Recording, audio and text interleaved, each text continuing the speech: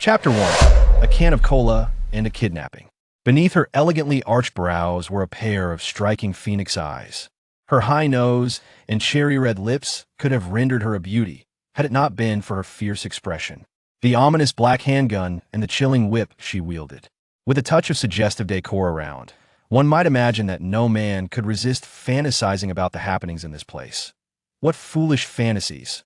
Let it be clear, Jiang Chen harbored no peculiar inclinations. The reason he found himself firmly bound to a chair by this whip-wielding beauty was purely accidental. Name? The woman, clad in a black leather jacket and worn, faded jeans, carelessly tossed back her slightly disheveled hair and rudely planted a foot on the armrest of the chair. Jiang Chen. He swallowed hard, obediently providing his name. As a civilized individual, he had never encountered such a barbaric beauty. The woman raised an eyebrow. Why does your name sound so effeminate? Why not ask my mother, damn it? Of course, such thoughts were kept to himself. He feared that uttering them might result in a bullet hole in his skull from the gun she held. Indeed, this enchantress had a gun in hand. The atmosphere had turned decidedly grim, and why mother gave birth to me in the morning, Jiang Chen muttered.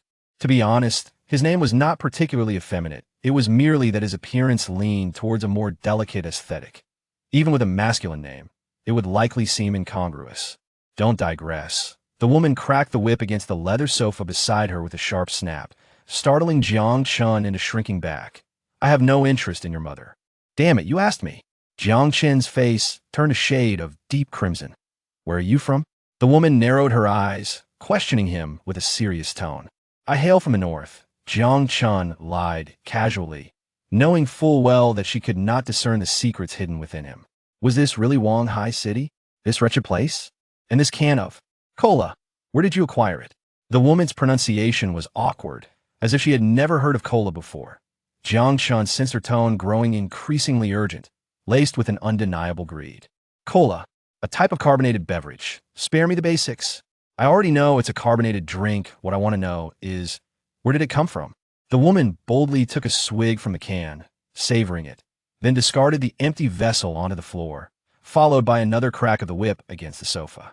Jiang Chen felt the peculiar gun pressed against his forehead. A bead of cold sweat trickled down his brow as he struggled to calm his racing heart and steady his breath. I cannot explain. Do you wish to die? The woman fell silent, and after a pause, she sighed, holstering her gun and discarding the whip she had picked up. All right, perhaps I have indeed gone a bit too far. Though she spoke thus, she showed no intention of unbinding Jiang Chen. Her previous actions of striking the sofa suggested that perhaps her nature was not entirely malevolent. Jiang Chen dared to speculate. Trust me, I mean well. Jiang Chen, uncertain of how long his appeal to her conscience would hold, resorted to spinning a tale. Well-intentioned, like saving you from starving. If I say anything wrong today, our future days may not be pleasant. Jiang Chen continued, speaking in a mysterious tone, leaving her ample room for imagination. The woman smirked, somewhat dismissively, yet the hesitation in her gaze was unmistakable. Perhaps we could collaborate. I have just arrived here. How should I put it? Everything is in disarray. I require a guide. In return, I can offer you a generous reward. Jiang Chen paced his words, deliberately dropping a tempting hint. Dado, you are from the United Northern Territories? The woman raised an eyebrow. In this wasteland, if any semblance of order still existed, it was likely in the United Territories established on the distant northern plains, untouched by nuclear strikes or outbreaks, allowing for a semblance of stability. However, stability was a relative term. Slavery, exploitation, and chaos still reigned. Despite slightly higher food production, life in the United Territories was hardly better than the disorderly Wanghai City. No, I merely come from a more affluent area. Collecting useful items for someone. Additionally, offloading excess goods that like the can of soda you just drank and those 3 cans you licked clean. Jiang Chen refrained from claiming affiliation with the United Territories, having never been there himself. What if he were found out? The best strategy was to firmly assert that he hailed from a unique place no one had visited, allowing him to weave whatever tale he wished. Upon hearing licked clean, the woman's face flushed, seemingly realizing her earlier eating habits were less than dignified, and she shot Jiang Chen a fierce glare. Jiang Chen smiled, indicating his indifference, well aware that their negotiation was progressing. I fail to see what you find of value in this place. The supermarkets, granaries, and even the refrigerators of the homes in Wanghai City have been completely emptied. You wouldn't even find a scrap of bread. Beautiful lady, may I inquire your surname? Jiang Chen shook his head, smiling as he asked. Sun Jiao, she replied, raising an eyebrow and smiling meaningfully. Let me clarify. If this so-called collaboration entails any inappropriate services, I might just... You think too much, Miss Sun Jiao. Jiang Chen sighed. What I require is merely an experience guide. And do you believe I am in need of food? Then what is it you seek? Could it be slaves? Suddenly, Sun Jiao's expression shifted, her gaze turning hostile. Indeed, if food was not the issue, then surely there were farms or plantations with relevant production facilities. Sun Jiao instinctively thought he might be a trafficker. Slaves were prime labor in the wasteland. Human trafficking was a common occurrence, yet Sun Jiao detested it deeply, fearing her sister had been sold to some unknown fate. If she were sold to a factory, that would be one thing, but if it were to a brothel or a cannibal tribe, it would be a nightmare. No, you misunderstand. Jiang Chen hurriedly clarified. We do not need slaves. What I need is technology. Sun Jiao looked taken aback. Precisely like the laser gun you have in your hand and that computer on your arm? While we possess these items, we lack the means to produce them independently. Thus we have come to this forsaken city in search of the technologies of the old order. Those things? Sun Jiao appeared momentarily stunned, then eyed Jiang Chen with suspicion. Isn't it difficult to make such items? Many in Luding town can assemble them. Not good. Jiang Chen cursed inwardly, but maintained a composed facade that I merely offered an example. Our technology in food production and logistics is relatively advanced.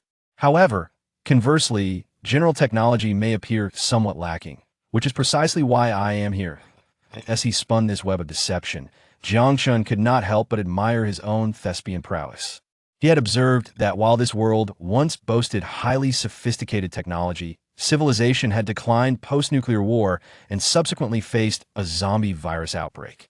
The fact that humanity had not been entirely obliterated was nothing short of miraculous. One could aptly describe the current state of this desolate land as a melange of quality. The coexistence of high-tech hover cars and traditional combustion vehicles on the streets serves as a testament to this. Suit yourself, Sun Jiao conceded to further inquiries, shifting her focus to Jiang Chen with an intrigued gaze before speaking. So, shall we discuss my remuneration? What payment do you prefer? After a moment's contemplation, Jiang Chen inquired, genuinely unsure of the currency circulating in this world.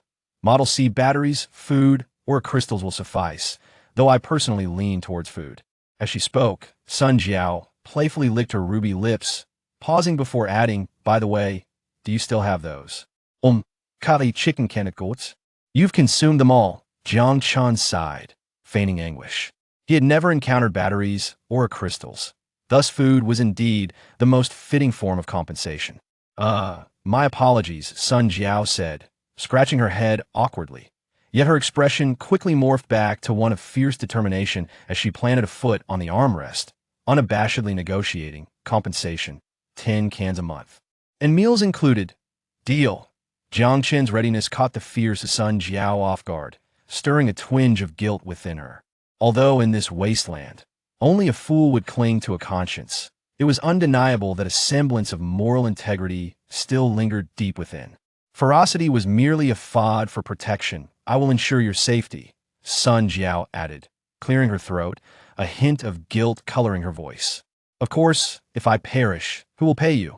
Jiang Chen silently cursed as he mused. While this cost was trivial to him, it still amounted to a significant expense. Now, my lovely bodyguard, may I request that you untie me? With the crisis averted, Jiang Chen exhaled in relief, his limbs nearly numb from the bindings. With deft skill, Sun Jiao produced a dagger from her waist and swiftly severed the ropes that confined Jiang Chen. As he gradually regained feeling in his limbs, Jiang Chen cast a resentful glance at Sun Jiao while retrieving his thoroughly rummaged backpack. Sun Jiao, slightly embarrassed, chuckled and whistled, dismissing the incident from her mind.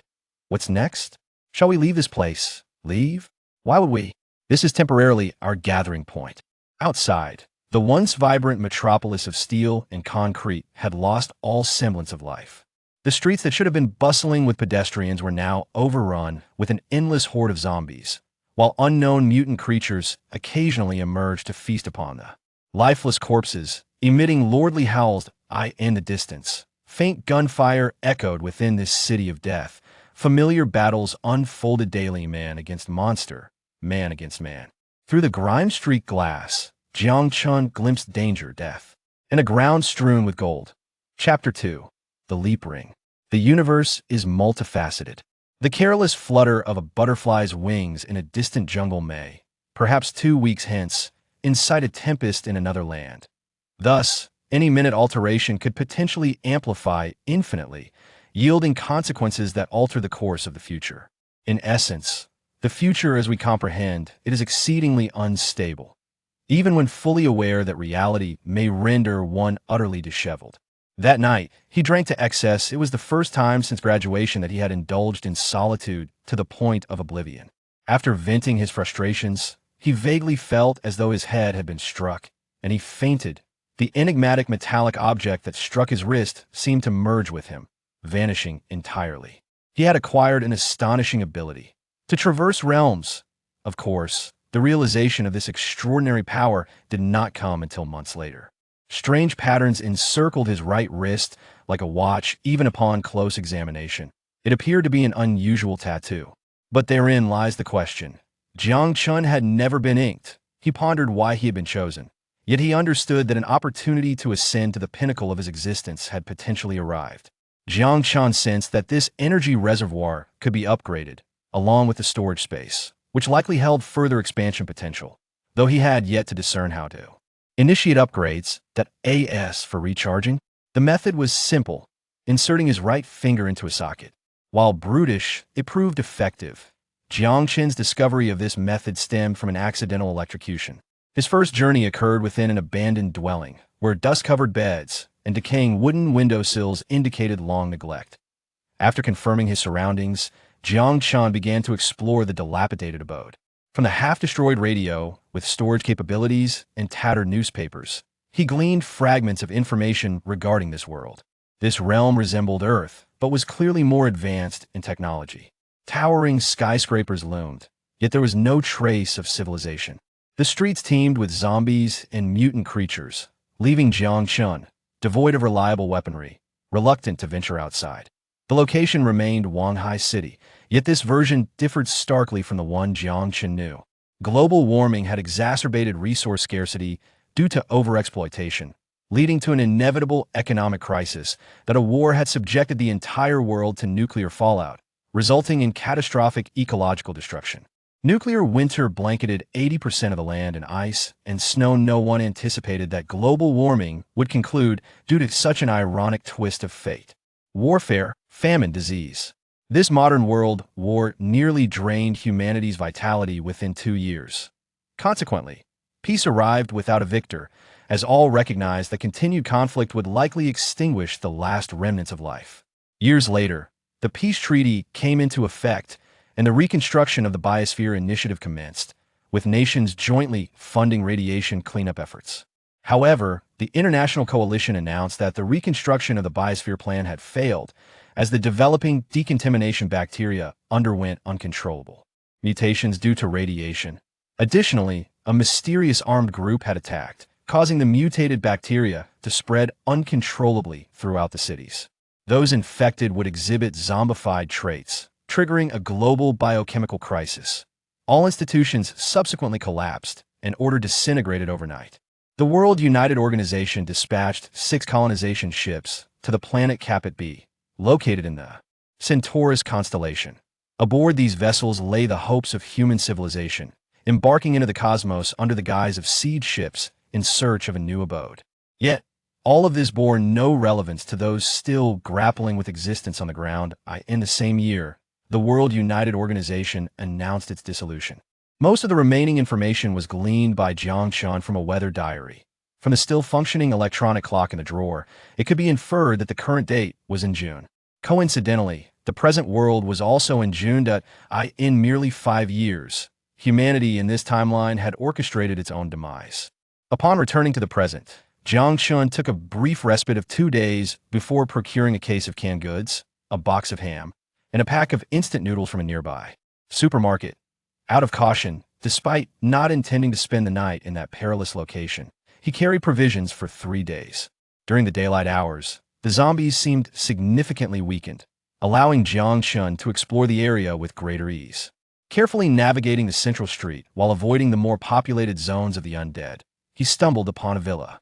The imposing walls and iron gates exuded a sense of security, while the parched vegetation within the courtyard bore an air of desolation. The marble column beside the main entrance was adorned with carvings, now rendered indistinct by acid rain, indicating the severe pollution plaguing this world. The stone architecture lacked any semblance of the fantastical. It was evident that the villa's former owner was a wealthy individual who relished the pleasures of life.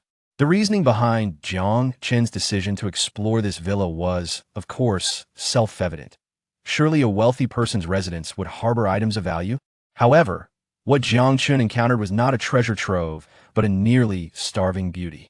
Perhaps lulled into complacency by her allure, or perhaps due to the naivety stemming from his civilized upbringing, Jiang Chen, upon witnessing the woman's feeble breaths and pleading gaze, generously retrieved a bottle of mineral water from his backpack and tenderly offered it to her. Rescuing a life was paramount.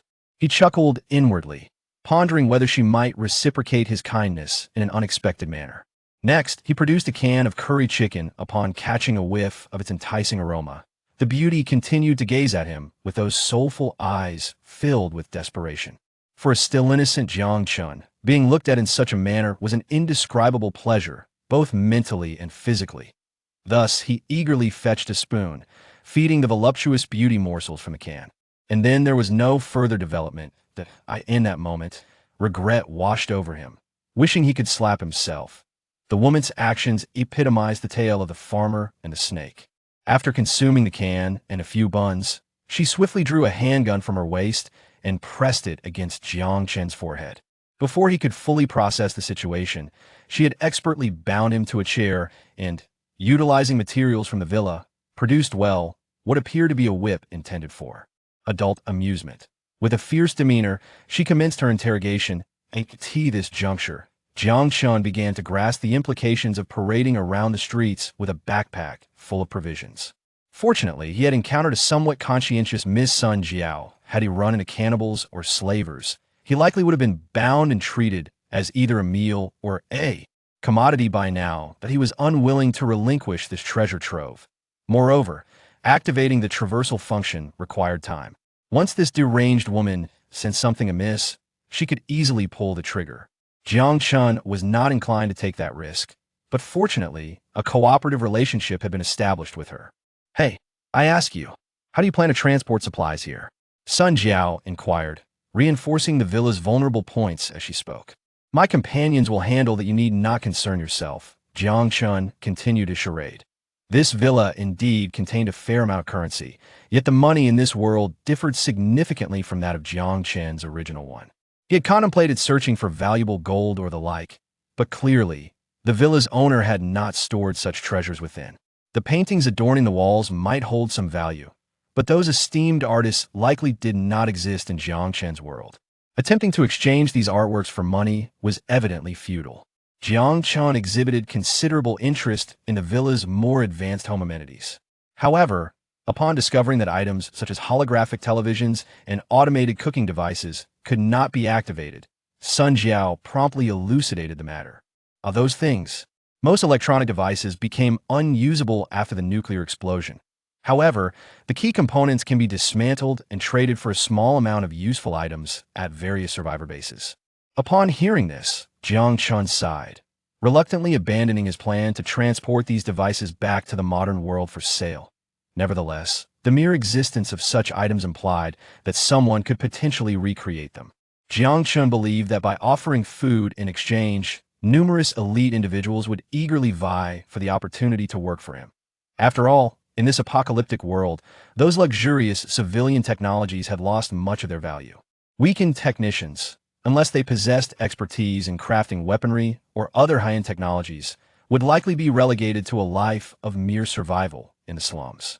Sun Jiao was oblivious to Jiang Chen's fascination with the villa, however. Since her employer had instructed her to work, she had no reason to refuse. To be frank, reinforcing this structure is of little significance. As long as we don't create too much noise, those mindless zombies won't be able to breach it. There are no formidable mutated creatures in this vicinity. Your actions are purely. All right, boss. Sun Jiao rolled her eyes as she hammered in the final nail, securing the wooden board. In truth, she wished to counter that no one would casually wander into such an obviously ransacked building. As for why she was there, that remained her secret. Do you have a map of the area? Jiang Chen, reclining on a somewhat moldy sofa, felt no guilt about making this woman toil away. After all, she had nearly subjected him to an interrogation. Being on the receiving end of a gun was not a pleasant experience. Sun Jiao was evidently quite adept at this type of work, swiftly fortifying the villa's first floor. As for the materials used for the modifications, they were all sourced from the surroundings. Where's your e-paid? I can transfer it to you directly. E-paid? Jiang Chen paused, momentarily perplexed. This thing. Sun Jiao tapped her wrist-mounted computer, grinning as if she had just heard an amusing joke. You wouldn't happen to be without one, would you? That I can buy one. Jiang Chen chuckled awkwardly, scratching his nose, feeling like a primitive man in her presence. It's hard to imagine. You dare to explore the city without an EP. Aren't you worried about exceeding the radiation levels in your body? Sun Jiao sighed, retrieving a large electronic device from her portable backpack and tossing it to Jiang Chen. Put this on and give it a TR. IT seems quite fitting. Where did you acquire it? Jiang Chen fiddled with the device, astonished by the technological advancements of this world. This gadget, referred to as EP, was remarkably lightweight on his wrist, offering no sense of encumbrance. The faintly yellow glow of the screen displayed his various physiological metrics, suggesting it was a health monitoring device. That I procured it from the corpse of an unfortunate fellow, Sun Jiao remarked, a grin spreading across her face. Although her smile radiated warmth, it sent an involuntary shiver down Jiang Chen's spine. Username, Jiang Chen. Physical condition, muscle strength, 12. Bone density, 10. Reflexes, 11. Neural activity, 14. Radiation level, 11. Safe. Abnormal conditions, none. Upon seeing the radiation level, a bead of cold sweat trickled down Jiang Chen's forehead. He nearly forgot that this world was rife with radiation, and prolonged exposure here would inevitably lead to his demise. He was uncertain of the implications of a radiation level of 11. All he knew was that prior to arriving in this wretched place, he had never encountered radiation. Oh, none of your metrics exceed 20. I must ask, are you truly a man? Sun Jiao cast a mischievous glance at Jiang Chen's lower body. Would you care to test that theory? Jiang Chen retorted fiercely. I'm right here, why don't you give it a try? Sun Jiao boldly placed a boot upon the armrest of the sofa, her gaze brimming with challenge as she regarded Jiang Chen. Goodness, how could he endure this? If not now, then when? Perhaps it was better to wait. Jiang Chen resolutely chose to concede. What a joke, regardless of whether he could best this barbarian. He feared that even if he could, he would have to remain vigilant against her biting off his manhood. Jiang Chen was certain that Sun Jiao could indeed carry out such an act. For reasons unknown, Jiang Chen suddenly recalled a certain individual, a woman who had dismissed him, the one who had nearly stripped him of his livelihood, leaving him on the brink of despair in Wanghai City, the one with the perpetually cold demeanor. What troubles you, my little boss? Why the sudden silence? Sun Jiao emphasized the word little, her gaze playfully probing into Jiang Chen's eyes. Nothing, just reminiscing about the past. Sun Jiao paused, her composure faltering slightly at the mundane tone, which sent a chill through her. Although she did not believe that this man, whose combat prowess barely reached 20, could pose any threat to her, her instinct for danger, honed from years of navigating the precipice of life and death, rarely misled her. Sun Jiao wisely chose to remain silent. There was no need to offend a source of free meals, something she had never envisioned in her past. The delectable taste of curry chicken nuggets was simply exquisite. It was her first encounter with such delightful cuisine in this world, in this desolate wasteland. Merely having a bun to gnaw on felt like a stroke of fortune. Oh no, most people relied on nutritional supplements to stave off hungertables that left one unsatisfied yet not starving. Moreover, this somewhat immature boss appeared to possess a kind heart. Do not be mistaken, the term good person was undoubtedly pejorative in the wasteland. Yet, for reasons unknown, despite the term's connotation, she found herself preferring the company of this kind-hearted gentleman over the myriad of normal individuals that populated this world. At least she wouldn't awaken to find herself bound like a rice dumpling. With this thought, a faint smile graced Sun Jiao's slightly parched lips. I must say, is it necessary for your smile to be so unnerving? For some reason, although Sun Jiao's smile was undeniably beautiful, it sent another shiver through Jiang Chen. Is it? Don't you find that my smile possesses a certain charm? Chapter 3. I need gold. I need the gold from that place. This world is filled with treasures. Any one of those high-tech civilian devices, if brought into the present, would surely outclass the rudimentary contraptions still languishing in laboratories. However, it is evidently unrealistic to directly sell these advanced products in the current era. Thus, the only asset of high value that is easily convertible into cash is gold. Jiang Chen speculated that in this chaotic apocalypse, gold would hold no value whatsoever. When everyone is struggling to find enough to eat, no one would trade their precious food for those glimmering trinkets. Clearly, his assumption was correct, although Sun Jiao was eager to learn the utility of gold.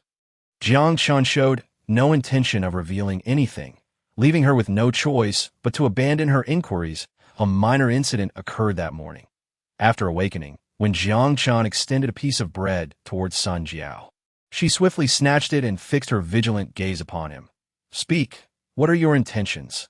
Are you offering me food? Sun Jiao momentarily failed to grasp the situation, only to suddenly recall the agreed-upon reward from the previous day, breakfast. 3 meals a day, though it seemed she would mostly have to eat out at noon.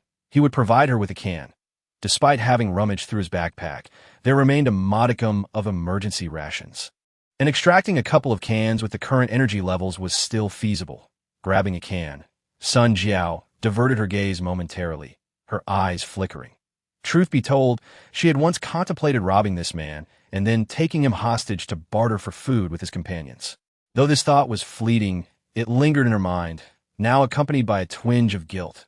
Breakfast. What is that? Sun Jiao mumbled as she chewed the bread, her words unclear. Her manner was somewhat uncouth. Yet watching the beautiful woman devour her meal had its own peculiar charm. Skipping breakfast can lead to stomach ailments, Jiang Chen muttered, nearly forgetting that this was an apocalypse, a time when most people were living day to day, struggling to find their next meal. In any case, having something to eat in the morning will bolster your strength to teach. Thank you. Her voice was barely audible, and Jiang Chen could not discern her words. It's nothing. After finishing the bread, Sun Jiao licked her lips, which were smeared with crumbs, and glanced at her slightly greasy hands. For some inexplicable reason, she restrained the urge to lick her fingers to akin her entire life. This was the first time she experienced such a peculiar sense of self-consciousness. How to describe it? Not wanting someone to witness her ungraceful behavior. That seemed inaccurate. I will do my utmost to locate the gold in the bank vault. But moving those treasures here will likely prove more challenging than finding them. Indeed, this deceased city was littered with abandoned vehicles. However, the EMP from the nuclear war had long incapacitated most of the electronic devices within. The very advancements of technology had become shackles, hindering the survivors' existence. Every vehicle lying on the streets was a product of high technology. Even internal combustion engines were typically outfitted with sophisticated components. It was precisely because of this technology that these machines had completely broken down. Unless one could summon a professional for repairs, finding a functional vehicle amidst the wasteland was akin to chasing a dream. Yes, I already know. Sun Jiao waved her hand dismissively, then conducted a final check of her equipment. The nights in Haohai City were perilous, teeming with zombies.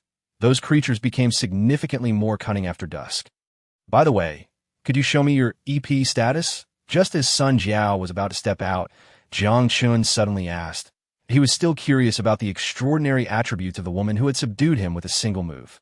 Sun Jiao hesitated for a moment, then readily displayed her EP, leaving Jiang Chen in a state of astonishment. Username: Sun Jiao, muscle strength, 44 bone strength, 61 reflexes, 40 cerebral activity, 13 notes, C-class tissue repair vaccine. T-virus vaccine, no matter how he tried, Jiang Chen could not fathom that the strength emanating from those slender arms was more than 3 times his own. Was this truly a human being? The passage of time in the two worlds was parallel, with no side experiencing time more swiftly. Jiang Chen had ample time at his disposal, stealthily prying open a power distribution box in a neighboring complex. He felt a surge of guilt as he cut a slit in the rubber covering of the power lines with a small knife.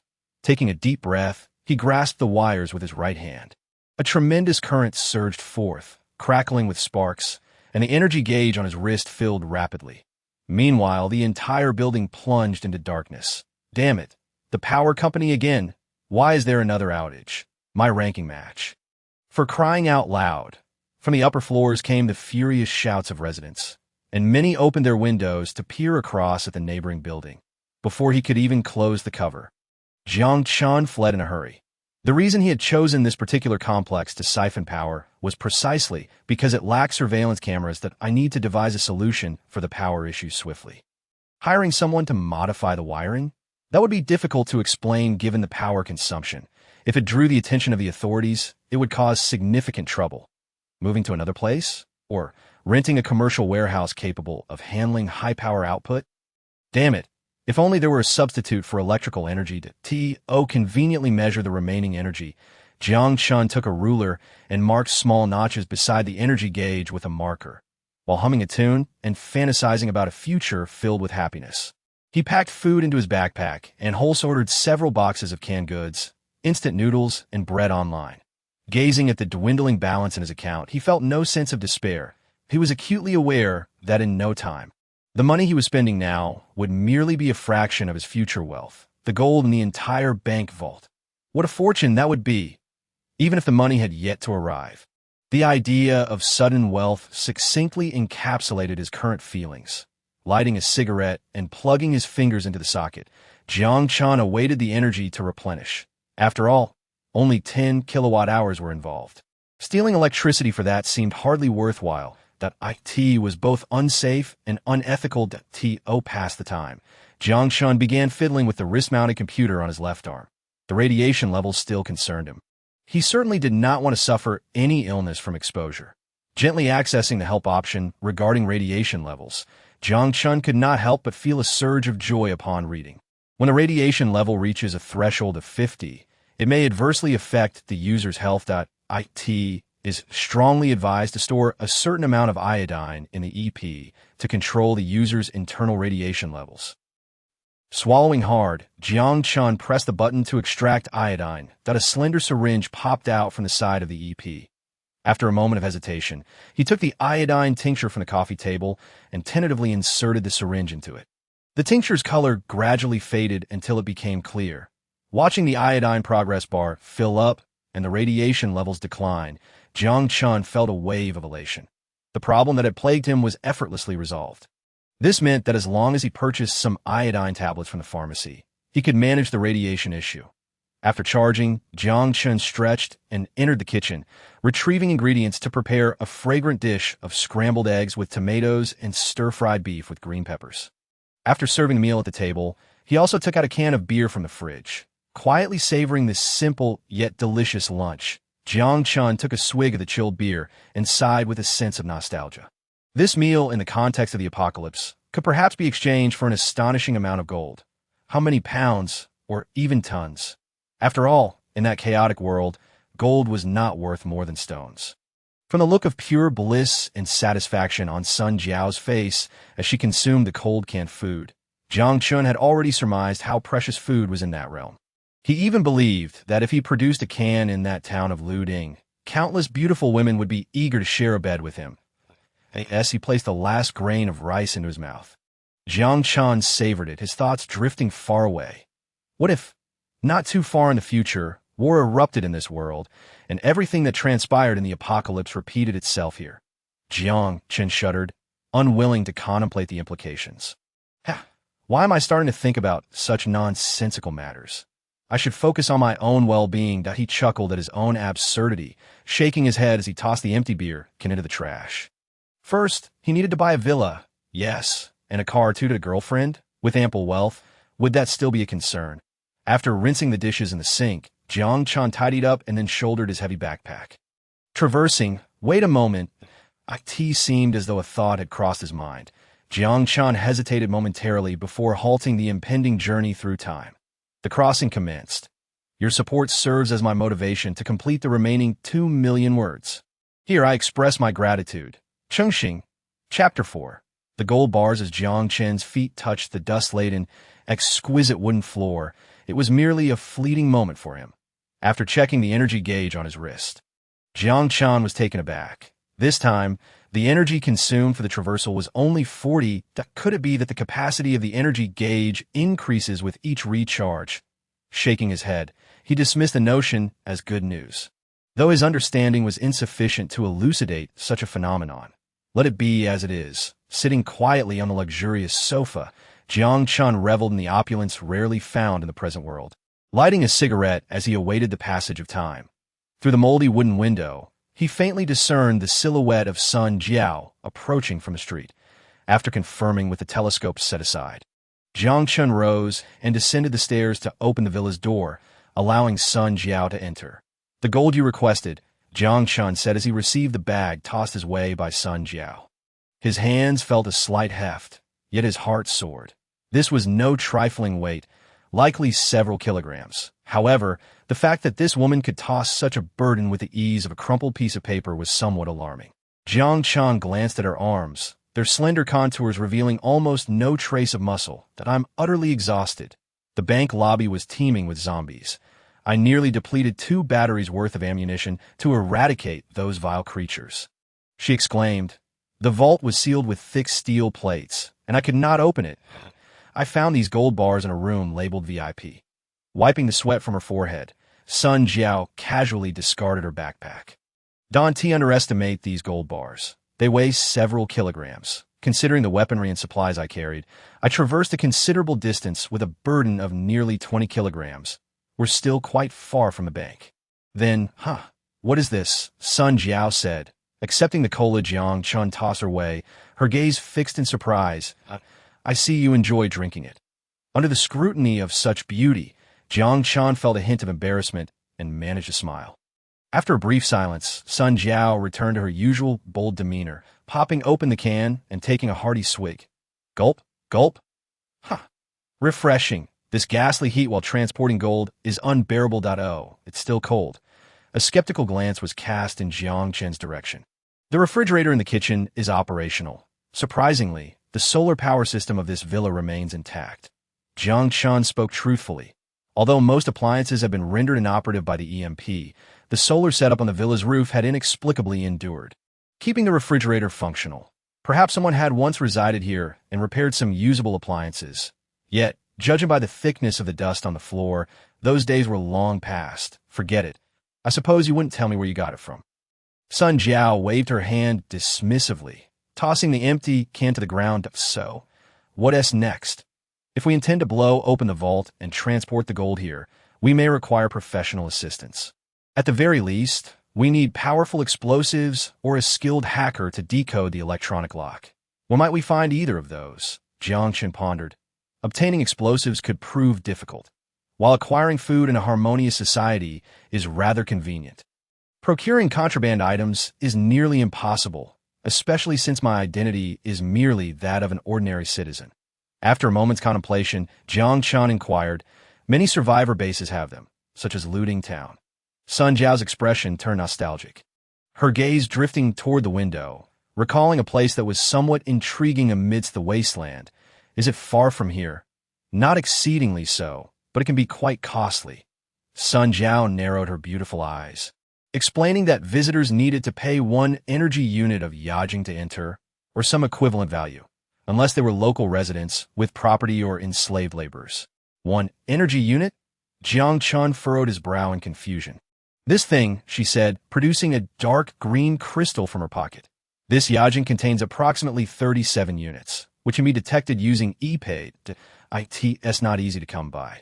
Only powerful mutated creatures condense this biological crystal in their occipital region. If possible, I truly hope to avoid encountering those fiends. Creatures that instill fear in you. Jiang Chen shuddered at the thought. Accepting the dark crystal, he felt a faint tug of energy emanating from it in his right hand. Jiang Chen was astounded. Could this item recharge the wristband? Yet he concealed his astonishment, casually toying with the Yajing before returning it to Sun Jiao. What can one Yajing exchange for? Perhaps a tenth of a can of meat or half a can of inferior quality. 10 nutrient solutions, 1 C-type battery, or 3 energy weapon magazines. The options are plentiful. This energy substance serves as currency in many survivor bases. You could even find a woman to spend the night with in Luding Town. Sun Jiao teased, a mischievous glint in her eyes, reveling in the thrill of teasing this young man. Ahem, for 37 units of Yajing. How about I trade you 4 cans? Oh, Jiang Chen shrugged nonchalantly, unconcerned about the trifling 3 units left over. While 10 units of Yajing did equate to 1 can, it depended on the type of kin. Most of the cans in Luding Town contained mutated fish meat, often mixed with sand. Yet, this was the best-case scenario. It was worth noting that some cans might even contain human flesh. The despair and numbness in those words left Jiang Chen breathless. Swallowing hard, he found himself at a loss for words. Curry chicken, braised beef, these delicacies, I have never tasted anything like them in my life, Sun Jiao remarked with longing, casting a meaningful glance at Jiang Chen before averting her gaze on the wasteland. Itinerant merchants typically transport goods using mutated cattle. I was fortunate enough to have once enjoyed a meal of mutated beef. Its dry texture was satisfying enough that I believe you, Jiang Chen replied softly. A wave of fear washed over him. In Sun Jiao's eyes, he was merely a weakling. Should she covet his wealth, she could eliminate him in an instant. That moment, he realized he had vastly oversimplified his understanding of this world. Yet perhaps due to greed or some inexplicable arrogance. After a fierce internal struggle, Jiang Chen ultimately calmed himself. Suppressing the urge to flee, he wore a composed expression, striving to appear less fearful. Trust? Sun Jiao scoffed, though a flicker of indescribable emotion lingered beneath her brow. However, that distant term had long since vanished from the hunger and death-ridden wasteland. Although Jiang Chen had uttered this enchanting word, Sun Jiao's facial muscles merely conveyed disdain. With a sigh, she made her way to the kitchen. Your naivety is rather troubling, but I do not dislike it. Upon hearing Sun Jiao's words, Jiang Chen gradually relaxed, loosening the tension that had gripped him. Perhaps he had been right to gamble. Sun Jiao did not harbor ill intentions toward him. After all, she had numerous opportunities to dispose of him, but had chosen to delay until now. The weight pressing on Jiang Chen's heart finally lifted. Since you are my employer, it is not only my duty to safeguard your life, but I believe I also have an obligation to ensure you are not deceived by those with ulterior motives. Well, how should I put it? If someone covets your possessions, it would also be a source of trouble for me. In future transactions, it would be best to bring me along. Could it be the being Sundra? Don't look at me like that. Ugh, I have goosebumps, Sun Jiao stammered, hastily avoiding Jiang Chen's gaze as she darted into the kitchen. Yet it wasn't long before a shocked scream pierced the air. How is this possible? The refrigerator, excuses, trust, and most of Jiang Chen's words were mere fabrications, crafted to evade unnecessary trouble and danger. Yet, that fleeting moment of genuine emotion was undeniably real. In that instant, Jiang Chen unexpectedly discovered that this wild woman was not so detestable after all, rather somewhat endearing. Forget the canned food. Tonight we feast on fresh vegetables to celebrate the arrival of my first employee in a burst of exuberance. Jiang Chen laughed heartily and rushed into the kitchen. Sun Jiao, frozen before the refrigerator, momentarily forgot to object to being called an employee, her eyes wide as she gazed at the tomatoes and the eggs. Sun Jiao stiffly turned her head, her voice trembling in bewilderment. Don't ask just yet. I know you must have many questions at tea dinner time. We shall further deliberate on this matter. For now, shall we slice the tomatoes? Leaving the bewildered Sun Jiao behind, Jiang Chen wore a smug smile as he approached the refrigerator, retrieving several tomatoes and eggs. Tonight, we shall feast on scrambled eggs with tomatoes. Chapter 5. Scrambled eggs with tomatoes. The choice of this dish was entirely due to Jiang Chen's modest culinary skills. It was the only dish he could prepare with any confidence, one he made daily.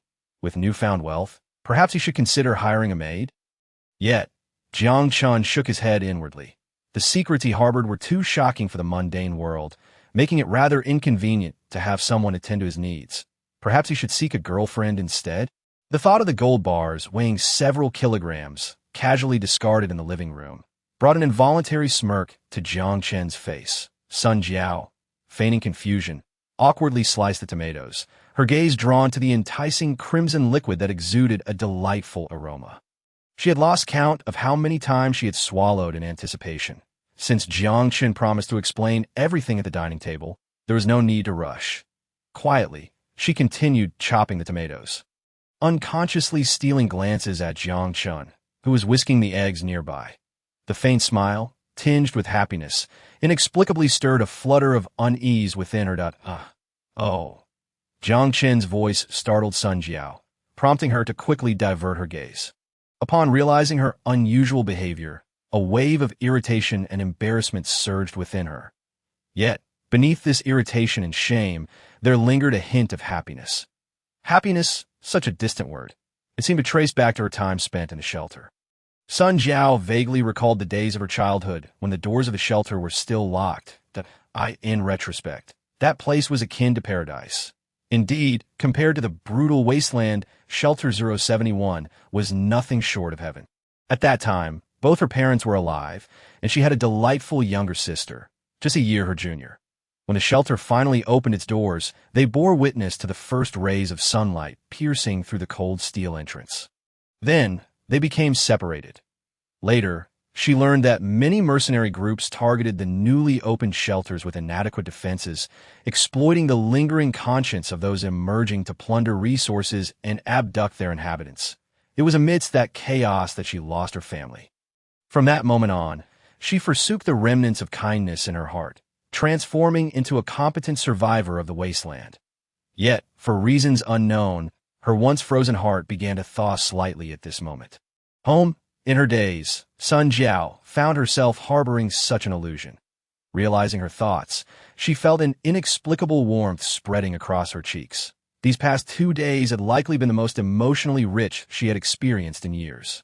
Sun Jiao chuckled bitterly, shaking her head as she placed the neatly diced tomatoes into a bowl, prepared as Jiang Chen had requested to quell the restless emotions. A deep breath would suffice. However, the stirring within her heart, touched by something soft, was a sensation that could not be buried. Perhaps unbeknownst to Sun Jiao, the man standing beside her, cracking eggs, had begun to occupy a rather exceptional place in her heart. Observing Sun Jiao devouring her meal with gusto, Jiang Chen couldn't help but smile. It was the first time he had encountered someone with such an imaginative approach to eating scrambled eggs with tomatoes. I know you have many questions in your heart, such as why I possess such an abundance of food. Jiang Chen set down his utensils and gazed at Sun Jiao, speaking softly that I cannot quite articulate this feeling. As Sun Jiao gradually ceased eating, setting her chopsticks down, her eyes filled with a dreamy look. You give me the impression, as if you have stepped out of a fairy tale. Huffed, a fairy tale? Jiang Chen was taken aback. In the shelter, we refer to certain pre-apocalyptic books as fairy tales. Sun Jiao sighed, a self-deprecating smile gracing her lips. Everyone lived blissful lives, surrounded by family, friends, and even lovers. But it all seems like a fairy tale, doesn't it? After all, the first time I encountered sunlight was at the age of 7. When we felt fatigued, we would enjoy a drink. Sun Jiao seized a beer, tilting her head back and gulping it down, her throat emitting a satisfied sound. Burp, this is not nearly as delightful as cola. Yet it allows for an outlet, so overall, it's a good thing. Jiang Chen also took a hearty swig of beer. How long had it been since he had indulged in such drinking? It felt like ever since graduation, arriving in a foreign city, entering an unfamiliar company, and enduring the pressures of work and the burdens of life. Until now, being dismissed, he had shattered countless dreams within the ivory tower, only to have them mercilessly crushed by reality. To be honest, when he received the termination notice, he felt genuinely miserable, least in this apocalypse. There was someone to share a drink with. Perhaps this world wasn't so bad after all. The two chatted for a while, ultimately becoming good friends, their hands intertwined. To understand why the male and female leads held hands, let's observe the following brief skit. Author and Hixia found his friend and pulled him aside for a drink. Hixia, old Chun, it's been years since we last met. I heard you have an 800-year-old vintage wine. Why not bring it out for a couple of drinks? Author, old you jest, you are now a prominent figure before the Grand Duke. Why would you bother with us from small towns? Xie glared. What prominent figure? I am here for the welfare of the townsfolk. Author, you have a point to Xie. Enough chatter, just bring it out. Chapter 6. The Meat Mountain. The gray concrete road was riddled with cracks, and unknown plants stubbornly thrived in the crevices, basking in the unhealthy sunlight. Surrounding buildings were devoid of intact windows, their glass long shattered in the nuclear explosion.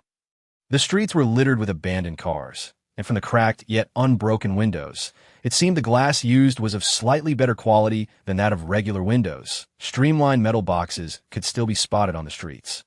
According to Sun Jiao, those were the parachute devices used by Dream Bamboo's airborne soldiers. However, when the history of this city's invasion was mentioned, Sun Jiao displayed no excess emotion. This may be due to her upbringing in the shelter, where she had little concept of a nation. Yet, when discussing the wars of the past, her face betrayed an unmistakable disdain. In her view, both sides of the conflict were equally foolish. Is it going to rain? Jiang Chen looked up at the sky. Thick clouds densely clustered. It seemed the sunlight appeared unnatural only after filtering through these clouds, taking on a suffocating yellow-green hue. He couldn't fathom how these plants managed to grow. That is not a cloud, but radioactive dust. Sun Jiao couldn't help but chuckle at Jiang Chen, who bore an uncanny resemblance to her when she first emerged from Shelter 071. So, we are currently exposed to radiation without any protection. Jiang Chen managed a bitter smile, though it was an act of ignorance. One could imagine how terrifying radiation was to those living in a harmonious society. Nevertheless, Sun Jiao seemed unfazed, completely disregarding the looming sword of Damocles above her. Despite a night of passion, she showed no signs of discomfort, while Jiang Chen felt his legs grow weak. This was not to say Jiang Chen was inadequate. It was simply that no matter how strong his physique, as a modern man accustomed to comfort, he could not possibly surpass a female warrior who had traversed the wasteland for years. The terrifying muscle strength data. Jiang Chen could hardly fathom that this woman, who appeared devoid of muscle definition, could possess greater strength than him, who had at least some visible muscle. The two ventured out together solely on Sun Jiao's insistence. Since you've said you'll help me, you must acquire some combat knowledge. Tomorrow, accompany me. At the very least, you need to learn how to shoot and protect yourself. Actually, I believe I could serve as a logistics personnel. Enough chatter. Tomorrow, we will head to the survivor camp in District 6. You haven't even received the infection vaccine. It's far too dangerous. You must go yourself. Thus, Jiang Chen reluctantly accepted the rifle thrown his way by Sun Jiao and followed her on their journey. Along the way, they occasionally conversed, yet for reasons unknown, Sun Jiao did not inquire further about Jiang Chen's secrets. Since she did not ask, he naturally refrained from bringing it up.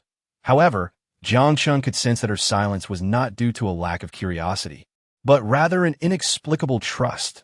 Someday, you will tell me. That unspoken sentiment was palpable. For the same reason, Jiang Chen did not pry into what Sun Jiao deemed necessary to do. Ahead lay a region infested with zombies. The best training ground for honing shooting skills was the battlefield. Familiarize yourself with the weapon, but do not fire indiscriminately, Sun Jiao instructed, retrieving a streamlined rifle from her back.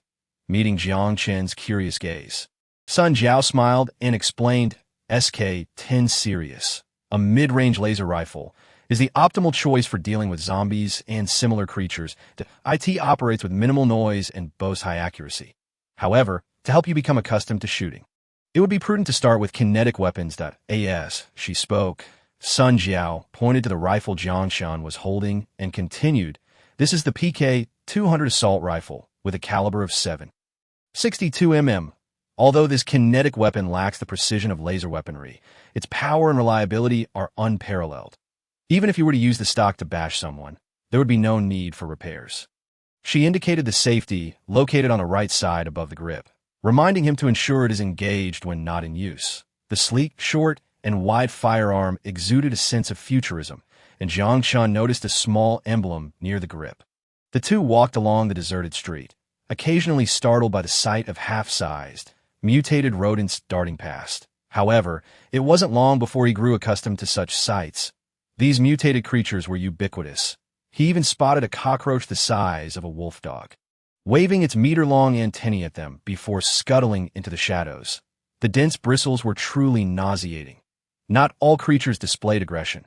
For instance, the oversized rats, despite their size, retained a natural fear of humans. Although cockroaches appeared fearsome, their dietary habits ensured they would not attack living beings. As they approached the street corner, Sun Jiao began to elevate her rifle, entering a state of vigilance. Zombies would cease their activities during the day, as the mutant spores attached to their brains required a stable environment for photosynthesis. A rather astonishing fact that explained how they managed to survive hunger for so many years. It was rumored that some zombies in urban areas had even evolved the ability to reproduce asexually, a notion that elicited a dry chuckle from Sun Jiao as she maintained her alert posture. We need to be wary of carnivorous creatures. They typically prey on zombies or other lower-tier mutants.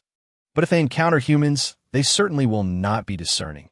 And as for humans, if someone aims for your head, do not hesitate. Fire immediately. Sun Jiao's unflinching tone sent a chill down Jiang Chen's spine. Amidst the harsh realities of this wasteland, he could not help but marvel at how this city had developed a complex and alternative ecosystem. Nature, indeed, is a wondrous force. Whatever you provide it, it can stabilize in a manner befitting survival of the fittest. Beneath the towering skyscrapers, the essence of civilization had vanished, leaving only savagery. Despite wielding the fruits of civilized technology, Jiang Chen felt utterly devoid of security. Shoo! Sun Jiao suddenly halted, raising her right fist to signal Jiang Chen to stop. Do not point your gun at me, you fool. Watch my back. She scolded him in a hushed tone. Jiang Chen let out a wry smile, took a deep breath, disengaged the safety, and aimed his rifle at the quiet street behind them. Something was amiss. The nearby mutated creatures had vanished, suggesting that they sensed a predator approaching. A hint of tension crept into Sun Jiao's voice, causing Jiang Chen's heart, which had just begun to settle, to race once more at a predator, perhaps a carnivorous animal. Hopefully, take Deathclaw. Though he was unaware of what a Deathclaw entailed, he could glean a sense of foreboding from her tone to that moment. A violent explosion erupted in the distance, accompanied by heavy, thunderous roars and the crackle of intense gunfire. The battle has broken out ahead. Follow me. Upon hearing the commotion, Sun Jiao did not retreat, but instead advanced towards the battlefield with her rifle raised. Wait, are you heading the wrong direction? Maintain fire. Throw the explosives. Hurry. Ammo. I need ammo. Ah, my hand. The shriek of a car door severing a hapless soul's arm echoed, embedding it into the wall behind. Jiang Chen's expression was one of sheer astonishment. His mouth agape, utterly entranced. What on earth was this? A butcher from the mountain. But this was far too colossal. A mass of flesh, shrouded in a hail of bullets, pressed forward, and the soldiers appeared to be in dire straits. Though their attacks seemed ineffective, they were not without purpose. At the very least, this mountain of flesh was being held at bay by the relentless barrage, unable to advance an inch towards the human position. Nutritional agent? Why does that sound like food? Jiang Chen shuddered, silently vowing never to touch whatever was called nutritional agent. Wasn't he that akin to consuming the flesh of that mountain? Seemingly sensing Jiang Chen's revulsion, Sun Jiao grinned before leading him towards the soldiers. Noticing their approach, a soldier came over, scrutinizing them with his rifle before professionally stating, "Welcome to Sector 6. Folks, as per protocol, I need to check your genetic codes." The genetic code, a compilation of one's genetic sequence processed through a specific algorithm, served as the username for the EP system. Given the widespread use of EP and the uniqueness of genetic codes, they are often treated similarly to identification numbers that in the apocalypse. Proving one's identity through DNA was paramount. Many orderly survivor camps would inspect genetic codes before granting entry, primarily to apprehend individuals who had previously violated the camp's laws. After presenting his EP on his arm, the militia politely allowed them passage. I always thought this wasteland was rife with savagery. I never expected to witness civilization. The armed soldiers showed no undue harassment towards them, allowing Jiang Chen to gradually ease his apprehension. However, Sun Jiao merely smirked at his remark that, my opinion differs quite sharply. I believe the wasteland is teeming with so-called civilization. It's just a rather peculiar form. As the steel gates slowly opened, the camp's alertness was lifted with the fall of the mountain of flesh, Behind the sandbags at the entrance, Jiang Chen caught sight of the anti-tank cannon that had obliterated it. The menacing barrel exuded an eerie chill, and the ground was littered with shell casings as thick as thighs. A truck cleared the path for entry into the camp. Jiang Chen followed Sun Jiao into the compound. This bastion of order amidst chaos, Sector 6, welcomed travelers from the wasteland like a harbor. Yet, to envision it as a paragon of justice would be naively simplistic. Chapter 7. Sector 6 civilization is a construct, cultivated through history, enhancing humanity's adaptation and understanding of the objective world, aligning with the spiritual pursuits of humankind, and recognized and accepted by the vast majority as a form of intellectual wealth and innovation. In that light, there indeed exists a form of civilization here, albeit a rather distorted one that if one were to encapsulate the technological level of Sector 6 in a single term, it would be mixed. One could observe mercenaries with rifles at recruitment points, idly smoking, while traders utilized holographic computers to tally goods. It was not uncommon to see individuals missing limbs. Some leaned on crutches, while others sported mechanical prosthetics more agile than real legs. If one were to summarize the living standards in Sector 6, it too would be mixed. Gaunt men and women were everywhere, and due to hunger, many lacked even the strength to moan. Uniformed soldiers patrolled the streets in groups of 3. Guns at the ready, indifferent to the starving populace and the streetwalkers plying their trade. Like machines, their expressions were obscured behind dark sunglasses. Absolute neutrality was the foundation upon which Sector 6 stood in this wasteland. The law here is straightforward. Murder and theft result in execution. Tax evasion leads to expulsion, and malicious harm incurs imprisonment. Sun Jiao casually explained to Jiang Chen, who was still acclimating to the surroundings. But why hasn't that person been executed? Jiang Chen swallowed hard. Incredulity etched on his face as he witnessed a uniformed man bludgeoning a powerless, starving woman to death with a wooden stick. The man even flashed a friendly grin towards Jiang Chen, seemingly aware of his gaze. That woman was clearly still alive. The inner circle of Sector 6 may be somewhat cleaner, but entry requires a small fee of iron crystals. We are here merely to trade for useful items, so the peripheral market will suffice. Sun Jiao deftly diverted the topic. Jiang Chen silently nodded, grappling with the grotesque reality of this twisted civilization. Though the outer market was indeed filthy and chaotic, it was a significant improvement compared to the conditions in the slums. Executed thieves or other indiscreet criminals were unceremoniously discarded beside the trash, awaiting the night when patrollers would drag them to the farms to be mixed with the day's harvest of fat, creating fertilizer for crops. Some notorious thieves, however, were nailed to wooden boards, preserved in formaldehyde. Rog Jerson, alias Clawwolf, he committed murder thrice in Sector 6 and was executed by the security team in the sewers. Upon closer inspection, the plaque bore details of the deceased's identity. The name appeared foreign, though this was hardly surprising.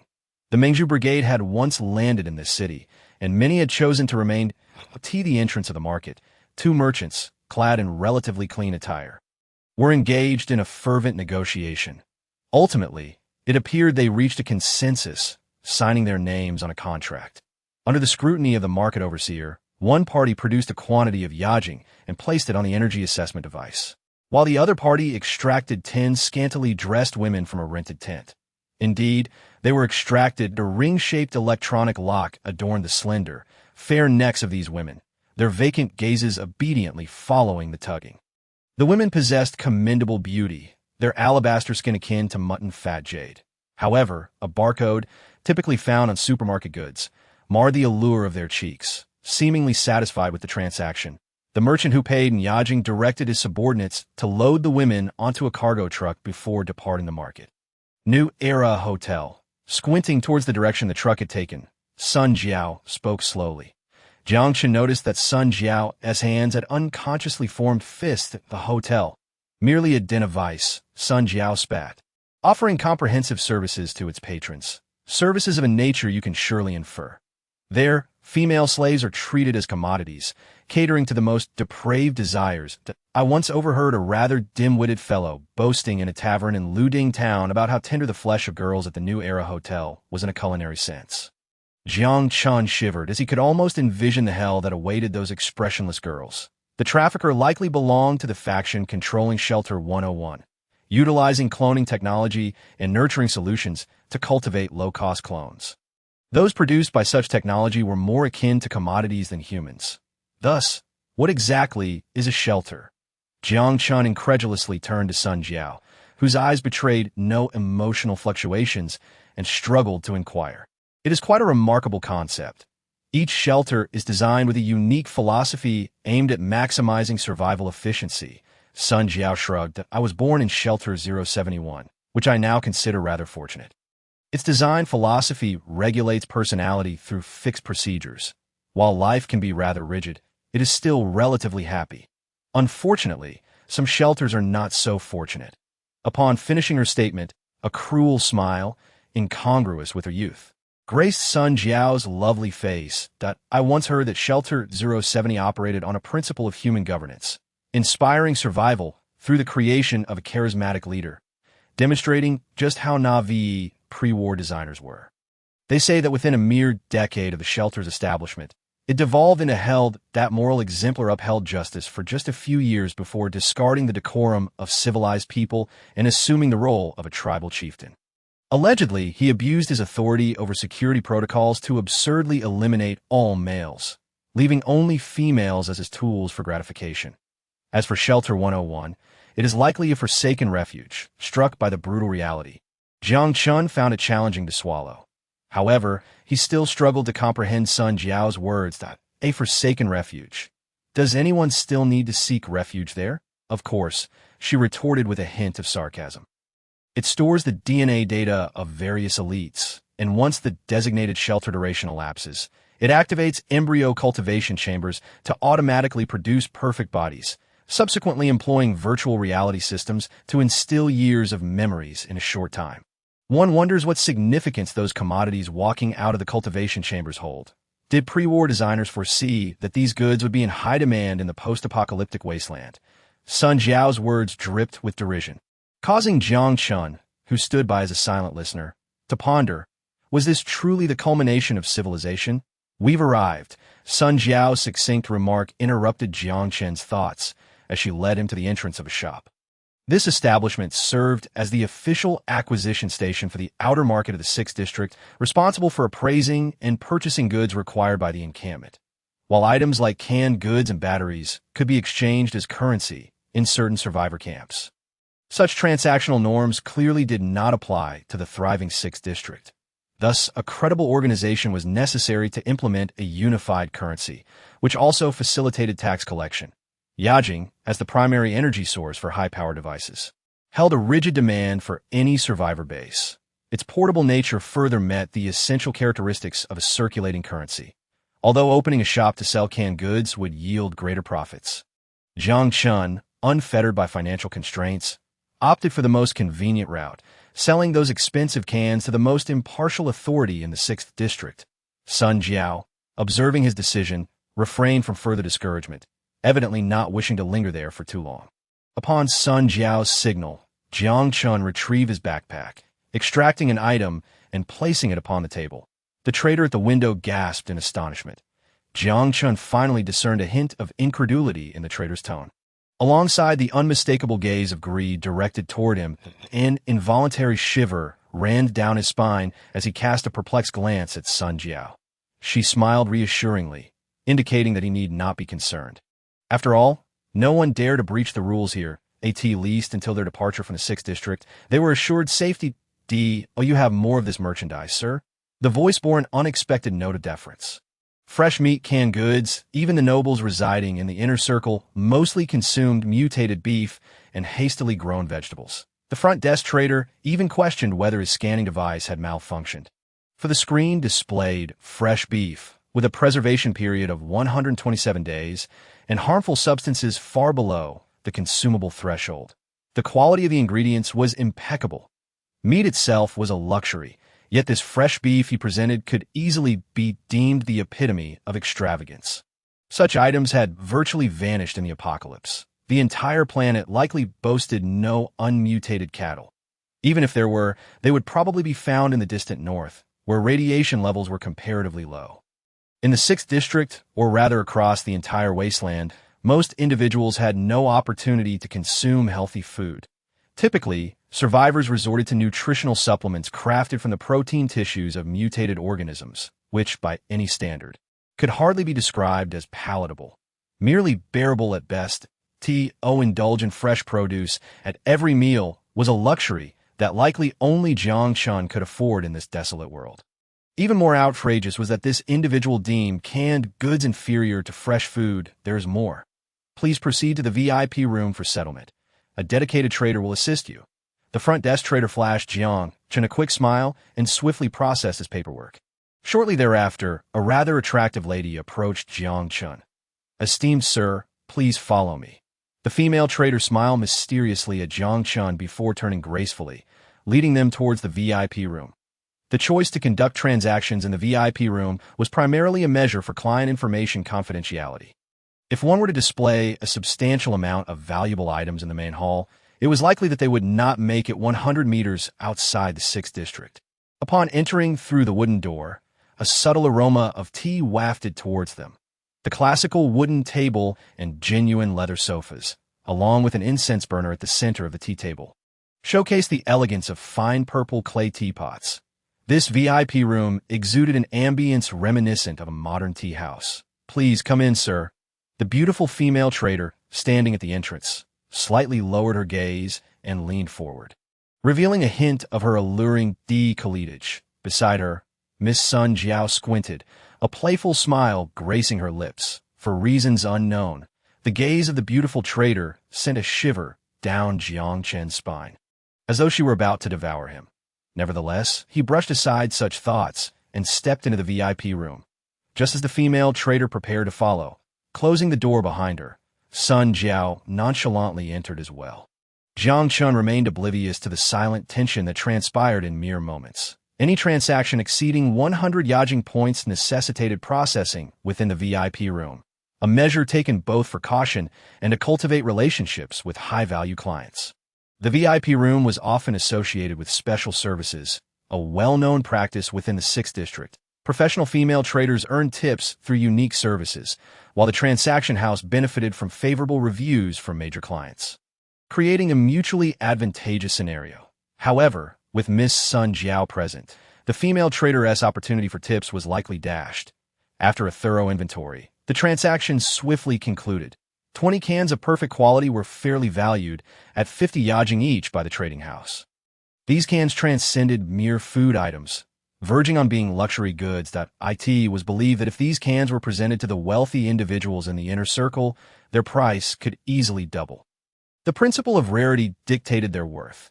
Consequently, Sun Jiao had voiced her complaints to Jiang Chen numerous times, yet he remained unfazed, secretly reveling in the thought.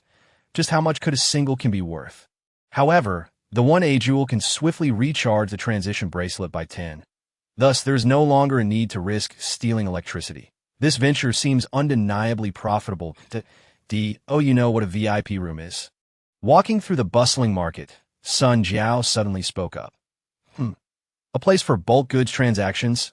Jiang Chen was momentarily taken aback, puzzled by her inquiry. Sun Jiao burst into laughter, clutching her stomach, displaying a lack of decorum. "It seems you truly have no idea." "I don't find it amusing," Jiang Chen replied, exasperated as he regarded Sun Jiao. After sufficient laughter, Sun Jiao leaned closer to his ear, a playful smirk gracing her face. "It is a place that offers special services." Jiang Chen felt a breath of air against his ear, sending a pleasurable shiver down his spine. However, he had long since grown accustomed to Sun Jiao's occasional teasing. And instead of blushing and recoiling as he once might have, he wore an expression of enjoyment. You resent me for disrupting your plans." Sun Jiao teased. "If I were standing outside, I might just offer you a special service." "How could that be? I've already grown fond of you." Moreover, a particular word was emphasized with particular weight. Sun Jiao, as cheeks flushed. In the end, she was still a young girl experiencing her first forays into the world, despite her frequent self-identification as an older sister. Suddenly, Sun Jiao narrowed her phoenix-like eyes. "Someone is following us." Due to this unwelcome attention, the two hastened their next steps. Sun Jiao led Jiang Chen directly to a place resembling a hospital. Upon entering, he realized it was a location for the sale of various vaccines and genetic potions. After paying a total of 55 A-jewels, a masked doctor administered injections to both of Jiang Chen's arms. One was a T-type vaccine, designed to prevent infection from zombie bacteria, while the other was a C-grade genetic enhancement potion, which, according to the doctor, could improve muscle strength, reflexes, and bone density by 10 to 25 points. The effects of the physical enhancement would gradually manifest over the course of 3 days. The pharmacy offered an array of useful potions, from which Jiang Chen selectively purchased a few.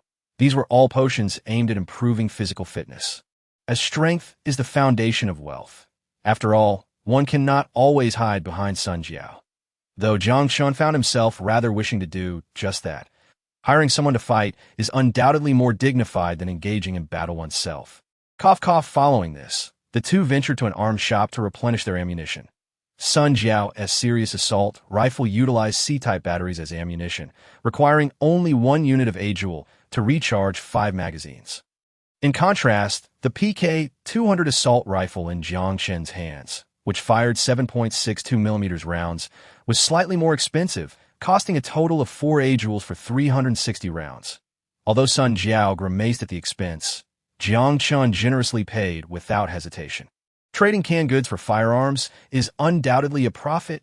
Naturally, the savages here would not comprehend such transactions that in this wasteland. Laser weapons are undoubtedly both environmentally friendly and economical.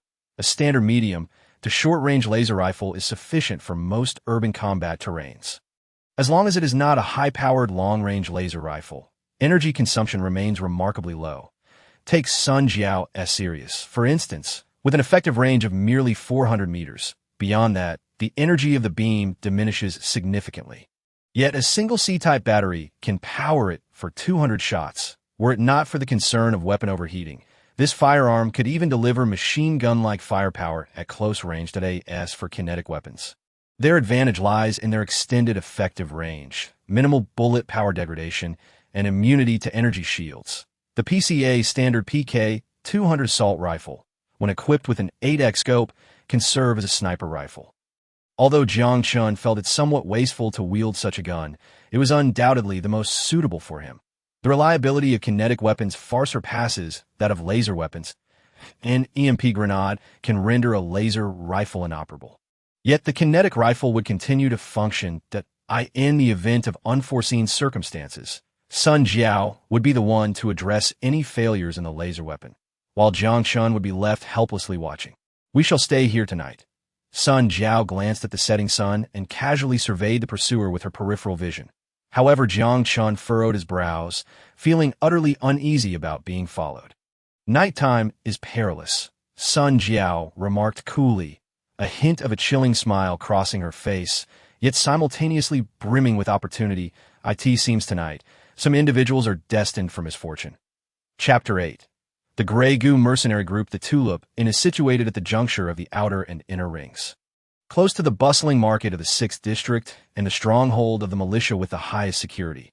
The .50 caliber anti-aircraft machine gun, exuding a chilling aura from the rooftop, slightly undermines the hotel's opulent decor, yet undeniably showcases its strength.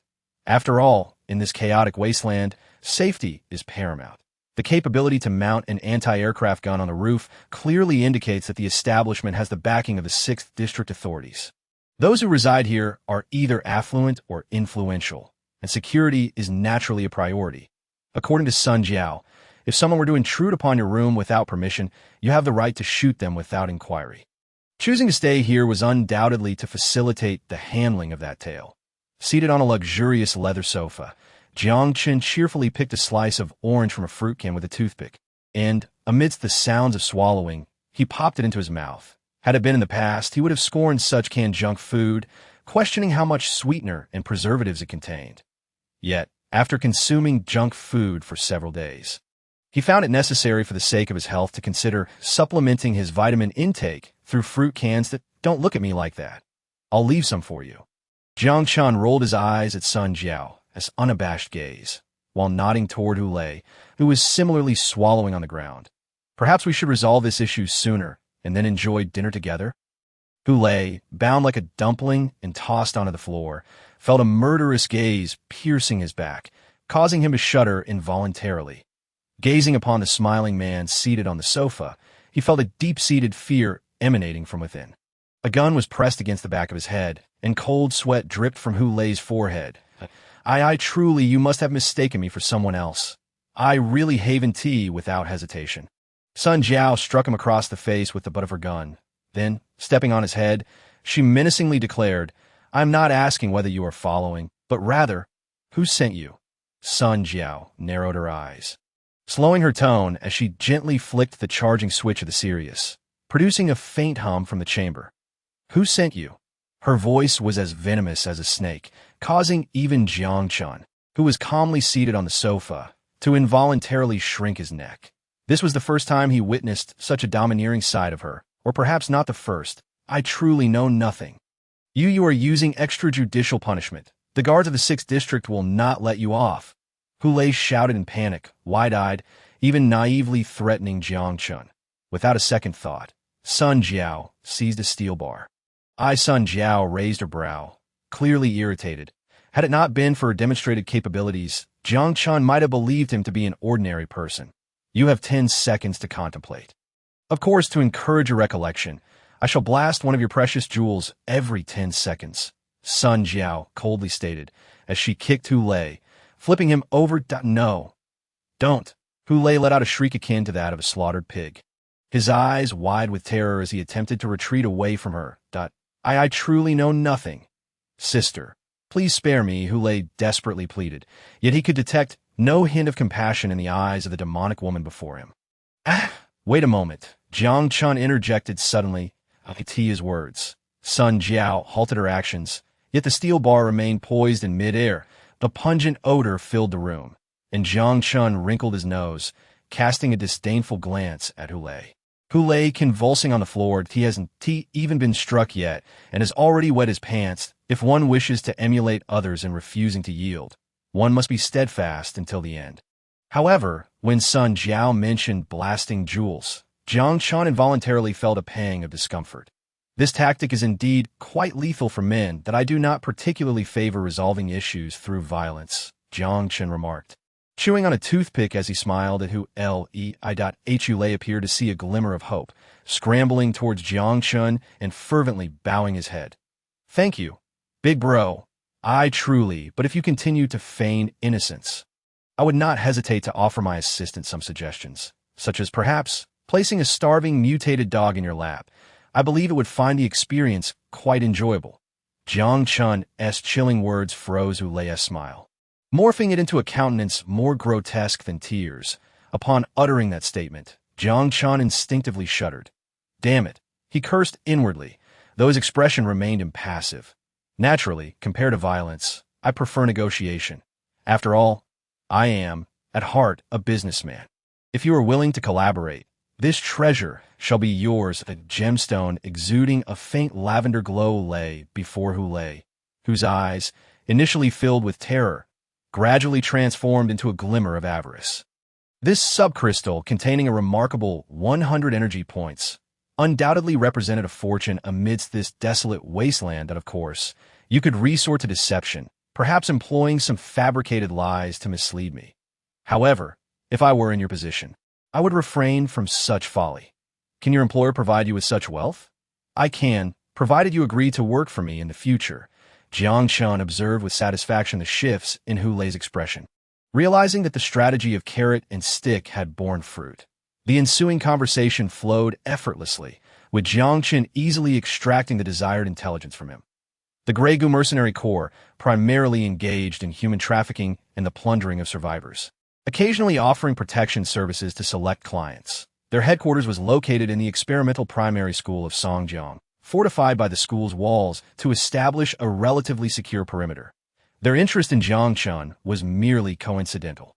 The Grey Goo mercenaries' trading convoy had arrived in the 6th District, and the team leader, Zhou Guoping, had caught a glimpse of Jiang Chen retrieving a can from his backpack, subsequently witnessing him being ushered into the VIP room, which ignited his greed.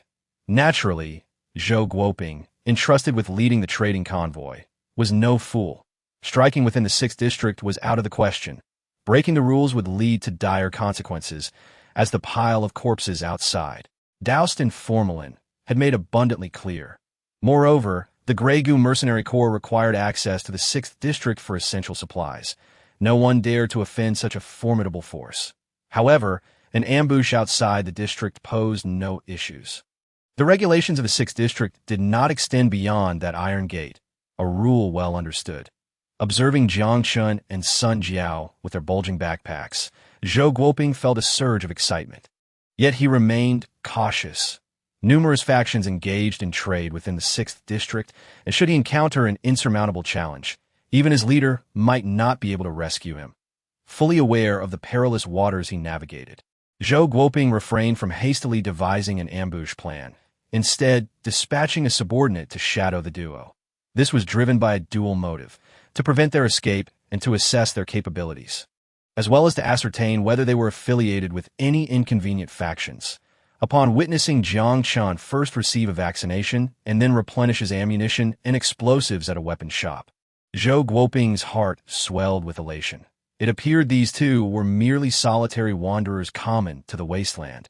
Had they belonged to a more capable organization, they would not have resorted to trading subcrystals for bullets, since such entities typically possessed either advanced or rudimentary production lines for such consumables. Take the 6th District, for example. The vast slum was not merely a haven for the worthless. Adjacent to the slum lay factories occupying a quarter of the 6th District's area. Housing production lines scavenged from various locales, some even modified to efficiently utilize the new energy source of subcrystals, recycling scrap metal into bullets, breaking down the proteins and fats of mutated organisms into nutritional concoctions, cultivating luxury produce through CNC-controlled vertical farms. One could not hope to survive in the wasteland without restoring production, a fact the leadership of the 6th District understood all too well. Over a decade ago, the supermarkets of Wanghai City had been entirely stripped bare. Having confirmed the duo were merely wanderers, Zhou Guoping began establishing contact with the Grey Goo Mercenary Corps headquarters while intensifying his surveillance on them. This plump target was far richer than any he had previously encountered. Although the woman stirred a vague sense of danger within him, Zhou Guoping was resolute in his intent to claim the considerable wealth they possessed. After quietly listening to Hu Lei's confession, Hu Lei curled on the ground, Jiang Chen stroked his chin, lost in contemplation. Hey, boss, out of the time to discuss that, subcrystal, Hu Lei said, a grin plastered on his face. His gaze greedily fixated on the subcrystal, 100 energy points. That was enough for a lifetime of sustenance. 1 energy unit of subcrystal could be exchanged for 10 nutritional solutions. Oh no, who needed nutritional solutions? Ha! Even at the most renowned den of iniquity, the New Wave Hotel, he could live lavishly for over a month. Hu Lei's heart swelled with uncontrollable joy, even as the subcrystal remained clasped in Jiang Chen's hand. As long as that man still needed him, he would not meet his demise. He would receive countless benefits. Imagining a bright future, Hu Lei envisioned himself reclining in the embrace of a golden-haired maid. Sipping, his beady eyes gradually focused, locking onto the dark muzzle of the gun. Fool! Jiang Chen sighed and pulled the trigger. Bang! Blood splattered across the ground. Watching the smoke rise from the gun's barrel, Jiang Chen's hand trembled slightly. Though he had mentally prepared himself, the deceased was a man whose hands were stained with the blood of countless victims. Yet, witnessing the moment his skull shattered beneath the gun's wrath sent a violent tremor through his heart. Hu Lei's previous silence, insisting he knew nothing, was not due to fear of the Grey Goo Mercenary Corps. After all, if he wished to hide, no one could find him in this wasteland, hunting down an enemy. Even for a behemoth like the 6th District was a daunting task, let alone for the Grey Goo Mercenary Corps. Once he left this region, he had no cause to fear retribution from those he betrayed. His insistence on silence stemmed from the fact that life was far too cheap. He feared that should he confess, he would face execution. Yet, in the depths of his terror, upon hearing the seemingly heavenly terms Jiang Chen offered, he clutched onto the lifeline and divulged everything. The petty lackey named Hu Lei believed he could strike a deal with Jiang Chen, potentially becoming a spy within the Grey Goo Mercenary Corps to reap some benefits. What a farce! What loyalty was there? In the wasteland, absolute loyalty was a myth. Everyone had gone mad in their struggle for survival, and he, the rogue, was no exception. Ultimately, however, his schemes fell flat. The moment he divulged the intelligence, his value evaporated. How ridiculous! What could Jiang Chen possibly desire from that mercenary corps that would yield him greater benefits? Thus, executing this observer was the wisest choice. Jiang Chen also had no concerns about those people tracking him down. Blood, of course, splattered onto Sun Jiao as well. Momentarily taken aback, Sun Jiao exhibited little surprise, having witnessed far worse carnage before. She merely shrugged and remarked, bloodstains are hard to wash out. Also, I could have handled this for you. The subtle tenderness embedded in her latter remark stirred something within Jiang Chen. Taking a deep breath to quell the turmoil stirred by the act of killing, Jiang Chen deactivated the safety and cast the gun aside. One must acclimate to such circumstances. Sun Jiao flashed a smile, setting the gun aside, and striding over the fallen corpse to approach Jiang Chen. She boldly perched herself on his lap, wrapping her arms around him. This daring act surprised Jiang Chen, igniting a sense of agitation within him. The softness pressing against his chest swiftly dispelled the internal struggle he felt. "You will stay, won't you?" A pair of slightly dry yet undeniably luscious red lips whispered warm breath into his ear. That was Jiang Chen's greatest secret, an unutterable truth, cradling the delicate figure before him. Jiang Chen feigned ignorance with a complex tone. Women can be very perceptive. Sun Jiao's voice carried a hint of mirth. "You do not belong here yet. I hope you will not leave me." "I absolutely won't." Jiang Chen's voice was soft, yet resolute. He had made that decision long ago. However, it seemed he could no longer claim to be entirely detached from this world. Jiang Chen mused with a sense of melancholy. With attachments formed, departing on a whim was no longer an option. Perhaps, in the future, he could find a way to bring Sun Jiao to the modern world. After all, this place was no sanctuary for human beings. "That I believe in you." This sentiment was equally heartfelt.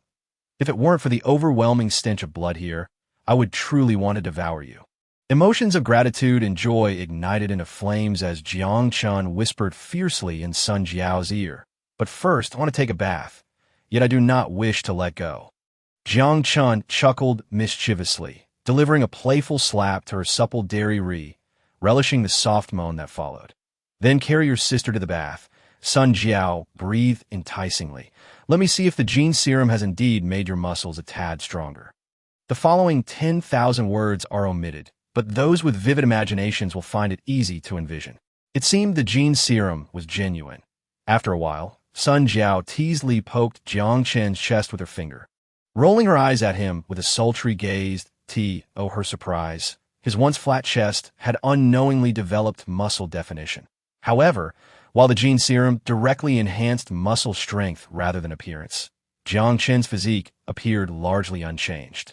Yet both his explosive power and endurance had vastly surpassed that of the frail modern man he once was.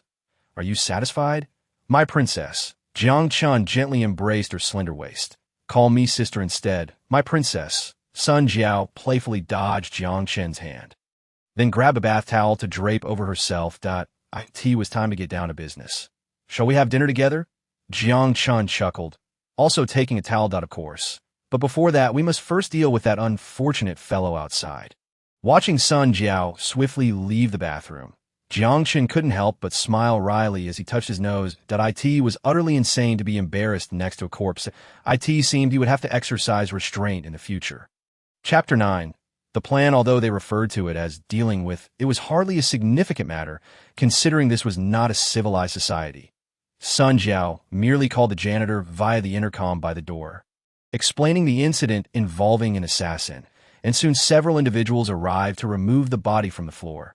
Before they left, the janitors made sure to spray a blood solvent on the carpet in the living room to eliminate the unsightly stains. The hotel manager also personally paid a visit, apologizing to the two for the intrusion of a stalker into the hotel.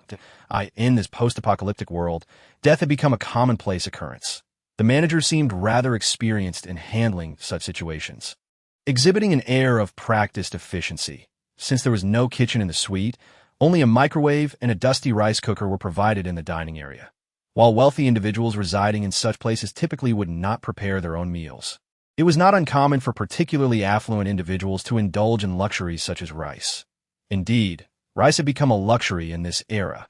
Even the CNC-controlled tower farms in the 6th district produced only a limited amount. Most people relied on nutrient supplements as their staple food, occasionally treating themselves to some cooked dishes for enjoyment. Nevertheless, Jiang Chen clearly belonged to that wealthy class that he retrieved a small bag of rice from his storage space, washed it, and poured it into the rice cooker, adding the appropriate amount of water. In less than half an hour, a steaming pot of white rice emerged, dazzling Sun Jiao's eyes. Jiang Chen had become quite unreserved in producing items out of thin air in front of her, and she did not inquire further. He could tell she was curious, and he felt grateful for her lack of questions. Jiang Chen believed that one day he would reveal all his secrets to her. But that time was not now, that he himself struggled to explain the miracles that had befallen him. Being vague would only lead to unnecessary misunderstandings. After pouring some canned food onto a plate, he heated it in the microwave. When the table was adorned with steaming dishes, this rather modest yet luxurious dinner commenced. It was modest because Jiang Chen was truly weary of canned food. It was luxurious because these curried chicken pieces, mapo tofu, and shredded pork with bamboo shoots were dishes that Miss Sun Jiao had never seen before. After a rather undignified bout of wolfing down the food, the sumptuous dinner came to an end. Patting his flat stomach and glancing at the now empty rice cooker, Jiang Chen couldn't help but be astonished. It seemed that the gene serum had not only enhanced his muscles, but also fortified his stomach. His appetite was at least twofold greater than usual. This led him to realize that Sun Jiao's own large appetite was not solely due to her being a foodie. I had actually intended to leave some for breakfast tomorrow. But you finished it all, Jiang Chen remarked, chuckling as he observed Sun Jiao rubbing her belly. Sun Jiao's face flushed, and she shot him a fierce glare. What afraid? Not at all. And no matter how much you eat, I can afford it, Jiang Chen replied, shaking his head. Though it wasn't exactly sweet talk, Miss Sun Jiao seemed quite pleased by his response, as a hint of a satisfied smile appeared on the lips of this formidable woman. Help me clean up, will you? Jiang Chen rolled his eyes at Sun Jiao, standing up with the plate in hand. Sure thing. Gazing at Sun Jiao's flat stomach, Jiang Chen was baffled about where those 5 large bowls of rice had gone. The commercial bank building in Muyun was located in a bustling area with a high density of zombies and radiation levels. Moreover, dangerous mutated creatures were known to roam about, lazily sprawled on the bed. Sun Jiao's fingers tapped on the holographic computer screen, revealing a 3-dimensional image drawn with green lines. This is the map that if we want to get the gold inside, we need to enter here. Then traverse this safe passage from here. I say, are you even listening to me? Sun Jiao shot Jiang Chen an exasperated look. What is this? Jiang Chen gulped, staring at the high-tech device in Sun Jiao's hand. The physical component was about the size of a pen, with a square light screen projected from the side, and a 3-dimensional image made of holographic projections hovered above the screen. TOC, such a sci-fi product in real life, was somewhat unbelievable for Jiang Chen. Surely, this item alone must be worth more than the gold in all of Wanghai City. Of course, it would be difficult to cash in on it in the current world if Jiang Chen were to bring it out. Interested authorities would probably come knocking at his door to discuss how he could contribute to the nation. Holographic computer, although not as reliable as a wrist-mounted computer, is significantly more powerful, Sun Jiao said. Rolling her eyes at him, I say, ignorance has its limits. She adjusted her slightly sore arm and continued to lounge. All right, but what are these dangerous creatures?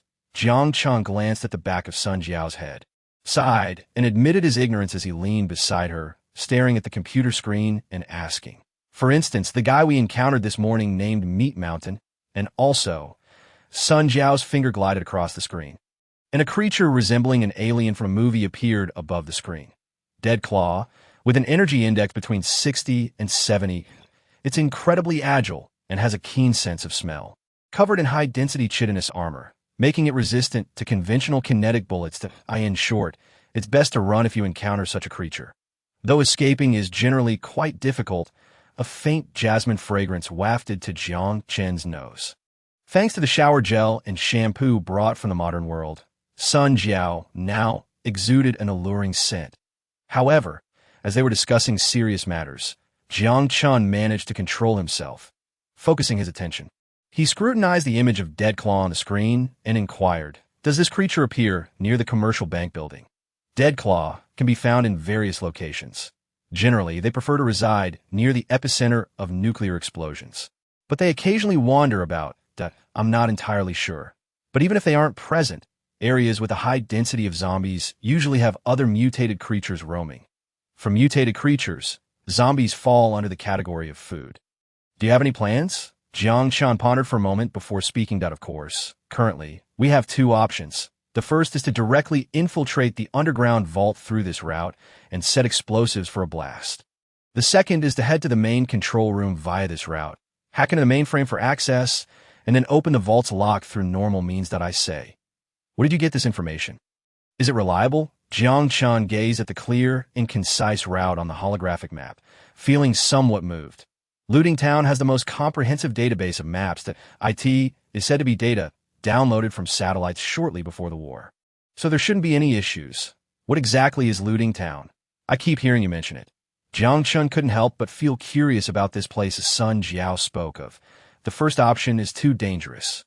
The noise from blasting the vault will undoubtedly attract a horde of zombies from the entire street. How could we possibly escape? That's my thought as well. While saying the entire street's zombies might be an exaggeration, the zombies in the building would definitely swarm to us. Sun Jiao shrugged nonchalantly. Even during the day, zombies aren't completely devoid of aggression. If provoked, they will attack. Why would I be that reckless? Sun Jiao chuckled lightly. To survive in this post-apocalyptic world, proficient marksmanship is sufficient. However, such talents are not uncommon, and their living conditions are often quite poor, so hiring one wouldn't cost much. Then let's choose the second option. Where can we find someone for that? After a moment of contemplation, Jiang Chen made his decision. This place will do. 6th District slums. Those who can't fight live there. Sun Jiao gestured outside the window with a pout. Shutting off the holographic computer and lazily reclining on the by the way, shouldn't we be concerned about the Grey Goo mercenary group? Although they are active around Songjiang, we did kill their people. And in their eyes, you're a prime target. You have a point. Jiang Chen stroked his chin. I have a feeling they will choose to strike when we leave our base or follow us to look for weaknesses. Should I go out and prepare? Sun Jiao sighed, stretching her slender arms with a yawn. Perhaps we could do it this way. Upon hearing Jiang Chen's plan, Sun Jiao's eyes sparkled. Sounds good, even worse than I am. Then you can go to the talent market tomorrow, right at the entrance of the slums. The commission is generally 1 energy crystal, and they will help you find someone satisfactory. Yes, splitting up is fine. Just be discreet when you leave, Jiang Chen cautioned carefully. Understood. Sun Jiao nonchalantly waved her hand. I have offended quite a few people already. A mere mercenary group is nothing if it weren't for my concern for you. I could leave without anyone stopping me, that I assure you. Should I choose to depart, no one would be able to prevent me. Jiang Chen silently scoffed to himself, with a casual press of the bedside lamp switch. The warm glow of the bedroom dimmed. The night had grown quite deep, and through the bulletproof glass window, the figures of pedestrians on the street were no longer visible. Are we going straight to sleep? Sun Jiao turned over, hugging the blanket to her chest, casting a half-smile at Jiang Chen. You little enchantress, we have serious business to attend to tomorrow, so sleep quickly. They had already engaged in a fierce battle. If this continued daily, Jiang Chen's body would struggle to keep up. Chapter 10. A bountiful slum. Boss Jiang, do you find this satisfactory? The weather in the wasteland was quite peculiar, although it was summer. There were moments that felt as frigid as late autumn. Dense radioactive dust blocked most of the ultraviolet rays, rendering climatic abnormalities a norm in this world. Should that cloud-like radioactive dust linger, the temperature here could plummet even further. Particularly in the mornings, the chill was especially pronounced. Draped in a trench coat, Jiang Chen had one hand in his pocket while the other scanned a resume.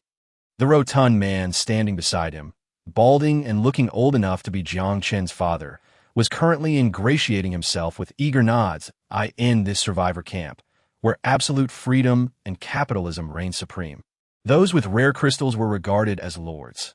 Although Jiang Chen's background was unclear, offending a customer would undoubtedly lead to dire consequences from the boss. Moreover, Jiang Chen held a certain status. Sun Jiao's suggestion.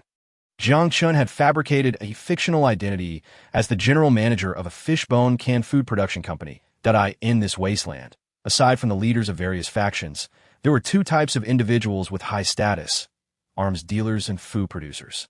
Both were immensely profitable, especially since most of the soil had become unfit for cultivation, as for the name fishbone. It was simply for convenience. The canned goods Jiang Chen brought were predominantly of the fishbone brand, and he even began contemplating whether to acquire the so-called fishbone canned food company once he had secured a sum of money. This would save him the trouble of erasing production dates with sandpaper every time. Zhang Tianyu, former vice president of Walker's Technology Company, proficient in economic management and electronic product development, previously spearheaded the creation of the wildly popular Walker P7 mobile phone in Tai'an, Jingzhou. Jiang Chen smirked. Vice President? How ironic. Ahem, Mr. Wang Yi, I require talent in the realm of computer science, someone capable of some physical labor as well. You present me with a vice president? Regrettably, this general manager was dismissed. He had no need for corporate strategy or operational plans. For some reason, the act of dismissing the so-called general manager felt incredibly liberating. Naturally, Jiang Chen displayed no signs of this on his face. My apologies, please hold on. The talent market administrator, named Wang Yi, hurriedly bowed and smiled, then turned to dash back into the document room to continue his search. Sighing, Jiang Chen gazed at the ragged individuals in the slum. Among them were families. Able-bodied young men and women still physically capable would enter the industrial zone to work, earning a few cheap nutrient supplements and a small iodine tablet, struggling to survive with their families or alone that if illness struck. Jiang Chen looked up at the radiation clouds above. The sunlight filtering through appeared disturbingly unhealthy. Soon, the plump Wang Yi emerged from the document room, running with a stack of materials in hand, smiling broadly while wiping the sweat from his brow. The resumes were dust-covered, indicating they had been hastily cleaned. In this wasteland, high-tech talent was not in short supply, perhaps even in surplus. After all, producing bullets did not require advanced technology, nor would anyone pay for new computers or mobile phones. Jiang Chen meticulously sifted through the materials. Occasionally frowning, "Boss Jiang, are you dissatisfied?" Wang Yi asked cautiously.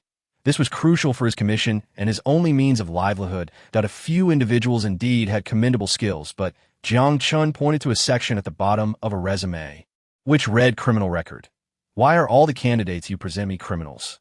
Lu Haitao, IT worker, sentenced to 10 years for stealing 15 nutrient supplements, performing physical labor in an organic synthesis furnace. Li Kaming. Former project manager at Fei Sun Technology Company, sentenced to 17 years for a hostage situation involving firearms, performing physical labor in a bullet processing factory. Wang Yi's face contorted into an expression more miserable than tears, and he spoke in a tone almost pleading. "Did I say, Boss Jiang? I can't help it." After hearing Wang Yi's explanation, Jiang Chen began to understand. It turned out that not all refugees in the slum enjoyed freedom. Those who could be traded as commodities were those who had lost their liberty. Everyone who received welfare in the slum was, in name, property of the 6th District, their status bearing a striking resemblance to serfs of the old society. Every able-bodied individual was forced to work in factories, while those unable to labor were kept as a population reserve, sent to the front lines as cannon fodder when necessary, as for the free refugees. They were typically impoverished, yet somehow managed to sustain themselves, thus not needing to rely on welfare. However, these were rules from 10 years ago. Now, Wanghai City had established a stable ecosystem, and neither mutants nor zombies would arbitrarily threaten the survival of the survivors. With the 6th District free from external threats, the demand for those serf-like refugees diminished significantly to alleviate the surplus population. The 6th District officials had no choice but to engage in the population trade. They provided necessary connections to fixed agents, who then sold the surplus refugees from the slum. These refugees were often purchased by mercenaries or caravans, used as bait to test dangers or lure prey. One could say that those who were sold faced grim fates. No one would waste nutrient supplements on the useless. Thus, those permitted for sale were typically either the incapable or criminals. Jiang Chen found himself in a quandary. He had little desire for either type. Those with bad character were difficult to control, and the weak were hardly worth the effort. Actually, Boss Jiang need not worry. Those sold will be equipped with electronic collars. Should they ever pose a threat to your safety, Wang Yi seemed to perceive Jiang Chen's concerns, cautiously explaining. And as he spoke, he gestured with his fingers as if blooming flowers that I in that case. While I still feel some apprehension, there seems to be no better alternative. Jiang Chen sighed and prepared to select a passable candidate from among the criminals s long as he exercised caution. He would be 5.010342 Holt. Otherwise, you will be shot. A cold voice emanated from the entrance, causing Jiang Chen to glance sideways. A soft impact sensation struck his legs, and Jiang Chen froze. Looking down, I apologize for eavesdropping on your conversation. I know computers. Please buy me. The girl's words flowed rapidly, her pupils shifting between fear and pleading. Clinging to his leg with her frail form, Jiang Chen initially felt a surge of vigilance, reaching toward the weapon at his back. However, upon seeing the soldier in combat gear, signaling him to remain calm and aiming at the girl, Jiang Chen abandoned the idea of drawing his gun. The soldier nonchalantly pulled the fragile girl away, as if she were a chick, causing Jiang Chen to furrow his brow. Yet he said nothing more. Though he felt sympathy, he was more concerned about the girl's intentions. What if this were a scheme by the Grey Goo mercenary group? Sent to a labor camp, Wang Yi shrugged. Such things happen daily. I've grown accustomed to it. Can such a small child even work? She's not that small. Typically, those over 16 wear outbound travel restriction bracelets. That girl is simply underdeveloped, Wang Yi chuckled. But enough of that. Boss Jiang, do you wish to select? Let's go with that girl. Jiang Chen sighed that a girl so frail, if sent to a labor camp, would likely perish within days under the harsh labor. Jiang Chen had witnessed countless corpses and had even taken lives himself, yet he found himself unable to stand idly by as a little girl was ushered into hell. Moreover, the girl seemed to be in distress because of him. Jiang Chen reasoned with himself, perhaps this was conscience, a luxury of sorts. Huh. Wang Yi appeared taken aback, his expression oddly scrutinizing Jiang Chen, leaning in closer. Boss Jiang, if you're inclined towards this, there are indeed more appealing options available. I have some connections that could bring you. Your words are excessive. Wang Yi shivered at the cold expression on Jiang Chen's face. Yes, no problem. Offending the benefactor is not worth it. Wang Yi hurriedly nodded and bowed. How long will the procedures take? Jiang Chen was disinclined to waste more words with this man. Approximately a day later, please provide me with your address, although the girl has just committed a serious offense against the restriction of leaving the country. It can be said that she has already become a criminal, theoretically within the scope of permissible sale. However, the necessary procedures have yet to be completed, and extracting her directly is not as simple as it seems. With 2 aging, I will be waiting here. Boss Jiang, after all, this judicial process, 3 aging, I am referring to the tip, Jiang Chen said impatiently. Why are there so many issues? Is there any civility in discussing the law between us? This stout man, despite his somewhat disheveled appearance, operates with remarkable efficiency, certainly in consideration of the aging involved. Merely half an hour later, Jiang Chen noticed a bruise had appeared on the girl's face. Wang Yi, observing Jiang Chen's slightly unnatural expression, leaned closer with a sheepish grin. Haha, Boss Jiang, the medical examination took some time. It was all for your safety. Please do understand. Wang Yi edged closer to Jiang Chen and whispered in his ear. Rest assured, the quarantine officer informed me that she's still the original model. Haha. Jiang Chen slightly turned his head. This fellow resembled a mobile heat source, exuding an unpleasant odor. He placed a total of 5 aging, covering both the transfer fee and the tip, on the table. Jiang Chen signed his name on the agreement. Thus, the girl identified by the number 010342 was forever severed from her ties to the 6th district. What is your name? Jiang Chen glanced at the bruise on the girl's left cheek and the bloodstains on her arm, then averted his gaze, sighing as he spoke. The bruise must have been inflicted by a gun, but although this injury is not his concern, he couldn't help but feel a twinge of guilt. Yao Jiu, the girl replied obediently yet timidly, her voice stiffened by her apprehension. You know about computers? I do. The girl suddenly raised her voice but seemed to realize her abruptness, lowering her head and speaking softly. I received a B grade in the virtual education system regarding computers that I am confident in both programming and hacking.O. Then why are you in such a dire situation? Jiang Chen turned his head slightly in surprise to look at the little lowly. If someone of 16 or 17 can achieve such a level, it would not be surprising to label them a genius in the current world. However, in the post-apocalyptic era, this seems to be quite ordinary. The simplified virtual education system offers specialized instruction based on each individual's talent. After spending a few years in a nurturing environment, one can achieve exceptional results in a specific field. Anyone raised in a shelter has likely undergone a similar education. Attaining a B grade is already commendable. This girl named Yao Jiu evidently hails from shelter, though she may have ended up here due to various circumstances. Such scenarios are common when resources in a shelter dwindle. Its inhabitants often choose to leave in search of a new home. Most opt to enter survivor bases like this one, where many in the slum can manage to thrive. Yao Jiu's cheeks flushed slightly, and she lowered her head in embarrassment. Yet, as if concerned about Jiang Chen's dissatisfaction, she mustered the courage to lift her gaze. Although my abilities may not be the best, my potential will undoubtedly not let you down. And I am very obedient. Whatever you ask me to do, I will not resist, and I will be very compliant. By the end of her sentence, whether due to excitement or shyness, the girl's face had turned crimson. Observing Yao Jiu's desperate self-promotion, Jiang Chen couldn't help but smile that he was indifferent to the small amount of aging spent. Money is always meant to be spent. Relax, you need not be so tense while working for me. Watching Yao Jiu tremble as she nodded, Jiang Chen suddenly noticed the thin material of her clothing clinging tightly to her frail frame, as if everyone in the slum donned similar bodysuits. Upon leaving the camp, all her possessions had been confiscated, including the tattered coat that once covered her. Are you cold? The girl shook her head, shivering.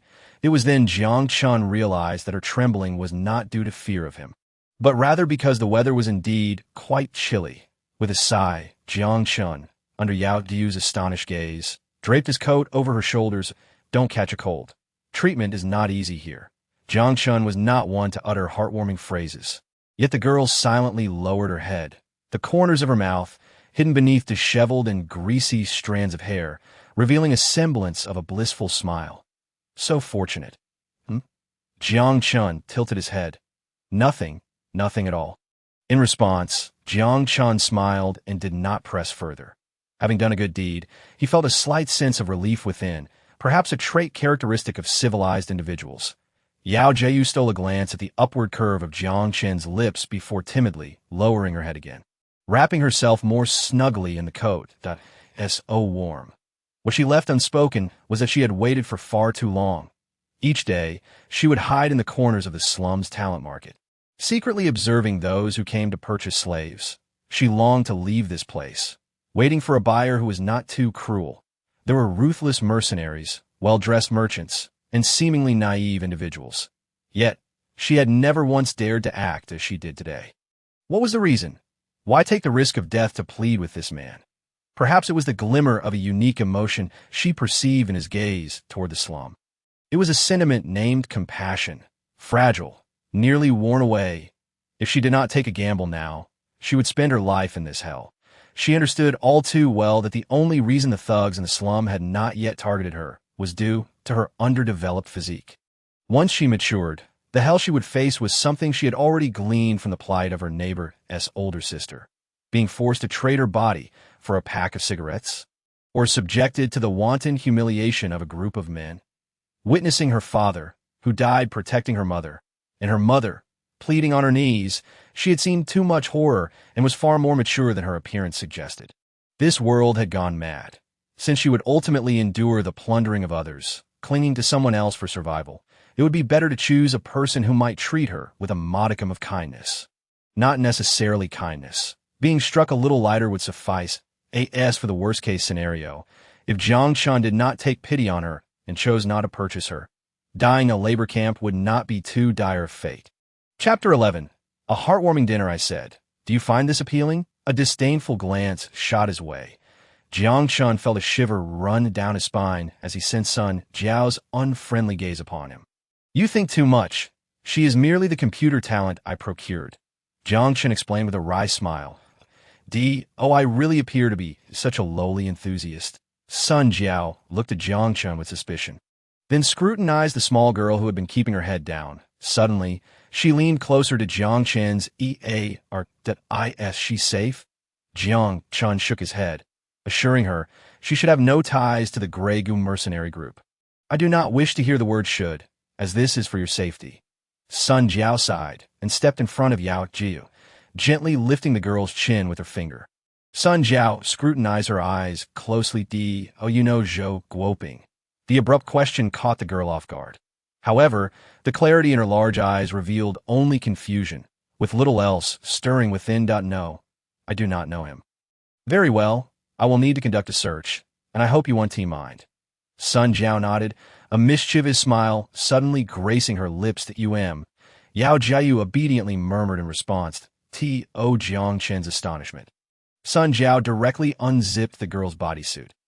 Hey, what are you doing? Jiang Chen's face flushed red, instinctively blocking his view, searching to ensure her safety. I say, why are you still acting like a blushing novice? Hasn't your sister trained you enough? Sun Jiao teased, rolling her eyes at Jiang Chen. Good grief, trained? Care to give it a try? Jiang Chen shot her a fierce glare. Yao Jiu, blushing fiercely, buried her face low, her body trembling slightly. This was not due to the temperature. The luxurious room was air-conditioned and high-tech at that.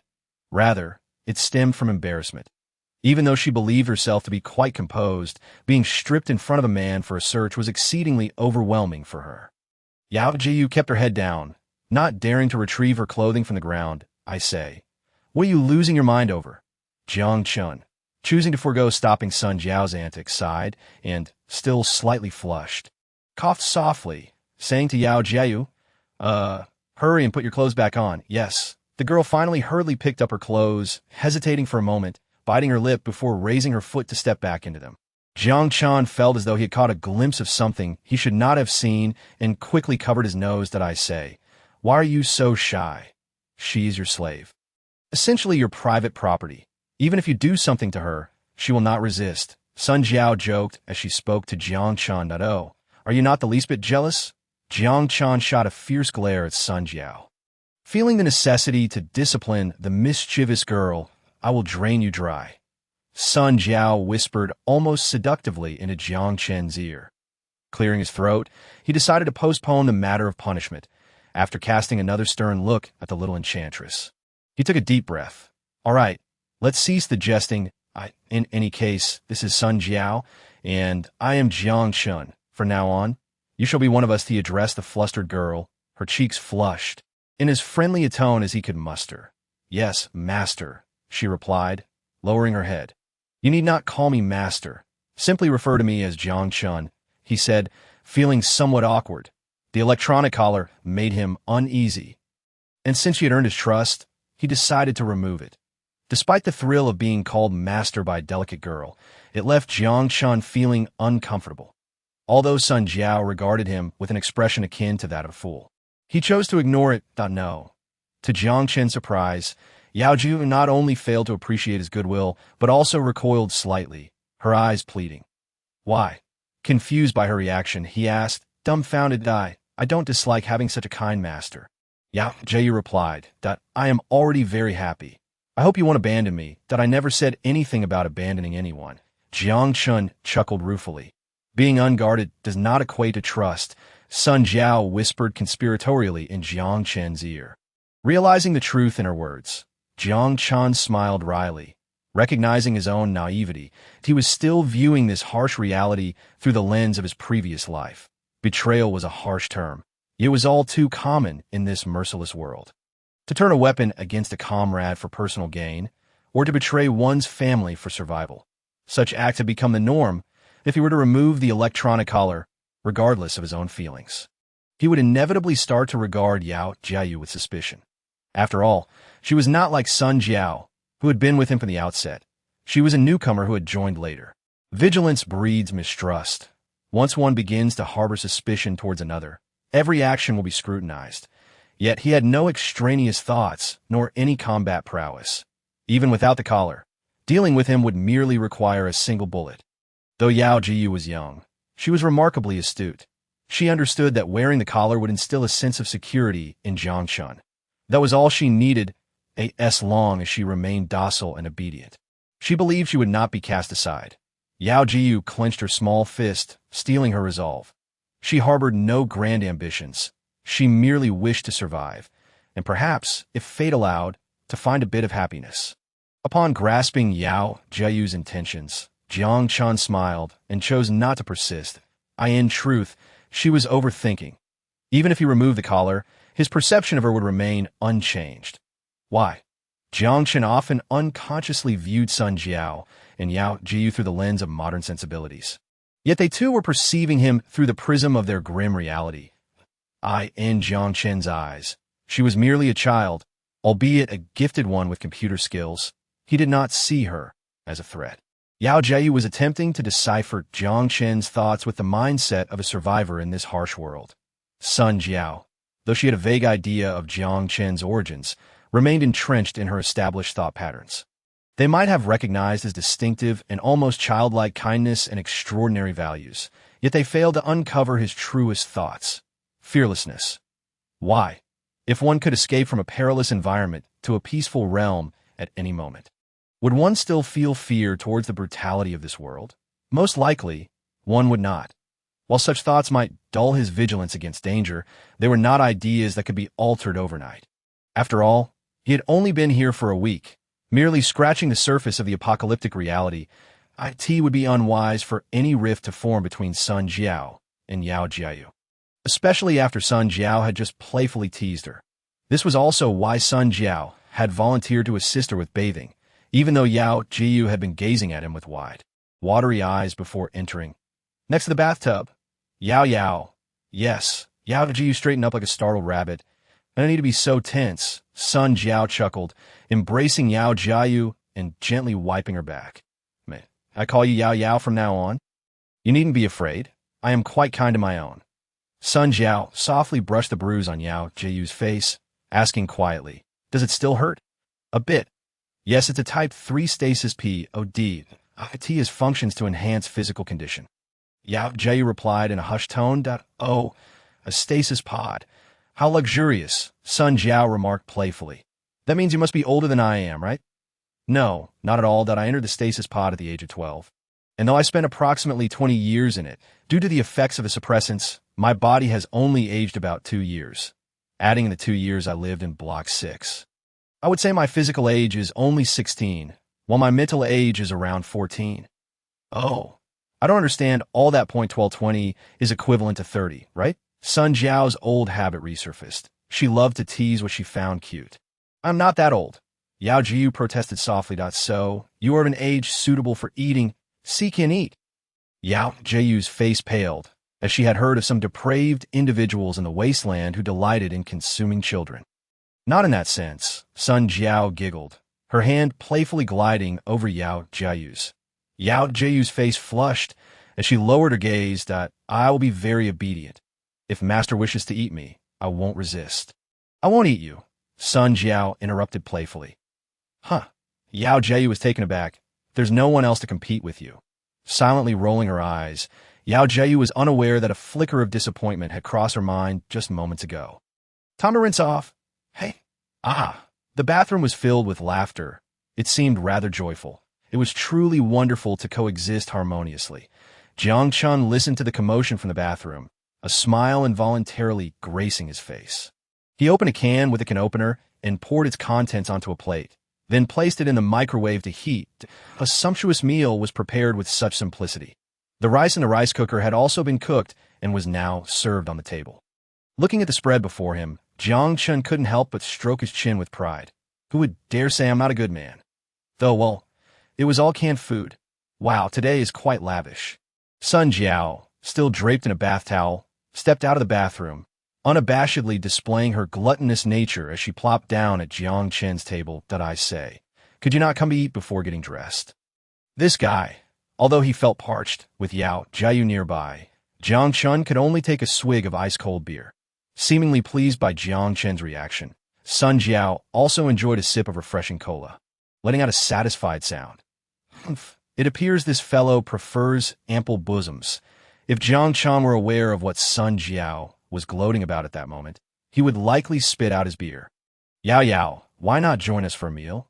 Ignoring Sun Jiao, who was devouring her food, Jiang Chen turned his gaze toward Yao Jiu, who stood motionless at the side, staring blankly at the table laden with dishes.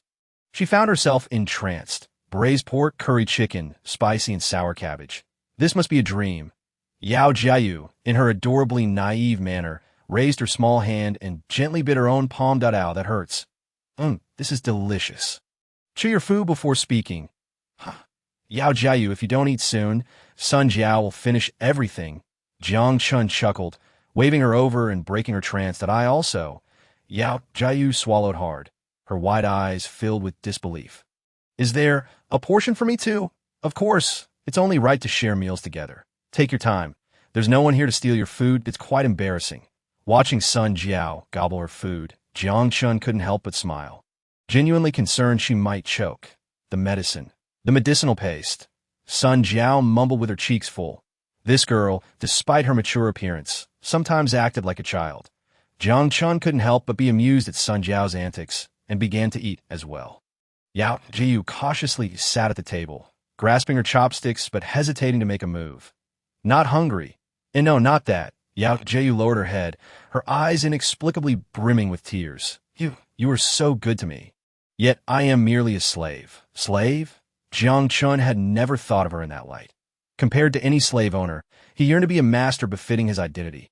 What satisfaction could arise from forced submission compared to heartfelt respect? Alas, do not weep. Crying during mealtime is detrimental to the stomach. Oh, take a taste. Haha, this is my version of braised pork. Though it is from a can, it cannot diminish Jiang Chen's pride. Yet, tears fell even more swiftly, leaving Jiang Chen momentarily flustered. This sumptuous dinner evoked memories of a once happy home for Yao Yao. For a fleeting moment, she felt as though time itself had warped. It seemed as if everything transpired before the war. The man before her was her brother, and that woman was her sister. This rare warmth enveloped the dining table, blurring her vision. Coincidentally, at that very moment, Jiang Chen too felt a similar illusion. The Illusion of Home, Chapter 12. Fierce Battle at the Construction Site, Part 1, and the vault within the bank, a treasure trove of wealth amounting to billions. What are you pondering? Sun Jiao waved her hand before Jiang Chen's eyes. Moreover, you already have a girlfriend. That a smile graced Jiang Chen's face as he grasped Sun Jiao's hand, studying it intently. That I was contemplating whether I should adorn you with a ring. Sun Jiao's face flushed crimson, and she awkwardly darted away. Though this girl exuded confidence, she occasionally revealed a bashful side. With a chuckle, Jiang Chen rose from the dining table. Unbeknownst to him, the dishes had already been tidied away. This was the first time he realized that Sun Jiao could handle chores. A blissful smile spreading across his face. That, of course, Yao Yao had also contributed significantly. Jiang Chen could surmise that the obedient Yao Yao had taken the initiative to carry the dishes to the kitchen, prompting the typically carefree Sun Jiao to feel embarrassed and join the tidying up. What is this called? The sensation of being the head of the household. Ha. Post-meal, a strategy meeting naturally ensued. For reasons unknown, Sun Jiao insisted on conducting the meeting sprawled across the bed in the bedroom. This girl is becoming increasingly lazy, Jiang Chen mused internally. Since donning Jiang Chen's clothes, Yao Yao's face had remained flushed.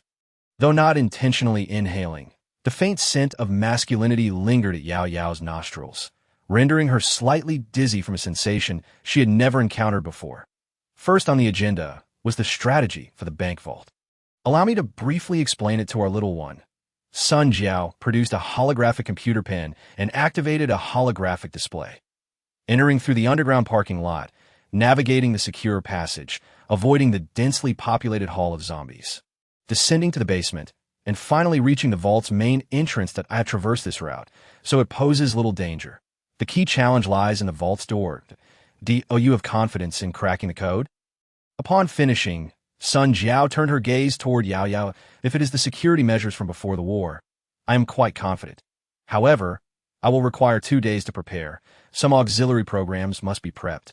Yao Yao focused intently on the screen, responding earnestly. That works. Sun Jiao snapped her fingers. The villa? Yao Yao tilted her head in confusion. That IT is our base, and also your future home. Sun Jiao smiled gently at Yao Yao, providing clarification. Home, no matter how many times she heard that word, A warm sensation blossomed in Yao Yao's heart. Now for the next question. Sun Jiao's expression turned serious as she swept her hair back. Regarding the Grey Goo mercenary group, what movements have those fellows made? Jiang Chen furrowed his brow in inquiry. Yao Yao wore a perplexed expression, bewildered by their sudden conversation, observing the confusion etched on Yao Yao's face. Sun Jiao smacked her forehead and began to explain the situation to her. In essence, those individuals covet the wealth belonging to the master. Refrain from calling me master. It would be better if you addressed me as brother. The term master feels rather awkward, especially when uttered by a young girl that, Brother, goodness, how adorable. Blood everywhere. Jiang Chen averted his gaze, only to encounter Sun Jiao's teasing smile, her expression suggesting, should you dare to act inappropriately. Beware my wrath. So, what were your findings? Reinforcement from the Grey Goo mercenary group have appeared nearby, lingering approximately 5 kilometers from the 6th District. 17 riflemen, 1 mounted machine gun, and it is possible that this is merely a fraction of their numbers. Given the gravity of the situation, Sun Jiao regained her professional demeanor, continuing, according to your plan, the toys have all been set up, just awaiting the actors. Nodding with a smile, Jiang Chen reclined on the bed. Is there anything else we need to deliberate?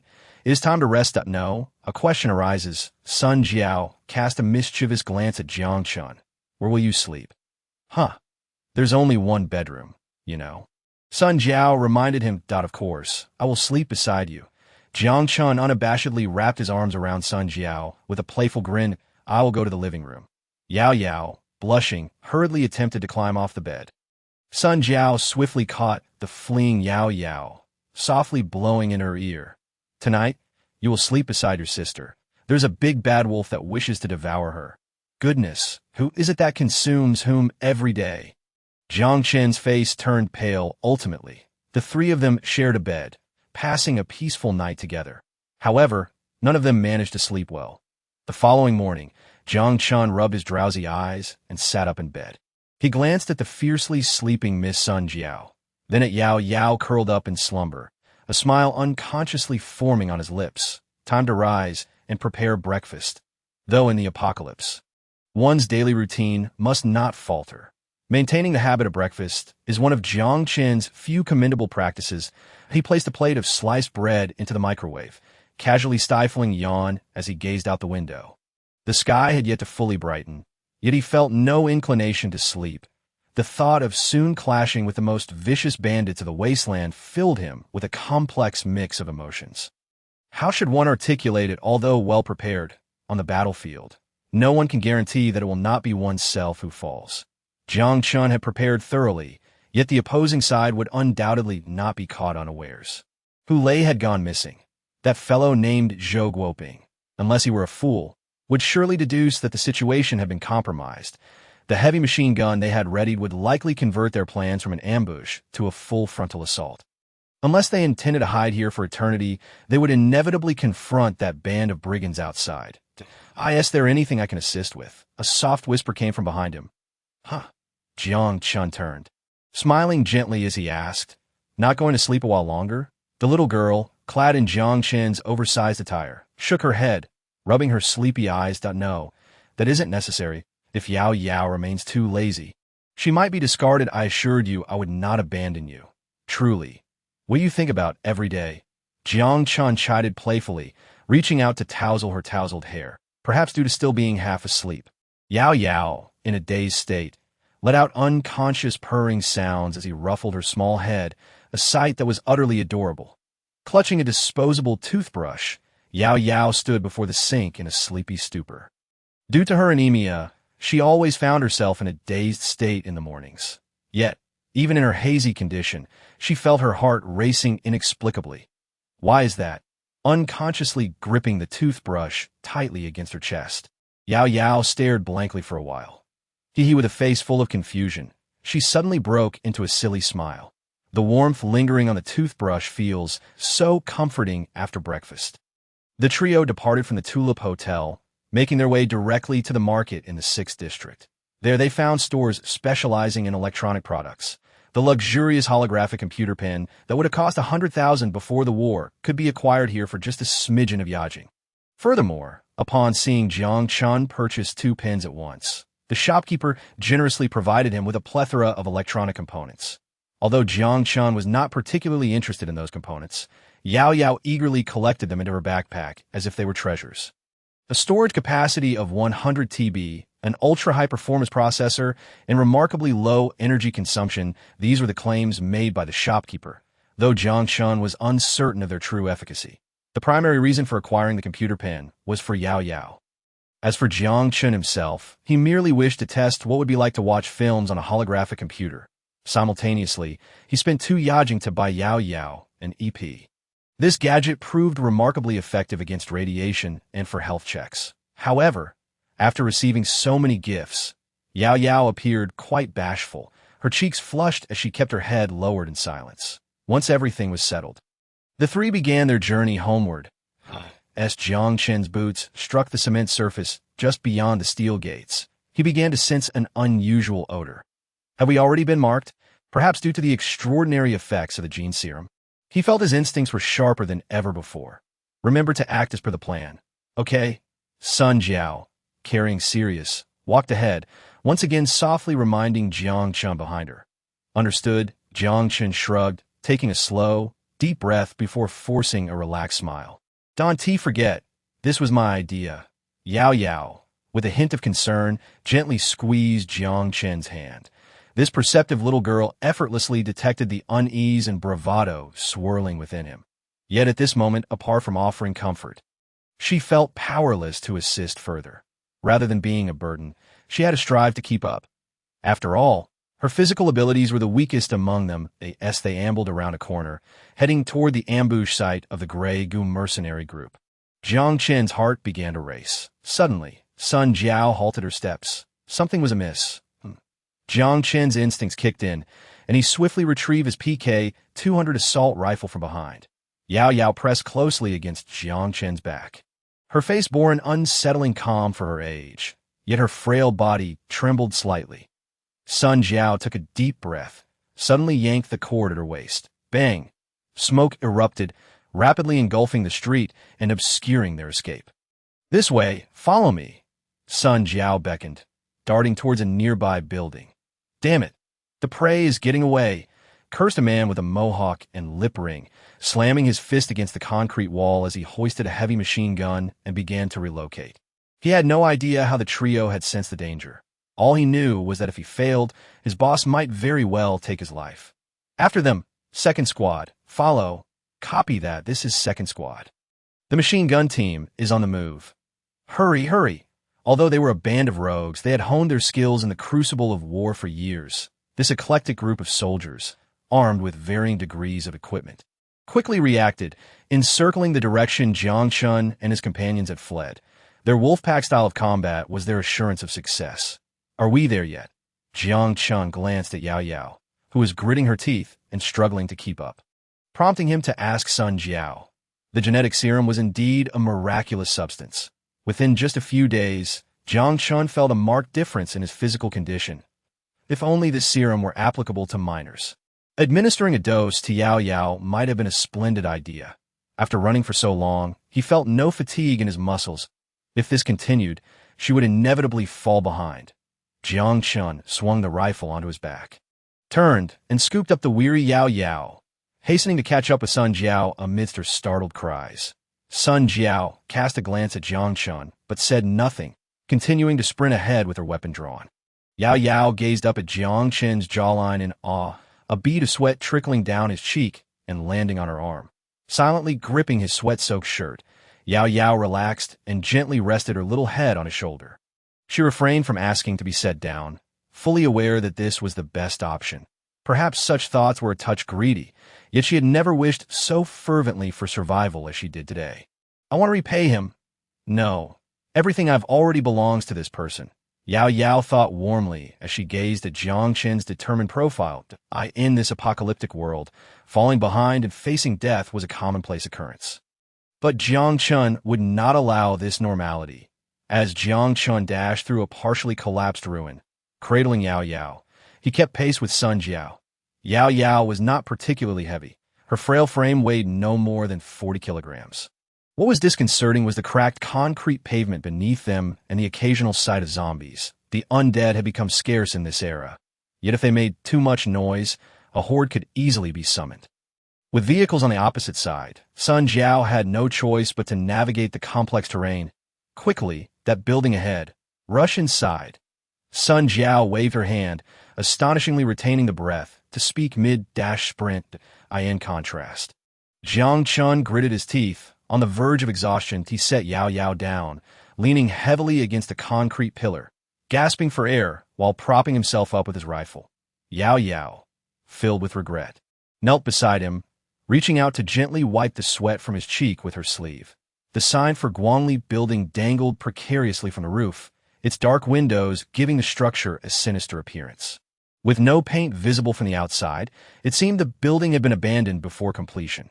Fortunately, this also meant it was devoid of zombies or other mutated creatures. The walls, riddled with cracks, appeared unreliable. Yet their very instability was why Jiang Chen chose this battleground. The enemy, motivated by greed, would surely not risk damaging this structure, leaving Jiang Chen and his companions unharmed. In that case, he thought with a smirk. The choice to confront them here was merely to deliver a significant blow to the vanguard, forcing them to advance with caution. Once they reunited with their reinforcements, they could ensnare them all at once. Sun Jiao expertly positioned herself at a window of the derelict building, resting her SK-10 Sirius on the ledge. With unwavering focus, she peered through the scope, her finger poised on the trigger, awaiting the pursuers to reveal themselves. "Can you still fight here?" "No problem." Jiang Chen adjusted his breathing, rising unsteadily to lean against the window beside Sun Jiao, raising his assault rifle and disengaging the safety. Combat was imminent. Chapter 13. The Battle at the Construction Site. Part 2. Lu Renjia was infuriated. He could not fathom how the group sent to ambush had failed to catch wind of the situation, allowing the prey to escape so suddenly. The two plump targets bolted, leaving him with a sense of bewilderment. Although he immediately rallied his men to pursue, they were unable to close the gap.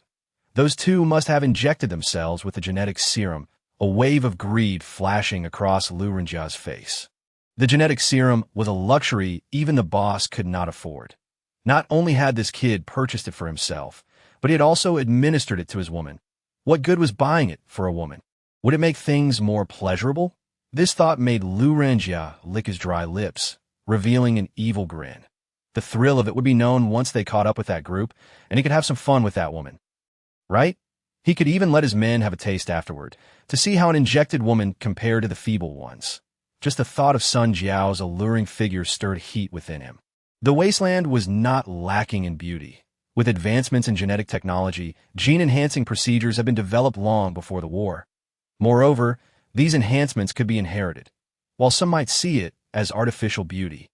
The desire to appear attractive is universal. Who wouldn't want themselves and their offspring to look appealing? Though this genetic technology carried uncertainties, it had undeniably led to a significant increase in the populace's attractiveness. Consequently, in this apocalyptic world, aside from malnourished women, beautiful faces were far from uncommon. As the leader of a raiding squad, Lu Renjia kept two mere outlets for his desires at home. Indeed, they could only be termed as mere outlets. In a world where order had collapsed, lacking sufficient strength rendered beauty itself a sin. The saying, "a man is innocent. It is his wealth that brings him trouble," epitomized this reality, should Lu Renjia fall in battle during a mission. The fate of those two tools would likely be to be given to someone else by the boss. This seemingly absurd ethical perspective had surprisingly gained traction among bandits that in the face of such tantalizing temptations. The rabble often displayed astonishing combat fervor. However, Lu Renjia was cautious, his prudence at odds with his unfortunate name. He had worked hard to reach his current position and had no desire to die. So he exercised utmost caution during every mission. Even when hunting two weak, plump targets alongside a burdensome lamb, he chose to adopt a conservative formation, sending the dullest member to run ahead while the other four flanked him, positioning himself in the center of the triangle. Yet it was precisely this caution that had allowed him to survive a while longer. Buzz, a laser shot through the head of the man at the front, leaving a gaping blood hole in his forehead. Engagement. Engagement. Scatter.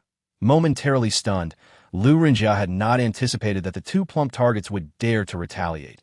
Despite being caught off guard, he instinctively dove behind a half-crumbled concrete wall, calling to his comrades to begin firing back, rat-a-tat-tat. Bullets poured forth as if they were free, sending concrete debris flying. Jiang Chen managed to suppress the 5 mercenaries, bandits, rendering them unable to lift their heads. Damn, they really have money, Lu Renjia cursed under his breath, pressing his head tightly against the solid part of the concrete wall, his finger poised on the trigger, waiting for the right moment to counterattack.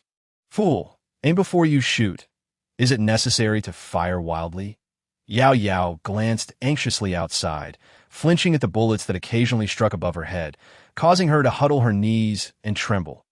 Out of unwavering trust and stubbornness regarding her status as a slave, she refrained from voicing her doubts about the significance of holding their ground here. Jiang Chen continued to take deep breaths, executing precise shots through the sight, managing to suppress the enemy's offensive even if he couldn't hit anyone. Sun Jiao, calm and collected, pulled the trigger, unleashing a series of lasers accompanied by a low hum from her weapon. Including the first victim, she had already claimed the lives of 3 adversaries. Thus, the opposing forces had halved, leading to a corresponding reduction in their firepower. The bandits' aggressive assault shifted to a more restrained approach, sporadically firing a shot or two to gauge the situation on their side, taking refuge behind the cover. Lu Renjia pressed his hand against the bleeding wound on his arm and spat viciously. The marksmanship of the woman across from him was evidently superior to that of the man. But the realization came too late. The ghastly wound served as a stark lesson. Fortunately, the wound inflicted by the laser bullet was not prone to infection. Lu Renjia retrieved a bandage from his waist and performed a rudimentary dressing on himself. The continuous hits to his subordinates forced him to abandon any thoughts of claiming credit for the kill, opting instead to hold his position and await reinforcements. Damn it, just wait until I catch you. I'll make you call me daddy. He cast a dark look in the direction of the woman, his expression clouded with displeasure. Good grief, she truly opened fire without uttering a single word. Jiang Chen stole a glance at the tattered collar on his shoulder, a cold sweat breaking out on his brow. If that bullet had been just a couple of inches higher, he might have lost his life right here. Dying at the hands of bandits would be a disgrace. You should retreat. Leave this to me. A fleeting look of concern crossed Sun Jiao's face. Although she typically maintained a cold demeanor during battle, Jiang Chen's worrying appearance prompted her to reveal a softer expression. No, it's something I must face. Jiang Chen shook his head, resolutely continuing to shoot. What kind of image would it project if I was constantly shielded by a woman? While it was indeed Sun Jiao's responsibility to ensure his safety, Jiang Chen had no intention of hiding behind her forever. Sun Jiao cast a slightly surprised glance at Jiang Chen, but refrained from further comment. The battlefield allowed no room for distractions.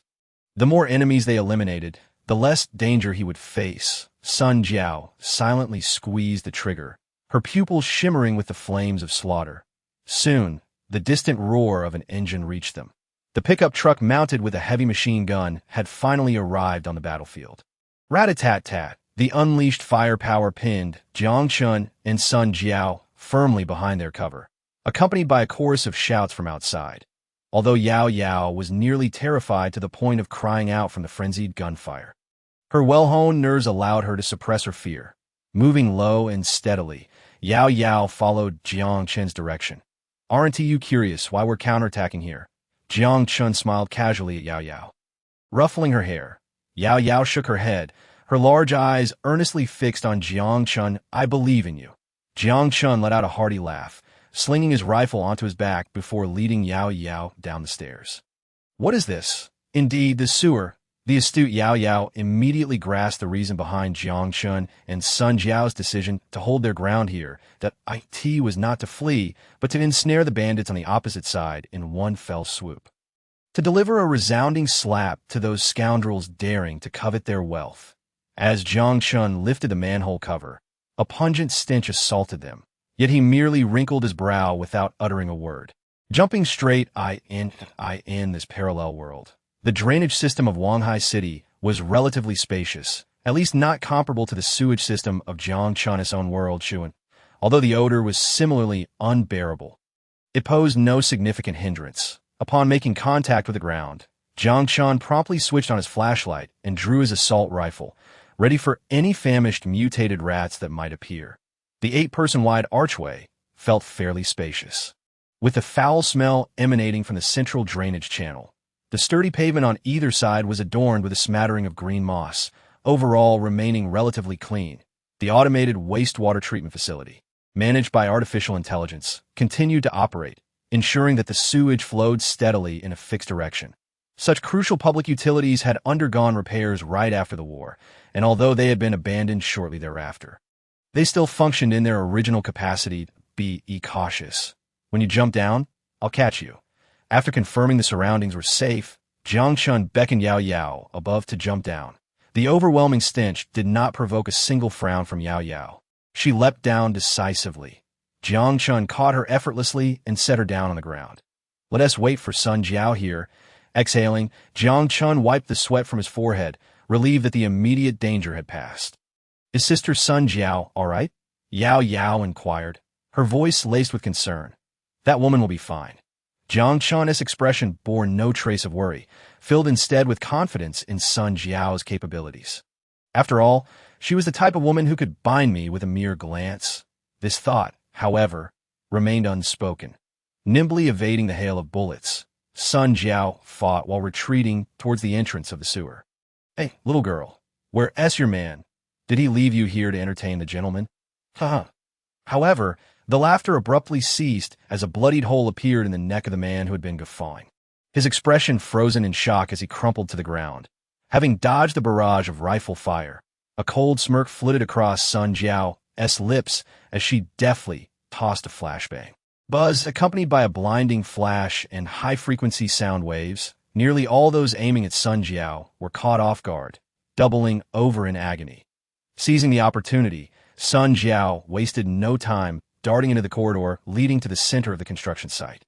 The anticipated solid impact came from behind, and a smile crept onto Sun Jiao's face. Did I say, you jump down in that position, aren't you afraid of falling and hitting your head?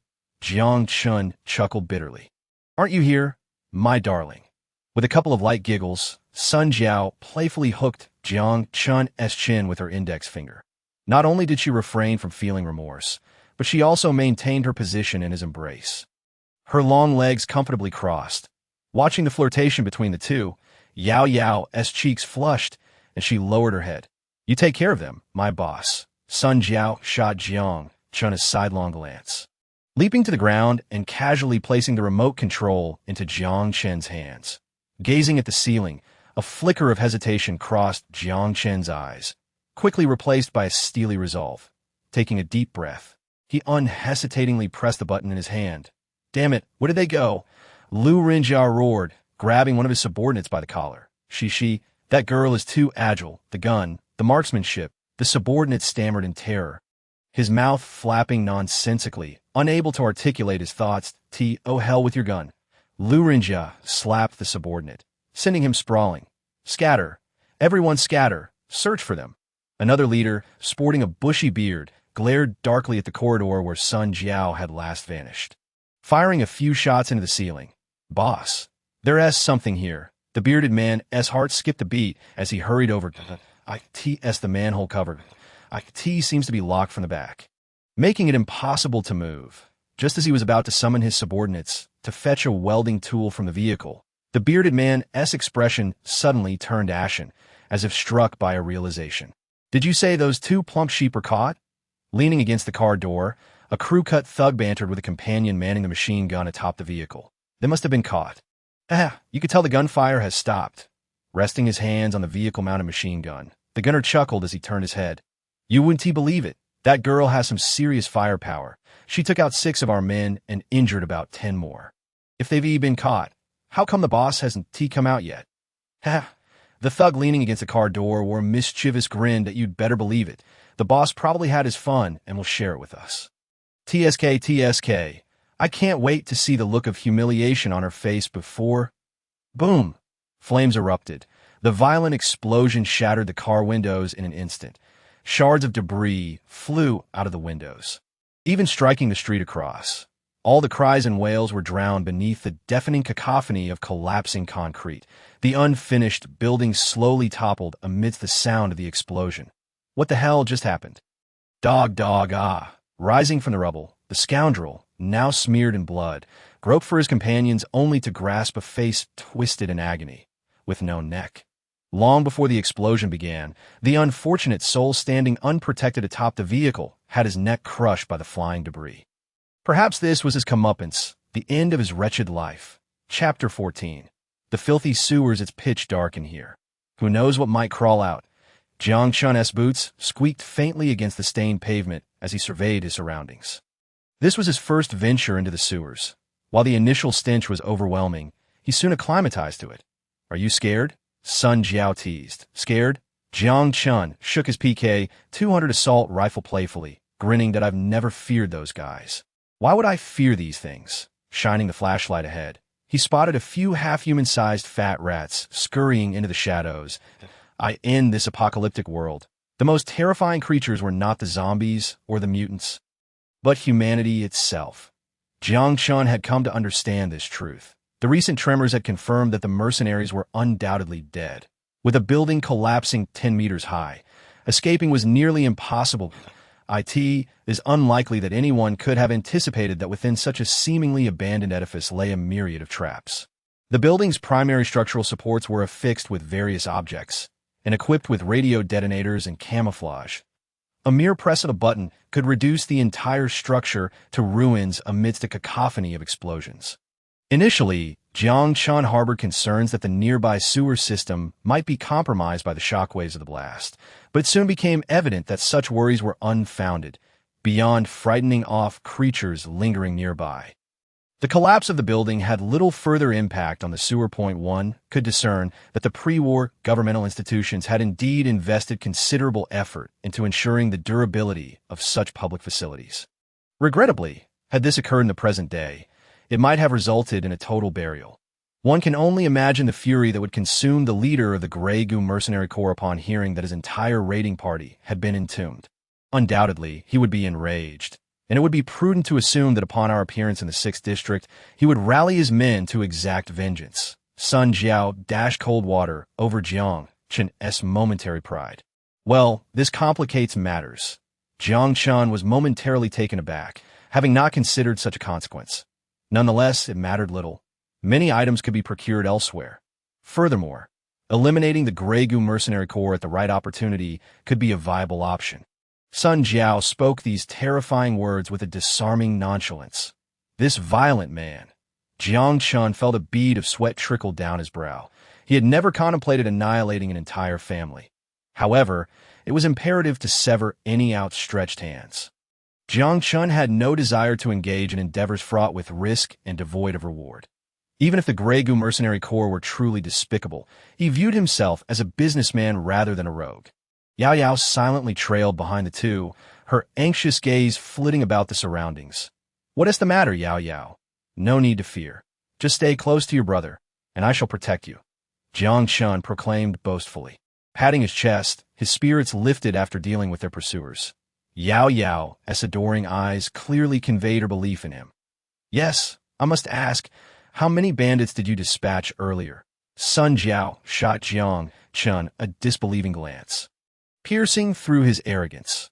I must have taken down 1 or 2. Jiang Chen scratched his head awkwardly.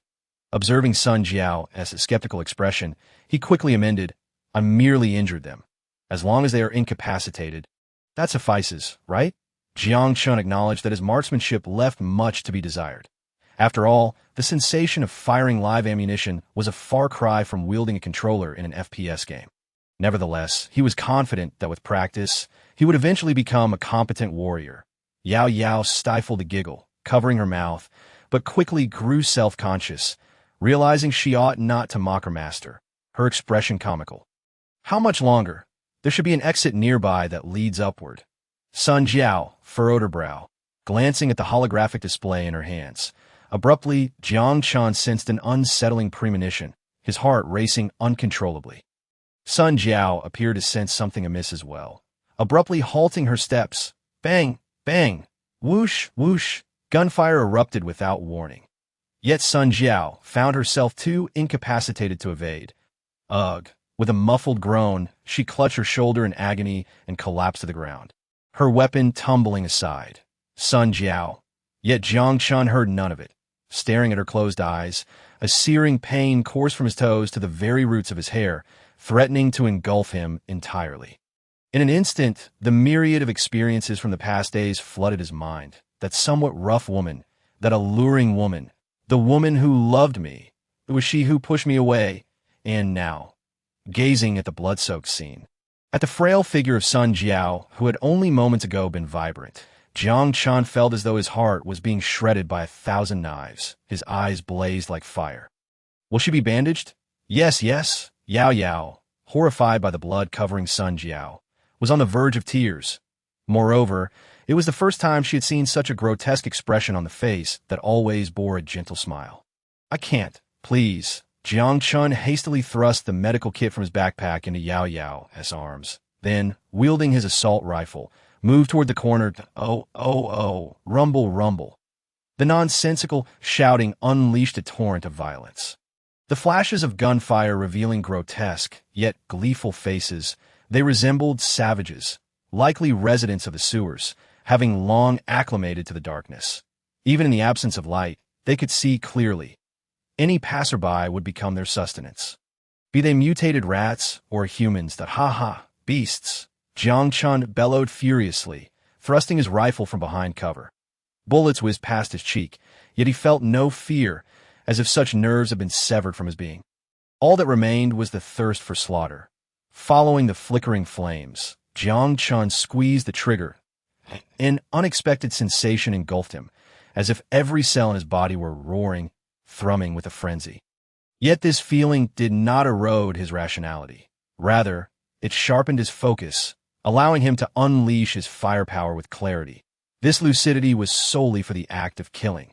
Jiang Chen failed to notice the faint yellow glow flickering subtly at his wrist.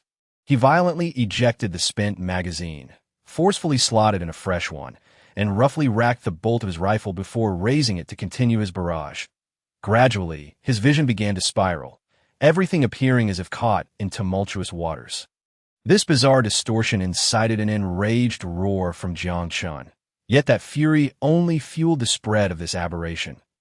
As he strained to contract the muscles around his eyes, forcing his pupils to focus. A new mutation unfolded before his retinas that a series of leaping crimson dots concealed in the darkness pulsed like hearts beside the flickering flames. Or perhaps they were hearts. Jiang Chen growled deep in his throat, unleashing a barrage of fire towards the red dots. Ugh! Unfamiliar screams intensified the savagery in Jiang Chen's gaze, compelling him to abandon cover as he advanced towards his targets, firing as he went. The blinding beam of his tactical flashlight was undoubtedly a nightmare for those accustomed to darkness. In his field of vision, everything was a blinding white. There was no chance of aiming, and as he exposed himself, he could scarcely discern anything, forcing the savages to shoot wildly. However, their erratic bullets failed to affect Jiang Chen in the slightest. The kinetic penetration of the PK-2000 rendered their crude cover utterly futile. Even huddled behind cover, their throbbing hearts remained exposed. Each hit to a vital spot erupted in a spray of crimson before falling silent. Jiang Chen lost count of how many bullets he fired. He simply sought to obliterate each and every one of those enraging red dots. Gradually, the gunfire from the opposing side ceased. Jiang Chen's brutality and savagery instilled fear in the hearts of those who dwelled beneath the earth. This man was a demon. Discarding the old rifle from his grasp, a man on the brink of madness charged out from cover with a harrowing scream. In the horrified gazes of his comrades, he was met with a shot that exploded his heart, spraying forth a cascade of blood. The savages huddled behind cover crumbled, fleeing in desperation as Jiang Chen's bullets harvested them mercilessly. You scoundrels! Stand firm! Your Jiang Chen is here! Ha ha! Jiang Chen, in a frenzied state, shouted, striding over the cover. Suddenly, out of the corner of his eye, he spotted a still throbbing heart. A boy with dark skin gazed at the grinning Jiang Chen with terror.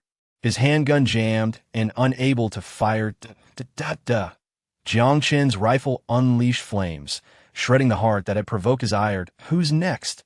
A creature, indeterminate in gender, emitted a shrill scream, while the blood-soaked individual released a wail of death. A smile of liberation creeping onto their bloodied lips. The firelight from the gun's muzzle illuminated Jiang Chen's twisted visage. He was enraged, though he could not ascertain the reason for his fury, as he could not even recall his own name. All he desired was to kill, and all he comprehended was slaughter, for only through killing could he extinguish the crimson that plagued his mind. Click! The bullet jammed. Jiang Chen struck the side of the weapon violently, attempting to rectify the malfunction. Yet he remained oblivious to the vengeful glint in the eyes of a survivor lurking beneath the corpses.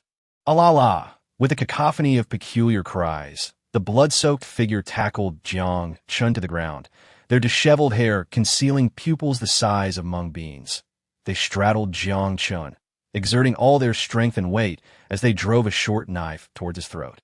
This knife had dissected countless survivors' bodies to little bastard, die. That nauseating you? Roar, bang, blood. The assailant froze, staring at the gaping wound in their abdomen, slowly lifting their head. It was a face, weeping and shimmering with sorrow and fear. So grotesque. I want to tear it apart. However, they could not utter a battle cry before it was too late. Bang. Another gunshot rang out, this time it pierced through their skull. Yao Yao sobbed, her weapon slipping from her grasp. The one she had retrieved from a boy, aware of how to clear a jammed firearm. After tending to Sun Jiao's wounds, unexpectedly, her first words after coughing up blood were, "You, hurry and catch up with Jiang Chen. His condition is very dangerous." Gazing into Sun Jiao's eyes, which were filled with an almost pleading expression, Yao Yao couldn't help but begin to worry about Jiang Chen. Although fear gripped her, something she could not identify ultimately triumphed over it. Yao Yao pursued the direction Jiang Chen had taken. Upon witnessing Jiang Chen being tackled, her heart nearly ceased to beat. Picking up the handgun from the ground, ejecting the jammed bullet, Yao Yao suppressed the terror within her and pulled the trigger. This was her first act of taking a life. Although the being she killed could hardly be deemed human, it was merely a beast in human form. In a vague haze, Jiang Chen felt a warm and soft sensation cradling his head. Resting it upon a knee, held tightly in an embrace, through the fog, he faintly heard the sound of a girl weeping. Water dripped onto his cheek, seeping into the cracked corners of his lips. Was it salty, not the taste of blood? Chapter 15. Frenzied, he could only recall that he had vomited a great deal. Yao Yao had been soothing him, patting his back, helping him remove the soiled clothing.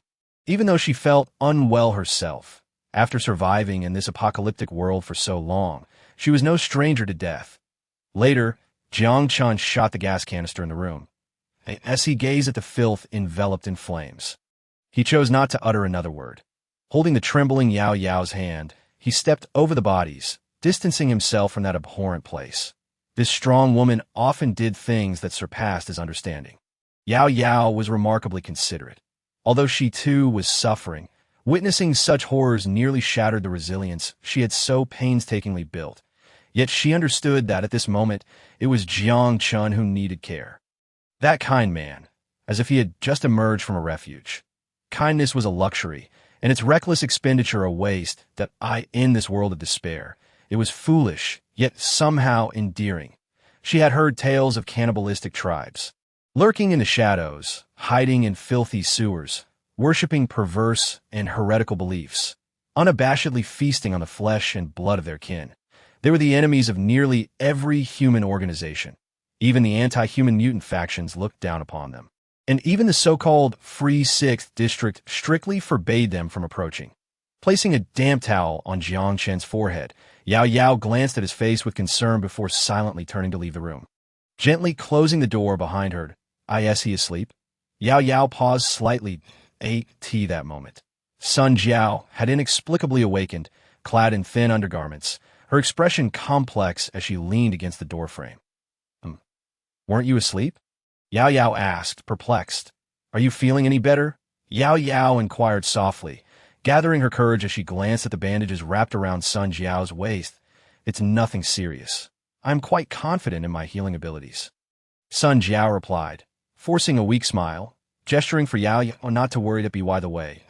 Just as Yao Yao was about to turn away, she heard Sun Jiao call out to her, and, puzzled, she turned back. "Thank you." Yao Yao was momentarily taken aback, stifling a light laugh that, to be honest, she was not adept at dealing with this assertive mistress.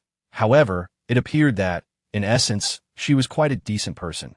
The following morning, rubbing her sleepy eyes, Jiang Chen sat up from the soft bedding.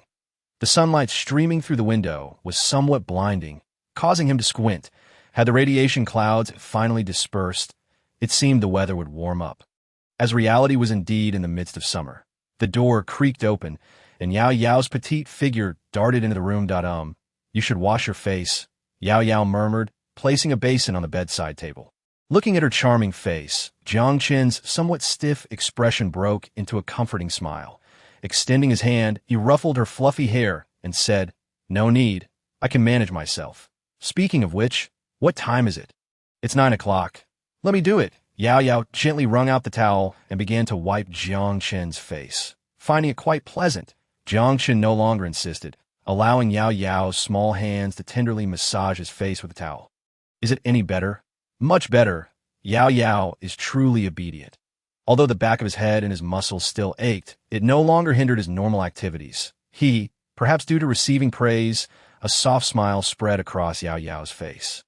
"Are you feeling better?" Seemingly noticing the commotion, Sun Jiao entered the room, standing at the doorway with a worried gaze fixed on Jiang Chen. "I'm much better. But what about you? Are your wounds all right?" "I'm fine. There are some things I must explain to you." Sun Jiao suddenly adopted a serious expression, prompting a corresponding gravity on Jiang Chen's face. Although Sun Jiao was typically playful, she never took lightly matters that required earnest attention. Yet in this gradually tense atmosphere, she suddenly broke into a smile, turning away amidst Jiang Chen's astonished gaze. "Let us have breakfast first." Breakfast was quite sumptuous, at least by the standards of the apocalypse. There were slices of bread and tomato sauce. For some reason, the sight of the tomato sauce made Jiang Chen feel a wave of nausea. Sun Jiao glanced at Jiang Chen, who was rubbing his stomach with concern, sighed, and removed the bottle of tomato sauce from the table. Despite being a foodie, she suddenly found herself lacking appetite. This was not due to the cannibalistic tribes. She had witnessed similar horrors before. What worried her was Jiang Chen. Technically, this was his first exposure to the brutality of the apocalypse. Moreover, she was acutely aware that this was merely the tip of the iceberg. If he lingered here for too long, his mental state would likely shatter first. Jiang Chen fabricated a casual excuse. Explaining the circumstances of his crossing over was too convoluted. "Let's eat breakfast together." Jiang Chen managed a weak smile. He knew that his current appearance was far from appealing. Yet he couldn't muster the strength to appear any stronger. It was a dual weakness, both physical and mental. The dining table. Sun Jiao savored the bread while explaining to Jiang Chen the events that had transpired with his body the previous day. The genetic serum, in theory, merely modifies the genetic makeup of newly generated cells in the human body, enhancing aspects crucial for survival, such as muscle strength, bone density, and reflexes that if one were to access Jiang Chen's EP now, they would witness the transformations his physical condition had undergone over the past 3 days. Username: Jiang Chen. Body status: muscle strength, 24 bone density, 25 reflexes, 28 brain cell activity, 14. The 3 fundamental abilities had nearly doubled. Considering the physical standards of modern humans, it seemed a disservice to merely label Jiang Chen as superhuman. Yesterday, due to a surge of anger, you entered a frenzy state. The thought that Jiang Chen's fury was in defense of her made Sun Jiao's cheeks flush slightly. Yet she quickly regained her composure to continue. Typically, the genetic serum only modifies the 3 basic abilities. But due to its involvement with DNA corrections, unpredictable mutations may occur. I've heard of cases where individuals developed 2 heads after injection. Damn, you mean to say the serum you gave me was this dangerous? Jiang Chen exclaimed, dropping his bread onto the table in shock. The probability is minuscule. It can be disregarded. Sun Jiao's face flushed slightly, feeling a bit embarrassed as she scratched her head, but she did not intend to admit fault. Instead, she chose to change the subject. However, some individuals experience beneficial mutations and gain useful abilities. For instance, I acquire the ability known as resilience. Sun Jiao stood up, unfastening her shirt. Cough, cough. What are you doing? Jiang Chen was momentarily flustered by Sun Jiao's actions. But upon seeing her slender waist, he was left astounded by the shocking reality before him. Your scars. Sun Jiao's sun-kissed skin bore only 3 faint white spots, remnants of newly healed skin, if left under the sun for a few more days. It seemed likely that not a trace would remain. Resilience, in simple terms, allows one to accelerate cell metabolism to heal wounds quickly when sustaining non-fatal injuries. However, using this ability leaves the body extremely weakened. Infrequent use carries the risk of sudden death. The mere mention of the term made Jiang Chen swallow hard. Your ability is similar. You need to remember that engaging in such life-draining actions should be minimized. According to the nomenclature on the EP, it should be referred to as a frenzy state, correct? Indeed, Jiang Chen nodded. He had already checked his EP the previous day, the akin in the lower right corner of the body status section. There was a notation reading, Special Project, Frenzy. Based on clinical observations, individuals who possess this ability experience abnormal metabolic phenomena in their bodily cells following intense emotional stimuli. The macroscopic manifestation of this is enhanced strength and quicker reflexes. The specific effects vary from person to person. You can retrieve the record of this ability's usage within your body, which will aid your intuitive understanding. Jiang Chen was momentarily taken aback.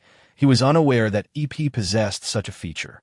Under Sun Jiao's guidance, he accessed the text of that usage record. Hidden gene code, frenzy, muscle strength 20, reflex nerves 19, brain cell activity 17. Special effects. Killing intuition, allowing one to sense the location of the heart through any one of the 5 senses. Maximum duration, half an hour. To his astonishment, frenzy actually enhances brain cell activity, becoming smarter. This evoked an incredible sensation within Jiang Chen. I must remind you, it is best to use this ability sparingly. Sun Jiao noticed the expression on Jiang Chen's face and couldn't help but sigh. Why? Have you forgotten the after effects of using such abilities? Jiang Chen recalled that day when he seemingly fainted, only to awaken in Yao Yao's embrace after a considerable time. That if it were in a safe environment, it would be one thing, but in combat there are often unpredictable variables. Once you use frenzy, if you cannot eliminate your opponent until the end, there will be only one fate awaiting you. Upon hearing Sun Jiao's explanation, Jiang Chen couldn't help but break into a cold sweat. If Yao Yao hadn't arrived in time yesterday, he might have ended up a headless corpse, perhaps not even leaving behind a body. The thought alone was terrifying. Jiang Chen nodded solemnly. After breakfast, he packed his backpack, although it felt a bit loose. It was heavy, as it contained several kilograms of gold. Embracing Sun Jiao's fiery figure, she willingly bestowed upon him a passionate kiss. The warm and moist flavor, no matter how many times one tastes it, never grows tiresome. The food has been placed in the refrigerator, sufficient for both of you for half a year. Remember to eat fresh vegetables first. It's best to limit canned goods. Understood, darling. Could you say something romantic at this moment? Sun Jiao shot Jiang Chen a familiar glare, yet her beautiful eyes sparkled with affection. After releasing the spring-like Sun Jiao, Jiang Chen embraced Yao Yao once more. Yao Yao nodded vigorously, feeling the gentle touch of Yao Yao's small chin against his shoulder. Jiang Chen couldn't help but smile, gently setting her down. Jiang Chen paused for a moment, then used a warm smile to ease Yao Yao's worries that, of course, he reached out to touzle Yao Yao's hair, preparing to turn and depart. However, he felt a slight resistance at his waist, and with some confusion, he looked at Yao Yao, who was still holding on to him, just as he was about to ask if she needed anything else. His lips were suddenly sealed, accompanied by a faint, refreshing fragrance, with a hint of vanilla. Yao Yao tiptoed and lightly kissed Jiang Chen's lips like a dragonfly touching the surface of water, then blushed and fled. Stunned, Jiang Chen touched his lips and noticed Sun Jiao's piercing gaze. This cannot be blamed on me. Observing Jiang Chen's flustered attempts to explain, Sun Jiao sighed, embracing him once more and leaning close to his ear. Watching Jiang Chen's departing figure, Sun Jiao's expression grew complex. Women are sensitive creatures. She could vaguely sense that Jiang Chen hailed from a nation reminiscent of a pre-war society. Only in places where order exists does gold hold value. And as far as she knew, There was no place in this world capable of recognizing gold as currency. She was uncertain. Had it been in the past, she might have chosen to keep him close, as most people in the apocalypse would do with their beloved possessions. Yet she did not. From the very beginning, she had discerned in his gaze a sense of fearlessness. Even when firmly bound to a chair with a gun pointed at his head, he may have felt fear, but he did not exhibit terror. Any supposed accomplice was a fabrication. The so-called organization was merely a construct. Sun Jiao could not comprehend the true trump card he relied upon. It was not a reckless audacity, but rather a fearless confidence. She even felt that, had he wished to leave during their encounter in the 6th district, no one in this world could have restrained him. Moreover, he would have departed with greater ease than herself. She had once entertained the thought of hiding the gold to control Jiang Chen, but ultimately, she dismissed that notion. She chose to trust, though she could discreetly follow him to uncover his secrets. For some reason, Sun Jiao felt no desire to do so. Strangely, this was the first time she had experienced any feeling akin to trust since entering the apocalypse. Yao Yao, while unaware of the secrets Jiang Chen held, was nonetheless perceptive and astute enough to glimpse a hint of hesitation in his eyes. She could not ascertain the source of this hesitation. Perhaps it stemmed from the fierce battle with the Grey Goo mercenary corps, or the psychological trauma from the cannibal tribe's camp. If Jiang Chen were to vanish now, she would feel profound sorrow. She could not bear that. Thus, in the final moment, Yao Yao chose to fully surrender to her heart's desire and kissed Jiang Chen's lips. For similar reasons, Sun Jiao did not stop her, despite her strong possessiveness. At the very least, she wanted him to have some lingering thoughts. The heavier the weight of those thoughts, the better. Chapter 16. Realizing gold when the familiar scent filled the air.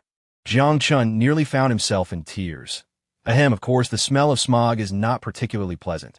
The clock on the wall pointed to 11 o'clock, indicating that time in the apocalypse indeed aligns with the present world. When he left over there, it was also around 11 in the morning. Jiang Chen rubbed his slightly sore temples and took a deep breath. His SAN value was nearing its breaking point.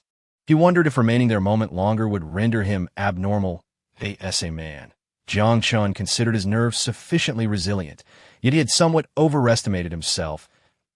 In the face of whistling bullets, the sweeping fire of machine guns, and the scattered remains strewn about, he did not tremble, but he did not believe the psychological impact he endured was any less than Yao Yao's. The familiar noise in his ears emanated from the road outside the window. In the past, such sounds would have only irritated Jiang Chen. Yet at this moment, they brought him an overwhelming sense of familiarity. Long live world peace, though Jiang Chen longed to shout this madly. Various concerns held him back. Instead, he merely stretched his stiff arms without losing control. The constraints unique to civilized society prevented him from being perceived as a lunatic or a madman, feeling the heavy metallic weight on his back. Jiang Chen's heart surged with warmth, and he quickly cradled the backpack against his chest. Gold, striking it rich. Placing the backpack filled with gold bars on the electronic scale, he watched the needle point to over 7 kilograms, causing his heart to race. This was over $1 million. Jiang Chen was uncertain of the exact price of gold, but he had a rough idea that it ranged from 200 to 300 yuan per gram. Even if he processed it at a rate of 200 yuan per gram for the full 7 kilograms, that would still amount to a staggering 1.4 million. This windfall was a sum Jiang Chen, whose monthly income had never exceeded 3,000, could only dream of. Yet at this moment, it had become a reality. The stark contrast evoked a sense of joy, but also left him somewhat bewildered. With so much money, what should he do? Buying a car would be sufficient. A house? That seemed feasible as well. No, if he were to live, it must be in a mansion. Right, the entire bank vault. Yet as he thought of the bank vault, Jiang Chen's expression dimmed. That place, where even the air was thick with oppressive despair. With this thought, uncertainty began to creep into Jiang Chen's heart. However, just as he hesitated, that vibrant figure appeared in his mind. I believe in you too. Sun Jiao. Jiang Chen silently whispered her name, unconsciously reaching to touch his lips. The warmth of that kiss had yet to fade. Thinking of the kiss, another petite figure emerged in Jiang Chen's mind. And I'm very obedient. No matter what you ask me to do, I will not resist. I do not dislike having such a kind master. Yao Yao. Jiang Chen silently repeated another familiar name. And that refreshing kiss, though somewhat abrupt, was equally etched in his heart. Suddenly, Jiang Chen laughed aloud, casting aside all his gloom. What am I thinking? I'm not a lowly enthusiast, Jiang Chen chuckled, leaping up from the bed. In any case, let's prepare lunch first. Then, I'll go out to liquidate the gold that I asked for buying a house or a car. If I am to live, it must be in a mansion. If I am to buy, it must be a luxury car. I certainly can't purchase a house that is in worse condition than what I found in the apocalypse. The entire bank vault is mine. Jiang Chen hummed a little tune as he walked into the familiar kitchen. Grasping the somewhat dusty kitchen knife. For lunch, he'll whip up a simple tomato and scrambled eggs, saving the feast for dinner. Adapting still requires a process.as for that holographic computer. Jiang Chen merely brought it along to watch movies. The proprietor of the electronics store confidently assured that the 100 terabytes of films contained within were undoubtedly of the highest quality. This promise piqued Jiang Chen's curiosity, making him eager to experience the cinematic effect on his holographic computer. With these thoughts swirling in his mind, he pressed the power button of the holographic device. An exquisite holographic screen projected from the pen-like entity. Its interface, constructed from light particles, appeared even more dazzling than Sun Jiao's gadget. After all, it was a high-end computer. Unable to contain his excitement, Jiang Chen immediately opened the folder labeled Movies and swiftly selected the first film from the list. However, the scene that unfolded left him utterly dumbfounded. A pulse-quickening spectacle was projected directly into the room, with battle cries rivaling those of a real skirmish, startling Jiang Chen into hastily shutting down the computer. The volume was such that it could surely be heard by those above and below him. With a wry smile, Jiang Chen reopened the device, sliding his finger along the progress bar, finally discerning the titles of the films. Goodness, what on earth were these? It became clear to Jiang Chen what the proprietor's ambiguous gaze had meant. Tossing the holographic pen onto the bed, he slung his 7-kilogram backpack over his shoulder and prepared to leave. Before departing, he hesitated, gripping the handgun that Yao Yao had given him, the very weapon that had saved his life. After a moment's contemplation, Jiang Chen suddenly recalled his ability to access his storage space. He slapped his forehead, tossing the handgun and ammunition directly into the storage, despite its slow activation and the fees for retrieval. The functionality was indeed quite convenient. Moreover, Jiang Chen was not lacking in funds. Oh no, he was not short of Yijing. IT required merely around 10 yajing to fully charge the energy slot of his wristband. Storing and retrieving an item the size of a handgun consumed less than one of the energy slot of AS for the EP. He left that on as well. Concealed within his sleeve, it appeared unremarkable. The ergonomic design provided no sense of restriction, allowing him to wear it even while bathing. Securing the anti-theft door, Jiang Chen stepped out of his humble rented apartment and into the sunlit city. Everything here felt strikingly familiar, yet formed a stark contrast to the chaotic world he had just left behind. How to articulate it? Although he had only spent a few days in that world, the impressions it left on Jiang Chen's mind were indelible. In a daze, the once primitive cobblestone streets seemed replaced by cracked concrete, and the mottled shadows of trees dwindled to a mere few sparse branches. Covering his forehead, Jiang Chen took a deep breath, striving to expel this unhealthy sensation from his mind. It seemed imperative to truly relax. At this rate, how long would it be before he succumbed to madness? Jiang Chen chuckled at his own self-deprecation. Suddenly, from the corner of his eye, he caught sight of a cicada resting on a tree, seeking refuge from the heat. He had never seen cicadas in the apocalypse. But cockroaches were indeed the size of wolves. Shaking off these peculiar thoughts, Jiang Chen hailed a taxi, embarking on his journey to liquidate his gold. Naturally, the bank was out of the question. Jiang Chen's gold lacked an invoice. He feared that not only would the staff refuse to accept it, but they would also alert the authorities.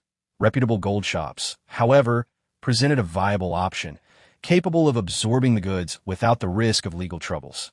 A small concession on the price would suffice. After all, this gold had no cost to him.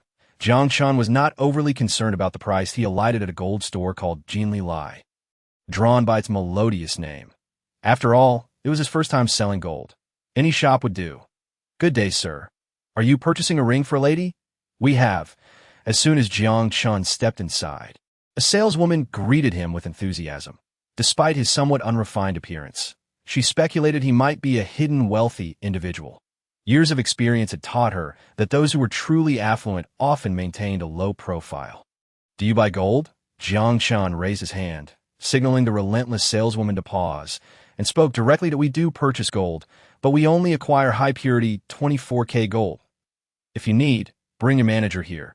You cannot make this decision. Jiang Chen interrupted her with a smile, aware that the amount of gold he intended to sell was beyond the saleswoman's authority.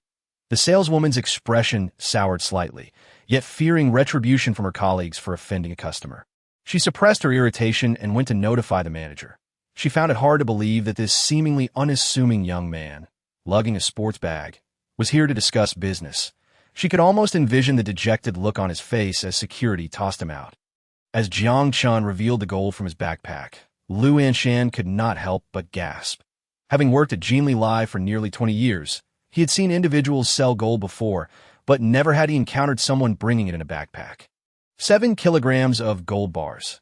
After the appraiser nodded, Lu Anshan cleared his throat and displayed a congenial smile that a total of 7,122 grams, and the purity is certainly 24K. May I ask, do you have an invoice? No. Jiang Chen fixed his gaze on Lu Anshan's eyes and replied succinctly. Lu Anshan paused, contemplating, then gestured for the appraiser to step out, leaving just the two of them in the room. To speak candidly. Mr. Jiang, your gold may have an unusual origin. A glint of intrigue flickered in Lu Anshan's eyes. The specifications of the gold suggested it had come from a bank. However, gold purchased from banks typically came with invoices. And Jiang Chen could not provide one. The origin of this gold was likely not straightforward, prompting Lu Anshan to tentatively inquire. Rest assured, it has not been registered domestically. Its origin is perfectly legitimate. It is my remuneration. Jiang Chen raised an eyebrow. Speaking nonchalantly, he was not lying. It was indeed the fruit of his labor from the apocalypse. Lu Anshan was not naive. The aura Jiang Chen exuded left him uncertain. Using gold as payment? Could he be an international mercenary? No, that seemed far-fetched. While Lu Anshan ruminated on his thoughts, Jiang Chen offered no further explanations, simply sipping his tea and continuing, Mr. Lu, are you interested in this transaction? Yes, certainly, Mr. Jiang. Lu Anshan replied with a chuckle. However, without an invoice for this gold, we may face some difficulties. 71.22 grams of gold, at 220 yuan per gram, totals 1,566,840 yuan. I'll round it down to 1.5 million for the transaction. The extra amount can serve as your tip. How does that sound? Jiang Chen casually proposed, fiddling with his smartphone. He had just checked the current price online, and he was confident that Lu Anshan had channels for dealing with black market goods. A little share of the profit would suffice. Haha, Mr. Jiang, I shall gladly accept your offer. Lu Anshan was taken aback by Jiang Chen's pricing. The profit would exceed 100,000, prompting him to promptly agree. Would you prefer cash or a bank transfer? A transfer, please. Jiang Chen provided his bank account number for salary deposits. Once he received a text notification confirming the successful transfer, the transaction was complete. However, he paid little mind to the expression of this minor character. Mr. Jiang, here is my business card. Should you have further dealings in the future, please do not forget me, with a grin plastered across his face. Lu Anshan reveled in the profit he had just earned in mere minutes. Jiang Chen had indeed surmised correctly. Offloading this gold was effortless for him. Moreover, Lu Anshan was more interested in future benefits than this singular transaction. Hence his courteous demeanor towards Jiang Chen, at least on the surface. After accepting the business card without further ado, Jiang Chen bid farewell to Lu Anshan and hailed a taxi to depart. Watching Jiang Chen's retreating figure, Lu Anshan squinted. He found himself hesitating, contemplating whether to have someone keep an eye on Jiang Chen. He sensed that this individual, who had sold gold without a flicker of an eye, likely had more than just this amount. There was surely more to come, if he could just discern where it all originated. Best to observe for now. Caution is the mother of safety. Chapter 17. Becoming a tycoon starting today. Where to? Buddy, to Bailian Shermao. That was where he had once worked, albeit as a mere sales associate in a high-end clothing store. Lowering the car window, Jiang Chen allowed the rushing wind to whip against his face. It was the only means to cool his exuberant spirit. The driver attempted to close the window and turn on the air conditioning, but Jiang Chen stopped him. After casting a glance at Jiang Chen as though he were a lunatic, the driver chose to remain silent. Hee, have you encountered some good fortune? Something like that. Nothing too extravagant, Jiang Chen chuckled, his mouth filled with the wind. Upon reaching his destination, he tossed 100 yuan bill, his nouveau riche demeanor unmistakable. No need for change. Under the astonished gaze of the taxi driver, Jiang Chen swaggered out of the car. Damn, he had longed to utter this phrase, and today he finally had the means to do so. After parting with his gold, Jiang Chen felt nothing but exhilaration in his heart. As the saying goes, clothes make the man. Without a proper outfit, one might find it challenging to navigate through life. Had he entered that jewelry store clad in a sharp suit, the salesgirl would likely have regarded him as a fool. Ahem, on such a sweltering day, only a fool would be wandering about in a suit. Nevertheless, this conveys the essence of the matter. The initial impression others have of you is often based on your appearance, and this first impression frequently dominates subsequent interactions. After all, the notion of a billionaire dressed in rags is more often the stuff of fiction than reality. Having experienced the pangs of poverty, Jiang Chen was naturally more inclined towards ostentation than subtlety. Donning a fine outfit, whether for charming women or closing business deals, was undoubtedly more efficient than parading around in low-quality attire. As he approached the store, a smirk crept onto his lips. He was curious to see the expression on the face of the woman who had dismissed him so haughtily when she witnessed his newfound affluence. If he were to slap her face with his success, it would be a resounding blow. Regardless, Jiang Chen also intended to procure a few respectable garments for his own convenience. "Welcome, sir." The attendant at the entrance had changed. It was late June, and many university students were taking on part-time jobs. Luxury goods stores remained a popular choice for many beautiful young women, not only for the elegant work environment and lack of strenuous labor, but also for the chance to find a wealthy benefactor. The perils of capitalism. Although affluent customers frequently frequented the establishment, few ventured in alone. To be honest, men have little need for clothing. The existence of such luxury clothing stores primarily serves to provide opportunities for wealthy men to splurge in front of their companions. Warming up for the evening's escapades in hotels, Jiang Chen had no such trivial motivations. He was merely there to assert his superiority, albeit that was rather mundane as well. Watching Jiang Chen select outfits worth thousands without batting an eye. The youthful and attractive salesgirl trailing behind him could hardly contain her excitement. Yes, she observed him struggling to hold onto the garments. She swiftly approached, graciously taking the clothes from his hands, all the while bestowing upon him a sweet smile. The implication of that smile was unmistakable. It practically screamed, "Please ask me out." However, engrossed in the search for an acquaintance, Jiang Chen remained oblivious to the various subtle gestures of the beautiful girl beside him. Of course, had she expressed a desire to meet, Jiang Chen would not have minded. He chuckled inwardly. Although she lacked the prominent curves of Miss Sun Jiao, the essence of urban femininity and youthful allure was palpable in this salesgirl. She was likely among the most coveted beauties at her university, yet with so many institutions in Haohai City, Jiang Chen could not pinpoint which one she attended.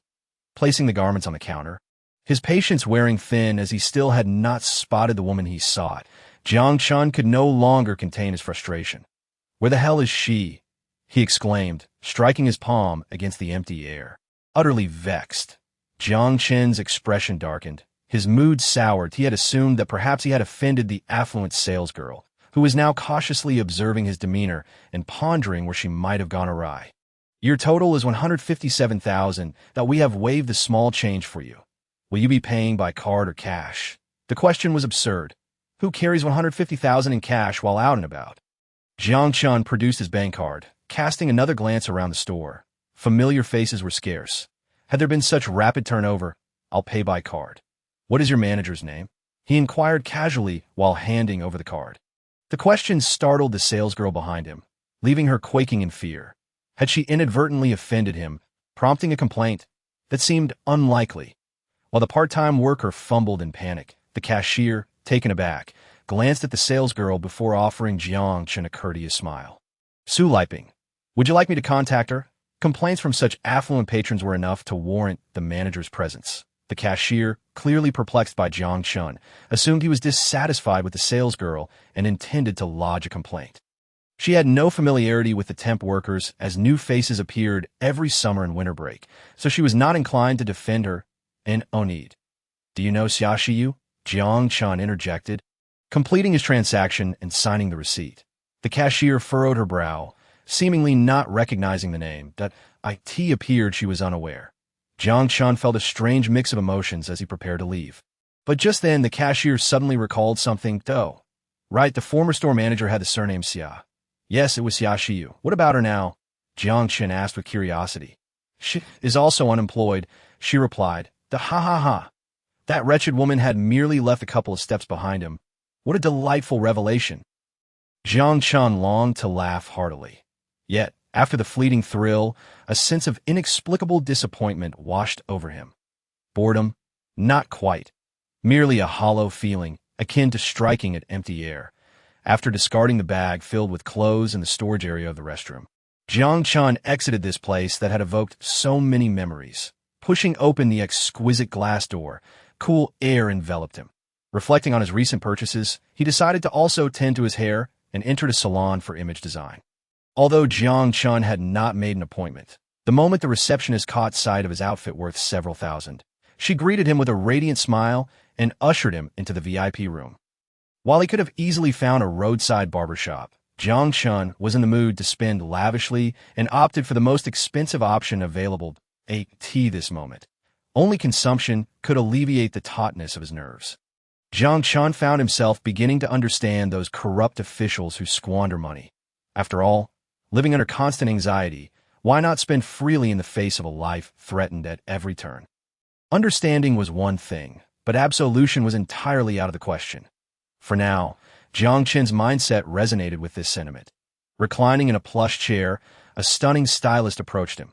Her lovely, curled hair perfectly framed her delicate features, and her stylish uniform accentuated her graceful figure.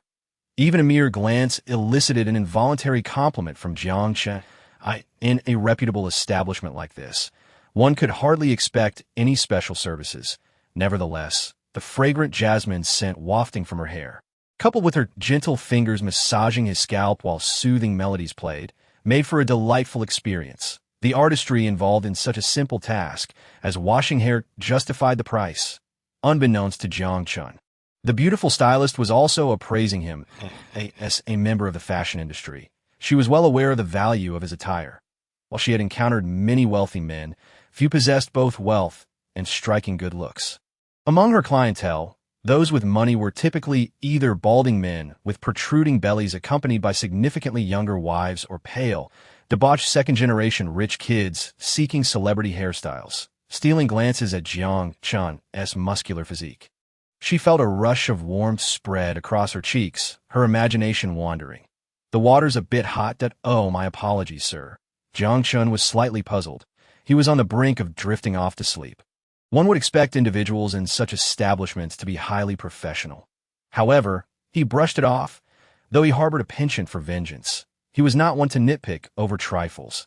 After his hair was washed, the stylist gently draped a towel over the bridge of Jiang Chen's nose, softly indicating that she would dry his hair, especially when her thigh, inadvertently brushing against his outstretched fingers, conveyed a cool, elastic sensation.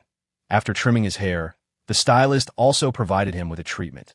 The soothing liquid applied to his scalp felt exquisite, particularly as her delicate fingers massaged in a rhythmic pattern, making it nearly impossible for Jiang Chen to suppress a moan of delight. Ahem. Once everything was completed, Jiang Chen gazed at his reflection in the mirror, reveling in his appearance as he struck a few dashing poses before promptly settling the bill. While he couldn't quite articulate how his hairstyle had changed, he certainly emanated a different aura than when he first entered. Coupled with his expensive ensemble, he now exuded an air of sophistication and affluence, far surpassing the image of a mere nouveau riche he had portrayed earlier.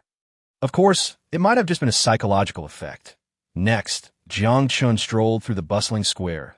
In the past, when he passed through this place, his pockets were empty, and he could purchase nothing. Yet now, With a wealth of cash in his trousers, he found himself before an array of splendid shops, uncertain of what to buy.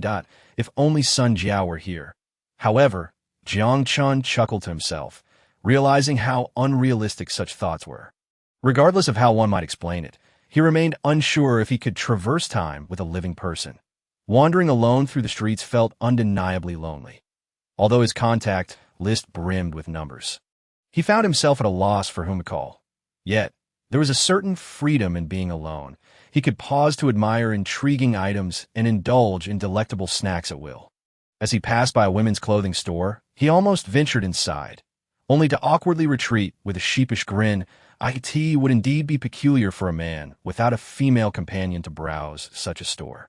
His intention to buy some clothes for Sun Jiao and Yao had to be abandoned.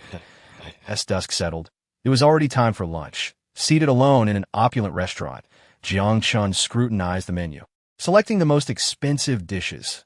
Items such as boiled catfish, chilled lobster, Chengdu mouth-watering chicken, and Jiangshi rolling beef. Jiang Chen was uncertain if he could consume all this, yet he ordered 10 dishes in one breath. In response to the waitress's incredulous gaze, he disdainfully produced his bank card, slapping it on the table to indicate he would pay up front. After consuming a gene enhancement potion, Jiang Chen's physical capabilities had been greatly amplified, naturally increasing his appetite. Amidst the astonished stares of the staff, he indulged heartily, devouring most of the exquisite dishes before him. As for the leftovers, they could remain. With a clap of his hands, Jiang Chen exited the restaurant. Having settled the bill, the waitress clearing the table gazed blankly at Jiang Chen's retreating figure. While she had encountered gluttonous diners before, she had never seen someone so impeccably groomed and proportioned. Nearly clearing the entire table of food that it was truly astonishing, especially considering how rich in protein these dishes were. Chapter 18. Reuniting with old friends, a salty sea breeze somewhat calmed Jiang Chen's thoughts. Observing the elderly strolling along the beach, couples walking hand in hand, and tourists frolicking and taking photos, he tiredly rubbed his temples that he felt better, though fatigue lingered. Having indulged extravagantly, Jiang Chen had spent nearly 200,000 in just one afternoon. However, after the thrill of spending, all that remained was exhaustion. Taking a taxi to the seaside, Jiang Chen felt an inexplicable desire to feel the ocean breeze. This was a renowned attraction in Shanghai City, with marble railings leading to golden sands, adorned with quaint wooden houses that exuded a sense of time. Back in university, he had heard his dorm mates mention this place that, of course, those wolves had little good to say. Jiang Chen only vaguely recalled them claiming that the area was teeming with beautiful women, many clad in swimsuits. Now, looking around, he could see the truth in their words. Yet despite studying at Shanghai University for 4 years, this was his first visit here. Two simple reasons explained this: lack of funds and no one to accompany him. That it was rather amusing. Had he the money, companions would have been abundant. Thus, the root cause remained the former. Wandering alone felt lonely, just as being on the beach alone did. However, now, standing there alone, Jiang Chen felt no trace of the hesitation that once characterized him as a boy. He was wealthy now. Indeed, 1 million was hardly substantial in Shanghai City, where the affluent could not be measured even with the entire national high-speed rail network at their disposal. 1 million. It would barely suffice for a small apartment. Yet his perspective had shifted. It was indeed a change in perspective. Jiang Chen was not boasting. His current wealth could rival even that of Bill Gates. That a bank's gold reserve alone might exceed several billion. And what of the entire banking system in Shanghai City? Or the entire apocalypse? Of course, gold would attract trouble if sold in large quantities, and significant sell-offs could lead to a drop in gold prices. For long-term considerations, Jiang Chen planned to acquire just enough gold for a vault. There were countless ways to generate income. As for technology, consider the holographic computer pen. If Jiang Chen founded a company to sell it, its market value would likely exceed hundreds of billions. And what about that virtual reality system used for educational purposes? The cryogenic pods. A company based on those could easily surpass $1 trillion in value. This refers to foreign currencies. Naturally, one must take things step by step. Establishing a power base requires careful progression. If he recklessly unveiled his advanced technology, it would not only attract money, but also unwanted attention, especially from those who prefer to remain in the shadows. Many have engaged in short-sighted tactics, sacrificing the future for immediate gain. Once he acquired that gold, he would solidify his initial capital and then strategize for the next phase of development. Progress must be methodical. Once his power base grew into a formidable entity, any ill-intentioned individuals would find it impossible to act against him. As for the over 1 million he currently possessed, it was sufficient for enjoyment. Thus, at this moment, Jiang Chen stood there feeling no sense of incongruity. What once seemed unattainable was now within reach. Those youthful and vibrant figures, those opulent villas, those luxury cars marked with innumerable zeros. Burp? Jiang Chen let out a drunken belch, rubbing his aching brow. Feeling slightly tipsy, he tossed the beer can into a nearby trash bin and took a deep breath of the slightly salty sea breeze. "Hey, handsome, care to join me?" A woman in a swimsuit flashed him a bright smile. Her youthful charm radiating at a regular reader of fashion magazines, she immediately recognized the value of Jiang Chen's attire. His melancholy yet profound gaze resembled that of a recently heartbroken CEO. People in the throes of heartbreak are often the easiest to ensnare, and Sophie, believing she possessed the secrets to romance, dismissed her friends and approached Jiang Chen with a sweet smile, reminiscent of a lovely and innocent girl. Sophie was unconcerned about how many women the man had been with or whether he had a girlfriend. She envied her roommate, who had a sugar daddy, constantly showering her with money, flaunting designer bags from LV and Hermes, and wearing opium and Byredo perfumes. She was unwilling to settle for less, convinced her beauty matched that of her roommate. If I only dare to strike up a conversation, I can snag a rich guy too. Moreover, this man was undoubtedly far more handsome than Guogu's sugar daddy. With this thought, Sophie's heart raced. However, to her surprise, the man merely glanced at her and shook his head with a smile, politely declining her. "Perhaps save your youth for someone more deserving.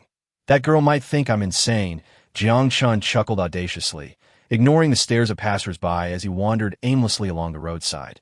The gene enhancement had similarly accelerated his metabolism, allowing him to expel alcohol far more quickly than the average person, that he reveled in this tipsy sensation. If only the alcohol could linger a little longer within him. Why did he decline that woman earlier? Simply because he had no desire in that regard at the moment. While she was attractive, she paled in comparison to Sun Jiao. As for that pretentious line, it was merely something he felt like saying. As night gradually descended, the vibrant life of the city was just beginning. The streets bustled with pedestrians, the lights illuminating their pathways, leaving Jiang Chen feeling somewhat overwhelmed by the noise. It was simply too loud here. He decided to find a quieter place to relax during the remaining days of his stay. With that thought, he began to stroll down a less crowded street, unknowingly entering a secluded alley. The effects of the alcohol had nearly worn off, and as he aimlessly walked, Jiang Chen glanced at the deepening night sky, muttering to himself. Just then, a familiar figure caught his eye, causing him to pause slightly. A peculiar expression crossing his face. Xia Xiu, a graduate of Wanghai University with a degree in economic management. Endowed with both talent and beauty, she naturally spent her 4 years basking in admiration and affection from countless admirers.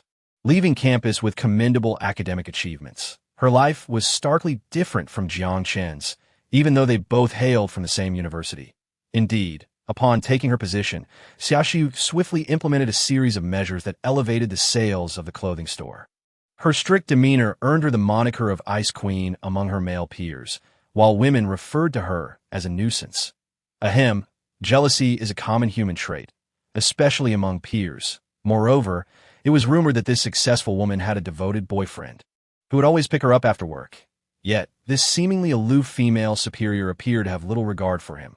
Consequently, Jiang Chen had privately jested with colleagues, questioning whether this perpetually scowling superior was experiencing hormonal imbalances.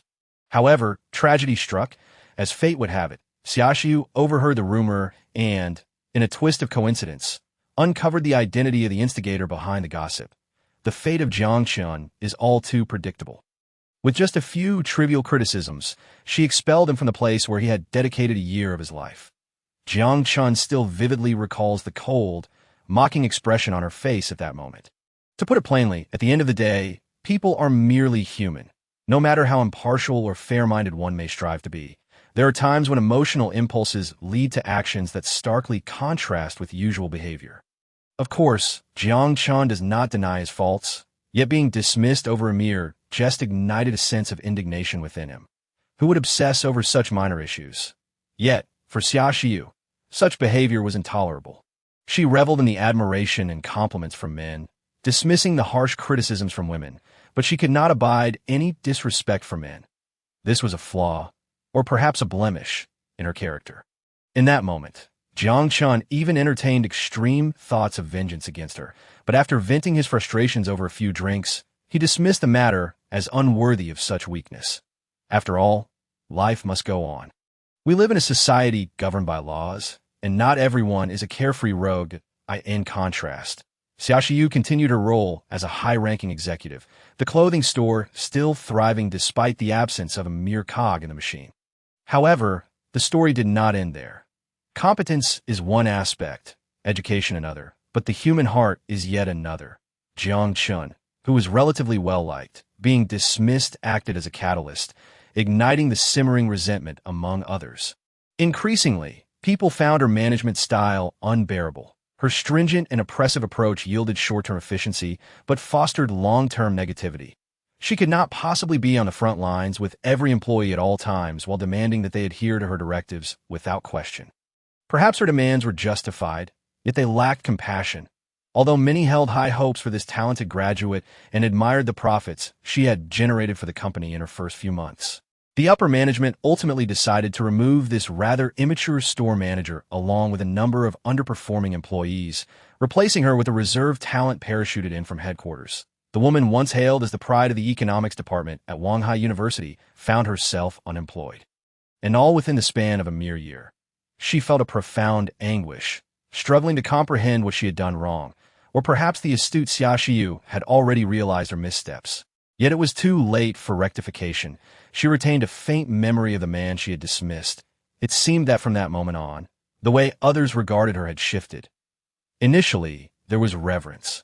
But soon that reverence was tinged with an undercurrent of disdain, even from male employees who had once fawned over her. Unemployed, she faced the dual blows of professional and romantic setbacks. Her once devoted boyfriend, who had always been at her side, left her without warning for a new love, citing, after all these years, "You 1T, even let me kiss you to go find yourself a nice Iron Maiden for a mother." Perhaps it was because she could no longer provide him with financial support. The man could hardly be bothered to conceal his infidelity. The IT was painfully ironic. Xiaoxiu had always believed he loved her deeply.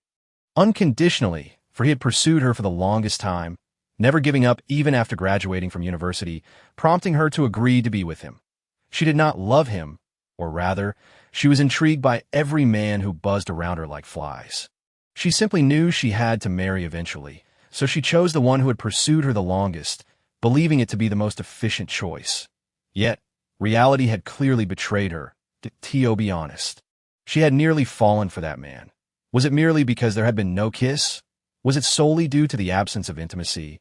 Was love so fragile that it could not withstand such tests? Xiaoxiu felt bewildered. She had promised him everything on their wedding day. Yet that was not the most devastating blow.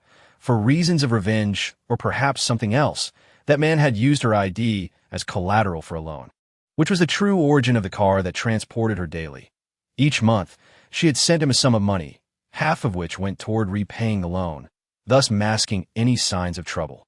It wasn't until the day of her unemployment that all the issues came to light. A 500,000 yuan vehicle, which might have seemed manageable in the past, now felt like an insurmountable fortune to someone who had just lost her job. Although with her skills, finding another job to clear the debt should not have been insurmountable. The sheer volume of graduates each year rendered it a nightmare to stand out in the job market. She had lost the luster she once had on campus. Moreover, every potential employer came with conditions that made her feel humiliated. High salary. Certainly, but are there any hidden rules? No. Next, in this densely populated nation, there are simply too many capable individuals. Ironically, the person currently sitting in the passenger seat of that car was not her. She contemplated reporting the matter to the police, but the private loan was far from clean, and the other party was clearly not benevolent, making it unlikely they would allow her to proceed with ease. What chance did a respectable woman have against them? She feared she would be left with nothing but bones. She fled from her former apartment, hiding in a low-rent housing unit, struggling to make a living through odd jobs. She hoped to save enough to seek legal recourse while desperately trying to find a suitable job. However, her streak of misfortune had come to an end as a group of unsavory-looking individuals blocked the entrance to her workplace. Their demeanor indicated they were not there to negotiate amicably. Chapter 19. The tired trope of the hero saving the damsel in distress. "Oh, looks like you've been doing quite well these days," that a man with a buzz cut whistled, leaning casually against the door. Known as Brother Huzi, he was a thug, having trained in combat sports for 6 years. He caught the attention of his boss during a street fight where he single-handedly took down 5 armed ruffians, thus attaining his current status. One might hesitate to call his status, but enjoying the deference of a group of younger subordinates who regarded him as their leader was a form of pleasure in itself. When he encountered a true boss, he was merely a nobody. Oh no, not even that. During his free time, he would observe the Hongi nightclub scene and occasionally assist his boss in collecting debts, followed by a group of followers, living a carefree life. Although sending a woman to collect debts bored him somewhat, especially when the other party dared to consider calling the police, running away, did she not bother to inquire about the nature of this place before borrowing money? Nevertheless, given her beauty, he decided to spare her this once. A lewd smile flickered across Lu Hu's face as the 10 thugs behind him surrounded the flower shop's entrance. Customers browsing for flowers hastily abandoned their purchases and fled the store. Those who had the sense to leave were not obstructed by the thugs. In no time, what had once been a bustling flower shop became desolate. The owner trembled as he watched the group outside. Too fearful to call the police, he knew that meddling would spell the end of his business. Yet, with this row of men stationed at the entrance, conducting business was impossible. "Come out? Or should I go in and fetch you?" Huzi whistled, watching her with amusement. Xiaoxiu bit her lip, her delicate features now shadowed by a veil of fear. Noticing the owner's pleading glance directed at her, she sighed, trembling as she set down the vase of flowers and stiffly approached the door. "I didn't expect you to be working at a flower shop," Huzi remarked, extending his hand to touch her face. "So, have you gathered enough money?" However, Huzi was taken aback when this defiant woman dared to evade his hand. "I will work off the debt. Please do not harass me anymore." Xiaoxiu inhaled deeply and said coolly. "Work? Just this?" Huzi chuckled. "How long do you expect me to wait? Ha!" His hand, rejected, only elicited a smile instead of anger. Yet his eyes turned icy. "So, what do you want?" Xiaoxiu glared at the sleazy man. Fear coursed through her, her legs trembling, yet her inherent stubbornness made her reluctant to yield. "This girl has a bit of spirit," Huzi observed, noting her trembling legs and the defiant expression on her face. 2 choices. 1. Pay up. 2. Come with me. Huzi leisurely raised 2 fingers. "Seems simple enough. I'll just take you," he said, spreading his arms as if a deal had been struck. "Take me," Xiaoxiu snorted. "Do you dare engage in human trafficking?" "Ha ha." Both Huzi and his lackeys erupted in laughter.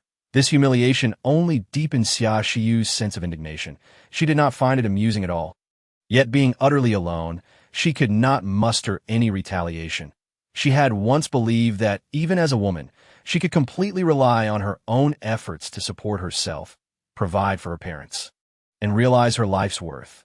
Yet the harshness of reality was relentless. No, that would be such a waste, especially for a beauty like you."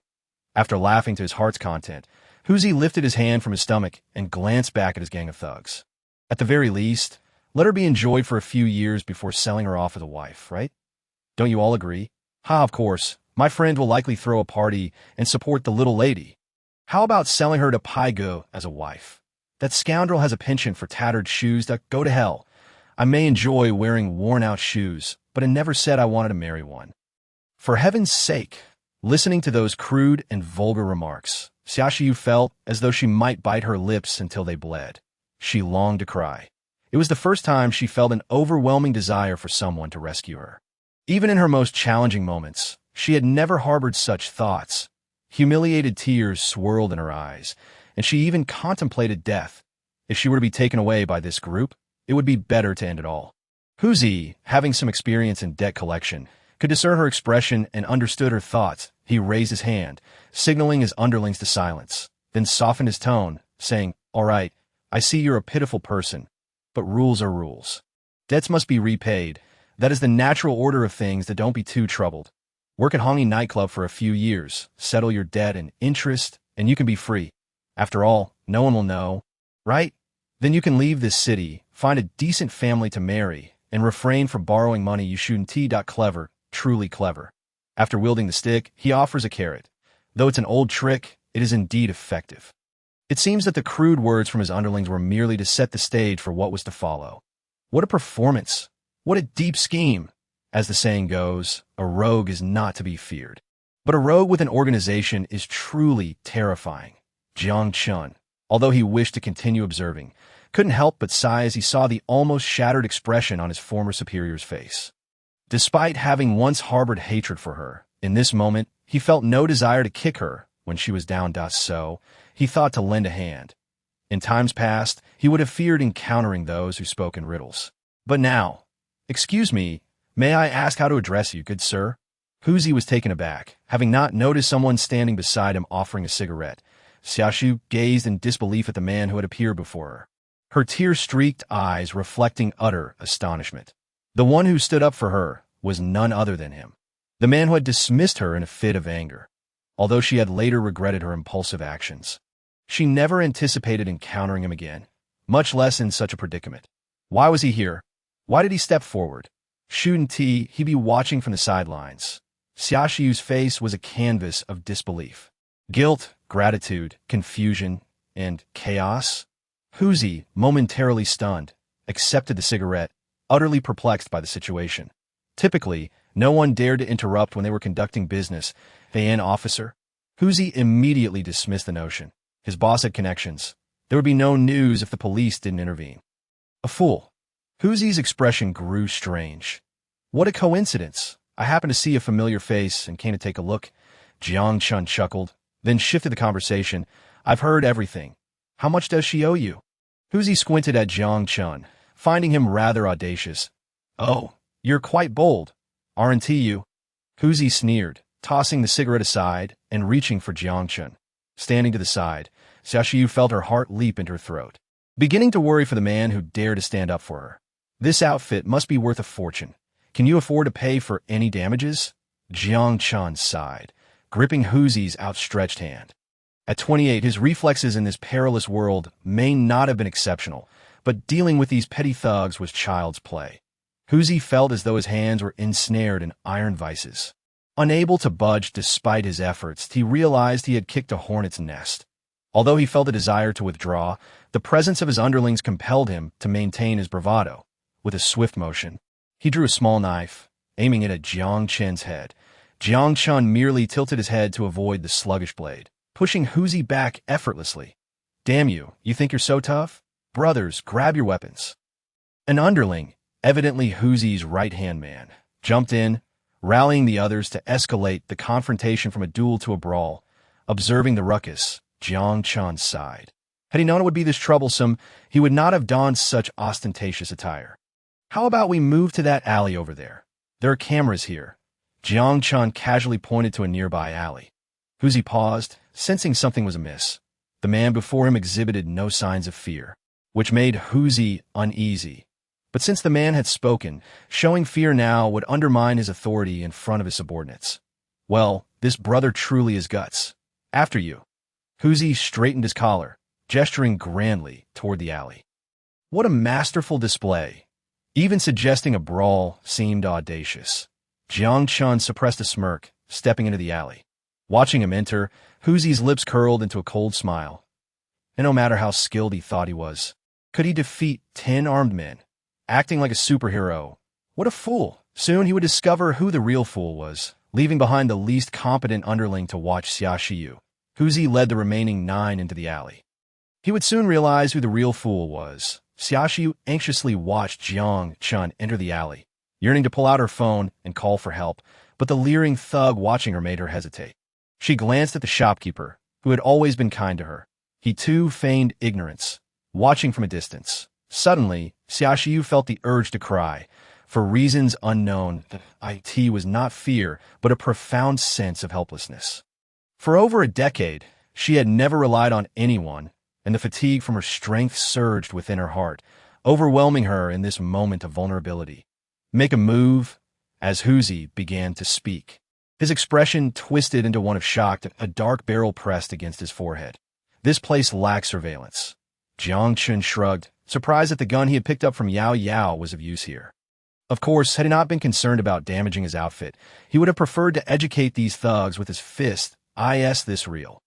Huzi felt a bead of cold sweat trickle down his forehead. Yet he forced a smile, trying to find any sign of courage in Jiang Chen's eyes.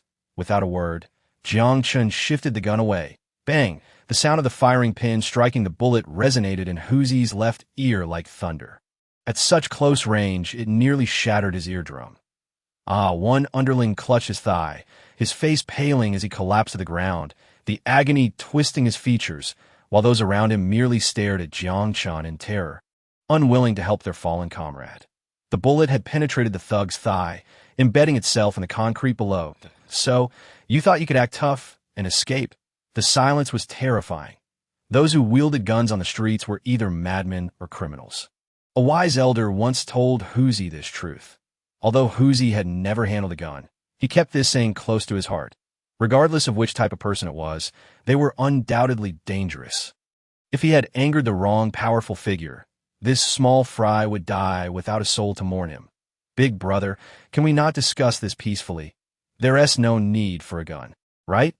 Huzi swallowed hard, his face contorting with distaste. Jiang Chen pressed the heated gun barrel against his forehead, leaving him no choice but to endure the pain, paralyzed with fear. His scalp felt as if it might burn. But Huzi dared not utter a word. I would prefer to converse, but you keep interrupting me. Jiang Chen feigned innocence, shrugging his shoulders. This man must be insane. Huzi swallowed hard again, chuckling awkwardly, unsure of how to break the tension. Enough, I don't have time to waste with you. Jiang Chen tapped the gun against Huzi's forehead. Noticing that Jiang Chen had not engaged the safety, Huzi was drenched in cold sweat, despite his self-proclaimed fearlessness. This was the first time he felt such terror. You have the IOU? Why, yes, I have it. Trembling, Huzi produced the IOU and handed it to Jiang Chen with his free hand. Bank account number? Huh. Huzi was momentarily stunned, not comprehending Jiang Chen's request. Repay the debt. Are you foolish or what? Jiang Chen scolded Huzi with a laugh, raising his voice to the point where Huzi felt his heart leap. Repay. Huzi stuttered, incredulous. He had assumed he would leave empty-handed this time. No, it doesn't seem like it. Huzi dared not say otherwise. Simply tearing up the IOU would not resolve anything. They would not simply let it go. Jiang Chen was not particularly afraid. Yet Xiaoxiu was merely a woman without the strength to harm a chicken. Even if she displayed a bit of assertiveness, being forceful with unreasonable individuals was utterly futile. Jiang Chen had matters related to the apocalypse to attend to and could not afford to devote excessive time monitoring Xiaoxiu. After all, his intention was merely to lend a helping hand upon encountering a familiar face in distress. Without any desire to invest too much energy into the situation, it was important to recognize that his time was exceedingly precious. He was even planning to visit a legendary vacation paradise in a couple of days. Helping her change creditors seemed to be the most ideal solution he could conjure. Although he did not care much for the money involved, Jiang Chen had no intention of directly absolving her of her debts. While the exorbitant interest rates were indeed illegal, repaying the principal was well within the confines of the law. Not seizing this opportunity to take advantage of the woman who had once coldly ignored him daily seemed a waste. Furthermore, Jiang Chen had other plans in mind. Ecstatic, Huzi hurriedly nodded and expressed his gratitude. After Jiang Chen settled the remaining debt of 410,000, he gestured for his underlings to assist the injured brother and retreated in disarray. As for interest, he would never dare to demand it from Jiang Chen. It was likely that the boss would not hold it against him. After all, the man was armed, and merely repaying the principal was already a considerable gesture. Their hasty departure left them too flustered to even inquire about Jiang Chen's name. Observing Huzi depart, Jiang Chen disdainfully curled his lip and tossed his handgun into his storage space, touching his cheek. He stepped out of the narrow alley. Where did this blood come from? Chapter 20. The fallen Xiaoxiu, are you all right? Gazing at Jiang Chen as he approached, Xiaoxiu bit her lip. unsure of what to say, and ultimately managed to squeeze out these words, "I'm fine, just sustain a minor injury." Jiang Chen shamelessly pointed at the small cut on his cheek. If he hadn't drawn attention to it, no one would have noticed such a trivial wound. "That I can help you treat it." Xiaoxiu lowered her head, feeling a twinge of guilt. She had never owed anyone a favor, yet at this moment, she felt indebted to this individual. "Here, saliva can disinfect," Jiang Chen almost instinctively blurted out, leaving even himself surprised. "Huh. When did I become so loquacious? I have alcohol and gauze in my room." Xiaoxiu coldly faced Jiang Chen's teasing. "Don't look at me like that. After all, I am your new creditor." Jiang Chen grinned, raising his hand to shake the promissory note he had between his fingers. "Look, however, I am rather benevolent. I won't charge you interest." Is there anyone more narcissistic than this guy? Xiaoxiu gazed at Jiang Chen, who seemed to revel in his own delight. Simultaneously, she felt confused. Was this still the same loser who had once dared not meet her gaze? What had changed him so dramatically? "I will repay you, including the interest." Xiaoxiu lowered her head in gratitude, assuring Jiang Chen with certainty, though her expression soon shifted to hesitation as she spoke again. "At the normal interest rate. If it were at the usurious rate, she truly had no confidence in her ability to repay." Jiang Chen shrugged, saying nothing till he understood the nature of this strong-willed woman. Once she set her mind to something, she would never waver. "Xiaoxiu, this is your salary for half a month. Though I am truly sorry, I cannot afford to offend those people. Please, have mercy. Tomorrow, you need not come to work." The boss spoke with great difficulty, gritting his teeth before uttering the rather ungracious words, in a tone that was almost pleading. Receiving the envelope containing the money, Xiaoxiu nodded in a daze. Gazing at the flower shop that was closing, her heart filled with the wary and suspicious eyes of the passers-by. This place where she had worked for half a month, for some reason, she felt like crying. "Fired?" Jiang Chen teased, watching his former superior being dismissed once more. The sensation was oddly satisfying. Although his wound was likely in the process of healing, his curiosity about the living conditions of this former superior began to take precedence. After all, idleness was rather dull, wasn't it? He chuckled quietly to himself, feeling rather wicked, almost rivaling that little vixen, Sun Jiao. As he treaded upon the moss-covered stairs, Jiang Chen frowned, astonished that such an old building still existed in High City. Moreover, the cracks in the walls suggested it was hardly a habitable place. When Xiaoxiu produced her key and turned the rusted iron gate, Jiang Chen could not help but smile wryly. This girl was truly resilient. Any other woman would likely have found it unbearable, such a lovely face, yet marred by that foul temper. How amusing that a woman of character, yet utterly irrelevant. At the entrance, there was a faint musty odor. But upon entering, the air improved significantly. The scent of air freshener was quite evident, indicating that Xiaoxiu had sprayed a considerable amount of it. This superficial remedy carried a sense of helplessness. The room was quite small, even smaller than Jiang Chen's subsidized rental. The living room melded seamlessly with the kitchen, and there was only one rather cramped bedroom. The living room lacked a television, merely furnished with an old wooden table that appeared to have seen better days, while the chairs were of an antique style. Perhaps if sold as antiques, they could fetch a decent sum. As for sofas or coffee tables, they were out of the question. There was no ceiling fan, nor was there an air conditioner on the walls. Only a plug-in fan stood in the corner. The most valuable appliance in the room was likely the stainless steel kettle, perhaps salvaged from her flight from debt. The laptop resting on the table appeared to be hers. It was evident that there was no Wi-Fi here. What use was a computer without internet access? Jiang Chen noticed 2 pairs of women's shoes neatly arranged by the door. It was rather implausible for a woman to possess only 2 pairs of shoes. It seemed she had fled here in haste, not even bringing along a spare pair. Despite the humble environment, it was evident that care had been taken in cleaning. That I apologize for the simplicity. Xiaoxiu said awkwardly, "Please, make yourself comfortable." This was the first time Xiaoxiu had invited an unfamiliar man into her home. Even with her ex-boyfriend, she had always insisted he remain at the door. Being alone with a man made her feel profoundly uncomfortable. Perhaps it was this excessive self-protective instinct that had left her with no one to rely on in her time of need. After speaking, Xiaoxiu turned and stepped into the narrow bedroom. Jiang Chen casually pulled a stool toward him and sat down, only to nearly topple over. Damn it, the leg of this stool is crooked. Jiang Chen muttered under his breath, switching to another stool to sit properly. Soon, Xiaoxiu emerged from the bedroom, holding a small bottle of alcohol and some cotton swabs. Where? She asked mechanically, her movements and demeanor appearing quite stiff. This, you really intend to? Jiang Chen chuckled bitterly. He had merely wanted to tease this former superior, yet he was surprised she had actually retrieved a bottle of alcohol. I said I would help you treat your wound. Taking a deep breath, Xiaoxiu leaned in closer to Jiang Chen's face. Don't move, she said, slightly furrowing her brows and casting a sharp glance at the rather restless Jiang Chen. All right. Jiang Chen chuckled again. Feeling a bit helpless, the scent of gardenias lingered in the air, enchanting Jiang Chen's senses. The smooth skin of her neck was devoid of any adornments, and he vaguely remembered there used to be a necklace there. Her long, dark hair, which he recalled being elegantly tied up, was now pulled back into a refreshing ponytail, leaving Jiang Chen momentarily bewildered. Was this the same Xiaoxiu, the competent urban professional, now resembling a fresh-faced university student? What are you staring at? Having noticed Jiang Chen's unabashed gaze, Xiaoxiu felt a twinge of fear, though her expression remained cold and guarded. In nothing, Jiang Chen awkwardly scratched his nose. Treatment of the wound concluded.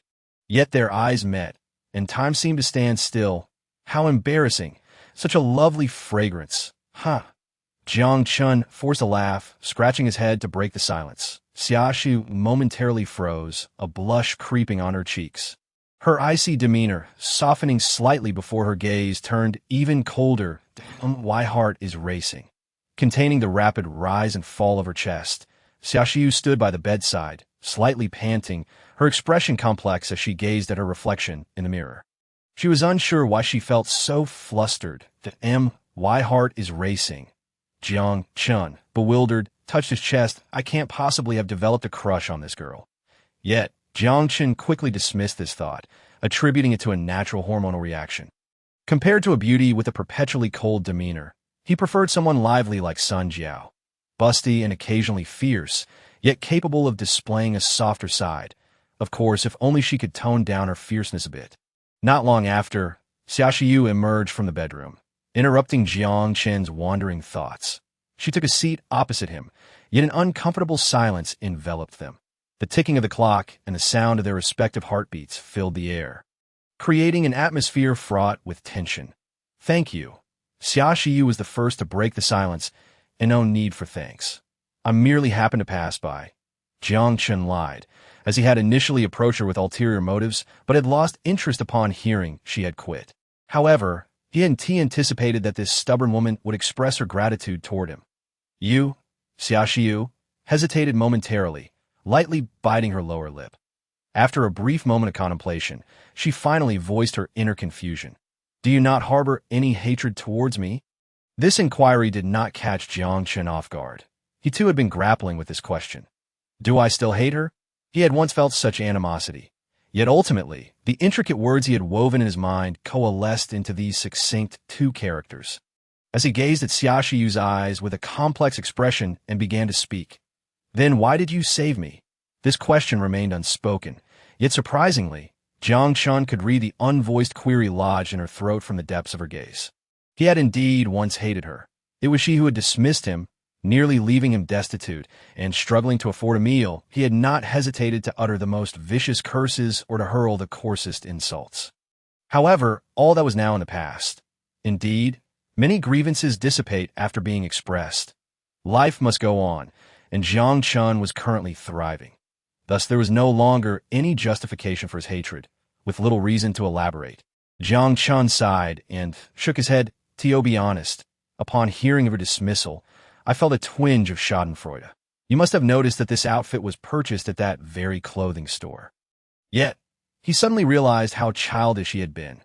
Childish, Xiaoxiu softly mulled over the term, her confusion evident in her icy gaze that if Jiang Chen had harshly ridiculed her or even struck her, it might have offered her some solace. However, the man who had nearly driven her to the brink of despair was now extending a hand when she found herself in dire straits. Why? Even if I were to retaliate against you, what recompense would I truly gain? Jiang Chen shook his head. To be candid, the thrill of revenge is indeed exhilarating. But to stand idly by, watching a beautiful woman coerced by a rogue into a predicament, while I possess the means to intervene, yet merely spectate with glee, would surely lead to a significant burden of guilt afterward, especially since we are acquaintances and there exists no irreconcilable enmity between us. It was merely a job. Even if that job were to be restored to me now, I would likely find it beneath my consideration that a mere job when weighed against what he had lost. Jiang Chen mused that he had gained much. Had it not been for his descent into alcoholism following his job loss, he would not have stumbled down that narrow path, nor would he have acquired the leap bracelet that promised him endless wealth. Sometimes a loss can be a blessing in disguise. He had to admit, fate was indeed wondrous. After dismissing you, I pondered many things.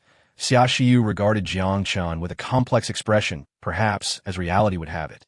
I'm not a competent manager. Your abilities are commendable, yet you fail to understand the human heart, Jiang Chen remarked with a smile.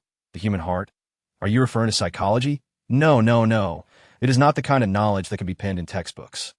The human heart is such an enigma that even a lifetime of study may not unravel its depths. The two sat at the table as if they were long-lost friends, reminiscing. Although there were no refreshments and no pleasing scenery to admire, Jiang Chen found a rare comfort in this moment, a solace he had not experienced all day. Indeed, while indulging in consumption and feasting is exhilarating, there remains an underlying loneliness. This humble abode, in its simplicity, bestowed upon him a rare tranquility and contentment. Perhaps this is fate's reward for kindness? Chapter 21. How about working for me? Gazing out at the darkening sky, Jiang Chen noted that time had slipped away. A glance at the clock by the door confirmed it was precisely midnight. Suddenly, he noticed an anomaly at the entrance. Only 3 pairs of women's shoes were present, alongside a pair he had left behind. This did not align with his recollection, for Xiaoxiu was known to have a boyfriend. Your boyfriend won't be jealous for keeping me here so late, will he? Jiang Chen asked with a casual smile. Yet he quickly sensed the shadow that crossed Xiaoxiu's face. In an instant, he began to grasp the trajectory of events. Such a shrewd woman as Xiaoxiu would not resort to borrowing money from dubious sources. Thus, the only possibility was that the man had abandoned her after she lost her job. That debt was likely incurred in her name, borrowed from unsavory characters. This explained why she found herself so helplessly residing in such a dilapidated apartment. Your man truly is a piece of work, Jiang Chen could not help but utter on her behalf. This once formidable woman, who had previously held a position of authority over him, certainly possessed her own remarkable qualities. He had once entertained the notion that a high-ranking executive might have been enamored by her beauty. Yet upon reflection, it seemed he had merely harbored wicked thoughts to have expanded a chain of stores nationwide. One could surmise that the management must be far from trivial. To be honest, I quite admire you, Jiang Chen said, gazing into Xiaoxiu's eyes with a hint of nostalgia. Really? That bittersweet tone bears a hint of self-mockery. For reasons unknown, the moment Xiaoxiu spoke, Jiang Chen detected a flicker of sorrow within her gaze. No, perhaps it was not sorrow. Rather, it was exhaustion as a woman, to endure such a profound fall and still refuse to forsake herself.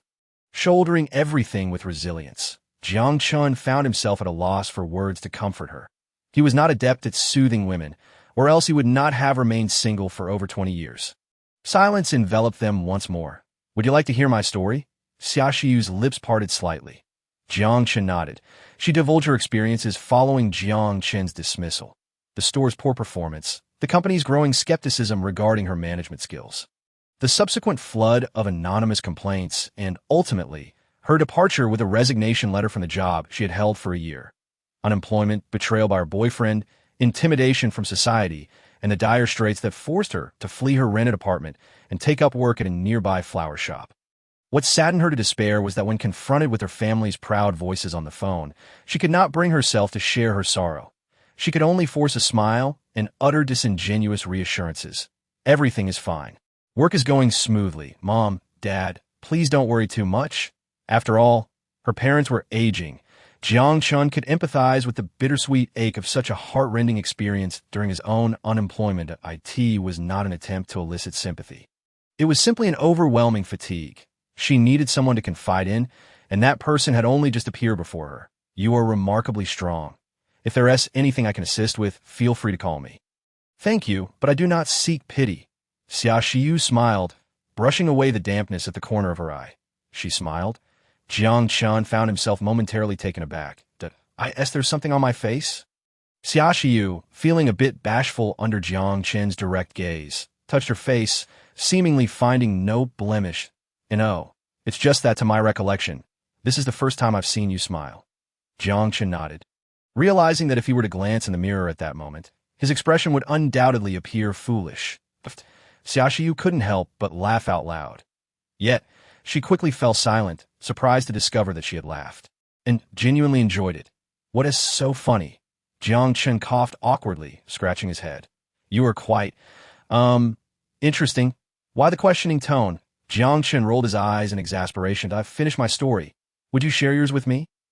Xia Shiyu rubbed her eyes, her expression transforming into something as beautiful as the thawing of ice and snow. How ridiculous. With such an adorable face, why maintain such a frosty demeanor? Jiang Chen inwardly mused. Me? There's not much to tell, just that I've recently made a bit of money in business. Jiang Chen felt a pang of shame for not speaking the truth, crafting a rather unrefined excuse instead. Xia Shiyu's lips curved slightly upward, her gaze fixed on Jiang Chen with an air of discontent. Unbeknownst to her, this somewhat feminine expression had unexpectedly graced her face, though. I find that hard to believe. If you don't believe me, there's not much I can do. Some secrets are meant to remain unspoken, but I do believe you could become an excellent manager. What do you think? Interested. This was Jiang Chen's ulterior motive. He envisioned starting a company, with Xia Shiyu as his employee. Relying solely on exchanging gold for money was untenable. Eventually, questions would arise regarding the source of his wealth. He could not withstand scrutiny. And should the authorities take notice, he would have no choice but to flee to the farthest corners of the earth. The best solution was to establish a company. He even had a name in mind. Futuristic. To gather the refuse of the apocalypse and launch groundbreaking high-tech products. What Apple, Microsoft, or Samsung produced would pale in comparison. Could they boast technology from 2 centuries hence? Could they create computers reliant on holographic projections? Those high-end gadgets that only existed in science fiction, if displayed, would surely send consumers into a frenzy. But this was merely the beginning, as he envisioned further innovations in electronic products.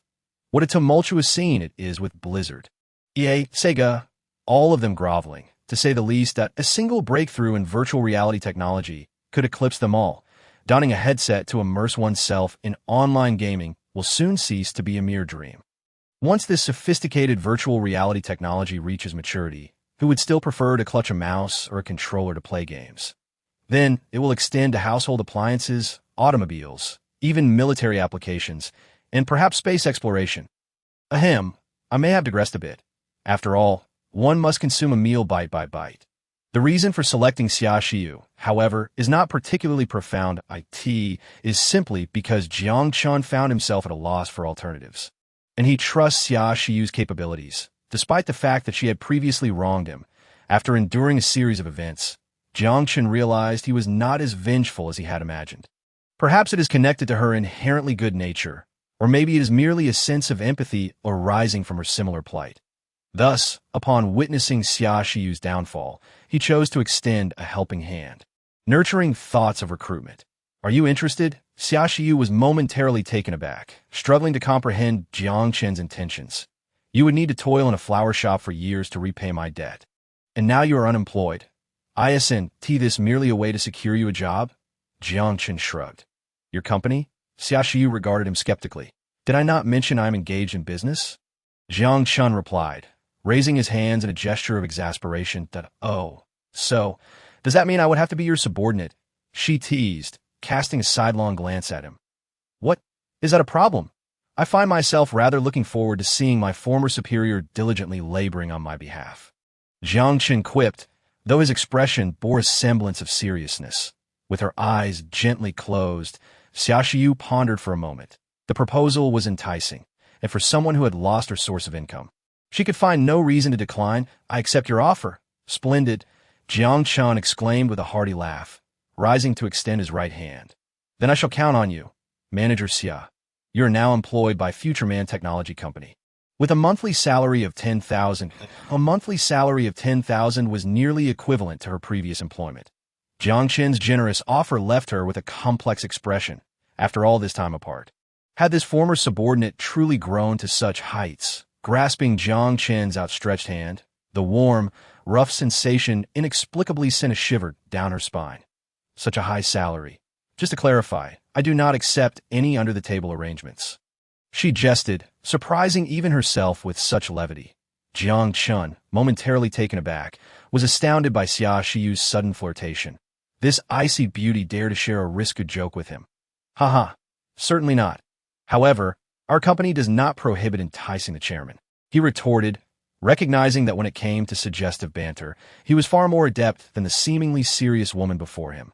Upon hearing the term enticing, Xia Shiyu's face flushed with indignation. Yet, to her astonishment, amid her anger lingered a larger sentiment of shyness. Why was that? May I inquire about the details of my impending role at the company? Unfazed by her earlier embarrassment, the capable Xia Shiyu quickly regained her composure and delved into the matter at hand.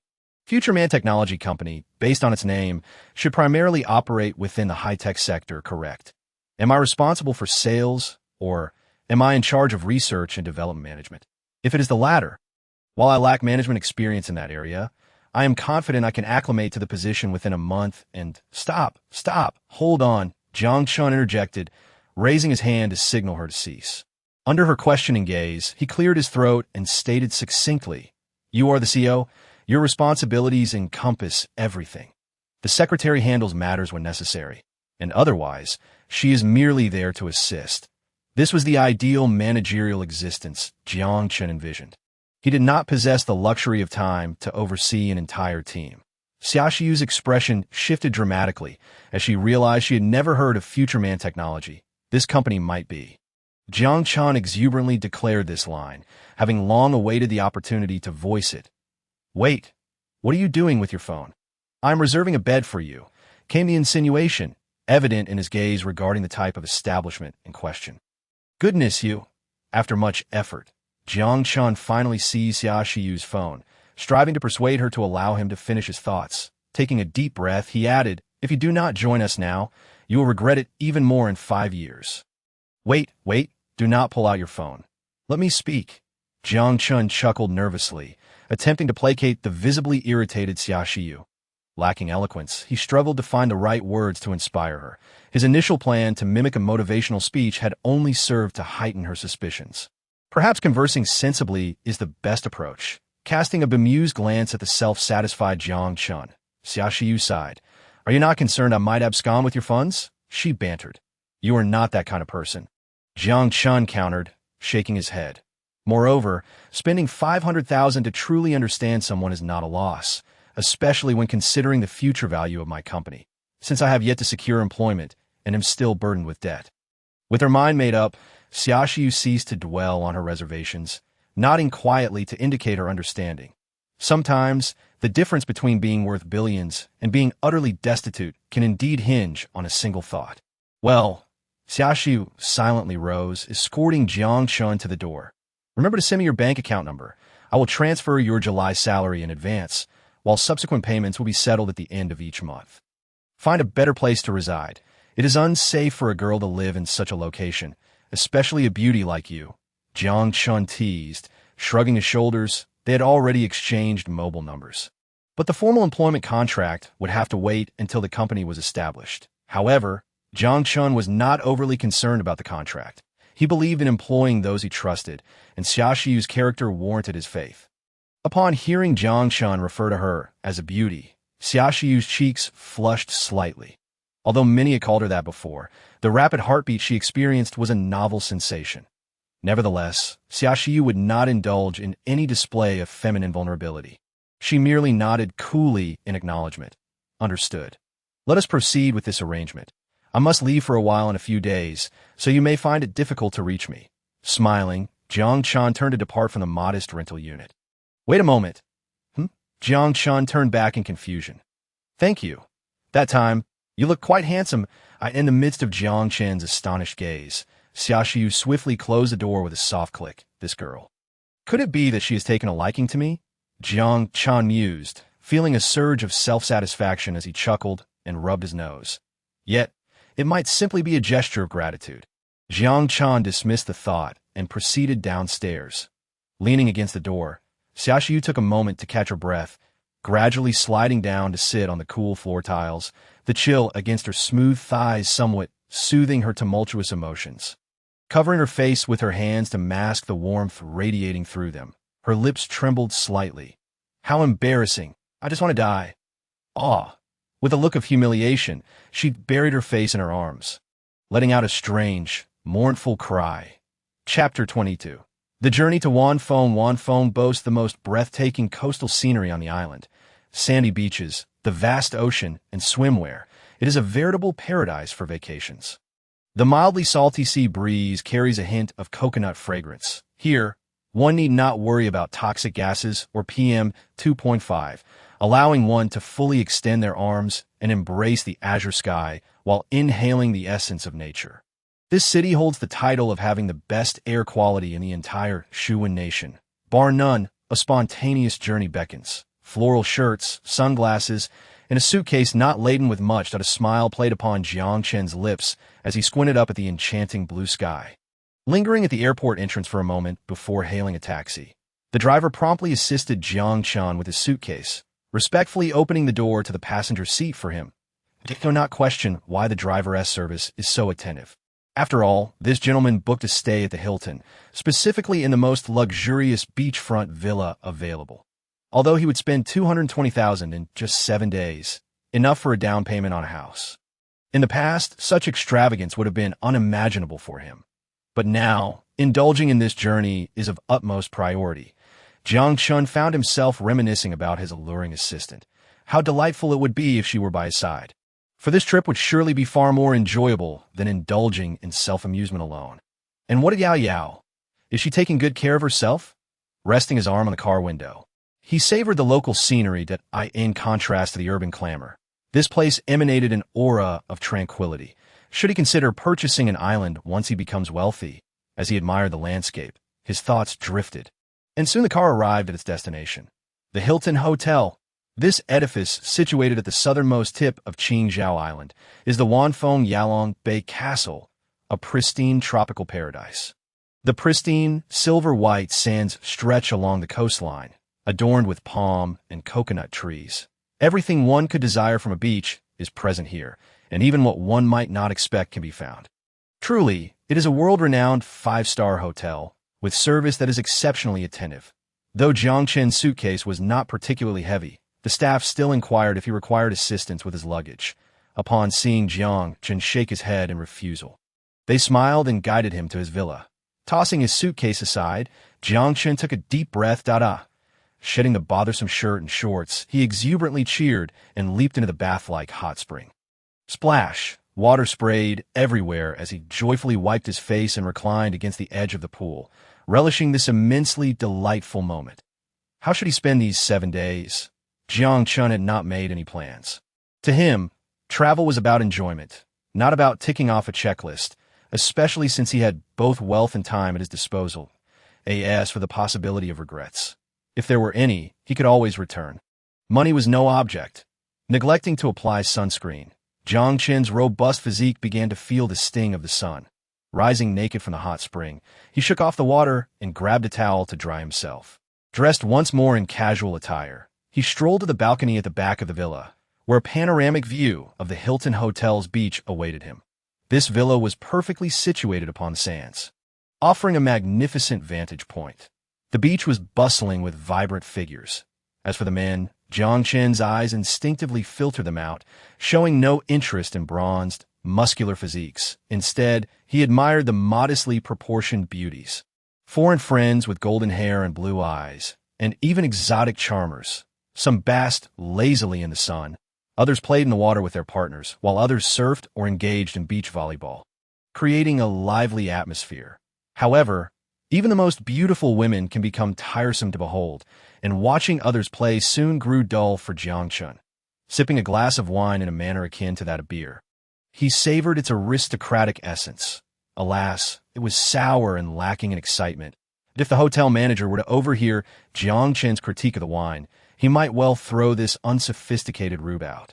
Perhaps having grown accustomed to the throngs and the incessant clamor of the city, Jiang Chen now sought tranquility. This time he had applied sunscreen, a somewhat awkward task when done alone, yet once completed. Lying on the sunbed felt wonderfully comforting. It was as if every pore was opening up, slowly secreting sweat, which the gentle sea breeze carried away along with his fatigue. Far removed from the commotion, he simply reclined on the sunbed of the balcony, basking in the southern sun and feeling the caress of the sea breeze. Occasionally, the distant sound of crashing waves or the laughter of women playing beach volleyball would reach his ears. The soft rustling gently stirred his dulled senses, soothing his taut nerves. This sensation was so comfortable it nearly lulled him to sleep. He had heard that sunbathing could stimulate the activity of male hormones. But that mattered little. Closing his eyes, a content smile graced his lips as he drifted into a peaceful slumber. And no wonder the wealthy in films are so fond of beaches and the sea. How had he not discovered such indulgence before? Thus, Jiang Chen spent a leisurely and comfortable afternoon. As the sun began to set, he took one last moment to admire the sunset over the beach before slowly departing the balcony. Unbeknownst to him, dinner time had arrived. With a physique that was distinctly more robust than average, Jiang Chen was unusually sensitive to hunger. Although dinner could be served in his villa, he opted against this convenience. Having come to a five-star hotel, staying cooped up indoors without experiencing the surroundings would be a travesty. After all, if one were to travel and simply order takeout, what was the point? Pulling out his tablet, Jiang Chen casually browsed through the hotel's various facilities. The device not only contained detailed maps, but also listed the specialties and reviews of various restaurants. Just as he was perusing the culinary information, the terminal vibrated slightly, indicating that he had received a message at the door. That a message? Jiang Chen paused momentarily before stepping outside to open a box resembling a mailbox. Inside lay an invitation. Prince Naif of the Rain Goose, for his beloved princess. A birthday banquet? What on earth? Tonight, the most luxurious restaurant at the Hilton Hotel was hosting a banquet, inviting the esteemed guests residing at the hotel. It was said to be a birthday celebration organized by Prince Naif for his beloved, and anyone of certain standing was welcome to attend. Naturally, Jiang Chen, residing in the most opulent suite, received an invitation as well. Well, since he had received an invitation, why not indulge in some socializing? With this thought, a playful smile graced Jiang Chen's face as he tucked the invitation into his pocket. Of course, to him, socializing simply meant discovering what delectable offerings awaited. Chapter 23. The Upper Echelon's fourth update. As it was a private banquet, the nature of the event was quite relaxed, lacking the pomp often seen in films. However, Jiang Chen was the only one in casual attire among the attendees. This could not be blamed on his rusticity, for he was on vacation and had no intention of donning formal attire. On the stage at the front of the restaurant, elegant piano melodies filled the air as various luminaries mingled with glasses in hand, seeking their preferred circles in which to engage in conversation. Yet, Jiang Chen was a complete anomaly, wandering the periphery with a plate in hand, circling tables laden with a feast that seemed that neither the ball nor the socializing could pique his interest. This steak is absolutely delicious. Jiang Chen savored each bite with grace, nodding in satisfaction before mimicking etiquette by dabbing the corner of his mouth with a napkin. Ahem, though he was indeed a foodie. Neglecting his image while eating would be quite uncouth. He might even attract the attention of security. Holding a glass of red wine, Jiang Chen raised his gaze towards the main guests of the evening. The dazzling diamond adorning the neck of the stunning princess was beyond his ability to gauge in value. But judging by its size alone, it must surely be worth billions, and in Mutao currency no less. The prince standing beside her was also strikingly handsome. Yet Jiang Chen had no interest in men, thus he did not scrutinize him further. Surrounding the two principal figures were arms dealers and oil magnates, with a few familiar faces from Tianjin's mingling among them, though Jiang Chen could not discern their nationalities. Other notables formed small clusters, spreading outward from the center of the venue. Jiang Chen recognized several familiar faces, such as a certain pop diva and a bald actor from Fast and Furious. Seeing so many celebrities in one place left Jiang Chen slightly astonished, yet he had no intention of seeking autographs as he was not one to idolize. Mr. Naif, might I inquire why you chose this mysterious land to celebrate this delightful occasion for your beloved? Haha, I truly adore this place, and while last visit was to casting, but the scenery here is magnificent, and there are far fewer bothersome reporters. The one-stop service here greatly pleased him. A wealthy individual with money to burn at IT was precisely because Prince Naif was so adept at managing matters of privacy that his sensitive friends dared to travel such distances to attend his banquets. Although the hospitable Naif had sent invitations to all those of suitable status within the hotel, not everyone present was a guest. For instance, the oil tycoon currently engaged in light-hearted conversation with him. Interestingly, many had even booked luxurious rooms for several nights just to gain entry into this resource-rich circle.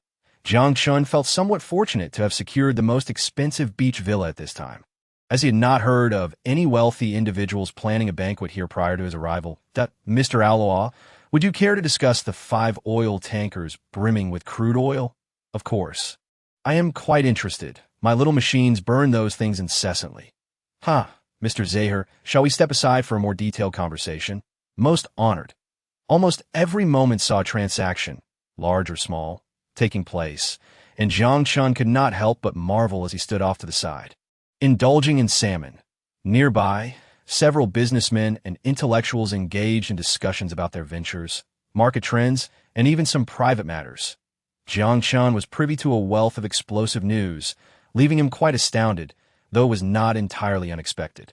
The unspoken rules of the entertainment industry were hardly a secret, particularly for those who had skyrocketed to fame without substantial backing. A 5 Kobe beef, a fine delicacy. Indeed, quite excellent. Jiang Chen raised an eyebrow, slightly surprised as he glanced at the robust man seated opposite him, who had initiated conversation. For just this small piece, it cost 300 Mutao coins. Your manner of indulging is rather painful to witness. The short-haired gentleman with stubble chuckled, revealing a full set of white teeth, showing no sign of discomfort. How did you know I am from Shuan? Jiang Chen laughed, intrigued by the question. That I have always possessed an uncanny ability to read people. My name is Bruce Miller. With a subtle smile, Bruce extended his hand towards Jiang Chen, thinking to himself, you certainly have a hearty appetite. Grasping Bruce's outstretched hand, Jiang Chen returned the gesture with a friendly smile. Jiang Chen, he thought, it's evident that you harbor no good intentions. An instinctive awareness warned Jiang Chen that this individual named Bruce was not to be underestimated. However, the term not simple here did not imply wealth. For everyone in this place was affluent. Rather, it suggested a more profound complexity. There was an almost imperceptible scent of blood about him. Only those who have faced life and death possess such an aura, which caused Jiang Chen to feel a twinge of wariness that he could not fathom the reason behind this man's approach. Do not be alarmed. I merely find camaraderie in seeing a fellow professional, Bruce remarked, noticing the cautious glint in Jiang Chen's eyes, and waved his hand dismissively with a smile. Jiang Chen felt a mix of amusement and disbelief at the notion that Bruce considered him a colleague. Oh, is it that apparent? Jiang Chen replied, raising an eyebrow with a hint of curiosity. Has Mr. Jiang Chen not noticed that the security personnel at the entrance are watching you? Bruce took a sip of red wine, speaking casually. Watching me? What do they want? Jiang Chen glanced at the burly security guards wearing sunglasses, their imposing musculature exuding an intimidating presence. Jiang Chen had no ability to discern the guards' gazes behind their shades, and he was curious as to how Bruce knew they were observing him. He simply lifted his glass and took a sip of wine. Me. Mr. Bruce, I am merely an ordinary person here to relax at a resort. Jiang Chen's tone was nonchalant. Upon hearing Jiang Chen's words, Bruce exhaled with relief. As a mercenary, he would typically be ill-suited for such an event. However, due to his team's security assignment for Prince Naif, he had been granted special access. Upon entering the hall, his eyes were immediately drawn to the striking figure of Jiang Chen, whose barely detectable aura of lethality made him wary. This individual was undoubtedly dangerous. Despite lacking a formidable physique, Bruce's instincts conjured an absurd thought. In close combat, he would likely lose. Should Jiang Chen hear this, he might chuckle and assert that the odds were not merely in his favor, but rather absolute. No matter how skilled Bruce was in combat, Jiang Chen's strength and reflexes would easily overwhelm him. It was a futile contest. Yet as Bruce observed Jiang Chen flitting between culinary delights, he began to question his initial judgment. Perhaps he was merely a fellow vacationer, a colleague, in pursuit of understanding this enigmatic individual. Bruce conferred with his team before approaching Jiang Chen to initiate conversation. "That will be splendid. I wish you an enjoyable dinner," Bruce said with a slight smile, raising his glass to Jiang Chen. After confirming Jiang Chen's situation, Bruce did not take his leave immediately, but engaged him in light conversation. With little else to occupy his time, and fueled by curiosity about the lives of mercenaries abroad, Jiang Chen relished the opportunity to converse with Bruce. That time in Aonan, we were escorting a high-ranking government official to the front lines when we were ambushed. As Bruce recounted the tale, his excitement grew with each sip of wine. "I suspect it was the Chuan people. Their firepower was fierce. In the end, we had to hold our position in a building until the government tanks arrived to alleviate the danger." Since it was not a closely guarded secret, Bruce felt no need to conceal details. Through their dialogue, Jiang Chen gleaned that Bruce and his team were affiliated with Blackwater International, primarily engaged in overseas operations. In the capacity of mercenaries, Bruce was a seasoned veteran, having served in various war zones before joining Blackwater. "Since we were simply chatting, Mr. Jiang Chen, do share a bit about yourself. I am quite curious." "My salary could scarcely afford the lavish beach villas priced in the thousands of Mutao currency per day," Bruce remarked with intrigue. "Money earned is meant for enjoyment. Otherwise, one might as well save it for a coffin." Jiang Chen replied with a smile, already dissecting his third steak. "Pardon my boldness, but if your business is not suitable for discussion, Mr. Jiang Chen, there is no need to divulge it," Bruce said, deftly spearing a piece of chicken with his fork, his movements betraying none of the brutality one might expect from a man of his profession. "There is nothing inappropriate to share. To put it simply, my business pertains to gold," Jiang Chen said, taking a sip of red wine and adopting a slightly mysterious expression. "Working in Nancio, then? That is a fine region," Bruce mused with a smile. "No, right here in Tianjingzhu," Jiang Chen replied, shaking his head, which elicited surprise from Bruce. "Forgive my candor, but in my recollection, Tianjingzhu does not seem to be a hot spot. Are there opportunities there?" Bruce inquired, slightly furrowing his brow. "Not necessarily. There is quite a bit of business along the borders, and we generally settle transactions in gold," Jiang Chen replied casually. Bruce chuckled at this, opting to remain silent thereafter. The dinner progressed peacefully to its conclusion, following a romantic birthday toast from the prince to the princess. The soiree began to wind down, and the wealthy elite gradually departed. Jiang Chen joined the throng, preparing to leave as Bruce handed him his business card before bidding farewell. The extensive conversation had primarily served the purpose of surveillance. With the banquet at an end, Bruce had no reason to linger any longer. Jiang Chen glanced at the card before casually stowing it in his pocket, though the likelihood of future encounters seemed slim. After all, he did not intend to stir up any significant commotion here. He still adhered to the principle that having an additional acquaintance could open new avenues. Thus he kept the card. Chapter 24. Lu Yao, such a prestigious banquet, naturally drew the attention of other guests.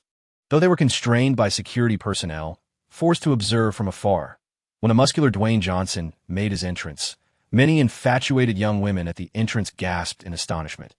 Yet the true power players merely chuckled, accompanied by their companions and bodyguards as they made their way to their rooms.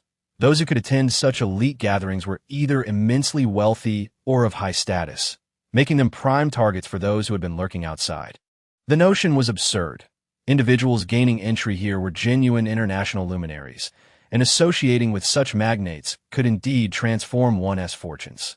However, opportunities still existed, as there always remained those who were inclined towards such pursuits. The Hilton Hotel was relatively accommodating, turning a blind eye to the youthful and attractive women who frequented their establishment, often residing in lesser hotels. After all, too pristine an environment might deter visitors. Wouldn't it? Jiang Chen encountered Lu Yao, but the attempt to pair off male and female guests proved less than successful. Author's note. Tears. In light of this, at least during these 7 days, it would be wise to fully savor this rare holiday. The names of people, places, and films mentioned in this book are entirely fictional, occurring on a fictional Earth-like planet within an imaginary country. Originally, this note was omitted, but I have chosen to include it, regarding readers' inquiries about the name Future People Technology Company and its potential implications. Well, I believe it merits some explanation.To illustrate. Consider an alien computer, highly advanced and impressive, yet few would attribute it to extraterrestrial origins. Similarly, the name Future People Technology might conjure thoughts akin to those of time travelers, but it is unlikely anyone would take such notion seriously. Unless one possesses a godlike perspective to witness undeniable and comprehensive evidence, subjective human perception tends to dominate. It engenders feelings of resemblance rather than certainty. These questions are indeed cumbersome to clarify. The overarching theme of the book remains centered on enjoyment. Even as the narrative progresses towards the origins of the jump ring, the principal motifs of the protagonist's harem, wealth accumulation, and enjoyment of life will remain unaffected. Chapter 25. Robert's Invitation. The following day, as the first rays of sunlight filtered into the room, Jiang Chen awoke from his slumber that he opened his EP device, which, when not deployed, resembled a rather upscale and peculiar watch. Username: Jiang Chen. Body status: muscle strength, 25 bone strength, 27 reflexes, 29 brain cell activity, 14. 3 indices had fluctuated upward by a point or two, indicating that the effects of the gene drug had fully manifested. To further enhance his physical abilities, he would need to resort to exercise or more advanced pharmaceuticals. Jiang Chen had only heard vaguely of Sun Jiao's astonishing indices. It seemed that repeatedly confronting life and death scenarios could unlock a portion of one's genetic potential. Like Jiang Chen, Sun Jiao had consumed a standard gene drug. Yet her indices were only achievable in Jiang Chen's frenzied state. Point 1 could only imagine the dangers she had faced. Disregarding all pressing matters, Jiang Chen powered down the EP and glanced at Lu Yao, who was still fast asleep beside him. Rather than waking her, he stepped onto the balcony. Leaning against the railing, inhaling the bracing sea breeze, Jiang Chen held a glass of red wine, quietly awaiting the sunrise. Leisurely, comfortable, extravagant. What else remains unfulfilled? Jiang Chen murmured to himself, lost in contemplation. With a sigh, indifferent to his own preferences, he took a sip of the tart red wine. Drinking red wine in the morning is not good for the stomach. You know, you're awake. Jiang Chen was momentarily taken aback, turning his head to smile. Yes. Lu Yao gently brushed her hair, tousled by the sea breeze, clad only in a bathrobe due to the lack of clothing she had brought. Standing in the wind at that moment, she possessed a unique charm. Lu Yao quietly approached Jiang Chen. Leaning against the railing, her sun-kissed cheeks glowing with the golden hue of sunrise, leaving Jiang Chen, who was covertly admiring her, somewhat entranced. Are you looking at me, or the sunrise? Looking at the beauty and the sunrise. Jiang Chen chuckled, directing his gaze towards the horizon. I find it somewhat perplexing. You are beautiful and intelligent. Yet why haven't you achieved great fame? Jiang Chen grinned. He had watched that year, although it was merely to accompany a classmate he had not pursued. Nevertheless, he had seen it through to the end. The secondary female character, appearing only in a couple of scenes, merely served to highlight the male second lead's tragic existence. And even later, that pathos was more evident in the male second's confessions to the male lead. However, the brief moments featuring the mathematics representative, Chun Lele, had left a significant impression on Jiang Chen. For a supporting character, that was no small feat. Beauty is a sin, especially for someone as unmoored as I am. Isn't it? Lu Yao's lips curved slightly, leaving it ambiguous whether it was a mocking or self-deprecating smile. Yet, the gaze she cast upon Jiang Chen bore a hint of expectation. Life is but a pursuit of pleasure. Even amid fortuitous encounters, Jiang Chen remained just an ordinary individual in the bustling city. Since it is a vacation, let us momentarily forget about life. Ding dong. The electronic chime disrupted Jiang Chen's tranquility. Removing his sunglasses, he lazily reached for the iPad terminal. This specialized tablet could control all functionalities of the room: television, air conditioning, even the water temperature for bathing. A remarkably user-friendly design. Jiang Chen had ordered breakfast and cold drinks through this device. Who is it? Jiang Chen opened the door monitor, revealing the bearded face of Bruce, Why, dear friend, have you forgotten me after just one night? Bruce humorously shrugged. The man's impeccable command of the language left Jiang Chen somewhat astounded. Haha, of course not, I'll open the door for you. Jiang Chen chuckled, turning off the terminal, rising slowly to put on his slippers. Your friend? Liu Yao glanced curiously at the figure on the screen. A business acquaintance, perhaps? Jiang Chen shrugged. Liu Yao, with keen insight, fell silent. To her, Jiang Chen was a prominent figure frequenting international banquets, certainly not someone she could casually inquire about. However, she was overthinking it. He was merely a mercenary, bodyguard, leader, and the mention of business was merely a potential future venture. Jiang Chen was skilled at leading others to speculate. Wise individuals often spare themselves considerable trouble and explanations. For various reasons, Jiang Chen chose to dismiss Liu Yao. Typically, such villa-style accommodations provide spare clothing, allowing wealthy, busy individuals to check in with merely a suitcase, though few who can afford such hotels would actually wear those clothes. However, to Jiang Chen's surprise, business indeed came knocking. My old friend, aren't you supposed to be guarding Prince Yuyan? How do you find time to visit me?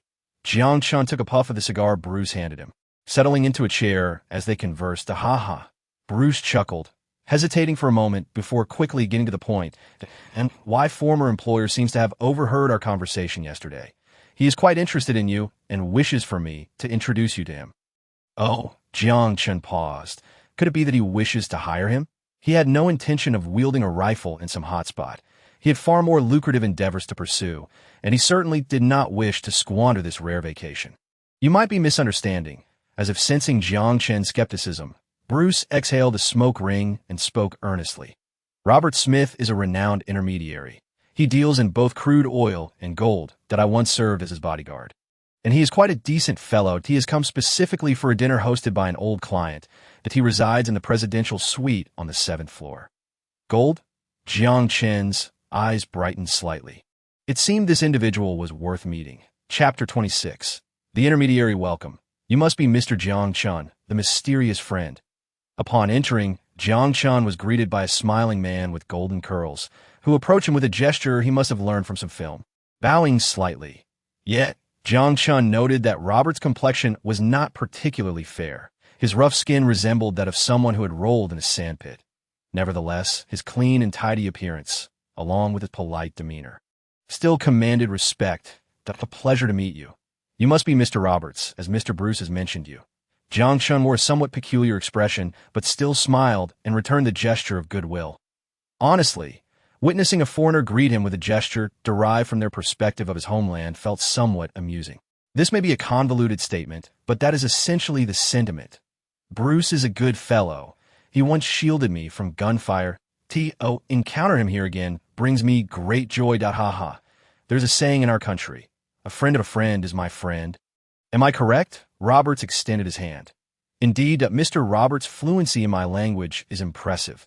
Jiang Chen grasped Robert's hand, shaking it while genuinely expressing his admiration that it should be correct, though Jiang Chen was unsure if that phrase was indeed a proverb. Haha, quite naturally, I have always been intrigued by this mysterious country. Opportunities abound everywhere. Roberts fixed his piercing gaze upon Jiang Chen, gesturing invitingly. Please come inside, my friend. I happen to have a bottle of Lafite. Haha, I have long wished to sample it. Well then, it would be remiss not to comply. Jiang Chen bowed slightly. Unlike the new wine provided in the villa, this crimson liquid exuded a rich aroma. Even Jiang Chen, who was not accustomed to red wine, could not help but inwardly praise its quality. The man, who had remained motionless like wood, radiated a beast-like aura. Although wearing sunglasses, the prominent brow and high nose characteristic of Slavic descent were evident on his visage, subtly revealing the nationality of his combative lineage. My bodyguard, Nick Kaczynski, a Druzian. Haha. We met in Aonan, but he is also a decent fellow, responsible for my safety. Noticing Jiang Chen's gaze, Robert smiled and introduced him, saying, although Bruce is a good man, Blackwater International occasionally conducts itself in less than honorable manners. They are too closely aligned with the authorities, prompting me to seek a new collaboration. Even when discussing himself, the sculptural bodyguard exhibited no sign of disturbance. Is your work dangerous? Jiang Chen leaned back in his chair, adopting a casual tone, that I hear from Bruce that you are a well-known intermediary in Mutao country, dealing in oil and gold? Indeed, aside from the relatively safe crude oil and gold, there are times I must procure arms for my employers. Once involved, it is inevitable that someone may want your life. Roberts lit a cigar, then politely offered Jiang Chen one, stating that his country enforces strict gun control, rendering this place a veritable paradise for him. However, good times are always fleeting. For instance, I have a flight to South Shawi Island at 3 o'clock. Is time a concern? Jiang Chen glanced at the clock. It was already 11 o'clock. No need to worry. Roberts cheerfully waved his hand, then sat up straight.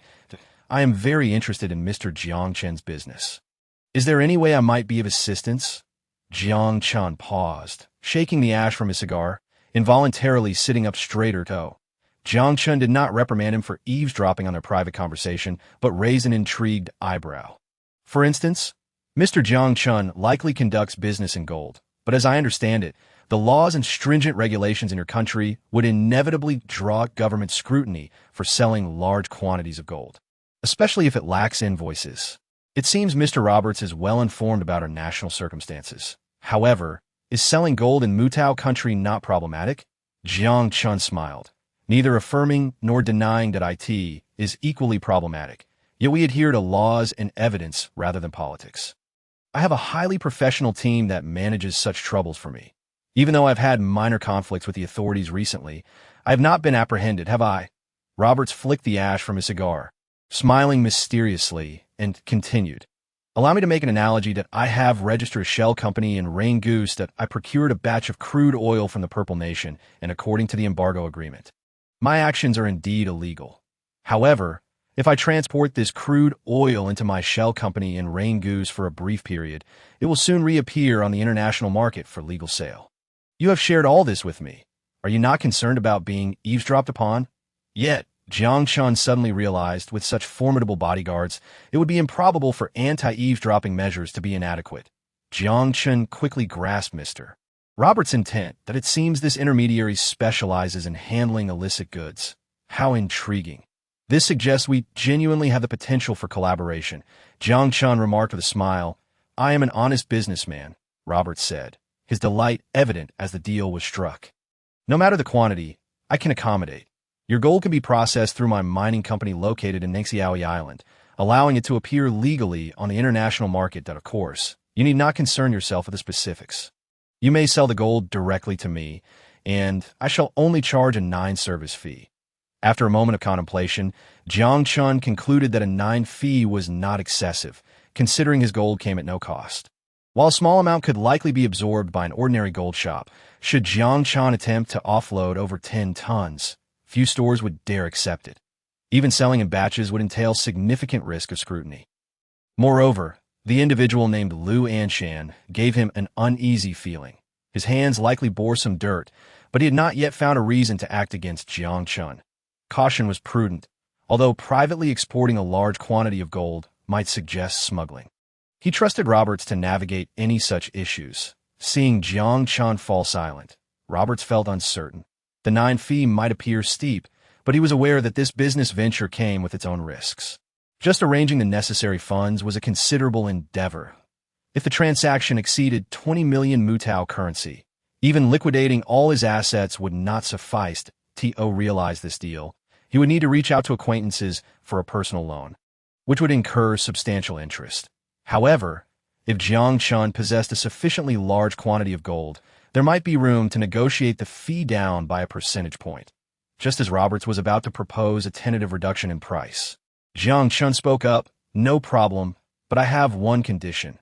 Jiang Chen's statement momentarily startled Roberts, but soon a look of joy lit his face. I can guarantee the quality of the gold. It is pure gold, commonly referred to as 24K. I trust you have specialists to verify this. Indeed, counterfeit gold would not be found in a bank vault, Roberts replied. However, you must handle the logistics. I will only be responsible for transporting the gold to a specific location within the country. Furthermore, the transaction must be conducted on-site in Mutao currency. Once the gold leaves my hands, I bear no responsibility for its safety. That is quite agreeable, my friend, Roberts responded readily. It seems we have reached an accord.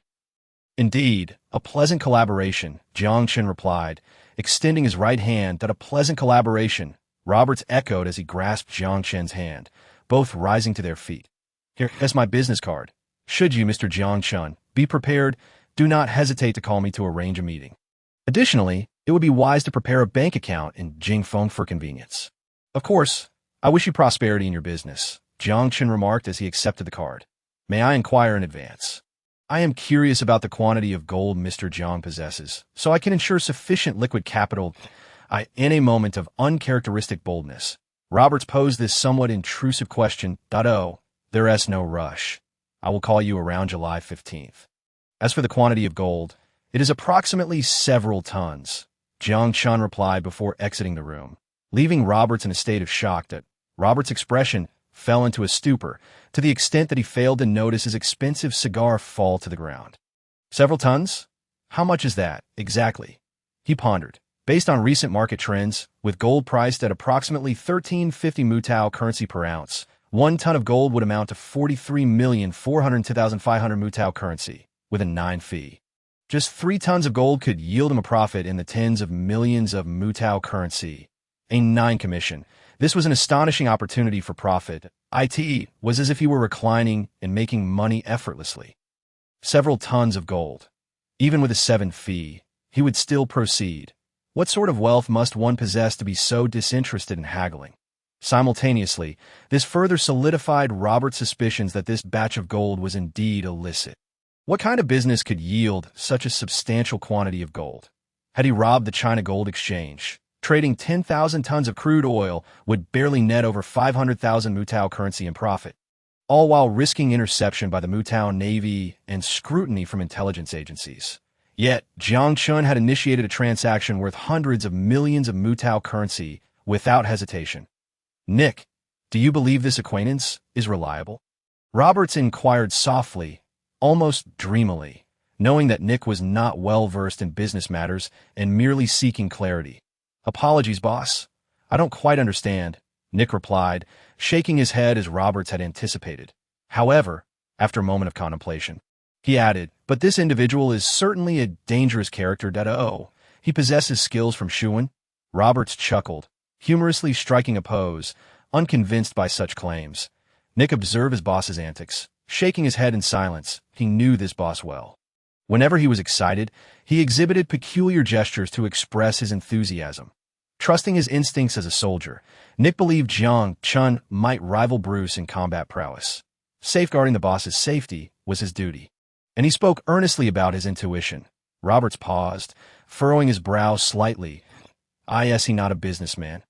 No, I shouldn't misjudge character. After a brief hesitation, Nick continued, perhaps he is a businessman, but his capabilities should not be underestimated. My instincts tell me that if armed, he would not be my match. However, if unarmed, I would only have a 50-50 chance. Roberts was taken aback. He had witnessed Nick's prowess firsthand during their time in Aonan. When he was orchestrating arms deals under the auspices of the Mutao government, they were suddenly ambushed by armed insurgents. Nick had swiftly drawn a pistol from the waist of a fallen government officer, managing to retreat while firing the remaining 9 bullets, successfully escorting Roberts to safety and eliminating over a dozen insurgents in the process. Now, Nick was suggesting that Jiang Chen's close-quarters combat skills might match his own. Suddenly, Roberts burst into laughter. Shuwen truly is a mysterious place. Perhaps we should visit Yelyo next time? It became clear to him why Jiang Chen had not hired bodyguards. His own capabilities were evidently formidable.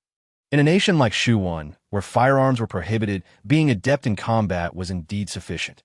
Yet, how Jiang Chen's fighting ability related to their transaction was unclear. Even if he saw a child in a refugee camp holding diamonds, he would prefer to trade for candy rather than bullets. After all, the cost of a single bullet far surpassed that of candy. Roberts had no doubts about Jiang Chen's assertion of possessing several tons of gold, nor the ability to investigate his background in this unfamiliar land. Without risk, what could be deemed business? Roberts was willing to take the gamble. Jiang Chen's unwavering demeanor undoubtedly indicated a wealth of gold backing his claims. Moreover, deceiving him would yield no benefit for Jiang Chen. Chapter 27. Embracing life at this moment, Jiang Chen felt an overwhelming sense of elation. although he had strived to maintain a composed fa moments ago. As he stepped outside, his steps began to feel lighter. One word could encapsulate his mood. Exhilarating. 1,000 words omitted. Summary. Lu Yao joins Jiang Chen for a meal. The iSource Ocean restaurant is renowned throughout the Wanfeng Hilton Hotel and indeed the entire Wanfeng region. The restaurant, characterized by its aquatic theme, is surrounded by azure pools and water features, with rows of palm trees and coconut palms lining the area, harmonizing beautifully with the azure sea view. The entrance is subtly inviting, and the array of fine wines dazzles newcomers, who cannot help but be enchanted by its elegant and opulent ambience, prompting them to slow their pace and lower their voices. The central private dining area is particularly exquisite. Its aquarium-like design immerses diners in an oceanic ambience. Here, no excessive neon lights are needed. The shimmering reflections on the water are sufficient to uplift the spirit. This moment, Jiang Chen and Lu Yao are seated within. It is said that the night view here is even more breathtaking. Yet, dining at noon offers its own unique charm.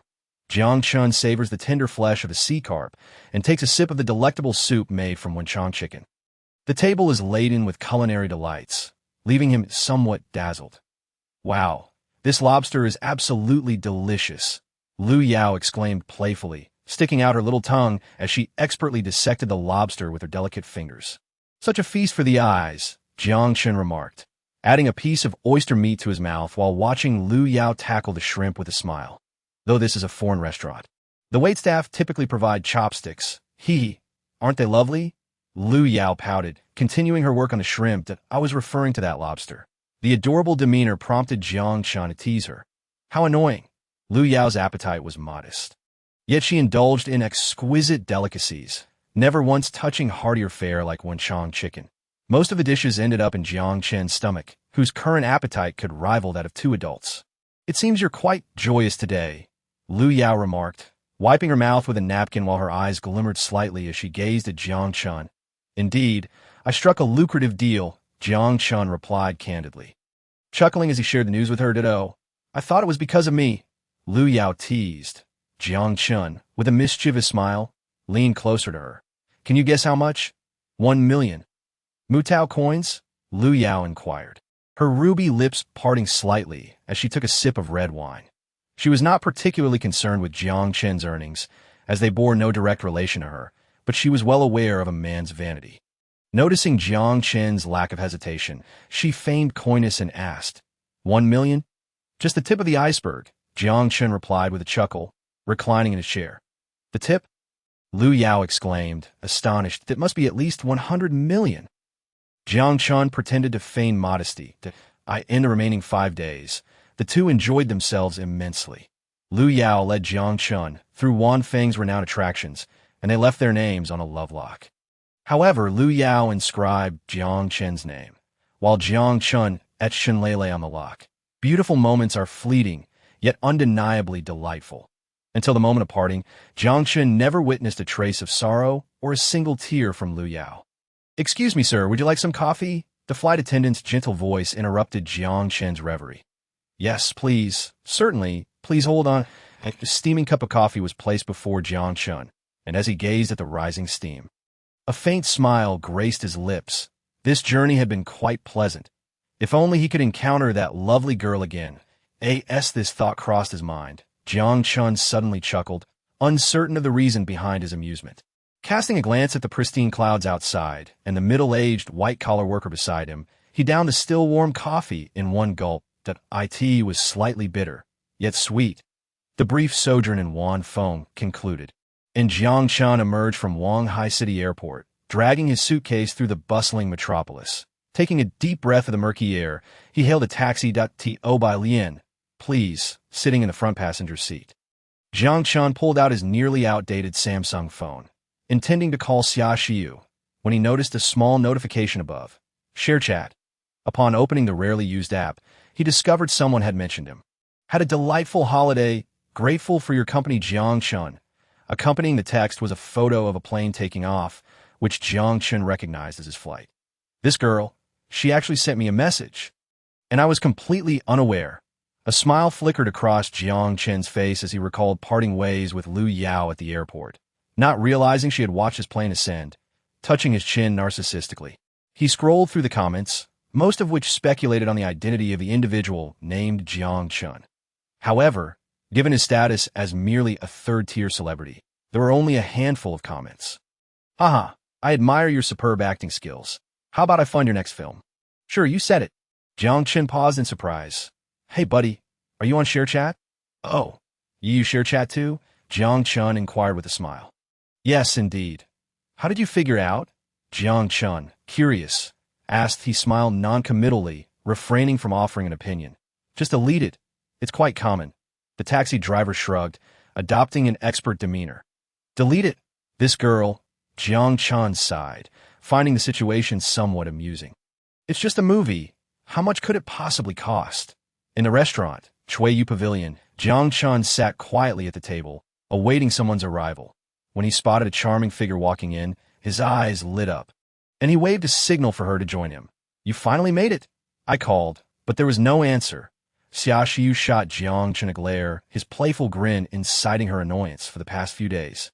Xiaoxiu had been managing the company's affairs for Jiang Chen, covering many expenses out of her own pocket to ensure the tasks entrusted to her by Jiang Chen were executed properly. She had consulted lawyers, visited offices, and even scouted locations as per Jiang Chen's requests. Yet, here he was, shirking responsibilities and off enjoying himself. Taking a deep breath, Xiaoxiu ultimately restrained her frustration. Don't be so dramatic. I'll take you next time. The scenery in Wanfeng is truly remarkable. Jiang Chen, with his thick skin, replied with a cheeky grin. This is your company. You really should show your face. This afternoon, we need to visit the office. I've already sorted out the documents, and they're all in this folder. Please review them carefully. Xiaoxiu placed the folder on the table, ignoring Jiang Chen's invitation that you've worked hard. Jiang Chen gazed sincerely at Xiaoxiu's expression. Not reaching for the folder, at least you have a bit of conscience. Xiaoxiu huffed, though Jiang Chen sensed she was less angry than upon their initial meeting. I'll accompany you this afternoon. Let's not talk about work for now. Order whatever you like. It's my treat to be, by the way. You did cover those fees up front, right? The company will reimburse you. Xiaoxiu wasted no time, picking up the menu and ordering several dishes. Casually glancing at Jiang Chen, who displayed no hint of discomfort on his cheerful face, which only served to further irritate her. You really are infuriating. Disappointingly for Xiaoxiu, Jiang Chen was entirely oblivious to her thoughts. He still had over 100,000 left unspent, far exceeding his expectations. Are you lost in thought? Despite Xiaoxiu's expression being somewhat blank, Jiang Chen noticed her apparent distraction. Yes, I'm quite concerned about the company's future. Xiaoxiu straightforwardly expressed her worries without any pretense that if we focus on high-tech as our main direction, to be honest, it's challenging for emerging enterprises like ours to gain a competitive edge. Isn't it said that emerging enterprises have significant growth potential? Jiang Chen chuckled in response. That applies to companies with certain core competencies. Xiaoxiu shot him a look of exasperation. Do you even understand high technology? I bet you've forgotten even basic calculus. I need to guess? Jiang Chen laughed. Who remembers that stuff after graduating? All right, just because I don't, doesn't mean others don't. You don't need to worry about research and development for now. I can let you in on a little secret. Our company's current focus will be software development, such as games, and using that as a springboard to enter the mobile market. Hold on. Xiaoxiu interrupted Jiang Chen, rubbing her temples. Mobile games? Browser games? Or large-scale PC online games? Given the current market environment, I suggest we develop towards mobile gaming.as for the mobile market. It's good that the chairman has this idea. But being grounded is key to a company's healthy development. Of course, I know that. We'll take it step by step. Jiang Chen waved his hand dismissively. Also, this isn't just my company. It's yours as well. I'll give you 5 of the shares. Work hard. Xiaoxiu paused, not responding immediately. Holding shares as a senior executive is not uncommon in private enterprises and significantly enhances the sense of belonging among top management. However, Xiaoxiu didn't pay it much mind, as 5 was merely a common shareholding ratio. It was only later that she would realize how enviable that 5 stake truly was in this regard. Xiaoxiu performed admirably, having prepared everything ahead of time. Lying in bed, Jiang Chen scrolled through share chat, teasing Liu Yao a bit before turning to Bai Ba, getting down to business. some preparations were indeed essential. Browsing through the myriad of products, Jiang Chen, feeling uninspired to meticulously select, opted for the store with the best reputation and highest sales, proceeding to make his purchases. Canned goods were his primary choice for their ease of storage. Beef stew. Braised pork, sardines. Jiang Chen ordered 2 cases of each. To ensure nutritional balance. He also stocked up on canned vegetables and fruits. As for instant noodles and compressed biscuits, he bought a substantial amount as well. Of course, he wouldn't consume any of it himself. Selling them would be a lucrative option. Additionally, Jiang Chen ordered a large quantity of women's clothing from Bai. Do not misunderstand. This is not due to any peculiar proclivities he may possess.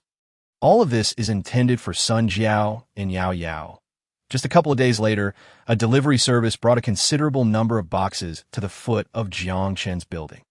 In a generous manner, Jiang Chen produced 200 yuan bills, prompting the delivery personnel to merrily scurry back and forth, transporting all the boxes into Jiang Chen's home. Fortunately, the sparsely furnished rental space meant that the numerous cans filled his living room to the brim, leaving scarcely any room to maneuver. After taking a brief respite, Jiang Chen picked up some sandpaper and commenced his work. He contemplated whether he could procure food products directly from the grain company without any printed designs in the future. For reasons unbeknownst to him, the storage space had inexplicably expanded considerably, allowing him to stow away all the cans that had occupied half of the living room. Jiang Chen was uncertain if this was related to the gene serum he had consumed. Yet he regarded it as a positive development and chose not to dwell on it. The process of storing these goods cost approximately 2 yajing, and retrieving them incurred a similar expense. With several hundred yajing still at his disposal, Jiang Chen remained unconcerned about this minor expenditure. After attending to these matters, he ventured to the supermarket to procure rice, fresh vegetables, eggs, and meat, all in one go. Once the refrigerator in the villa from the apocalypse was repaired, it would be capable of storing a significant amount of fresh produce. Eventually, he planned to salvage and repair the refrigerators from nearby residences, connecting them to a solar energy circuit, thus dramatically increasing the amount of food the villa could accommodate. Alternatively, acquiring a freezer would also be beneficial, as those restaurants from the end times surely possessed such equipment. With some effort, they could likely be restored to functionality. The items he purchased were swiftly transferred into his storage space, so the task required little exertion on his part. Upon returning home, with everything meticulously prepared, Jiang Chen hoisted his familiar hiking backpack but hesitated briefly before setting it down again. It would not be prudent to keep certain matters concealed any longer, especially since Sun Jiao had already begun to sense something amiss. Upon reaching the 6th district, Jiang Chen did not carry any bread, as it was stored within his storage space. Sun Jiao had undoubtedly noticed something, though she refrained from probing further, since she had placed her trust in him. There was no need for him to maintain constant secrecy. Moreover, speaking candidly would allow for a more effortless exchange, eliminating the need for subterfuge. With this resolution in mind, Jiang Chen decided to selectively disclose a portion of his secret to Sun Jiao.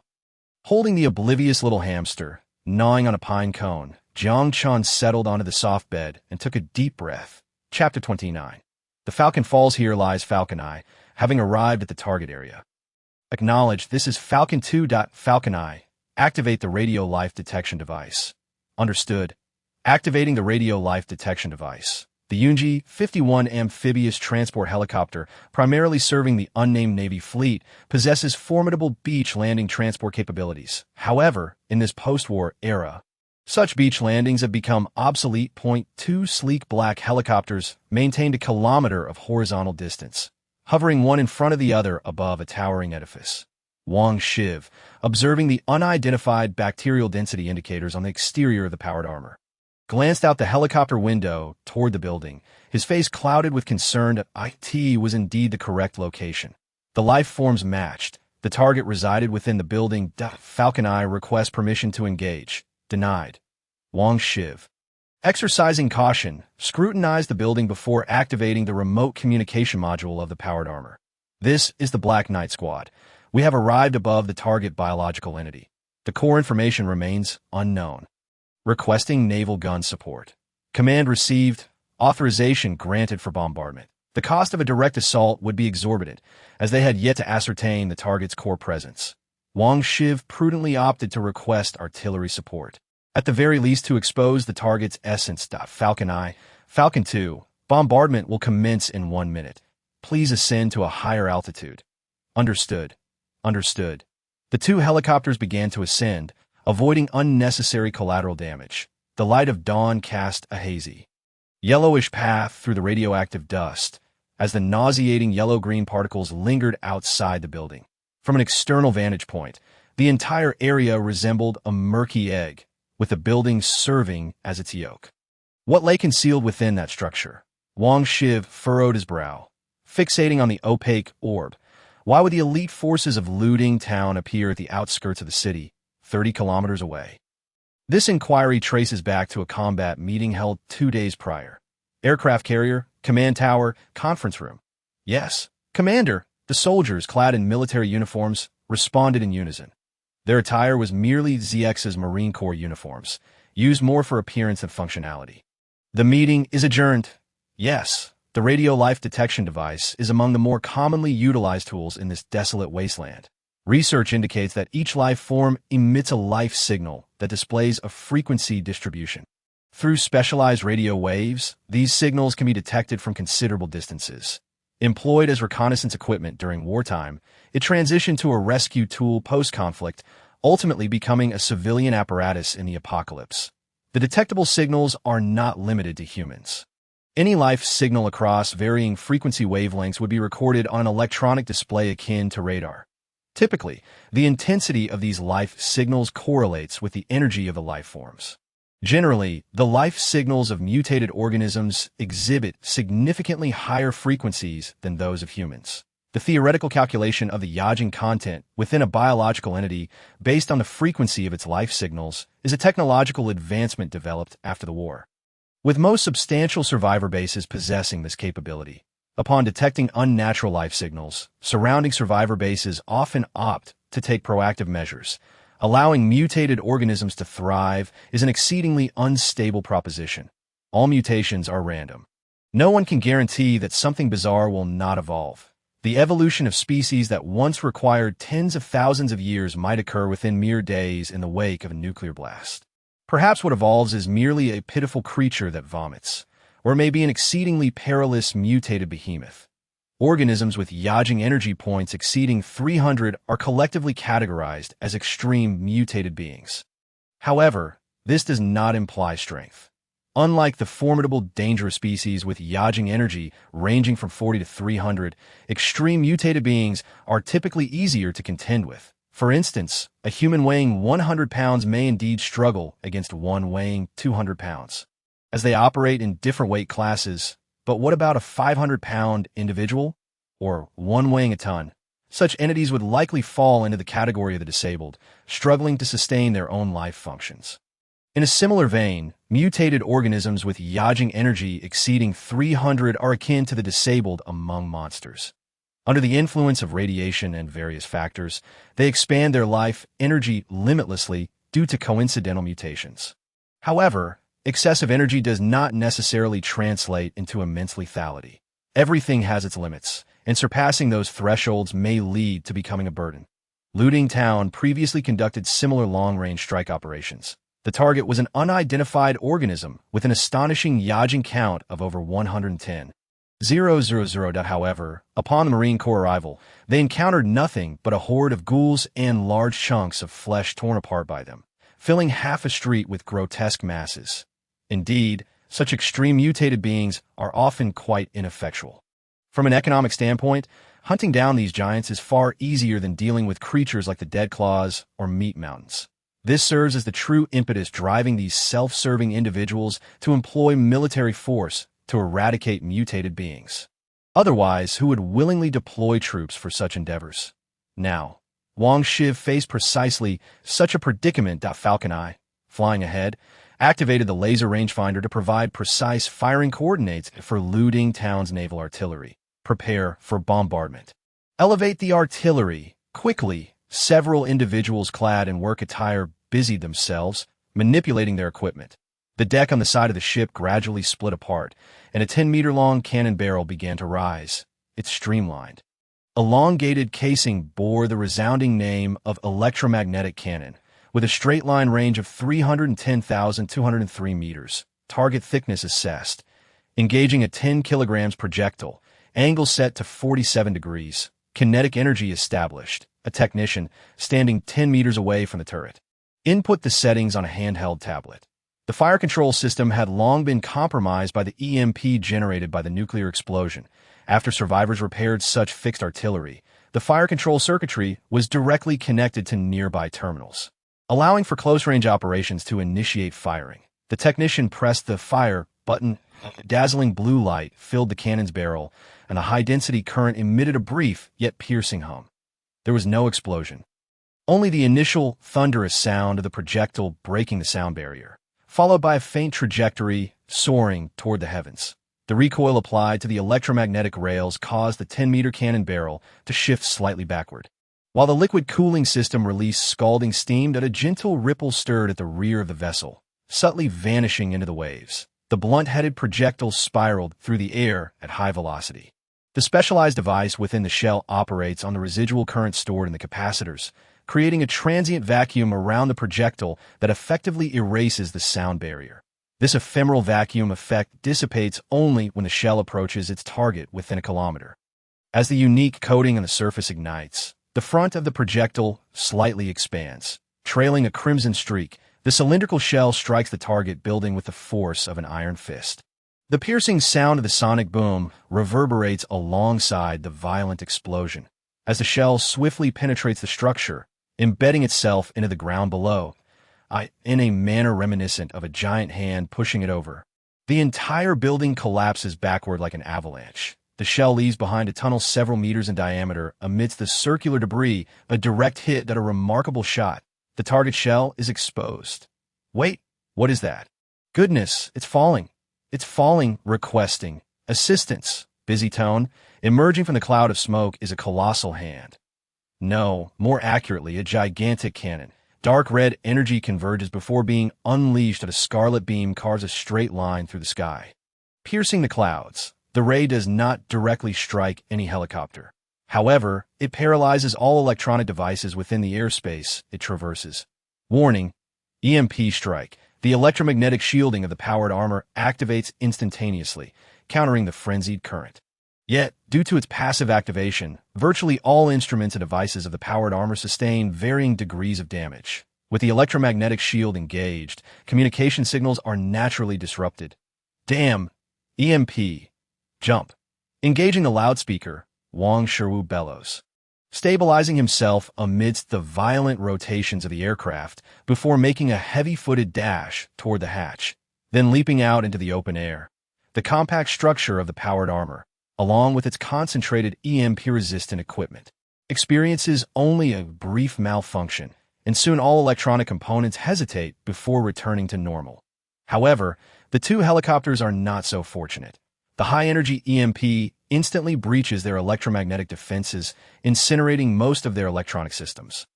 Jiang grits his teeth, his gaze fixated on the massive, flesh-colored cannon. What on earth is that? Can a biological entity also emit EMP? And it destroyed the YZ-51 without even a direct hit. Landing device activated. Upon seeing the clear words on the electronic helmet screen, Jiang breathes a sigh of relief. He passes through the murky orb, and the fully equipped powered armor soldiers descend heavily to the ground one by one. Mutant bacteria, density index, 97. What on earth are these things? The voice of a comrade crackles over the public channel. Stay alert. Ensure equipment is sealed. These floating bacteria give me a bad feeling. Jiang checks the air filtration system, discovering that these microorganisms are unexpectedly troublesome, quickly coating the outside of the filter. The bacterial density has reached a level where it clumps together visibly. The yellow-green mass is truly nauseating. Should we withdraw? However, this thought is fleeting. He feels compelled to ascertain what that terrifying cannon truly is. Moreover, with the helicopters destroyed, even if reinforcement from Looting Town arrive, it is unclear how to handle this dangerous entity. Maintain vigilance at the filter openings, prepare to attack. Understood that it is possible, after all, that the previous beam generated an EMP effect. There's reason to believe these bacteria are connected to that unnatural cannon. No, something is amiss. Typically, such extreme mutations would attract predatory entities, yet there isn't even a single mutated rat in the vicinity. This is highly abnormal. Something is definitely off, just as Wang Shiwu is alarmed by his own realization. A teammate suddenly exclaims in shock. Above, what the hell is that? Wang Shiwu immediately looks up, only to see the flesh-colored cannon charging with energy once more. The sky is empty. What is it aiming at? Fire at it? Quickly, without a moment to think, Wang Shiwu instinctively issues the attack order. Rat-a-tat-tat. 12 powered armor soldiers unleash a volley of fire upon the flesh-colored cannon, weaving a dense net of gunfire. No one knows whether their bullets have any effect, but at this moment, there is no better option than to unleash their firepower at a distance of 500 meters. They are well within the effective range of the machine gun modules. The flickering flames illuminate the expressions beneath every mask, while the rapidly spinning tri-barrel unleashes a terrifying torrent of fire. Suddenly, the half-story-high flesh-colored cannon abruptly shrinks, as if the momentum of its charging has come to a halt. Wang Shiwu's heart leaps with joy. It seems that their firepower coverage has had an effect on the creature. However, the suppression of its charging could also indicate another possibility, that it has amassed enough energy. In the midst of horrified gazes, the flesh-colored cannon erupts. The spreading crimson light engulfs the entire area, waves of radiant energy sweeping across several kilometers, silencing all chaos. Several flesh-colored projectiles are propelled into the distance by the force of the explosion. Falcon Eye, Falcon 2, Black Knight offline. Life signal fluctuations. Target exhibiting division. The expression of the commander in the control room darkens, his eagle-like gaze fixed intently on the holographic screen in the air. The marker for 90,141 subcrystal points has vanished. Replaced by 12 energy uneven divided life forms dispersing in all directions. The mission has failed. The commander is not heartbroken over the loss of the 12 combatants and 4 pilots. Under the virtual reality training system, such personnel can be produced in abundance. However, the 2 WISE-51 helicopters and 12 sets of Max-I powered armor total a staggering 220,000 sub-dash crystals. IT is nothing short of a disaster. As for what kind of impact this bizarre creature will bring to this wasteland. Everything remains uncertain. Chapter 30. Returning to that small home, the familiar, yet oppressive air flooded back into Jiang Chen's nostrils. Taking a slow breath of the murky atmosphere, Jiang Chen surveyed his surroundings, the abandoned vehicles, the cracked pavement, the dilapidated windows of buildings, and the aimlessly wandering zombies. This was precisely the place he had departed from last time. Lifting the cage to take a look, the adorably foolish little hamster lay quietly, now devoid of life. Jiang Chen extended a finger into the cage, poking the soft belly, and upon confirming its demise, he sighed. The pine cone had become its final meal. It seems that the idea of carrying a living creature through dimensions is indeed rather unrealistic. Leaving Jiang Chen with a tinge of disappointment, carefully navigating the familiar streets, he made sure not to disturb the lethargically wandering zombies as he headed towards the villa. Daytime zombies are not particularly frightening. They could even be described as harmless. However, once night falls, even the most formidable undead dare not traverse the densely populated streets of the undead. Without the sun's constraints, those zombies go wild, mobilizing every mutated cell in their bodies to pursue the living. The villa appears unchanged, though the iron gate at the entrance has been reinforced with steel wire, likely the handiwork of Sun Jiao. Jiang Chen approached and pressed the doorbell, and after a short while, he heard the sound of rushing footsteps in the distance. The iron gate swung open, and a stunning figure collided forcefully into his chest. Anticipating this, Jiang Chen opened his arms, but still underestimated the impact of the embrace. Tripping over a stone and falling to the ground. Ouch, ouch, ouch. What do you mean by that? Am I heavy? I didn't mean it like that. Just get off me for now. A soft touch silenced his lips. Jiang Chen's lips parted, coming quickly. Sun Jiao clearly wanted to say more, but she realized this was not the time or place for conversation. She hopped off Jiang Chen and extended her hand to help him up. Together, they crossed the threshold of the villa, and Sun Jiao swiftly scanned the street outside, confirming no one was around before skillfully closing the iron gate and securing it with steel bars. He noticed that while the exterior appeared unchanged, the interior of the villa had undergone significant modifications. The once aesthetically pleasing grove had been entirely cut down, seemingly repurposed to construct a watchtower by the wall. A row of barbed wire had been installed along the wall, along with a hidden trench. The main building of the villa had also undergone various alterations, with many windows reinforced with steel bars. "What have you done to my villa?" Jiang Chen's brow twitched violently. "This hardly resembles a villa anymore. It's turned into a fortified outpost. This makes it a bit safer," Sun Jiao replied proudly. "The previous villa was essentially defenseless. So I gathered some materials from nearby to fortify the place. I believe that without defenses, no one would pay attention to this place." Jiang Chen couldn't help but retort. "But this is our home, isn't it? We can't pretend no one lives here forever. Eventually, passing survivors will notice and explore, and then word will spread." "I understand. You did well. Thank you." Jiang Chen also realized the gravity of the situation. Previously, he had underestimated it. In this apocalyptic world, zombies were not a natural barrier. Those creatures during the day were merely ornamental. Survivors were certainly not all virtuous. Rather, one could argue that organizations maintaining absolute neutrality, like those in the 6th District, were already quite benevolent amidst this wasteland.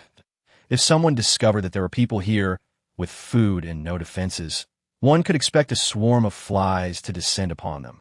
Even if Sun Jiao possessed formidable combat skills, it would be challenging for her to guard this place without a single misstep. In the end, humans were far more terrifying than zombies or aberrations. But why smash those marble statues at the entrance? Jiang Chen felt a twinge of regret. What was once a relatively luxurious villa had been reduced to its current sorry state. It took up too much space. Furthermore, the interior walls did not require fortifications, as they would hinder his ability to take down intruders. Sun Jiao reasoned with clarity. "Very well," Jiang Chen sighed, resigning himself to her rationale. "What about Yao Yao? That little girl must be missing you dearly." Sun Jiao cast a complex glance at Jiang Chen, then reached out to adjust his collar, suggesting, "Why don't you go check on her? She's been tinkering with various gadgets lately." "Hoping to assist you." Jiang Chen nodded and made his way to Yao Yao's room. Gently pushing the wooden door open, it creaked softly. The room was dimly lit, were it not for the steady sound of breathing. Jiang Chen might have thought it unoccupied. This little one still in bed. A smile crept onto his lips. He was well aware that this gentle little girl had been somewhat lethargic due to malnutrition, often appearing days in the mornings. The faint metallic scent in the air made him wrinkle his nose at a finely crafted wooden desk seemed to have once belonged to another lovely girl. But now it was cluttered with electronic devices. Among them were the holographic computer Jiang Chen had purchased for Yao Yao and some unknown gadgets. In the corner of the desk lay a sci-fi-inspired silicone touchpad, though it was completely severed at the base, exposing frayed wires that were melted onto an unfamiliar circuit board. Though curiosity piqued him, Jiang Chen had no habit of meddling with others' belongings, so he refrained from touching anything. As he shifted his feet, he felt something underfoot. Bending down, he picked it up. It was a programming book filled with various technical terms, its pages stuffed with assorted notes. This reminded Jiang Chen of the meticulously organized notes he had seen from top students back in university. Although he had passed the second-level computer exam, he couldn't comprehend a word of what was written. It appeared to be a more concise programming language. In that moment, Yao Yao was curled up in her blanket, sleeping soundly, resembling a little squirrel. Her slightly pouted lips evoked thoughts of delectable gummy candies, while her small hand, gently clinging to the blanket, sparked a strong desire to protect and embrace her. It seemed that this little girl had been eating well. Jiang Chen crouched down and affectionately tousled her soft hair. Despite the darkness, Yao Yao's plump cheeks indicated significant improvement in her health over the past month. Listening to her gentle and contented snores, Jiang Chen hesitated to wake her, yet the urge to hold her was overwhelming. "Yao Yao, Yao Yao," he whispered softly. Yao Yao drowsily rubbed her eyes, sitting up in bed. With sleepy eyes, she gazed at Jiang Chen, a hazy smile breaking across her face. Like a sloth, she clung to Jiang Chen's neck, her eyes narrowing into two adorable crescents. "Brother, you can't leave. Yao Yao is trying really hard." "Really hard?" I'm already quite impressive. Her mumbled words, tinged with drowsiness, soon returned to rhythmic breaths. This little girl, surely, she doesn't think of me as a pillow. Jiang Chen chuckled and shook his head, preparing to rouse her. Just then, the faint light streaming through the curtain revealed dark circles under Yao Yao's eyes. Remembering her earlier mutterings, he felt a pang in his heart. Yao Yao is very good. Sleep a little longer. Leaning down, Jiang Chen pressed a gentle kiss on her soft forehead, as if dreaming of something delightful. Yao Yao's small nose twitched, and a blissful smile spread across her face, her slightly upturned lips glistening with a hint of silver. Sweet dreams, he silently wished, closing the door quietly behind him. Did you devour her? Sun Jiao teased, glancing at Jiang Chen as he descended the stairs. Am I some kind of beast? Jiang Chen shot her an incredulous look. Taking a seat across from her, perhaps not knowing how to articulate her thoughts, Sun Jiao shrugged, falling silent and casting her gaze toward Jiang Chen. Thank you. Did I ask that all? Just thank you? It's more than that. You all are my family. Jiang Chen made a firm decision to speak earnestly, locking eyes with Sun Jiao. Suddenly, she jumped onto the table, seizing Jiang Chen's collar. In the midst of his bewilderment, she burst into laughter. So, you mean to say you want to devour her too? It's merely brotherly affection for my sister. I mean, what on earth are you thinking all day? Jiang Chen replied with a wry smile. Observing Sun Jiao's suspicious expression, which often left him baffled, ditto, I can tell she has feelings for you that go beyond mere sibling affection. Jiang Chen fell silent. Don't you want to say something? Are you not going to let go of me? No. What if you suddenly disappear again? Tears welled up in Sun Jiao's eyes, leaving Jiang Chen flustered. He couldn't comprehend why this typically boisterous girl would shed tears. I won't suddenly vanish, I swear. Jiang Chen sighed, reaching out to embrace her waist, only to have Sun Jiao push him away. Who knows? You have a woman over there, don't you? Sun Jiao fixed her gaze on Jiang Chen's eyes, causing him to falter. Why do you ask that? Jiang Chen's eyes darted away. Yes, it's true. Yet Sun Jiao did not grant him a chance to evade her question. Yes, Jiang Chen inhaled deeply, confessing candidly. Preparing himself for a potential reprimand from this boisterous girl, he was surprised when the grip on his collar loosened that you're an honest guy. Sun Jiao remained perched on the table, gazing intently into Jiang Chen's eyes. Why are you smiling? Jiang Chen asked, a perplexed expression crossing his face. That I am always honest with my women, because there is no need to lie. Does that mean I am fortunate enough to become your woman? Sun Jiao teased. If you don't wish to, I'll 1T force you. Jiang Chen's expression grew complicated. Sun Jiao's expression mirrored his, her lips gently biting her lower lip as she spoke. Of course I want to, but being left behind while you toy with other women infuriates me. I'm sorry, Jiang Chen murmured, lowering his head. Yet after a moment, he lifted it again, gazing earnestly into Sun Jiao's eyes. Although I know this may not help. If there is anything I could do to make amends, I would do anything.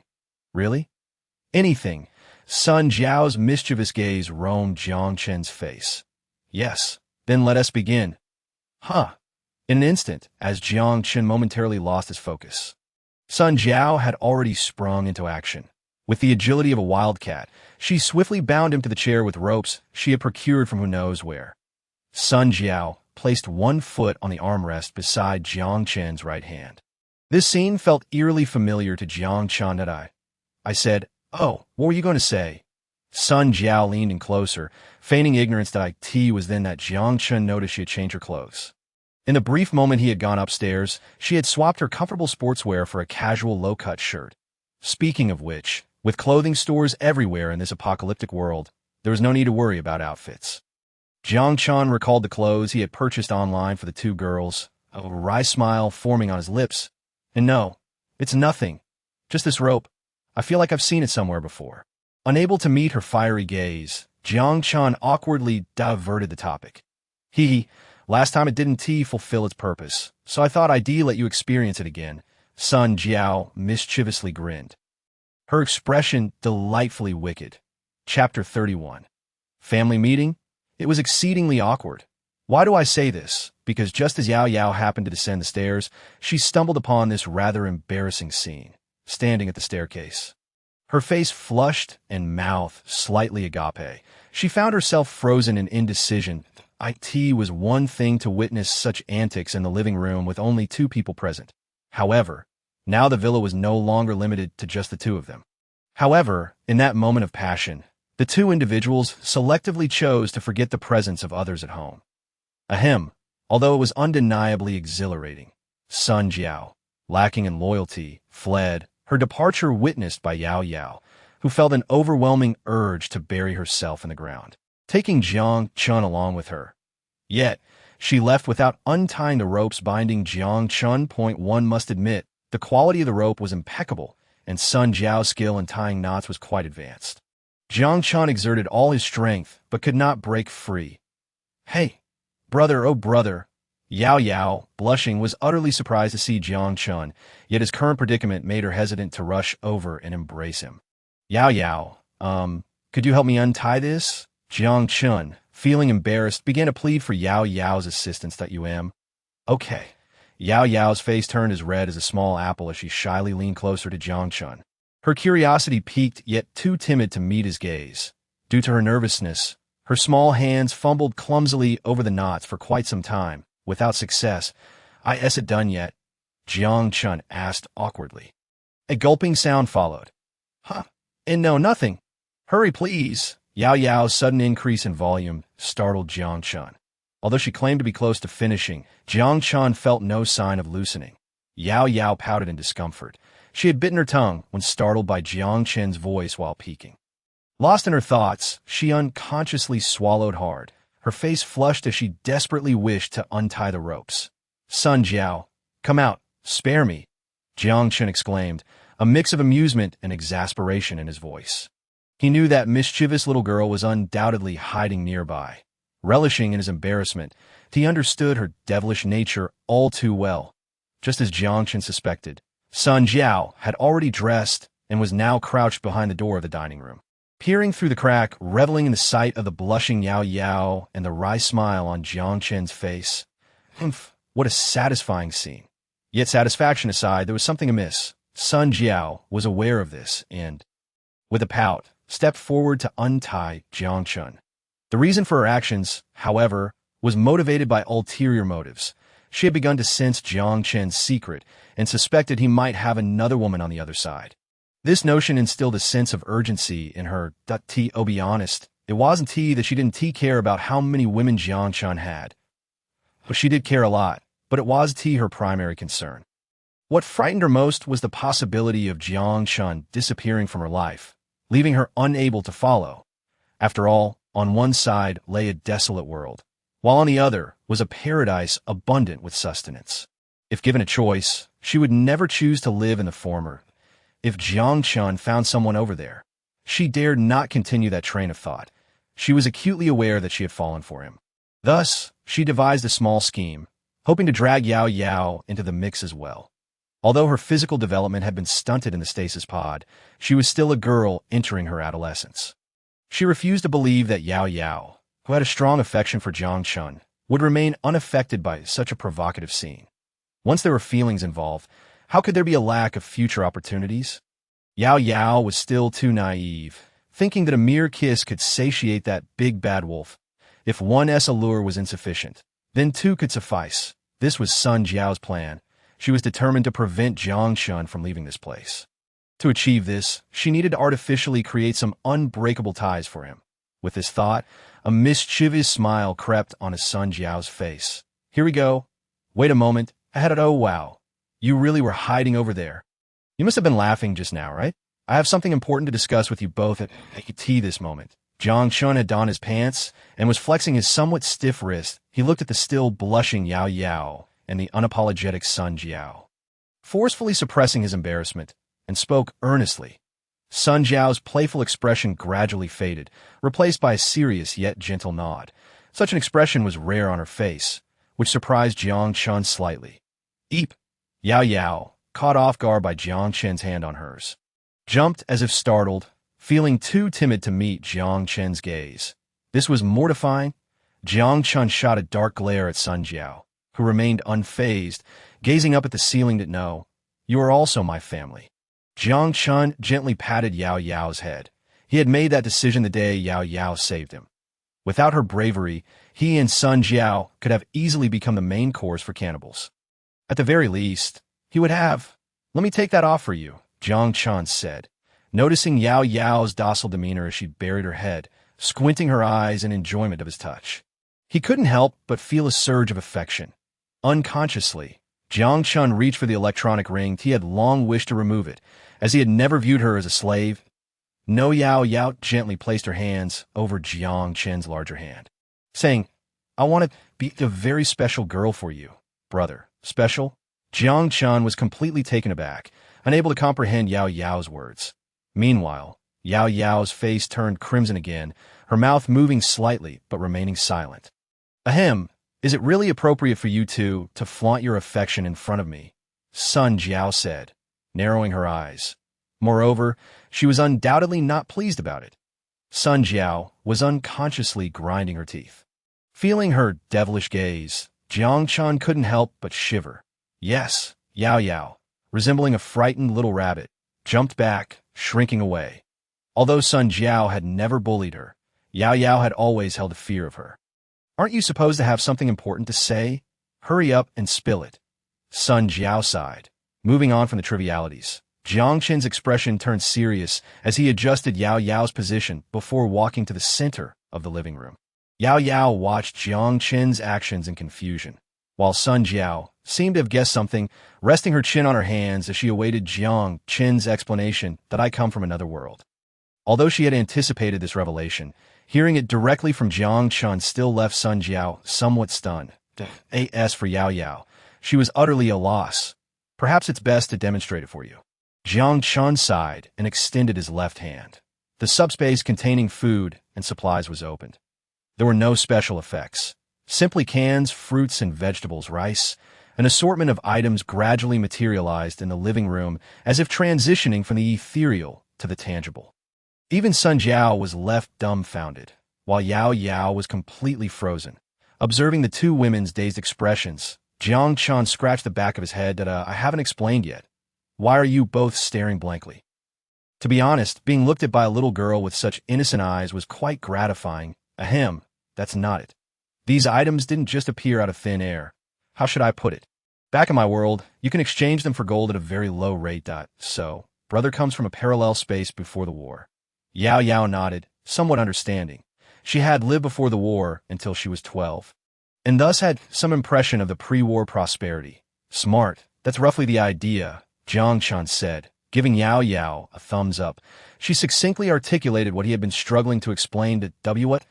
So much, Sun Jiao, having grown up entirely in a shelter, widened her eyes in astonishment. Seeing Sun Jiao's bewildered expression, Jiang Chen couldn't help but chuckle.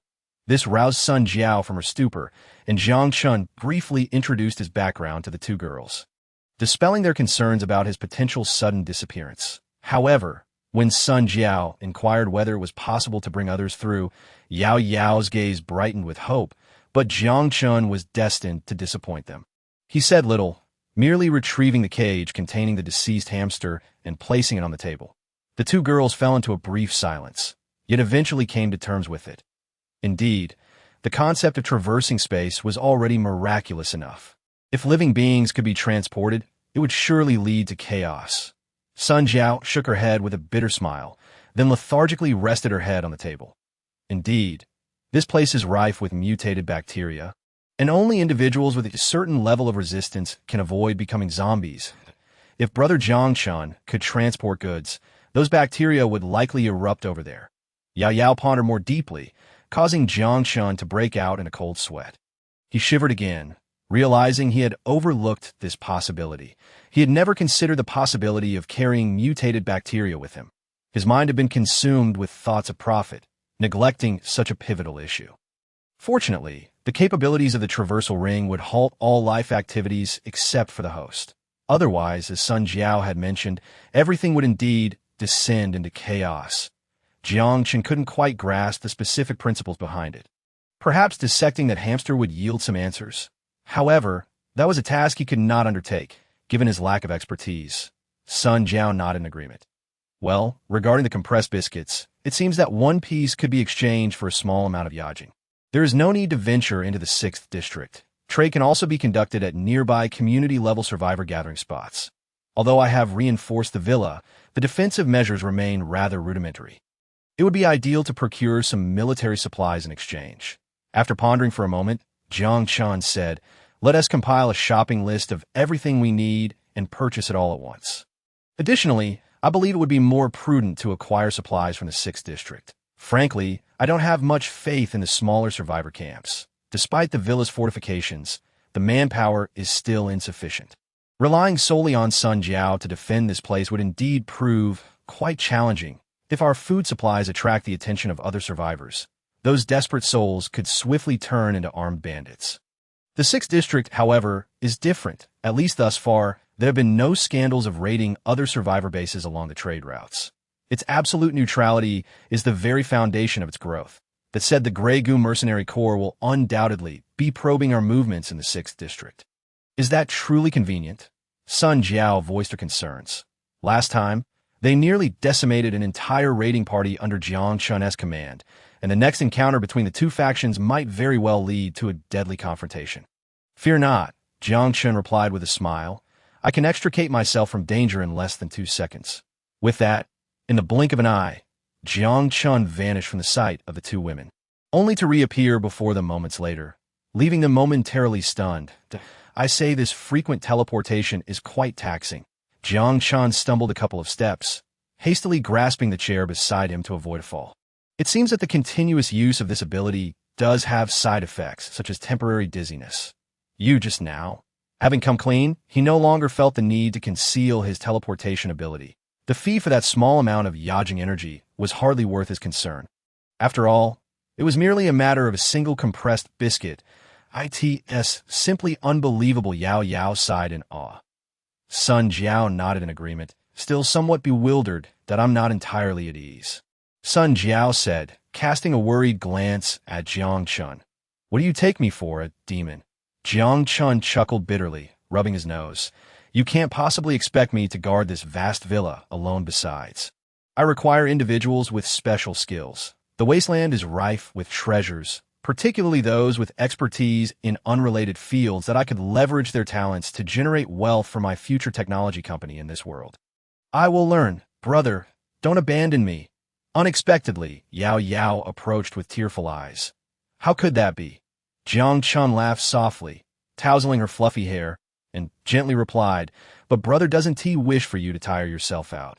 You're already helping me immensely. By the way, you must ensure to rest and not stay up late at night." Imisham Yao Yao beamed with happiness, quickly forgetting her earlier concerns to "I swear to the heavens." Jiang Chen chuckled, raising his index finger. Only then did Sun Jiao reluctantly ease her doubts that, in truth, Sun Jiao's worries were unfounded. Jiang Chen had no such intentions. Though he was quite carefree, it was merely due to having suppressed himself for too long. To put it simply, despite only a month having passed, he had matured significantly compared to when he first arrived. He had no desire to establish a den of debauchery in this post-apocalyptic world. Even if he possessed the strength to do so, he lacked the energy. There were far more pressing matters awaiting his attention. The villa was in dire need of manpower in various aspects. For instance, someone must be stationed at the lookout tower by the wall, right? Jiang Chen was reluctant to assign Sun Jiao to guard the entrance every day. Moreover, there were various electrical appliances within the villa that required repairs. Finding someone to fix them was essential, wasn't it? Sun Jiao's limited repair skills had already proven cumbersome in tinkering with the solar panels, and the refrigerator's functionality was purely due to luck. With only minor electrical damage, there was also a need for electricians, builders in short. This place was severely understaffed as for the survivors. Jiang Chen would not take the risk of indiscriminately allowing anyone in. There was no guarantee of the character of those seasoned wanderers in the wasteland. However, purchased slaves presented far fewer concerns. Equipped with explosive collars, Jiang Chen need not worry about them disobeying his orders. Not only would they not dare to rebel, but they would likely be grateful, given that he had ample food. Even a simple bowl of porridge daily would vastly improve their previous living conditions. Jiang Chen considered himself not a bad person. He would never resort to the mistreatment of slaves. Such a benevolent master is almost unheard of in a world where survival often comes at the expense of humanity, I must clarify. As for Yao Yao, let's leave her out of this. You must not entertain any thoughts of removing the electronic collars from other slaves. Yao Yao's already been regarded as a sister by Sun Jiao, which is a different matter altogether. Nonetheless, Sun Jiao was genuinely concerned about Jiang Chen's humanitarianism, fearing he might seek to remove the collars from all slaves. Fear not. I am not that foolish, Jiang Chen replied with a wry smile. I suppose I've grown a bit, right? I admit that there were times I unconsciously approached the world as problems with a peacetime mindset, but I believe I have moved past that now. Sun Jiao nodded in satisfaction, and Yao Yao, who had been silently observing, also sighed in relief. Then I shall rest easy. Is the family meeting concluded? Sun Jiao stretched, her ample bosom nearly spilling from her clothing. At the mention of a family meeting, Yao Yao's cheeks flushed, and Jiang Chen burst into laughter. Ahem, since it is a family meeting, it is not yet over. After sharing a laugh, Jiang Chen shook his head. Is there something else? Sun Jiao inquired, leaning back in her chair. Of course. Jiang Chen nodded, gazing intently into Sun Jiao's eyes. It concerns you that there's something you must do that you can share with me? A fleeting glimmer of emotion crossed Sun Jiao's eyes. You still remember, of course, you are my woman. How could I forget your matters? Jiang Chen replied with a smile. I was on the verge of giving up. Sun Jiao's gaze flickered, her eyes filled with happiness, dimness, and perhaps a hint of confusion. Yet I still remember, don't I? You might as well share. How can one know without trying? Jiang Chen said earnestly. Sun Jiao sighed, then slowly began to speak. Actually, finding a sense of home here has made me very happy, to the point where I nearly forgot that unrealistic notion, but since you asked, I shall speak. Pausing briefly, Sun Jiao suddenly smiled. Did you know? This place is actually my home. Chapter 32. Sun Jiao's revelation left Jiang Chen and Yao Yao momentarily speechless. Jiang Chen recalled that Sun Jiao had mentioned being born in Shelter 071. How could she have any connection to this villa? However, after hearing Sun Jiao's explanation, Jiang Chen understood the reason behind it, including why he had fortuitously discovered Sun Jiao unconscious from hunger in this very villa. It turned out that this villa was actually the property of Sun Jiao's father prior to the war. However, due to the abrupt onset of the nuclear war, Sun Jiao's father became separated from his original wife and son during their escape. Later, Sun Jiao's father encountered Sun Jiao's mother in Shelter 071. They fell in love, and blessed by other survivors, they married and had Sun Jiao and another daughter, Sun Jiao's sister. Unfortunately, their happiness was short-lived. On the day the shelter was forced to open due to resource depletion, they were attacked by the bandits that infested the wasteland, causing Sun Jiao to become separated from her family. Fortunately, she escaped, and while wandering among the ruins, she encountered not mutants, zombies, or slave traders, but a peculiar individual who seemed engaged in unknown activities. Or rather, a mentor. This warrior took Sun Jiao in, teaching her how to survive in the wasteland, how to shoot, and how to discern right from wrong. However, Sun Jiao's mentor tragically perished in a skirmish with unidentified armed forces, leading her to begin her solitary wanderings. It was in this villa that Sun Jiao, depleted of nutritional supplements, fainted from hunger. By sheer coincidence, she encountered Jiang Chen, and the events that followed need not be elaborated further. I see. Nonetheless, I will keep an eye out for you. If I can locate your sister, you would be quite pleased, wouldn't you?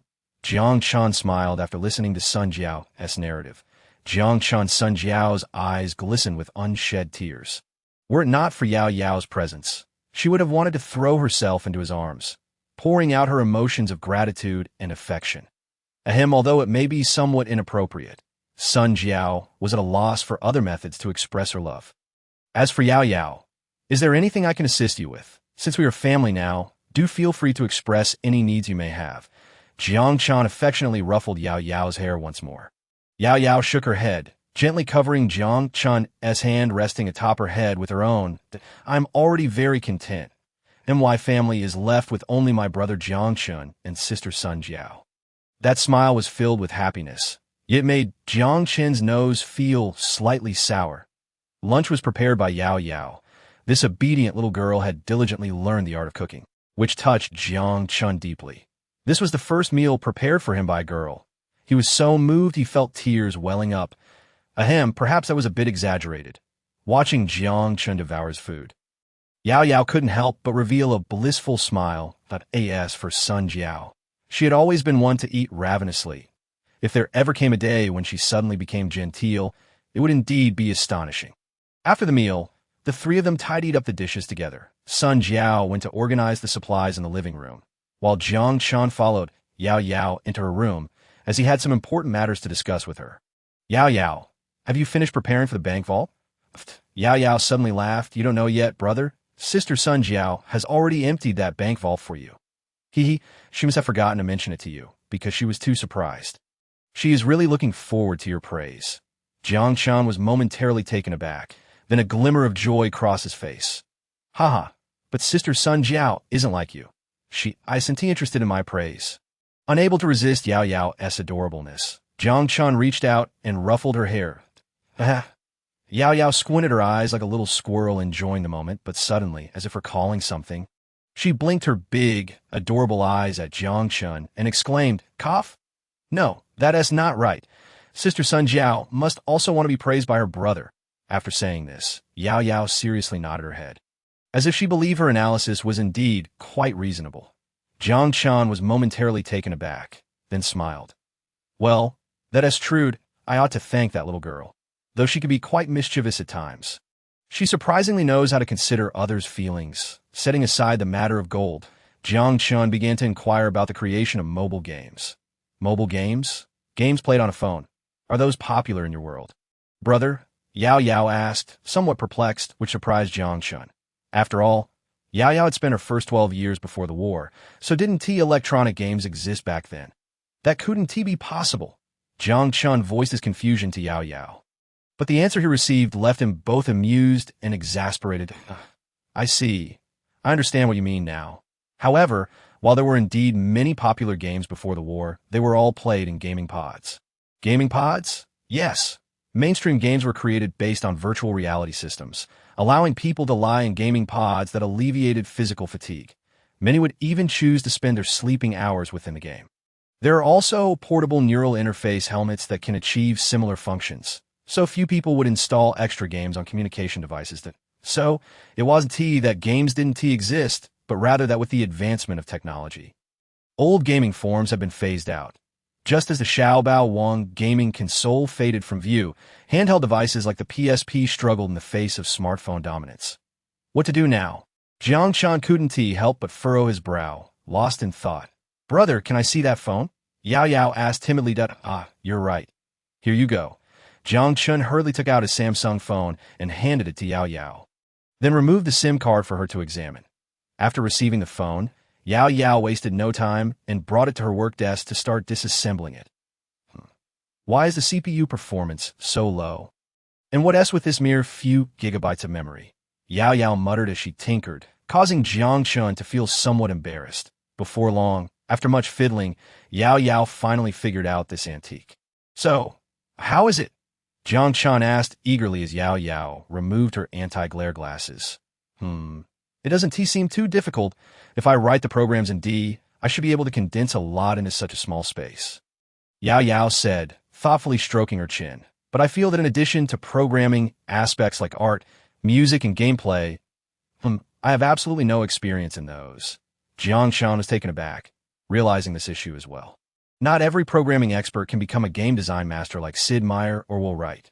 The core of a game is its playability.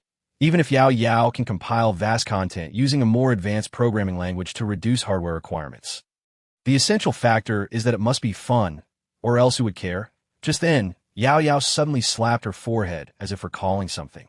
Right, brother, leave it to me. I promise I can get you what you want in 5 days. So soon. Jiang Chen was taken aback. He had initially planned for Yao Yao to complete it within 2 months, and that would have been quite impressive. Author. Jiang Chen exited the room, gently closing the door behind him. Phew, why is my heart racing so fast? Am I truly a beast?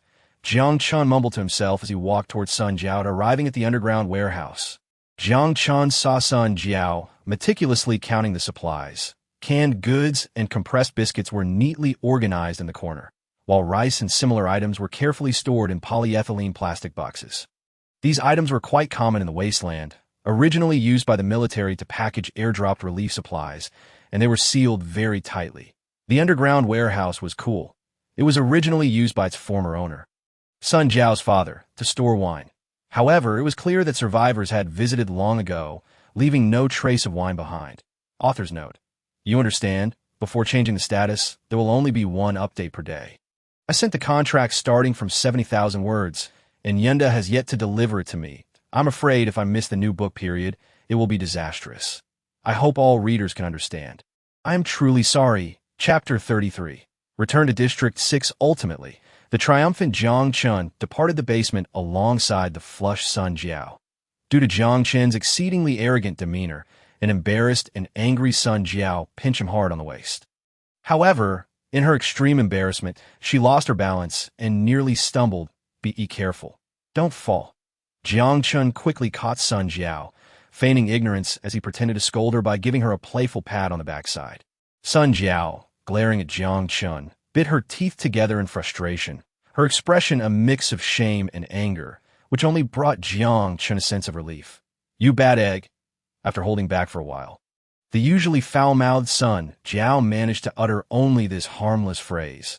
Although her eyes were filled with indignation, the deep affection beneath it was unmistakable. This girl. Sun Jiao glared at Jiang Chen's retreating figure, stomping her foot in frustration, wanting to chase after him to pinch him, only to find her legs weak and having to lean against the wall for support. Her face flushed, her calf gave way, and she nearly fell again, quickly steadying herself against the wall. Fu. CK, just you wait for me tonight, sister. Arriving by the swimming pool, Jiang Chen gasped in astonishment. Hiss, so much gold. It must weigh over 10 tons. 1 ton of gold occupies a volume of about 0.051 cubic meters, and judging by the pile of gold bars in the corner of the pool, it seemed to occupy nearly half a cubic meter. Jiang Chen fetched an electronic scale and roughly weighed the gold in batches. In total, it amounted to 12.2 tons of gold, worth at least 500 million Mutao coins. Jiang Chen couldn't help but be astonished. Although he had been prepared, seeing such a vast fortune still filled him with excitement that if he set off now, he would probably arrive at District 6 by nightfall. Thus, Jiang Chen decided to delay his departure until early the next morning. As for the remainder of the day, he would prepare for the journey. The streamlined body of the gun felt reassuring and exuded a strange sense of science fiction. He disengaged the safety and pulled back the bolt. Taking a deep breath, Jiang Chen raised the gun, peering through the scope to lock onto a gaunt and sinister face, and pulled the trigger. Bang! The barrel belched fire, a wisp of smoke wafting into the air. The bullet struck the zombie's chest, but did not kill it outright. The downed zombie flailed its limbs as if suddenly awakened, yet it could not rise, although he aimed for the head. It struck the chest instead. Jiang Chen chuckled wryly and brought his eye back to the scope. The struggling zombie's commotion drew the attention of nearby, slow-moving counterparts, who gradually approached. However, there were no signs of living beings nearby, and the zombies lacked the intelligence to locate the source of the attack, wandering aimlessly instead. Adjusting the sights up, bang! The gun once again spat flames. This time Jiang Chen did not miss, obliterating the zombie's head. The 4X optical sight was suitable for mid-range combat, if one insisted on using it at this distance. He suggested setting the distance to 100 meters. Sun Jiao's voice carried a hint of teasing as she unexpectedly appeared behind Jiang Chen. Where? Jiang Chen suddenly recalled a game he had played called Armed Assault 3, where firearms could adjust their sights for various combat distances when aiming down the sights. However, in reality, there was no page-up key to press. Right here, Sun Jiao said, pointing to the knob on the side of the scope. It turned out the issue lay there. Jiang Chen adjusted the sight from 0 to 100 after taking another shot. His accuracy improved significantly. This distance was sufficient for mechanical sights. Sun Jiao extended her hand and turned the scope on top of the PK 2000 to the side, revealing the mechanical sight. Give this a try. Oh, so that's how it works. Jiang Chen immediately grasped the knack of using the firearm. However, as his targets were merely feeble zombies, he couldn't quite determine the quality of his shooting skills. Sun Jiao silently stood beside Jiang Chen, occasionally correcting his mistakes and instructing him on shooting techniques and how to utilize cover. Time flew by, and soon it was nearly dinner time. Let's call it a day. The zombies are more dangerous at night, and it's best not to provoke them. Sun Jiao glanced at the horde of zombies strewn about. It seemed they were endless. Zombies continued to be dispatched by mutants or humans, while new ones emerged in the city center. Spreading outward, Jiang Chen's performance was commendable. He had fired 120 shots and eliminated 97 zombies. Sun Jiao nodded to herself. Although the score wasn't spectacular, it was quite acceptable for a novice. She felt somewhat reassured about Jiang Chen's self-defense capabilities. After all, if he couldn't fight them off, he could at least escape. By the way, are you feeling better? Jiang Chen disengaged the safety, slung the gun over his back, and cheekily asked Sun Jiao. Sun Jiao paused briefly, her cheeks flushing a deep red. Jiang Chen winced, clutching his leg where Sun Jiao had kicked him fiercely. Damn, I'm just showing concern for you. Wait for me tonight. Sun Jiao grabbed Jiang Chen's collar, leaving that ominous remark before releasing him and angrily leaping off the wooden tower. Jiang Chen shivered. Surely, this girl wasn't contemplating another SM game. With that thought, he rubbed his leg, his expression turning sour. Should I hide from Yao Yao tonight? Coughing, Jiang Chen ultimately chose to face reality. Why can't I control my feet? He wished he could slap himself. Last night he had walked straight into a trap. After packing up his gear and stowing away the canned goods and compressed biscuits intended for trade, Jiang Chen made his way to the door of the living room. Are you leaving now? Big brother, Yao Yao, rubbing her sleepy eyes, stood at the staircase, drowsily inquiring take this. With a grunt, Yao Yao, holding onto the railing, slowly descended the stairs and approached Jiang Chen, handing him a waist pouch. What's this? Jiang Chen asked, puzzled as he examined the pouch. Inside were various gadgets designed by Yao Yao. There's a drone I designed. Once connected to the EP, it can scout all terrains within a 1,000-meter range. Hee. I hope it can help you, big brother.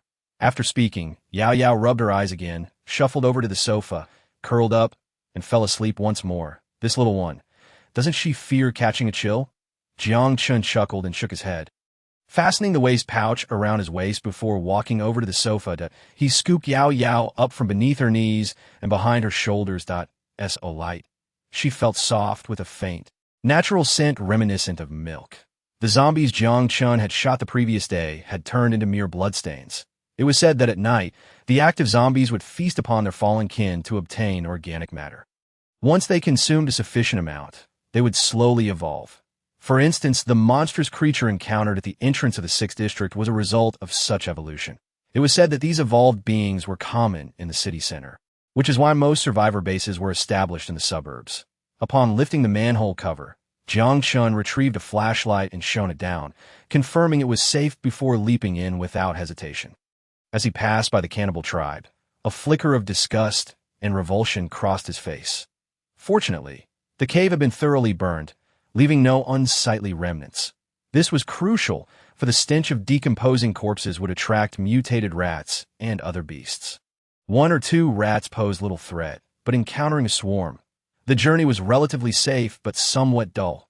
When Jiang Chen pushed open the manhole cover and emerged into the sunlight, 5 hours had already passed.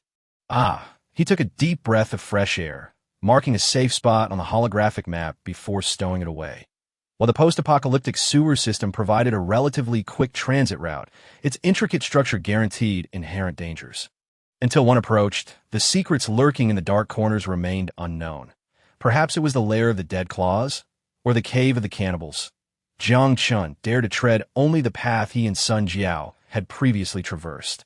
As he neared the unexplored area, he felt his nerves tighten. Upon exiting the sewer, Jiang Chen cautiously pulled up his hood. He was unsure whether the Grey Goo Mercenary Corps had any lingering intentions towards him. And true safety would only be assured once he passed through that door. Without lingering, he headed straight towards the entrance of the 6th District. As per routine, a soldier clad in black combat attire approached Jiang Chen, signaling him to present his identity ID on the EP. After verifying that he had no criminal record, the soldier swiftly allowed him to pass. Before Jiang Chen's eyes lay the same dilapidated slum and the listless refugees. However, at this moment, Jiang Chen did not intend to engage in the population trade at the entrance. He had already learned the local rules regarding the trade, which involved selling criminals or those deemed worthless. Yet he had no interest in either. What he desired were individuals with relatively clean hands, at least those who could behave. Furthermore, he sought to conduct a large-scale transaction, necessitating alternative methods to acquire people. This time, Jiang Chen opted not to visit the market, but instead rented a warehouse on the outskirts of the industrial area, stacking the fresh meat cans and compressed biscuits inside. Only then did he proceed toward the inner circle's checkpoint.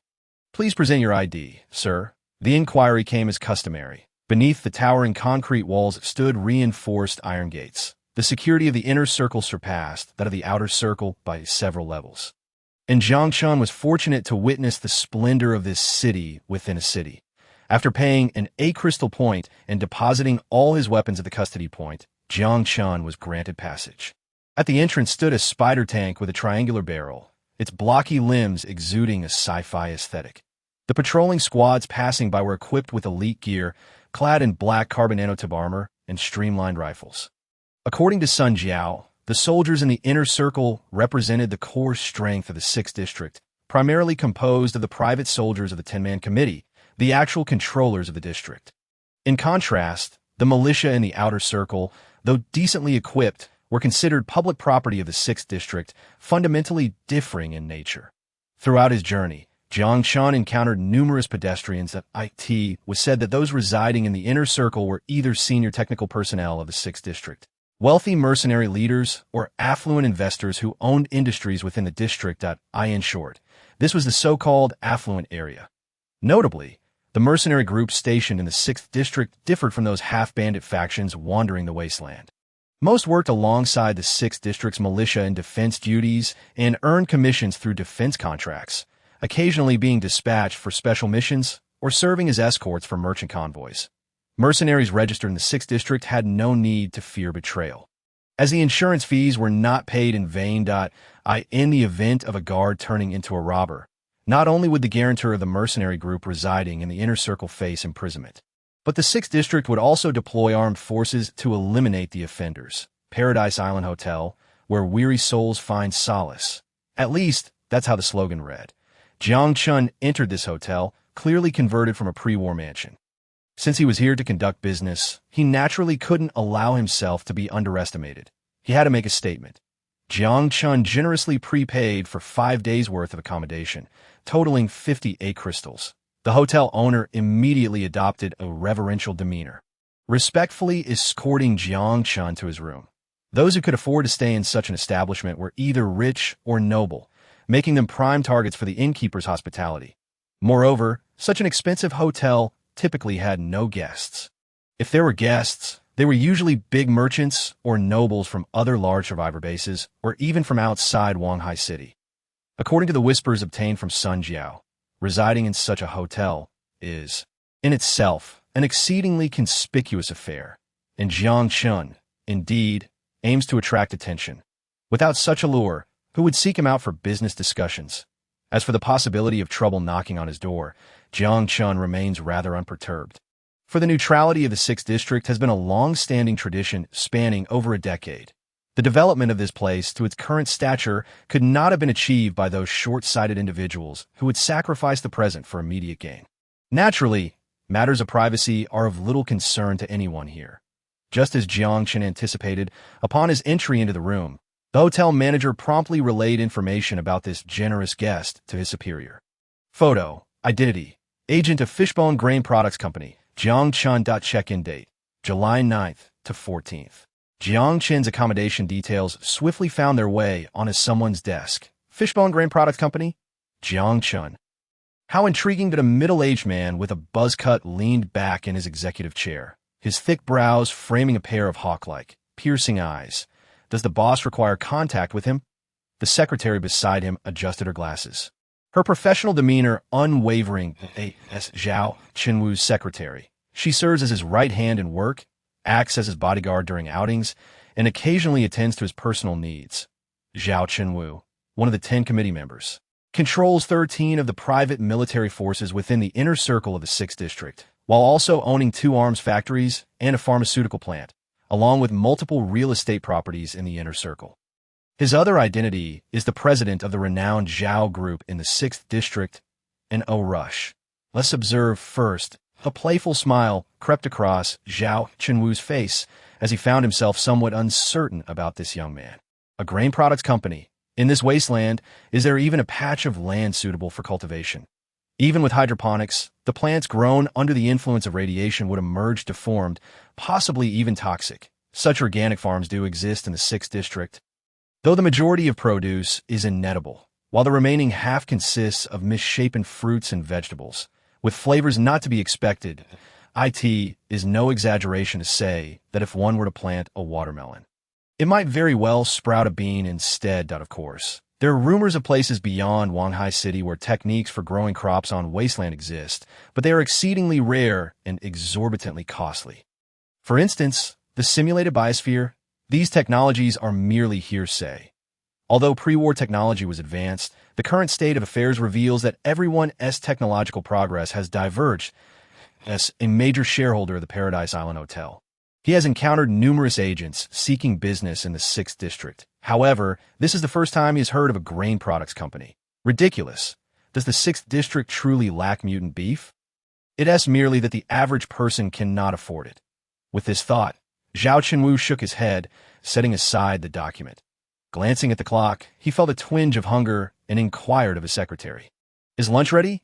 Yes, my boss, he confirmed. Is today's lunch still curry chicken? The secretary replied in a meticulously standardized tone. The distinctive aroma of curry stimulated Jiang Chen's salivary glands, prompting him to eagerly pick up his chopsticks and devour the meal without concern for decorum. Observing her boss relish the food, the secretary couldn't help but swallow hard, fully aware that this indulgence was not destined for her, that a mere few bites of curry chicken were worth 20 yajing, equivalent to 2 nights' stay at the Paradise Island Hotel. Yet, that is not the crux of the matter. The key issue is that it is a rare commodity. For such a can, Jiang Chen had shamefully divided it into 3 portions for consumption. He had even investigated the whereabouts of the seller of the canned goods, only to hear that the 2 individuals had been targeted by an organization known as the Grey Goo Mercenary Group immediately after leaving, and their fates remain unknown. Upon learning this news, Jiang Chen had pounded the table in frustration, cursing the lineage of the Grey Goo Mercenary Group, nearly dispatching his own private soldiers to teach those fools a lesson. However, due to his status, he ultimately refrained from taking action. Despite their vigilance, the hand that struck was outside the confines of established rules. If he had intervened, he would have truly violated the code. Thus, having consumed this last morsel of treasure, Jiang Chen smacked his lips, shaking his head as he dismissed the delightful curry chicken from his thoughts. Although he was curious about the flavor of the braised beef canned goods purchased by his old friend Boss Ding, it was likely that it had already been devoured entirely. After all, he was a man of significant affairs, and constantly dwelling on food was not befitting. He retrieved a stack of documents from his desk. As there were operational issues within the company that required his personal attention that moment, his peripheral vision caught sight of the report detailing the accommodation information, and an inexplicable sense of déjà vu washed over him. Why does the name Jiang Chen seem so familiar? Where have I seen it before? If Jiang Chen were to discover that the canned goods he sold to the outer trading post were meticulously divided into 3 portions by a big shot from the 6th District, he might well find it laughable. In any case, at this moment, Jiang Chen was enjoying a rather pleasant existence, as the sole guest in the opulent villa, despite the oppressive radiation clouds and distorted sunlight failing to evoke any vacation-like cheer. Jiang Chen was quite satisfied with certain amenities of the villa. For instance, that so-called recuperation pod, lying within felt as if one were enveloped in jelly, an utterly delightful sensation. While it may lack the picturesque views of the Hilton Hotel in Wanfeng, it compensates with its high technological sophistication. Indeed, technology is a marvelous thing. Nature can go to hell. Upon emerging from the wellness pod, Jiang Chen felt a refreshing chill pervade every pore of his body. From a cleanliness standpoint, its efficacy far surpassed that of a mere bath. Not only was skin flaking absent, but even bacteria-level dirt had been eradicated. He casually draped a bathrobe over himself and promptly ventured to explore other facilities. Engaging in a game of ping-pong with a robot seemed designed for the wealthy who seldom had the opportunity for exercise. After failing to win a single round, Jiang Chen tossed aside the paddle in frustration. He also held little interest in activities like tennis. What piqued his curiosity the most was the holographic cinema. The so-called 7D movies of modernity were utterly pathetic. Donning a helmet and securing himself in a plush reclining chair, he was enveloped in an immersive experience. To his astonishment, he found himself standing on the streets of Meishua City, feeling the night breeze against his face while observing an intense battle between law enforcement and criminals from his desired perspective. He could even experience the chaos of the conflict from the protagonist's viewpoint. However, while he could sense the whizzing bullets and activate pain receptors if desired, he had no control over the protagonist's actions. Author, something about this feels rather peculiar. Chapter 35. Fishbone Grain Product Company. Jiang Chen's current mood could best be described as bewildered. Initially, he thought that the so-called number 410 was merely a facet of the setting, and the courteous demeanor was simply a reflection of the high standards of service here. It turns out that the beautiful attendant is, in fact, a robot.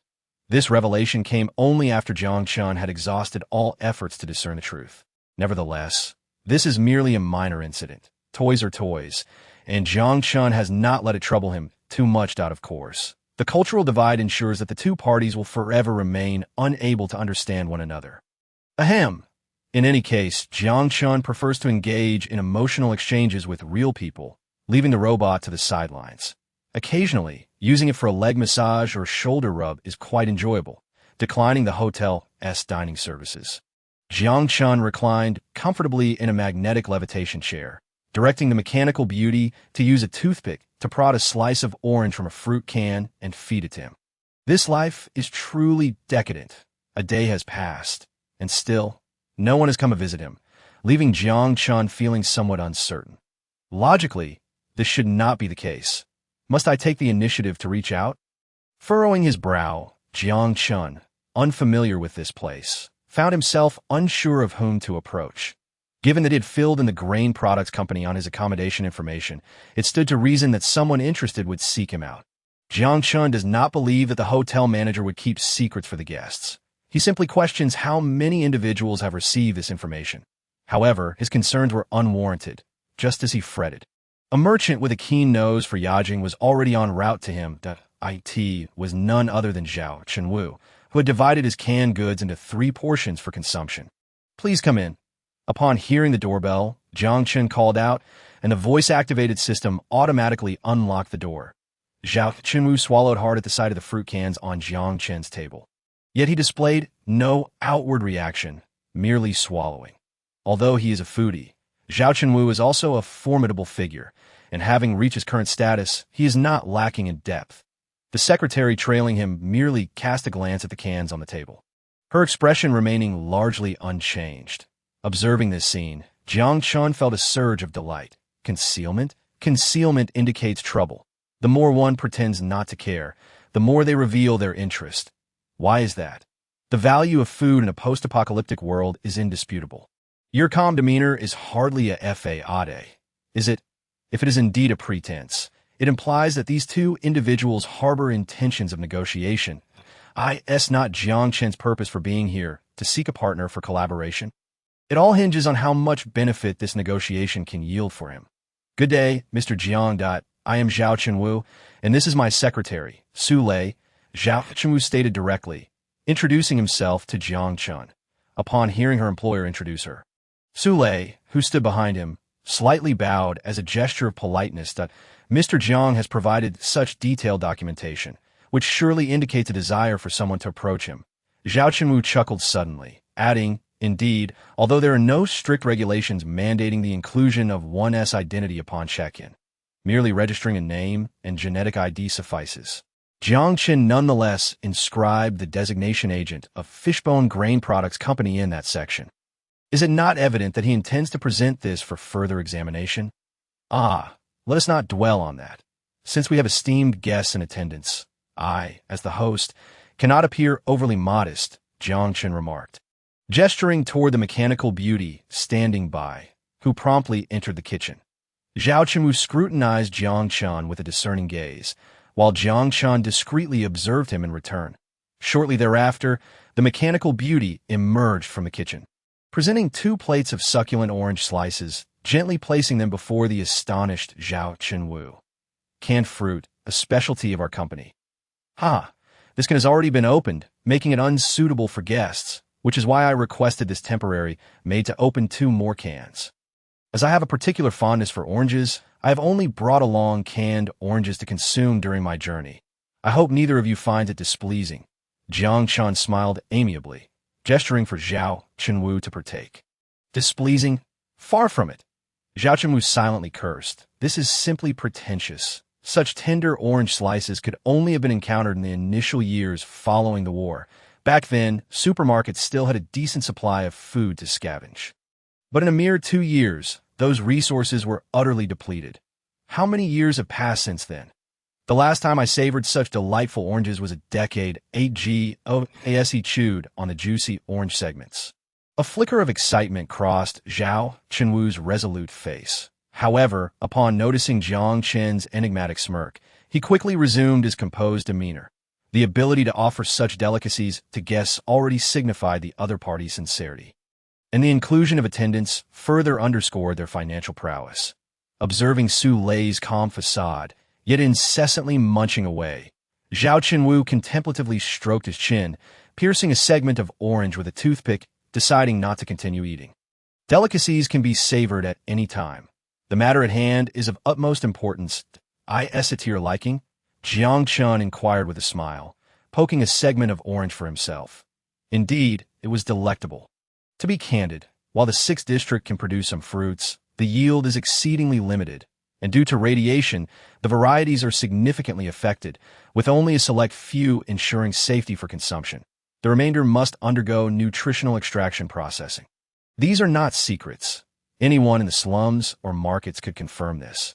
So Jiang Chenwu chose not to conceal it. Believing that honesty would garner goodwill, I have indeed heard tales, which is why I sensed a business opportunity.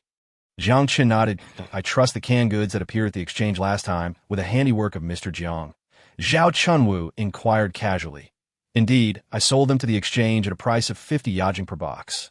And I heard they later soared to 60 yajing per box? Jiang Chen chuckled. Then, since Mr. Jiang has graced the inner circle rather than the outer exchange, I presume you are poised to engage in a significant transaction? Jiang Chenwu's expression turned somewhat fervent. Indeed, I am confident that my goods will not lack for a market in the 6th district. A hint of barely discernible pride surfaced on Jiang Chen's face. It is crucial who raises this issue first. In negotiations, the one who holds the later hand often gains the upper hand. It seems Jiang Chenwu is growing impatient as well. Such goods undoubtedly possess a ready market. As a capitalist, how could Jiang Chenwu allow this opportunity to slip away? May I inquire if I am fortunate enough to become your trading partner? A playful smile graced Jiang Chenwu's face. Of course, provided Mr. Zhao possesses sufficient strength. Jiang Chen offered a deliberately vague response that it appears Mr. Jiang has yet to investigate my background. Jiang Chenwu chuckled. Any individual or organization that meets the criteria can become our trading partner. Thus, thoroughly vetting every gentleman in the inner circle would be exceedingly inefficient. I firmly believe that as long as I am present, it is merely a matter of time before discerning individuals come seeking me. Jiang Chen shook his head, speaking in a rather neutral tone. However, Jiang Chenwu caught another significant piece of news embedded within Jiang Chen's words. Did you mention trade? Wait, could you possibly provide a stable source? Jiang Chenwu sprang to his feet, leaning over the table, his incredulous gaze fixed upon Jiang Chen. Wanghai City is implausible. Thus it must be an organization beyond its borders. A simulated biosphere device? Regardless of what it is. This transaction must be secured. Mr. Zhao, you are becoming overly excited. Although Jiang Chen felt a surge of delight within, his countenance remained unfazed. As he calmly continued, I apologize for my earlier introduction. Allow me to reintroduce myself.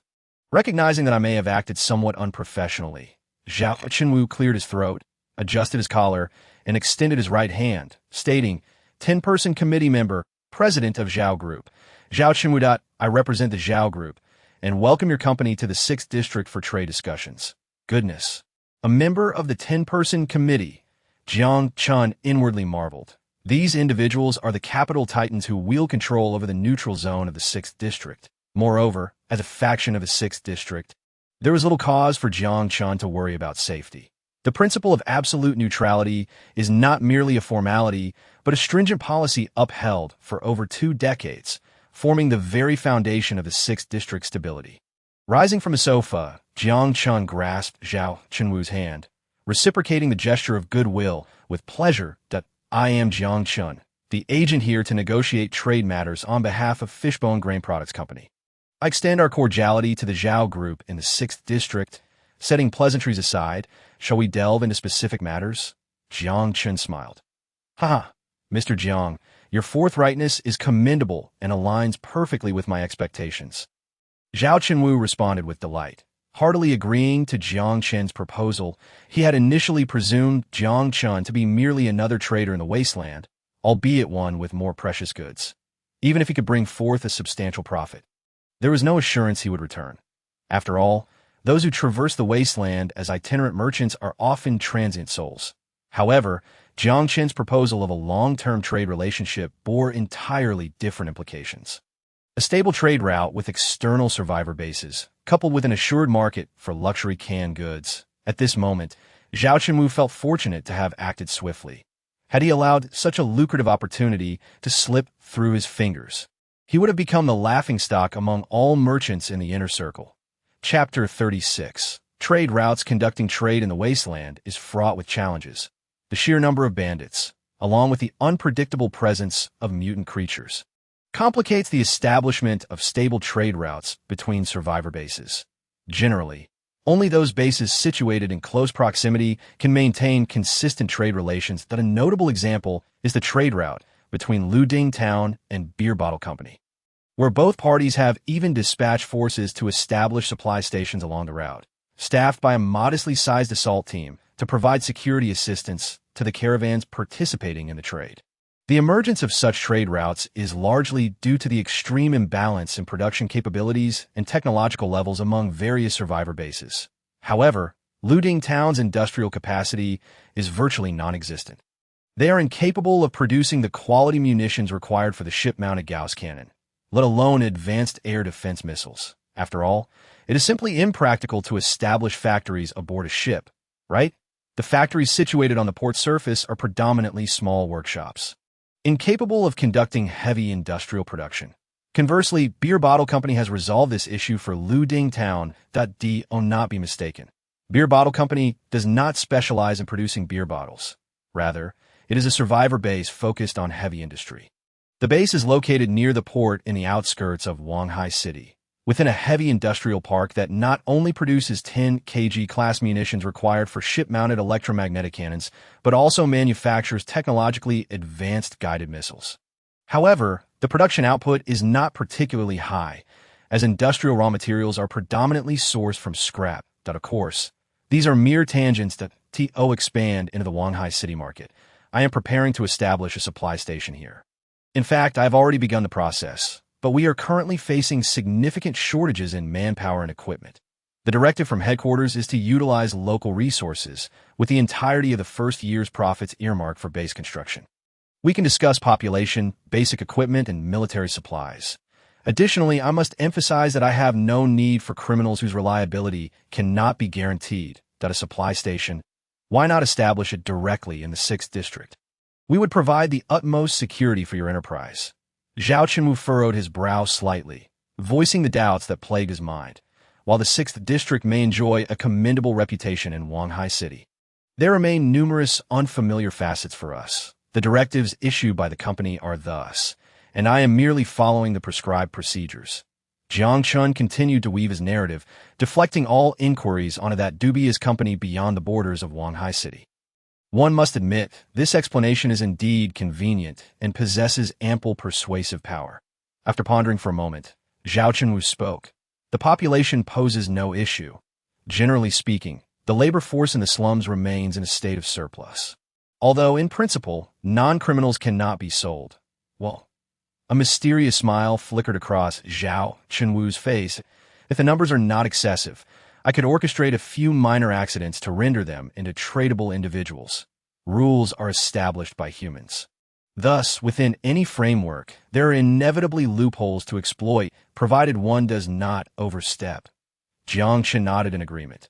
Not much is needed. Perhaps around 30 individuals could be arranged. 30 individuals, in comparison to the population base exceeding 10,000 in the slums, is but a drop in the ocean. Surely, no one would be inclined to impeach him for these 30 souls, prompting Zhao Chenwu to readily acquiesce for the essential equipment. I have outlined all my requirements on this list.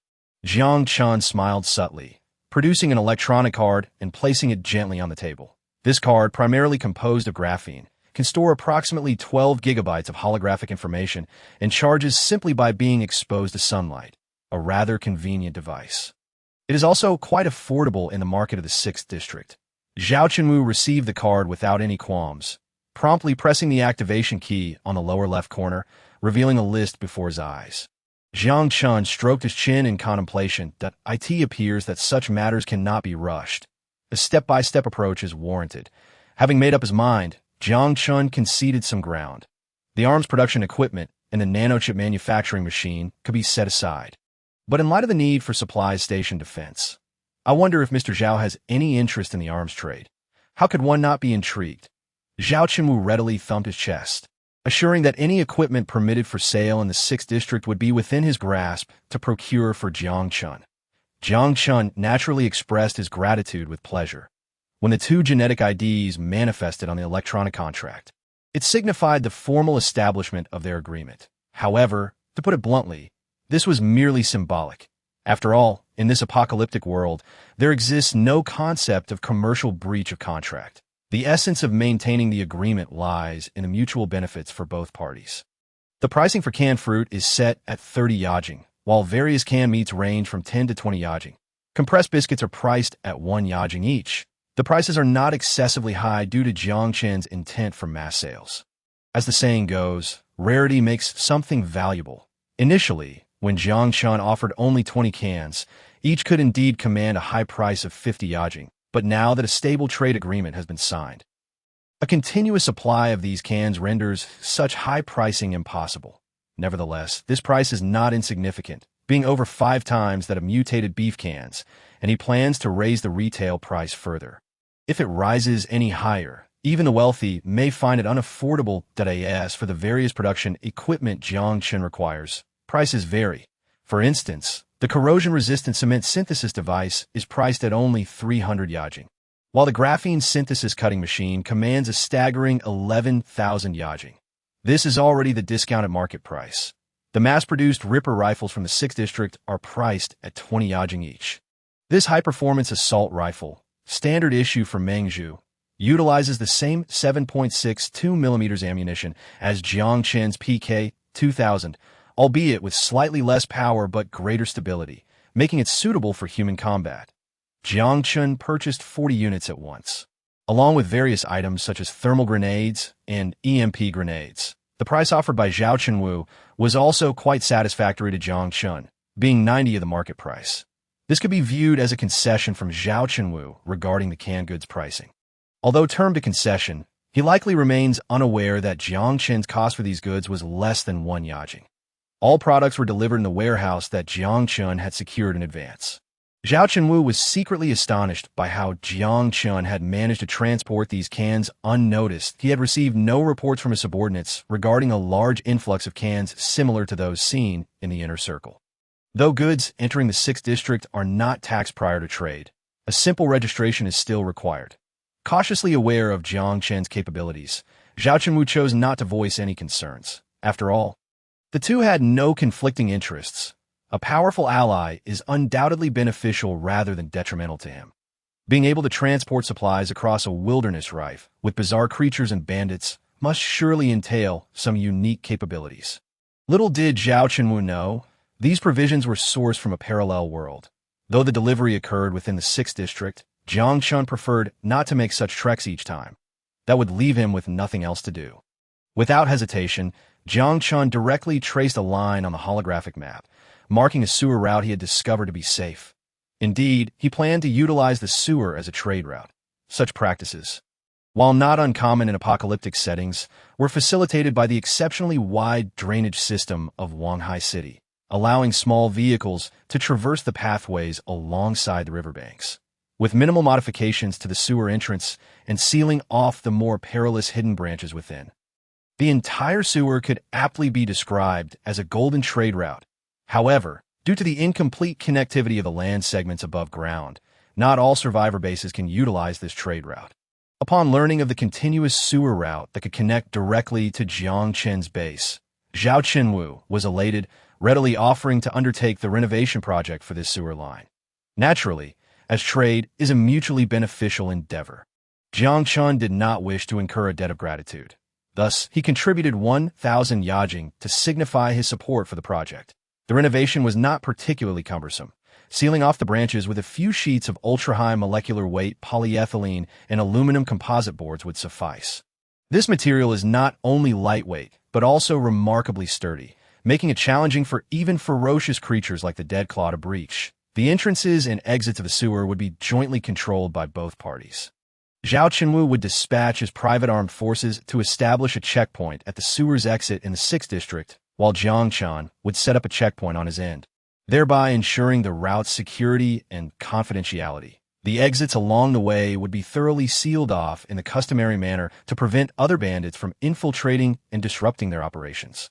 Future trade deliveries would take place at the end of the sewer near Jiang Chen's villa. The preliminary arrangement stipulated that transactions would occur at the beginning of each month. Jiang Chen would provide 1,000 cans of meat and 10,000 compressed biscuits, along with a purchase order. Zhao Chenwu, in turn, would bring the arms and other supplies Jiang Chen required per the order, offering a 10% discount off the market price. While Jiang Chen promised to exclusively collaborate with him on food trade in the 6th district, provided Zhao Chenwu adhered to the agreement. Furthermore, since Zhao Chenwu possessed vehicles capable of navigating the sewer and had substantial escort capabilities, the transportation responsibilities naturally fell to him.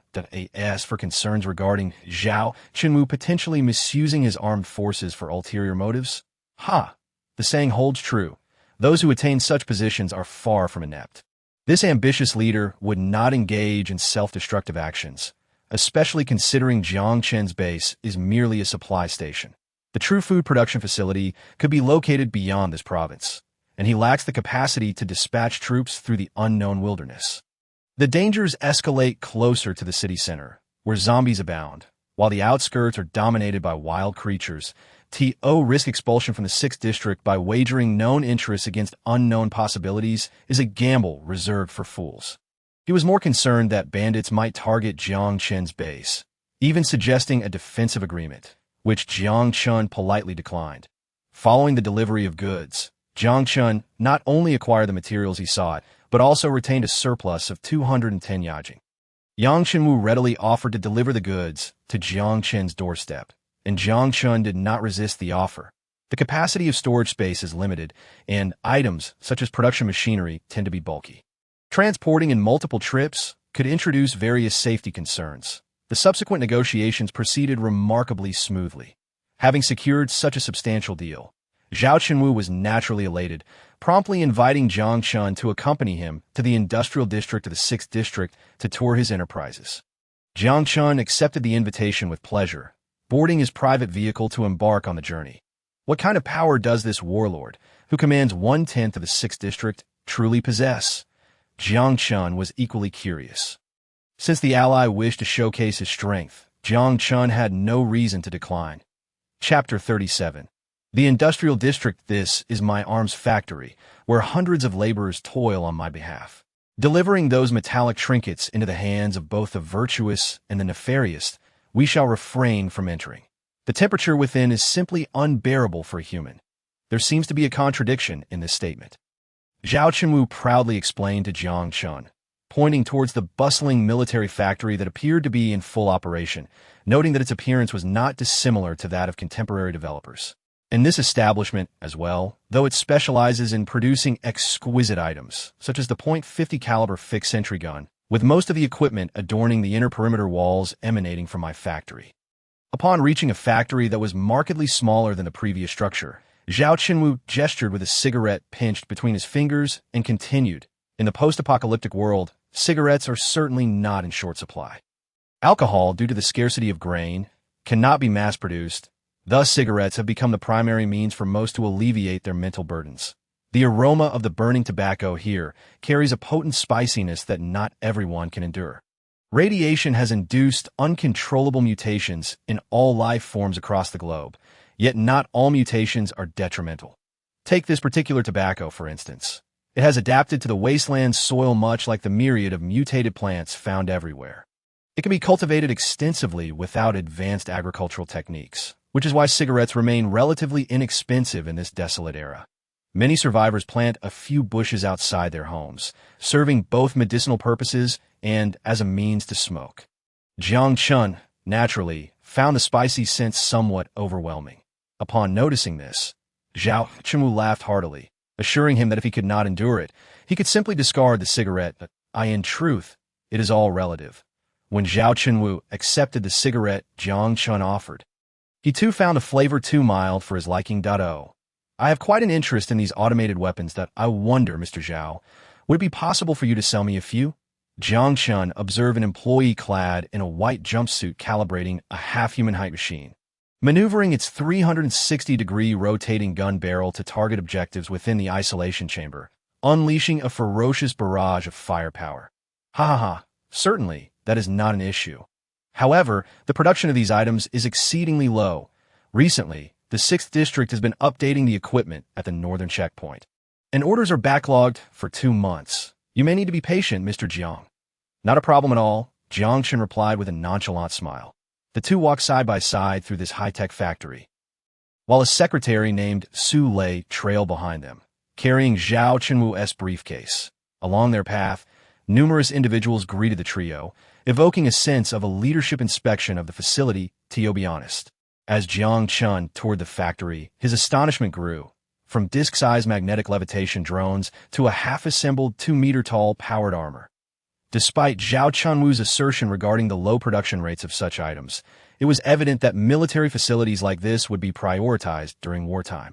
While it might not be overly challenging to unearth civilian-grade assembly lines from the wasteland, locating a complete military production line was another matter entirely. Even the powered armor under construction had most of its components handcrafted. Jiang Chen observed a worker diligently hammering a heated armor plate into shape, while another carefully assembled tiny electronic components within the armor. Perhaps these processes were once executed by high-precision automated production lines before the apocalypse. But in this new world, many tasks must rely on manual labor. Of course, the lack of manufacturing techniques primarily pertains to complex equipment. Production lines for bullets, for instance, are still quite manageable. Nevertheless, the firepower available to survivors is indisputable. No matter how resilient a zombie skull may be, it can be shattered by a single bullet. Even if the claws of a dead creature can rend the exterior of powered armor, tanks still stand as their formidable adversaries.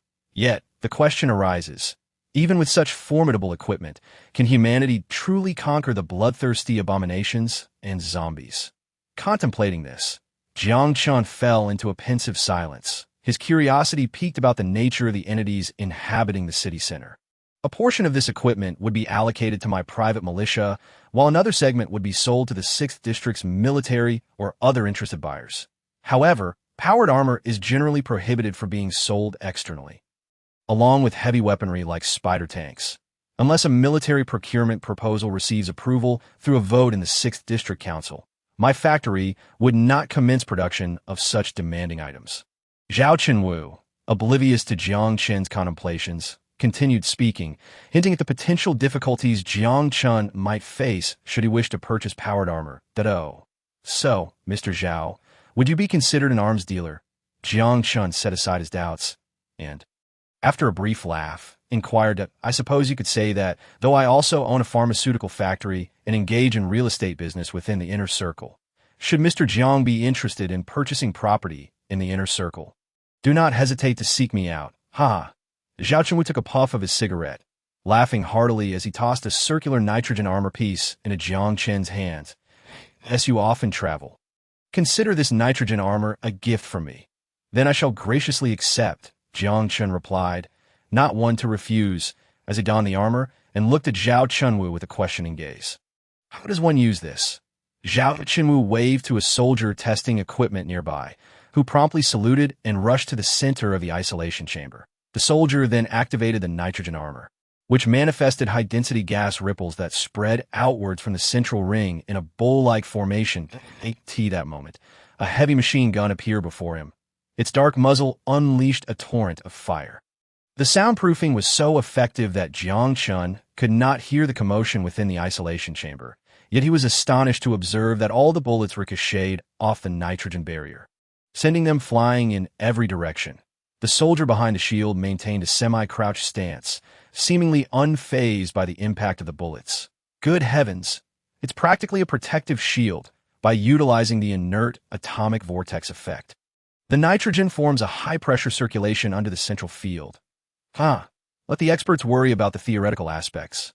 I'm only interested in the results. Mr. Zhao, are you satisfied with this device? Zhao Chunwu waved his hand, signaling the end of the test, and the machine gun lowered. Quite satisfied, indeed. I wonder if there are any limitations to its use. Jiang Chen toyed with the device for a moment before stowing it away. He had not anticipated that Zhao Chunwu's military factory possessed the capability for weapon research and development. Jiang Chen marveled at this. Indeed, but the market for this item is rather poor. Not many can afford such luxuries. However, my scientists are currently exploring the possibility of integrating this technology in a powered armor to see if localized armor can prove beneficial. But enough of that. Let the experts handle these bothersome details. As I said, I only care about the results. After departing from the factory, Zhao Chunwu guided Jiang Chen to the pharmaceutical factory for a brief tour.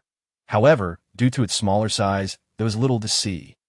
It was said that the genetic agents produced here accounted for 30% of the market share in the 6th district, along with other medications that were quite popular in the wasteland, such as adrenaline and hematopoietic injections. Upon completing the tour, the two made their way to the entrance of the slums. Once again, they encountered the market administrator named Wang. Upon spotting Zhao Chunwu, the balding, portly man sprinted out with exaggerated haste, performing a dramatic bow. His obsequious demeanor was somewhat comical, yet surprisingly not putting it seemed this rotund individual was no ordinary fellow. Thriving through flattery in the apocalypse was no small feat. Something most could not achieve. Feel free to choose. These individuals are all surplus laborers without jobs, so there is no need to worry about infringing on anyone else's workforce. Zhao Chunwu waved his hand, prompting Su Lei to step forward and present the stack of documents to Jiang Chen. Jiang Chen had already reached an agreement with Zhao Chunwu regarding these 30 individuals, transferring them to him at a price of 20 aging each, a transaction that had been settled during the earlier exchange of goods. Of that sum, 1 aging represented the official price for selling criminals, while the remaining 19 aging covered the costs of installing the latest insurance system. As per Jiang Chen's request, Zhao Chunwu did not profit a single cent from this transaction.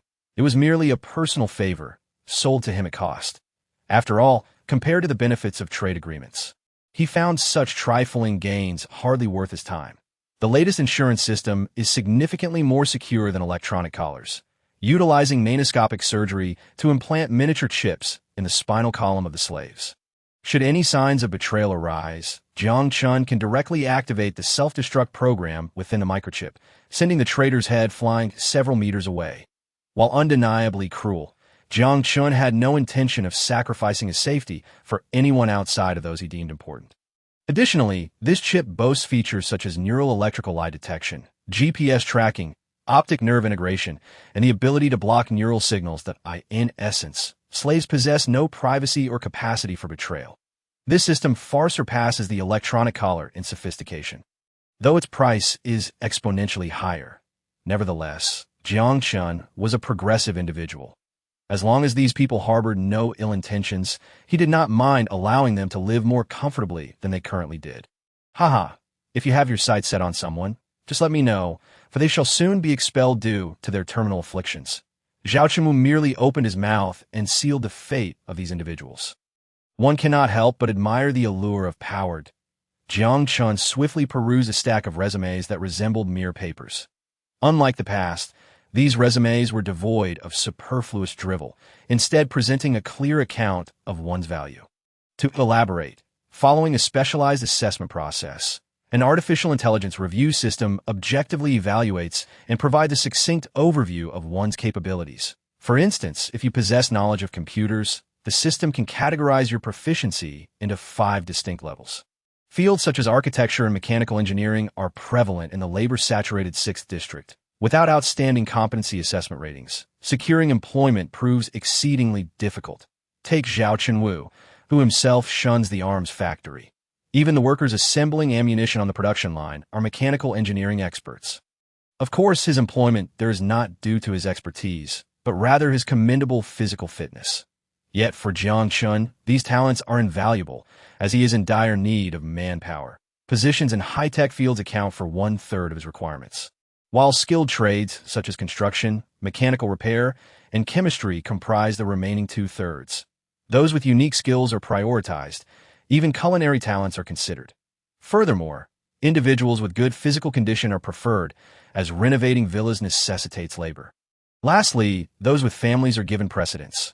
A strong sense of belonging alleviates concerns about their loyalty. Additionally, it spares them the worry of their physiological issues.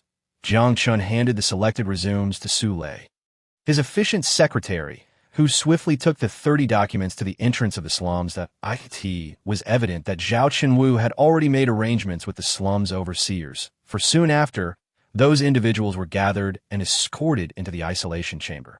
Dubbed as quarantine, the diagnostic reports had already been prepared, and all 30 were marked with the X1 influenza pandemic label, subsequently taken to the confinement chamber to have enslavement chips implanted. Human rights? A farce. In this apocalyptic world, who still speaks of human rights? From the moment they accepted the base's nutrient supplement assistance, their freedom had ceased to belong to them, regardless of the harrowing trials faced by those trembling survivors. Jiang Chen was presently accepting Jiang Chen's invitation to dine together at the table. This powerful figure of the 6th District frequently raised his glass to toast Jiang Chen, evoking a sense of reflection within him. Indeed, the power of wealth is undeniably formidable, regardless of the era. Henceforth, all that remains is to contemplate how to strengthen one's power and diligently safeguard the cake in hand. Chapter 38. The placement of slaves. The reconstruction of the sewer entrance is already underway, with several armed personnel bearing the Zhao Corporation insignia occupying the site. The bustling construction vehicles and workers setting up polyethylene boards clearly indicate Jiang Chen's significant investment in this trade route. Soldiers clad in full combat gear halted Jiang Chen as he approached, raising their hands to signal him to stop, presenting their genetic IDs. Upon confirming that Jiang Chen's genetic ID matched that of the VIP designated by their employer, one soldier stood at attention and saluted, then stepped aside to allow Jiang Chen to pass. Though functioning as a corporate model, these private armed forces exhibited military qualities, prompting Jiang Chen to reassess the strength of the 6th District. Ostensibly, it is the militia defending the district's safety, yet the true combat prowess lies with the private soldiers of affluent capitalists. In this light, the militia resembles more of a police force. Had these soldiers faced the last monstrous behemoth, they would likely not have struggled as the militia did. The atmosphere was stifling. Ever since being ushered into the isolation chamber by the militia, a sense of foreboding loomed over everyone.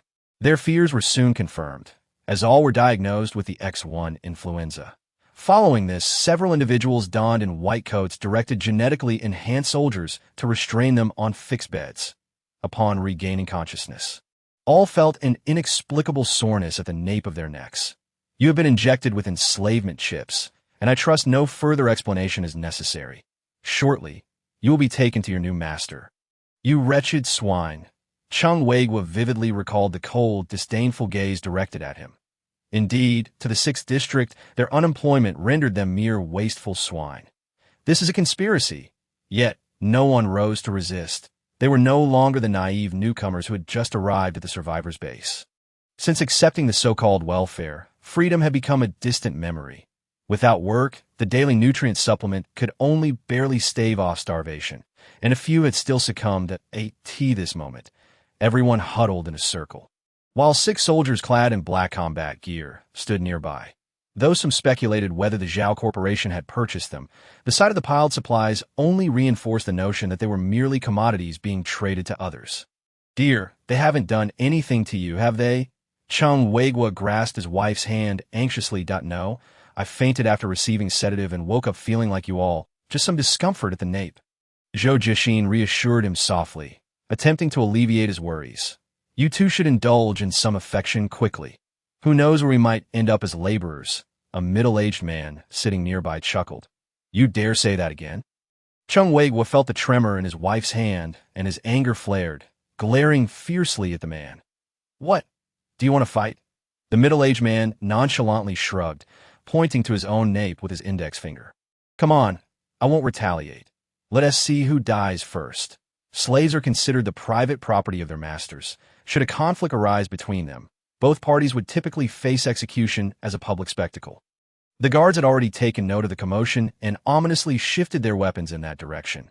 These individuals were the goods of the boss's esteemed guests. Should any mishap occur, they would be held accountable. Chung Weigua clenched his fists, but had no choice but to relent. Observing his restraint, the other slaves lost interest and turned their attention elsewhere. Suddenly, the surrounding guards sprang into action. The 6 of them stood in formation, saluting a young man before boarding a small transport truck and departing in the direction they had come from. What does it feel like to be scrutinized by 30 pairs of eyes? In truth, it elicits no particular sensation, especially when one knows they hold the power over the lives and deaths of these 30 individuals. The sense of detachment is particularly pronounced. With a sigh, Jiang Chen cast aside the unsettling feelings within him that he had no desire to become a cold-blooded politician. He merely wished to revel in the indulgences of wealth. It may be commonplace, but it is undeniably gratifying. However, to amass wealth in this chaotic landscape, one must possess corresponding strength. Otherwise, one would merely be a plump sheep, destined to be slaughtered by mercenaries like the Grey Goo Worm Brigade. Thus, force and deterrence are indispensable. And there remains much for him to adapt to. Steeling himself, Jiang Chen surveyed the cowering figures before him and took a deep breath. "All right, all of you, look at me. I am your future master." Jiang Chen clapped his hands and proclaimed loudly, "I am aware that many of you harbor questions, such as whether you will be taken to some location as bait or thrust into the front lines as cannon fodder. Fortunately, I can assure you that such will not be the case." Jiang Chen distinctly sensed the collective sigh of relief from the crowd, as the 30 heart rate indicators on the EP displayed a marked decrease. A proud smile graced his face as he continued, taking another deep breath to amplify his voice. "You are truly fortunate, for your master is me, and I am confident you will soon come to realize this. Work for me, and I shall ensure you do not go hungry. Indeed, I will provide you with a life of abundance that you could never have dared to dream of." However, as he spoke, Jiang Chen deliberately slowed his pace and lowered his voice, infusing a chilling undertone into his words that "I am a man of great tolerance and mercy, but the one transgression I cannot abide is betrayal. I trust you are all aware of what the chip embedded in your napes entails. To me, you possess no privacy whatsoever. For traitors, there exists no punishment beyond death, albeit." The finality of his words echoed ominously through the sewer, casting an eerie silence. The frightened, terrified, and doubtful gazes of many widened, and beneath this, their nostrils dared not even draw a breath. Fear? Doubt? Precisely. This is the intended effect. The carrot follows the stick. He does not believe these individuals will disobey. He is certain that when they are served the first bowl of porridge, fragrant with vegetables, that they have not tasted in years, these uncertain souls will undoubtedly revere him as a deity. Ascending first to the exit of the sewer, Jiang Chen, after confirming safety, lowered the prepared lifting sling. The individuals below began to hang supplies onto the sling, subsequently transporting items one by one to the top. The production machinery had been disassembled and stored in boxes, requiring only assembly upon reaching the villa. With a throng of refugees burdened with numerous packages, Jiang Chen cautiously navigated through the chaotic streets. Avoiding the vacant stares of the zombies, at last he spotted his villa, or rather, his earthen fortress. Pressing the doorbell, he was soon enveloped in the warm embrace of a live figure, who wrapped her arms around his neck. "Have you been fooling around?" With eyes narrowed like a cat, Sun Jiao scrutinized Jiang Chen from below. "Shouldn't the first thing you say be how much you missed me?" Jiang Chen chuckled wryly, patting Sun Jiao's lower back. The girl was becoming increasingly mischievous. How to describe it? The evolution of a barbarian towards a delicate woman. "I swear to heaven, I haven't," he exclaimed, hastily raising his index finger, while silently adding in his heart, "Robots don't count as people." Although Sun Jiao's intuition cast a shadow of doubt, there was indeed no inappropriate scent lingering about Jiang Chen. Not the type to hold grudges. She soon dismissed the thought. After sharing another kiss with Jiang Chen, she called over the slaves idly waiting to assist in moving the supplies into the villa. Together with Jiang Chen, she began to strategize the arrangement for these slaves. Jiang Chen designated the front lawn of the villa's main building for erecting temporary tents to accommodate the refugees. These small travel tents had been included in the supplies traded with Zhao Chenwu, barely sufficient to fit 2 people. Due to the limited space, these individuals would have to squeeze together for now. After all, it was better than sleeping outside the walls. Naturally, there were vacant rooms within the main building. But Jiang Chen had no intention of extending such hospitality to these strangers, even though these individuals posed no threat and were law-abiding citizens in the slums. The thought of inviting them into his home was still a discomforting notion. Until he could cultivate their loyalty and sense of belonging, he could only treat them as strangers. Understanding Jiang Chen's instructions well, Yao Yao fetched a large pot, pouring in half a bag of rice and adding a suitable amount of water. Following Jiang Chen's guidance, she chopped some greens and minced pork, tossing everything into the pot along with a couple of spoonfuls of salt and a pinch of monosodium glutamate. Igniting the gas line. Flames flickered beneath the pot, resting on a stone base. With a long wooden spoon, Yao Yao diligently stirred the ingredients. Then, on tiptoe, she carefully placed the lid atop the pot. Sniffing lightly, she adjusted the heat and patiently waited for the porridge to cook. Although she did not understand why her elder brother Jiang Chen insisted on providing such good food to the newly acquired slaves, she would unconditionally support whatever decisions he made. Moreover, her brother's gentle and kind demeanor was undeniably charming.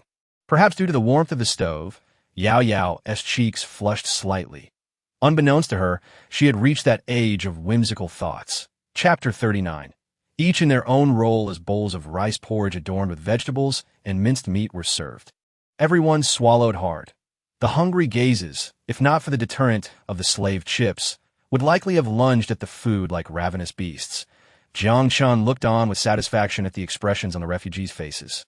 Although they were his slaves, he preferred to regard them as employees, provided they remained honest. And tea that moment. He felt content as no one rushed forward to snatch the porridge before he granted permission. Gulp! Jiang Chen cast a bemused glance at Sun Jiao, who stood beside him, swallowing hard as well. "That haven't you just eaten? Why are you hungry again?" "Mind your own business," Sun Jiao threatened playfully, a slight blush creeping on her cheeks as she averted her gaze.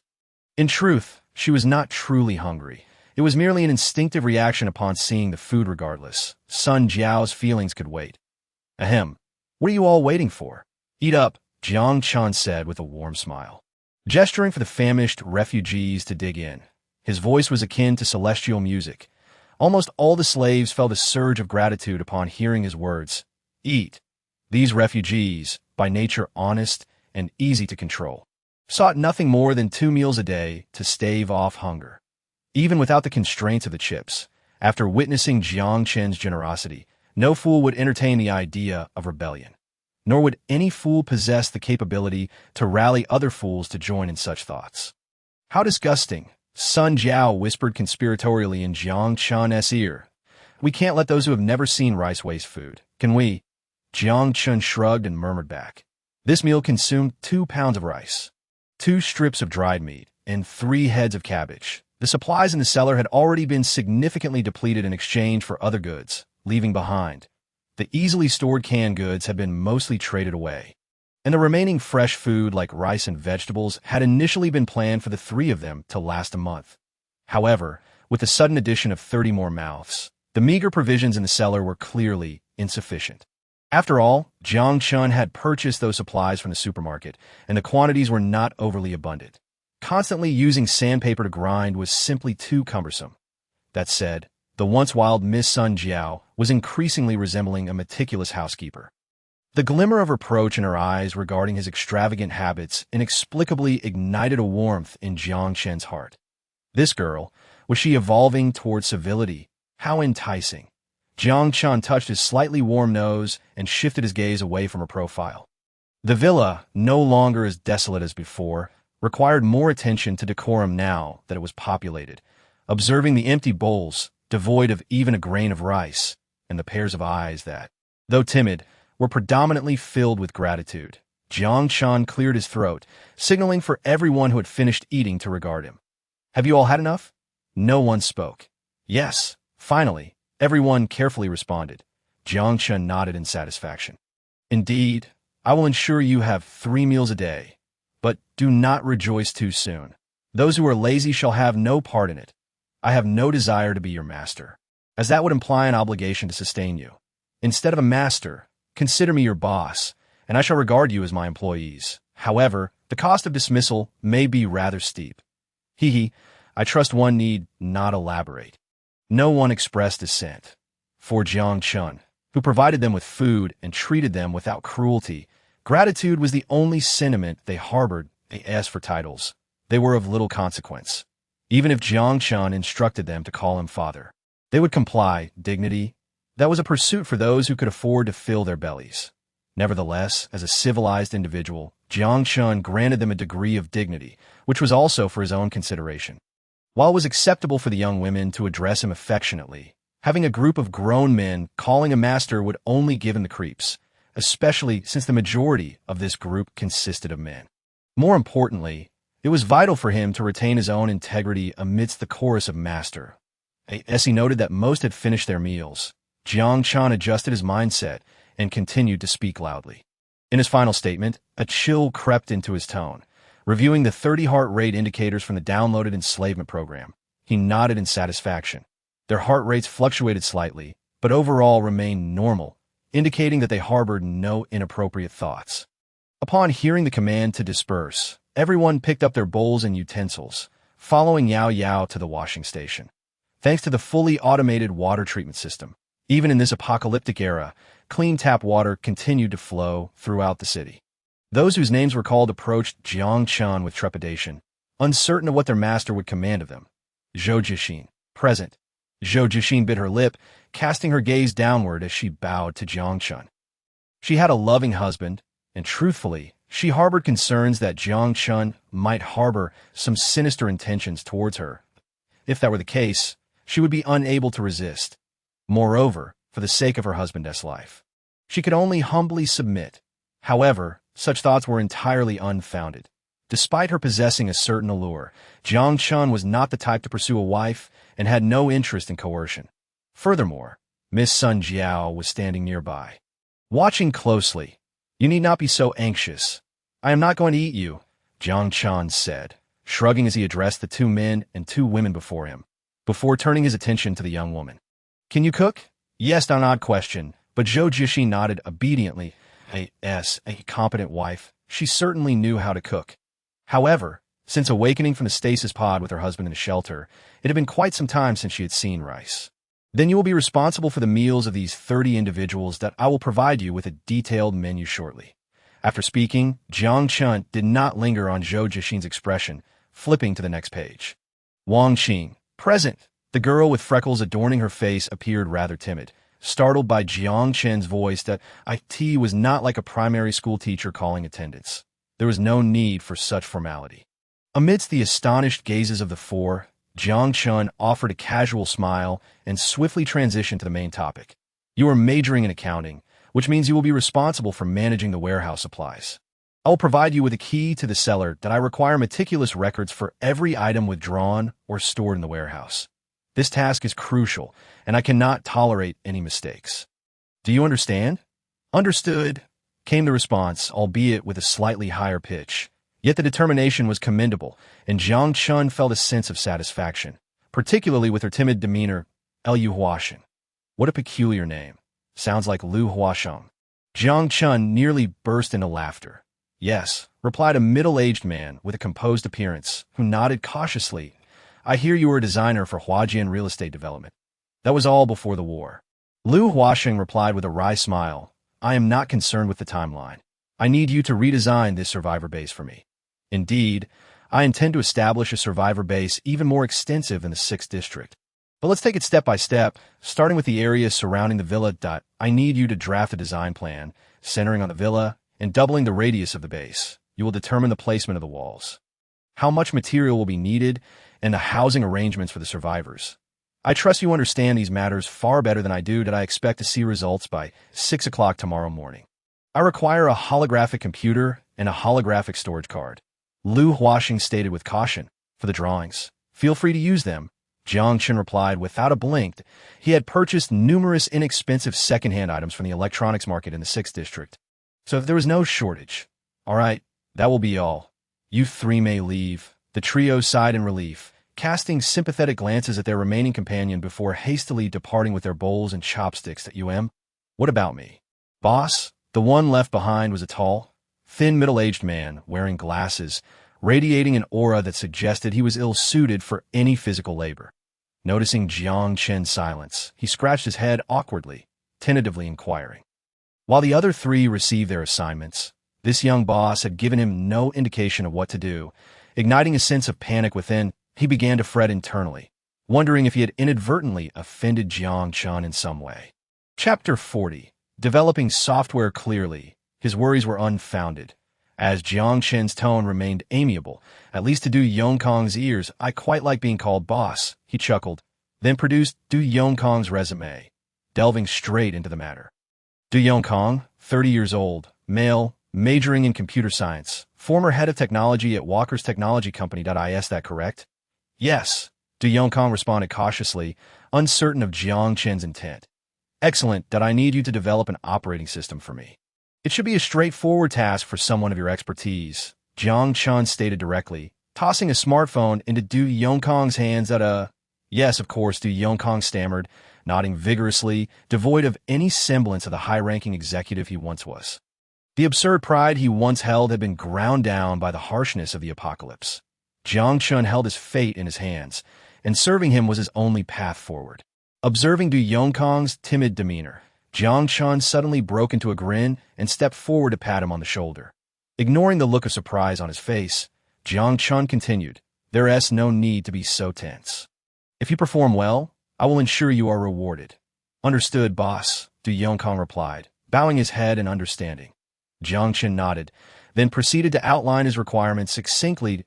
If you encounter difficulties, feel free to bring them to my attention. But you must overcome them, understood? Yes. With that, Jiang Chen tossed another Apple smartphone into his hands. Both devices were bare models, newly purchased by Jiang Chen. As Du Yongkong took hold of the phone, he began to manipulate the screen, soon revealing a rueful smile. What's the matter? Is it too difficult for you? Jiang Chen inquired, raising an eyebrow. No, not at all. It's just too simple, Du Yongkong quickly replied, shaking his head. In truth, he feared that this boss might suddenly dismiss him, as such an easy task was unheard of even before the war. Oh, do elaborate, Jiang Chen said, intrigued. Du Yongkong adjusted his glasses and professionally presented the phone, explaining, first of all, this outdated operating system appears to be over 150 years old. Both its hardware efficiency and the cumbersome human-computer interaction methodologies are fraught with issues. You find the interaction of this iPhone 5 lacking? Jiang Chen chuckled. Du Yongkong cautiously assessed Jiang Chen's expression, realizing he bore no anger over his criticisms of the operating systems, which emboldened him to delve deeper into his explanations from the perspective of hardware efficiency. While it may seem logically coherent, it is riddled with unnecessary complexities. Put it simply, it's akin to a statement that could be summarized in 11 words, but due to the constraints of compiled languages and algorithms, the processor is compelled to undertake superfluous tasks, first defining A1 and B1, then calculating CAB, ultimately deriving C2, and finally outputting C. Of course, this is merely an example. In summary, this antiquated processing method not only consumes excessive memory, but also severely hampers operational efficiency. How do you plan to address this? Jiang Chen inquired with keen interest. This is easily resolved. Ultimately, it boils down to the limitations of compiled languages. Although both operating systems have their strengths and weaknesses, they remain shackled to the framework of inferior compiled languages. If we utilize D for compilation, with minor adjustments for compatibility, we could enhance the efficiency of this so-called smartphone by more than threefold while having its energy consumption. Additionally, with reduced hardware strain, the lifespan of the hardware will be significantly extended. Jiang Chen gasped in astonishment that this not extraordinary. A threefold increase in operational efficiency and perfect compatibility with both software programs. Just these two features alone are enough to drive one mad. This implies that even a modest device can run games originally only manageable by high-end models. This would undoubtedly incite a technological revolution in the mobile gaming industry. Countless developers have labored to minimize game memory usage and optimize performance, sacrificing gameplay for user compatibility. Yet, should this operating system come to fruition, the performance of all users' phones would triple. At that point, all creativity could be fully unleashed, allowing for any imaginative designs to be accommodated on everyone's devices. Is this not a technological revolution? Does iOS or Android possess such capabilities? And what about human-computer interaction?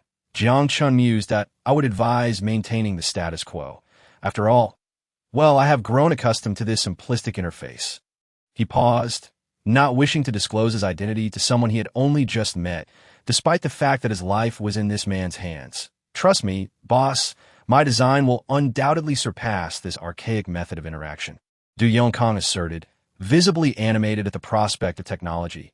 Indeed, while touchpad interaction remains prevalent, the disparity between this outdated operating system and contemporary consumer-oriented electronic systems is fundamentally significant. What is that disparity? Jiang Chen inquired, intrigued. Artificial intelligence. Artificial intelligence. Can you create it? Jiang Chen frowned, intrigued that if it's merely basic artificial intelligence, I can certainly produce it within a month. After all, the relevant data is readily available in the library's database. I merely need to handle the migration. Du Yongkong assured confidently that I am curious. If artificial intelligence is not particularly challenging, then why isn't it present in holographic computers? Jiang Chen queried, perplexed at I see. But wouldn't what you refer to as basic artificial intelligence pose any risks? Jiang Chen raised a significant concern.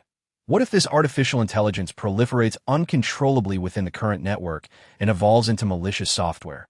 He recalled a film he had once watched, Robot, which depicted a world dominated by artificial intelligence. Ultimately, artificial intelligence is merely a sophisticated program, Du Yongkong reassured him, prompting Jiang Chen to nod in understanding. Very well, I shall entrust this matter entirely to you that I only wish to see the outcome. You are free to experiment boldly. And one more thing. Ensure that the confidentiality of this operating system is maintained at all costs. I certainly do not wish for this smartphone to be handed over to another individual, only for them to swiftly crack the entire operating system and subsequently create a similar contraption. Confidentiality is of paramount importance. Jiang Chen would be dismayed to see the software he painstakingly developed transformed into open source within mere days. Furthermore, should that so-called decompilation method be revealed, he would find himself at a loss to explain that it would be best to construct the program as impenetrable as a fortified box, exchanging data solely with the outside world while refusing any form of unpacking or similar operations. Du Yongkong paused momentarily, then chuckled as he patted his chest. Rest assured, boss, the program I create will be exceedingly difficult to crack. The games from Walker's technology company were all meticulously packaged by me. Take, for instance, the recently launched Star Wars Storm 7. To this day, no international cracking group has managed to breach ITAS for packaging an operating system of this caliber. It poses no challenge for me. One must consider if there exists an individual in this era capable of deciphering the work of a technology director from Walker's technology company, who wields black technology from over 150 years in the future. It would only suggest they are a time traveler, and Jiang Chen would undoubtedly see to their demise. Ahem, of course, that is implausible. Indeed, should you succeed, it would be a significant achievement. Work diligently, and, I assure you, you shall have meat with every meal. Jiang Chen laughed heartily. clapping Du Yongkong on the shoulder as he spoke loudly. Upon hearing this, Du Yongkong was naturally elated. The prospect of having meat with every meal was something he had never dared to dream of. Having tasted such sweetness, Du Yongkong immediately pledged his commitment and began showering Jiang Chen with various compliments. Truly, as a manager, not only is he technically proficient, but his flattery flows effortlessly. Jiang Chen harbored no disdain for those who were clever in their dealings. One last thing, the logo for Future Man technology must be designed to be exceedingly cool, embodying a high-tech aesthetic without being overly ostentatious. You understand? Yes, boss. This fellow was almost on the verge of exclaiming in joy. Witnessing Du Yongkong's enthusiastic confidence, Jiang Chen nodded in satisfaction and waved him off, signaling he could take his leave. With a heart full of joy, Du Yongkong strode away, with 2 smartphones in hand. Of course, not forgetting to clean up his own dishes before departing, and no longer laboring like a common worker. But returning to his old profession was a happiness he had not dared to imagine for many years. Yet today, it had become a reality. Grateful to Jiang Chen, Du Yongkong resolved to create a product that would leave his boss utterly astonished. Although such electronic products may be considered outdated, if that is what the boss desires. Catering to his preferences is a surefire way to ascend the ranks. He cared little for the purpose Jiang Chen intended to use the device for. Completing his superior's task was all that mattered. Chapter 41. The Developing Fishbone Grain Products Company. With a crooked fishbone logo nailed to the front door of the villa, this nascent survivor base was hastily established amidst the wasteland of Wanghai City. In the early morning, the tantalizing aroma of food stirred the weary survivors from their slumber. Clad in a pristine white chef's uniform, Zhou Jixin was preparing a pot of rice porridge adorned with vegetables and meat. Survivors, each holding a bowl, formed an orderly queue to collect their breakfast from the female cook. Astonishingly, breakfast was even available. This was something they had never dared to dream of in the past. A full meal would grant them the strength to work. Naturally, Jiang Chen was generous when it came to sustenance. Although nutrient supplements could stave off hunger, they were quite sour and failed to provide substantial calories. After consulting with Zhou Jixin regarding the survivors' dietary needs, he devised a reasonable meal plan. Breakfast consisted of rice porridge enriched with minced meat and vegetables. Lunch featured ample servings of steamed white rice, accompanied by a ladle of stir-fried vegetables for each person. Dinner mirrored lunch, with the occasional switch to noodles. Moreover, teams that exhibited exceptional performance in their daily tasks would earn reward points. The point system, introduced by Jiang Chen after careful consideration, would offer material rewards to those who exceeded project completion expectations, thereby encouraging the workers' productivity. Jiang Chen understood this principle well. Based on their points, these survivors could exchange them for luxuries such as instant noodles, biscuits, and even canned goods. The distribution of points was temporarily entrusted to the foreman Lu Huaxing, who would report to warehouse manager Wang Qing for confirmation. Both of them received a fixed point allocation of 1 point per day. While Zhou Jixin's points were distributed monthly based on the evaluation of the meals provided as for Du Yongkong's points, they were personally overseen by Jiang Chen. After all, food held little value for him. However, for these individuals accustomed to the pangs of hunger, this generosity could only be described as monumental. My goodness, this place is akin to paradise. Almost everyone believed as much. After swiftly concluding breakfast, all gathered in the central courtyard. Excluding those with prior engagements, the remaining individuals were divided into teams of 4 as per Jiang Chen's instructions, with those possessing construction expertise appointed as team leaders, participating in the base's foundational construction. With dark circles under his eyes, Lu Huaxing held the holographic blueprints he had hastily prepared overnight, which Jiang Chen had reviewed, explaining them repeatedly to each team leader.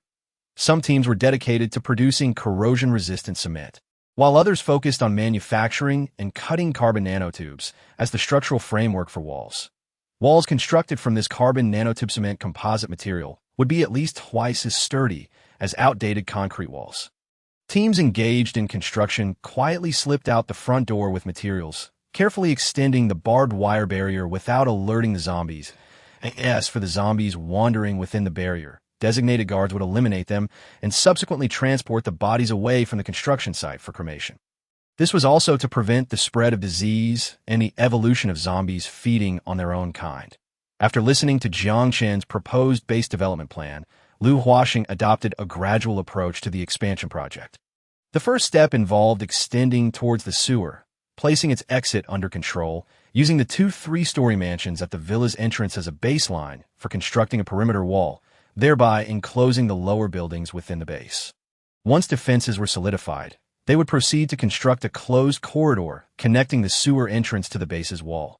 The overall design philosophy was to make full use of the surrounding abandoned buildings, connecting them with carbon nanotube cement composite walls, transforming the vacant mansions into natural fortifications for the base. These structures could serve as housing and allow for weapon placements on the rooftops, acting as watchtowers.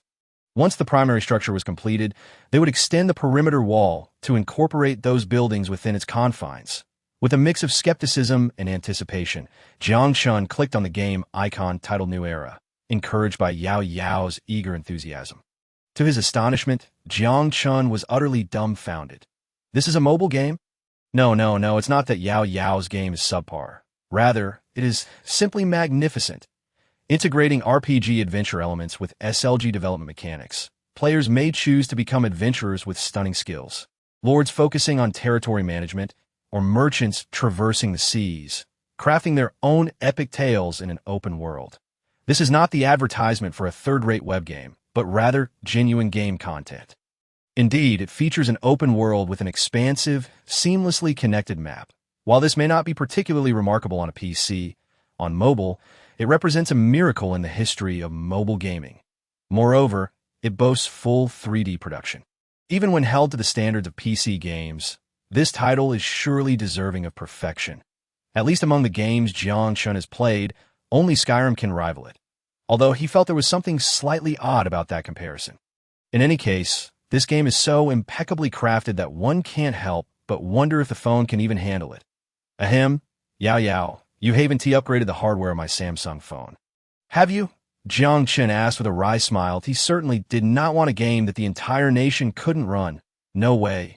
Yao, sensing Jiang Chen's dissatisfaction, pouted with her large eyes, feeling wronged.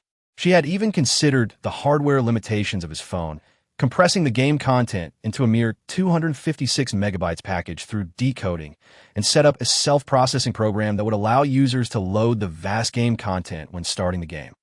Stop. I don't understand. Just give me a general idea of what the effect is like. Jiang Chen quickly interrupted Yao's explanation.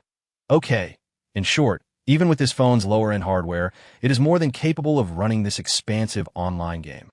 The game, however, imposes higher demands on the server, as I have employed cloud computing techniques, allowing most of the data processing to occur on the main server. Consequently, the CPU on the user end hardly bears any significant computational burden. Moreover, confidentiality is thoroughly secured. Yao, with a gleeful shake of her little head, continued, I have already modified a server capable of withstanding such high-level computations for my brother. The specific setup instructions are meticulously documented. Though not entirely comprehending, it essentially means treating the server itself as a large processor, allowing users to merely input information and receive processed data in return.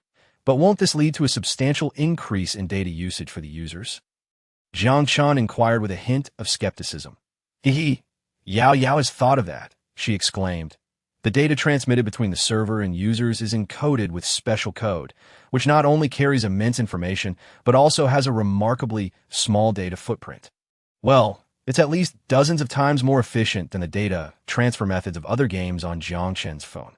Running for a day consumes merely about 10 megabytes of data. Indeed, 10 MB is quite minimal. Jiang Chen couldn't help but marvel inwardly. Even playing Do Di Zhu for an entire day wouldn't use just 10 MB. Did Yao manage to help her brother? Yao blinked her big eyes, gazing at the astonished Jiang Chen with hopeful anticipation. Yao, you've truly been a tremendous help. Jiang Chen suddenly embraced Yao and planted a hearty kiss on the adorable little girl's cheek.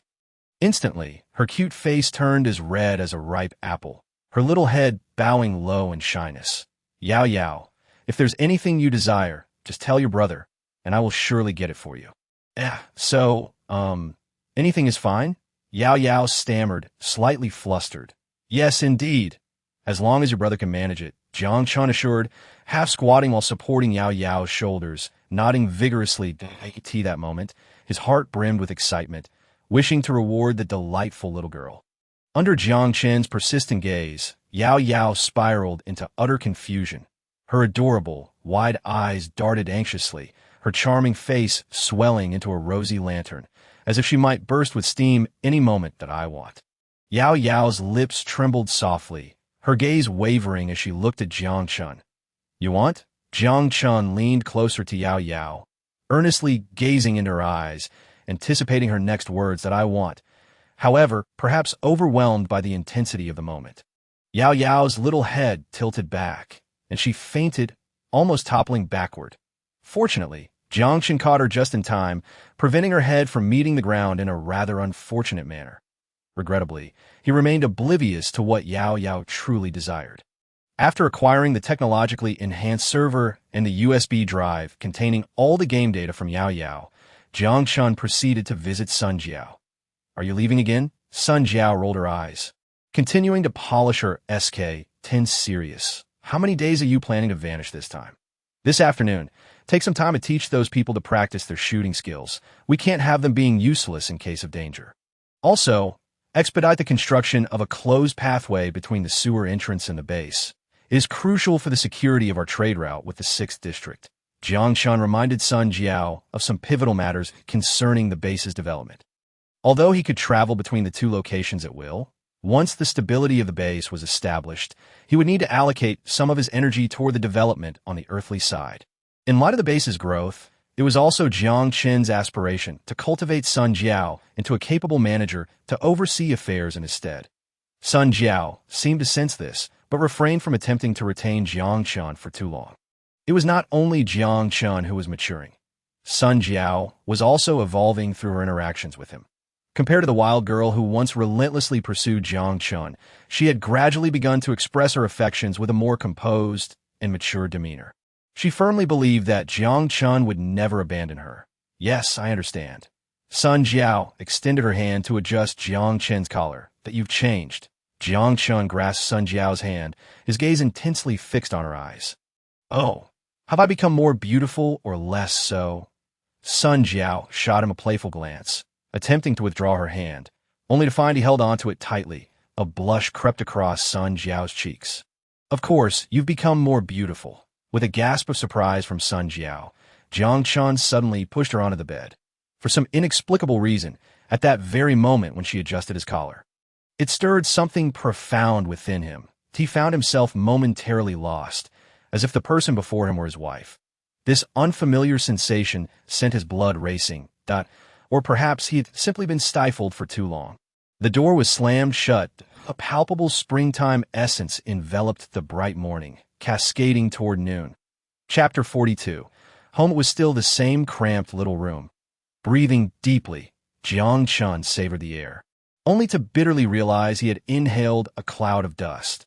Having been uninhabited for too long, the bed was already covered in a layer of grime. He surveyed the apartment where he had lived for 2 years. A wave of nostalgia washed over him.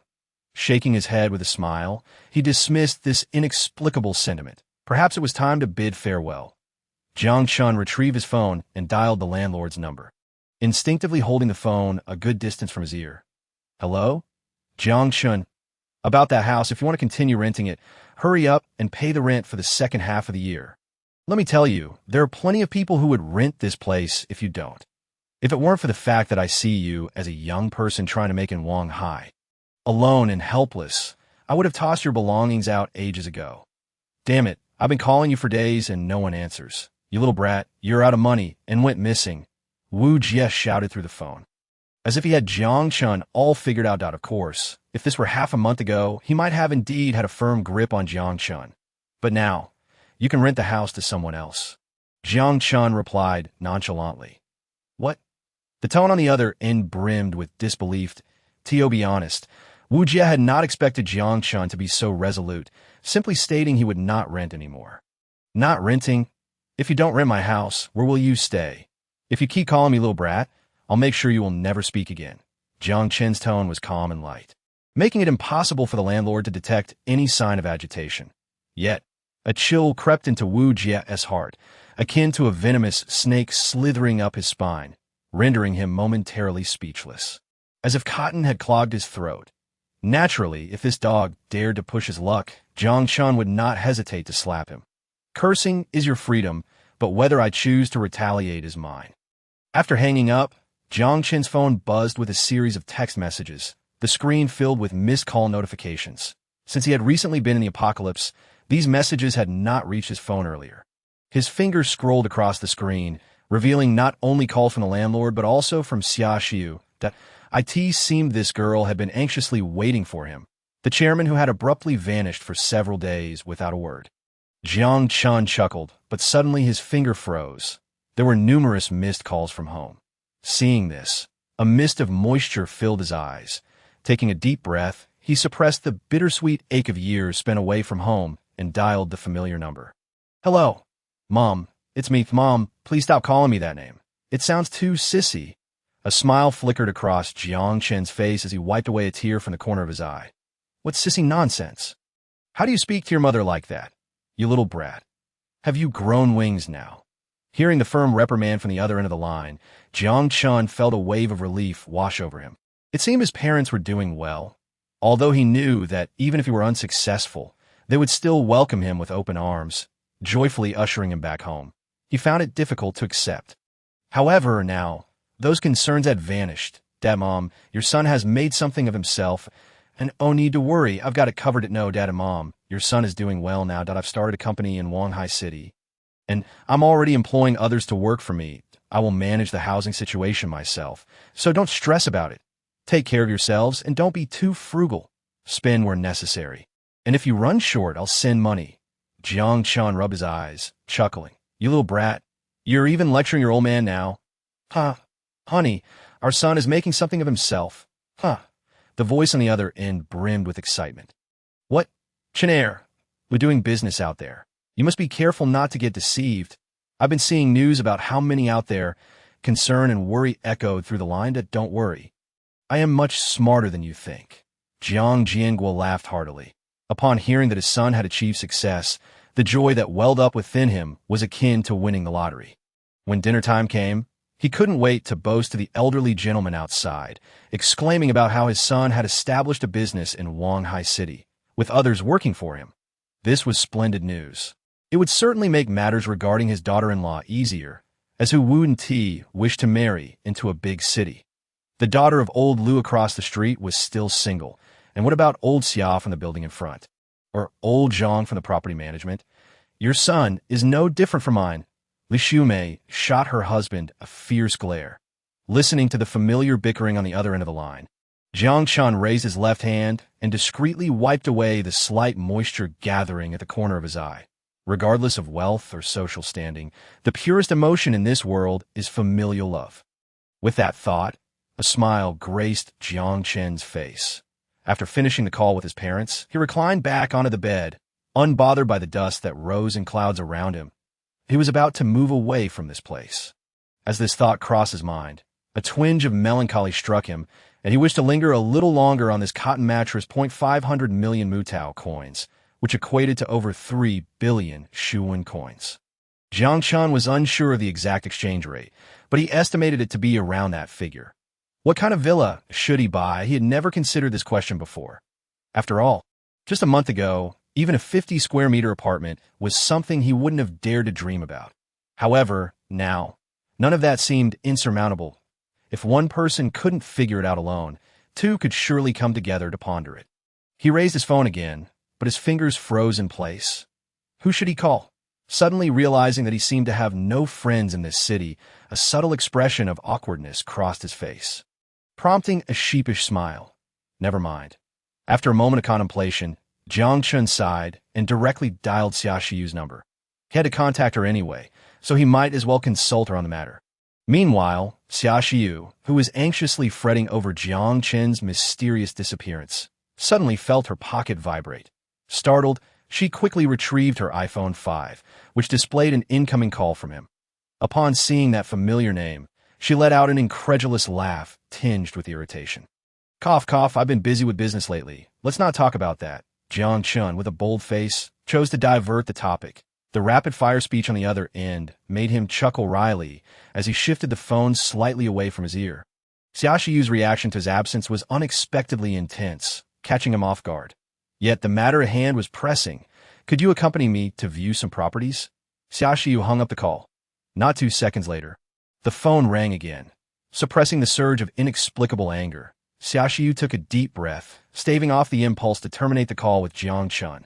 "Cough, cough. Please don't hang up. I'm serious. Let us find a time to meet." "What does your house purchase have to do with me?" Xiaoxiyu replied coldly, her chest heaving with agitation. Jiang Chen's playful demeanor filled her with a sense of humiliation, one that she had been feeling during these days of worrying about his whereabouts. Indeed, it was humiliation. Of course, it matters. You could always come and visit. However, Jiang Chen, oblivious to Xiaoxiyu's expression over the phone, continued to smile cheerfully.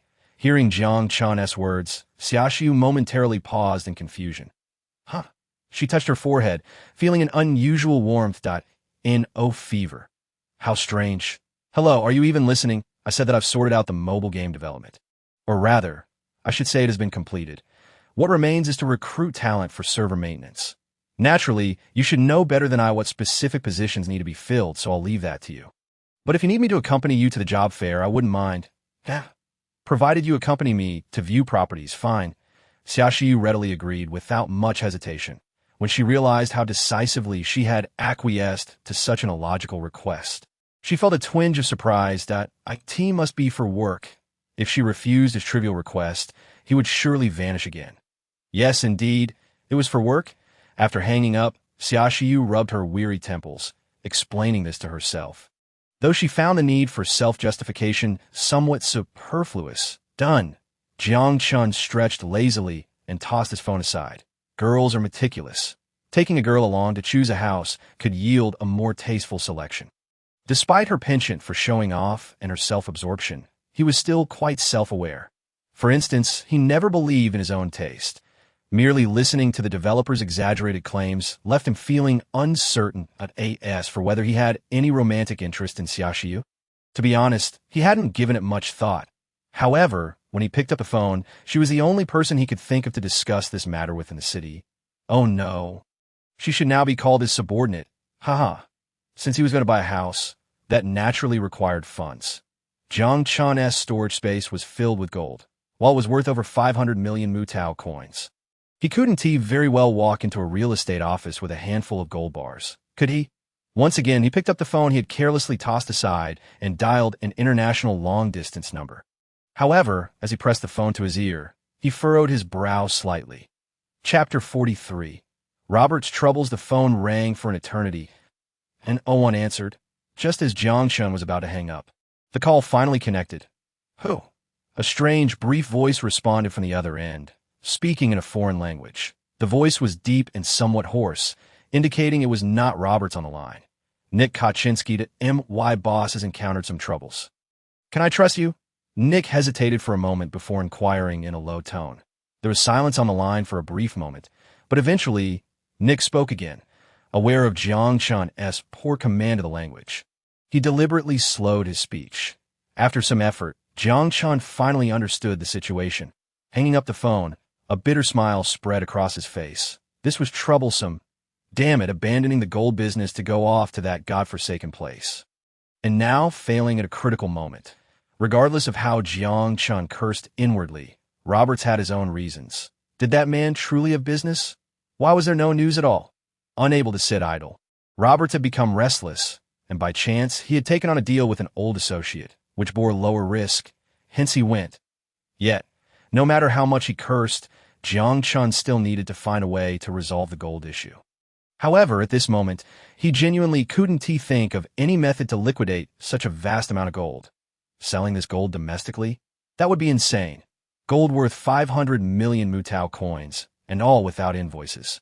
He certainly didn't want to attract the attention of mysterious authorities. If they discovered anything, it would spell trouble in every sense. Perhaps a trip to Jiangchen? A hint of hesitation crossed Jiang Chen's face.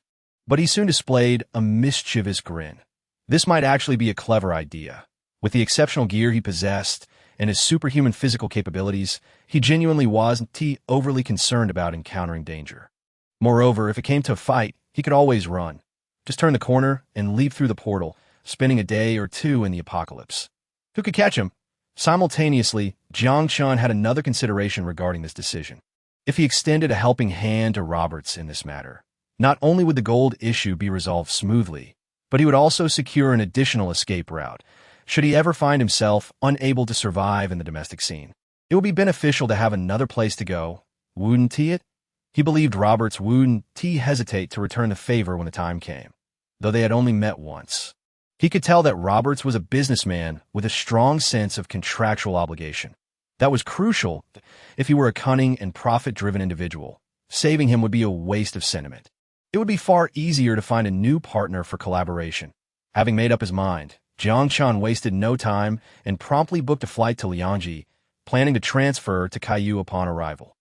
He had obtained his passport back in school, but hadn't had the opportunity to use it in the years since. Next, he would need to visit the embassy to secure a tourist visa before he could set off. After finalizing the flight arrangements, Jiang Chen didn't linger, but quickly packed a simple bag and headed out. Since he would no longer be renting this place, he found a nearby 7-day hotel and booked a standard room, intending to deal with the gold issue before contemplating the house purchase. Although the several tons of gold were difficult to sell, converting a kilogram or two into Shuwen coins was certainly feasible. Just as Jiang Chen's funds were nearing depletion, he pulled out the business card and called Liu, the owner of the gold shop, to make an appointment, still dealing with 7 kilograms of gold. Jiang Chen didn't bother with the small change and directly transacted at the price of 1.5 million. However, what Jiang Chen failed to notice was the almost undisguised greed that flashed across Liu Anshan's face the moment he left the gold shop. Liu Anshan had become increasingly convinced that this fellow must have a special method of acquiring large quantities of gold. Perhaps he was involved in tomb raiding? Or maybe he was running a private mine? Liu Anshan was unaware. He only knew that the young man surely possessed more than just this little amount. He had secretly investigated Jiang Chen. After Jiang Chen received that sum of money last time, he almost spent it all without batting an eye. Now, not even a month had passed, and he had returned to his shop to purchase gold. What did this signify? It indicated that his gold reserves had reached an unimaginable level. If he had merely stumbled upon the gold by chance, how could he possibly have spent it so rapidly? As for whether Jiang Chen was a dangerous individual, this point had also been checked by boss Liu through acquaintances. He was nothing more than a former small employee who had worked for a year in a clothing store at Bailey and Shermau, eventually dismissed by his superior. He could not bring himself to believe that such a minor character could possess any significant background. It was time to get in touch with his brother. Yet, just as the thought of his brother crossed his mind, a hint of hesitation appeared on Liu Anshan's face. He'll be honest, he was reluctant to entangle himself too deeply with his brother. But this matter compelled him to seek his assistance. After a brief moment of contemplation, Liu Anshan made up his mind and dialed the number he had on hand. Hello. Is it you, brother? It's me. Liu Anshan. I'll skip the pleasantries. Are you interested in a business deal? We'll split it 50-50, with a minimum of 40-60. It can't be any less. After directly paying a year's rent, Jiang Chen rented a small warehouse. He was immensely satisfied with both the traffic conditions surrounding the warehouse and the discreet space within. The rent was 3,000 yuan per month, not overly expensive for the outskirts of Wanhai City.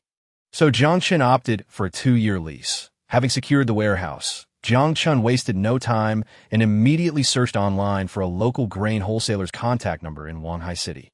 When he called, Jiang Chen got straight to the point, ordering 10 tons of rice, 5 tons of flour, 300 boxes of canned meat, 200 boxes of canned fruit, as well as various salts and cooking oils. Such a substantial order prompted the grain store owner to accept without hesitation, and after confirming the address, he confidently assured delivery within 2 hours. The only stipulation was that a deposit was required. For he too feared that Jiang Chen might be playing tricks. Jiang Chen, uninterested in idle chatter, promptly transferred the entire amount. The total sum of 160,000 yuan startled the grain store owner, who couldn't fathom his good fortune in encountering such a lavish client. The payment came through without a moment's hesitation. Naturally, upon receiving the money, the grain store owner hurriedly prepared for the delivery. even personally taking the truck alongside the driver to Jiang Chen's rented warehouse in the outskirts.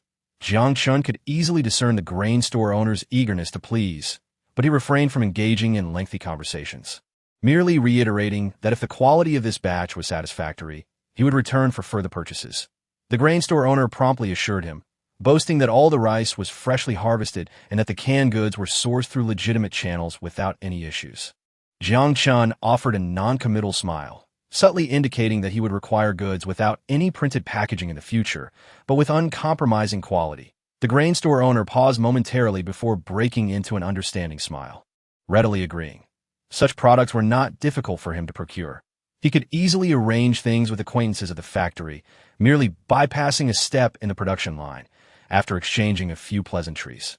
The grain store owner took his leave, sensing that Jiang Chen had other matters to attend to, gazing at the abundant supplies filling more than half the warehouse. Jiang Chen took a deep breath. A pool brimming with food? Phew, I haven't even sold off the previous batch of gold, and now you've got me acquiring another heap. I won't be able to convert it into cash, he lamented with a wry smile. Moreover, this amount of grain is hardly worth much in our area. Sun Jiao blushed, casting another fierce glare at Jiang Chen. Don't eat until you resemble a little pig, or I might just have to feast on Yao Yao instead. Jiang Chen teased. You scoundrel! Sun Jiao exclaimed in a mix of embarrassment and anger, lightly pounding Jiang Chen's shoulder. However, seeing his playful demeanor, it was evident that it didn't hurt in the slightest out of course. Jiang Chen was merely jesting. He wasn't so beastly as to actually consider feasting on Yao Yao. Besides, Sun Jiao's slim waist hardly suggested she would gain any extra weight. By the way, find a few meticulous and reliable individuals to handle the removal of production dates and other labels on these items. This matter must not be taken lightly. Alternatively, perhaps you and Yao Yao could personally oversee it, that I will endeavor to procure goods that are unmarked in packaging directly in the future. I in the car. He pulled out his phone and called Xiaoshu.at. Least this time Jiang Chen reported his whereabouts, preventing any fear of complete silence. Last time, Xiaoshu had been so alarmed that she almost contacted the police to report him missing. What about the company matters? Xiaoshu sighed, her voice tinged with helplessness. Of course. I'm relying on you for that. Hearing Jiang Chen's playful tone, Xiaoshu couldn't help but smile wryly as she rubbed her temples. Treat me for a week, she declared through gritted teeth that, no problem. A month's worth would be just fine. However, the cheerful response on the other end only intensified her frustration. Hanging up, Xiaoshu set her phone aside and leaned back against the sofa. Exhaling. That insufferable guy. It was particularly irksome that she was now his subordinate. If it had been before, things would have been different. Guilt, unease, regret. It was hard to articulate, resting the back of her head against the sofa. She stared blankly at the ceiling, lost in thought. She adored this modern apartment, with its compact yet comfortable duplex structure. Although she typically maintained a serious demeanor at work, in her personal life, she surprisingly possessed a refined taste. Earning $10,000 a month, she allocated half for housing expenses. She felt no remorse over this expenditure, for in her view, earning money was fundamentally about enhancing the quality of life. Excessive saving was merely a manifestation of insecurity about the future.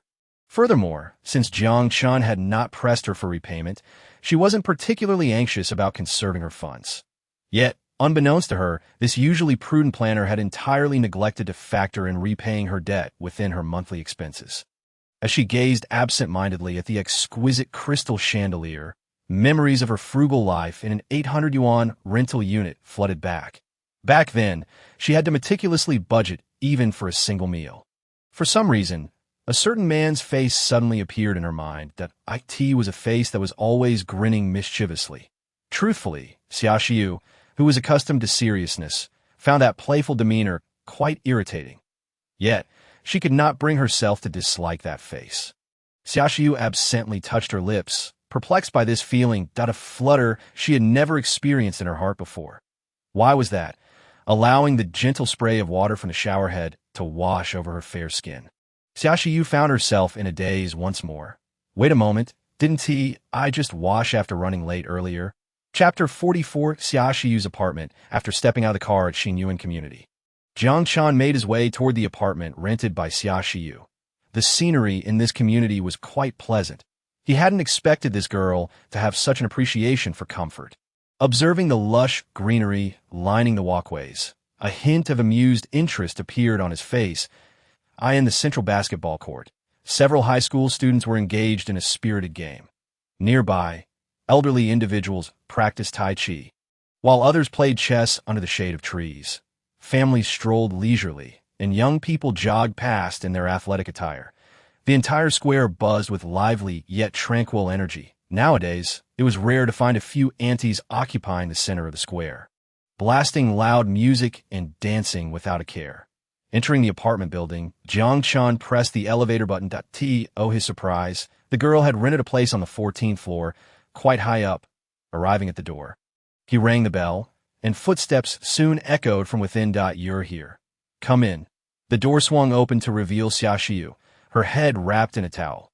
Jiang Chen noticed the droplets of water glistening on her fair neck, indicating she had just stepped out of the shower. Aren't you coming in? Seeing Jiang Chen remain still, Xiaoxiu furrowed her brow in confusion. Ahem. Yes, coming in. Jiang Chen quickly cleared his throat. He had momentarily been taken aback and felt quite out of sorts. He closed the security door behind him and removed his shoes. The moment he looked up, he caught a glimpse of her alluring silhouette. Perhaps due to just having bathed, a fragrant steam enveloped Xiaoxiu, lending her an enticing aura. The loose-fitting sleepwear she wore, dampened by the moisture, clung slightly to her enticing figure, especially accentuating the curve of her hips. Jiang Chen swallowed hard, his gaze taking on an unusual quality. Is this young lady attempting to seduce me? If Xiaoxiu were to discover Jiang Chen's self-absorbed thoughts, I wonder if she would angrily expel him. The bedroom often carries the fragrance of its owner, and initially, Jiang Chen did not think much of it. However, upon stepping into Xiaoxiu's room and inhaling the alluring scent, he felt a twinge of awkwardness. Yet, seeing Xiaoxiu engrossed in her work on the computer, he forced himself to suppress this peculiar feeling that it was time to connect the USB drive. Xiaoxiu vacated the computer chair and exited the room. He inserted the USB into the computer, transferring the files to a newly created folder on the E-drive. It was evident that Yao Yao had put considerable effort into the tasks Jiang Chen had assigned, compiling all relevant information regarding the game, including testing data and detailed reports on the game's content. Consequently, the application to be submitted to the publishing authority could be swiftly organized. Naturally, this responsibility would ultimately fall to Xiaoxiu. Is it ready? Let me see. That moment, Xiaoxiu had donned her glasses, exuding professionalism as she seized the mouse from Jiang Chen's hand, meticulously scanning the documents he had provided. The faint, delicate fragrance that lingered after her shower wafted from her hair and the nape of her neck, leaving Jiang Chen feeling parched. To be candid, Xiaoxiu was indeed beautiful, possessing a grace akin to that of a rare flower atop a high peak. Yet, Jiang Chen had never contemplated her in that light before. He had merely regarded her as a capable individual to manage the company and one of the few friends with whom he could engage in conversation. However, under the intoxicating scent of hormones, even his attempts to correct his wandering thoughts proved futile. Moreover, the ambience was decidedly ambiguous. The warm lighting and wallpaper contributed to a conducive sleeping environment, yet they also stirred desires, not to mention. Directly behind them lay a soft bed, with a bed, a beautiful woman, and the two of them in the same room. Upon closer inspection, his former superior's profile was indeed stunning. Jiang Chen's breathing began to quicken. The creator of this game is truly a genius. Xiaoxiu's exclamation abruptly interrupted Jiang Chen's reverie. Adjusting her glasses, she continued, "Every aspect is impeccable. By utilizing cloud computing, the game's demands on user devices are significantly reduced, all without requiring excessive data usage. Although I'm not an expert in game development, if the quality of this game is as formidable as this report suggests, I dare say it will be a groundbreaking masterpiece in the realm of mobile gaming." "Did you bring this server earlier?" Xiaoxiu furrowed her brow, looking perplexed at the device the size of a desktop computer that had somehow found its way into her room. "Of course I did. It's just that you may not have noticed it behind the door," Jiang Chen hastily clarified. In truth, he had only remembered to bring it after entering the room, seizing the opportunity while she had stepped into the living room. Xiaoxiu did not dwell on this trivial matter. nodding before posing several more inquiries related to the game. Jiang Chen provided explanations to the best of his ability, indicating that any details he could not clarify were included in the documents. I trust in your abilities. Jiang Chen waved his hand to stop her, smiling. Upon witnessing his show of faith, Xiaoxiu inexplicably felt warmth rise to her cheeks. In fact, just moments earlier, as Jiang Chen had inhaled her fragrance. She too had caught a whiff of a unique scent emanating from him. To be clear, it was not a scent of sweat, but rather a distinctive aroma of hormones, similar to the fragrance in her room. She might not have been able to detect it herself, yet Jiang Chen, as a male, could distinctly perceive this ambiguous scent. This racing heartbeat stirred within Xiaoxiu a sense of inexplicable agitation and anxiety. Although she did not entirely dislike this feeling, she felt a twinge of shame at her inability to maintain focus on her work. Indeed, it was a sense of embarrassment. She had always prided herself on her meticulous work ethic. I will not disappoint your expectations.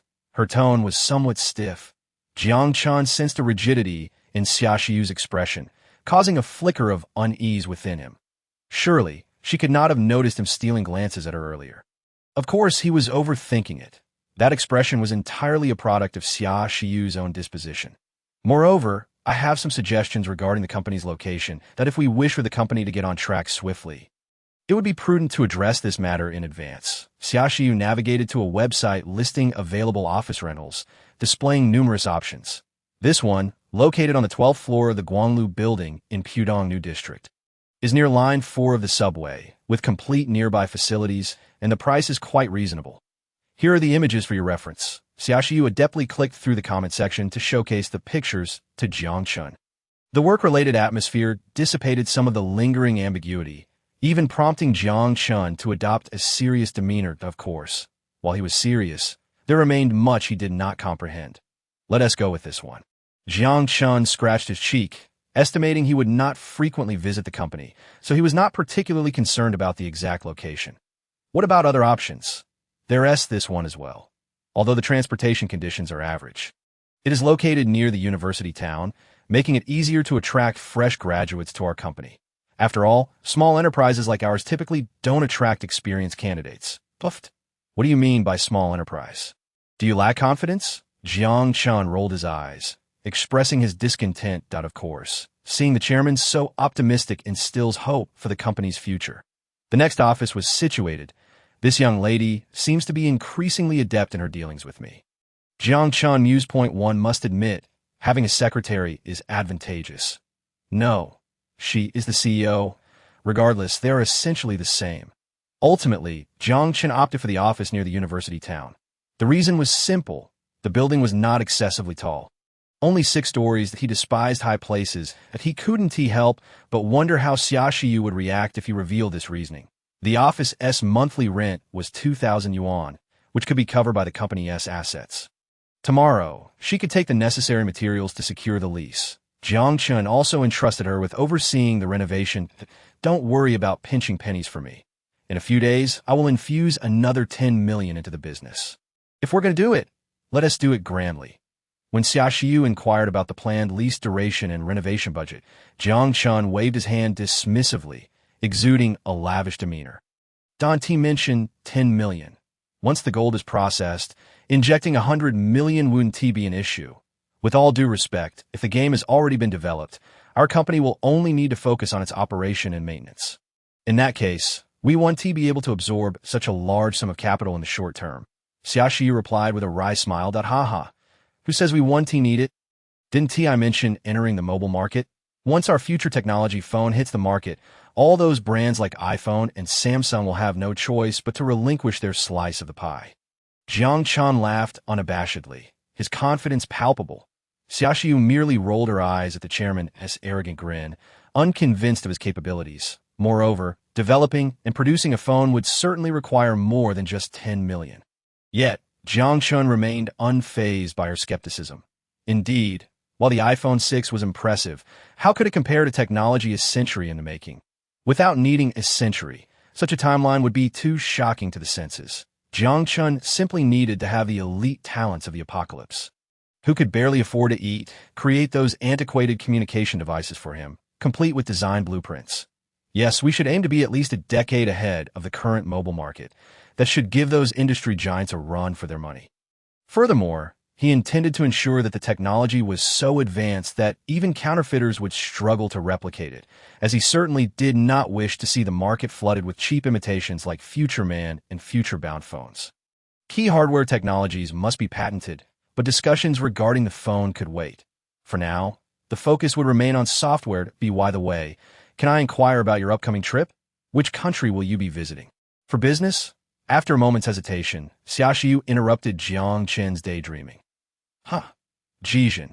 Jiang Chen inadvertently spoke the truth. Jiang. Xiaoxiu nearly choked on her own saliva.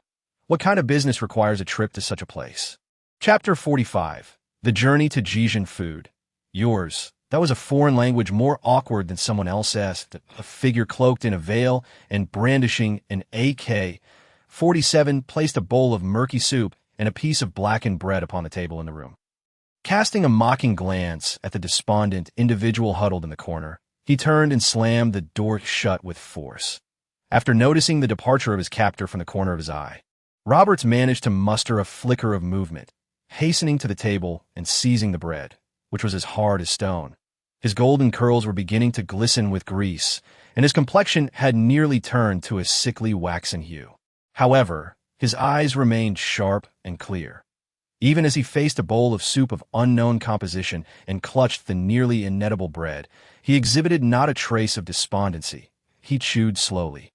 Despite the fact that the sustenance was reminiscent of swine feed, fully aware that this was the only means to maximize his energy intake and conserve his strength for the moment when escape might become possible.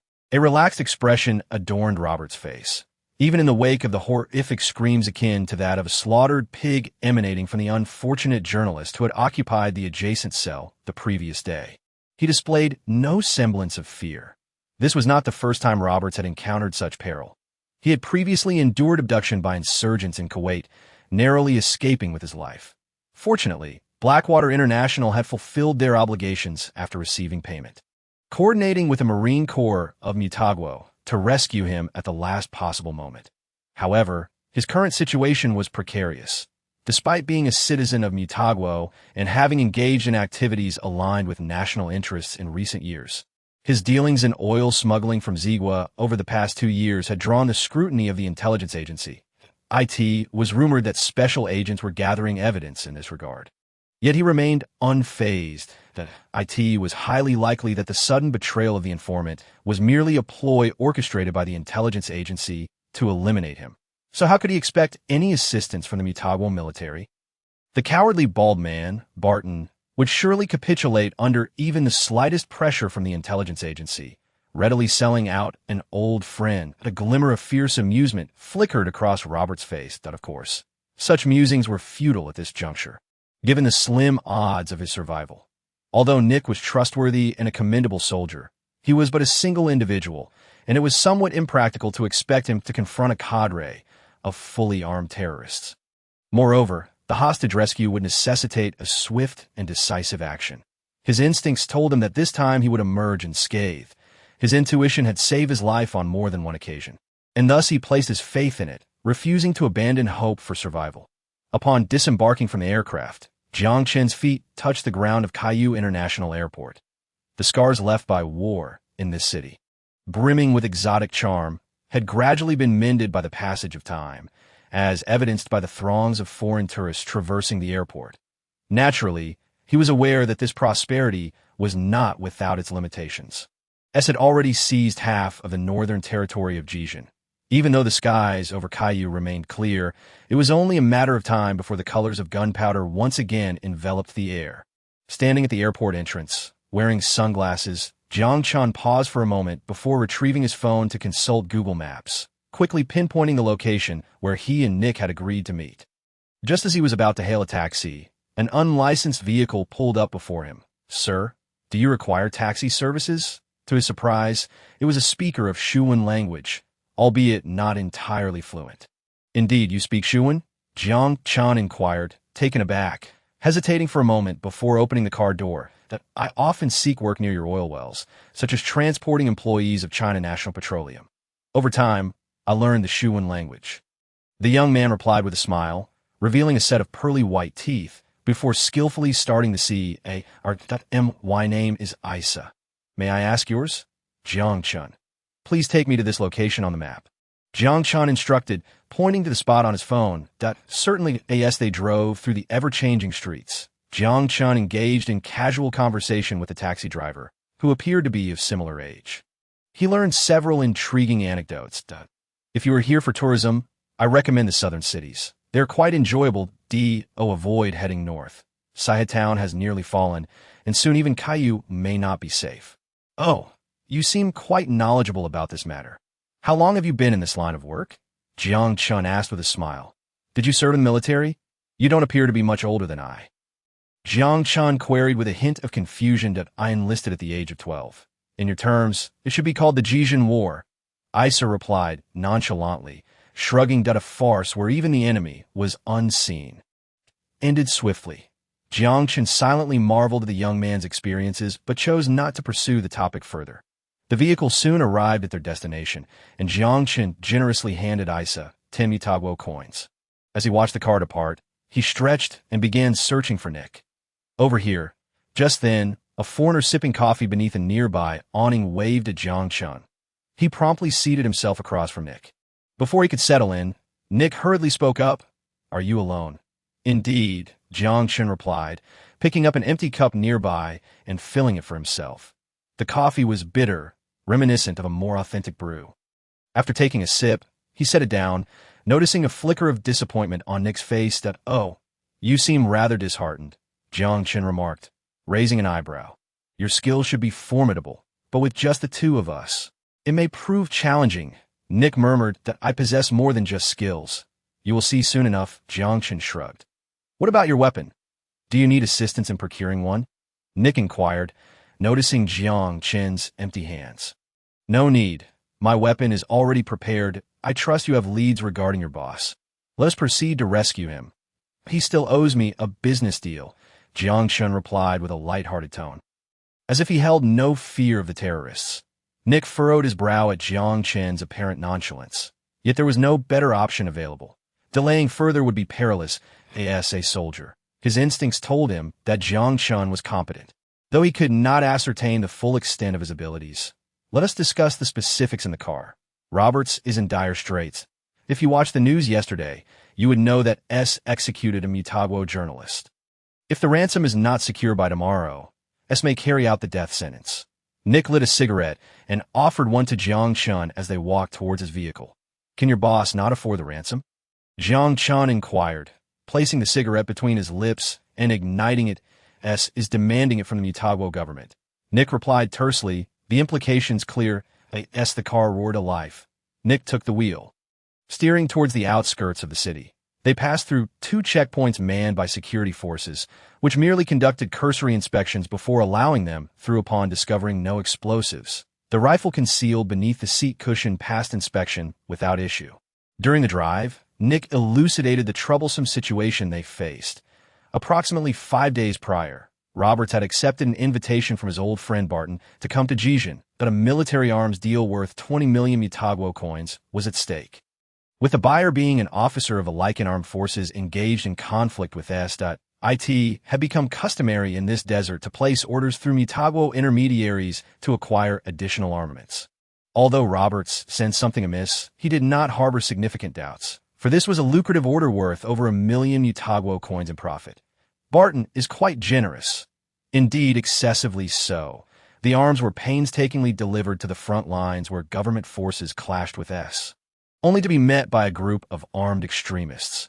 Nick fought valiantly, dispatching at least 9 fearless assailants with his M27, yet proved futile.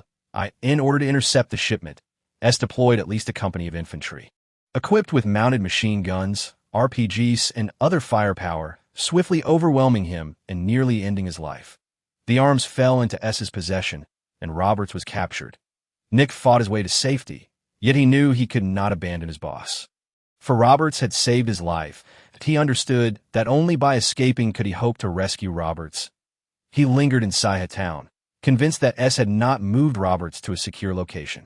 Sure enough, the next day he received a call from an unfamiliar number. The caller claimed to have found a 10 Mutagwo coin note with the instruction to call this number and report the location, promising a reward of 100 Mutagwo coins.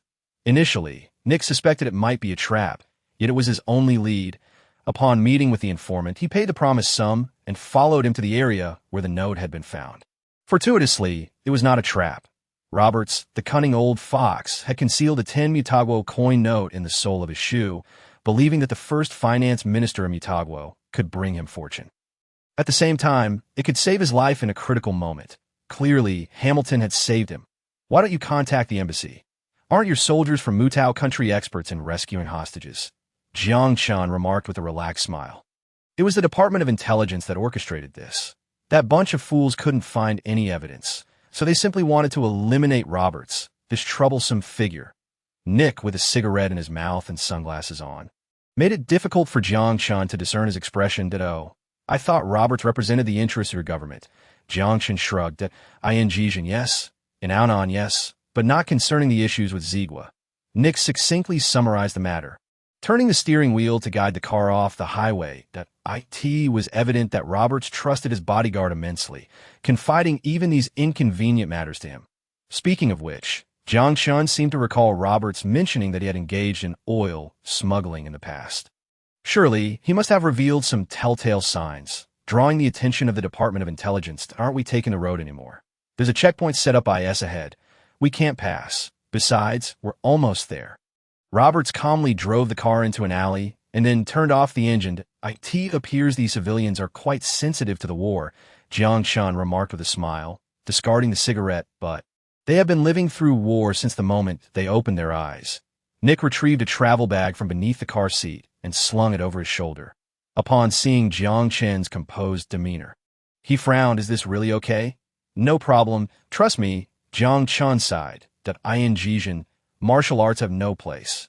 "Do you foreigners really think we all practice martial arts in Shuan country?" Jiang Chen chuckled. "Am I really going to have to show off?" Jiang Chen reached behind him, activating his storage space. Nick's eyes. It appeared as just a flick, and a handgun materialized in Jiang Chen's hand. Nick was secretly astonished. Even he, an experienced soldier, had not detected where Jiang Chen had concealed the weapon. Moreover, he had no recollection of this particular firearm. "What gun is that?" "Type 11 tactical pistol, custom-made. No need to concern yourself with it." Jiang Chen tucked the handgun into his pocket and shrugged. After witnessing this, Nick nodded, refraining from further comments about Jiang Chen's capabilities. Thus, Jiang Chen followed Nick towards the building where Roberts was imprisoned. Chapter 46. The rescue. There's one on the roof, from the second floor, and 5 standing at the entrance of the courtyard. Nick crouched on a rooftop, using binoculars to survey the target building, confirming Robert's survival. To his astonishment, there were over 10 armed militants patrolling within the 3-story residential building. Nick felt a bead of sweat for Jiang Chen. Even for him, rescuing someone without alerting the nearby guards would be nearly impossible should the patrolling South troops on the street be alerted. They would face an assault from every soldier in the town. "Received. You just ensure to cover my retreat," Jiang Chen replied, casually selecting fruits from a nearby stand while occasionally glancing at the soldiers clad in scarves passing by. At this moment, he had wrapped his head in a scarf to shield against the sandstorm, leaving only his eyes visible. It was indeed a thrilling thought. With a grin, Jiang Chen took a deep breath and stepped into a nearby alley. Ensuring no one was around, he retrieved the waist bag that Yao Yao had given him and secured it around his waist. He hadn't anticipated that the futuristic drone technology would come in handy here. A peculiar smile crossed his face as he inserted the EP into the palm-sized disc. The drone's base emitted a faint electrical hum, followed by a nearly imperceptible buzzing sound as it ascended into the air. Adhering to Jiang Chen's commands on the EP, carefully avoiding the guard's line of sight, Jiang Chen maneuvered the drone along the wall to the rooftop, marking all the heat signatures of the identified terrorists on the conceptual map of the EP, with red dots appearing vividly. Once the drone was stabilized on the rooftop of the 3rd floor, Jiang Chen issued instructions to Nick. "Take out the sentry on the roof of the 3rd floor." Received. Nick, clearly aware of the drone Jiang Chen possessed, was secretly astonished by his demonstrated abilities, yet cooperatively positioned himself closer to the 4x scope atop his M27 rifle, but a distance of 400 meters posed no challenge for him. The silencer emitted a brief, sharp buzz. The forehead of the terrorist standing guard with an AK-47 on the rooftop erupted in a spray of blood as he began to fall backward, and the drone lurking behind him shot out a claw, dragging his lifeless body to the center of the rooftop and lowering it slowly without drawing any attention. Nick's expression shifted to one of shock. He had previously witnessed the Indigo quadcopter used by the Mutants military special forces in Aunon and had thought that represented the pinnacle of drone technology. However, seeing the palm-sized drone now, his understanding was subtly upended. Moving silently behind the target, it shot out a powerful claw to seize the corpse and then dragged it away. This agile and stealthy drone was a first for him. Was the military technology of Shuin country truly that advanced, or did Jiang Chen represent some unknown faction? Nick couldn't fathom it, but he knew one thing. His boss appeared to be in good hands. Jiang Chen, having gathered information about the internal personnel distribution from the images on the EP, took a deep breath and glanced at the adjacent building, with a sudden burst of strength from his legs. He sprang up over 2 meters high, grabbing hold of the low-roofed house next door and rolling onto the roof beside a water tank. The fluidity of his movements was seamless. Was this the power of muscle strength and reflexes twice that of an ordinary person? He slowly clenched his fists and surveyed the street behind the cover point 3 meters wide, with sparse foot traffic. The horizontal distance to the target rooftop was 8 meters, with a height difference of 2 meters. How far is the nearest patrol? Jiang Chen inquired through the communication device in his ear point 2 streets away. Nick replied after scanning the area with binoculars, "I'm preparing to enter. Keep an eye out for me." Understood. Nick set the binoculars aside and re-aimed his M27 rifle.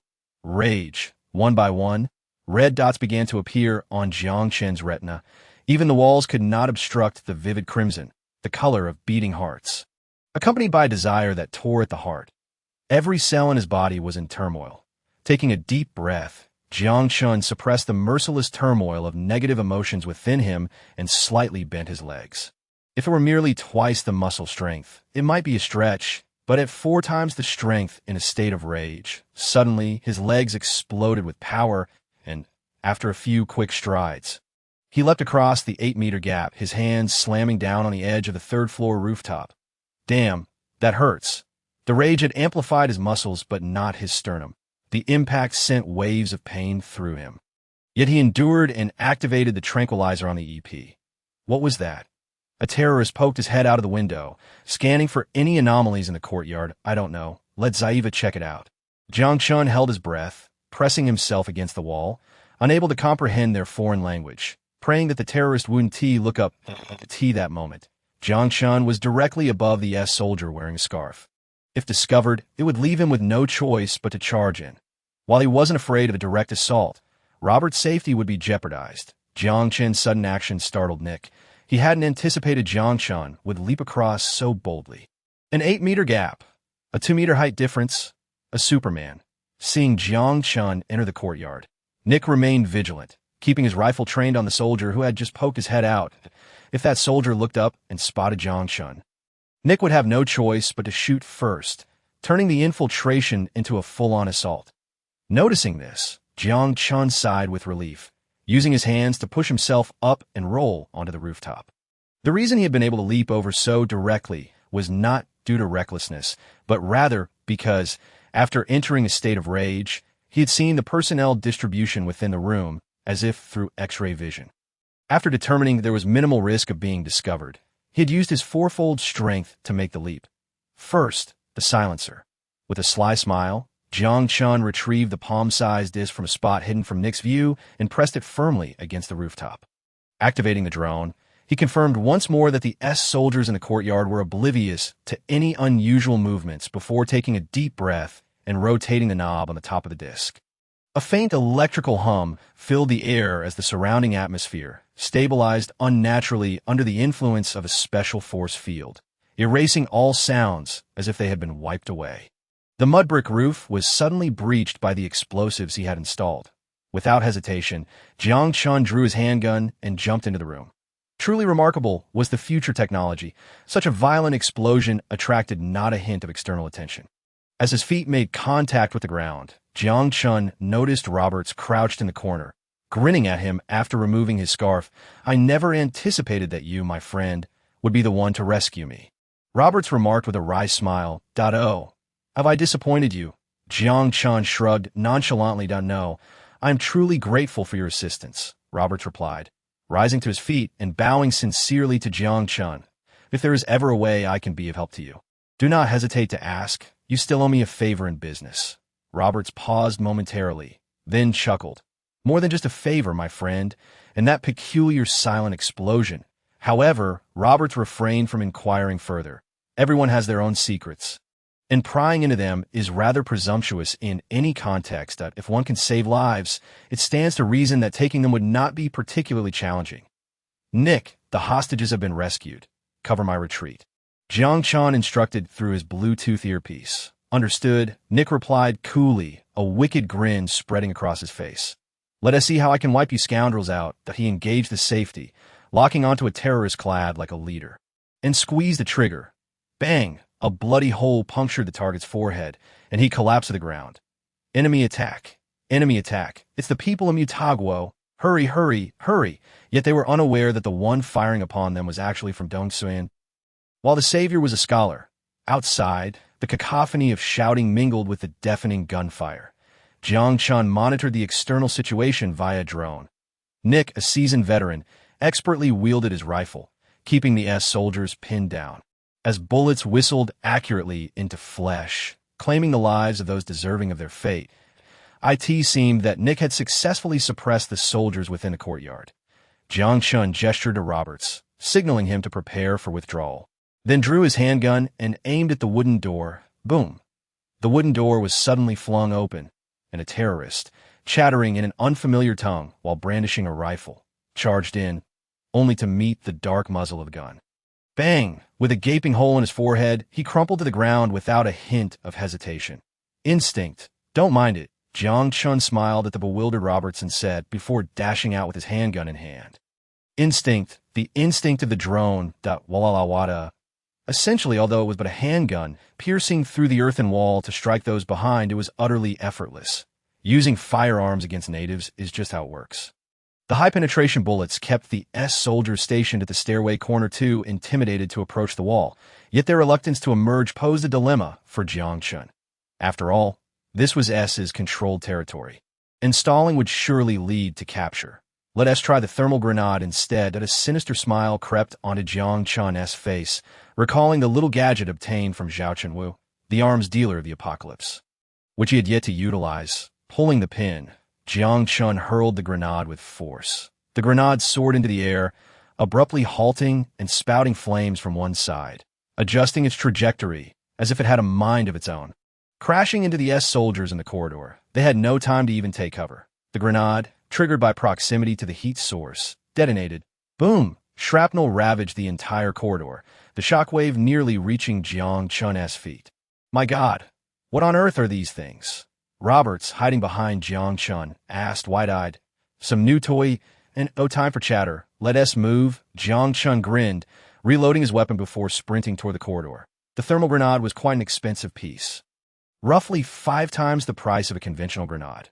Furthermore, due to its efficacy only against humans and its susceptibility to interference from cheaper EMP grenades or thermal decoys, it remained largely ineffective in the apocalypse. Suddenly, a wooden door beside them was violently flung open. "All clear."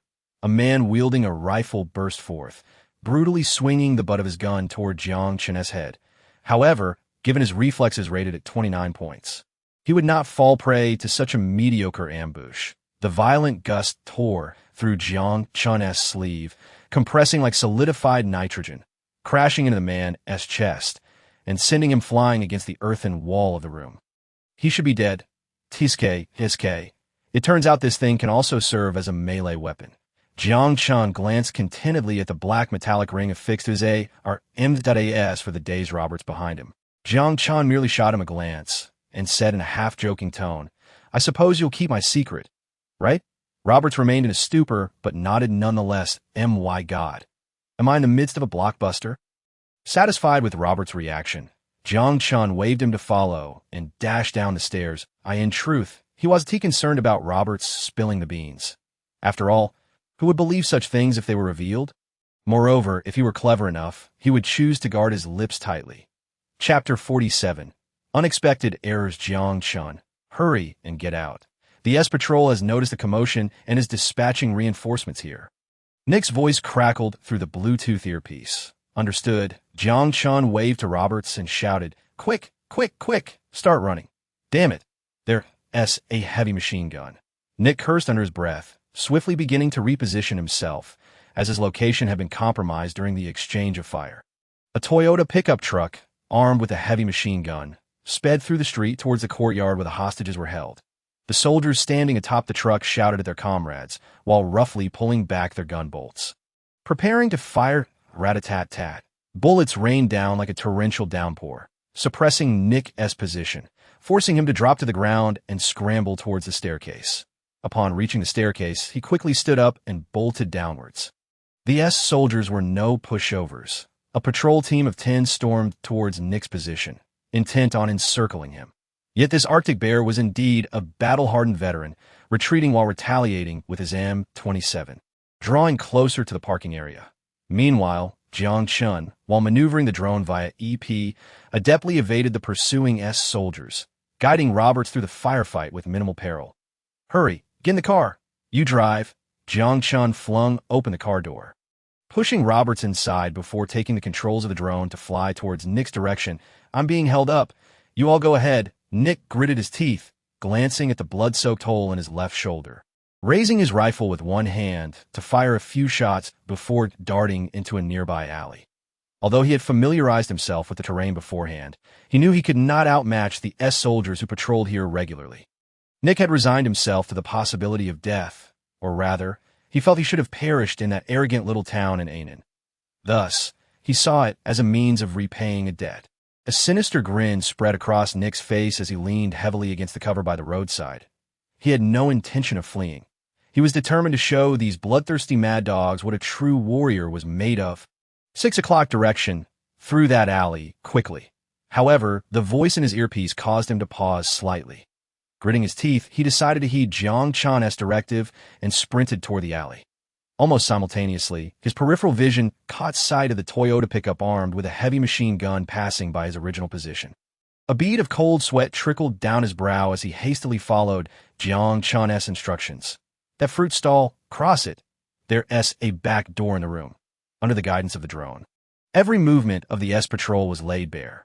Although it was nearly opposite the vehicle's position, Nick chose to trust Jiang Chen's directions.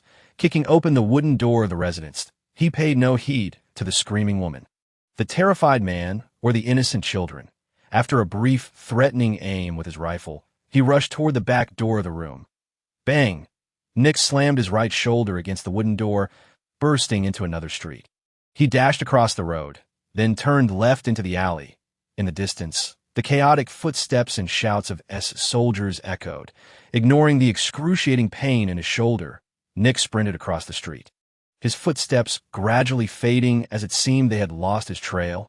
Nick sighed in relief and quickly retrieved a bandage from his waist, wrapping it around his left shoulder wound as he ran.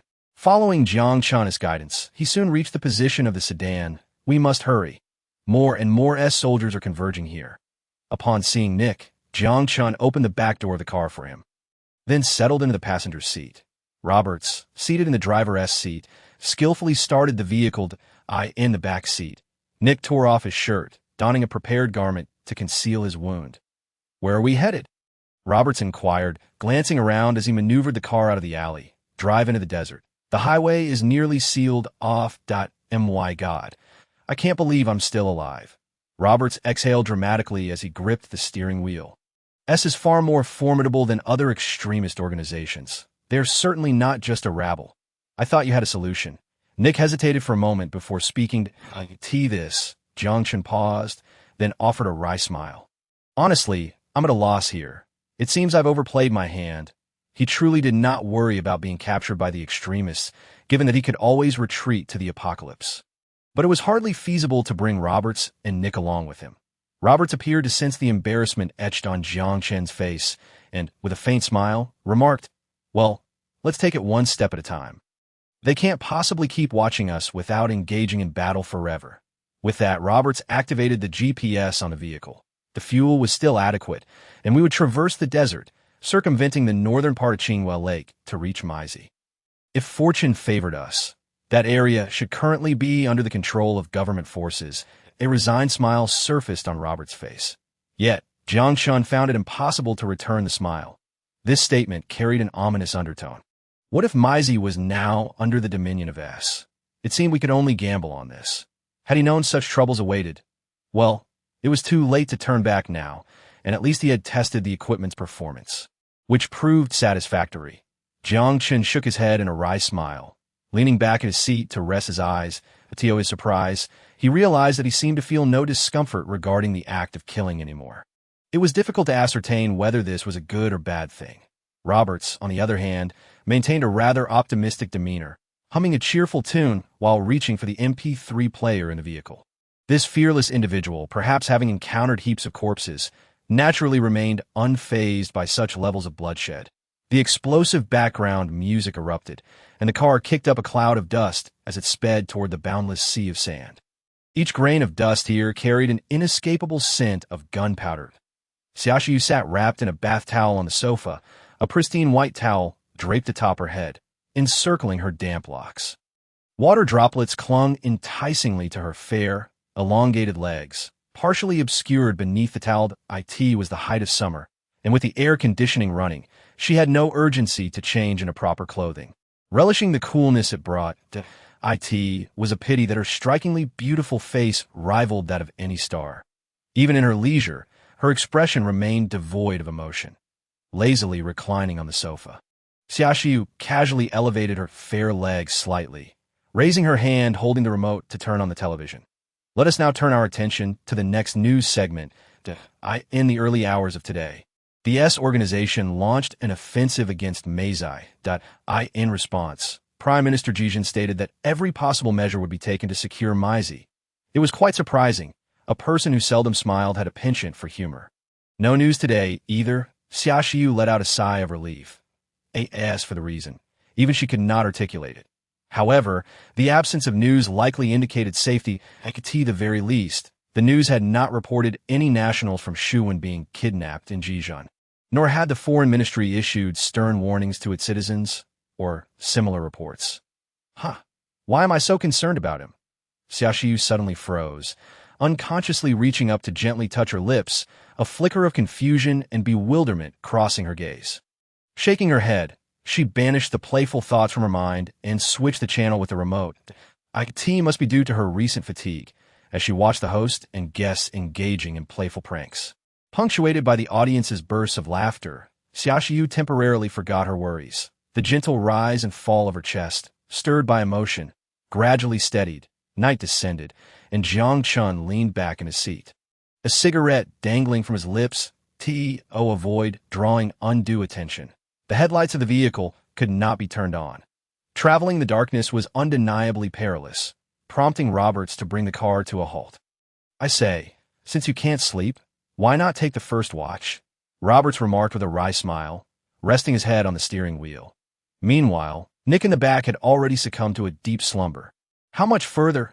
Jiang Chen exhaled a ring of smoke, signed that we should arrive in about 2 days. We have ample food and fresh water, so try not to be too anxious, Roberts shrugged. Jiang Chen rolled his eyes. For whom are we really risking ourselves? I'm quite invested in unloading this 10 tons of gold. He muttered with a grimace. 10 tons? Roberts shot upright, only to bang his head against the roof of the car. Ignoring the pain, he gazed at Jiang Chen with fervent intensity. For heaven's sake, don't look at me like that. Jiang Chen felt goosebumps rise at the intensity of that gaze, recoiling in distaste. Forget it. This is all the gold I've accumulated over the years. I'm nearly ready to shift my business focus. Jiang Chen sighed. Shifting focus? What kind of ventures are worth pursuing? Roberts, unable to sleep, lit up a cigarette himself. High-tech. Even the stock market moguls hesitate to dabble in that. Roberts scoffed, flicking the ash off his cigarette. I once attempted to start my own arms company, but gave up shortly thereafter. The risks associated with development are exorbitantly high. Now, I only sell finished products, which brings in money faster. And it's also more perilous. Jiang Chen smiled noncommittally. Indeed, but I thrive on risk, Roberts chuckled awkwardly, touching his nose and steering the conversation away. The desert night was eerily quiet, devoid of any signs of life, and as the distance from the town increased, even the occasional sounds of gunfire faded into silence. Yet, amidst the stillness of the night sky, sporadic distant roars could still be heard. F-22 Raptors. It must be the Mutao military conducting reconnaissance. Perhaps we've already shown up on thermal imaging, Roberts remarked, lifting his eyelids slightly to. Do you think the Mutao soldiers will parachute down to rescue you? Jiang Chen asked with a grin. Impossible. On thermal imaging, we just appear as a white dot, and there are plenty of similar refugees in the desert. Thankfully, our vehicle is unarmed. Otherwise, we might have received a hail of bullets. Roberts chuckled. Jiang Chen glanced toward the horizon. The clouds were thin, and the moon shone brightly. Yet illuminated by moonlight, nothing was discernible that I feel that these soldiers aren't all that formidable. Why can't so many countries, with airstrikes and aid, eliminate this nuisance? Jiang Chen expressed his disdain for the organization. From a human perspective, this group, which slaughtered civilians and abducted women, was utterly despicable, regardless of the rationale. No justification could ever be made for crimes against humanity. Moreover, this arrogant organization audaciously claimed the Western region as its territory, providing training and support to terrorist forces. It was utterly laughable. Yet, it was not a matter for laughter. Quite normal, Roberts shrugged. Is not a mere terrorist organization. It is a combination of a terror army and an ambitious government. Many among them have even received higher education, publishing manuals on how to avoid aerial attacks and reconnaissance. Additionally, their adversaries all harbor ulterior motives. Take Chan Yu, for example. His position on has been wavering for quite some time. At this point, Roberts wore a mysterious smile. Besides, if the war were to conclude so swiftly, how would we arms dealers make a living? And how would the unemployment rate ever decrease? Jiang Chen paused, then chuckled. You have a point, but whatever, we're far from shooing. Yet for reasons unknown, he found himself recalling a world shattered by nuclear war. Not even the summer sunlight could penetrate the clouds of radiation. Land that could yield no grain, faces twisted and emaciated, instinctively expressing violence. Jiang Chen suddenly shivered, pulling his clothing closer around him. The desert was exceedingly chilly at night. Chapter 48. Refugees, damn. Shit. The vehicle came to a precarious halt. Roberts cursed under his breath, pounding the steering wheel, yet it was of no avail. Nick silently exited the vehicle and walked to the front, lifting the hood. The engine is fried. FUCK. We're done for. We all doomed. Roberts grimaced, but he merely thought this. He wouldn't consider such an option unless he had reached utter despair, for doing so would signify his readiness to abandon the two of them. However, such a decision would sabotage his plan to offload the gold, rendering this venture to Jijan utterly pointless. Can it be repaired? Jiang Chen inquired. I'll give it a try. Nick replied, retrieving a toolbox from the back of the vehicle, licking his parched lips before getting to work. Yet after a considerable amount of time tinkering, the vehicle showed no signs of revival. Just as despair began to loom over them, Jiang Chen suddenly spotted a truck approaching in the distance. As his pursuers, his expression grew serious as he reached for the handgun in his pocket. Roberts also noticed the truck, but his reaction was one of sheer elation. Quick, put the gun away. Ha, we're saved. Hurry, shout with me. Ha, stop. Over here. Help. Roberts waved his arms vigorously, attempting to catch the attention of the truck. Miraculously, the vehicle indeed seemed to notice the three of them, gradually steering toward them. The truck came to a halt, and Jiang Chen observed that the back was filled with gaunt refugees. They were clad in tattered clothing, carrying minimal belongings, their faces etched with numbness and fatigue. The driver has agreed to give us a lift. Helping each other in the desert is a tradition, and I promise to share our stored fresh water with them. After all, this vehicle will have to be abandoned here. Let's get the fuel out too. Nick, lend a hand. All right, boss. Nick nodded, following suit. Jiang Chen and Nick found themselves seated in the rear of the truck's canopy, while that fellow Roberts had slyly settled into the front passenger seat alongside the driver. It was only Roberts who possessed the ability to converse in the language of the refugees, leaving the two men to exchange wide-eyed glances with the displaced individuals, each too wary to utter a word. The women were shrouded in tightly wrapped headscarves, the men appeared largely listless, and the children displayed not a trace of the vibrancy one would expect. Fatigue hung heavily upon all, suggesting they had endured unimaginable hardships. The atmosphere was decidedly peculiar. The presence of an East Han and a Shuanese in such surroundings felt distinctly out of place. These individuals were likely refugees from Yubai, as Changyue had sealed its borders, compelling some to take a detour towards the Zhen Autonomous Region before attempting to sneak across into Chengdu. It was quite a coincidence to encounter them here. Fortunately, Jiang Chen had some proficiency in foreign languages, allowing him to engage Nick in conversation that they speak any foreign languages? Jiang Chen inquired casually. Someone must, but they hardly seemed spirited enough for idle chit-chat. Nick replied with a shrug. The cramped and jostling interior of the truck made for an uncomfortable ride. Beside Jiang Chen sat a child whose gender was indiscernible, their dirt-streaked face lacking any semblance of vitality, and their disheveled hair exuded a sour odor, more pungent than Robert's own scent. Jiang Chen was not particularly fastidious, especially considering the pervasive foul smell that lingered in the truck, so he paid little heed to it. Glancing at Nick, the burly East Suan man had already succumbed to slumber, accustomed as he was to conserving energy amid the relentless demands of warfare. However, his thunderous snores drew disapproving glances from those around him that it truly seemed he could sleep anywhere. Jiang Chen managed a wry smile, adjusting his posture with arms crossed, preparing to steal a brief nap. After some time, the vehicle came to a halt that was likely around mealtime, as many refugees began to extract meager rations from their belongings, supplementing their meager portions with a few precious drops of water. The child beside Jiang Chen clutched a small, dark piece of bread-like substance and took a bite. Perhaps swayed by the collective behavior, Jiang Chen felt an inkling of hunger himself and reached behind him.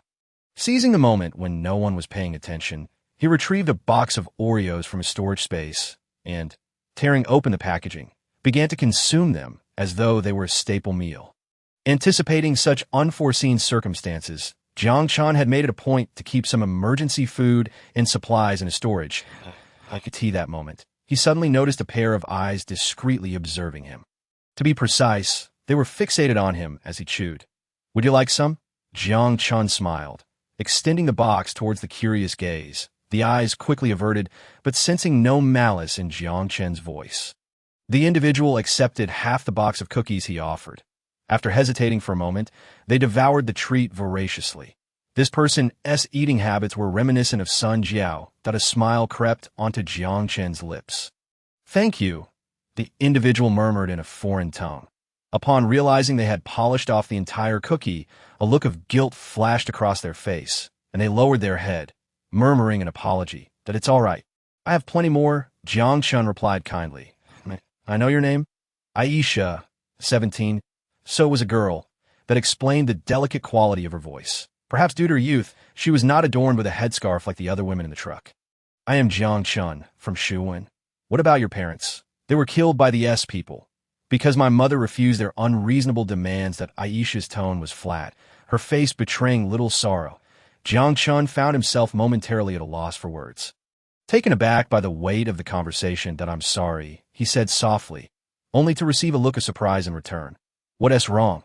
Jiang Chen asked, puzzled. He was unsure if he had inadvertently touched upon a taboo, having recently emerged from a life of tranquility in a peaceful city. "Nothing. I just didn't expect someone to apologize to me." Aisha turned her head away. "What plans do you have once you reach Changyue?" Jiang Chen attempted to steer the conversation towards lighter topics, believing that discussing post-escape life might bring some comfort. Well, it appeared that any topic inevitably gravitated towards heaviness, prompting Jiang Chen to choose silence. As night fell, the vehicle came to a stop once more. Traveling after dark was perilous, and the driver needed rest. The refugees disembarked to relieve themselves and breathe in the cool night air.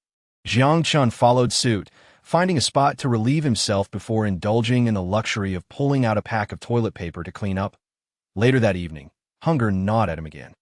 Growing weary of Oreos, Jiang Chen decided to switch things up and retrieved a pack of cranberry cookies. Savoring each bite, a faint sound of swallowing nearby caught his attention, and he turned to see Aisha eyeing his snack. With a friendly smile, he offered her half of his cookies. "Try this. It's a delicacy from my hometown that it's ordered online." She did not respond verbally, but instead devoured them eagerly. Observing her appetite, Jiang Chen chuckled, choosing not to comment further. Once satiated, it was time for rest. Leaning back against the truck's canopy, he drifted into a deep slumber. Despite the cacophony of snores surrounding him, exhaustion proved to be the best lullaby. Nick, for his part, was already in a deep sleep, his snores thunderous. Unbeknownst to Jiang Chen, a pair of eyes was secretly studying him. Aisha, licking her fingers dusted with cookie crumbs, gazed at Jiang Chen's profile, her expression filled with confusion and uncertainty. The following morning, Jiang Chen awoke amidst the truck jostling. "We're almost there," Nick remarked, glancing at the screen of his smartphone. "According to the GPS, we're just over 40 kilometers from Izzy." The roar of the engine drowned out all else, the vibrations nearly numbing Jiang Chen's back. Rubbing his face, he felt the grit of sand and dirt, prompting a bitter smile. This was hardly a place for humans. "That's wonderful. I can hardly wait to take a hot shower and then sleep peacefully." Jiang Chen stretched and chuckled.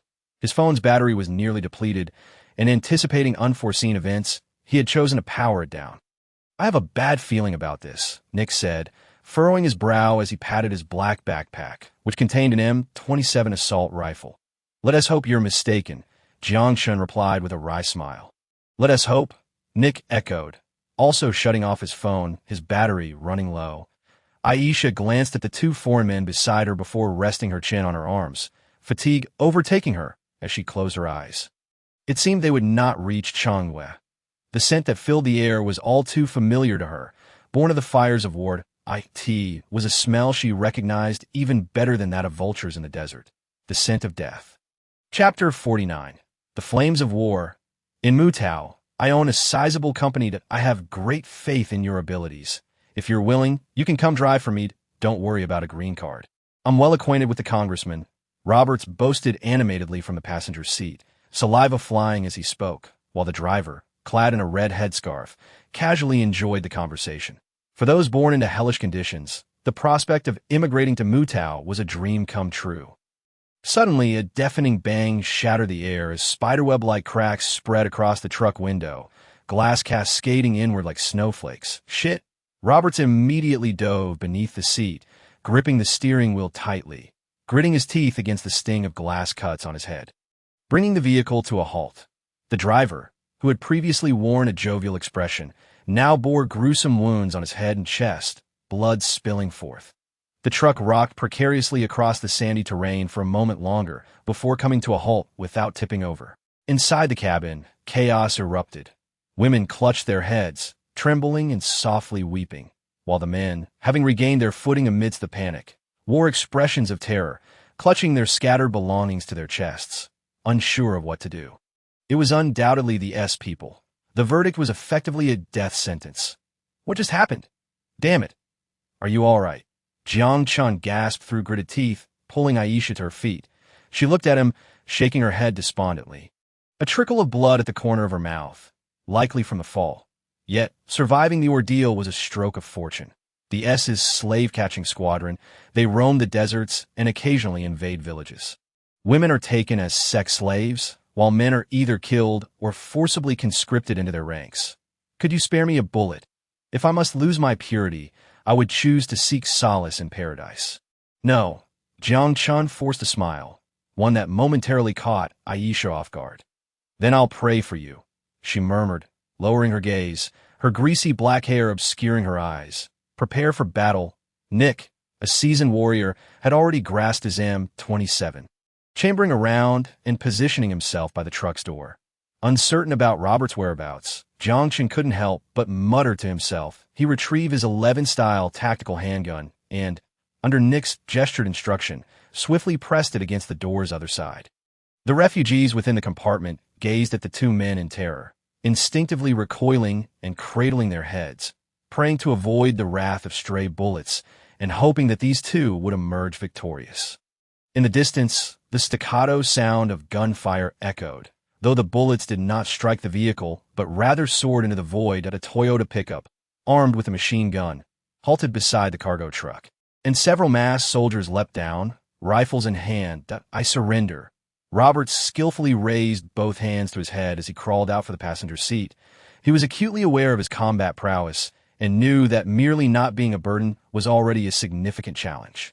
"Search the rear, quickly," barked the officer, who wielded an AK, stepping up to Roberts with a menacing grin that revealed a mouthful of gleaming white teeth. "Load him up, and let's negotiate a ransom." The officer beckoned to his henchman, who hoisted Roberts and dragged him toward the Toyota pickup. Upon hearing this, Roberts breathed a silent sigh of relief. It seemed these ruffians were not pursuing him from Hot Eastside Town. Had they discovered he was a fleeing hostage, he might well have found himself reduced to a gruesome video clip. As long as he lived, there remained a glimmer of Hope Point 2 soldiers, AKs in hand, approached the rear of the truck. Their expressions relaxed as they joked and lifted the tarpaulin at the back. This was an easy catch, though the captives they seized were not their property. Yet who would punish them for indulging a little beforehand? Outside, 2 shots rang out, and the 2 demons exchanged satisfied glances as they savored the near-hysterical screams emanating from the truck's interior. The man on the right shifted the AK to his left hand and, using the steps as leverage, was the first to ascend into the cargo truck. Inside were pairs of fearful eyes. Nothing ignites a savage disposition more than sheer terror. The face of this bloodthirsty terrorist twisted into a cruel grin. A massive hand emerged from the shadows, and with the strength of a polar bear, it snapped the fragile neck of the unfortunate victim. Jiang Chen, however, was more direct. His arm descended like a hammer, crushing the skull of the man before him, extinguishing his breath. After all, he possessed double the strength of an average man. I circled around the side of the truck to the front to rescue Roberts, draw their attention at the rear, but be cautious of the machine gun. With that, Nick swiftly leapt from the vehicle. Jiang Chen shook his slightly numbed right hand. He had intended to smash that man's skull with the pistol grip, but instead struck him with his forearm. Nevertheless, the outcome remained the same. It appeared he needed to refine his combat skills. Relying solely on brute strength was proving to be a bit taxing. With a sigh, Jiang Chen picked up the AK from the ground and jumped out of the vehicle. As he emerged, he brandished the AK and swung around the rear of the truck, unleashing a barrage of fire upon the pickup, catching the group of terrorists off guard at that moment. Roberts had yet to be loaded onto the truck, and the gunfire startled the terrorist, dragging him, who hastily tossed him aside and snatched up his rifle to return fire. The machine gunner pivoted, and without hesitation, unleashed a torrent of bullets toward Jiang Chen.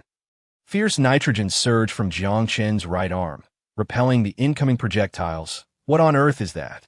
The officer, crouched behind the truck, clumsily rose to peer over his cover, his face a picture of astonishment. "I don't know. The bullets 1T penetrate." The machine gunner, his face contorted with rage, clung to his weapon, desperately attempting to shred Jiang Chen with firepower, yet it proved futile. Click. The gun was empty. The 2 sidekicks quickly drew their AKs to provide cover fire for the machine gunner as he reloaded, but just then, bullets from the side struck them down with deadly precision. Nick, wielding an M27, initiated his assault. Jiang Chen's nitrogen armor neared its limit, but leveraging Nick's unexpected firepower, he raised the AK and unleashed a chaotic spray of bullets, indifferent as to whether he hit anything today. As for the recoil, it was negligible against his muscular strength of 25. Damn it. Drag that man over here as a hostage.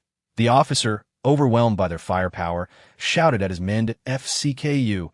Roberts snarled as he squeezed the trigger of the handgun he had acquired from the corpse Nick had felled. Seeing Roberts' sudden movement, the officer hurriedly aimed his AK at him, but the force of the side impact sent him flying 10 meters away like a cannonball. The instantaneous blast of energy nearly shattered every rib in his body.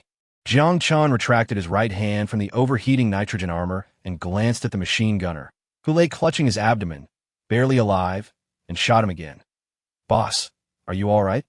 Nick approached, extending a hand to help the prostrate Roberts to his feet. "Shit, that hurts like hell."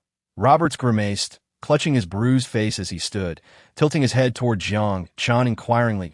"I asked that guy dead. Probably broke his sternum. Whether he lives or dies is inconsequential." Jiang Chen shrugged. "Well done." Roberts fired 2 more shots toward the officer's feet. The man on the ground struggled to open his mouth, devoid of even the strength to scream. "What now?" Nick inspected the Toyota pickup.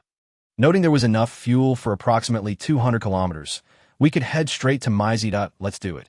Roberts limped over to the cargo truck, retrieving the spare fuel tank and water container hanging nearby. Remnants from their original vehicle. What about the refugees? Jiang Chen glanced back at the rear of the truck, casually inquiring. Roberts and Nick exchanged peculiar glances. What's the matter? Jiang Chen asked, forcing a smile. Listen, since the patrol from S has reached this location, it implies that Maizi has likely changed hands, Roberts replied, tossing their supplies onto the truck. Let the United Nations worry about humanitarian issues. We're not part of that. Nor do we need to feel guilty. With sufficient fuel, we can head to KU and simply warn them of the impending danger. If we travel together, they become too large a target, and my suggestion aligns with the boss's. Nick pulled a black pen from his pocket, climbed onto the hood, and began sketching strange symbols on the roof. All right, Jiang Chen shrugged. While he felt sympathy for the refugees, he had long understood that excessive compassion could equate to fatality. Then I'll go notify. What are you drawing? Marks to prevent drones from blowing us to smithereens. Nick wiped the sweat from his brow, speaking matter-of-factly. Black absorbs heat. Even thermal imaging devices can detect the symbols written on the roof, thus avoiding misdirected airstrikes. After all, this vehicle belongs to S. Jiang Chen lifted the tarpaulin at the back of the truck, and pairs of eyes filled with fear turned toward him. Maizi is in danger. S may have taken control. Caillou is safe. That's the situation. Jiang Chen found the atmosphere here unsettling. After taking a deep breath, he spoke that he trusted that someone here would understand his foreign tongue. Sure enough, whispers of panic rippled through the crowd of refugees. Their fear was palpable, yet whether they chose to listen was no longer his concern. Sighing, Jiang Chen turned to leave, but a hand gently tugged at the hem of his shirt. Jiang Chen turned to find a filthy young girl staring back at him. Perhaps she was hungry. After a moment's thought, he retrieved a packet of cookies and extended it to her. However, the girl shook her head, hesitated, and then spoke in a hoarse voice. Please take me with you. Jiang Chen was taken aback, chuckling softly, and was about to refuse when he met her pleading gaze. Opening his mouth slightly, he regarded the girl's soiled face. Speechless for a moment, with a sigh, he said, Then come along. Jiang Chen sighed again and leapt out of the vehicle. A rare smile of joy broke through the girl's rigid expression as she fervently whispered a prayer and hastily followed Jiang Chen out of the tent. Nick, usually expressionless like a polar bear, cast a knowing glance at Jiang Chen. It's not what you think. Jiang Chen chuckled wearily. What are you going to do with her? Why not come with me to Mutao country? They support polygamy there. Jiang Chen settled into the passenger seat, and Roberts slapped him on the shoulder with a laugh. You think I'd be hunted down by the Ministry of Love for following you? Jiang Chen shot him a glare. Cough, cough. Not anymore. Now that I've escaped alive, many things have changed. Roberts started the vehicle. Jiang Chen observed a hint of maturity and cunning in that youthful face, far beyond his years. Leaning back in the passenger seat, Jiang Chen fell silent. That I mean it, brother. Who isn't faced adversity, especially in our line of dangerous work. If things get tough for you over there, don't hesitate to seek me out. Though Roberts spoke casually, Jiang Chen sensed an undercurrent of sincerity. I'm a legitimate businessman now. Jiang Chen laughed heartily, yet he silently etched Roberts' words into his memory. Nonsense, Roberts chuckled as he gripped the steering wheel. Nick and Aisha sat in the back, the two taciturn figures remaining silent. Nick, donning sunglasses, appeared to be resting with his eyes closed, while Aisha spent an extended period observing Jiang Chen's nape, her lips slightly parted. Yet she refrained from uttering a word. Roberts was conversant in the Hylian language. Leaning against the armchair, Nick suddenly spoke, the corners of his bearded mouth curling into an intriguing smirk. Roberts, who had been engaging in casual conversation with Jiang Chen, was momentarily taken aback, casting a suggestive glance at Jiang Chen. What did she say? Jiang Chen, noticing the glint in Robert's eyes, forced a wry smile and inquired. I pray to God, should you choose to punish those devils who perpetrate evil under the guise of his mercy, may you return victorious. Even if you adhere to a different faith, I am willing to become your wife. A gift from the desert, I shall serve you and your other wives as meekly as a camel, merely seeking a place by your side. How utterly nauseating that I must translate this into a foreign language. then into the literary tongue. There may be discrepancies, but that is the essence. Roberts wore an expression akin to stifled laughter, teasingly regarding Jiang Chen. Goodness, Jiang Chen sighed, managing to squeeze out only this one remark after a prolonged silence that in the kingdom of Mutao, is polygamy permissible? Do I need a green card? Roberts grinned. Keep it for your own use. Jiang Chen replied, as he had no immediate plans for overseas development. Indeed, a marriage certificate is merely a document. I know a man named Chen who maintains 10 wives, though he has not married any of them. Roberts remarked, I don't even have one wife. Jiang Chen chuckled bitterly. Perhaps another day. After I conclude matters with the gold, I shall be busy for a while. Jiang Chen gazed out the window. Lighting a cigarette, he shot a disdainful glance at the beast beside him. Choosing not to engage further, as for how to accommodate Aisha, he had yet to devise a plan. Sighing, he rubbed his aching temples.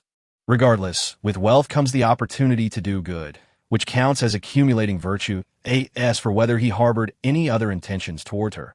Observing her dry, greasy hair and soiled face, he genuinely did not at this moment. The ensuing journey was remarkably smooth, aside from a brief encounter with a minor sandstorm, and they faced no further adversities. The three took turns at the wheel. Although Jiang Chen did not own a vehicle, he had obtained a driving license and had no trouble operating the pickup truck. Considering that the purchase of Xi might have already fallen into S's hands, Roberts, after conferring with Nick and Jiang Chen, decided to take a slight detour, heading north along Qinghua Lake before veering east towards Yun, and subsequently making their way to Qinghua. In essence, they aimed to avoid all hotspots of conflict that night. The four made do with the confines of the vehicle for rest. The sound of aircraft soaring above instilled a sense of trepidation. Yet no shells fell, indicating that the fluorescent markers had indeed served their purpose. Nick, the burly man from Chuan, concocted some excuse and swapped places with Jiang Chen. Roberts cast a suggestive glance at Jiang Chen, lowering his voice to whisper in his ear, Rest assured, we sleep soundly. If you, I want to be watching. Upon finishing, Roberts shot a teasing look at Aisha, who was huddled in the corner of the seat. Goodness, not only was Jiang Chen currently uninterested, but even if he were, the idea was utterly unpalatable. For refugees fleeing for their lives, there was no luxury of contemplating cleanliness. Survival took precedence above all else. Aisha was acutely aware of her own unpleasant odor and the unappealing state of her face, prompting her to shrink away in the corner of the car, hoping not to provoke Jiang Chen's disdain. Truth be told, although she bore some odor, it was not to the degree that would repel Jiang Chen. After all, he had managed to sleep soundly in that foul-smelling caravan, so he would hardly be bothered by this minor scent. Moreover, Roberts, who had not bathed for a week, was likely more odorous than she was. I may have a bit of an odor. However, I assure you, once I have bathed, my body will meet your satisfaction. Aisha bit her lip, uttering the words with nearly all her courage. Spent .2 whistles echoed from the front, clearly indicating that Roberts and Nick had not fallen asleep. Those two rascals, Jiang Chen muttered under his breath. No, I don't mind. There is something amiss with that statement. Aisha's cheeks flushed with a hint of color. Though the grime concealed, is it permissible for Hylian women to marry individuals from the literary nation? Is there no issue with different beliefs? Robert's teasing voice suddenly broke the silence. She did not respond, merely gazing at Jiang Chen. That is what you believe. Of course, this is a contentious issue. Robert shrugged, chuckling. Don't be fooled by my appearance. I still pray when necessary. Jiang Chen turned to Aisha, hesitating momentarily before speaking earnestly. You heard that.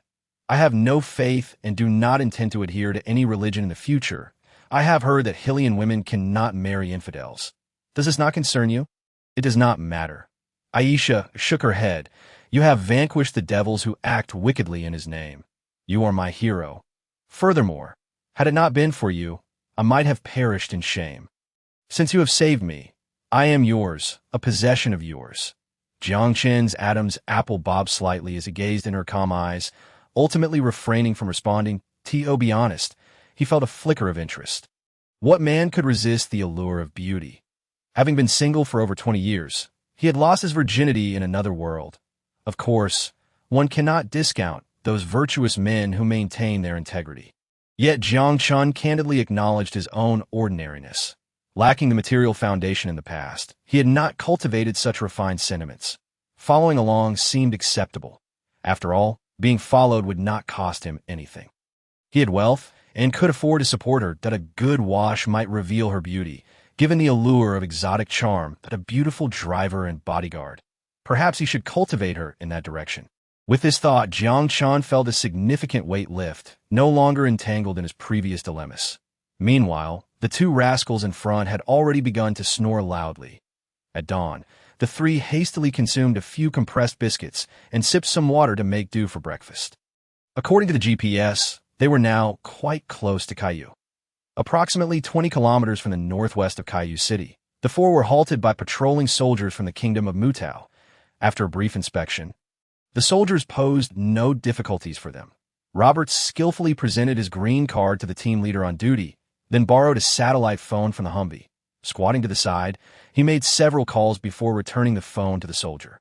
Though these Mutao soldiers had garnered a notorious reputation locally, they were still restrained when encountering their own citizens, for no one wished to receive a subpoena from their own courts. The young man from Yishuan province, standing beside Jiang Chen, struck up a conversation. Seemingly mistaking Jiang Chen for a reporter, inquiring if he could get a close-up shot at AS for Nick, the unmistakable bodyguard, he leaned against the Humvee, smoking a cigarette. Aisha, meanwhile, huddled inside the vehicle, despite the stifling heat akin to a steamer. From a distrustful glint in her eyes, it was evident how poor the soldier's reputation was in this region. Soon, a dark silhouette appeared in the distance. The IT was a little bird helicopter, and Jiang Chen recognized a familiar face aboard. The violent gust from the spinning rotor sent sand swirling around, coating everyone in dust. Once the helicopter landed, a man seated sideways unbuckled his safety belt and leapt down. "Bruce, haha. My old buddy.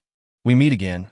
Roberts greeted him with a broad grin, embracing the mercenary clad in combat gear. "Shit, why do you smell so bad? Looks like you've been having a rough time lately." Bruce patted Roberts on the back, then immediately pushed him aside in distaste. "Ahem, I have indeed been having a bit of a tough time, but that is all in the past."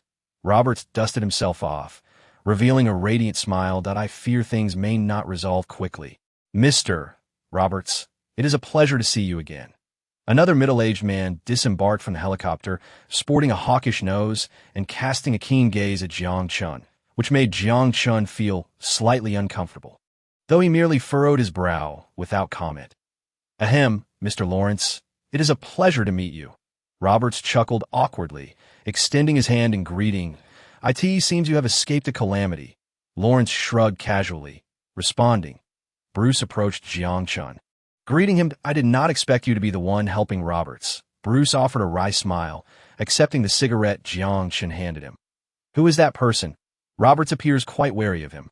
Jiang Chen exhaled a smoke ring, chuckling. "Lawrence Alden, an agent from the Bureau of Intelligence. Please do not disclose my personal information to unrelated foreigners, Mr. Bruce, or I will have to question the quality of your work with Blackwater International."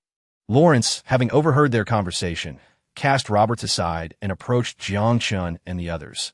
Bruce rolled his eyes at Jiang Chen, shrugging his shoulders as he remarked, "In any case, he is quite a difficult character to deal with." Jiang Chen observed as Lawrence approached him, enduring the unsettling gaze for what felt like an eternity before Lawrence slowly spoke. "Do you represent your esteemed nation or merely yourself?" "Roberts and I are merely business associates." Jiang Chen replied nonchalantly. "Oh, come now, my friend," Roberts interjected, rolling his eyes and raising his hands in a gesture of peace. "Perhaps we can have a conversation. I have no interest in the disputes between you two. Perhaps we might discuss it privately?" Jiang Chen smiled as he spoke. "Discuss?" Lawrence spread his hands, smiling at Roberts. "How do you propose to negotiate? 400 tons of crude oil from the Purple Nation. Are you out of your mind thinking about money?" "But there is no evidence yet," Roberts retorted with a dismissive smile, placing a hand on Lawrence's shoulder. "My friend, we can strike a deal." "Oh, do enlighten me." Lawrence grunted noncommittally, yet he did not remove Roberts's hand. "To prevent such extraordinary circumstances in sensitive areas, I generally make a few modifications to the arms I sell. For instance, a certain bullet with its powder replaced by air, fitted with a GPS signal." You may imagine where this batch of arms might be directed. A cunning glint flickered across Roberts's face, while Lawrence's expression shifted. Here, Roberts grinned as he tossed a smartphone into Lawrence's hands. Congratulations, future Director of Operations Lawrence. This is quite a coup. All right, boss, Bruce replied, shrugging at Jiang Chen before following along. And what about that Barton? I need to have a serious chat with him, Roberts shouted at the departing bird. Suit yourself. The so-called witness protection program is nothing but a verbal promise. Whether it is fulfilled rests entirely on Lawrence's word. Have you reached an agreement? Jiang Chen approached Roberts casually. Indeed, with GPS guidance, a single Tomahawk missile could send that bunch of scoundrels skyward. TSK. I fear those natives are busy moving the arms into the depot. Shit, this is quite a coup. Roberts chuckled gleefully, then threw his arm around Jiang Chen's shoulder. Regardless of these dirt-covered politicians. Let us go have a drink. It's on me. Your nerve is truly remarkable, Jiang Chen replied with a wry smile. After a long time in this business, perhaps it is time for me to consider a change in career. Roberts shook his head, chuckling grimly. The crude oil business from the Purple Nation is no longer feasible. I must make a trip to Yen, and that shell company needs to be shut down post-haste. Any leads? Jiang Chen casually inquired, a slight inkling yes. Movies. Haha. The identity of a producer for Golden Dream is quite appealing. Next time you come to Los Angeles, I'll arrange for you to enjoy a few Golden Dream beauties. Roberts chuckled. Can you afford the stars of Golden Dream? Jiang Chen shot Roberts a teasing glance. With hands on the steering wheel, Roberts grinned. Los Angeles is a place brimming with dreams as long as you are a producer. Those blonde beauties dreaming of overnight fame will be begging for your attention. This damn dream is simply marvelous. Jiang Chen laughed, suddenly reminded of Liu Yao. A mischievous smile crossed his face. Perhaps I should also assume the identity of a producer? After all, it merely involves throwing money around. Chapter 51. Aisha's resolve. The front line of war has drawn perilously close to the capital of Jijan, Kyiv. Once a thriving city, it now lies shrouded in a pall of despair. The distant sounds of artillery rendering sleep elusive for its inhabitants. Of course, this is true for those who reside here. For foreign friends like Roberts and Jiang Chen, it remains a time for merriment and revelry, as the tumult around them bears little consequence. The bar's dance floor pulsated with flashing lights, while the heavy metal rap assaulted the eardrums of every patron in the center of the dance floor. A mesmerizing beauty named Lin Yun twisted her sinuous form, her dark golden hair, whether dyed or natural, cascading high. The men observing from the sidelines howled like wolves, tossing coins in exchange for more tantalizing displays from the dancer. At the bar, the bartender placed meticulously crafted cocktails before Roberts and Jiang Chen. It was said that this establishment belonged to a Frenchman, frequented mostly by foreign soldiers or overseas workers and journalists. The patrons here need not fret over the wretched war. Even when battles encroach upon their doorstep, their national forces would come to shield their retreat. One cannot help but feel a twinge of envy, no matter where you are.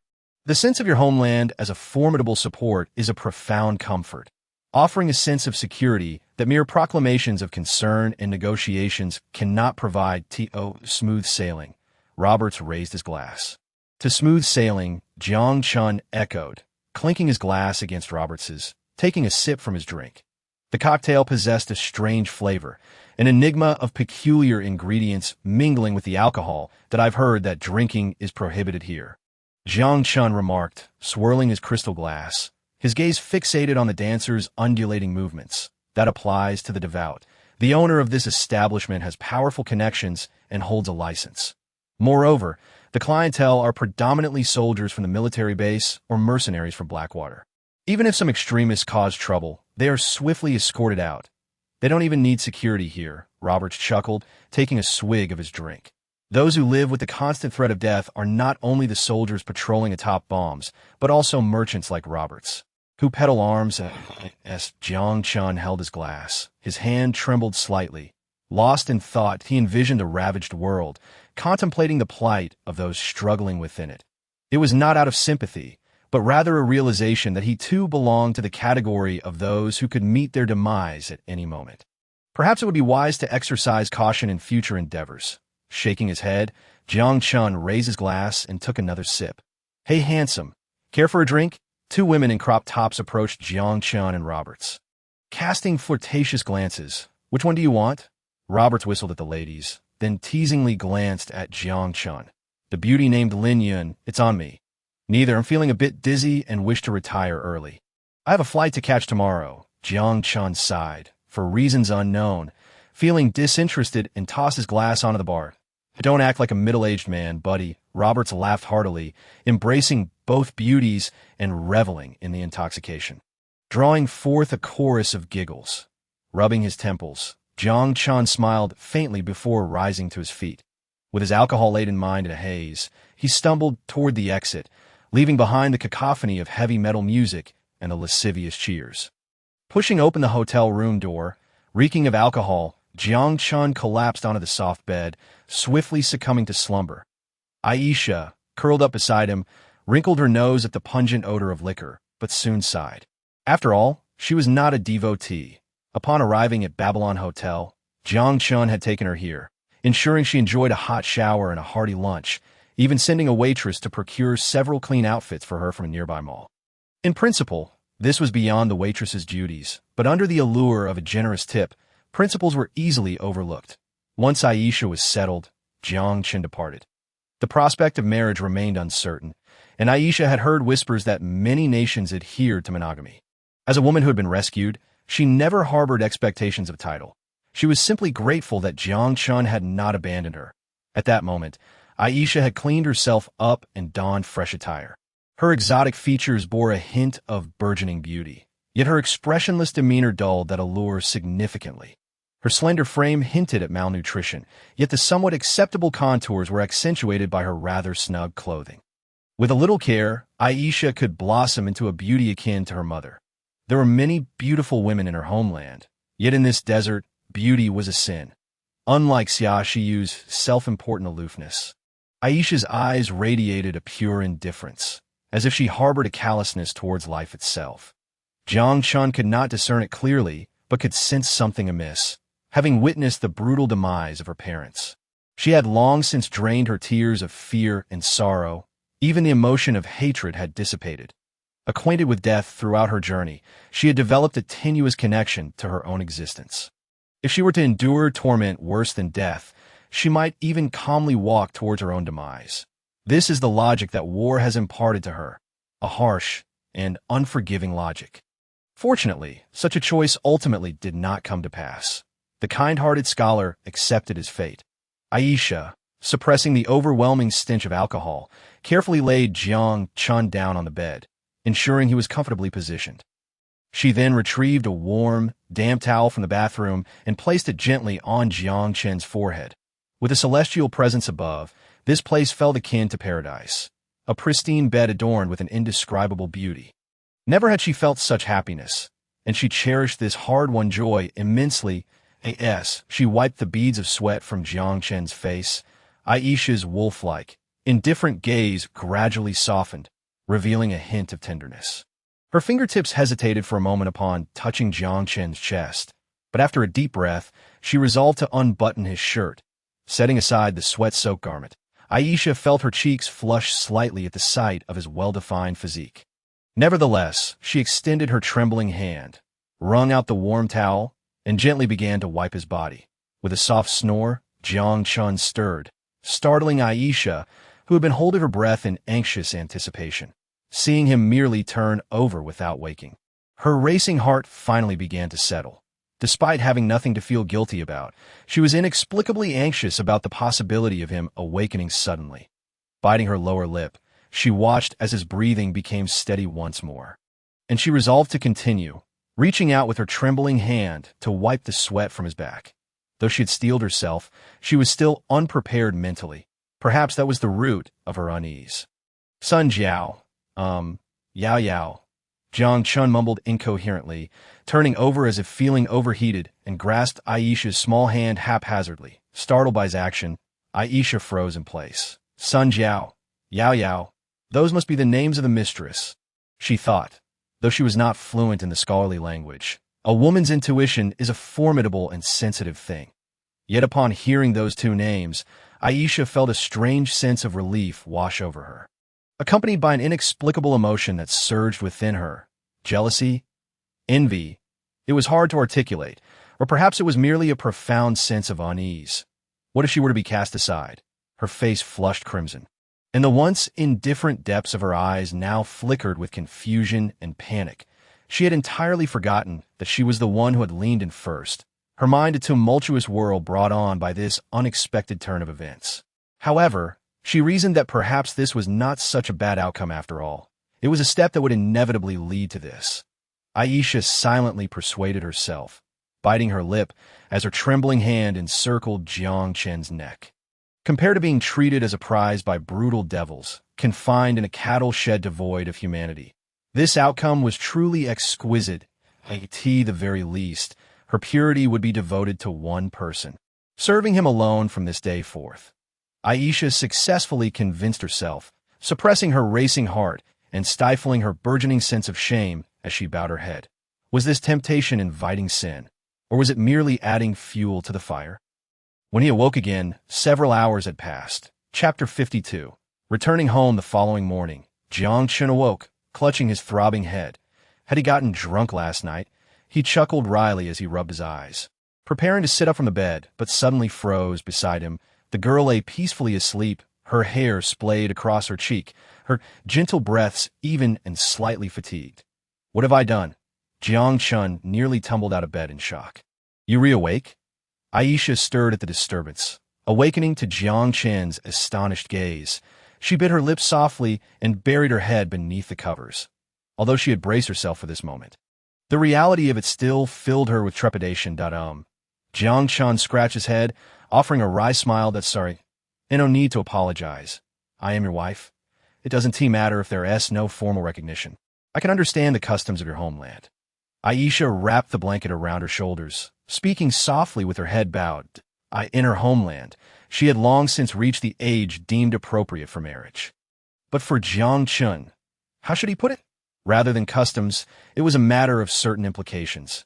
After a moment's pause, Jiang Chen sighed and spoke with a hint of regret. Last night, I drank too much. It must hurt, right? His memories of the previous night were rather hazy, leading him to believe he had forced Aisha, when in reality, it was not so.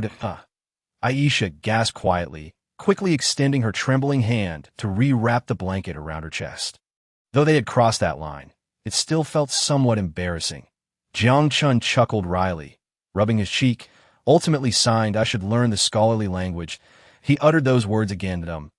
Aisha buried her head, daring not to meet his gaze, and nodded. Looking at the marks left on the bed, he managed another wry smile as he patted his somewhat foggy head. Yet it was Aisha's voluntary submission that brought him considerable comfort. Grateful for her thoughtfulness and gentleness, he resolved not to treat her poorly. At the very least, it would be no trouble to ensure she lived a life 100 times more blissful than this one.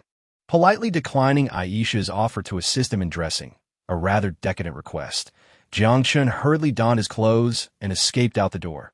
Watching Jiang Chen's retreating figure, a rare smile graced Aisha's usually indifferent face. That curve traced the outline of an emotion named tenderness. With her hands clasped over her chest, the girl bowed her head slightly, devoutly offering a prayer to the deity she revered. It is truly wonderful to have met you.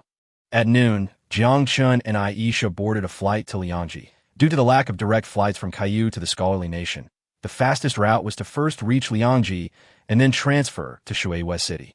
Regarding Aisha's identity, a minor complication arose. Due to the ongoing turmoil in southern Yubai, Aisha had fled without any identification, and with no means to contact her homeland, she became what society deemed an illegal resident.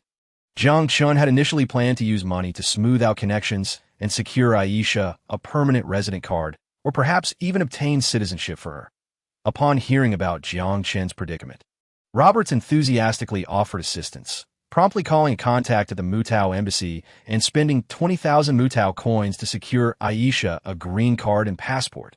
While Jiang Chen had intended to cover that sum for Roberts, he waved it off, declaring that compared to the major transactions looming ahead, such a sum was trivial.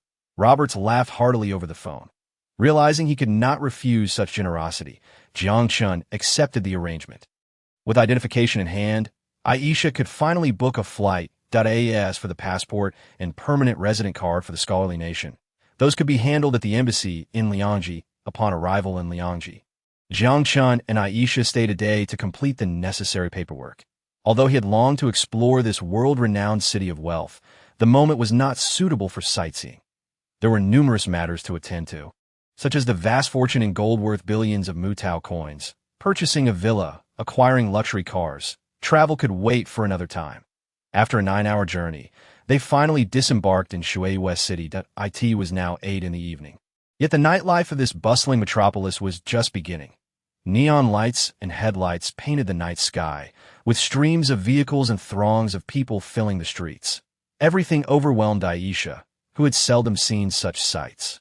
Leaving her in a state of awe. Noticing her astonishment, Jiang Chen smiled at her understandingly. Aisha's expression mirrored his own when he first beheld the nightscape of Wanhai City upon leaving his hometown. A look of a country bumpkin visiting the city for the first time. Of course, now that he had wealth, he no longer needed to dwell on such sentiments. Patting her shoulder, Jiang Chen led her into a taxi. Heading to a nearby hotel, he had already purchased tickets to Wanhai for the following day, deciding to spend the night in Shui West City. After showering, Jiang Chen wasted no time and lay down on the bed, preparing to sleep, only to find himself in an awkward situation moments later. It was only now that he realized they had a king-sized bed.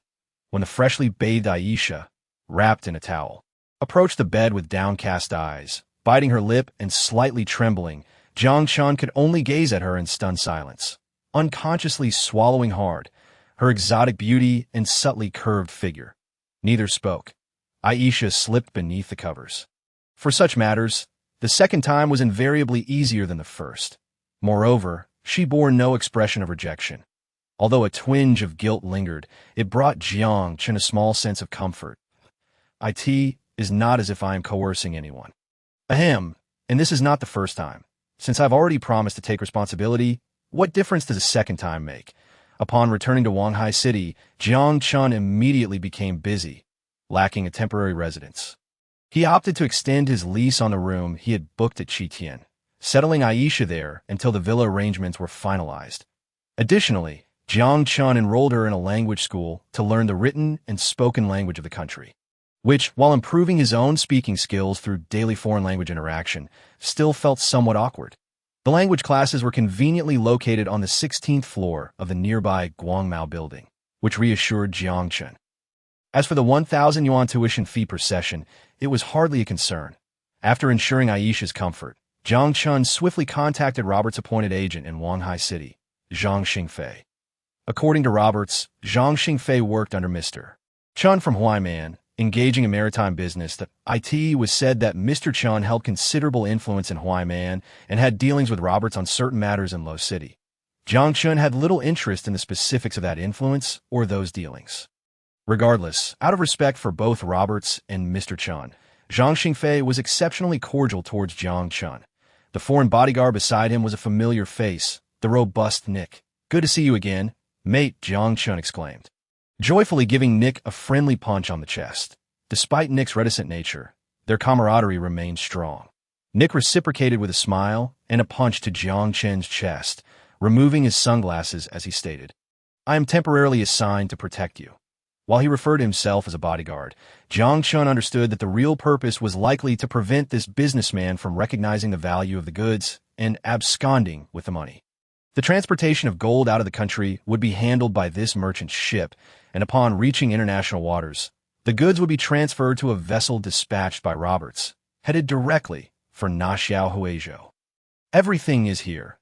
Follow me," Jiang Chen beckoned, making his way towards the small warehouse he had previously used for storing food. Nick paused momentarily, well aware that the goods involved were gold, and this time he had brought specialized appraisers. However, he was taken aback to see hundreds of millions of Mutao currencies worth of gold casually stored in an unmonitored little warehouse. Jiang Chen certainly would not leave the gold there indefinitely. It had merely been placed there before Nick and his team arrived in our country. There's an ancient saying, the great hide in the market, the small hide in the wild.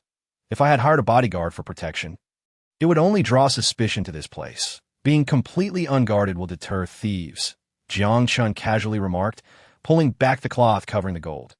"Here it is. Feel free to inspect it, and I hope you have brought the boxes." Nick swallowed hard, nodding stiffly. After a meticulous examination by the appraisers, it was confirmed that the gold was indeed pure, requiring no refining before being introduced to the market. The total weight amounted to 11 tons and 240 kilograms. And after calculating based on the 7-day average price of gold and deducting a 9 handling fee, Jiang Chen received a remittance totaling 510 million Mutao currency.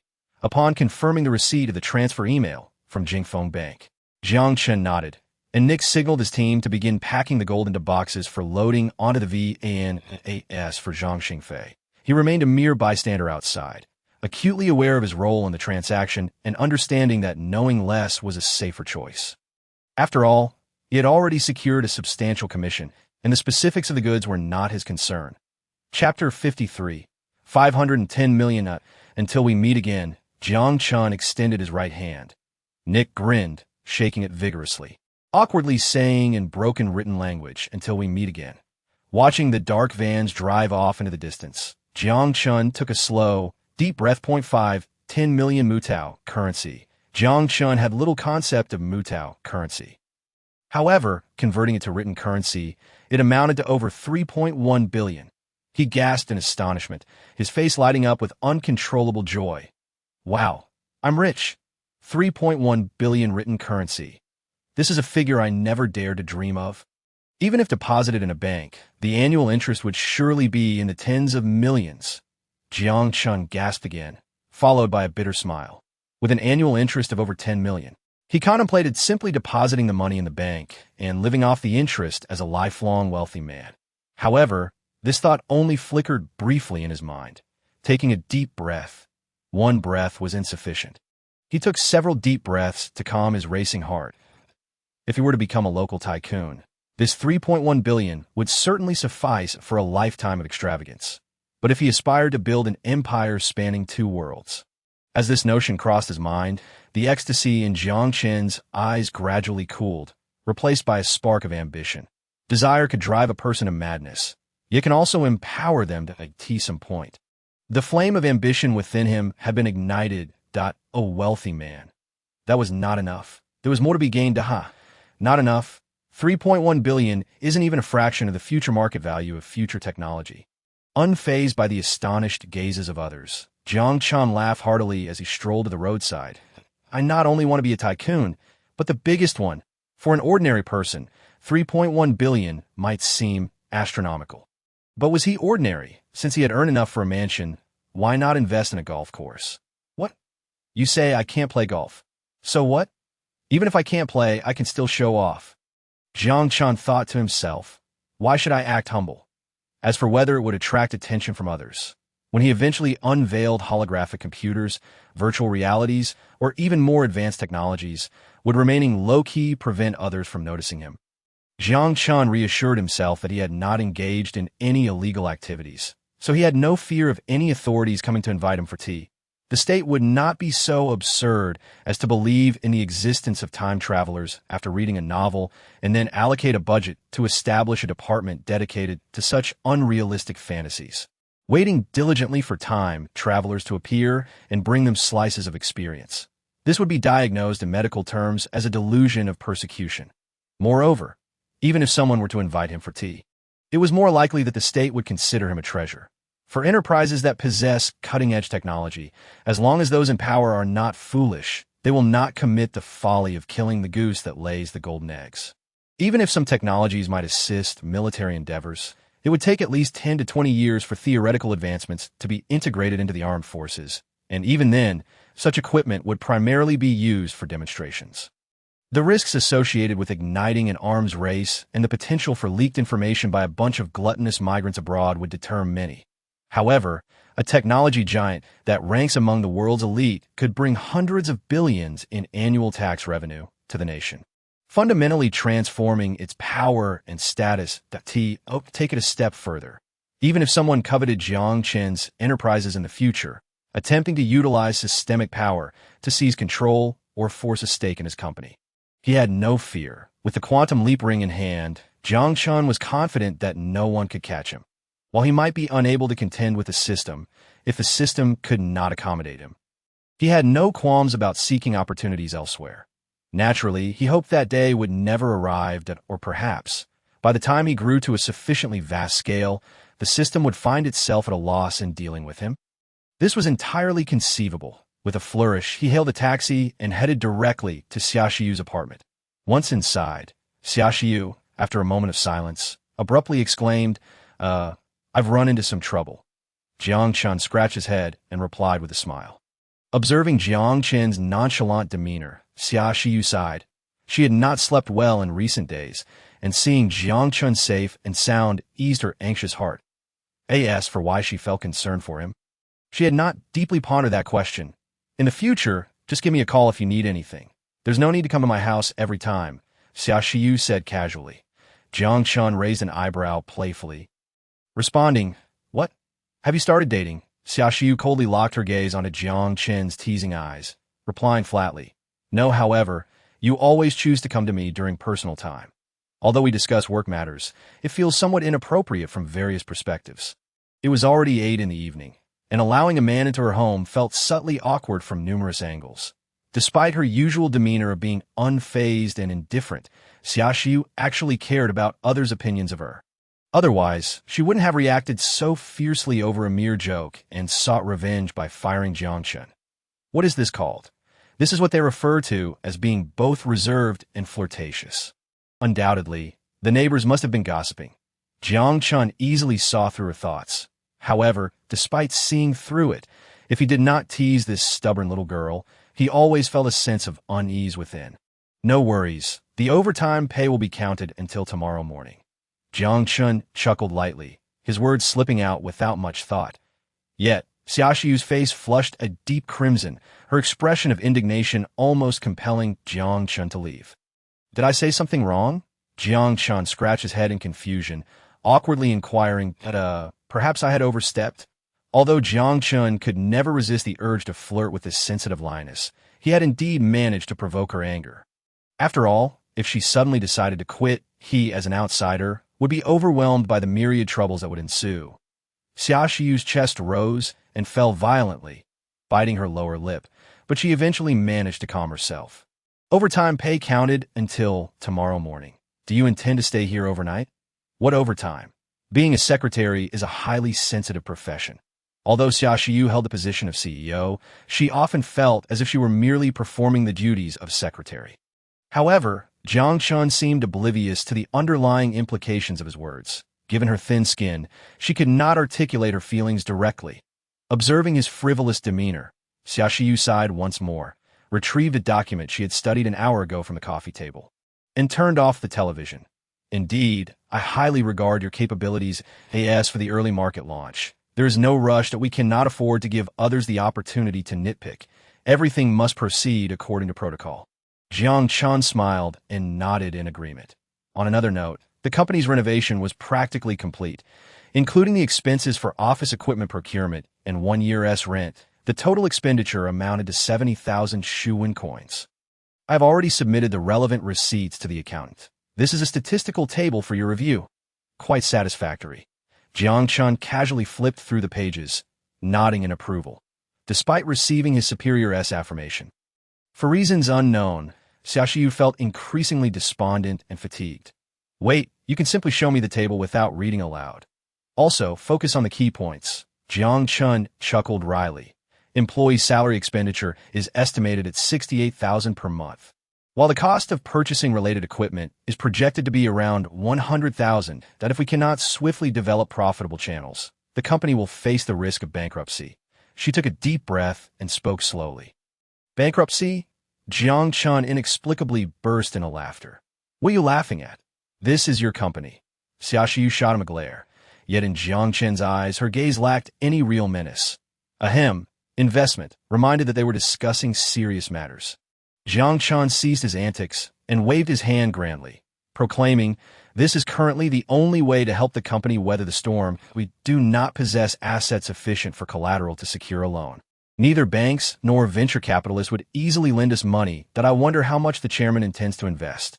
Upon hearing this, Xiaoxiyu felt a sense of relief, although it was Jiang Chen's salary. It equally pertained to her livelihood, especially since she currently owed this big boss over 400,000. Even though Jiang Chen had not pressured her for repayment, borrowed money ultimately had to be returned. Such was her stubbornness that, is 10 million enough? Jiang Chen casually remarked. With a clatter, the document spilled across the floor. Xiaoxiu stared at Jiang Chen in disbelief. What's wrong? Not enough? Jiang Chen frowned.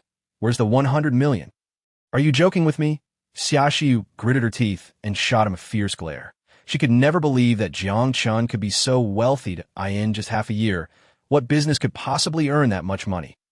Such a statement could only imply one thing. Jiang Chen was undoubtedly jesting with her. I'm not joking, Jiang Chen replied with a smile. Tomorrow, accompany me to the office to handle the relevant procedures. At this, Xiaoxiu fell silent for a moment, and after a long pause, she spoke softly.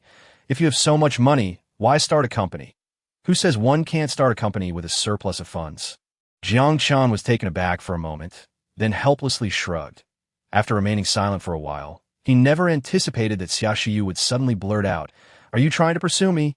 Well, previously a reader inquired whether suddenly receiving a large sum of money could lead to arrest. It should be noted that the crime of unknown source of huge assets only applies to civil servants.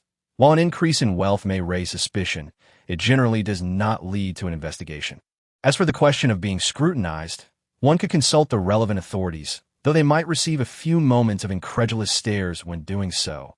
Ahem, by the way, ever since being moved to the sci-fi section, I have had to research extensively to refine the outline, that if there are still technical oversights, I hope the esteemed readers can be forgiving as I read through the materials and ponder the plot. My writing speed has dramatically decreased. Of course, I will maintain a minimum of 2 updates per day. Given that I have diligently written for a month without playing LOL, I humbly request your support. XD, Chapter 54. The Fall of the Falcon 2 Communication Interruption. Damn it. Suppressing the urge to slam a fist against the swaying steel plate, the flickering orange characters on the precariously tilting display screen filled Chu Nan with irritation. The malfunctioning electronic device sputtered feeble sparks, and the trembling fuselage tightened his chest with anxiety. Once the aircraft steadied, gritting his teeth, he struggled to push aside the steel beam pinning him down. Casting a glance at the co-pilot, the unfortunate fellow was in dire straits. With a bent steel frame piercing through his sternum, blood splattered everywhere.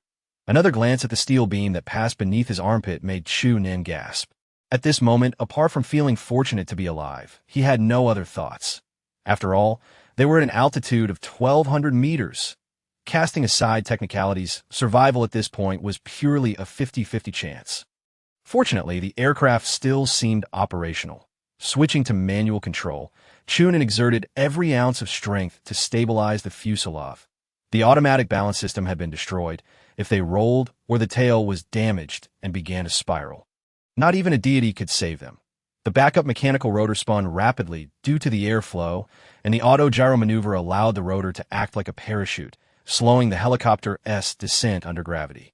When the rotor reached a critical angle, Chu Nan abruptly pulled up on the control stick, instantly increasing the pitch of the rotor blades. Utilizing the passive rotational lift generated by the rotor, he converted the rotational kinetic energy into immediate upward force. This manifested as the nose of the aircraft sharply lifting, momentarily halting its descent, preparing to land on the rooftop of the building they were about to collide with. Then they crashed into the top floor's wall. While the operation itself was sound, but choosing a landing site within the city was exceedingly difficult. Subsequently, Chu Nan was splattered with warm blood, helplessly watching as his comrade was impaled by the steel beam. What the hell? That's sudden EMP. No, it should not merely be a simple EMP. The YZ-51's built-in EMP countermeasures represented the pinnacle of pre-war military technology. How could it completely fail without being directly hit by that beam? What on earth was happening? Chu Nan gritted his teeth, retrieving the combat knife strapped to his thigh, and cut through the safety belt that had ensnared him. With a pang of anxiety, he glanced down at the dizzying height beneath him. Cautiously beginning to extricate his legs from the twisted cockpit, carefully crawling toward the outside. I could see that moment. What state was the YZ-51 in? In short, a portion of the cockpit had penetrated the wall of the 12-story building. now skewered on several sturdy steel beams protruding from the concrete. The tail and cabin hung precariously outside, or rather, only a small portion of the cockpit was embedded within the building. Point 1 had to commend the quality of the construction. Even after a nuclear blast, it remained remarkably intact, with no signs of corners being cut in the rebar framework.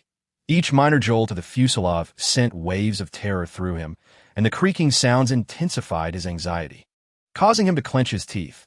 The rough iron plate was smeared with thick, congealed blood. Carol Bellman, flipping it over, revealed a line of needle-pricked small letters. "If given the chance, I would like to hang this in the National Cemetery." This co-pilot was a former member of the Dream Bamboo Navy Air Force. However, the concept of nationality had ceased to exist.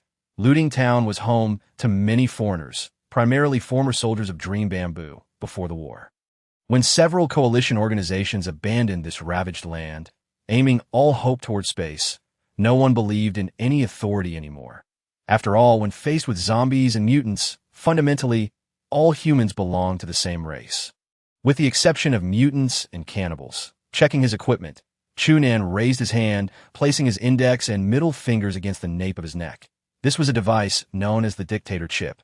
But due to the integration of complex functions such as visual nerve connection, imaging, and remote communication, while its EMP resistance was commendable, it still paled in comparison to the enslavement chips produced in District 6. Offline, Chunan attempted numerous times to contact the Falcon 2 and the Black Knight team, but to no avail.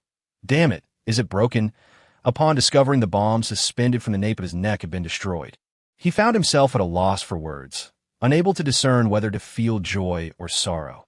The joy stemmed from the newfound freedom, yet the sorrow arose from the realization that freedom in a wasteland was rather meaningless.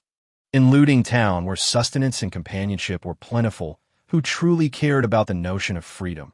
He decided to take it one step at a time. A bitter smile crept across his face as he tucked the military badge into his pocket and drew his pistol. Including the one in the chamber, he had 5 magazines of ammunition, remaining .2 doses of blood-producing serum, 1 roll of hemostatic bandage. His EP had returned to normal, and he also possessed a dagger along with 6 tubes of B-grade nutrient solution. Being from the Air Force, he was fortunate to have access to high-quality supplies. Activating the radiation monitoring system of the EP, he discerned from the safe radiation levels that he was in the suburbs, though he could not ascertain which suburb it was, as the map of this area had not been downloaded onto the EP. Although he had undergone ground combat training, he had never before encountered such a predicament. Typically, who among the survivors would engage in aircraft without reason? While anti-aircraft EMP airburst munitions existed, they were exceedingly rare. Such devices would be obliterated during wartime, and few could repair them effectively to AS for the alien entity's entire capabilities. This was the first time he had heard of such beings utilizing EMP or similar pulse weaponry. Perhaps the airborne comrade from Yuan Mengzhu had faced this issue, but regrettably, he had not survived. He had been the co-pilot on this mission. The corridor was secure. Just as in training, Chunan silently recited a mantra and descended the staircase with his pistol drawn. Should zombies appear, he would thrust the weapon towards their eyes. If faced with a shrieker, he would utilize a stun grenade for cover. And if he encountered a mountain of flesh or a death claw, well, he hoped not to meet such a fate. The elevator was, of course, out of service. This building had likely been an office structure before the war, with zombies primarily congregating in the lobby. Any undead he encountered in the corridors were swiftly dispatched by his agile use of the dagger. For such trivial nuisances, he preferred to avoid using firearms. His physical prowess, enhanced by the injection of D-grade gene serum, allowed him to manage effortlessly. The only regret was that he had not unlocked any hidden gene codes, rendering him an ordinary injector as his feet touched the ground. Chunan exhaled in relief. He glanced up at the sky, estimating it to be around 3 in the afternoon WY 5 o'clock. The streets would become increasingly perilous. When darkness fell at around 6, wandering the streets would be tantamount to suicide. Nighttime in Wanghai City belonged to the undead. He needed to find a survivor base quickly, or at least a place to spend the night. Standing on the street, he surveyed his surroundings, briefly glancing at the vacant-eyed zombie nearby before making his way to the far end of the street. The abandoned vehicles lining the street likely remained as they had been at the outbreak of war, with the hotspots being the city center and coastal areas, leading people to flee towards the suburbs. Thus, The majority of vehicles should be oriented toward the suburban direction. Casting a glance at the cars, Chunan started to drift away from the city center. It mattered not where he went, as long as it was in the opposite direction of the city center. This principle was a shared consensus among all survivors. As the day waned, the sun descended in the west, casting a ghastly yellow-green hue amid the radiated dust. He had lost track of how long he had been walking, but the light was steadily fading. Chunan noticed the zombies nearby had begun to murmur restlessly. It wouldn't be long before these wretched creatures would start howling and hunting the living. Should he find a place to hunker down for the night? Contemplating, he quickened his pace. However, upon turning a corner, he was met with a shocking sight that a woman was tightly bound with ropes to a telephone pole, hanging in the middle of the street. Her attire was scant, and zombies loitered nearby, too fearful to cry for help. With his keen eyesight as a pilot, he could clearly discern the look of despair etched across her relatively attractive face. It was evident she had been tied there by human hands. Whose sick joke was this?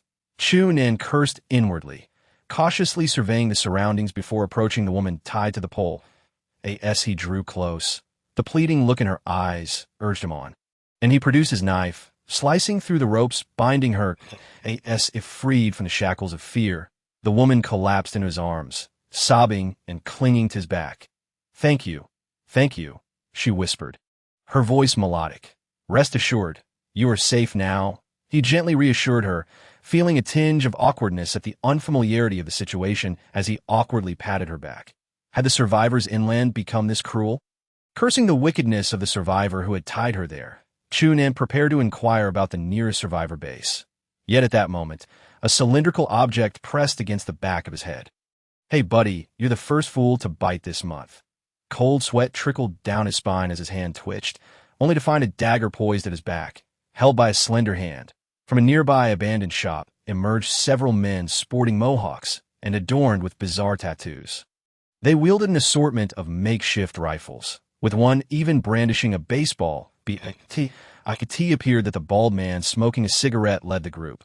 He approached Chunan, raised an eyebrow, and playfully patted the woman's face, grinning as he remarked, "Good job, bitch." It was truly like treating her as a dog. The perverse flush crept across her face as she gazed at the man who had humiliated her with a sycophantic smile. Such a grotesque reality sent a chill down Chunan's spine, a bead of cold sweat trickling down his cheek. Was this still humanity? 2 doses of blood serum, 1 roll of hemostatic bandage. Good stuff. 6 tubes of B-grade nutrient solution. Boss, we've got a big fish. One of the men eagerly stepped forward to relieve him of his pistol and began to search him, suddenly exclaiming with delight. The nearby zombies cast vacant glances their way, but remained motionless. There were still a couple of hours until nightfall. The bald man looked at Chunan with keen interest. Name? Chunan. There was nothing to hide. After all, it was all on the EP. Where are you from? Looting town. Airborne. In your aircraft? The glint of greed flashed in the bald man's eyes, devoid of any caution as Chunan might have hoped for. It crashed. Huh. The bald man chuckled, saying nothing further, then gestured for his underlings to bind Chu. And out if you're here to rob me, you've achieved your objective. Just let me go, and you can have everything, Chunan stated calmly. The bald man raised an eyebrow at him before suddenly delivering a punch to his face, causing his head to snap to the side, suppressing the fury within and enduring the fiery pain on his left cheek. Chunan regarded the bald man. Observing the foolishly naive Good Samaritan, the bald man scoffed, then kicked the woman crouching at his feet, her face displaying a sickly flush and a foolish grin. This woman had no name. She was merely a slave. Once a solitary wanderer, perhaps. However, he could not recall when she had been captured or how she had been trained. He couldn't be bothered to care. Yet he remembered clearly how she had come into his possession. Last month, he had discovered a big fish, and it had indeed proven to be a significant catch. The boss had dispatched an entire raiding party, only to be sabotaged by that fool Lu Renjia, who had the audacity to lead everyone into a confined building for capture. Did he not think to check if there were any sewer entrances or back doors on the map? Fortunately, although the boss was furious, he did not blame Zhou Guoping for providing the intel. He simply vented his frustrations on Lu Renjia and the other Captain S mistress, taking out his wrath on them. then redistributed the assets of those two unfortunate souls to other subordinates. This served as both a deterrent and a motivation in a gang like the Mercenary Corps, known for its rogue assembly. Such crude methods were the only way to maintain cohesion. In summary, this docile creature, trained like a dog, had been handed over to Zhou Guoping. Although the boss did not punish him, he had nonetheless been removed from his cushy position in the 6th District. Relegated to the task of robbing survivors. One could hardly argue that capturing a survivor in the wasteland was more challenging than catching a mutated rat. Those who had survived in the ruins were sharp-witted. Only the simpletons who rarely strayed from the base were easily captured, leading to near zero gains this month in Airborne Survivor. Now, that was a big catch. Chapter 55. Acquiring a villa, are you trying to chase me? The abrupt question hung in the air, leading to a moment of silence between the two. What? Suddenly realizing, Jiang Chen nearly tumbled off the sofa, staring blankly at Xiaoxiu. He could not comprehend the logic behind her conclusion. How had she arrived at the notion that he wanted to pursue her? The existence of corporation is to generate profit. If you already possess a profitable channel capable of yielding over 100 million within 6 months, why would you invest your hard-earned returns into the highest-risk technology sector?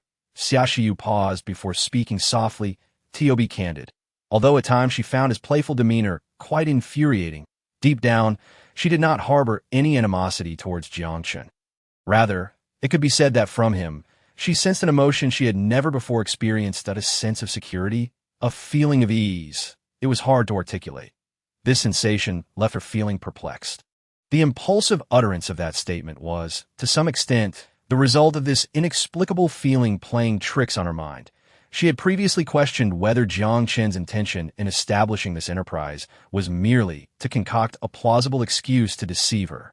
When exactly did he begin to harbor feelings for me? Did it start back at the clothing store? Yet, it seemed she had caused him pain. Was it her infliction of suffering that led him to transform into the man he is now? Xiaoxiu felt conflicted. She abhorred the thought of being a mere ornament. She longed to demonstrate her capabilities through her own efforts, to create her own worth, rather than being maintained by a wealthy patron as a plaything. During her university years, numerous wealthy young men and second-generation heirs had pursued her, even promising her positions at prestigious companies or direct appointments as executives. Yet Xiaoxiu had turned them all down. She was proud, and indeed had the credentials to be so. Although she came from humble beginnings, her abilities were anything but ordinary. This era truly one where appearances reigned supreme. Certainly not entirely. After all, the majority still toiled diligently. However, in the presence of Jiang Chen, she found herself inexplicably hesitant. She had long suspected that Jiang Chen's establishment of this company was merely a means to keep her sheltered, rather than a pursuit of lofty ideals. As for those grand blueprints, they were merely illusory promises. Was it out of a sense of indebtedness? That seemed unlikely. What could it be? Xiaoxiu was at a loss. It must be said that women can be remarkably obstinate creatures. Once they have discerned a particular viewpoint, they tend to selectively overlook any factors that contradict it. For instance, the value of the mobile game Jiang Chen brought forth, or whether investing 100 million, just for her, was overly extravagant. In any case, all these doubts were conveniently brushed aside, because she desired to stand atop the mountain and gaze down. Jiang Chen interrupted Xiaoxiu's musings with a smile. 100 million. In comparison to the future market value of future technology, that's merely a drop in the bucket. I have indeed made a substantial fortune, yet being a miser will not afford me the status I rightfully deserve. What purpose does it serve to deposit this money in the bank? Earning over 1 million in interest per year, it would take decades to double. As for whether it was for you, I could spend 100 million on indulgences and still have enough for several lifetimes. Unabashedly employing coarse language, Jiang Chen stood up and strode towards the door, leaving Xiaoxiu in a state of utter astonishment. That's so? If that is the case, then there would be no issue. Staring blankly in the direction of his departure, she found herself questioning the origin of his audacious confidence, and was perplexed by the fact that she harbored a faint belief in his words. Is it not because of me? For reasons unbeknownst to her, a sudden wave of inexplicable melancholy washed over her. After shutting the door, Jiang Chen cast a wry smile at the security door behind him. Did I perhaps speak too harshly? Yet, how self-satisfied must this girl feel to arrive at such a conclusion? Shaking his head, Jiang Chen took a deep breath and descended the stairs. However, unbeknownst to him, there had been a fleeting moment when his heart raced. The following morning, Jiang Chen took Aisha to savor the exquisite delicacies of the renowned Xilong Bao, watching the girl devour her meal with fervor. He felt an inexplicable pang of sorrow. Memories of Sun Jiao surfaced, and he wondered how she was faring. What about Yao Yao? Was her health improving?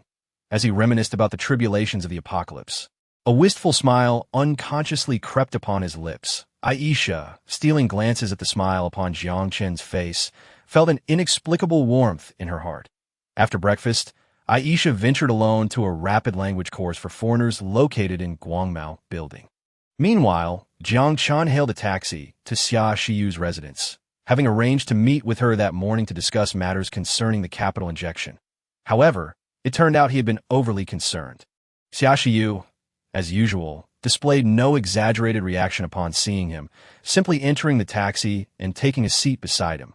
How did you sleep last night? Jiang Chen was unsure how to initiate conversation, so he smiled and casually inquired. Next Wednesday, there will be a job fair at Wanghai University that I have secured a recruiting booth, and I hope you, as the company's chairperson, can accompany me in no problem. Do you have time in the afternoon? Jiang Chen readily agreed, then casually posed another question. Free, why? Accompany me to view some properties. Jiang Chen shrugged, brazenly stating, is this a matter of business or pleasure? Xia Shiyu sighed as she asked, you did promise me. Well, it should be considered a personal matter. Xia Shiyu glanced at Jiang Chen's profile, involuntarily biting her lip. The words of refusal were already rising to her throat, yet ultimately, they did not escape. Why is it like this? Xia Shiyu herself could not fathom an intriguing channel, with prices remarkably affordable. Roberts assured him there would be no legal issues whatsoever, gazing at the string of zeros displayed in his mobile banking account. Jiang Chen couldn't help but chuckle foolishly for a moment before shutting off the screen, but he paid no mind to Xia Shiyu's curious glances, leaning back in the rear seat with his eyes closed, pondering whether to drive a Lamborghini or a Bentley. Such a dilemma. Xia Shiyu was indeed an adept individual when it came to handling affairs. She was practically born to be a secretary. Or rather, a CEO. Jiang Chen was the one suited to be a secretary. The term to do can be emphasized. Xia Shiyu had already prepared the necessary paperwork the previous night, and she was also familiar with the legal documents. Jiang Chen merely glanced at the files, signed his name, and the registered capital of Wanghai Future and Technology Company Limited was augmented by yet another string of zeros. Jiang Chen noticed that when he filled in the amount of 100 million in the registration column, the eyes of the clerk at the service window had completely transformed into starry orbs. This wretched, money-driven society is truly amusing. What once might have elicited disdain now only brought him laughter. 100 million in liquid capital? Utterly unbelievable. Xia Shiyu trembled as she stared at the documents in her hands, still unable to recover from her shock. Although she had previously served as a store manager and had seen a fair share of the world, she was still quite young. I didn't expect you to be so knowledgeable after all. Xia Shiyu cast a surprised glance at Jiang Chen. She had assumed he intended to remain a hands-off manager. You must understand the distinction between an emperor and a general. Your role is to fight, while mine is solely to instruct you on where to strike.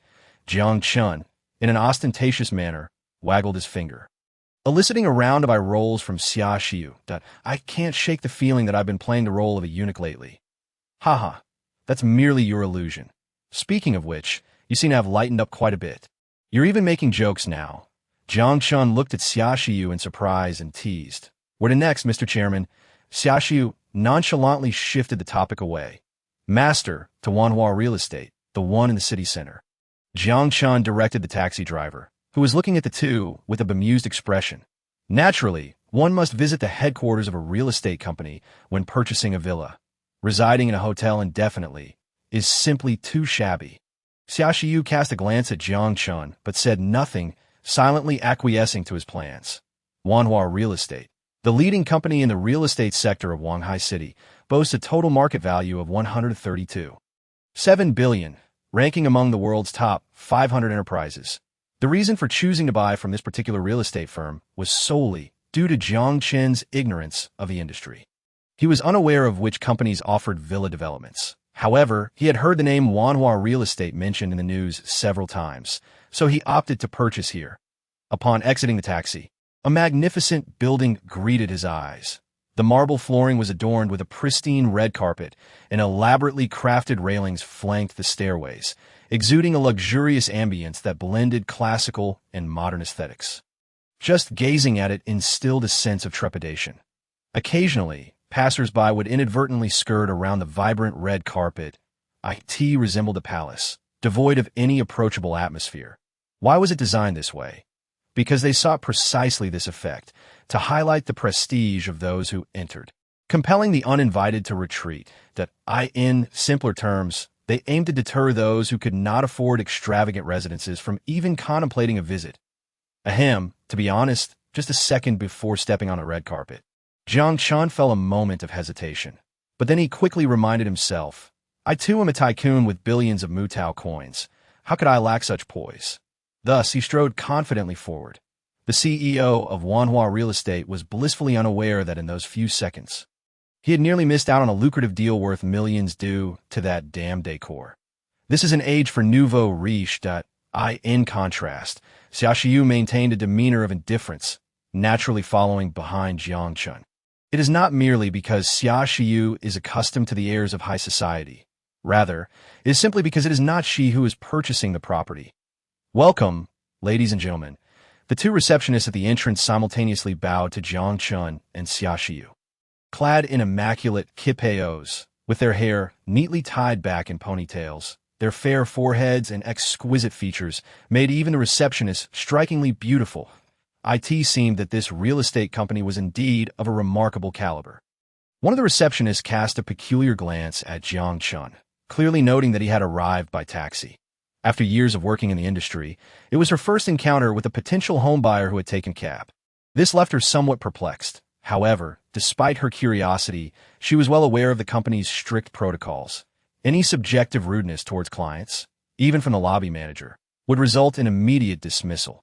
This was to prevent offending those affluent individuals who might intentionally dress modestly.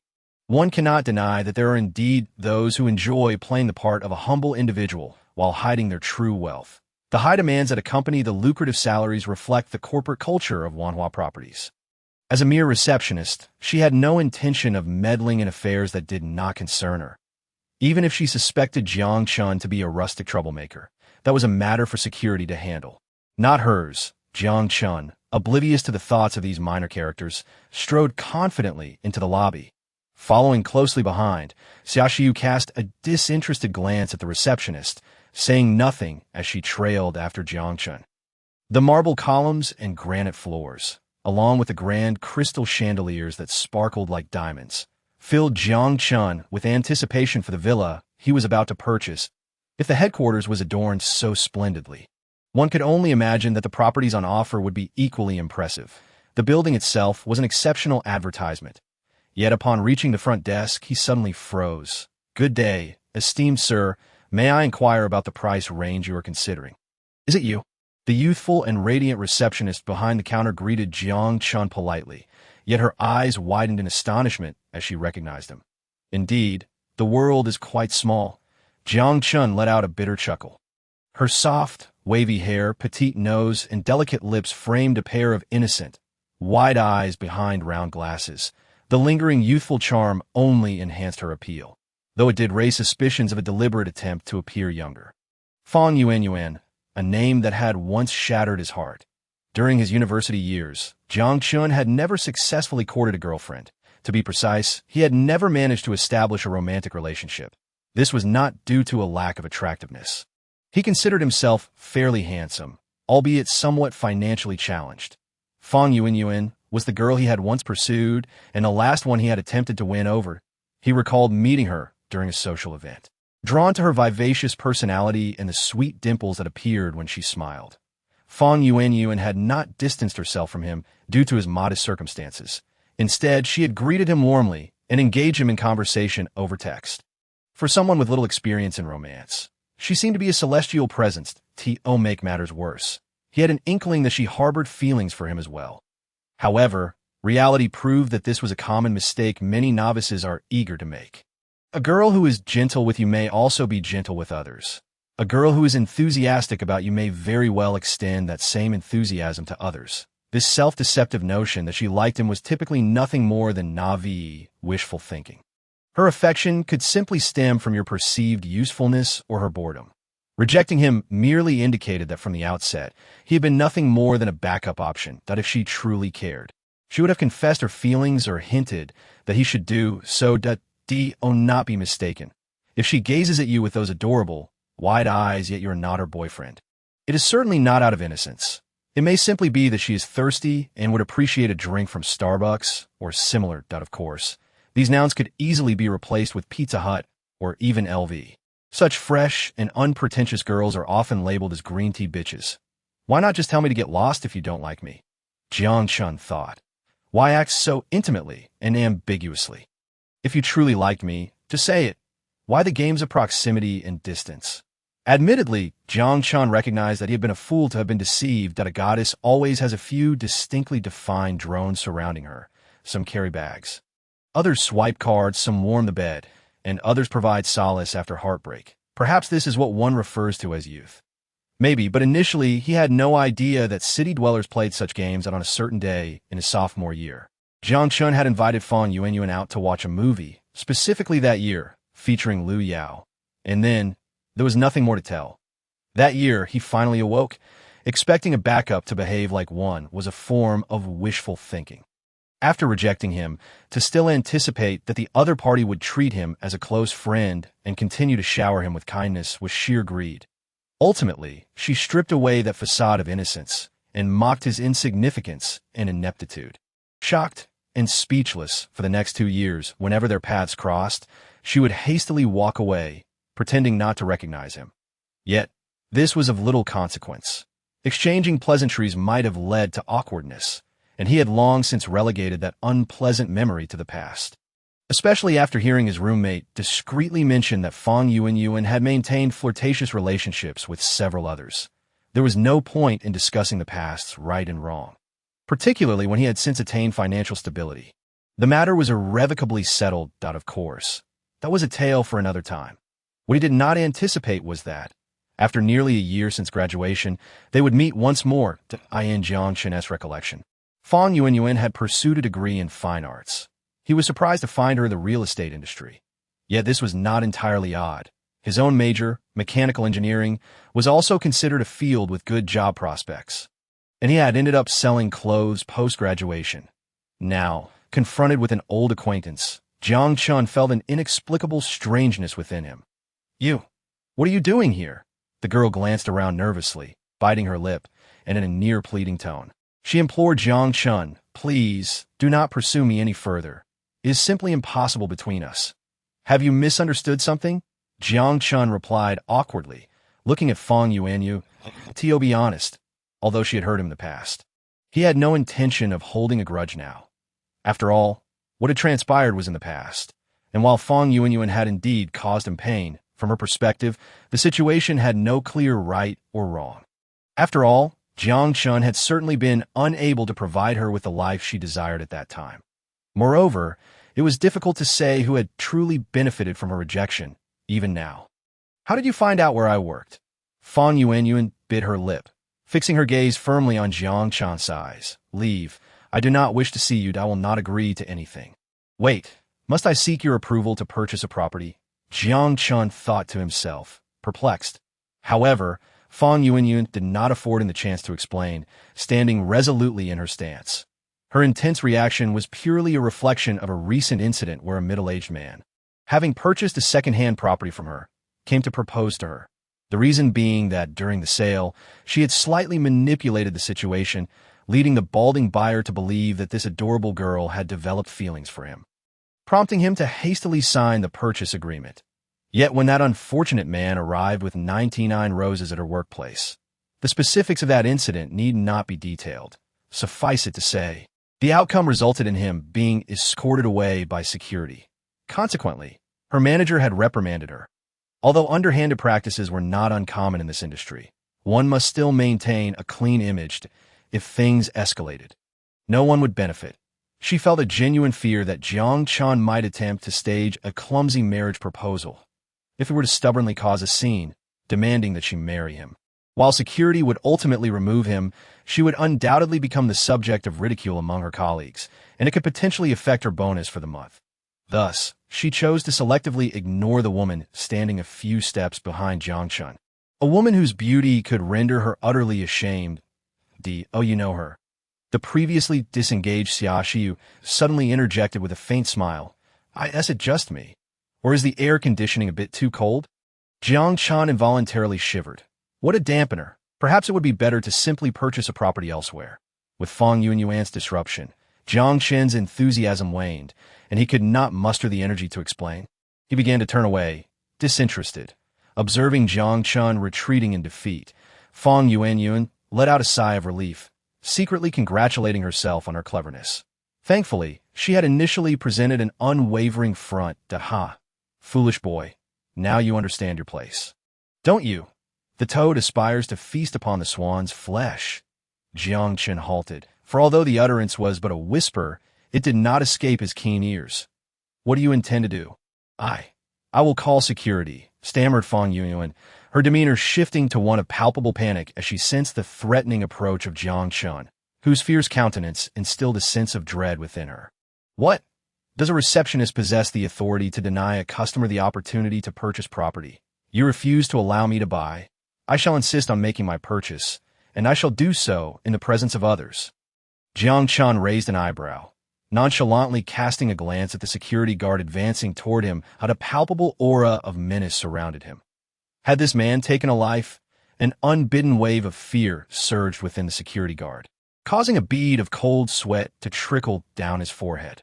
Though Jiang Chen made no overt display of aggression, the sanguinary aura he had absorbed amidst the carnage of the apocalypse seeped into the air, creeping up the back of the guard. His instincts, honed from years of navigating the underbelly of society, warned him that this young man was not someone he could confront. While he had no intention of initiating a physical altercation, the sheer intensity of Jiang Chen's presence rendered him momentarily paralyzed, creating an atmosphere thick with tension. However, just then, a voice laced with apology pierced through the heavy air, dissipating the charged atmosphere in an instant. I, of course, do not possess such authority. Esteemed sir, I must sincerely apologize for the rudeness displayed by our front desk. Chapter 57. Who is the Swan? The melodious and clear voice, reminiscent of a lark, wafted in from the back of the lobby. A strikingly beautiful woman clad in a black uniform gracefully approached, offering a slight bow as a token of her apology to Jiang Chen. Indeed, even a man accustomed to the presence of numerous beauties such as Jiang Chen found himself momentarily entranced. Her fair skin, exquisitely shaped face, and alluring phoenix eyes framed by delicate yet commanding eyebrows, complemented by a perfectly sculpted nose and a mouth that resembled a cherry blossom, radiated an elegance that heightened her innate allure rather than diminishing it. The black uniform accentuated her curvaceous figure, the hem of her fitted skirt hugging her shapely thighs clad in sheer stockings, exuding an air of mystery and seduction. Even more tantalizing was the deep V neckline that revealed a hint of porcelain skin and a tantalizing décolletage. Everything spoke volumes without uttering a single word. In terms of beauty, she might even surpass Xiaoxiu. Yet, such a comparison felt somewhat unjust, for Xiaoxiu suffered from a congenital facial paralysis and bore no makeup, donning rather formal attire suited for the workplace. After all, her primary purpose today was to accompany Jiang Chen to the office, the house purchase merely a prior arrangement, with the entrance of this enchanting woman to mediate the situation. It was no surprise that Jiang Chen's ire dissipated significantly upon receiving a heartfelt apology that it was never a matter of great consequence. Since the superior had already offered an apology, he lost interest in prolonging the dispute. It's fine. Besides, this young lady was rather attractive. Jiang Chen swallowed discreetly. For some reason, he felt an unsettling gaze fixated upon him from behind. Perhaps it was the woman's confidence in her own beauty. Or perhaps she had grown accustomed to men losing their composure in her presence.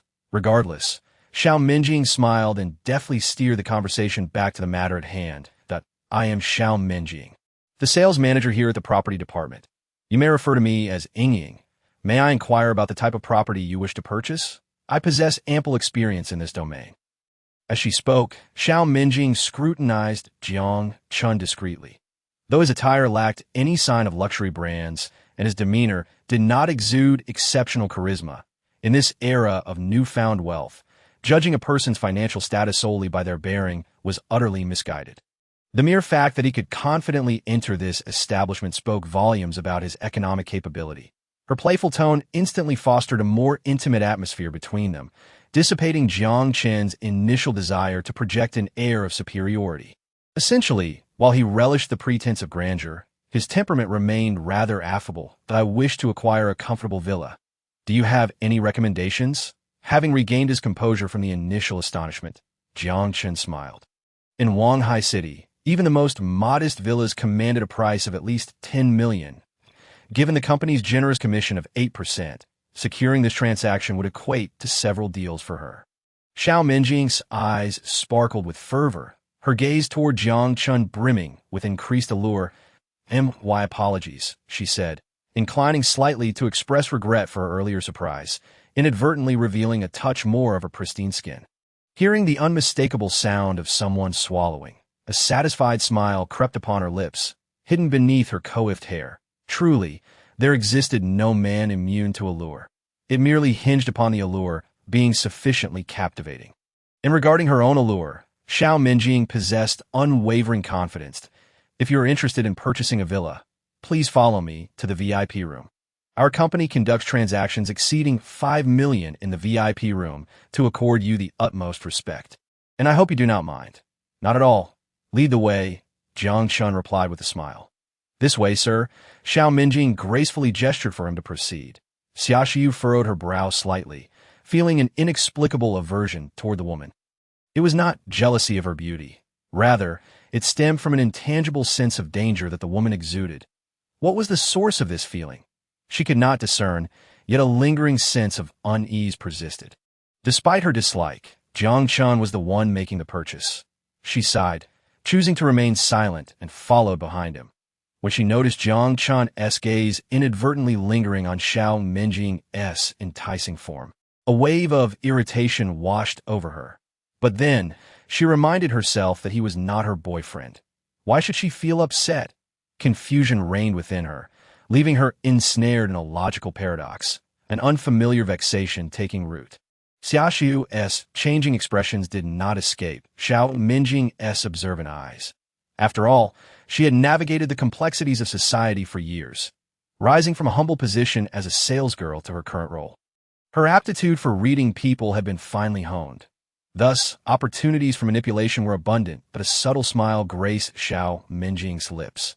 Many of her peers, also salesgirls, had ultimately transformed into homeowners themselves through their sales. What was the secret to their success? It was not merely beauty. One must also possess a cunning mind. In her thoughts, Xiao Minjing calculated her next move. Should Jiang Chen's purchase exceed 50 million, it would warrant her full attention. After all, the profession of salesgirls relied heavily on youth. No one wished to buy property from a woman past her prime, even if she maintained her appearance. With her current salary, including commissions, her annual income barely reached 1 million, an unstable and unsustainable figure. Given the current real estate market, while prices continued to rise, transaction volumes had plummeted to less than half of previous years. The company had recently laid off a number of employees. Although this did not directly concern her as a top saleswoman, the industry's trends left her contemplating her future. Securing a wealthy benefactor was a viable option. With this thought in mind, Xiao Minjing cast a slightly predatory glance at the expressionless Xiaoxiu, preparing to make her move. Unbeknownst to Jiang Chen, who remained oblivious to the shift in Xiao Minjing's demeanor, he merely exchanged a knowing glance with the startled Fang Yuanyuan before stepping into the VIP room. Who is the swan? Who is the toad? Foolishness. At this moment, Jiang Chen felt an overwhelming sense of delight. As both his vanity and desire for vengeance had been thoroughly satisfied, the three individuals, each harboring their own intentions, departed the lobby, leaving Fang Yuanyuan to remain in a trance at the front desk. Regret? Resentment? Confusion? Jealousy? Perhaps a combination of it all. In any case, a deal worth over 10 million had slipped right through her fingers. Jiang Chen? Him? How could he possibly afford a villa? That pauper who couldn't even afford a meal at Pizza Hut. Impossible! Countless thoughts raced through her mind, rendering her momentarily dizzy with disbelief. Yet at this moment, even regret was futile. As a mere receptionist, how could she compete with the opportunity already seized by Manager Xiao? Moreover, she had thoroughly offended Jiang Chen just moments ago. The toad aspires to feast upon the swan. Who truly is the toad? Who is the swan? With such wealth, would he ever deign to look her way? Fang Yuan felt nothing but remorse for her impulsive actions, realizing that the opportunity she had once taken for granted had slipped away due to her own prejudiced assumptions at this moment. However, a flicker of hope still lingered in her heart. She was acutely aware of Jiang Chen's family circumstances and had even heard whispers regarding his post-graduation prospects. How could a mere sales clerk at a clothing store possibly afford a villa? He must be deceiving her, undoubtedly. This was a scheme devised to humiliate her. The colleagues standing nearby cast a glance her way, their faces betraying unabashed mockery. They knew they could not compete with Xiao Minjing. After all, her resources were apparent. Yet, to their astonishment, this little minx was willing to part with even the flesh at her lips. Was she not a fool? In that moment, Fang Yuan was too engulfed in her own turmoil to heed the gazes of her co-workers. She found herself ensnared in a vortex of regret and conflict, unable to extricate herself. On one hand, she lamented how much better it would have been had she agreed to Jiang Chen 3 years ago. On the other, she cursed this entire situation as a cruel ploy orchestrated by Jiang Chen to mock her. It must be said that when one descends into madness, their intellect tends to plummet. Moreover, there are not so many what-ifs in this world. Otherwise, everyone would be a billionaire. Chapter 58-59. Luxury. I wonder if Mr. Jiang is purchasing this property for investment or for personal residence. For personal use.is there a catch here?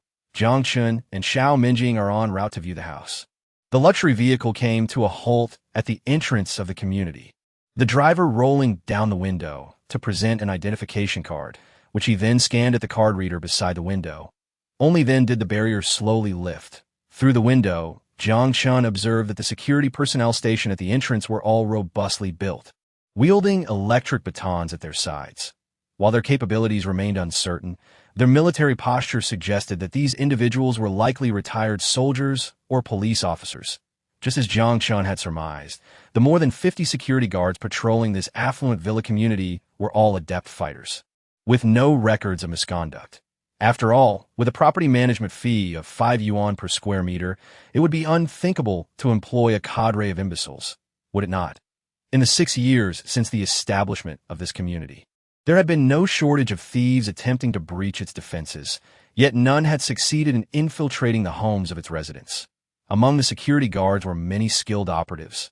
Could anyone hope to best them? Young man, why not consider a career with national security instead?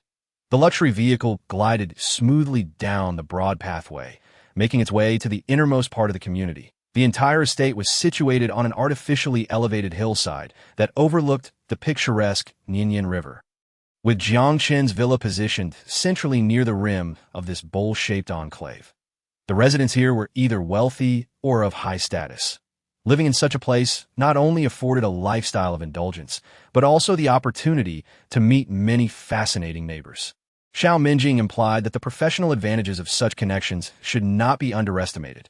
However, Jiang Chen did not dwell on this aspect. He merely smiled without offering a comment. While career prospects were important, one could not overlook the quality of life. Otherwise, would one not merely be a cog in the corporate machine, albeit a more affluent one? Since the purchase was intended for enjoyment, the primary consideration should naturally be comfort. As for those affluent neighbors, Jiang Chen had a premonition that within 2 years, they would likely come knocking at his door, eager to pay him a visit. The vehicle came to a steady stop at the villa's entrance. Xiao Minjing was the first to alight, eagerly opening the door for Jiang Chen, the ostensible tycoon. She produced a key card and swiped it at the grand entrance, causing the sliding iron gate to open automatically. After registering his entry, the security system of the villa would be updated, allowing access via an app developed by our company. Of course, I would recommend using the specially designed electronic key instead. Xiao Minjing winked playfully, leading Jiang Chen into the interior of the villa. Beyond the high walls lay a different world, a meticulously manicured lawn, a straight pathway of bluestone bricks, and an architectural design that seamlessly fused classical and modern minimalist styles, creating a harmonious blend of two nearly opposing aesthetics. The expansive floor-to-ceiling windows formed the first layer of the villa, while the pristine white cubic structures filled the remaining areas, exuding both grandeur and elegance. Rising 4 stories amidst a cluster of 3-story villas, this residence distinctly stood out. What pleased Jiang Chen most was the backyard's oval swimming pool. Just as the accompanying photo had indicated, Jiang Chen pressed a button, and the dome spiraled downwards, transforming into an open-air pool. The heating system at the bottom could swiftly and precisely elevate the water temperature to the desired level.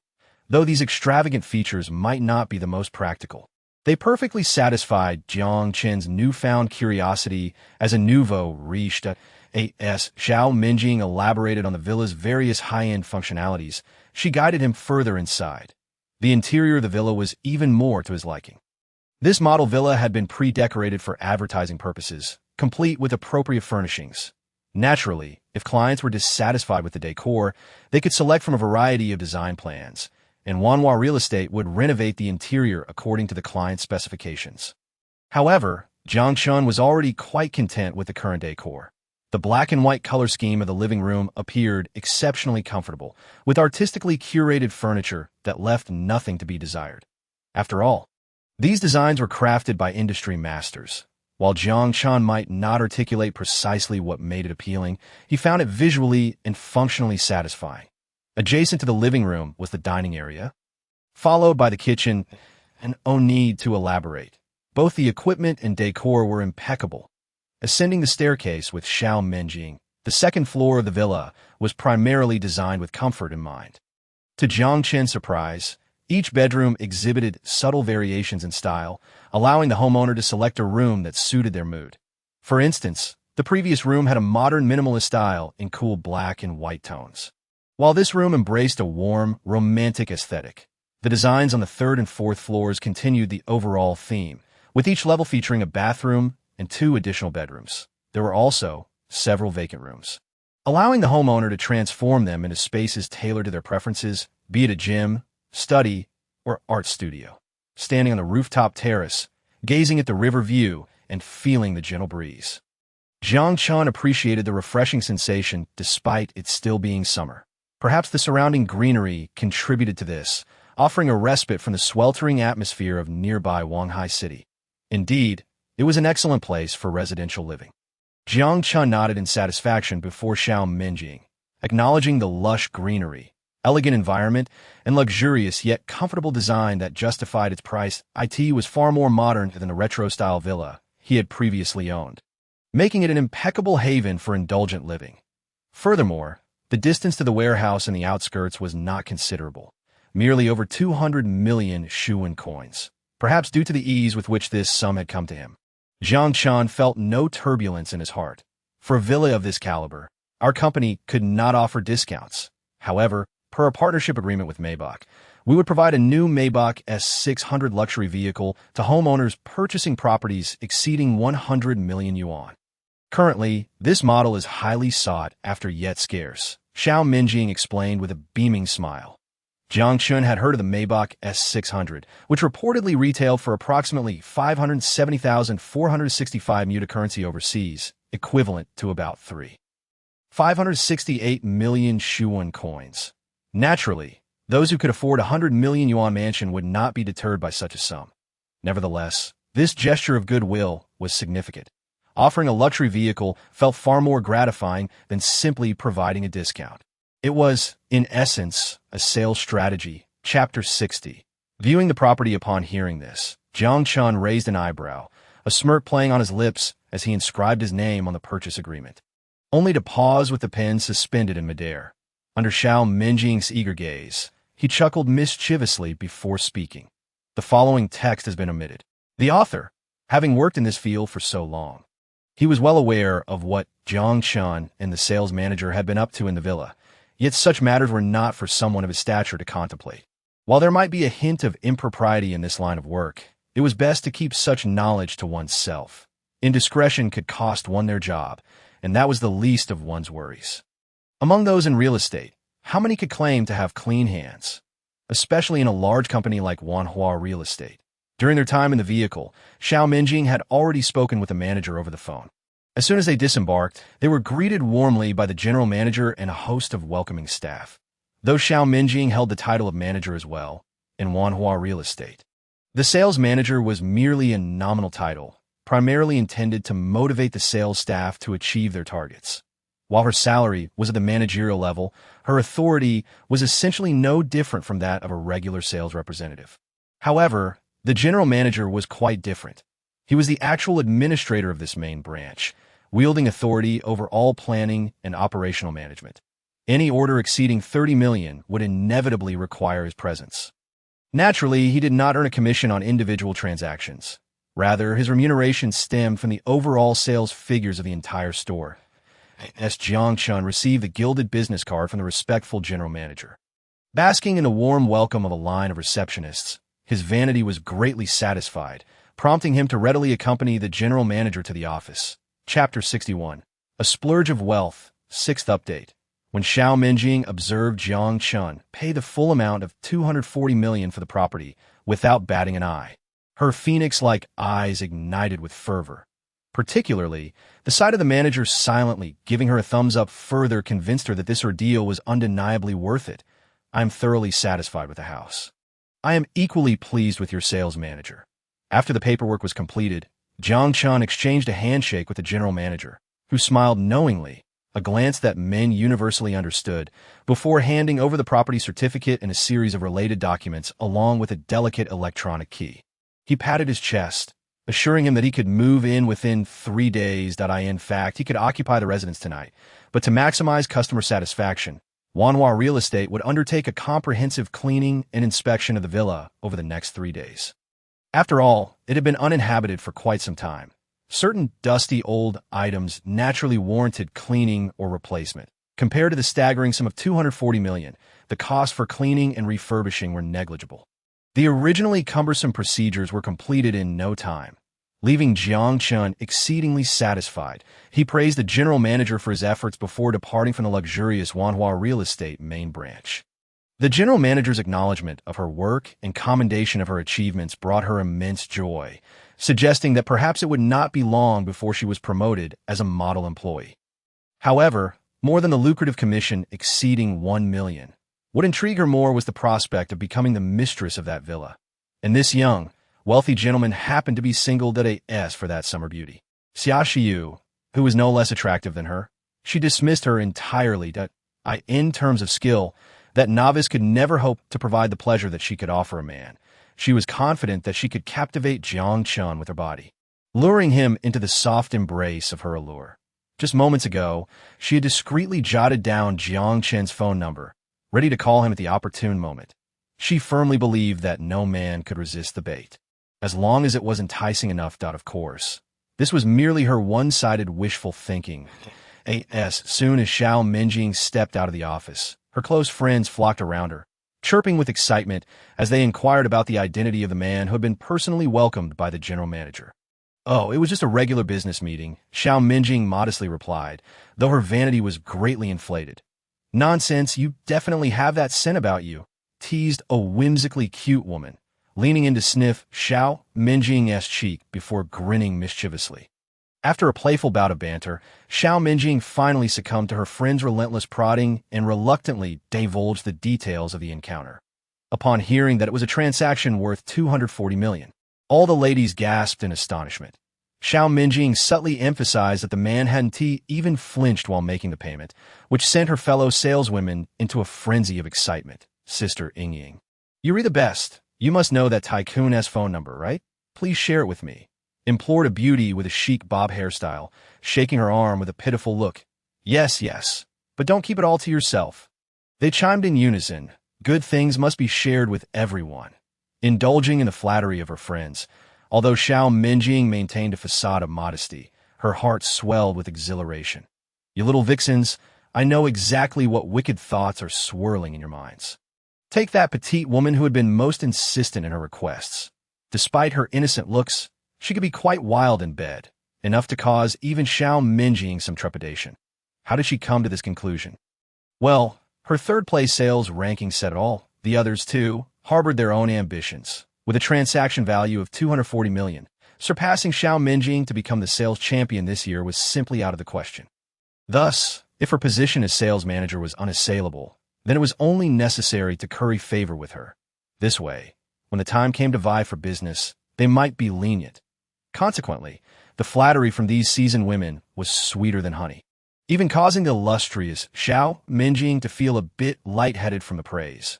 With a grand gesture, she promised to treat everyone to a lavish dinner that evening, which elicited a chorus of cheers. With this commission, she would pocket 2 million, so affording such a treat was no burden at all. Additionally, her friends had another ulterior motive.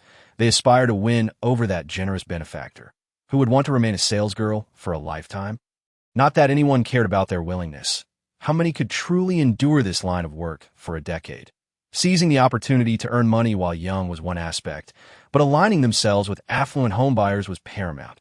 Although Xiao Minjing posed considerable competition, several of her friends were not devoid of charm themselves. For instance, that bob-haired beauty, though equally inexperienced, had recently graduated and had yet to encounter the darker side of the industry. A few well-placed tears, lamenting ill-fated encounters and youthful naivety, could easily sway opinions. Ultimately, the key was to obtain that phone number.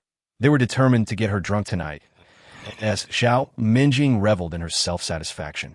The other women resolved to tea that moment. Amidst the throng of admirers, Xiao Minjing suddenly noticed someone. Fang Yuanyuan, who stood at the reception desk, lost in thought. How dare she not come to flatter me? Xiao Minjing frowned slightly, recalling that this newcomer had seemed to have had some conflict with Jiang Chen. A mocking smile inadvertently spread across her face. I truly do not have Mr. Jiang's phone number. How could a person of his stature possibly take notice of someone as insignificant as me? She feigned innocence, only to then recall. Oh, I remember now. Fang Yuanyuan seems to be Mr. Jiang's classmate. Perhaps we should inquire with her. The other women paused, then burst into peals of laughter. Fang Yuanyuan's complexion turned ashen. She could easily detect the derision in their laughter. The implication was clear. You, little vixen, barely managed to scrape by with a mediocre performance.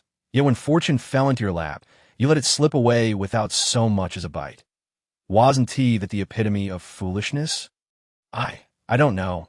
I'm not familiar with him, Fang Yuanyuan stammered, lying through her teeth. She was not only acquainted with him, but had nearly entered into a relationship. However, it was too late for regrets. How much better it would have been had she accepted that impoverished fellow's advances. Fang Yuanyuan's face was etched with humiliation and resentment as she lowered her head to gather her belongings. Hastily exiting with her bag in hand, it was already time to clock out. She simply wished to escape this place that filled her with shame, as for the mocking laughter that followed her. It faded into the background. She had long since grown accustomed to the vicissitudes of this society. Throughout it all, she had never once reflected on her own shortcomings. She harbored a deep-seated resentment towards Jiang Chen, loathed the arrogant Xiao Minjing, and even felt animosity toward the frigid passerby, Xiaoxiu. The toxic blend of bitterness, grievance, and indignation festered within her, spreading like poison in her heart. The workplace was a battlefield, especially in an environment dominated by women, where the competition was fiercely brutal. Hence, she felt no obligation to show mercy, nor would anyone extend sympathy to Fang Yuanyuan. They would only seize the opportunity to kick her while she was down, demonstrating their loyalty to their unassailable superior. Chapter 62. The foundation of development, the covert machinations among those unfamiliar women were of no concern to Jiang Chen. He felt rather like a newlywed. However, the smile he wore was tinged with an overwhelming sense of guilt. Perhaps it would be wise to exercise some restraint in the future. The platter before him seemed a tad excessive. With a somewhat flustered chuckle, he pulled Aisha along to a nearby restaurant, where they enjoyed a sumptuous dinner devoid of pork. He harbored a favorable impression of this vulnerable young woman and, after ensuring her well-being, found himself entertaining some less than pure thoughts. Indeed, he did. The night passed in silence. Jiang Chen offered an awkward smile, discreetly shifting the topic to inquire about the progress of the base's construction. Although Sun Jiao was playful and mischievous, she understood the importance of priorities. Taking a deep breath, she cast aside irrelevant concerns and grievances, beginning to update Jiang Chen on the current state of the base. First and foremost, she addressed the construction of the infrastructure. The perimeter walls of the base have successfully advanced 200 meters towards the entrance of the sewer, creating approximately 2 plots the size of football fields, about 20 acres of open space. The dilapidated wooden villas in the middle have been flattened by the survivors, though the foundations beneath can be utilized directly as for the appliances and furniture within those villas. They have been relocated to the open area. The salvageable items are being repaired for use, while the irreparable ones are dismantled for parts. The chief architect of the base, Lu Huasheng, is directing several construction teams to erect 4 relatively modest dormitory buildings on the available foundations. Each 3-story structure can accommodate 30 households. The decision to build 4 was naturally made under Jiang Chen's guidance. In preparation for future recruitment, one of the buildings is nearly complete and ready for occupancy, while the remaining 3 are still under construction. Additionally, hardened concrete towers, 3 stories high, have been erected at the 4 corners of the base, 2 behind the villas and 2 in front of the newly developed area. Light machine guns have been mounted on the observation towers, which are simply draped with camouflage netting. Each tower is manned by a guard. Given the remote location, the threat of zombies is relatively low. It is only after traveling several kilometers towards the 6th district that one encounters more formidable creatures. Therefore, the primary concern for the Fishbone survivor base is merely other survivors with ulterior motives. However, most survivors tend to steer clear of the walls and machine guns in addition to these defensive measures. Lu Huasheng has also constructed a rudimentary community center in a newly developed area, which currently serves mainly as a cafeteria and meeting room. Only 1 floor has been completed, with plans for it to eventually reach 3 stories. Regarding power supply, the electricians among the survivors have not only improved the simple solar panels installed by Sun Jiao, but have also doubled the number of panels on the building's roof. The base's current power generation has reached 30 kilowatt-hour, which, if used judiciously, is sufficient to meet the base's daily electricity needs. Excess power is stored in K1-type energy batteries, the size of oil barrels, for use by the warehouse's refrigeration units during the night. On another note, due to the substantial amount of supplies brought by Jiang Chen last time, Sun Jiao has instructed Lu Huasheng to rebuild 2 larger grain silos in the villa's backyard. The silos are constructed with a composite structure, with the upper section designed for storing non-perishable foods, while an underground storage space has been excavated, insulated with thermal boards, to hold items with shorter shelf lives. Among these is a refrigeration unit acquired through trade with the Zhao Group in early August. Currently, one must on a thick cotton coat to enter the underground silo for supplies, as the entire basement resembles a vast freezer. These 2 silos also consume a significant amount of electricity, with over half of the energy resources allocated to maintaining the refrigeration unit's operation. How is the trade with the Zhao Group progressing? After listening to Sun Jiao's report, Jiang Chen pondered for a moment before posing this question, which he was most concerned about. The trade volume in early August reached 100,000 Yajing points, nearly on par with the previous trade. The exchanged goods primarily consist of items urgently needed for the base's construction, such as refrigeration units, energy batteries, military supplies, and construction materials like special cement and steel, resulting in a trade surplus of 310 Yajing points, Sun Jiao said, pulling out a tablet and expertly displaying the accounts to Jiang Chen. Jiang Chen was pleasantly surprised to find that this girl was quite suited for the role of a meticulous manager.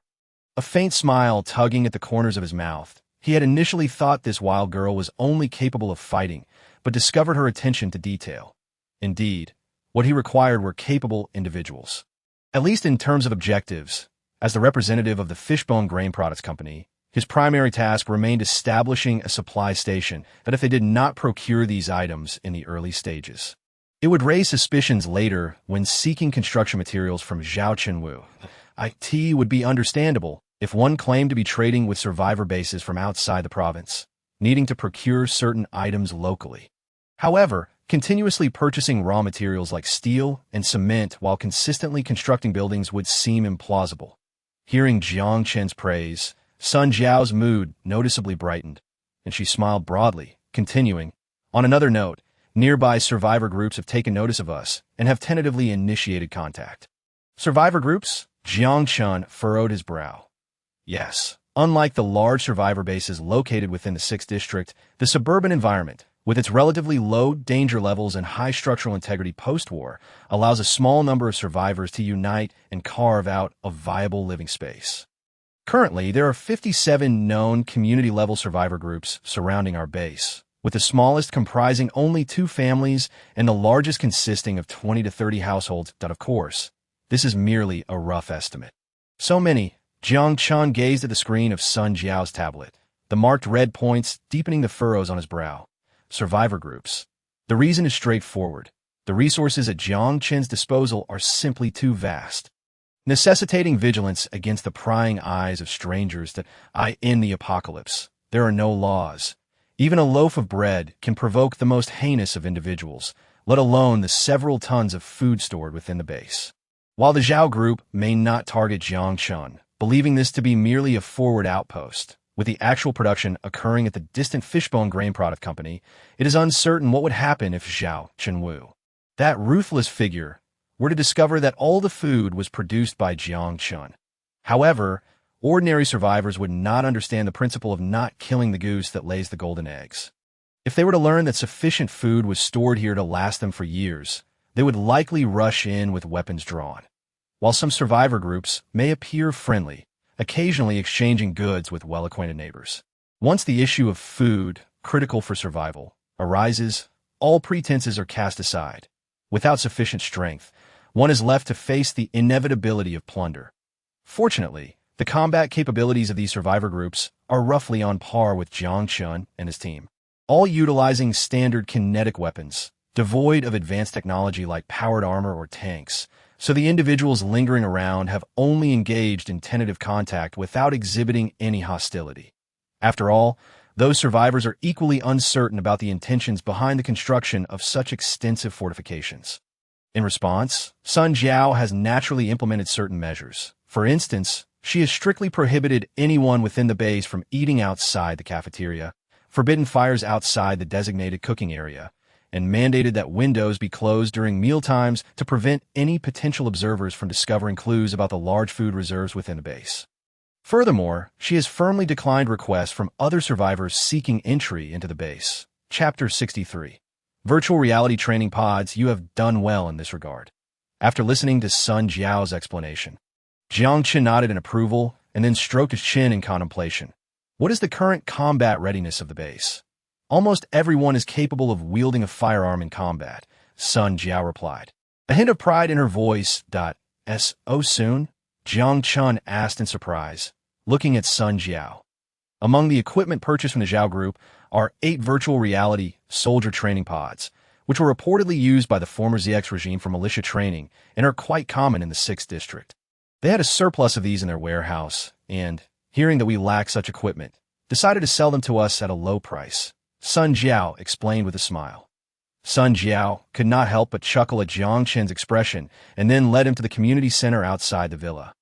As Jiang Chen reached out to touch the sleek, futuristic training pod's smooth surface, his face instantly lit up with interest. Observing this, she began to explain, this militia training device is one of the earlier virtual reality soldier training units. However, even as an early model, its capabilities rival those of most later commercial educational training pods. Deep immersion not only maximizes a person's memory capacity, but also allows the body's nerve systems to perfectly familiarize themselves with the movements learned during training. Moreover, since death in training merely equates to a game over, many high-difficulty drills that cannot be conducted in reality can be simulated in the virtual environment. Of course, physical training must still occur in the real world. Physical conditioning can be addressed through genetic serums. Jiang Chen nodded in satisfaction. Precisely, which is why I have ordered an additional 50 units of D-grade genetic serums. They have already been administered to the trainees, enhancing the base's combat effectiveness to some extent, Sun Jiao stated. Both Jiang Chen and Sun Jiao received C-grade genetic serums, but since those are scarce in the 6th District, acquiring around 10 units is feasible, while obtaining 50 poses a challenge. After all, Items that are seldom purchased are not produced in large quantities, so she opted for the more readily available D-grade genetic serums. The sole distinction between Class C and Class D potions lies in a mere increase of approximately 5 points in base physical attributes, which does not influence future growth potential in any significant manner.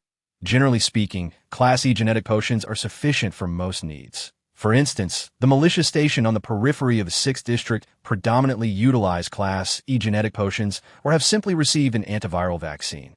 As the opportunities for relying on physical combat in this era are virtually non-existent at this juncture, Jiang Chen suddenly pondered another question. Is it feasible to employ this substance for learning other skills, such as languages? If it could indeed facilitate language acquisition, it would be quite advantageous for Aisha. Coupled with genetic potions, the prospect of cultivating a beautiful bodyguard and driver would be rather impressive. As for Aisha's loyalty, that is naturally a concern that need not trouble us. The weaponry level set within the training program could be based on equipment from around 150 years ago. This should pose no issue for Yao Yao to handle. Sun Jiao paused momentarily, failing to grasp the full meaning of Jiang Chen's words, yet she nodded in agreement. In principle, it is indeed possible. Learning pods typically include functions for acquiring conventional knowledge, as memory efficiency is at its peak during deep sleep, a fact I can personally attest to, having been raised in a shelter. However, concerning language acquisition, what utility does it serve? The education of children in Shelter 071 primarily relies on the didactic approach of learning pods, which is efficient and convenient. Yet regarding language learning, even foreign individuals stranded in Wanghai City have likely already mastered the written language. It may hold slight utility. I shall take one with me. Jiang Chen nodded in acknowledgement and, without hesitation, stored the learning pod into his storage space, intending to have Yao Yao examine it later. Simultaneously, he retrieved several remaining genetic potions, which he reserved for other purposes. The energy required by such a learning pod is based on yajing, consuming approximately 1 unit of yajing every 10 hours. Although it was originally designed to operate on electricity, the widespread power supply became exceedingly challenging following the cataclysm, prompting engineers in the 6th District to modify the machines to some extent, simplifying the power supply to a singular yajing container AS for the nutrient solution injected after initiating the program. I purchased 4 tons of ingredients at the price of 10 yajing per 50 kilograms. Adding 0.5 kilograms of the mixture to a cubic meter of water suffices. Understood? Jiang Chen mused with interest, then proceeded to select 4 bags of ingredients to store in his space, despite their seemingly modest size. Akin to a pillow, these bags contained an astonishing weight of granulated ingredients. The combined weight of these 4 bags reached a staggering 1 ton if the 30 survivors of the base have undergone military training and can contribute to a certain level of base defense. Then we might as well commence the next phase of our plan. Sun Jiao's expression lit up with interest, eagerly awaiting Jiang Chen's next instructions that we will establish a temporary trading post at the base's entrance, offering compressed biscuits for sale to the surrounding scattered groups of survivors, and permit exchanges for yajing. A mischievous smile crept upon Jiang Chen's lips. It was time to take advantage of those small survivor groups. Oh, but what shall we trade? Sun Jiao furrowed her brow, questioning.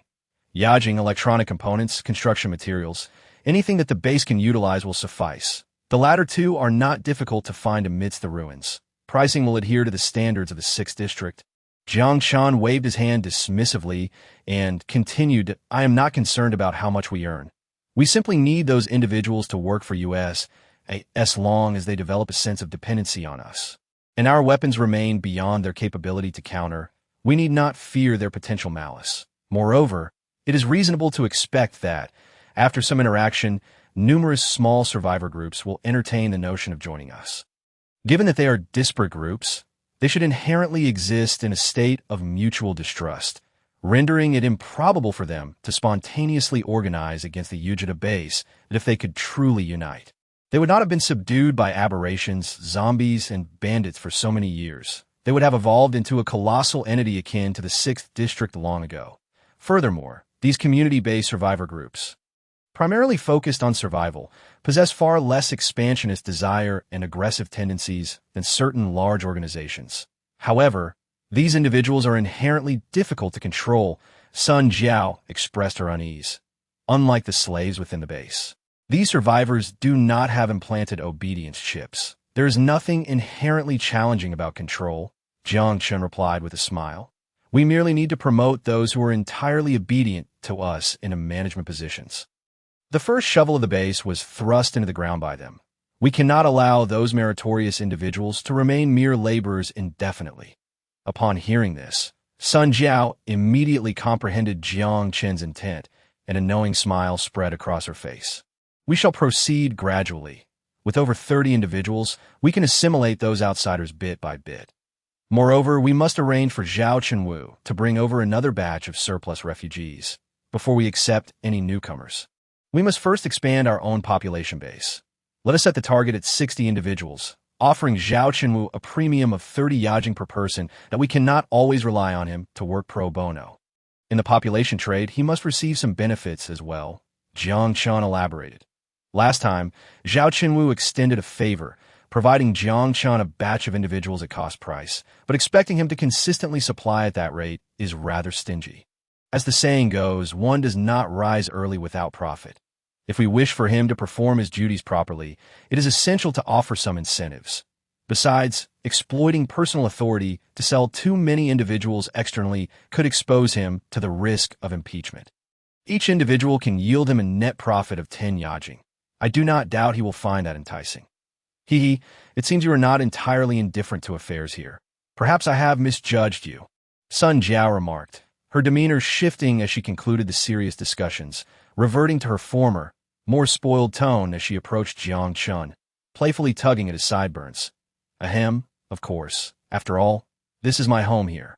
Chapter 64. Preliminary Artificial Intelligence. This tech-savvy young lady spent her days ensconced in her room, delving into advanced computer knowledge, to the extent that her already pale complexion appeared almost ghostly. However, this little lowly's physique had notably developed since their first encounter.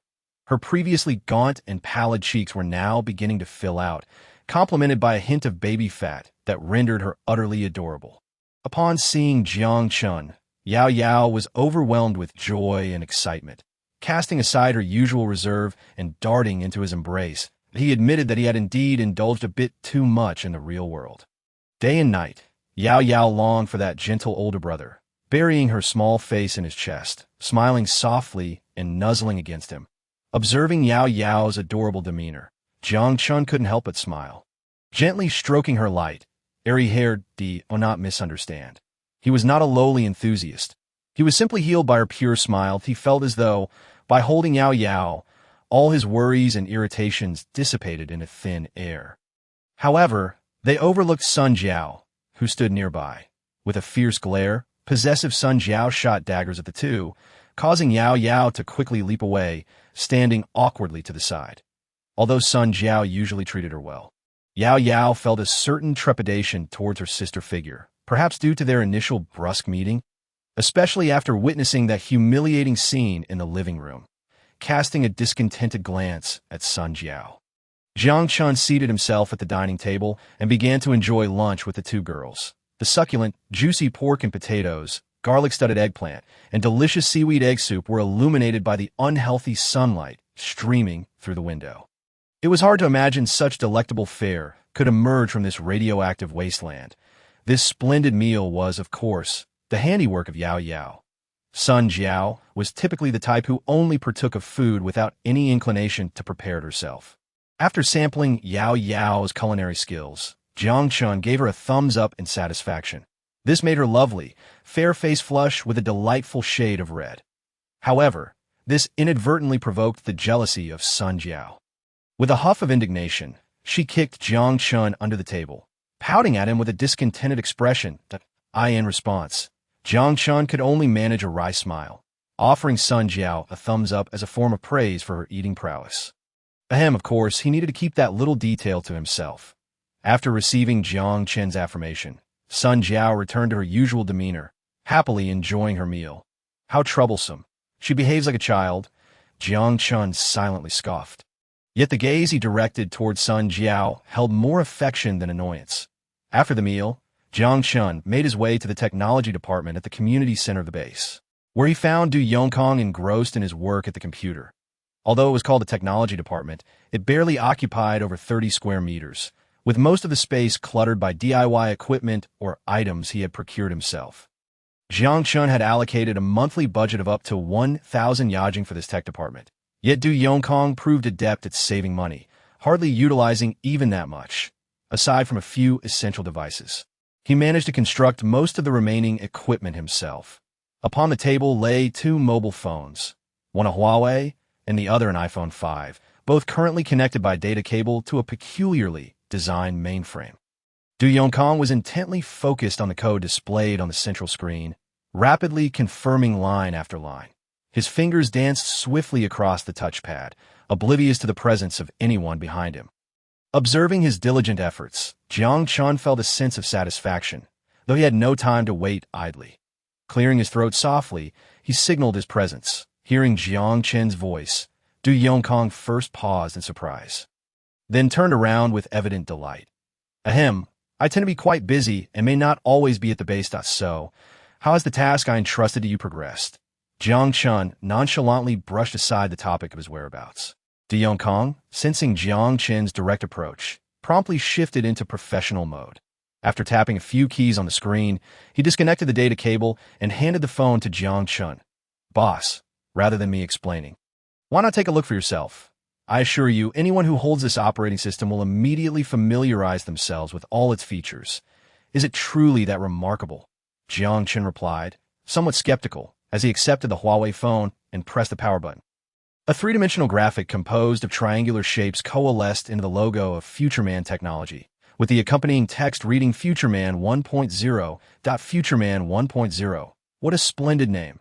Quite creative, he remarked. The impressively sleek and futuristic design, coupled with striking data graphics, blended seamlessly with a sense of speed, and the frame rate was nothing short of phenomenal. Most importantly, such a dazzling startup interface operated without a hitch. Next, a round, egg-shaped robot appeared before Jiang Chen's eyes. Where's the desktop? He inquired, slightly taken aback. Greetings, esteemed user. I am your most loyal assistant, Xiaobai. Of course, if you dislike that name, you are welcome to rename me. The charmingly animated robot had an endearing quality. Prompting a smirk from Jiang Chen as he found himself intrigued, Tio summoned the menu. Simply speak my name, or you may poke my belly to activate the function. Xiaobai winked, patting its own belly. Jiang Chen poked the robot's belly, and it sprang to life, drawing down a curtain from the top frame of the phone screen, displaying an array of applications. If you wish to open an application, you can select it from the menu, but I highly recommend that you simply tell me directly, Xiaobai said, peeking from the bottom left corner of the screen and winking at Jiang Chen. Ahem, if you find my speech bothersome, you can switch to text mode and simply text me. Du Yongkong interjected quietly, unable to suppress his pride in his creation. Not at all. It's quite amusing. However, in situations where it's inconvenient to have the volume up, the text feature would indeed be useful. Jiang Chen nodded thoughtfully before addressing Xiaobai. Open the map. To your command, Master. Almost as soon as he spoke, the built-in map appeared on the phone screen. However, due to the lack of GPS signals in this world, the map remained fixed on the location of Wanghai City. Are there any games available? Jiang Chen asked casually, yet was astonished when Xiaobai responded affirmatively. I apologize, Master, but no games are currently downloaded on this phone.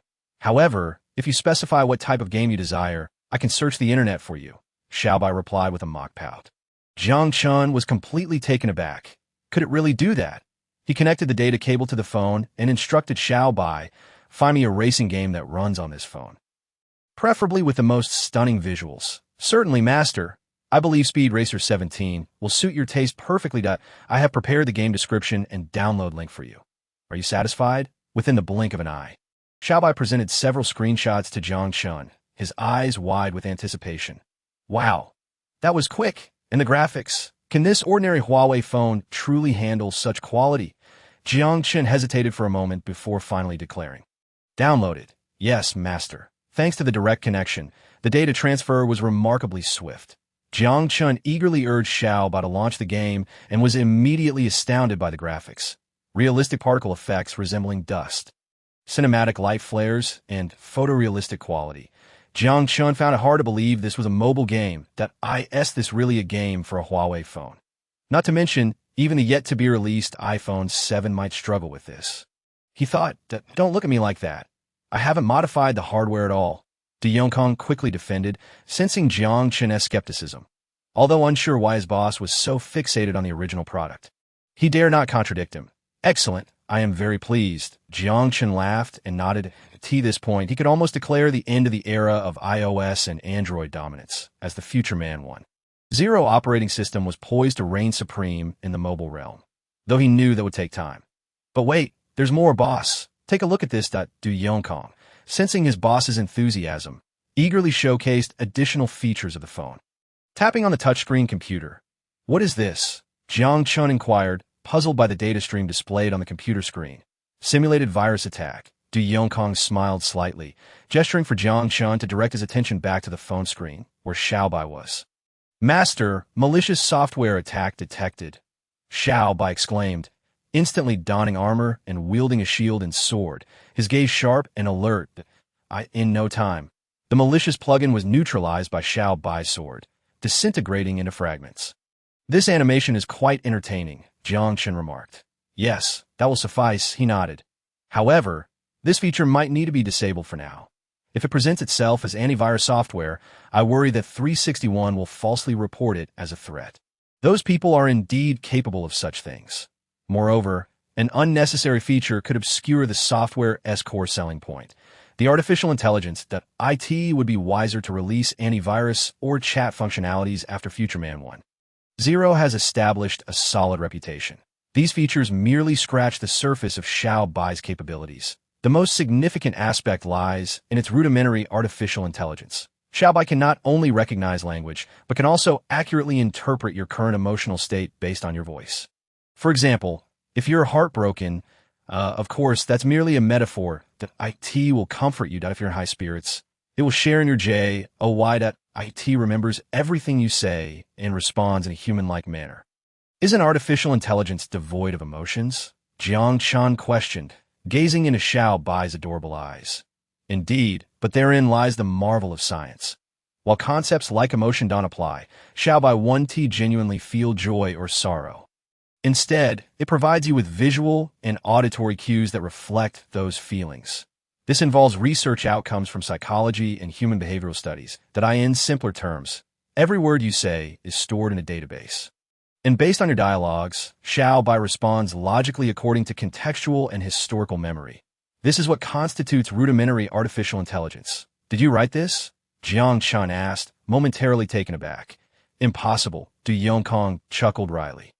This monumental project was accomplished over 21 years by dozens of the world's leading computer experts and scholars for various disciplines. Subsequent rudimentary artificial intelligence developments have primarily been based on that database.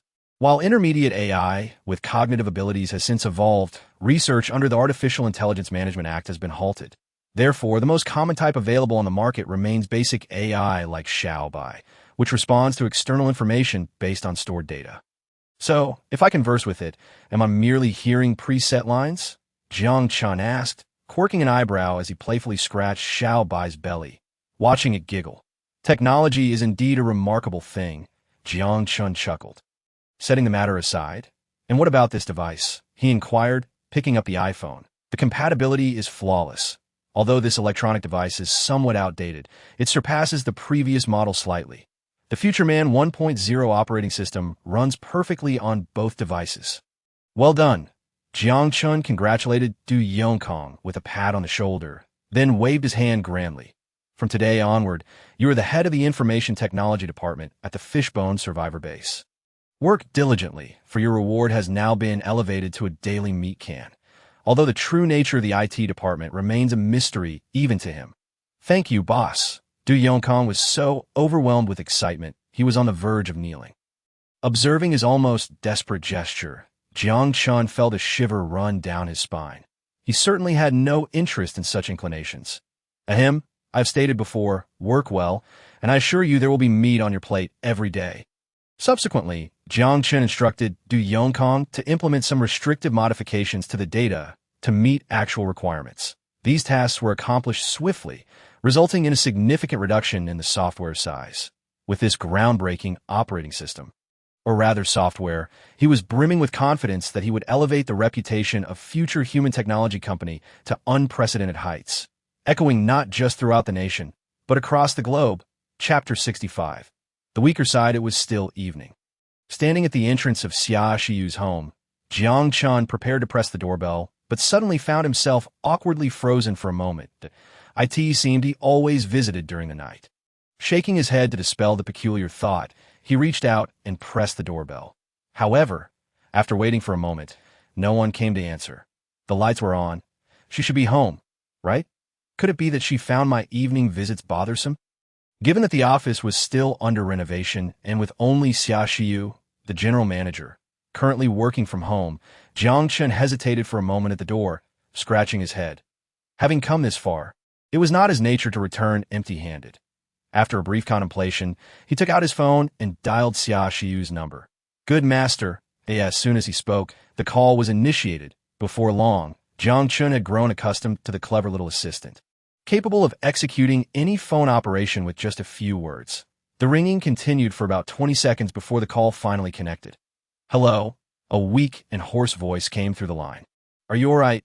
Your voice sounds a bit off. Jiang Chen inquired with a furrowed brow. It's nothing. Cough, cough. Perhaps I'm just a bit tired out. I'm sorry. I must have dozed off and missed the call, Xia Shiyu replied, rubbing her somewhat feverish forehead, speaking somewhat vaguely. I'm right outside. Open the door quickly. I'm taking you to the hospital, Jiang Chen stated unequivocally. Why do you always come at night? Xia Shiyu's weak voice carried a hint of confusion and wariness. Of course, there's something important, but putting that aside, I'm genuinely concerned about your condition. Hurry and open the door, no questions, Jiang Chen said, growing increasingly anxious that it would be troublesome if she fainted inside, after a considerable wait. There was finally some slow movement behind the door, followed by the sound of a hand turning the doorknob. However, upon seeing Xia Shiyu, Jiang Chen was taken aback. Her pale complexion betrayed none of the powerful demeanor she usually exuded. She appeared more like a wilted flower. What happened to you? Jiang Chen quickly supported the nearly collapsing Xia Shiyu. How could she have fallen ill so drastically in just a day? Xia Shiyu bit her lip, casting a complex glance at Jiang Chen's hand that was holding her up. Initially, she had no intention of opening the door. In her current defenseless state, she felt utterly vulnerable should Jiang Chen harbor any ill intentions. Yet, she had not considered that if he truly meant to harm her, her condition would be of no consequence. Perhaps it was impulsive. An inexplicable emotion overcame her instinct for self-preservation, compelling her to open the door. The moment she saw Jiang Chen's face, she felt an unexpected wave of reassurance wash over her. Wow, you're burning up? Jiang Chen exclaimed, reaching out to touch her forehead, the high temperature startling him. No, you definitely need to see a doctor. It's too late. I'll just take some medicine and sleep it off. Though she detested coarse language, she lacked the strength to retort, in no way. You must listen to me. Jiang Chen insisted firmly, disregarding her feeble protests. Then, to her astonishment, he scooped her up in a princess carry and began to descend the stairs. Xia Shiyu bit her lip, feeling the warmth enveloping her. Casting a reluctant glance aside, she thought she would resist. Yet curiously, her first instinct was one of comfort. Perhaps even she herself had not realized that, deep down, she did not reject this forceful gesture. The facade she maintained to keep others at bay was merely a flimsy layer of protection.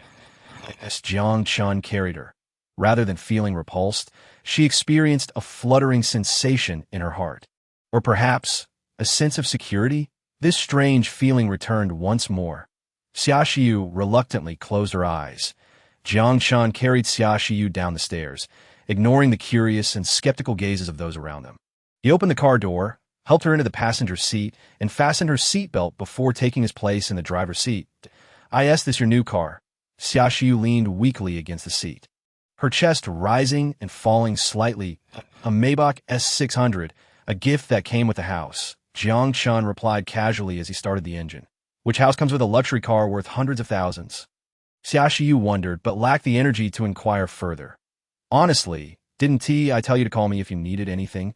You've fallen ill like this, Jiang Chen remarked as he maneuvered through traffic. This minor illness can be dealt with by taking some medicine. There's no need for such alarm, she replied, though internally she felt a warm sensation enveloping her. That's merely a minor illness? You nearly fainted.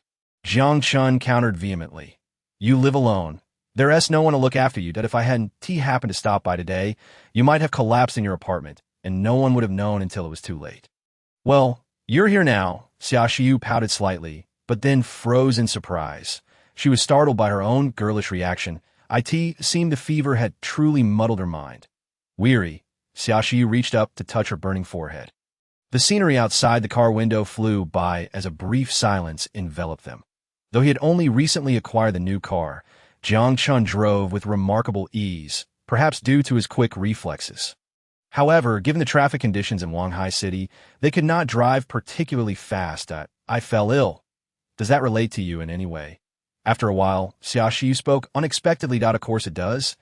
If you're sick, who will do the work? Jiang Chen replied, adhering to his philosophy of a hands-off leadership style, that if she were incapacitated, how could he not be concerned? Yet perhaps there were other factors at play that he had yet to acknowledge. However, Xiaoxiu misinterpreted his words, leading her in his silence. Perhaps it was due to her high fever, but her cheeks flushed unnaturally. The car soon arrived at the largest hospital nearby. After parking, Jiang Chen immediately opened the door, unfastening Xiaoxiu's seatbelt. Just as he prepared to scoop her up once more, she stopped him. I can walk on my own. I don't need your help. It would be too embarrassing. Her last few words were almost squeezed out through gritted teeth. The usually frosty expression on her face was now flushed with a deep crimson, leaving Jiang Chen, who had never witnessed such a sight, stunned. Under Jiang Chen's intense gaze, Xiaoxiu felt a rush of humiliation mixed with an inexplicable sense of pride. Shooting him a fierce glare, she bit her lip and staggered toward the hospital entrance. However, he could not bear to let her take such unsteady steps. He feared she might collapse before even reaching the entrance. With a wry smile, Jiang Chen walked alongside her, steadying the stubborn girl. Although she felt a bit shy, Xiaoxiu seemed to recognize her current state and did not resist Jiang Chen's support. She merely lowered her head, concealing her discomfort behind her hair, as they entered the hospital together. Upon seeing Xiaoxiu's condition, the on-duty nurse quickly approached to assist. After handing Xiaoxiu over to the nurse, Jiang Chen went to the front desk to complete the necessary paperwork. Now, all that remained was to await the doctor's diagnosis. As a layman in medicine, he felt utterly powerless. Truthfully, Xiaoxiu's condition greatly concerned him. This was far from a typical cold or fever. Was it because he had placed all the work solely on her shoulders that she had become overworked and ill? Jiang Chen felt a twinge of guilt regarding this matter, especially recalling that during the house purchase, she seemed a bit unwell, yet he had failed to take her to the hospital immediately. Opting instead for, should he perhaps consider moderating his approach in the future? Resting his arms on his knees, he fell into deep thought. Though worried, simply waiting idly was not a viable option. After sitting in the hospital chair for a while, Jiang Chen sighed and pulled out his phone to pass the time. He opened his messages and noticed that Liu Yao had sent him a message once again. He was more than happy to engage in conversation with this lively and cheerful third-tier star. If there were nothing amiss, he wouldn't mind making an appointment. However, he had been exceedingly busy of late, and thus he politely declined the rather overt temptation that, of course, he would still accompany the young lady to the movies, as money was not a concern for him. Yet, truth be told, conversing with her was rather enjoyable. The feelings of guilt and anxiety that had plagued him were swiftly diluted, and a smile crept onto Jiang Chen's lips as he absent-mindedly poked at the screen. Losing track of time. Excuse me, sir, are you Mr. Xiaoxiu's husband? A doctor pushed open the door and approached Jiang Chen. No, I am her, friend, Jiang Chen replied, putting away his phone and standing up. The situation is this. Ms.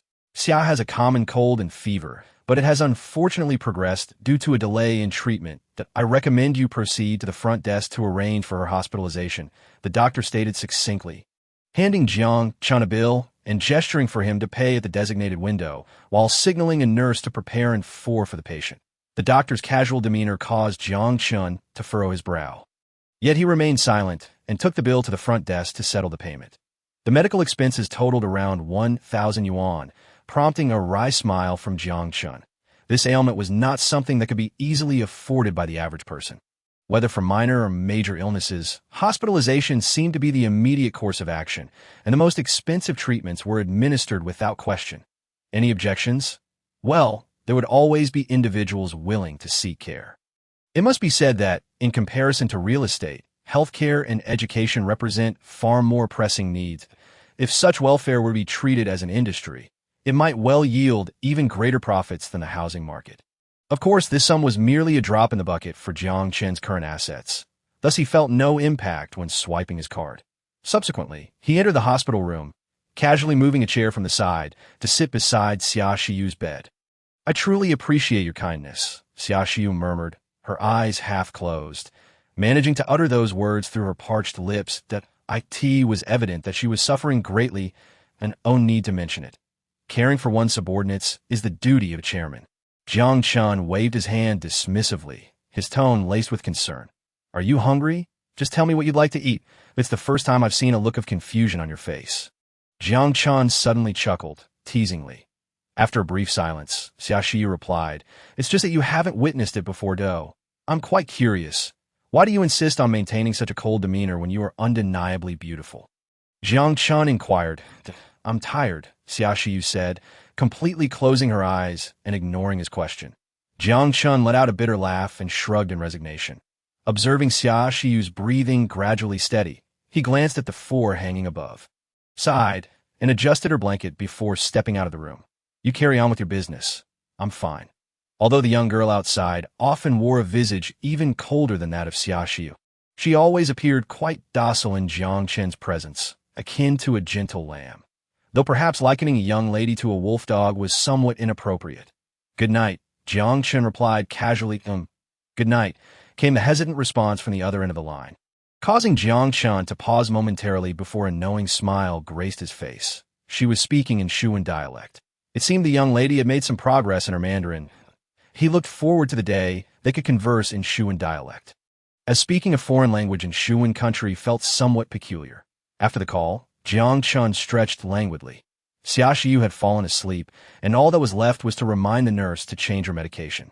For now, he decided to brew himself a cup of coffee. With a firm resolve, Jiang Chen made his way to the hospital's rest area. Chapter 66. The Hospital Turmoil. "Doctor, how is my father's condition?" "Well, Mr. Wang, we're just as anxious as you are, but rabies is a difficult challenge, even for the world's top hospitals that we are truly," the doctor in a white coat said with a strained expression. It was evident that his demeanor was markedly more respectful towards this man than it had been with Jiang Chen. "Impossible. My father has never been bitten by a dog. How could he possibly have rabies?" The man's eyes were bloodshot, fists clenched tightly, unable to accept the doctor's words. "Indeed, we have never owned a dog, and my father has had no contact with any. How could this be?" A pale-faced woman murmured beside him. "The incubation period for rabies can be as short as a week or as long as a year. If the rabies vaccine is not administered in a timely manner, there's virtually no hope." "What? You dare say that again? Who has no hope?" The man furiously grabbed the doctor by the collar, sending the nearby nurse into a state of panic. "Brother, please calm down." The woman anxiously attempted to intervene, but her efforts were in vain. "Mr. Wang, I didn't mean it that way. Please, just calm down." The doctor, who had previously shown impatience towards Jiang Chen, now wore an expression more pitiful than crying. The reason was simple. He could not afford to offend this man.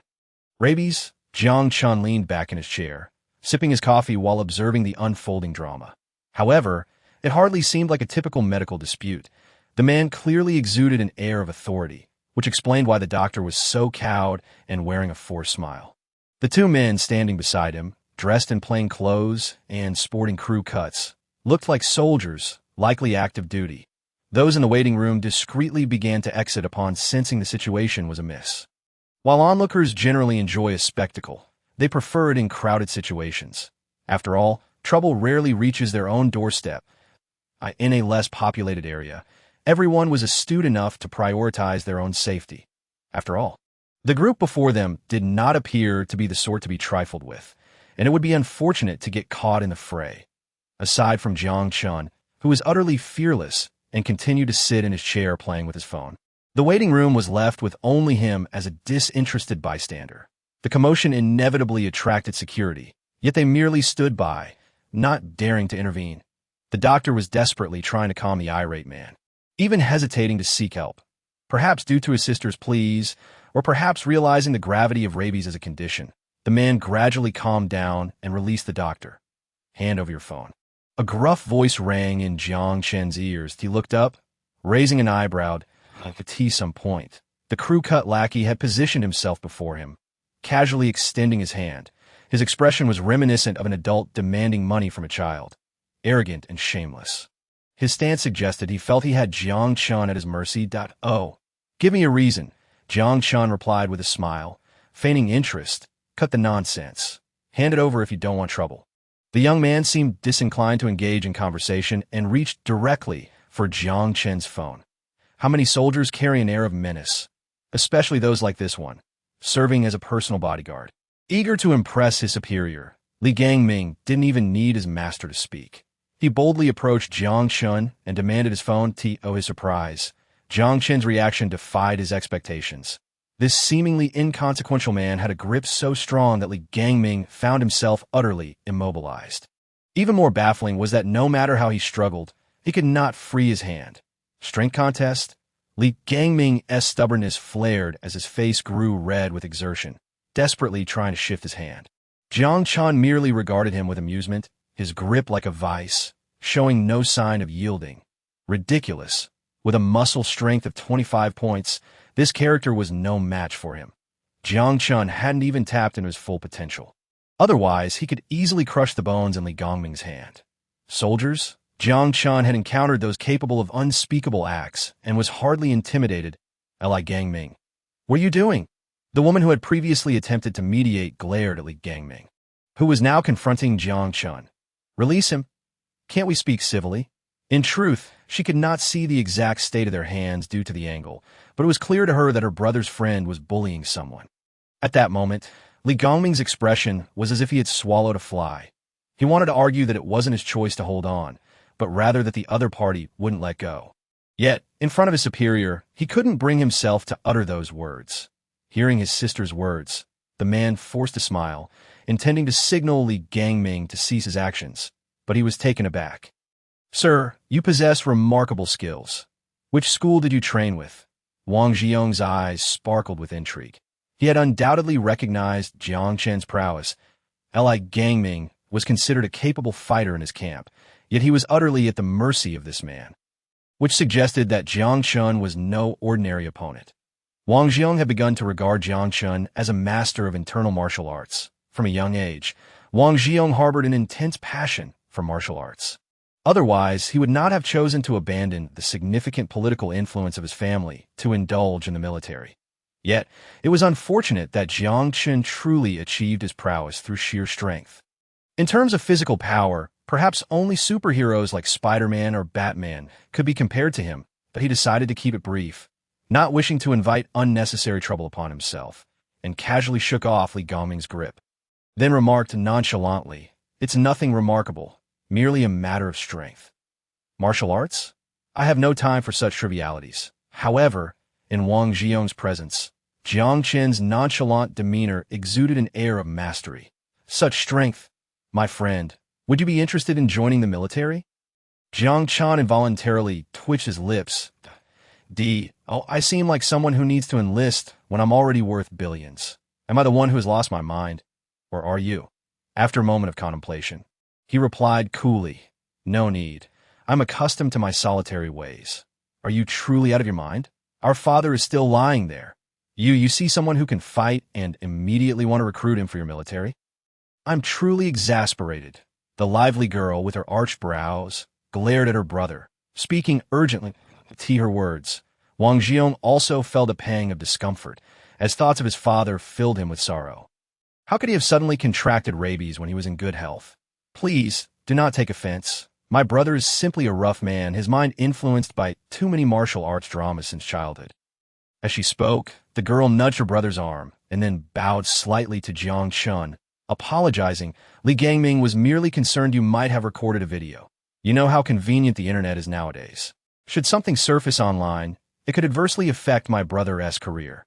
After she finished speaking, the girl smiled warmly at Jiang Chen, standing beside them, Although accustomed to being brazen, Li Gangming felt the need to soften his stance in the face of the elder sister of the man he had just confronted.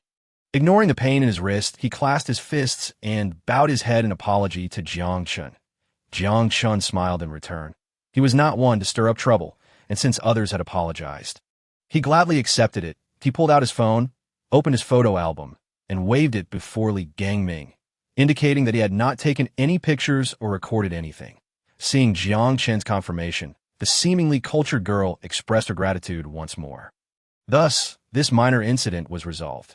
However, at that moment, the straightforward-looking man suddenly spoke, uttering a sentence that left Jiang Chen both amused and bewildered. "My friend, do you happen to know a way to cure rabies?" Chapter 67. A sleepy moment brings a pillow. Do I appear to look like an old Chinese medicine practitioner? Jiang Chen remarked with a peculiar expression, stroking his face. "Brother, have you lost your mind?" His younger sister, standing beside him, sighed with a wry smile. Hearing this, the doctors and nurses nearby also displayed expressions of helplessness. Even Li Gangming, who typically exuded arrogance, seemed to twitch his lips, likely wanting to laugh but lacking the courage to do so. Yet, Wang Jiang continued to gaze intently at Jiang Chen, seemingly convinced that he would possess some solution. Rabies? A playful smile crept onto Jiang Chen's face. For him, this affliction was not particularly challenging, although it posed an insurmountable problem under current medical conditions. In a century hence, it would be no issue at all. In fact, within his storage space lay a vial of D-class antibiotic, clearly labeled as a cure for rabies, AIDS, and Morty had acquired it during his first visit to the 6th district, after receiving a genetic injection and casually purchasing it from a pharmacy. Even though Sun Jiao had informed him that following the injection, his immune cells were potent enough to fend off most ailments, rendering cold medicine unnecessary. His curiosity had prevailed. He understood the rationale, but still desired to obtain this once unheard-of miraculous medicine, as he had no shortage of resources. How foolish it was!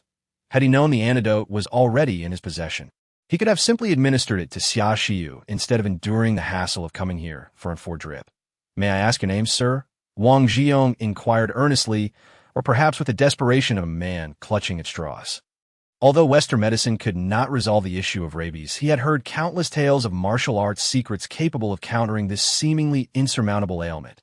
Wang Jiang was straightforward, acting on impulse without considering the consequences, a trait he was only too aware of. While such behavior might typically be deemed reckless, in this context, it could only be viewed as filial piety. Of course, whether any martial arts secrets truly existed remained uncertain to Jiang Chen. Yet he surmised that most of them were merely the fanciful imaginings of the common populace.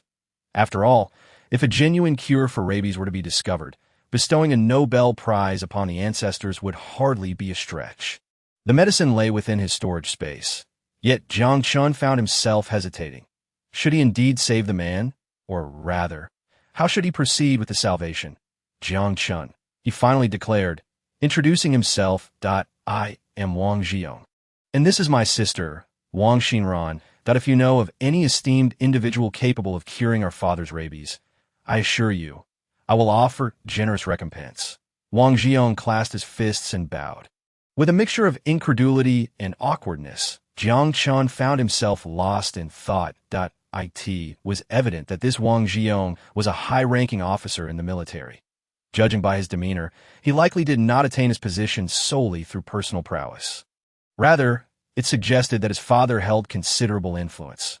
Jiang Chen, with no background in Wanghai City, was acutely aware that despite his wealth and firearms, any misstep could lead to dire consequences. He had no desire to flee to Luo City, seeking refuge with Roberts, uncertain whether that madman had resolved his own troubles. Considering that his future wealth might attract the attention of others, he had been pondering opportunities to establish connections with influential figures, whether through legitimate means or otherwise. After all, should he create a name for himself, he would not wish to be ensnared by those with ulterior motives, leaving him with no recourse. What greater debt could one owe than that of saving a life? This was undeniably an opportunity, a perfect moment when fortune favors the prepared mind.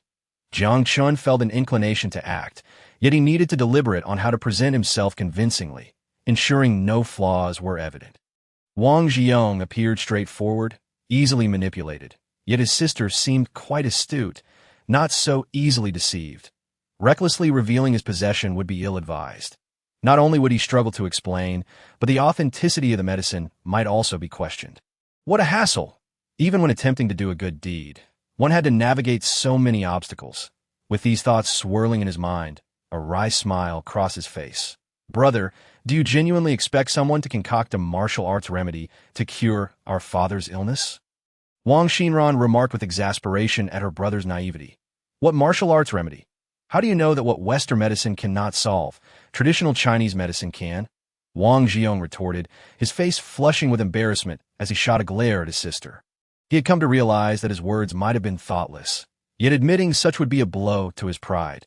The doctor standing behind him shared a knowing smile, having studied traditional Chinese medicine. He was acutely aware that even it could not remedy this affliction. Ahem. Well, I believe I could give it a try. The hall fell silent in an instant. Jiang Chen had anticipated this reaction, displaying no surprise on his countenance, maintaining his calm demeanor. Who says pretension is of no use? Every adept pretender is a master of performance. That's impossible, exclaimed the doctor, who had previously been yanked by the collar, incredulous that he scrutinized Jiang Chen with skeptical eyes. If anyone could resolve the rabies dilemma, they would surely be deserving of a Nobel Prize. Unfortunately, I am not interested in fame. Jiang Chen shrugged, then turned his gaze to Wang Jiang. Moreover, I do not require any form of recompense. I have established my own company, and I am not in need of money today for my motivation. It is solely because I also have a father.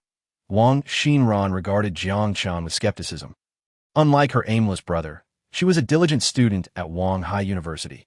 Although her major had no connection to medicine, she still possessed a basic understanding of common sense. Can you truly cure my father? I must clarify that he is a leader in Wang Hai City. If you... As she continued, Jiang Chen shifted his focus back to Wang Jiang. The latter furrowed his brow, caught in a dilemma. Should he take the chance and try? The words exchanged between the younger sister and the doctor left him in a state of uncertainty. What if this Jiang Chen turned out to be a charlatan and ended up killing his father? Wait, kill. Wouldn't not treating him lead to the same fate? Rabies is an incurable disease. Rather than await death, it would be wiser to try something. With this thought, a gambler's instincts surged within Wang Jiang. I trust you. I hope what you say is true. Wang Jiang nodded solemnly, then gazed earnestly at Jiang Chen. If you truly cure my father, even if you refuse my gratitude, I would gladly be your subordinate. Huh, do you really think I'm a leader of men? I have no need for subordinates, but friends sound delightful. Jiang Chen replied with a light-hearted chuckle, then stepped past Wang Jiang and entered the specialized care room. Wang Jiang paused, momentarily taken aback, then raised an eyebrow with a smirk. Ditto. This fellow is quite interesting. He was infamous in Hao City for being a notorious playboy, fearless and reckless, although he occasionally indulged in chaotic antics. He was fundamentally principled, perhaps influenced by the numerous martial arts novels he devoured. Moreover, he had a penchant for befriending skilled individuals from the underworld, particularly those adept in combat, thus accumulating a rather colorful circle of friends. But there was little he could do. He believed in such pursuits, as the saying goes, like attracts like that. He hoped to receive guidance from a master and cultivate some form of inner strength. His sister often chastised him for being unable to distinguish fiction from reality due to his obsession with novels. 10 minutes. Just give me 10 minutes, and I hope no one disturbs me. Jiang Chen left this enigmatic statement before shutting the door behind him, locking it, leaving everyone outside in stunned silence. Chapter 68. Has he really cured him? Alone in the room, Jiang Chen took a deep breath and surveyed his surroundings. This specially designated care room for esteemed guests was equipped with various medical apparatus. Yet for a condition such as rabies, they were of little use.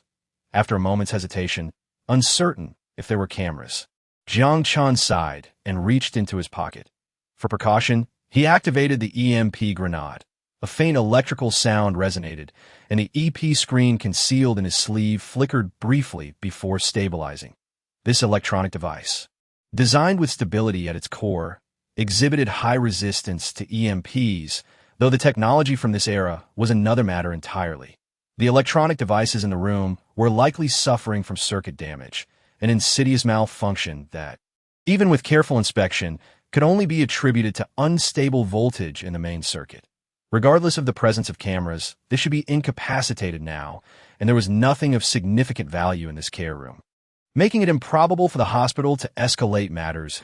As for his phone, Jiang Chen had tossed it into storage immediately after placing it in his pocket, so it remained unscathed.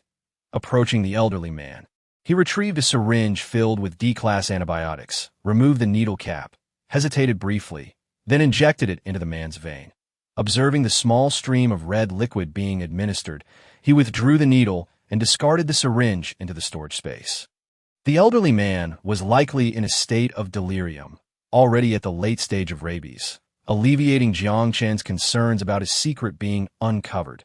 Furthermore, the side effects of this D-class antibiotic on the human body were minimal, as the residual medication would be metabolized within an hour, rendering any blood test inconclusive. "How is my father?"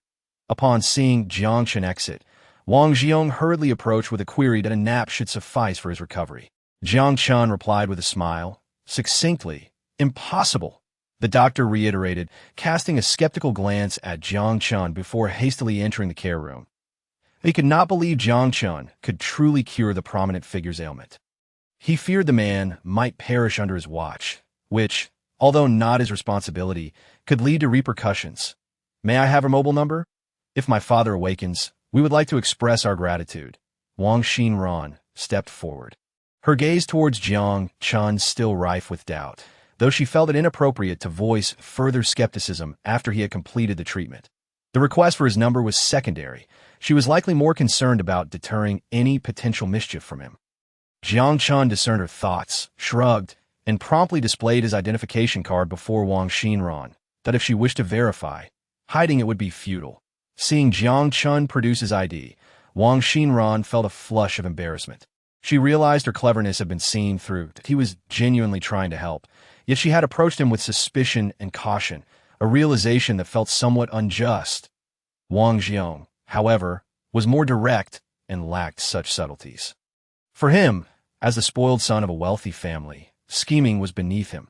"What use is an ID? Let's exchange phone numbers. From now on, you're my brother." Wang Xiong boldly produced his iPhone 6, enthusiastically brokering a brotherly bond with Jiang Chen.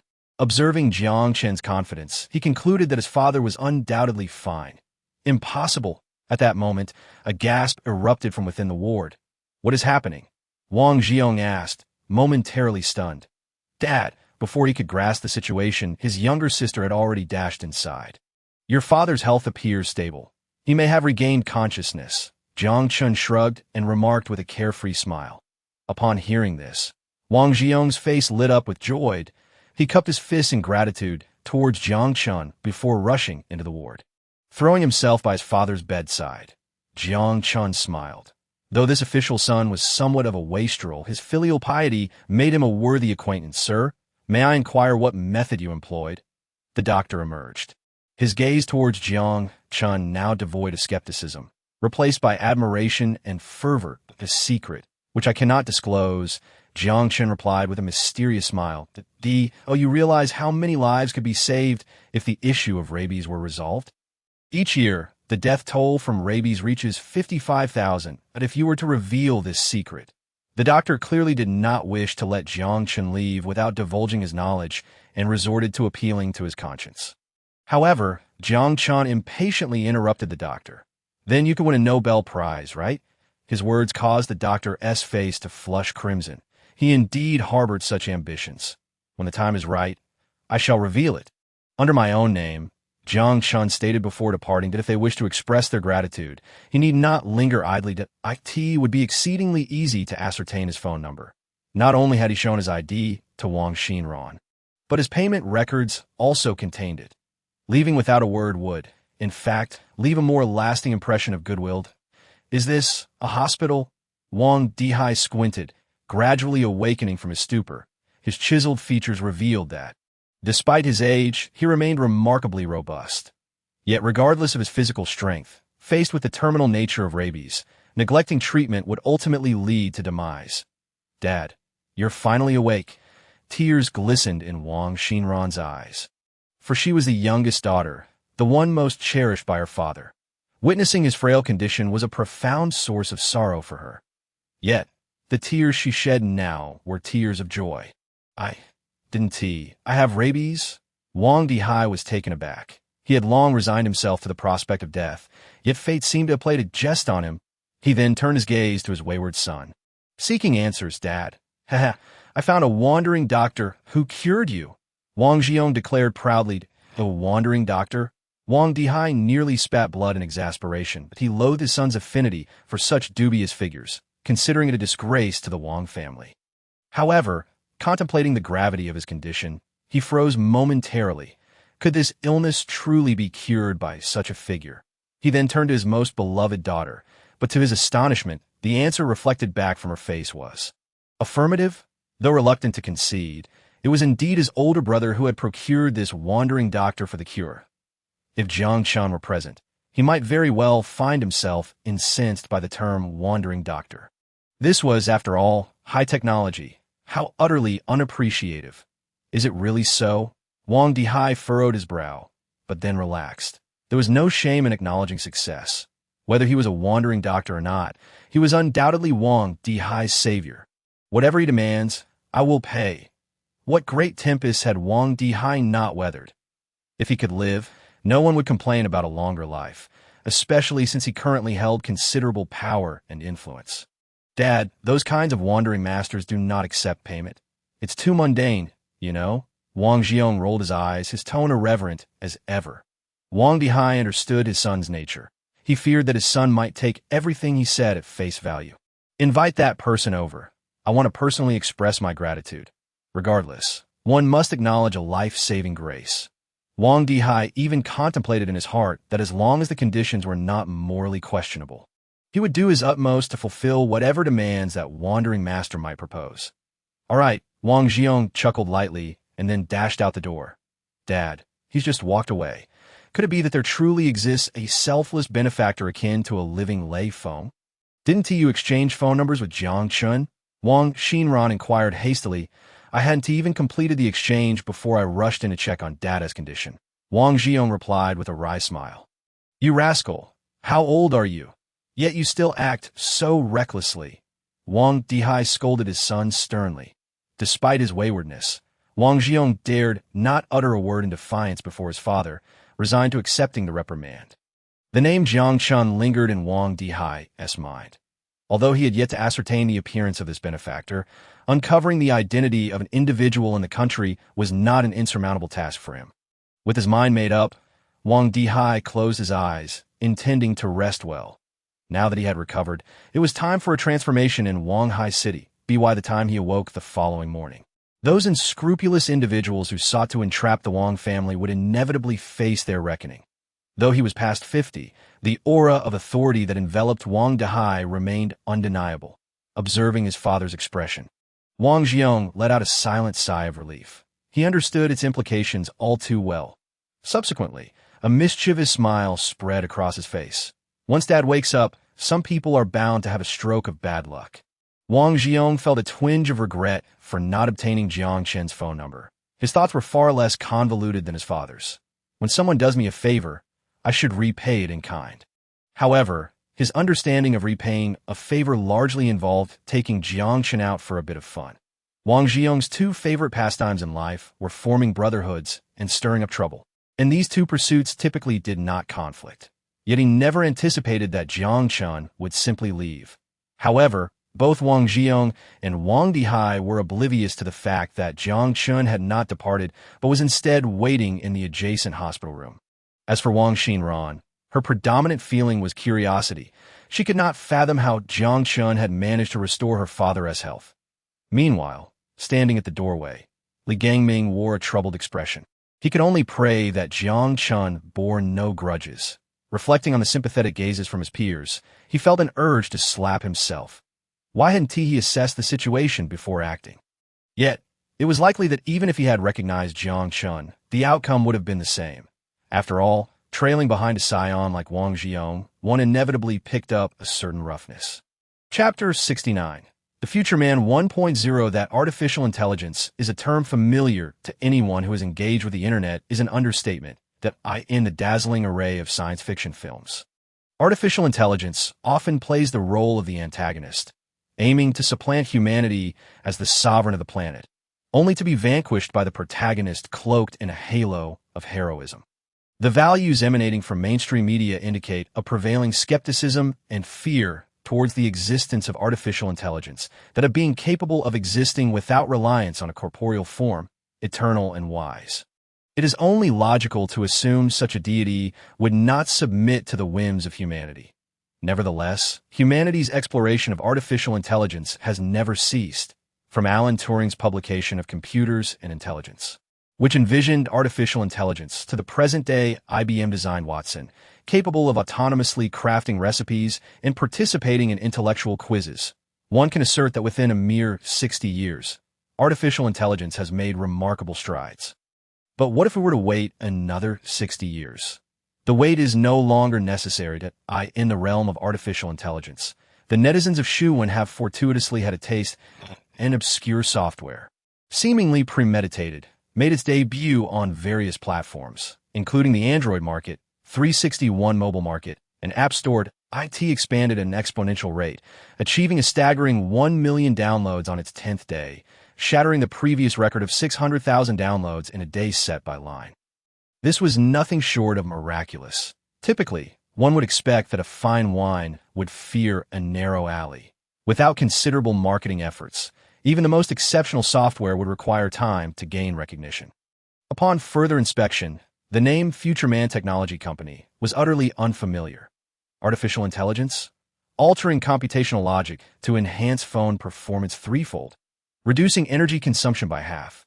Was this a joke? Did they think users were fools? To their astonishment, it was indeed a true artificial intelligence, capable of conversing. That parrot-like Siri seemed utterly inferior. Astoundingly, it could enhance phone performance threefold. Even budget devices could run high-end mobile games without lag. Unbelievably, it could have energy consumption, enabling my Huawei P6 to last 2 days on standby. A cascade of explosive reactions naturally led to a surge in downloads. The flood of positive reviews encouraged those who had remained skeptical to download the app with a spirit of experimentation. And amidst a chorus of astonishment, they joined the ranks of those advocating for this app. Futureman 1.0 officially captured the attention of all mobile users within the headquarters of 361 Company. Chairman Zhou Hongwei sat at his desk, rubbing his weary brow. I want to know who the developer of this software is and what this Futureman Technology Company is all about. I don't care what methods you employ. I expect a comprehensive report on my desk in 2 hours. Understood, replied Jiang Chen, the manager of the 361 Mobile Assistant Project Department, nodding briskly before exiting the office. Boss, is this Futureman 1.0 really as formidable as you say? A secretary, observing the contemplative expression on her boss's face, could not help but inquire, do you comprehend what artificial intelligence and the liberation of phone performance entail? Zhou Hongwei raised an eyebrow and scoffed lightly. However, considering user retention and no need to mention those aspects, they only apply when the software quality is relatively similar. Zhou Hongwei dismissively countered the secretary's viewpoint. Would you still use a clamshell phone after the advent of smartphones? The young secretary fell silent, unable to rebut his argument. Even if the data in textbooks differed slightly, reality was evident. The promotion of touchscreen technology had liberated an excess of 15 physical buttons, while this Futureman 1.0 directly liberated users' fingers. Elevating phone performance threefold represented a breakthrough in the software realm that had previously constrained mobile game app development. And astonishingly, these two epic-making technological innovations were concentrated within a single software application. Regrettably, even if just one of these features had emerged from within our 361 company, I would have complete confidence in our ability to supplant Liao Ba and become the new titan of the internet. The memory of our previous defeat in the 3Q war ignited a fire within him. Zhou Hongwei's fingers lightly drummed on the desk, while the secretary swallowed hard, both sinking into silence. Before half an hour had passed, the door swung open abruptly. Zhang Jianfeng hurriedly approached his boss without knocking. The information is ready. Excellent.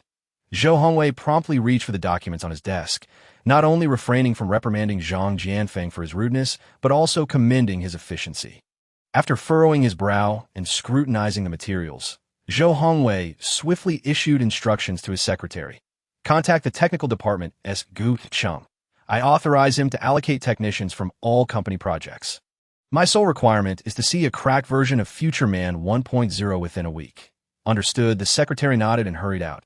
Subsequently, Zhou Hongwei turned to his capable aide, Zhang Jianfeng, and issued further instructions. Zhang Jianfeng, reach out to Jiang Chen, the owner of Future Man Technology, and discuss potential acquisition terms with him. If he quotes a price below $2 billion, I authorize you to agree. Also, inquire if he has any interest in joining our 361 company. Zhang Jianfeng nodded, not perceiving his boss's price as excessive. As the head of the 361 Mobile Assistant Project Department, he was acutely aware of the software's value. 20 billion Shuan currency was hardly excessive. It might as well be 20 billion Mutao currency. Zhang Jianfeng's only hope was that the novice named Jiang Chen remained unaware of his software's worth, potentially being intimidated by the astronomical figure. However, was that truly possible? Jiang Chen had estimated his company's valuation to be in the trillion range, especially in Mutao currency. Meanwhile, the scene unfolding within 361 company was mirrored across other corporate headquarters. Even tech giants like Samsung, Microsoft, and Apple, located overseas, were keenly interested in this small innovation birthed in Shuan. Acquisition, cracking, exploring collaboration possibilities, a series of meetings revolve around the explosive potential of Future Man 1.0. The total investment in marketing and promotion amounts to 590,000 yuan, which encompasses hiring online influencers to generate trending information, renting advertising space on platforms such as Baidu, ShareChat, messaging apps, and chat rooms. Among other promotional channels, Xiaoxiu has fully recovered from her cold and is currently standing in front of Jiang Chen's desk, dressed in a sharp professional outfit, succinctly reporting to him. Ordinarily, the office work could have proceeded as usual at Xiaoxiu's residence. However, for reasons unknown, this young lady suddenly vehemently opposed this arrangement, insisting that with the office renovation completed, the company should swiftly return to normal operations, forcing a change of venue to this location. Her apparent ruthlessness left Jiang Chen, who had spent a night caring for her during her illness, feeling quite hurt. What are the download numbers? Jiang Chen lazily inquired while leaning back in his executive chair. Having seemingly grown accustomed to his laid-back attitude towards work, Xiaoxiu displayed no signs of displeasure, skillfully retrieving another report to continue. The total downloads for Future Man 1.0 have reached 20 million, consistently breaking single-day download records after the 10th day. Only 20 million? Jiang Chen frowned slightly, expressing mild dissatisfaction. That's quite impressive, you know? Xiaoxiu shot him a glance. Ever since she awoke from her serious illness to find Jiang Chen by her side, her attitude towards him had grown somewhat ambiguous. Shuan country boasts 500 million smartphone users, and that's merely a conservative estimate. With such a vast market, how can I settle for just 20 million? Jiang Chen remarked, greedily clicking his tongue. We anticipate surpassing 100 million users by the end of August. After all, our user base is still relatively small. Achieving such results is already commendable. Xiaoxiu flipped through the documents, explaining rapidly, and no need to be so defensive. I have complete faith in your capabilities, Miss EO. Jiang Chen smiled. I'm not nervous at all. Xiaoxiu retorted that, IBM has made an acquisition offer of 1.3 billion Mutao coins. Xiaoxiu raised an eyebrow, handing the acquisition intent letter to Jiang Chen with a playful smile. I wouldn't sell for 13 billion Mutao coins. Who are they kidding with 1.3 billion? Jiang Chen took the letter without glancing at it and casually tossed it into the trash. Observing his actions, Xiaoxiu couldn't help but smile slightly. In terms of the software's value, her thoughts aligned with Jiang Chen's. Suddenly, as if recalling something, Xiaoxiu hesitated for a moment before speaking. By the way, Chairman, there's one more thing I hope to confirm with you regarding this software. What is it? You don't need to call me Chairman. Just call me Jiang Chen. He waved his hand dismissively. Confidentiality? Does software even have patents in Shuan country? Jiang Chen chuckled, countering her inquiry. Xiaoxiu fell momentarily silent, but still presented her perspective. At the very least, this would legally position us favorably.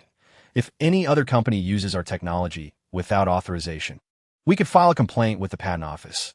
Registering a patent means detailing the technology, and frankly, I don't trust that, Jiang Chen replied decisively. Moreover, I am confident that within 50 years, no one will be able to crack Future Man 1.0. Who knows? I might even have Future Man 2.0 developed in a few years, as long as we stay ahead. Patents are unnecessary. The essence of patents lies in public disclosure in exchange for protection, monopoly rights for a certain period. To meet the authorization criteria, the patent text must sufficiently disclose the technical solution, allowing professionals in the field to replicate it. However, this was something he was unwilling to do. Revealing D would offer him no benefits, as he was not that selfless. Xiaoxiu fell silent upon hearing this. She could not fathom where Jiang Chen's confidence stemmed from, nor what basis he had for his 50-year claim. Surprisingly, she found herself choosing to believe him instead of persisting. All right, since the major shareholder has made a decision, we will treat the core technology of Future Man 1.0 as a trade secret. Please handle the confidentiality discussions with the software developers. Although he was nominally the main designer of this software, it was merely a title. Publicly, it was stated that a research team located abroad had developed Future Man 1.0, with his identity serving as a mere proxy, just as he had deceived Zhao Chenwu. This time he was deceiving the entire world. Want to find that actual development team for the software? Go ahead, they're in another world. Jiang Chen chuckled at this and simply nodded in agreement. It would be a joke if experts in computer science who hadn't even touched the door to D language, which only emerged over 100 years later, managed to crack IT. IT was akin to asking someone who had never learned C language to decipher technology coded and encrypted in C. Even without encryption, they would need to understand the code, unless they could guess their way through and master a language with even more logical complexity than C on another note, considering the rising popularity of Future Man technology. I have contacted the administration and student organizations at Wanghai University to request an adjustment of the recruitment timeline and change the original recruitment venue. Xiaoxiu stated that, such trivial matters need not be reported to me. Simply hand over the schedule, and I will make time to attend to the important business. Jiang Chen shrugged. It's not merely a trivial matter. Talent selection is crucial for the company's future development, especially for this initial batch of recruits who will undoubtedly become the backbone of the company. Both character and expertise must undergo rigorous assessment. Xiaoxiu insisted that, okay, I trust your abilities, which is why I have entrusted you with this important task. Xiaoxiu felt her cheeks warm under Jiang Chen's intense gaze. Of course, due to her light makeup and her own restrained facial expressions, Jiang Chen remained oblivious to her unusual reaction. Fine. Although she wanted to reproach Jiang Chen for not adequately preparing for the important recruitment event, the words that seemed ready to escape her lips were reduced to a single syllable. After speaking, Jiang Chen left the company, leaving Xiaoxiu standing there in a daze. There truly is such a careless chairman. Xiaoxiu sighed, pressing her forehead in exasperation. In fact, there was still one matter she had yet to report. 7 companies had extended olive branches to her, the second largest shareholder, 5, and CEO of Future Man Technology, including several renowned internet giants. Working for these firms was the dream of nearly every graduate. In the past, she might have considered such recruitment offers, but this time, without a second thought, she discarded them into the shredder. Even she was astonished by her own decisive nature. Indeed, given the potential of Future Man 1.0, there was no need to contemplate employment at those internet companies facing upheaval. Chairman, Jiang Chen, he must be working diligently in places I cannot see. Otherwise, Future Man 1.0 could not have materialized out of thin air, could it? Xiaoxiu reasoned to herself. Casting a glance at the disordered pile of documents on the desk, she sighed at Jiang Chen's work habits. Approaching, she organized the papers meticulously before exiting the chairman's office and gently closing the door behind her. Xiaobai dear, my sister's friend is skeptical about your ability to speak. Why don't you devise a way to win her over? Wang Xinran cast a sidelong glance at Chun Lulu, wondering if this little girl had become utterly absorbed in her phone. Yet in the next moment, she was left speechless. I don't care what others think. As long as my master likes me, that's enough, Xiaobai chirped playfully, exuding warmth rather than coldness, as if it were a living being. Xiaobai dramatically rolled onto its back, expressing its emotions vividly. That one do. For Xinran is a dear friend of my sister's that, to an outsider, Chen Lulu's animated conversation with the screen might seem foolish, yet Wang Xinran was too preoccupied to offer any sarcasm. Very well, Xiaobai reluctantly rose, turned to Wang Xinran, and with wide, adorable eyes implored Sister Xinran, "Can we be good friends too? Why, you're an artificial customer service agent, right?" Wang Xinran asked, taken aback. "Not at all. Xiaobai is an artificial intelligence," Xiaobai declared proudly, puffing out its chest. "How is that even possible? Wait, each of its movements isn't repetitive. How can that be?" Wang Xinran suddenly realized a more pressing question. Take the earliest version of the ruishing lion. For instance, if it were merely a few simple GIF images, no matter how humanized the design, the actions of a personified program should be limited and repetitive. Yet this Xiaobai, it seemed to exist within the screen itself. "Xiaobai, can you wave your hand?" Wang Xinran swallowed hard and inquired. Like this, Xiaobai tilted its head in confusion and then waved its tiny hand. Incredible. It's as if it's truly alive. Each movement appeared spontaneous. As if Xiaobai itself had conjured them to, "I know what you're thinking." I was equally astonished at first. Chen Lulu relished the look of astonishment on her friend's face, feeding her vanity. "He can do even more. Did you know? He can triple the processing power of your phone. I have no idea how he manages that. Triple the performance." However, such a revelation no longer surprised Wang Xinran. Could a threefold increase in phone performance be more astounding than artificial intelligence? The very person who invented AI thought to apply it to phones first. What a waste.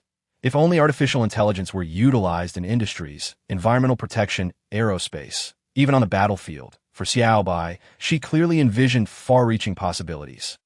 By the way, what happened to your desktop? Wang Xinran suddenly noticed another issue. Her friend's once cluttered screen of apps had vanished. Oh, those? Xiaobai will handle it. Chen Lulu didn't even lift a finger and simply leaned her phone against the desk. "All right," Xiaobai blinked cutely. "Help me, my good friend, take a lovely photo." Chen Lulu's eyes twinkled mischievously as she suddenly embraced Wang Xinran, planting a playful kiss on her cheek. "Hey, that is so embarrassing." Wang Xinran's face flushed, caught off guard by her friend's unexpected gesture, clicked that a perfect candid shot captured their beautiful friendship. "Now, please send me a copy of that photo and open Hearthstone. I'm ready to unleash my fury."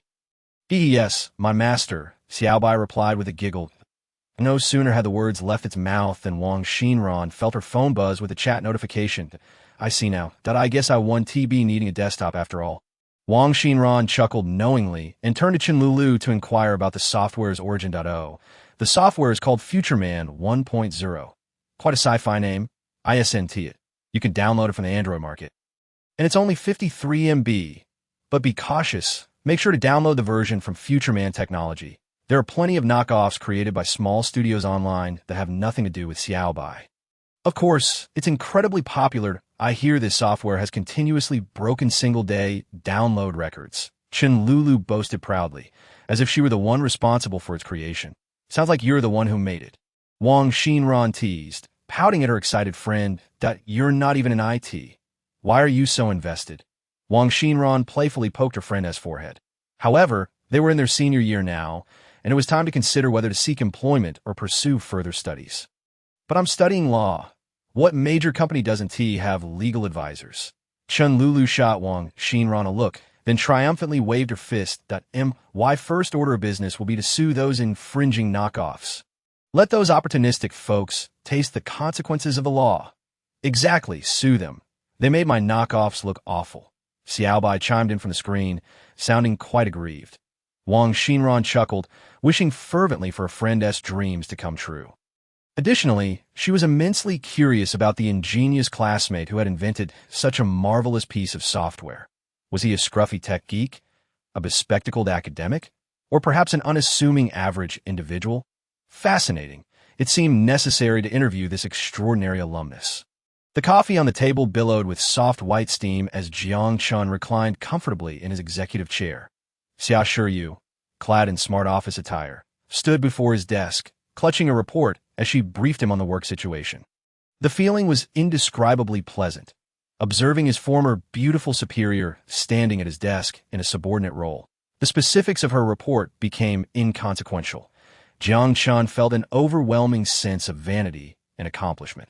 Of course, while enjoying the moment, he knew that business matters still required diligence. There are 14 counterfeit applications on the Android platform, with 7 featuring our Xiaobai as the main character, and 3 that have appropriated our Futureman technology logo. Additionally, there are 2 card games directly designed around Xiaobai as the central character. With great prominence comes great scrutiny. There's no need to worry. Internet users aren't fools. They'll discern the genuine from the counterfeit. The quality of our software is unmatched. No one can replicate it. Jiang Chen waved dismissively, exuding confidence. The Apple platform App Story enforces stricter copyright checks, so there are currently no counterfeit applications on iOS. Xia Yu, accustomed to Jiang Chen interrupting her, continued reading her report without missing a beat.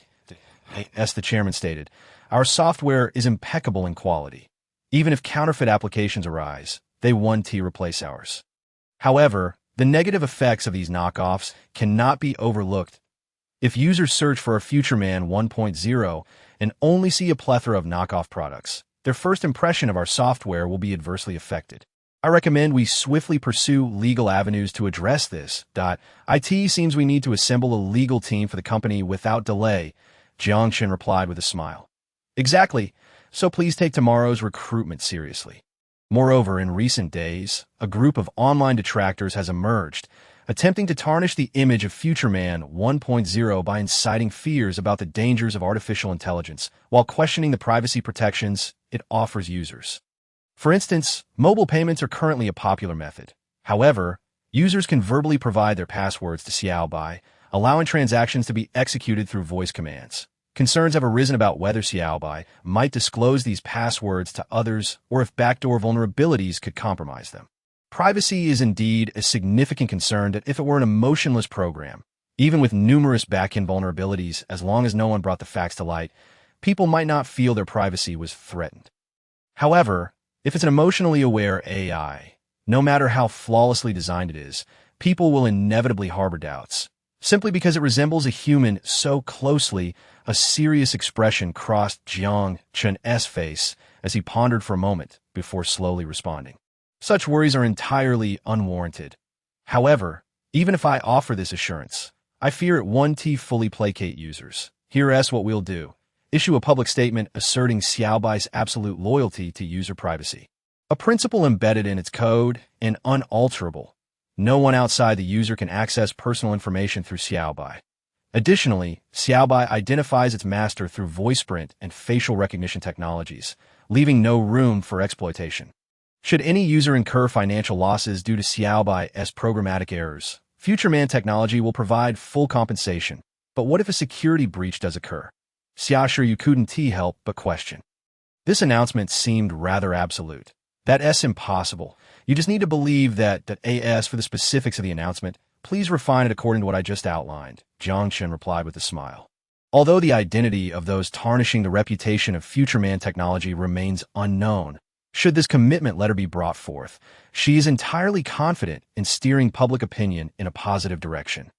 Leveraging the disparaging remarks to elevate the recognition of Futureman 1.0 to new heights. The stumbling blocks laid by ill-intentioned individuals will transform into stepping stones for the rise of Futureman technology. With the bad news out of the way, the forthcoming tidings are all favorable. Xiaobai suddenly broke into a smile and produced another report document. The total downloads of Futureman 1.0 have surpassed 50 million, with daily downloads continuing to surge at an astonishing pace. Meanwhile, abroad. Are you listening? Xiaobai noticed the unnatural expression on Jiang Chen's face and paused, looking at him in confusion. This was the first time she had seen this girl smile during work. Has she taken the wrong medicine? Well, it would be preferable if the chairman refrained from daydreaming. Concurrently abroad, Futureman 1.0 has also garnered a notable amount of downloads. However, as Xiaobai has yet to support other languages, seamless interaction with users of different languages remains unachievable. Internationally, the general sentiment is a hope that the designers of Futureman technology will develop an overseas version. Additionally, companies like Google and Microsoft have sent invitations expressing their willingness to collaborate on artificial intelligence projects. After speaking, Xiaobai turned her gaze to Jiang Chen. Given the extreme encryption of the software and the absence of specific text for documentation. Only the Shuwen language version has circulated in the market thus far. Consequently, foreign mobile users eager for novelty are understandably anxious that in truth, the initial database of the primary artificial intelligence encompassed over 140 languages. However, to conserve memory, Jiang Chen instructed Du Yongkang to eliminate the surplus languages. Otherwise, even 5,300 megabytes of disk space would likely prove insufficient. Ensure the chairman doesn't forget, I shall reiterate the schedule. In the morning, a meeting with Zhang Jianfeng, the head of the Mobile Assistant Project Department at Company 361. In the afternoon, there's a press conference with many media outlets eager to interview you. It would be wise to prepare in advance. The following morning features a meeting with representatives from Microsoft, followed by one with Google in the afternoon. My schedule is completely packed, Jiang Chen remarked with a wry smile. One could say that. Domestically, you still need to meet with representatives from approximately 6 internet companies. As for the requests from smaller firms, I can handle those. Xiaoxi nodded. There's no room for a breather?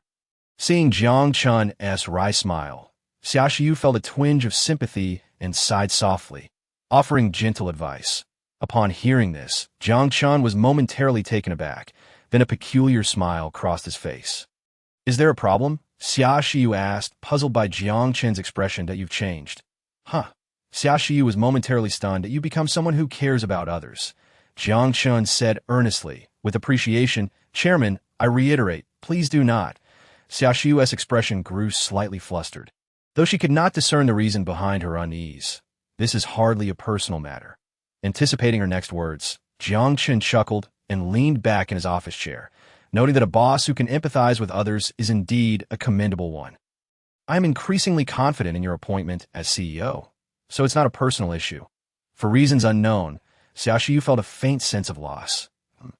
Why do you go serious right after I compliment you? Jiang Chen remarked with a bitter smile. Xiaoxiu silently placed the document on Jiang Chen's desk and left the office with somewhat stiff steps. What a peculiar woman. Jiang Chen shook his head with a bitter smile before taking a sip of the coffee on his desk. Why is it all cold? Chapter 71. Aisha's unique attributes. 2 days prior, the villa renovations had been completed. Jiang Chen canceled his hotel reservation for 7 days and moved in with Aisha. The vast villa, occupied by only the two of them, felt rather empty. Nevertheless, he believed that one day it would be filled. Humming a little tune, he parked the car steadily in the garage, only to find Aisha waiting for him at the door. Smiling at Aisha, Jiang Chen closed the car door and walked over. You needn't wait at the door for me. I have the keys. He affectionately stroked her deep brown hair, speaking kindly. Husband, while it was indeed his fault for inadvertently mishandling the situation. Who can truly control alcohol? Moreover, Aisha had not resisted that night, which could also imply some shared responsibility. No, a man must bear all the responsibility. It's not a big deal. Having a harem is quite common for wealthy individuals, merely differing in registered and unregistered wives. Speaking of which, Aisha had also expressed that she did not mind titles. With that thought, Jiang Chen decided not to dwell on it any longer. After all, he was a man who lived by his own desires. Casting a somewhat apologetic glance at Aisha, he allowed her to help him out of his suit and into a comfortable outfit, before heading to the dining room together. Dinner consisted of steak, roasted lamb, and a vibrant vegetable salad. The ingredients were sourced from the supermarket, and Aisha had prepared the dishes, clearly putting an effort to excel in her role as a bride. Finally able to enjoy a sumptuous dinner at home, Jiang Chen felt immensely gratified that if he were to cook, his culinary skills would barely suffice. As for the absence of pork, Jiang Chen was not particularly concerned. As long as the food was delicious, the taste acceptable? Aisha asked, somewhat anxiously. Delightful. Jiang Chen nodded vigorously, praising her. In addition to the knife and fork, Aisha thoughtfully prepared a pair of chopsticks for Jiang Chen, which, while somewhat odd for eating steak, proved more convenient for the sauce-covered bread. Since they were dining at home, Jiang Chen felt less restrained and naturally ate however was easiest. Excellent. Upon hearing Jiang Chen's praise, Aisha breathed a sigh of relief, followed by a silent prayer before she began to enjoy her own portion. The steak was slightly overcooked, but considering Aisha was merely a novice, her achievement was commendable. The vegetable salad, however, was nothing short of delightful. Accompanied by corn chowder and bread dipped in black pepper sauce, the overall meal could barely reach the standards of a formal foreign restaurant, though he still preferred rice and stir-fried dishes. After the meal, Jiang Chen contentedly wiped his mouth with a napkin and offered Aisha further compliments. Aisha's face lit up with a shy smile at Jiang Chen's praise. This previously indifferent girl only displayed such happiness when in the presence of Jiang Chen. Now that she was full, it was time to get down to business. Jiang Chen then summoned Aisha to the gym. "There is something I need you to keep confidential. Is that all right?" Jiang Chen gazed intently into Aisha's eyes. Speaking earnestly, "You are my life. I swear my loyalty to you with my faith." Aisha's expression remained unchanged, her tone flat as she spoke. These words had been sworn to the divine the moment she was saved by Jiang Chen. Jiang Chen nodded, then broke into a smile. "There's no need to be so serious. I trust you. However, what you are about to see may be somewhat shocking to the mundane world. If it were to leak, it would not bode well for me." With that, Jiang Chen led Aisha to the cultivation chamber. The virtual reality system can assist you in mastering the skills you need while in a state of sleep. All you have to do is lie down and follow the system's guidance. By the way, do you have any aversion to weapons? This question is crucial. Jiang Chen looked directly into Aisha's eyes, seeking her opinion. "All right, but if you feel uncomfortable at any point, please let me know." Jiang Chen nodded. Aisha's gentle smile revealed her appreciation for Jiang Chen's kindness that a woman living in the desert would not fear weapons. She had witnessed far too much death and had long grown numb to blood. If Jiang Chen required her to wield a weapon and fight for him, a mere word would suffice. Sensing the bloodthirst in Aisha's gaze, Jiang Chen chuckled ruefully and felt compelled to correct her mindset. "You may have misunderstood. I do not wish for you to become a killer. I merely want you to acquire some combat skills to handle unnecessary dangers. In simple terms, you would be fulfilling the role of a bodyguard. Yes, therefore you need to learn the Shuan language, driving, and combat skills. As for the weapons training in the cultivation chamber, feel free to explore if you're interested. If not, there's no rush to learn." Aisha nodded. Though unspoken, she had already resolved to master everything. Seeing Aisha comprehend his intentions, Jiang Chen smiled reassuringly. "A beautiful driver and bodyguard. The thought alone is quite impressive. No need for that tutoring class anymore. This cultivation chamber offers far superior learning efficiency. Furthermore, you should recline upon this yoga mat." Jiang Chen surveyed his surroundings and discovered that the only suitable place for reclining was indeed that yoga mat. Aisha's face flushed slightly, and she reached out to unfasten the buttons of her clothing. Upon witnessing her actions, Jiang Chen immediately comprehended her intentions. This girl must have misunderstood the situation. Cough, no, not in that manner. "You may rest without removing your clothes." Jiang Chen hastily halted Aisha's movements. Aisha, looking puzzled, glanced at Jiang Chen before obediently lying down on the yoga mat in order to enhance your physical fitness. I will administer a newly developed serum. This substance is entirely safe and can augment your muscle strength and reflexes." Explaining this was quite challenging, and he pondered his words carefully. Suddenly, Aisha gently placed her finger on his lips, and her previously impassive face broke into a smile, her lips parting slightly. "I am willing to do anything for you." Jiang Chen was momentarily taken aback, then grasped Aisha's hand, expressing his gratitude. "Thank you." This alleviated the burden of fabricating excuses to explain.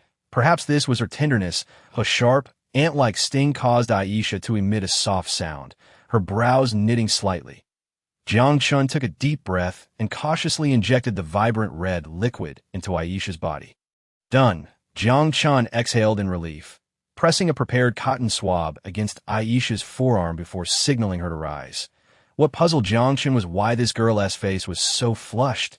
It was perplexing.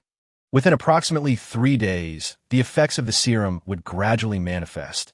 Dedicate an hour each morning and evening to exercise at the gym, and subsequently enter the cultivation chamber for study. Speaking of which, the liquid in the cultivation chamber also possesses benefits for physical conditioning and enhancing beauty.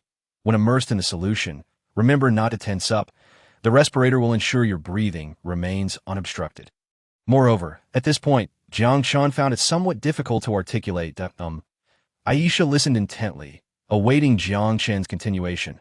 Cough, cough, because it is a matter of considerable importance, cannot be glossed over. Jiang Chen hesitated for a moment, gritted his teeth, and finally spoke. After you lie down, a prompt to initiate the neural interface will appear. Selecting to initiate will cause a fiber urinary catheter to be inserted, and a sensation at that moment may be somewhat peculiar. So please do not move. By the end of his explanation, Jiang Chen spoke rapidly, astonished by the speed of his own words. After all, he was communicating with Aisha in a foreign language. Upon hearing this, Aisha's delicate face turned crimson, her hands awkwardly fidgeting with the hem of her clothing, yet she still nodded submissively. Thus, a dilemma arises.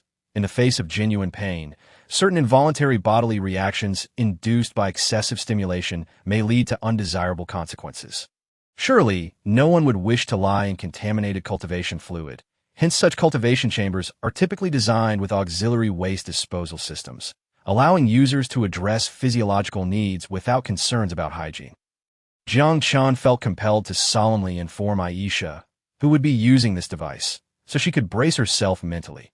Ultimately, having clarified everything, Jiang Chen relayed the password to activate the cultivation chamber to Aisha, demonstrating how to mix the cultivation solution before hastily departing. Standing in the gym, Aisha hesitated as she touched the cultivation chamber. Just the thought of entering there caused her face to flush with shame. Although it was merely a physiological necessity, her calves felt slightly weak as she took a couple of tentative steps toward the chamber, but then halted. After several deep breaths, the transparent, streamlined exterior fogged up slightly. Gritting her teeth, she resolved herself, shedding her clothing, and cautiously stepped inside as the hatch closed, her anxiety intensifying. Was it the claustrophobia induced by the confined space? The immobilizing sensation of restraint? It was difficult to articulate. Regardless, Aisha's typically calm demeanor was now fraught with unease. The neural interface components began to adhere slowly to the nape of her neck. Accompanied by a reassuring electric sound, she perceived a movable cursor appearing in her field of vision. The design of the cultivation chambers program was quite user-friendly, allowing for language selection. After a moment's hesitation, Aisha steeled herself, moving the cursor to the activation button, Start. A flicker of nervousness coursed through her. Just practice a few more times. Aisha continuously reassured herself. Chapter 72. I only offer you 2 words. While Aisha was embroiled in her chaotic thoughts, Jiang Chen had already luxuriated in the soft embrace of his bed following his refreshing wash-up. The sensation of sleeping in a villa was unparalleled. The aesthetically pleasing chandelier, the calming wallpaper and decor, and the plush mattress that could almost engulf a person entirely. Previously, when residing in that cramped 10-square-meter bedroom, even rolling over would result in colliding with the walls. Now, this grand bed could easily accommodate 2. Relishing the opulence, Jiang Chen lazily retrieved his recently updated iPhone 6, poking the adorable little companion. Xiao Bai on the table before opening his messages. Perhaps this was the shortcoming of Future Man 1.0. People might initially download it out of curiosity and its modest 53 megabytes memory, but after the initial excitement waned, they would discover the numerous inconveniences of voice commands. For instance, would speaking aloud in public be awkward? Is it inconvenient to use a phone in class? Du Yongkong, after all, did not belong to this era. While the program he designed might be flawless, it was not necessarily suitable. This was indeed an oversight on Jiang Chen's part. He had assumed that cutting-edge technology would inherently be impressive, forgetting that creativity was equally vital in the software industry. Much like a small workshop game, lacking technical sophistication and even using pixelated graphics, yet could rival AAA titles in gameplay. Fortunately, Xiaobai fortuitously met another contemporary need, an unwavering companion who would never betray you, always supporting and encouraging you to persevere. IT lies eternally within your phone, that if you were not already aware that so-called basic artificial intelligence lacked genuine emotions, with all responses merely drawn from a database. Jiang Chen might have relished conversing with this little creature. However, now that he understood the underlying truth, speaking to an inanimate object felt somewhat peculiar. Indeed, conversing with real people was far more invigorating. Just as he prepared to chat with Liu Yao, his phone suddenly rang an unfamiliar call. At this hour, it might be a telemarketer. Nevertheless, since he had nothing better to do, Jiang Chen lazily pressed the answer button. After a brief silence, a voice finally emerged from the other end. "It's me that, D. Oh, you still remember me?" The somewhat shy voice on the line caused Jiang Chen to pause. Huh, this voice sounds so familiar. But who could it be? Fang Yuanyan took a deep breath, striving to make her tone appear less unnatural. In truth, she had long deleted Jiang Chen's number. However, upon discovering that the once impoverished boy who pursued her had transformed into a wealthy and handsome individual, even residing in a mansion worth hundreds of millions, she began to feel restless. Particularly, the smug expression of Xiao Minjing made her feel both disgusted and envious. Just the thought of Xiao Minjing enraged Fang Yuanyuan. For over 200,000 yuan in prize money had slipped right through her fingers, especially during the commendation meeting when the general manager repeatedly praised Xiao Minjing's outstanding achievements. That recognition should have been mine. Fang Yuan thought bitterly, entirely oblivious to the fact that she had driven others away. Fortunately, it was not too late. From the hints dropped by Xiao Minjing, she sensed that the woman had not completely ensnared Jiang Chen. Recognizing this opportunity, Fang Yuanyuan exerted considerable effort to obtain Jiang Chen's phone number from their former class monitor. She had even prepared script. Her plan was to play the sympathy card initially, evoking Jiang Chen's compassion, then subtly indicating that she was still single, solely because she was still thinking of him. A smug smile crept across her lips as Fang Yuanyuan awaited Jiang Chen to take the bait. Sorry, who is this?" The voice on the other end provoked a wave of frustration in Fang Yuanyuan, silently cursing Jiang Chen's thick-headedness. Adjusting her demeanor slightly, she continued in a tone of feigned distress. "It's me, Fang Yuanyuan. Have you already forgotten me?" Fang Yuanyuan? Jiang Chen furrowed his brows, pondering what this girl wanted. Was she calling to complain about the last time he had embarrassed her? Feeling irritated, he contemplated hanging up. However, upon a moment's reflection, a mischievous smile crept onto his face. Truly, it was a misdeed. Having spent too much time with Sun Jiao had turned him somewhat wicked. "Oh, Fang Yuanyuan, what brings you to call?" Jiang Chen replied casually. Although the optimal effect is achieved through a gentle tone, he is confident in his acting skills. He simply finds it tedious to waste too much expression on this green tea actress, preferring to casually amuse himself to pass the time. "Are you asleep?" Fang Yuanyuan, noticing Jiang Chen's response, couldn't help but feel a surge of joy. Sensing an opportunity, she refrained from diving straight into the main topic and instead cautiously inquired whether Jiang Chen had already retired for the night. "Not yet. Just speak your mind. I'm about to sleep too." Though he felt a tinge of impatience, there was no trace of it in his tone. "About last time?" "I'm sorry," Fang Yuanyuan said, her voice weak. "Oh. Which incident are you referring to?" Jiang Chen raised an eyebrow. "Did I mean last time you were genuinely just there to buy a house?" "I misunderstood you." Fang Yuanyuan expressed her grievances. An apology? Jiang Chen found himself at a loss. If she was apologizing for her haughty demeanor, it was hardly unforgivable, considering it wasn't a particularly significant matter. Just as he was about to express his understanding, Fang Yuanyuan continued, "Do you know?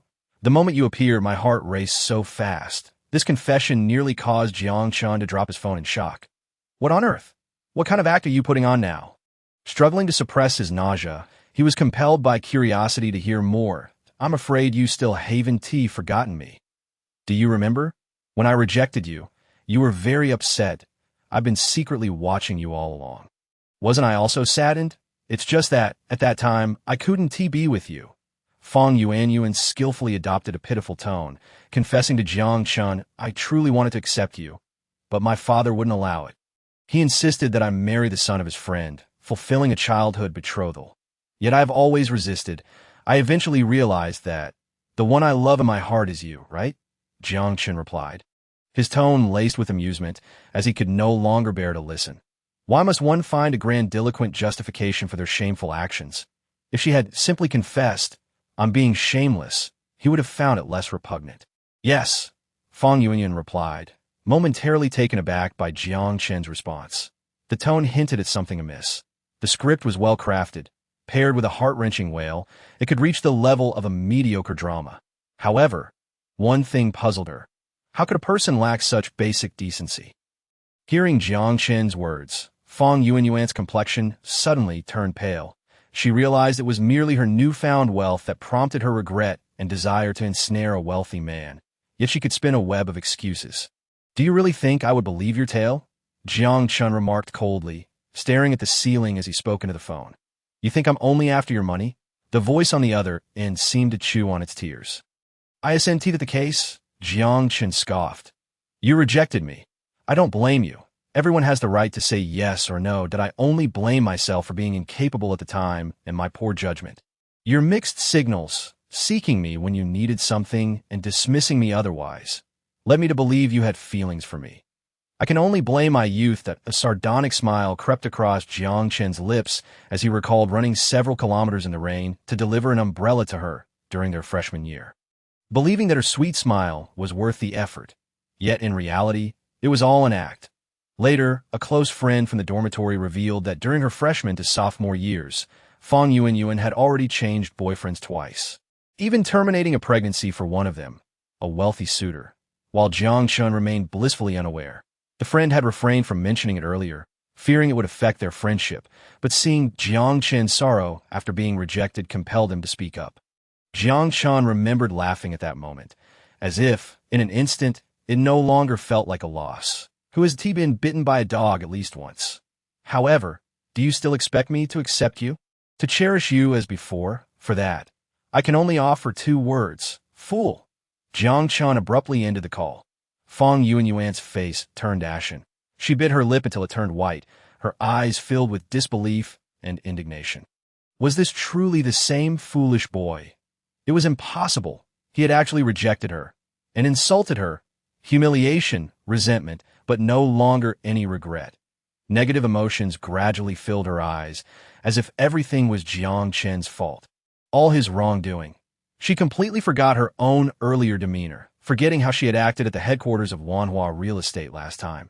At that moment, a frenzied thought surged within her. Trembling, Fong Yuanyuan extended her finger, opening her contacts to find a name that made her tremble and her legs weaken just at the sight.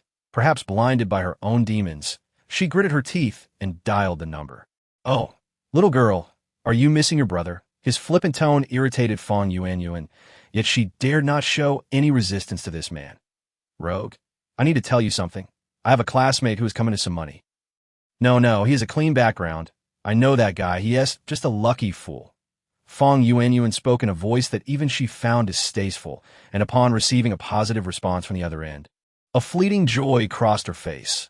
After a flurry of flattery, she hung up the phone. If expending all her strength, she tossed the phone aside and collapsed onto the cold table that a drop of humiliating tear slipped from the corner of her eye, quickly morphing into an expression of spite. "Jiang Chen. Ha ha ha. Shameless nouveau riche. I'll see just how well you can play with the dark side of wealth." Chapter 73. Job fair this morning. Jiang Chen rose early. Yesterday, Aisha seemed to have spent the night in the cultivation chamber, yet she woke up before him and prepared breakfast, although he was eager to ask Aisha about her impressions of the virtual reality system. The moment he opened his mouth, he noticed a rosy hue on her cheeks, giving him the impression that it was better not to pry too much. Thus, Jiang Chen abandoned the inquiry. After breakfast, he reminded Aisha not to forget to eat amid her engrossment before heading downstairs to the garage. Driving his sleek Maybach, he set off towards the company. Upon arriving at the company building, he discovered that Xia Xiyu was already waiting for him. Noticing her holding a substantial briefcase while frequently glancing at her watch, Jiang Chen couldn't help but smile wryly. This girl was a bit too much of a workaholic. It was still quite early for work that you're 2 minutes late. Opening the car door, Xia Xiyu took her seat in the passenger seat. "Ahem, Shuti, the first words be good morning?" Jiang Chen chuckled helplessly, shifting gears and steering onto the road. As it was working hours, she fastened her seatbelt, hesitating for a moment before murmuring, "Do you take the subway every day? That seems quite inconvenient. How about I arrange a car for you? You do have a driver's license, right?" Jiang Chen replied casually, holding the steering wheel. "That might not be appropriate. The company hasn't developed a stable profit channel yet, so providing cars for executives seems." Xia Xiyu frowned, instinctively clutching her briefcase tighter, her gaze fixed on the button of the bag. There's nothing wrong with that. Wouldn't it be shameful for the CEO of a $1 trillion company to not have a vehicle? You needn't worry about profit channels. The full features of Future Man 1.0 haven't been unlocked yet. For instance, antivirus software, social platforms, or even eliminating existing operating systems. Once we have a solid user base, we won't have to worry about profit channels, Jiang Chen said, a confident smile playing on his lips. Captivated by that fleeting smile, Xiaoxiu was suddenly struck by the implications of his words and hurriedly responded. Has Future Man 1.0 developed other features already? Why didn't you tell me? Faced with her slightly accusatory gaze, Jiang Chen could only offer a wry smile. It wasn't that he had withheld the information. He had simply forgotten. Ahem, this is all part of our strategic considerations. The reason Future Man 1.0 has been able to grow relatively healthily is that we haven't directly clashed with apps under those internet giants. In other words, we still maintain the possibility of collaboration with them, at least objectively. Xiaoxiu, clearly possessing the qualities of a CEO, quickly grasped Jiang Chen's intentions, since funding was not a concern.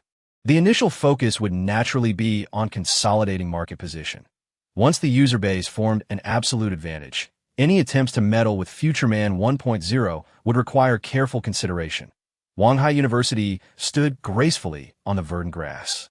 A sturdy stone tablet bearing the powerful strokes of calligraphy, inscribed with the words Wanghai University, IT, is said that this stone tablet witnessed the rise and fall of a dynasty and the emergence of a republic. It has witnessed impassioned speeches as well as ruthless gunfire. IT has never changed to cater to anything. It has merely become a passerby to those who walk by it, gazing out of the car window at the vibrant silhouettes of youth. Jiang Chen could not help but reveal a hint of cinnamon on his face. Speaking of which, we are indeed alumni, aren't we? Why is it that you landed a managerial position right after graduation? While I have become your subordinate? Jiang Chen inquired with a smile.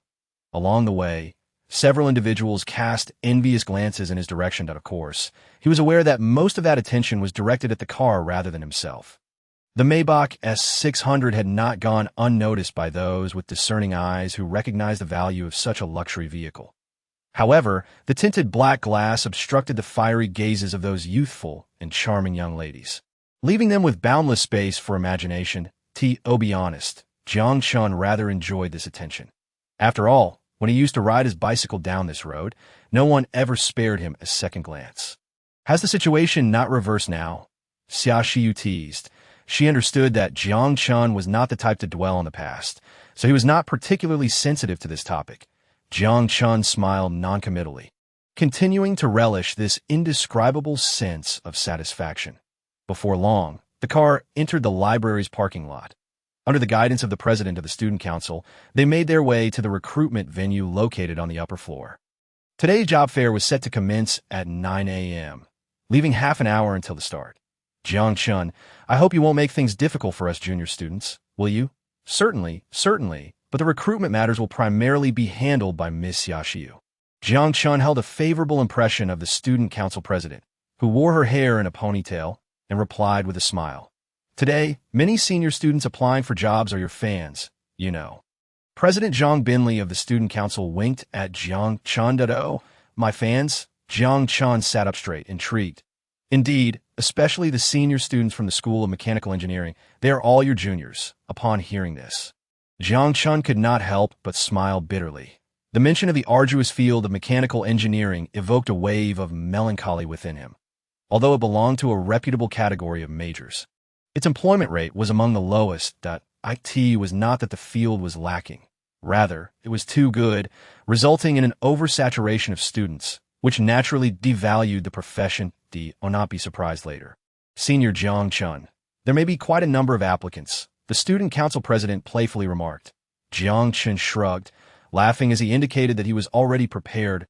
In no time, the half hour had passed, and the job fair commenced, primarily focusing on positions related to software.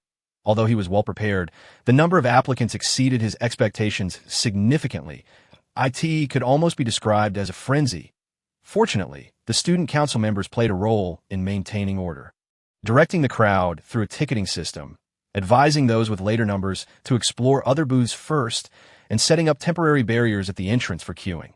Nonetheless, even with these measures in place, Jiang Chen found himself inundated with resumes, almost one after another. After all, the primary user base for Future Man 1.0 consists of these new generation successors. Young people have always been the quickest to embrace new things. And Future Man 1.0 naturally holds substantial influence among them. Moreover, who could fail to recognize the potential of such a genuine artificial intelligence software? It would not be surprising if, before long, this relatively obscure Future Man technology became as prominent as the major corporations of Europe, sweeping across the domestic internet, or even the world for that matter. Furthermore, their professors had stated that even with his knowledge, the artificial intelligence program, named Xiaobai, was beyond comprehension. Hello, Mr. Jiang, I have long admired your name. I am from the School of Computer Engineering. Goodness, flattering without a script. I was still unemployed 6 months ago, and you have been admiring my name already? I am an outstanding cadre from the Qingma class. Having performed well within the organization, then why not take the civil service exam? What are you doing here making a fuss? I graduated from the Software Engineering International Cooperation Class 41, and I hope to apply for a position in your company's software development department. May I also ask you a question? How did Future Man Technology develop its artificial intelligence? As far as I know, the most accomplished in this field internationally is IBM's Watson system. Wait, am I interviewing you, or are you interviewing me? Also, why do you and that group of internet trolls enjoy comparing Xiaobai with Watson, which is merely a half measure? Yet, this was not the most troubling aspect for Jiang Chen. It was one thing for a computer major to come for an interview. But what was a singing major doing here making a fuss? A secretary? I'm not currently in need of secretary, am I? Jiang Chen asked, perplexed. The tall, goddess-like figure with blood-red lipstick flashed a mysterious smile and leaned across the table towards Jiang Chen. Disregarding Xia Shiyu and another interviewee at the adjacent table, they asked the chairman, "How could you not need a secretary? My work will surely satisfy you." As she spoke, the subtle contours of her neckline became momentarily visible from a particular angle that only he could see. The confident goddess then gently tossed her flowing hair and threw him a flirtatious glance that suggested he understood. Just before the disdainful gaze of Xia Shiyu fell upon him, Jiang Chen resolutely rejected the advances of this would-be seductress. Under the astonished gaze of the goddess, he ushered her out. Am I the kind of person who is that easy? Am I the type to be easily swayed by beauty? If you wish to entice me, you should choose a time when no one else is around. Ahem. In any case, such peculiarities were ultimately in the minority. The majority of applicants submitted their resumes in a normal manner, articulating their professional knowledge, the position they were applying for, their understanding of the role, and their views on the company's prospects within 3 minutes as required at AS for awards received. Jiang Chen could hardly be bothered to glance at them. On one hand, he had always found examinations for certificates tiresome during his school days, and, on the other hand, he did not believe these credentials would bring any substantial benefits to his company. After all, it was a groundbreaking product. The company merely lacked creativity and inspiration, not code monkeys. When it came to creativity and inspiration, a brief conversation could provide a general understanding. Thus, the students who arrived for interviews with their large bags of certificates watched in dismay as Jiang Chen swept aside their credentials without a second glance. With an increasing number of interviewees, his standards naturally became more discerning. By noon, the morning interviews finally concluded. Jiang Chen stretched lazily and glanced over at Xia Shiyu, who was sorting resumes, seeing that she appeared completely unfazed. He couldn't help but smile wryly. "Why are you not tired at all? I'm used to it. This afternoon, there are only 2 hours, primarily for positions such as legal consultants and marketing managers. The number of applicants should be relatively fewer." Xia Shiyu organized the resumes and adjusted her glasses. Lunch was provided free of charge by the school's cafeteria, as the school spared no effort in supporting the enterprises holding the job fair. Freshman student council members, under the direction of the ministers, delivered steaming meals to each interviewer's desk. Famished from hunger, Jiang Chen eagerly anticipated the familiar flavors of the meal, which brought back fond memories. Of course, this meal was likely not made in the cafeteria's large pot, but seemed to have been prepared individually. Xia Shiyu's manner of eating was quite demure, yet she quickly finished her lunch before resuming her review of the resumes received in the morning. "How about a cup of coffee?" Jiang Chen entered with 2 cups of coffee, casually placing one on the corner of Xia Shiyu's desk. Xia Shiyu paused momentarily, then lowered her head, her gaze slightly stiff as she continued to focus on the resumes. "Thank you." Jiang Chen smiled, indicating that it was no trouble, and then leaned back in his chair, closing his eyes to rest. What he did not notice was that due to this seemingly casual gesture, someone had unknowingly focused on a single word, staring blankly for a full 10 minutes. Chapter 74, Alumni Dinner. Due to the small number of applicants, the two arranged their tables to sit together. Transitioning from separate interviews to conducting a joint one. My name is Chun Lulu, a graduate of Wanghai University with a major in law, here to apply for the position of legal consultant at your esteemed company. The reason for my application is that I am a loyal user of Xiaobai. The girl applying spoke clearly and smiled. A user of Xiaobai? This reason for applying was a first for Jiang Chen. Oh, then please briefly explain what the first thing you would do as our company's legal consultant would be. Of course, it would be to sue those infringers, Chen Lulu answered without hesitation. Jiang Chen paused, then smiled. While he lacked experience as an interviewer, he had certainly seen enough to know what to expect. He had read no less than 3 or 4 books on job selection, and he had a reasonable understanding of how to evaluate talent. However, just as Jiang Chen was preparing to dismiss her, Chen Lulu continued. She began by outlining, from a legal perspective, the advantages that Future Man technology would have in a lawsuit, which software currently on the market infringes upon Future Man technology. And what rights are being violated? What legal basis supports this? Even the intricacies of legal proceedings were elucidated with clarity and coherence by Chen Lulu. Even Jiang Chen, who had only a rudimentary understanding of the law, grasped the gist of her explanation. Subsequently, she provided an objective overview of the existing legal loopholes at Future Human technology. After all, Xia Shiyu's expertise primarily lay in management, and she had somewhat neglected the legal aspects. While there were no immediate drawbacks, these early oversights would inevitably become shackles to the company's growth once it began to flourish. With a clear structure, precise reasoning, and articulate speech, she was indeed a talent.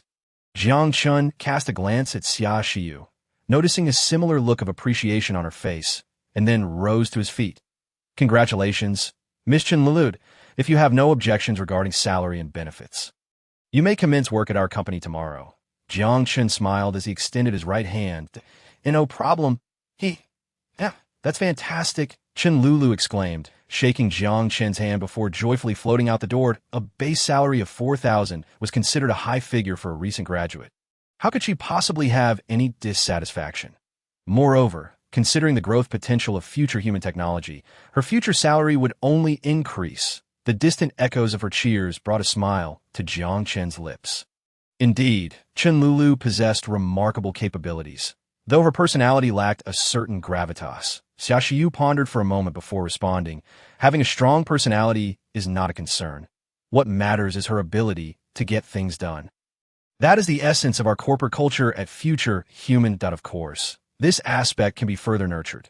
Jiang Chen replied with a smile, then collected Chen Lulu's resume. Although the candidate had been chosen, Jiang Chen and Xia Shiyu still proceeded through the interview process for the position, both out of respect for the applicants and to ascertain if anyone more impressive might come forward. After all, talent is always welcome, and considering the future expansion of Future Human, hiring an additional legal consultant would be advantageous. However, to Jiang Chen's disappointment, none of the subsequent candidates could match Chen Lulu's caliber. Fortunately, there were a few intriguing candidates for the marketing manager position. After categorizing and organizing all the resumes with Xia Shiyu, and upon realizing that no further applicants were forthcoming, Jiang Chen officially announced the recruitment's conclusion. That evening, a banquet hosted by the university served as a reward for the representatives of the companies participating in campus recruitment. Additionally, as many of the recruiting firms had ties to Wanghai University, often founded by alumni from various graduating classes, the banquet aimed to provide a platform for these entrepreneurs to network. If a partnership could be forged between businesses, the value of the alumni association would be significantly enhanced. With such dedication, perhaps it's time to consider a raise for her, Jiang Chen mused, observing Xia Shiyu's departing figure. It was astonishing to realize that the chairman of this rapidly rising internet giant was merely 23 years old, having graduated less than 2 years ago. Even the newly admitted students had only just settled in. Yet the admissions office was already contemplating the next recruitment advertisement, radiation.It was clear that Jiang Chen would be featured as an outstanding alumnus and representative entrepreneur on that advertisement. As soon as the principal concluded his speech and before the student representative could announce the commencement of the banquet, individuals began to approach him, some offering compliments, others seeking to curry favor, and many eager to discuss potential collaborations. In reality, these upperclassmen, despite their formal attire, were not all thriving. After all, not every startup found financial success, which was evident from the sparse parking outside. Many company founders were so financially constrained that they could not afford a vehicle, arguably faring worse than some corporate executives who were employed after graduation. Nonetheless, in the eyes of the general public, owning a business was a source of admiration. Furthermore, temporary setbacks did not diminish their worth, which was precisely why these entrepreneurs persevered. Some proposals elicited laughter due to their absurdity. For instance, a senior who ran a moderately successful clothing factory began by extolling the virtues of the state-endorsed internet strategy before showering Jiang Chen with flattery and proposing a collaboration with future human technology. The nature of this collaboration? Naturally, internet-based apparel. Following this, he suggested creating merchandise related to Xiaobai and launching an online store utilizing Xiaobai's platform. What uses it to discuss possibilities when I have yet to see any tangible products? Jiang Chen thought, bemused. Yet, that was not the most ridiculous suggestion. There was an individual involved in software outsourcing who, having achieved a modicum of success, audaciously proposed exchanging shares and entering into a joint venture with Jiang Chen, envisioning a grand collaboration to propel future Human 1.0 onto the global stage. The vision was commendable. However, Jiang Chen questioned, "Why would I need your company? Am I not capable of reaching the world on my own?" He declined the offer without hesitation. Undeterred, the individual insisted on handing Jiang Chen his business card, earnestly expressing a desire for Jiang Chen to reconsider, claiming it was a matter of pivotal importance for both their companies. Exhibiting typical naivete, he was clearly out of his depth.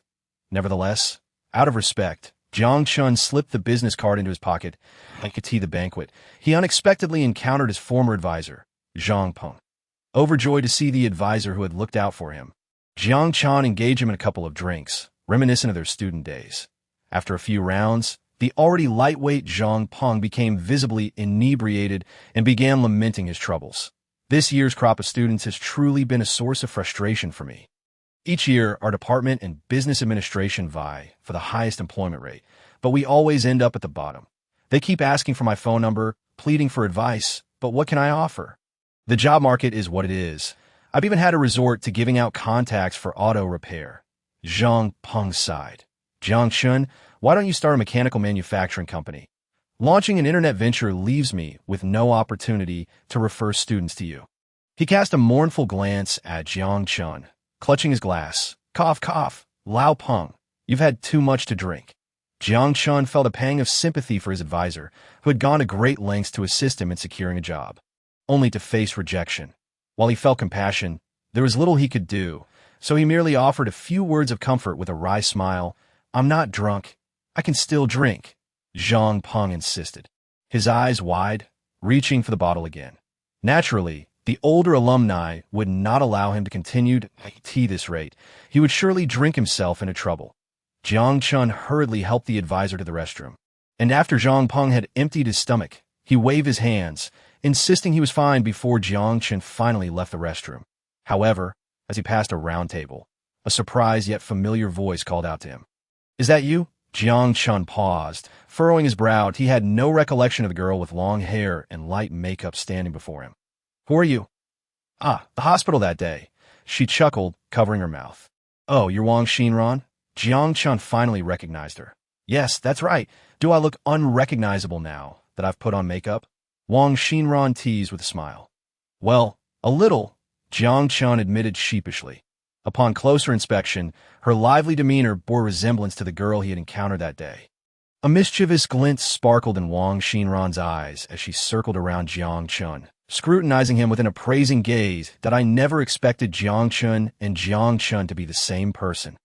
In response, Jiang Chen helplessly spread his hands. "What do you mean? Jiang Chen and Jiang Chen are the same person. My name has always been Jiang Chen. I was merely curious. No need to take it to heart." Wang Xinran waved her hand dismissively before fixing her gaze on Jiang Chen. Can you satisfy my curiosity?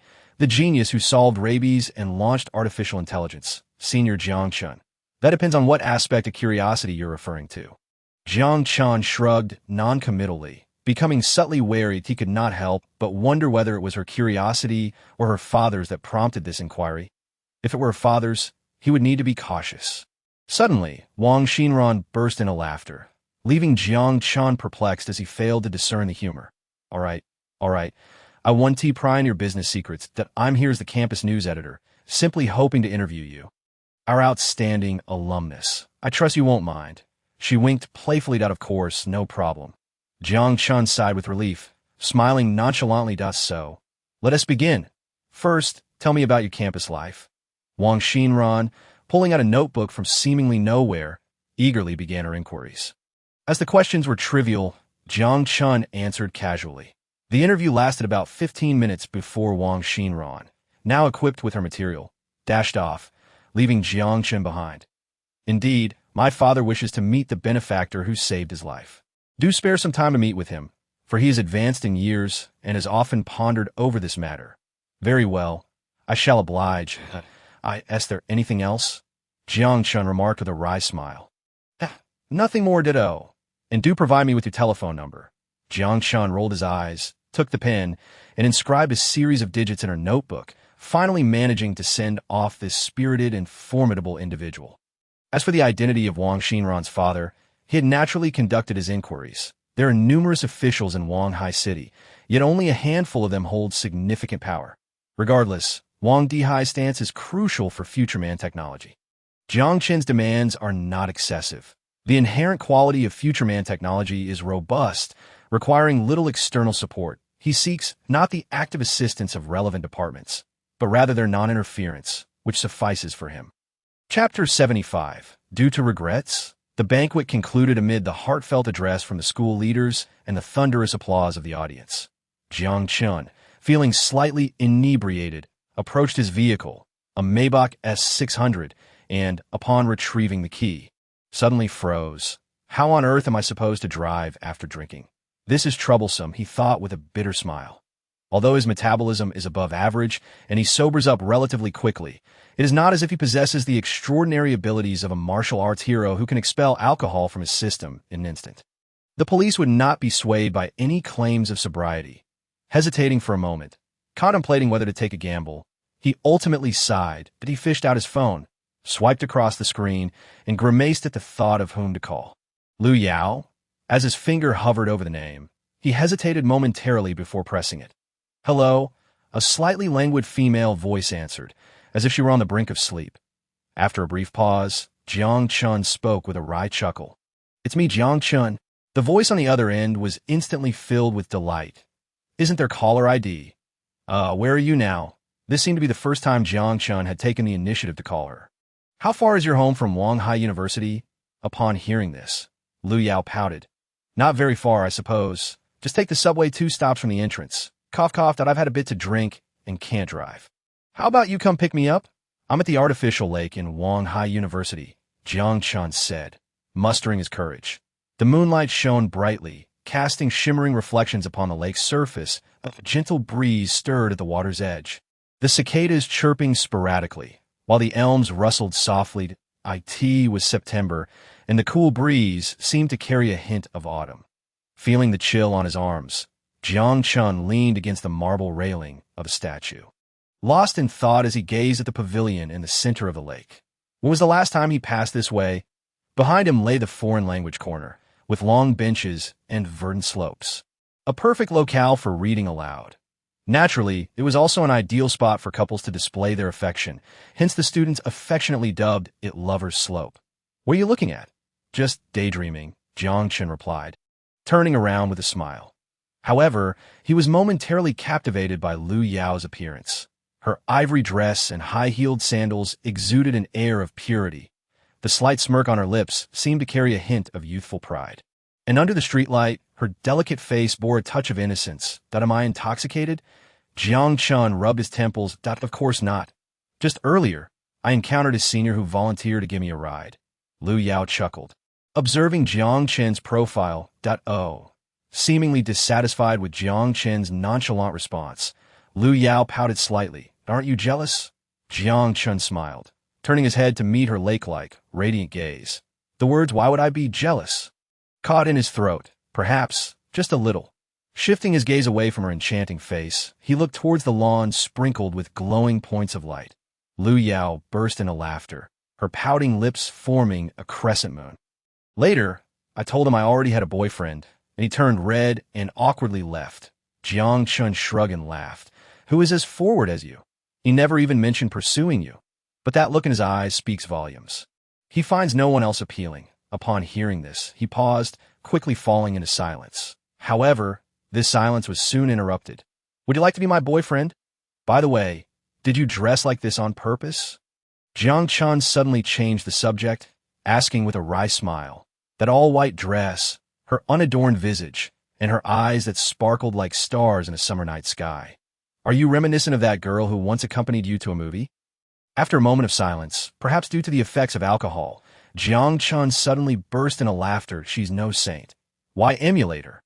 Once he finished laughing, he straightened up and said, Is she like the one you envision? Jiang Chen froze, and after a long pause, he asked in confusion, Is there a difference? However, as soon as the words left his mouth, the answer surged within him. The girl in his imagination seemed pure, innocent, and romantic. Although he later realized that everything was a facade, he had indeed once harbored feelings for that seemingly naive Fang Yuanyun. Lu Yao gazed at Jiang Chen with a radiant smile. She did not know that girl, yet she vaguely guessed the kind of person he had encountered. Thus, she employed a bit of cleverness and donned this dress reminiscent of their student days when she left her home. Like a traveler in the desert, wandering towards a non-existent land, all alone. Muttering to himself, Jiang Chen stared blankly at the affectionate couple on the lawn. Ha! You still write poetry? No, just a bored person lamenting their boredom. For some reason, he found himself missing Sun Jiao, that spirited and cunning girl. Perhaps this was why he fell for her. Her fearless love and hate, the unvarnished honesty written all over her face, the impishness of acting on whims. Although she now seemed to be evolving into a more civilized person, Jiang Chen often felt an impulse to tell her that being like this is perfectly fine, as such girls were nearly extinct in the present world. What in this world is truly real? Suddenly, soft lips pressed against his, and he stared blankly at her gently closed eyes. Let me ask you something. After a moment of silence, Jiang Chen slowly spoke. Sure, not if we set aside material concerns. What do you like about me? If it were merely for money, there must be many wealthy individuals around. Lu Yao suddenly flashed a smile, perhaps out of respect. That smile was beautiful yet tinged with helplessness. Oh, I see that I had a desire for respect born out of not being respected. After a brief pause, Jiang Chen asked contemplatively, you know why I accepted your invitation to vacation together? Because of regret? Jiang Chen lowered his gaze slightly, neither denying nor affirming. Lu Yao's expression dimmed slightly, yet she nodded with a smile. Yes. Leaning back against the plush passenger seat, Jiang Chen exhaled deeply, tugging at his slightly stifling collar. The affluent residential community of Mingxing, the innermost house. Are you familiar with the way? I have GPS navigation, Lu Yao replied with a wry smile, admitting that she had never been to a wealthy district before. Jiang Chen remained silent, watching as Lu Yao activated the car's GPS and set the destination, then closed his eyes to rest. The car drove smoothly. Once Lu Yao had exited the campus, she accelerated slightly. He opened his eyes and glanced at the passing neon lights, casually asking, How have you been lately? Not well. Lu Yao pouted, gripping the steering wheel. Why not? Because someone has yet to fulfill their promise of taking me to the movies. Her tone was quite forlorn. How much is it? Jiang Chen, buoyed by the alcohol, chuckled nonchalantly. Humph! The car suddenly came to a halt. Lu Yao pulled over to the side of the road, unbuckled her seatbelt, and turned to gaze at him intently. In her eyes, were those tears? What is wrong with you? Jiang Chen asked with a bitter smile. In your eyes. Am I merely a trophy? Is that it? Jiang Chen froze, taken aback by her intense reaction to a simple remark you remember the love lock we placed at the ends of the earth? His throat tightened slightly as he looked away. Unsure of what to say, of course, he remembered. for he had carved the name Chen Lele into it.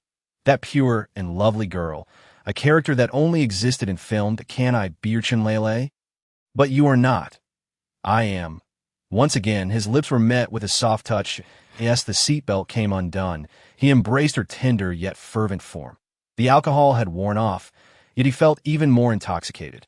It was already late at night, the clock striking 10, and the streets were sparsely populated, with only a few pedestrians wandering by. Occasionally, passing cars left behind faint echoes. The soundproofing of the Maybach was impeccable, rendering the outside world nearly inaudible. Conversely, any sounds emanating from within were completely contained through the lacquered obsidian glass.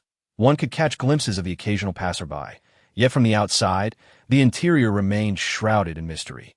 He held Lu Yao tightly, inhaling the intoxicating fragrance that lingered in her hair. Perhaps the allure of wine and rice was contagious, or perhaps it was merely the intoxication that spread. In any case, he found himself reluctant to ponder it any further. In this transitional period between summer and autumn, the essence of spring lingered within the vehicle. Chapter 76. Negotiations with Company 361. The car glided slowly into the villa's courtyard. Aisha stood quietly at the entrance, watching as Jiang Chen's vehicle came to a halt. The headlights flickered momentarily before the door swung open, revealing a woman. She was strikingly beautiful, surely deserving of her husband. Was she Sun Jiao or Yao Yao? Yet, an instinct whispered to her that perhaps she was neither. Aisha thought to herself with a sense of detachment, feeling no discontent. After all, in her homeland, polygamy was not an uncommon practice. Jiang Chen's relationships with multiple women were of no direct concern to her. Are you still waiting for me? Honestly, you needn't have stood at the door. Jiang Chen stepped out of the car, his gaze falling upon Aisha, and a hint of embarrassment crept onto his face. After all, he had just been in the car. He felt a twinge of guilt towards the young woman who had been waiting here. Perhaps due to her candor, the unease in his heart felt somewhat alleviated, especially upon realizing that she was not a woman devoid of self-respect, merely someone who had encountered a man lacking in responsibility. Following that realization, they reached an unspoken understanding. Should one consider it an affair? The term evoked a fluttering sensation within him. Aisha drove the car into the garage, while Jiang Chen, accompanied by Lu Yao, made their way into the villa, engaging in conversation as they walked. Just pick a bedroom to sleep in. I want to sleep in yours. Lu Yao chimed brightly, clinging to his arm playfully. Ahem, I have matters to attend to tomorrow. It would be wise to rest early. Just kidding. If we really shared a bed, I might not get up tomorrow. Suddenly struck by a thought, Jiang Chen inquired, by the way, do you still keep in touch with your former manager? No, I deleted that scoundrel's number. Lu Yao replied, her eyes searching his, speaking cautiously as if concerned about his thoughts, but a sense of relief washed over him. However, should her fallout with the manager lead to a potential issue regarding her income, it could pose a problem. Perhaps after the new year, once I finish my current tasks, I can help you resolve everything. For living expenses, 100,000 a month should suffice. The penalty for breach of contract is only in the hundreds of thousands. While it may seem astronomical to you, it is negligible for me. Lu Yao responded cheerfully, playfully shaking Jiang Chen's arm. And just so you know, I have a strong possessiveness. How could that be? I'm already yours, you rascal. Lu Yao teased, lightly pinching his waist. Jiang Chen couldn't help but smile at her pouting lips. He found her charming in this playful demeanor. Despite Lu Yao's insistence on staying in the villa, Jiang Chen gently declined. He had quite a few secrets, and should Lu Yao stumble upon any, it would undoubtedly prove inconvenient. Fortunately, Lu Yao did not press the issue, understanding that excessive coaxing could easily turn into nonsense. Subsequently, Jiang Chen drove to the headquarters of Future Human Technology, where an important meeting awaited him. Good day, Mr. Jiang. Good day, Mr. Zhang. Jiang Chen shook Zhang Jianfeng's extended hand firmly before smiling and inviting him to take a seat. Zhang had a neat crew cut and donned a tidy suit, exuding an air of corporate executive efficiency. Following him was his assistant, presumably there to take notes, a rather ordinary-looking white-collar woman. Jiang Chen had already reviewed his background. Zhang was the head of the project department for the 361 Mobile Assistant. His presence indicated a high level of courtesy for discussions regarding the future Human 1.0 software listed on the 361 software platform. Mr. Jiang, as you may already know, I am the head of the 361 Mobile Assistant Project Department. Regarding the future Human 1.0 software you launched on our platform, our team unanimously believes it possesses outstanding quality, with numerous features that stand out as innovative compared to the plethora of similar applications currently available. However, at this juncture, Jiang unexpectedly shifted his tone. Nevertheless, while the design of your software concerning artificial intelligence is commendable, I wonder if Mr. Jiang has considered the software security. What if a hacker breaches Shoud's program and gains access to users' personal information, even their bank account passwords? Have you contemplated the consequences of such an event? Jiang Chen listened quietly until Jiang finished speaking, then smiled gently as he responded. Regarding security, our company has already issued relevant announcements for any economic losses incurred by users due to security issues with Shoud. We offer full compensation. We have spent zero on this matter. Seated beside Jiang Chen, Xiaoxiu nodded in quiet approval. Initially, she had harbored concerns about Jiang Chen's demeanor at the negotiation table, but it seemed those worries were unfounded. At this critical moment, he surprisingly proved to be quite reliable. As she reflected on this, she remained oblivious to her own distraction. Indeed, as it stood, future Human 1.0 had not yet attracted the attention of hackers or other nefarious individuals. But was Jiang Chen being overly confident in his technology? As I understand it, your company currently has zero talent reserves in information security. Jiang continued with a smile. But it appears your company has conducted a thorough investigation into ours. I presume you have also performed a detailed analysis of the product I created. I wonder what your experts have concluded? Although his words held a hint of sarcasm, Jiang Chen maintained a smile even brighter than Jiang's. Zhang Jianfeng's pupils slightly constricted, and he awkwardly chuckled. While it was not uncommon in this industry to borrow ideas and then produce a pirated version, there was at least an attempt to maintain a FA-ade. You claim I plagiarized? I assert that I did not. Yours is called CS, and mine is CF. The names differ by half, so how can that be considered plagiarism? However, being called out for not successfully pirating the software must have been quite embarrassing. Ahem. Please do not misunderstand, Mr. Jiang. While our technical department has conducted a certain degree of analysis on future Human 1.0, it was entirely within the bounds of legality that we have a duty to ensure the safety of 361 mobile assistant users. If a user downloads software with backdoors from our platform, it would undoubtedly tarnish our reputation. Shameless, utterly shameless, Jiang Chen felt an intense urge to leap up, brandishing his phone and questioning him about the myriad of subpar applications cluttering the 361 software market. How dare he claim to prioritize user safety while suggesting they should crack his software, which was far more secure than their own? Simultaneously, Zhang Jianfeng inwardly cursed Gu Cheng for his incompetence. Despite assembling a team of supposedly impressive experts and even establishing a dedicated project department, they worked tirelessly day and night. Yet when asked for results, Gu merely shrugged and said he didn't know. How could he negotiate under such circumstances? Despite his internal frustration, he maintained composure at the negotiation table. Zhang Jianfeng took a sip of tea, noticing Jiang Chen remained silent. He tentatively ventured, of course, regarding your company's future Human 1.0 security audit. We have recently made some progress that we can preliminarily confirm that the software is secure. While he spoke of audits, everyone understood he meant cracking the software. As he uttered these falsehoods, Zhang discreetly observed Jiang Chen's reaction, hoping to see any sign of wavering. It's a trap. Xiaoxiu immediately sensed the deception in Zhang Jianfeng's words and glanced at Jiang Chen. However, Jiang Chen did not look at her. He merely wore a cold smile. If your company has indeed made progress, then why come to me? If you've successfully cracked the software, what do you need me for? You could simply create a future assistant 1.0 yourselves, can't you? Indeed, but we still hope that your company will voluntarily provide relevant data to facilitate a comprehensive audit. Moreover, we are quite interested in certain creative aspects of your software. If Mr. Jiang does not mind, we could discuss a price to achieve a win-win situation for both parties. Zhang Jianfeng stared at Jiang Chen in shock. He had not anticipated such a direct confrontation. Aren't you going to hear the price? However, Zhang Jianfeng, a master negotiator, remained entirely unfazed, instead smilingly directing his gaze towards Jiang Chen and inquiring, "Oh, pray tell." Jiang Chen chuckled. 1 billion. Zhang Jianfeng casually offered a conservative estimate. As someone entrenched in technology, do you truly believe it is worth merely 1 billion? Jiang Chen remarked, taking a sip of tea and reclining in his chair. Mr. Jiang, while technology is indeed a facet, we are both businessmen. Do you not think we ought to discuss its commercial value? He continued, from what I understand, your free software has yet to establish a profitable channel.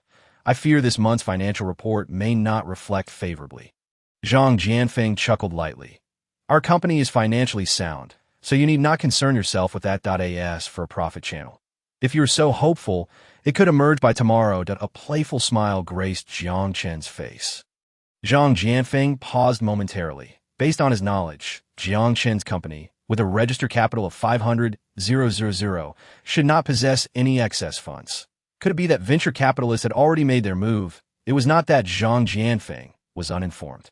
After all, the initial capital of Futureman Technology was indeed 500,000, and subsequent capital increases had not been disclosed. Jiang Chen held absolute control, and whether his assets were publicly available was solely his prerogative. Since Mr. Jiang is so confident, it seems we have little to discuss. Zhang Jianfeng sighed and rose to his feet. This negotiation had failed, though he had harbored a premonition of this outcome prior to his arrival. Zhang Jianfeng hesitated briefly, then chuckled. Is this the demeanor of a small company facing a larger one? Is Futureman Technology truly so self-assured? Yet, despite these thoughts, he picked up the document. Just a virus database share? A collaboration on mobile security? Utterly audacious. But at that moment, Zhang Jianfeng felt an inexplicable twinge of panic. What if they genuinely possessed such capabilities? Artificial intelligence antivirus software. The potential seemed boundless. What else can artificial intelligence accomplish? Zhang Jianfeng mused before laughing. 10 trillion. That seems about right. However, even for 10 trillion, I would not sell. Jiang Chen laughed heartily, standing and moving closer to Zhang Jianfeng. What do you think? Are you interested in joining our company? I shall cover the breach of contract penalty. Zhang Jianfeng was momentarily taken aback and then laughed. Is this how you poach talent?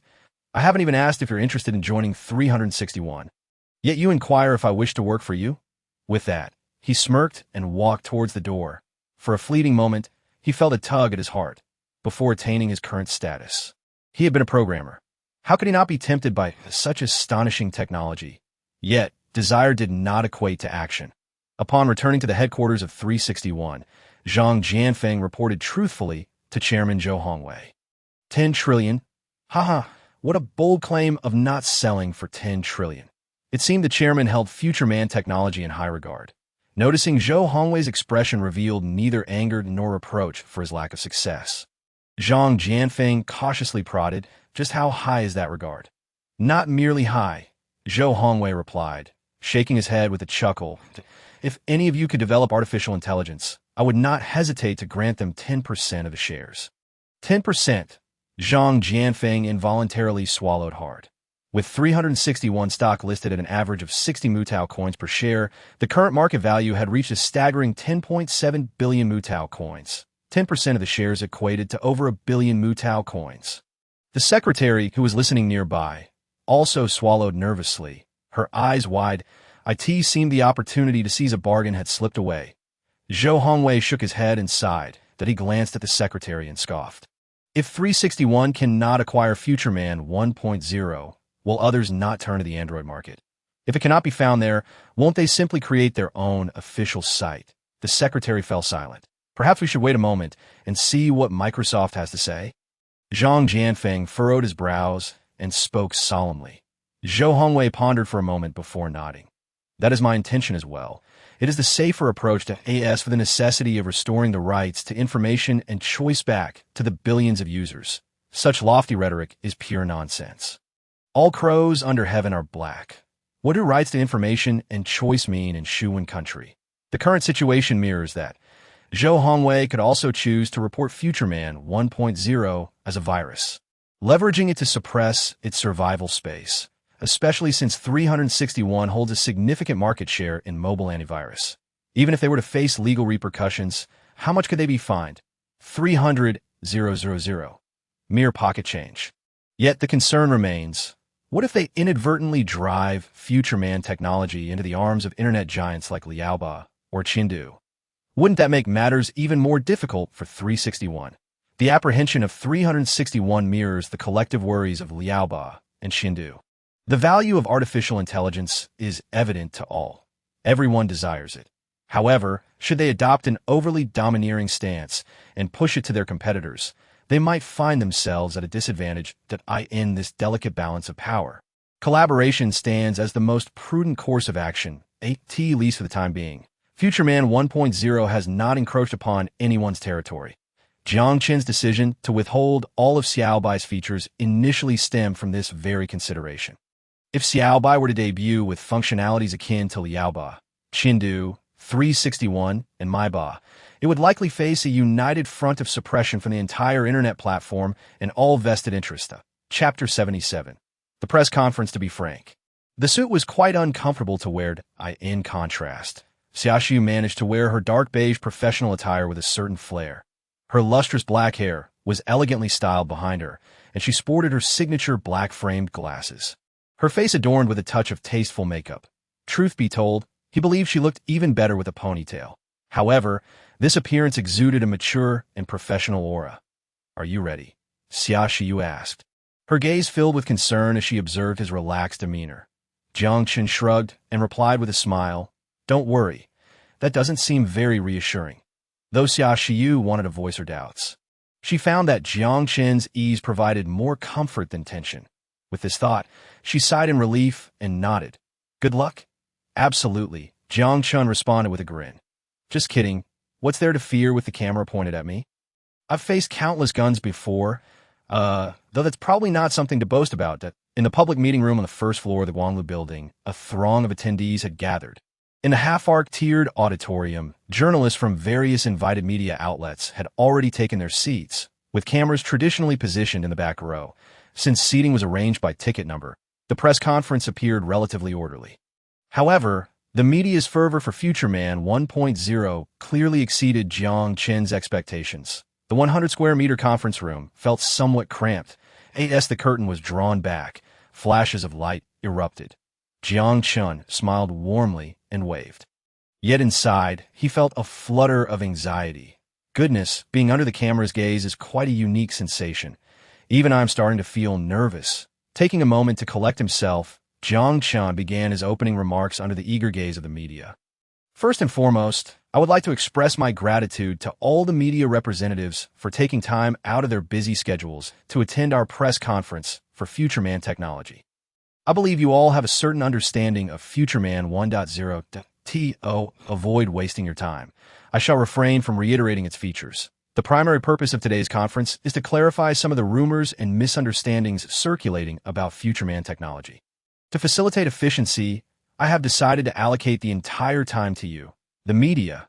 Please address your questions in the order of your seating to ensure every media outlet has a chance to speak. Each will be limited to one question." Standing backstage, Xiaoxiu nearly stumbled, utterly dumbfounded as she gazed at Jiang Chen, who hands over the questioning to the media without providing any information first. Without a brief overview, what if they ask a particularly tricky question? Can you handle it? Moreover, having them speak in order may throw off those accustomed to shouting their questions. Yet Jiang Chen seemed unconcerned with such formalities, opting for the most efficient approach. Besides, calling on individuals without due consideration might offend some.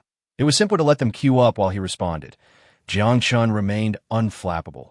His reasoning for this approach was clear. After all, their inquiries would likely revolve around safety and privacy concerns. Even if he clarified everything, they would still find loopholes in his wording to pass judgment based on their preferences. "Fine then. I shall let you ask first, and I will answer. A single media outlet would be allowed one question. I won't speak until you do." Jiang Chen pondered to himself that if he were to play by the rules of common sense, he would surely be outmatched by these seasoned veterans. And no matter how capable Xiaoxiu was, her written submissions would inevitably be scrutinized for weaknesses. However, the media reporters were well-versed in their craft. Despite their surprise at Jiang Chen's approach, They had prepared a considerable number of questions in advance. The reporter in the first position stood up and methodically posed the questions he had noted down. I am a journalist from a television station. The safety of artificial intelligence has long been a contentious issue. The safety of Xiaobai is also a focal point of public discourse. Therefore, may I ask Mr. Jiang Chen, does it truly pose a risk of becoming a ticking time bomb hidden in user smartphones, threatening their information security, as many fear? The youthful-looking man inquired rapidly. That is an excellent question. However, I must first reference the recent commitment our company has made. Should users incur financial losses due to a programming error from Xiaobai, we will provide full compensation. Jiang Chen shrugged with a hint of sarcasm, continuing, moreover, from a designer's perspective, I can assure you that any program will adhere to the stipulations of its code. Thus, you need not worry about Xiaobai engaging in any actions that would betray user trust, as I would not permit it. A murmur of discussion and the sound of scribbling notes filled the room, and soon after, another individual stood up. People's Daily. This could be troublesome. Jiang Chen's mind raced. As a state-run media outlet, they served as the voice of the government. The implications behind their questions were likely far from straightforward. Were they testing him? Or hinting at something? Of course, Future Man technology adheres strictly to laws and regulations and unconditionally supports all policies enacted by the government. Based on the forthcoming Artificial Intelligence Management Act, Future Man technology will align its operations in artificial intelligence with governmental directives. Next, a blonde beauty rose to speak. I am a reporter from a broadcasting company. May I ask Mr. Jiang Chen a question? It is widely known that artificial intelligence requires powerful hardware to function. For instance, IBM's Watson operates on 90 IBM servers and 360 computer chips. How is it that your company's Future Man 1.0 can run on a mobile device? The broadcasting reporter raised a technical challenge. Judging by the reactions in the room, many reporters seemed equally intrigued by the inquiry. I apologize, but this design is a trade secret.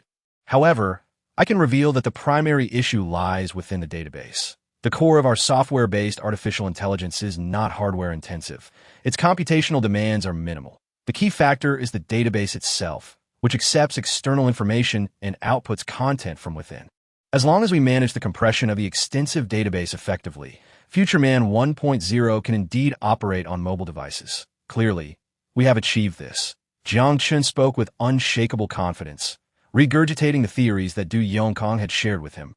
Without concern that any expert could expose any flaws. At that moment, he felt as if he alone, or rather his team, had made such groundbreaking advancements in artificial intelligence, akin to the significance of Windows 1.0. The mention of the database caught the attention of all the media reporters, who furiously jotted down notes. That a barely perceptible smirk of derision crossed Jiang Chen's lips.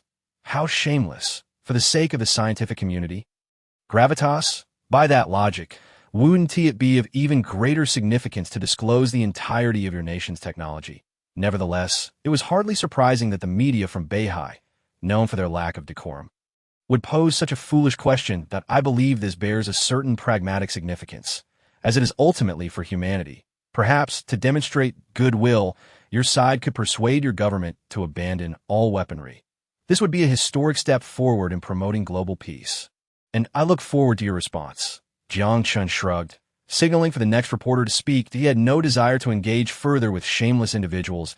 I would like to ask Mr. Jiang Chen whether the Future Man 1.0 truly safeguards user privacy as you claim.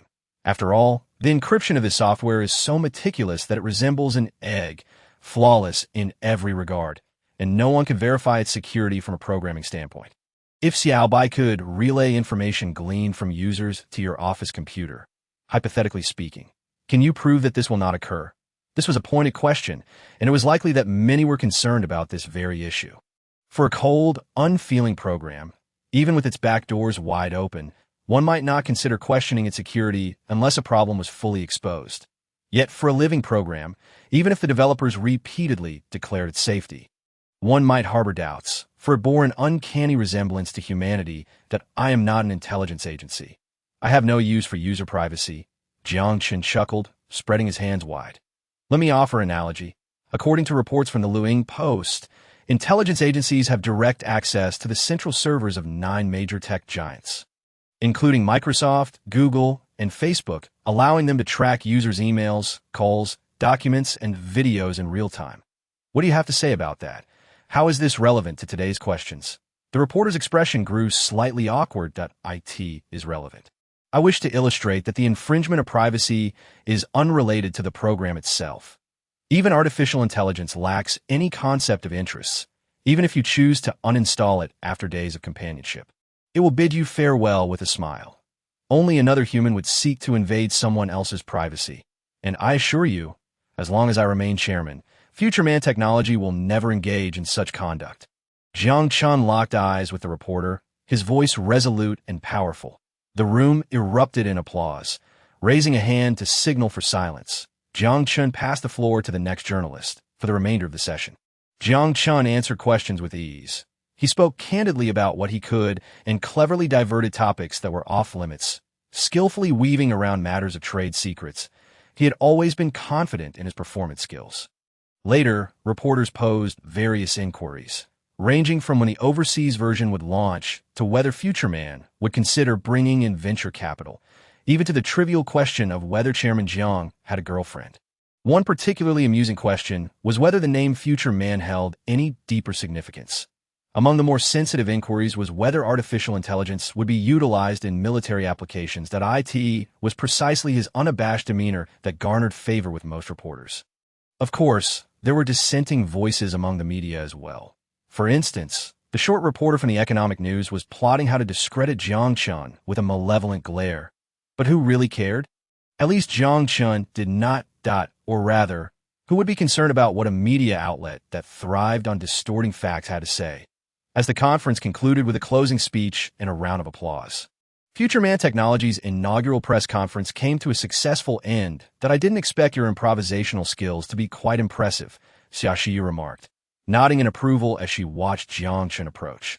Haha, Jiang Chen grinned narcissistically, tossing his head back in laughter, then raised an eyebrow at her. Did you just realize that? Your chairman has always been this remarkable. Could you be a bit more civilized? You are, after all, a public figure, Xiaoxiyu retorted lightly. Public figure? Jiang Chen's expression shifted to one of bitter amusement. Goodness, does that mean I have to tread carefully in everything I do from now on?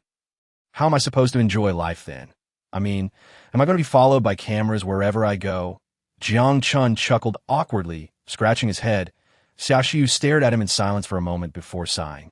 Here, being a public figure means that your every word and action reflects the company's image, that if you behave uncivilly in public, it will directly affect the public's perception of our company, that if captured on camera and shared online, it could escalate further. Why are you looking at me like that? I just feel that you care more about Future Man Technology than I do, which is quite reassuring, Jiang Chen replied with a grin. Xiaoxiyu fell silent once more, her demeanor remaining cool and detached.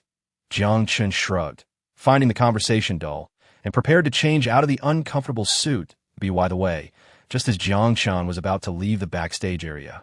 Xiaoxiyu called out to him, out of consideration for the company's public image. Of course, I don't wish to intrude on your private life, but do you really not have a girlfriend? She did not look in Jiang Chen's direction, but instead stared at an empty space nearby. Her right index finger absent-mindedly twirling around her temple, her tone flat as she questioned. Jiang Chen was taken aback, his expression a mixture of surprise and awkwardness. What if I do? He probed playfully, poking her gently. You might just pull my hair out. Yet in reality, he did not have one. Jiang Chen hastily interjected. Is that a smile at the corner of your mouth? At that moment, even Jiang Chen, despite his dim-wittedness, understood. Ahem, if that's the case, then I shall rest easy. However, you should still exercise some caution regarding your private life, for if your single status were to be reported as a serious matter, it might attract the attention of some ill-intentioned individuals. In short, just be mindful. Jiang Chen stared blankly at Xiaoxiyu, who was unusually loquacious, his expression a peculiar mix of confusion. Could it be that you have feelings for me? Chapter 78. A test? Could it be that you have feelings for me? Reflecting on the dialogue behind the scenes, Jiang Chen chuckled wryly as he touched his nose and then placed his hand on the steering wheel. Why am I so charming? He let out a self-satisfied grunt. But soon his expression turned awkward as he reached for the car's music, attempting to drown out the uncomfortable atmosphere in the cacophony of sound.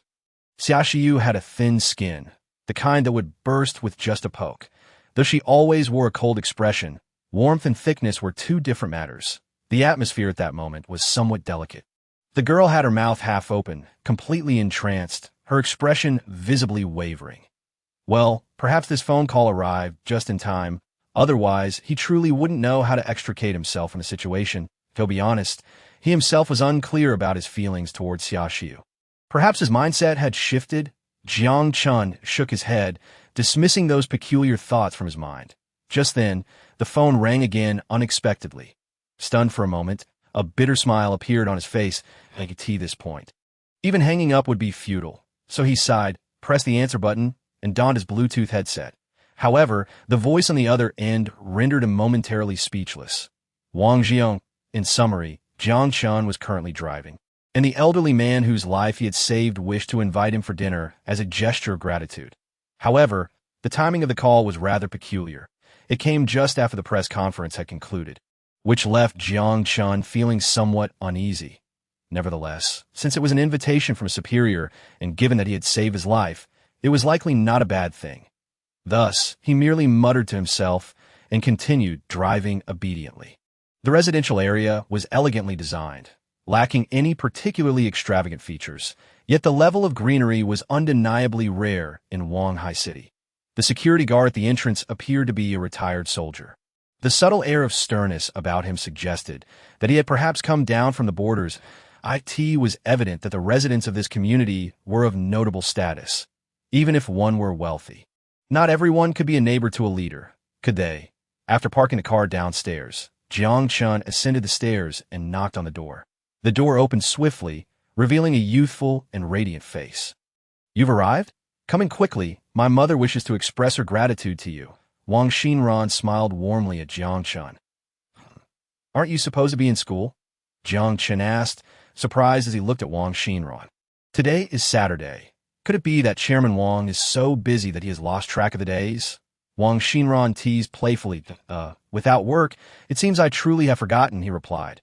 What surprised him even more was that Wang Dihai, the elderly man, was nothing like the stern, high-ranking official he had imagined. His demeanor was unassuming, resembling that of a kind elder rather than a figure of authority. Upon seeing Jiang Chen, he warmly called him Xiao Jiang, and Jiang Chen reciprocated by addressing him as Wang Shu. Wang Dihai's wife was a gentle, kind-hearted elder who eagerly served Jiang Chen food. This warmth stirred within him a feeling reminiscent of home, a sentiment he had long been without during his years of wandering. Wang Jiang was quite an interesting character. During the meal, he insisted on drinking with Jiang Chen, ultimately succumbing to the effects of alcohol due to his poor tolerance. After which he was helped to his room by his sister, snoring away at a man of character. Jiang Chen found himself quite fond of someone so straightforward.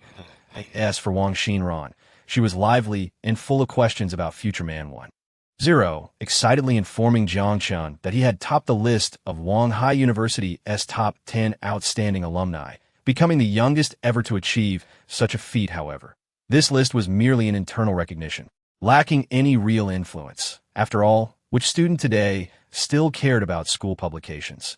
In response to her inquiries, Jiang Chen refrained from revealing anything particularly significant, mostly echoing what had been mentioned during the press conference. Although he was addressing Wang Xinran, he was discreetly observing Wang Dihai's reactions. What was the stance of this political heavyweight towards future Man 1.0? Supportive or reserved? After dinner, Wang Dihai summoned Jiang Chen to his study. "Make yourself comfortable. There's no need to be nervous. I merely wish to have a casual chat," he said, perceiving Jiang Chen's slight apprehension and smiling kindly as he gestured for him to sit. Wang Shu, "Then I shan't be polite," Jiang Chen replied with a smile as he settled onto a nearby sofa. This moment, he dared not play the role of a streetwise doctor. The clever minds of the nation were all present in this political arena. Especially someone of Wang Dihai's stature, trying to deceive him would be excessively ambitious. And no matter how skilled an actor, one would inevitably reveal their flaws. That was best to be cautious with his words and refrain from saying too much. However, Jiang Chen was overly concerned. Wang Dihai did not pry into how he had cured his rabies. Instead, he cheerfully reminisced about the past. "This rabies of mine likely traces back to the 60s. I recall a sizable scar on my leg that I thought that after all these years, it wouldn't resurface, yet here I am, caught off guard, huh? Wang Dihai laughed as he gestured to illustrate the size of the scar. Jiang Chen smiled in response, but chose not to engage further. He understood that elders enjoyed sharing tales of their past. During these moments, they needed not comfort or praise, but simply a silent listener.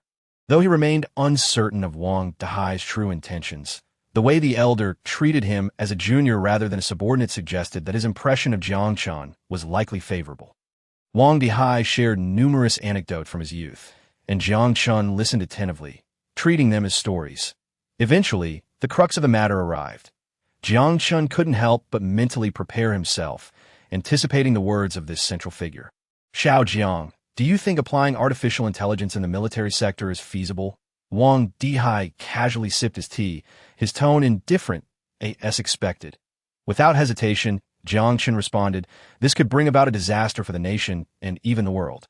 He spoke with conviction. Wang Dihai watched Jiang Chen with interest, awaiting his elaboration. But if we were to deploy AI soldiers in place of living, breathing soldiers on the battlefield, wouldn't that eliminate unnecessary bloodshed? No, the casualties would undoubtedly increase, Jiang Chen replied with a wry smile. Wang Dihai's gaze flickered slightly, prompting him to continue. Let us not even consider domestic issues. Foreign spies would surely have their eyes on him. At this thought, Jiang Chen felt a chill of sweat form on his brow. Since you mentioned bloodshed, may I take the liberty of asking whether this implies that our country is on the verge of war? Certainly not, though there are always some clowns up to mischief. Wang Dihai raised an eyebrow, then chuckled lightly. Then, Wang Shu, do you realize what sort of situation would arise should a cheap, efficient, and powerful weapon be developed? Jiang Chen cautiously inquired, an arms race? That would only occur under equal technological capabilities. Wang Dihai waved his hand dismissively. Then the question arises, Jiang Chen said, a bitter smile on his lips as he spread his hands. I have nothing of that sort to offer. Just as I mentioned during the afternoon's press conference, Future Man 1.0 is merely a program capable of logical responses and operating a phone on behalf of the user. Provided permission is granted, it's akin to how Windows 7 is well regarded, but one cannot expect it to operate both a PC and a robot, can one? Can improvements be made? For instance, enabling it to be compatible with fire control systems? Wang Dihai seemed reluctant to give up, pressing further I understand nothing about military equipment. To grasp it, I would have to start from scratch. Moreover, in terms of practical significance, does our nation need scientists more? Or a potential Bill Gates who could lead us into the next decade? Jiang Chen fixed his serious gaze upon Wang Dihai. Wang Dihai wouldn't press too hard. After all, the nominal development team was overseas. As he spoke, Jiang Chen couldn't help but feel a pang of anxiety. He had already begun to consider that if the relevant authorities sought to take action against him, he would simply flee overseas. After all, there were still 400 million Mutao coins resting in the bank. Wherever he went, he could start anew and live freely. Wang Dihai was also scrutinizing Jiang Chen. Yet soon, the elder relaxed his gaze, chuckling as he raised his teacup for another sip. Your thoughts align with mine. There is no need for such tension. Upon hearing this, Jiang Chen couldn't help but exhale in relief. To be honest, if the day truly came when he had to depart, he would indeed feel a lingering attachment for artificial intelligence. I shall not conceal it from you that in truth, we have been diligently engaged in this field, as have other nations. Although it is not our primary project, a considerable amount of funding has been allocated, yet we have consistently failed to achieve significant results. As he spoke, Wang Dihai cast a meaningful glance at Jiang Chen, adding that some even suggested he should voluntarily cooperate and relinquish the technology. You comprehend what I am implying? After a moment of contemplation, Jiang Chen chuckled and replied, Uncle Wang's vision must surely extend farther than theirs. Wang Dihai chuckled heartily, then regarded Jiang Chen with a knowing look. You're quite the sly one, I told them. You are all just stubborn old fools. If we proceed in such a manner, who would dare to bring their technology here? You are driving talent away. Though he didn't utter certain words, Jiang Chen understood. Their technical teams are overseas, even if you manage to control someone on the surface. What if all those abroad are pushed towards unfriendly forces and even provide them with more advanced technology? If it is not proprietary, what uses it to obtain this technology, competing on the basis of technological adaptation speed? Thank you, Uncle Wang. This moment, Jiang Chen found himself at a loss for words. His expression peculiar, he was perplexed by the true meaning behind Wang Dihai's statement. Was it a gesture of goodwill towards him? A representation of someone else? Or merely a matter of returning a favor? Do not thank me. I'm not the only one advocating for you. That old fellow from the Zhou family is even more anxious than I am. Wang Dihai smiled meaningfully, took a small sip of tea, and then looked at Jiang Chen, saying, their family is responsible for advancing military-industrial intelligence projects, with an annual budget of 500 million. In an instant, Jiang Chen grasped the situation. Just as he had suspected, even at higher echelons, there was not complete unity, no, or rather, they might be united when facing common interests, but once it came to the portions of the pie already allocated to each, matters became intricate. Otherwise, why would those relevant departments wait for him to hold a press conference before taking action? It was likely that the moment the Future Man 1.0 made its debut, the troubles would commence. Once exposed to the worldwide spotlight, the cost of operating in the shadows would become prohibitively high. This pertains to a matter of posture. Talent is already somewhat elusive, and if this continues, it would only drive talent away. Moreover, the current focus is not on strength, but rather on stability. That I will ask just one more question. What is the potential value of Future Man 1.0 in the military sector? Speak honestly. Wang Dihai fixed his gaze upon Jiang Chen's eyes, that somewhat aged gaze. There was more gravity than the initial amiability. 0. Wang Dihai nodded, a smile breaking across his face. Then, I wish you great success in contributing to the economic development of Wanghai City. I look forward to Future Man technology achieving even more remarkable accomplishments in enhancing the well-being of the populace. Jiang Chen was momentarily taken aback, then smiled sincerely in response. Absolutely. Was this a subtle hint not to extend 1's reach beyond the civilian sector? It seemed that Wang Dihai, the seasoned player, was not persuading him but rather testing him.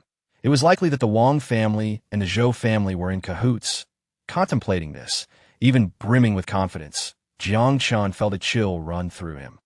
He had once fancied the day he could lead Future Man technology into the military sector, but now it appeared he was merely indulging in wishful thinking. Would Wang Dihai assist him? He had certainly rendered some help. The Zhou family had approached him directly at first, which likely involved his intervention. But would he extend this favor to Jiang Chen for the shared interests of the Wang and Zhou families? Unlikely, for this matter transcended individual concerns. If Jiang Chen had shown even a hint of interest in pursuing military applications or suggested that Future Man 1.0 held potential in that domain, Wang Dihai might not act, but the Zhou family would undoubtedly not let him off lightly. Would they resort to coercing him to surrender technology under some fabricated charges to tarnish his reputation? Or would they dismiss the technology entirely and eliminate him? As for whether the nation would benefit, if they truly care that much, they would likely not be so greedy. Indeed, the astute individuals in Shuan country are all present in this court. Historically, those who have labored tirelessly have perished on the battlefield, while those well-versed in knowledge have faded into obscurity, selling 1's wisdom to the imperial family. 1's integrity is soon buried. It is wise for the foolish to keep their distance from the clever. Jiang Chen revealed nothing on his face, but after departing from the Wang family, he took a slow, deep breath that he suddenly realized that these past few days had been more exhausting than those spent in a post-apocalyptic world. Truly, what a ridiculous situation to find oneself in, exhausting himself to such an extent. Was that not somewhat counterproductive? Jiang Chen chuckled self-deprecatingly and shook his head, then made his way toward his Maybach. Regardless of whether he was overthinking things, he couldn't shake the feeling that Wang Dihai was likely unreliable. Human favors are akin to currency. With each favor spent, one has less, and they are even more troublesome than money because goods come with clear price tags, allowing one to know precisely how much remains after purchases. However, does this favor count as settled? If so, perhaps it is time to contemplate securing an exit strategy. Chapter 79. The game goes live. The development of artificial intelligence is a significant trend in the progress of modern society. And the domestic high-tech industry, which is flourishing, is receiving high attention from the authorities that, on the other hand, legislative bodies are hastening to perfect relevant laws and regulations concerning the civilian artificial intelligence technologies that have emerged in the market. To safeguard the interests of the people and enterprises, report from Rinrin Daily. The state media did not extensively cover the content of Futureman 1.0 itself, merely discussing the current progress of domestic artificial intelligence research from a broader perspective. Rinrin Daily primarily addressed legislative supervision and related issues, while CTV highly praised the outstanding performance of Futureman 1.0.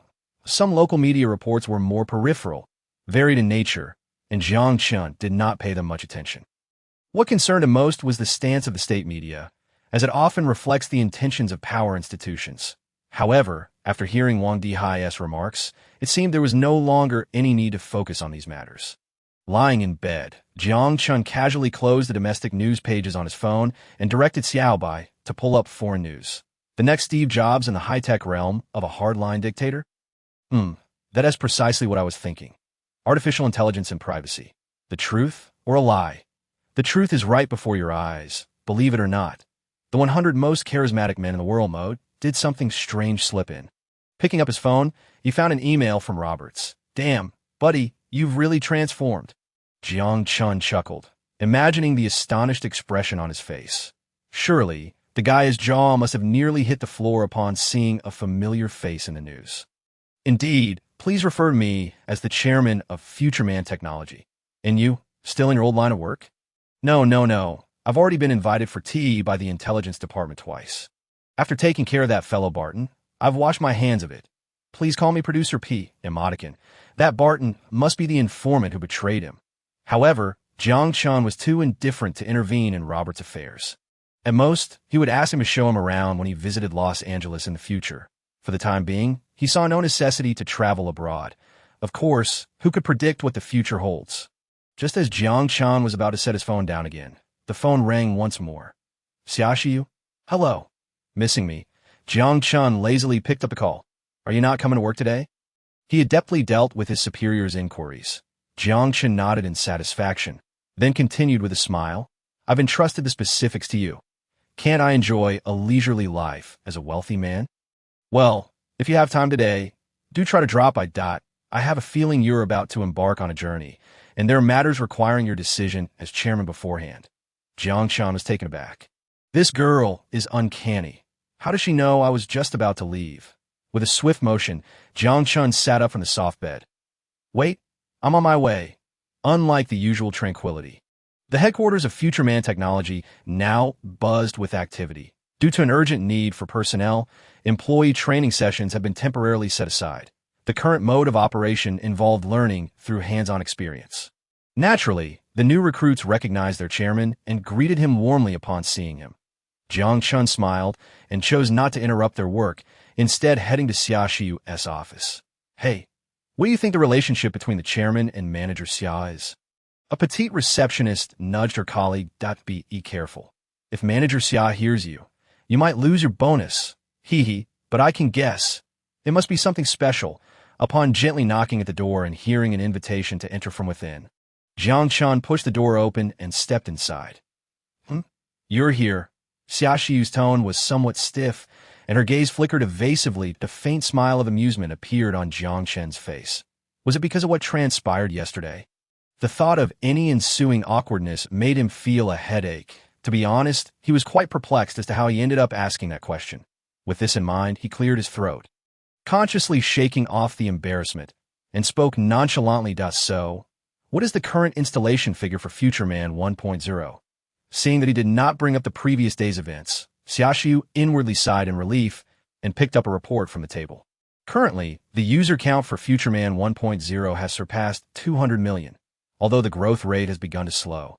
Adjusting her glasses, she conducted a professional briefing for Jiang Chen. It seems that Yao Yao's capabilities are quite impressive. Jiang Chen thought with a grin, and he continued to look at Xia Xiu. What about the promotional efforts? Wait, did I ever mention developing virtual reality? Jiang Chen exclaimed, taken aback. Could it be that I am a reincarnator? It was evident that users held a high regard for the technology our company has to offer. Chairman, is something wrong? Xia Xiu inquired with a hint of concern, observing Jiang Chen's dazed expression. Cough. Nothing much, just feeling like I need to tone down the show-off routine a bit. Jiang Chen chuckled awkwardly. I've been a bit oversensitive lately, having long been accustomed to Jiang Chen's occasional crude language. Xia Xiu chose to overlook it and continued. So, should we proceed with launching the game for market operations now? After pondering for a moment, Jiang Chen replied, It's about time that we'll open registrations and pre-downloads tonight and set the server launch for this month. You could decide on the specific marketing strategies. Given that the game's bug monitoring system also employs intelligent technology, as long as the staff follows the system's prompts to investigate and address any anomalies, the game should operate smoothly. Agreed. Let us proceed with the launch of New Era, Jiang Chen declared confidently.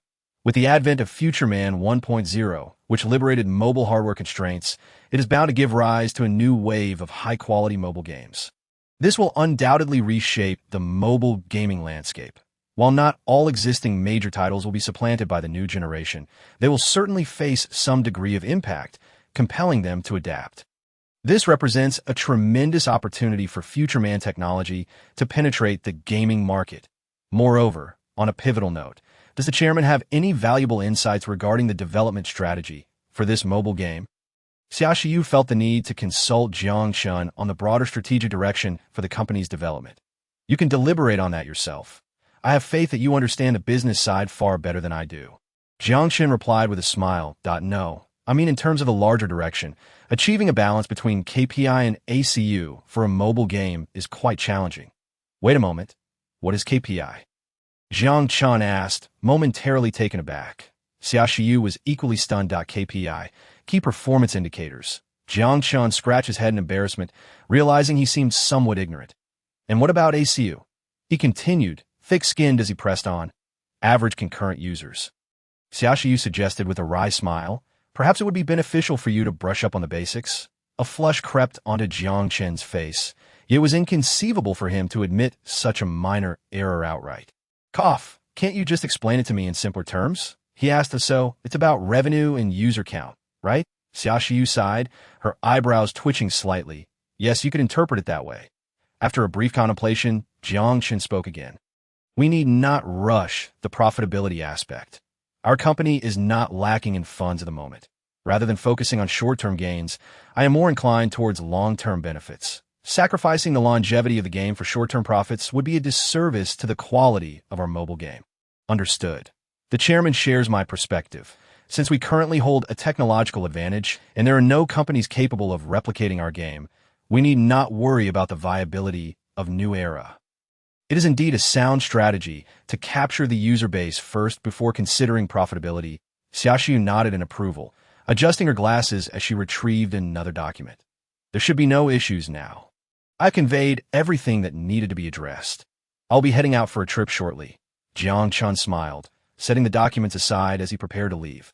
Where are you off to this time? Xia Xiu sighed, rubbing her temples. Perhaps one day I might reveal that to you. Jiang Chen chuckled heartily, leaving a perplexed Xia Xiu behind as he made his way to the door. However, how long would it be? It seemed he would have to wait until his influence here grew strong enough to rival that of a national power. Chapter 8. Zombie mutation. As if in an instant, the pristine clouds outside were replaced by a haze of murky, radioactive dust. The once smooth walls now adorned with spiderweb-like cracks, and the wooden doors and windows began to wither. It felt as though the atmosphere had abruptly shifted. The soft sensations behind him remained, yet they belonged to a different realm entirely. This was his room in the Villa of the Apocalypse. Sitting up from the bed, Jiang Chen glanced at the tidy and clean bedding beneath him, a smile involuntarily tugging at the corners of his mouth. Not a speck of dust was in sight. While he was unsure whether it was Yao Yao or Sun Jiao responsible for this, it was evident that someone had been consistently maintaining the place. Picking up the PK-2000 that leaned against the corner, Jiang Chen, feeling nostalgic, held it in his hands and examined it in the room. This gun was the only object that bore a hint of dust. He wiped it down with a cloth and tossed it into his storage space. Pushing open the door, he heard a faint creaking sound from the corner, and he stealthily made his way towards Sun Jiao's room, intending to surprise her with a long-awaited kiss.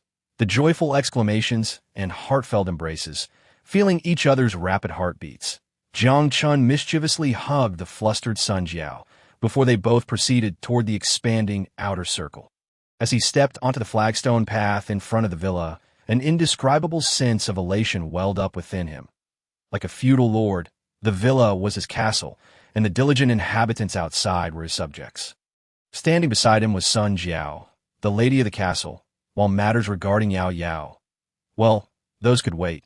Previously, he could only sense a stifling atmosphere here, but now he felt at ease. There were no conspiracies, nor the need to gauge people's hearts, for every individual's heartbeat was displayed on his EP. If not for the complicated nature of the implantation process and the lack of relevant equipment, he would have seriously considered bringing a set of enslavement chips into this world. Yet upon opening the grand door of the villa, he found himself momentarily stunned at why has the expansion project come to a halt? Jiang Chen queried, glancing at Sun Jiao with a wry smile that a heap of construction materials lay piled in the open space, and the base's expansion work had completely stagnated. The zombies outside have been acting rather strangely lately. Sun Jiao replied, her expression serious as she led Jiang Chen up to the concrete tower beside the wall.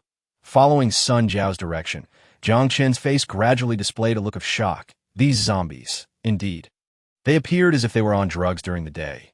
Sun Jiao picked up a stone and hurled it outside with force. The stone struck the roof of a nearby car with a resounding thud, and the nearby zombies instantly reacted as though they had been on stimulants, howling as they lunged toward the vehicle. The car door contorted under the pressure of the horde, filthy hands clawing frantically at the windows. Flipping the hood, after a while, the zombies finally realized that there were no living beings present, and they began to disperse. This is broad daylight. Can we even venture outside? Jiang Chen lamented, gazing at the deranged creatures. At that moment, the zombies bore a striking resemblance to those from the film Resident Evil. Their sharp, bloodthirsty gazes seemed to convey a message. Any living creature daring to appear before them would be swiftly torn to shreds. Or perhaps, even worse, the levels of unidentified bacteria in the air were rising. Perhaps this mysterious bacteria was the catalyst for the zombies' newfound ferocity. Was there a barrier against ultraviolet rays?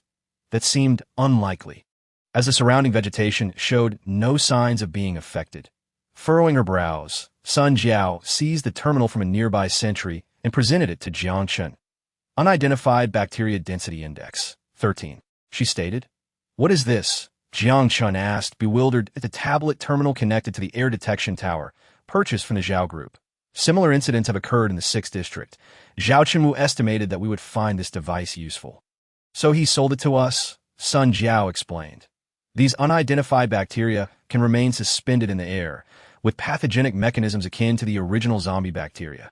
However, individuals who have received immune boosters or gene agents can eliminate them through their immune systems. If the bacterial density exceeds the threshold, the only option is to wear protective suits, which is why I acquired 150 suits as a precaution. Following Sun Jiao's pointed finger, Jiang Chen finally noticed a 1-meter-tall tuning fork-shaped detector mounted on a nearby residential rooftop outside the base. The pale green fluorescent film between the two prongs slowly rotates with the base. Well done. However, I have a question.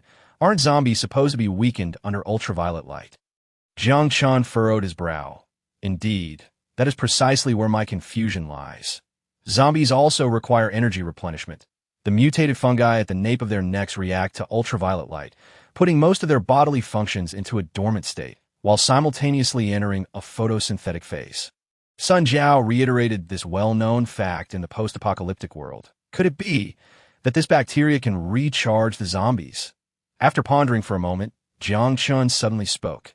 Sun Jiao was momentarily taken aback. Recharge? In what manner?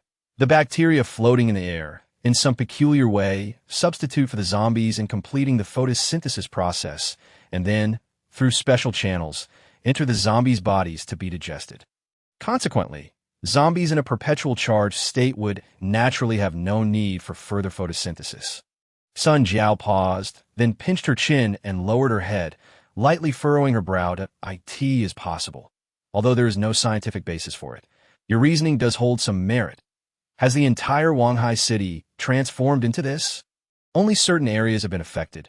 According to reports from District 6, these bacteria seem to be spreading from certain source. Fortunately, these bacteria do not self-replicate. They must originate from a specific mother organism. By analyzing the microdensity distribution of the species, we have roughly determined that there is a high-density area of this bacteria nearby. The source may lie there. Sun Jiao took out a pin-shaped holographic computer from her waist, opened a three-dimensional image, and marked a triangular area on the map. What is the nearest survivor base? Have they reacted at all? Jiang Chen asked, his expression grave. She hesitated for a moment, then a bitter smile appeared on her face. We're the nearest survivor base. Here, there are mostly community-level survivor groups, and we should be considered the largest. Currently, there has been no movement. Allowing these entities to continue growing is perilous. We must consider taking proactive measures to eliminate the source of these pathogens. However, it appears that venturing outside is not feasible at present. Jiang Chen glanced at the hordes of zombies in the streets, unable to suppress a bitter smile. Indeed, it seems these pathogens are consciously drawing the zombies toward human habitation. The zombies on the streets have attempted to breach our gates 6 times in the past 15 days, and our trading with other survivor groups has been forced to halt. Fortunately, there are no zombies in the sewers, allowing us to maintain contact with District 6. A trace of worry crossed Sun Jiao's face, clearly indicating that she too felt helpless against these zombies. I imagine Zhao Qinwu must be rather troubled as well. The entrance to the sewer is still several hundred meters away from District 6. Jiang Chen couldn't help but feel relieved that he had wisely ordered the construction of a corridor with cement, directly linking the outer sewer entrance to the base. By the way, let's not dwell on that. Tell me how the base has been developing recently. Jiang Chen was particularly concerned about this. Has the price increased? Jiang Chen frowned. How is the progress of soldier training? 41 individuals have received passing evaluations in the virtual reality training device. All have been injected with D-grade genetic serum, qualifying them as potential combatants. Sun Jiao reported while manipulating the tablet to display the data. The source of the bacteria must be eradicated. Jiang Chen gazed into the distance with a somber expression that I have a foreboding feeling that these entities lurking in the air will only multiply. At that point, it may become increasingly challenging to approach their source. Then I will prepare. Today we shall formulate a battle plan, and tomorrow I will lead the team out. Sun Jiao nodded. I will accompany you. Jiang Chen said solemnly. No, Sun Jiao firmly refused. Trust me on this. With your marksmanship, I am quite capable in combat now. Moreover, I can utilize my special abilities to withdraw from the battlefield. Most importantly, I am equally uneasy about allowing you to lead the team alone. After a moment of silence, Jiang Chen gazed into Sun Jiao's eyes and spoke earnestly. There's another, more significant reason he did not voice. He planned to take this opportunity to negotiate with the survivor groups along the way. If Sun Jiao were to represent them, he sensed the negotiations would likely devolve into conflict. Besides, remaining in a safe place would prevent any enhancement of combat capabilities. Upon hearing the phrase "not at ease," Sun Jiao's cheeks flushed slightly. But she quickly regained her composure. After a brief internal struggle, she ultimately sighed in resignation. Very well, I agree to your request. Jiang Chen smiled, casting a grateful glance at Sun Jiao for her compliance. Additionally, the food supplies in the base are running low. Please procure some more. Sun Jiao coughed awkwardly, shifting the topic. Food? A trivial matter. Jiang Chen grinned widely and vanished from the spot in an instant. Sun Jiao stared blankly at the place where Jiang Chen had just been, then displayed a wry smile. Indeed, if one possessed such a convenient ability, escaping even the gravest dangers would be a breeze. With this thought, Sun Jiao felt a sense of relief wash over her. It was a feeling she had not experienced before. Well, perhaps the time in the sewer was the first instance, that sensation of valuing another's life over one's own. Chapter 81. Yao Yao's intentions upon returning to the present. Jiang Chen skillfully dialed the phone number of the food wholesaler he had collaborated with previously and then drove away from the villa, heading toward the warehouse in the suburbs. Upon arrival, Jiang Chen discovered that the proprietor of the grain products was already waiting there.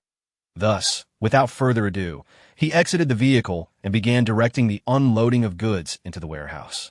This time, Jiang Chen's order was nearly double that of the last: 31 tons of rice, 10 tons of flour, 700 boxes of canned meat, and 500 boxes of canned fruit, along with a batch of essentials like salt, oil, vinegar, scallions, ginger, and garlic. Additionally, Jiang Chen generously procured several tons of easily storable vegetables, such as cabbage, carrots, and potatoes that, in accordance with the previously established agreement, no labels were printed. After paying the full amount of 340,000 yuan with great generosity, Jiang Chen promptly sent off the grain and oil store owner, who had been trying to ingratiate himself with him. This time, he exercised more caution. Instead of immediately commencing the transport, he discreetly deployed the drone modified by Yao Yao to scan the surrounding heat signatures. After a thorough assessment, he realized he had been overly anxious, allowing him to breathe a sigh of relief before entering the warehouse and closing the door. Lately, he felt increasingly paranoid. Due to limited storage space, it took Jiang Chen over a dozen trips to transfer everything that in total. He expended over 400 units of yajing, a sum that might be considered a fortune for an ordinary survivor, but was merely a drop in the bucket for him. The trade with the Zhao group had consistently yielded a surplus. His only concern was how to spend the yajing piled high in the villa's basement. Sun Jiao efficiently directed the personnel into the villa, transporting bag after bag of grain into the granary. Fortunately, 2 granaries had been established in the open space outside the villa. Otherwise, storing this mountain of grain would have posed quite a challenge. The previously idle survivors began bustling about again upon Jiang Chen's arrival, and they were no longer surprised by the mountain of grain. Those freezers, which had been lying dormant, sprang to life as well, causing the base's energy consumption to soar. Thankfully, Sun Jiao had anticipated this situation. Solar panels were not only installed atop the buildings within the base, but had also extended to the structures outside the walls. When there was insufficient space within the base, they simply utilized the exterior. After all, the zombies and aberrations showed no interest in the shabby panels atop the roofs as for the survivors outside. It was unlikely that any misguided individuals would seek to cause damage. After all, the machine guns mounted on the high towers served as a deterrent. However, to see results, it would likely take a month or so. Watching Sun Jiao busily at work, Jiang Chen headed to the office of the technology department at the community center, where he found Yongkong diligently engaged in his tasks. He handed him the proposal for the Future Man 1.0 and instructed him to upgrade the program according to its contents. This proposal had been handed to him by Xia Xiu just before he left the company that morning. The company did not have its own technology department, although they had hired specialists for server maintenance. Any program upgrades had to be executed through Jiang Chen as an intermediary as before. He reminded him to implement strict confidentiality measures, patted his shoulder, and left under Du Yongkong's astonished gaze. Next, Jiang Chen returned to the villa. It had been a while since he last saw Yao Yao, and he missed her. Ahem, do not misunderstand. Jiang Chen was not a lowly enthusiast. Truly, he was not. Perhaps Yao Yao adored reading. Even the most tedious computer science textbooks could hold her attention for a long time. Although ebooks were also an option, the tactile sensation of paper was undeniably more reassuring. Sighing, Yao Yao closed her book, stretched her delicate little arms, and then yawned widely. If only Brother Jiang Chen could pay a bit more attention to me. With a vacant gaze and a pout, Yao Yao propped her chin in her hands, lost in thought. Had it been in the past, she might have flushed with embarrassment at such fanciful thoughts. Yet now, she has somewhat come to terms with her true feelings. Indeed, she has fallen for someone who is gentle, kind, tall, and instills a sense of security. Ahem, it would be unwise to dwell further on this. Yao Yao flusteredly patted her cheeks and buried her steaming little head into her book. Oh dear, I just want to disappear. Reading so closely is not good for the eyes. Observing Yao Yao's peculiar actions, Jiang Chen kindly chuckled. Suddenly, the book was sent flying. Yao Yao sprang up like a startled rabbit and fell to the ground along with her chair. Watching her clumsiness, Jiang Chen couldn't help but chuckle, shaking his head as he moved to help her up. However, at that moment, he recalled what Sun Jiao had once told him. Yao Yao cares deeply for you. Grasping her head in pain, Yao Yao pouted in grievance. Yes, I'm sorry. I didn't notice you were here, brother. You really need to take care of yourself. What if you get hurt? As he helped Yao Yao to her feet, Jiang Chen gently ruffled her soft hair, admonishing her. Pouting, Yao Yao suddenly lowered her head, her small hands tightly clutching his clothing, and a layer of mist began to form in her big, adorable eyes. "Does my brother dislike me now?" Jiang Chen, taken aback by her words, responded, "Impossible." "Then why have you been avoiding me?" Yao Yao murmured, burying her little head. Avoiding? Jiang Chen was momentarily stunned. It seemed that since their last brief encounter, he hadn't sought her out recently. Looking at the timid girl before him with a complex expression, a hint of shame crept onto Jiang Chen's face. Perhaps there was a grain of truth to that. He valued Yao Yao not only because she was the second companion he had encountered in this world, nor merely for having saved him and Sun Jiao, or for her previous assistance. It was something more profound. Yao Yao's presence seemed to fill a void in his heart, releasing emotions he had never expressed before, akin to a protective instinct. However, upon hearing from Sun Jiao that Yao Yao harbored feelings for him, feelings that were evidently romantic, he found himself inexplicably hesitant. Yet Yao Yao, though her actual age was 36, 20 of those years had been spent in a stasis pod. Her bodily functions had nearly ceased, and due to the side effects of the suppressants, her body had hardly developed in the 2 years after leaving the pod. Physically, she appeared quite unremarkable. One could hardly consider her a viable option.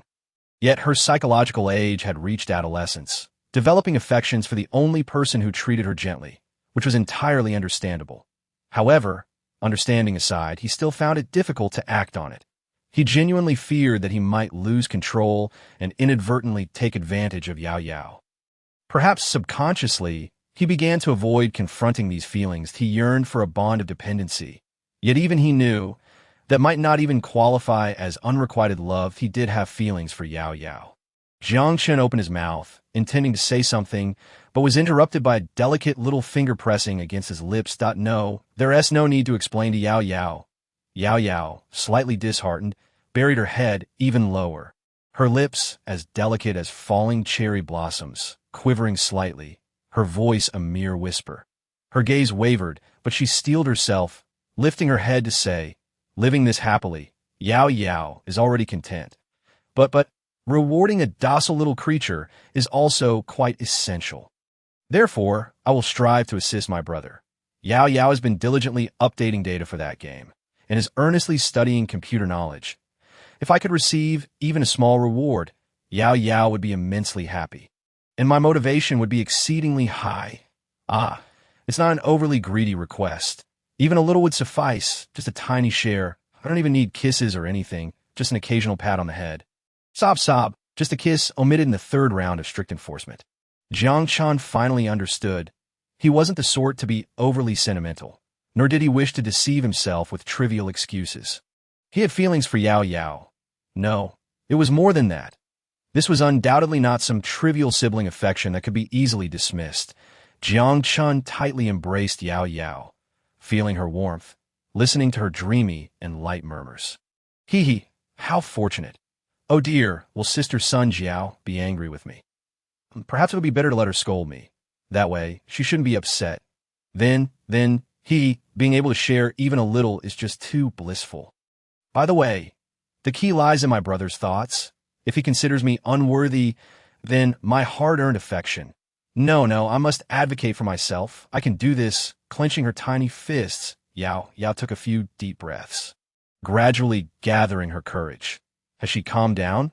Just as Jiang Chen was smiling, thinking that the sound had suddenly stopped, Yao Yao's long eyelashes fluttered as her tightly shut eyes surrendered all sense of shame, and she exclaimed loudly, "PFF!" Jiang Chen coughed up blood, collapsing dramatically. Outside the door, Sun Jiao cursed under her breath. Through the crack, she had nearly witnessed the entire unfolding of events, though she could empathize with Yao Yao's feelings, and indeed intended to drag her into the fray. It was still rather bothersome. Annoyed, Sun Jiao felt like stomping her feet but bit her lip, her heart softening. However, it would be best not to disturb the two of them right now.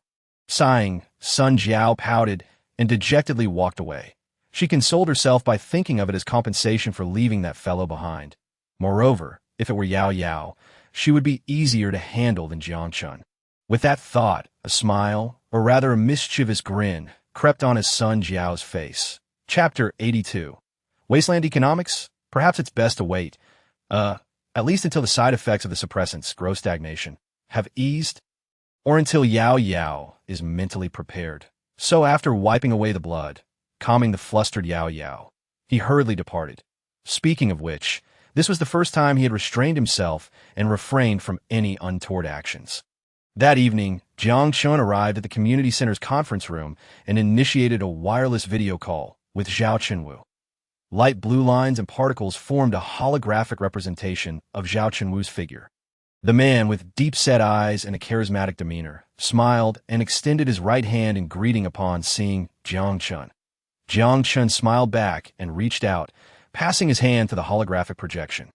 What could be more effective than discussing matters face-to-face? Jiang Chen had never imagined that such extraordinary technology existed in this world. He had only seen it in certain sci-fi films. Additionally, this setup consumed 1 point of energy every minute. Although he wasn't lacking in funds, he preferred to skip the formalities and get straight to the point. Jiang Chen gestured invitingly, smiling as he said, "I hope to increase our trade volume, particularly in fruit cans.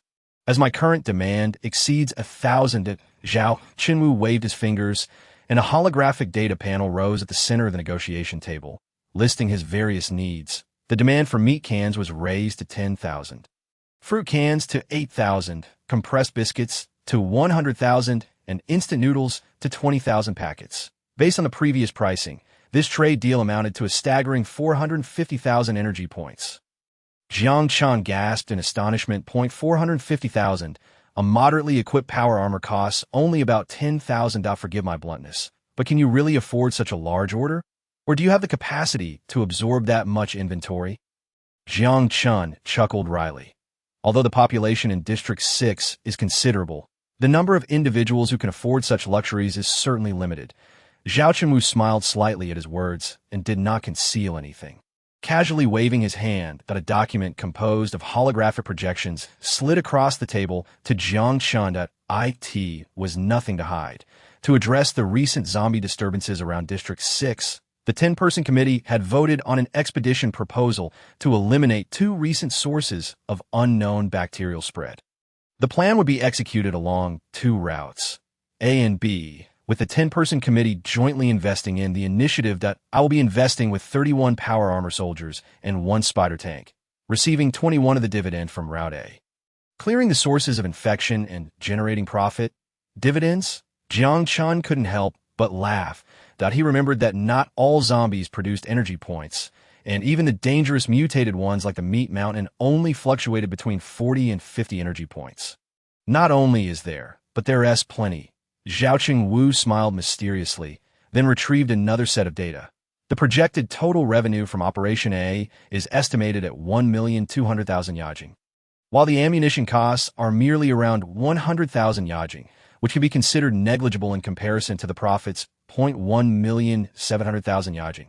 This figure startled Jiang Chen, but as he perused the document Zhao Chenwu had tossed over, a look of realization dawned upon his face that a large-scale assault by survivors would typically pose no threat to ordinary aberrations. The yajing they possess would undoubtedly be seized.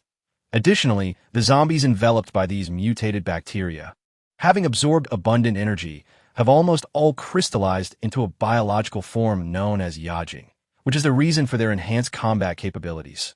However, under the barrage of conventional weaponry, these zombies, no matter how frenzied, remain fundamentally zombies. Not to mention the crisis, the 6th District could practically reap enormous profits from this operation. Even if each zombie yields just 1 point of yajing, exterminating 100,000 would net 100,000 yajing. Furthermore, the closer one is to the source of the bacteria, the higher the yajing energy content crystallized within the zombies. According to the document, the yajing energy limit of a single zombie could even reach 20. When considering the aberrations encountered along the way, even formidable foes like the Flesh Mountains would pose no challenge in front of a tank. Unless one is in the city center, the 6th District as firepower would hardly face any danger. Moreover, this is not the crux of the matter. The 6th District's large-scale expedition would inevitably attract a multitude of scavenging survivor groups or armed individuals. Naturally, they would not dare engage in outright theft of monsters. However, under the protection of their leaders, it would be tacitly permitted to pick up some yajing while taking advantage of the situation.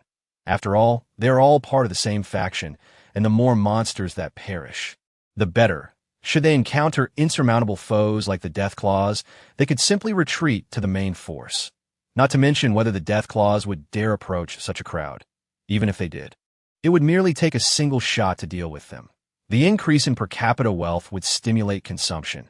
This principle is understood even by Jiang Chen, who has no formal education in economics. Furthermore, the supplies consumed during this expedition will be converted into yajing and publicly solicited from the populace of the 6th district. The estimated return on investment is projected to reach 15%.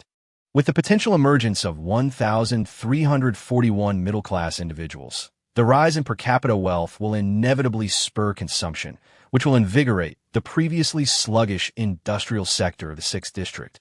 And the increase in industrial output will lead to a relative appreciation of yajing as an energy source in the area. This will encourage capable survivors nearby to approach or even settle down with us. This blueprint is indeed quite appealing, though discussing economics amidst the wasteland carries a certain absurdity. Jiang Chen was momentarily taken aback before suddenly asking, "If you're so formidable, why haven't you attacked the city center before?" Ahem, that would be a thankless endeavor, and the situation in the city center is rather unique. However, this expedition targeting the periphery of the city center is undoubtedly a surefire profit. Staring blankly at Zhao Qingwu, who was speaking with fervor, Jiang Chen's face bore a wry smile. Is this the advantage of directly using energy as currency? The industrial facilities prior to the war primarily operated on thermonuclear reactors powered by helium-3. However, not to mention that the helium-3 extraction base on the moon has long been reduced to space debris. There isn't a single intact nuclear power plant left on the ground. These facilities were prioritized during wartime. Thus, lightweight, efficient, and renewable yajing became the mainstream energy source and hard currency in the wasteland. As long as industrial operations persist, there is no need to worry about inflation. The increase in goods and the passive appreciation of currency directly boost the hunting enthusiasm of survivors. Harvesting yajing in exchange for goods, factories ramping up production, yajing appreciating passively, stimulating both consumption and the hunting of dangerous areas. What a virtuous cycle! Even when this batch of zombies nurturing yajing is nearly exterminated, the survivors with upgraded equipment can still acquire yajing by hunting aberrations that's akin to a spark igniting the previously lifeless kindling. One could say that after this expedition, the 6th district will undergo a profound transformation. Jiang Chen felt a twinge of jealousy, while also harboring a sense of caution. Although there is still some distance from here to the 6th district, it is hard to predict the extent of its influence. After all, it is an open neutral zone, and even the survivor groups near Jiang Chen occasionally send people there to trade. The upgrade of nearby survivors' equipment is not favorable for the newly emerging fishbone base. The bandits, originally armed with assault rifles, could suddenly afford rocket launchers or even exquisite Gauss rifles, which would undoubtedly place immense pressure on the base's defenses. Currently, the defensive force within the base consists of merely a few light machine guns, some individual anti-tank weapons, and grenades. Starting from scratch to build powered armor may not be a challenge. But when it comes to tanks, even if the technology is available, the conditions are lacking. Jiang Chen's gaze flickered slightly as he pondered the need to find a way to upgrade the base's armaments. If the 6th district cannot procure them, perhaps he should try his luck in Luding Town. However, Zhao Qingwu interpreted the expression on Jiang Chen's face as a keen interest in the benefits brought about by the expedition. A smile involuntarily crept onto Zhao Qingwu's lips, as he believed Jiang Chen was already intrigued. "What do you think, Boss Jiang? I trust you understand that if we seize this golden opportunity to open the food market, no one will show any interest in those horrid nutrient compounds." Chapter 83. Mutual assistance. To be honest, Jiang Chen was indeed tempted. However, if yajing appreciates, another question arises. You mean if yajing appreciates, I would need to cooperate in lowering food prices to open the market? Jiang Chen replied with a half-smile, half-frown that he feared that after all this explanation, Zhao Qingwu was still angling for a discussion on price reduction. Ahem, precisely so. But please trust me, after expanding the sales volume, the food trade will yield greater profits for your side. What previously attracted only 1,000 buyers will, within a month, swell to 10,000. Once the basic conditions for survival are met, it is only natural for people to pursue a higher quality of life. Furthermore, if the sales channels are opened, wouldn't you also be able to expand production? Zhao Qingwu fixed his gaze intently on Jiang Chen's eyes. Fine. Jiang Chen felt a bit awkward. Theoretically, expanding production would naturally lead to a decrease in costs. But his situation was somewhat unique. The food supplies at the fishbone base were all transported from the modern world, and if we discuss costs, a single can might not even be worth zero. 1. Yajing.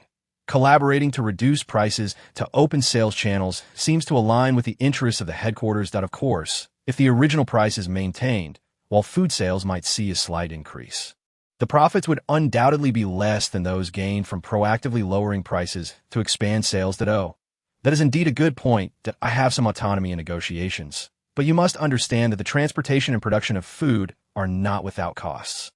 If the profits here are too low, my establishment of this base as a transit station would be rendered meaningless. However, it is still necessary to put on a show, if I agree too readily. He will find reasons to negotiate for price reductions frequently. Zhao Qingwu fell into contemplation. Prying into another's costs is quite impolite. However, not knowing the production costs of fishbone as food products, he found it challenging to estimate a reasonable price.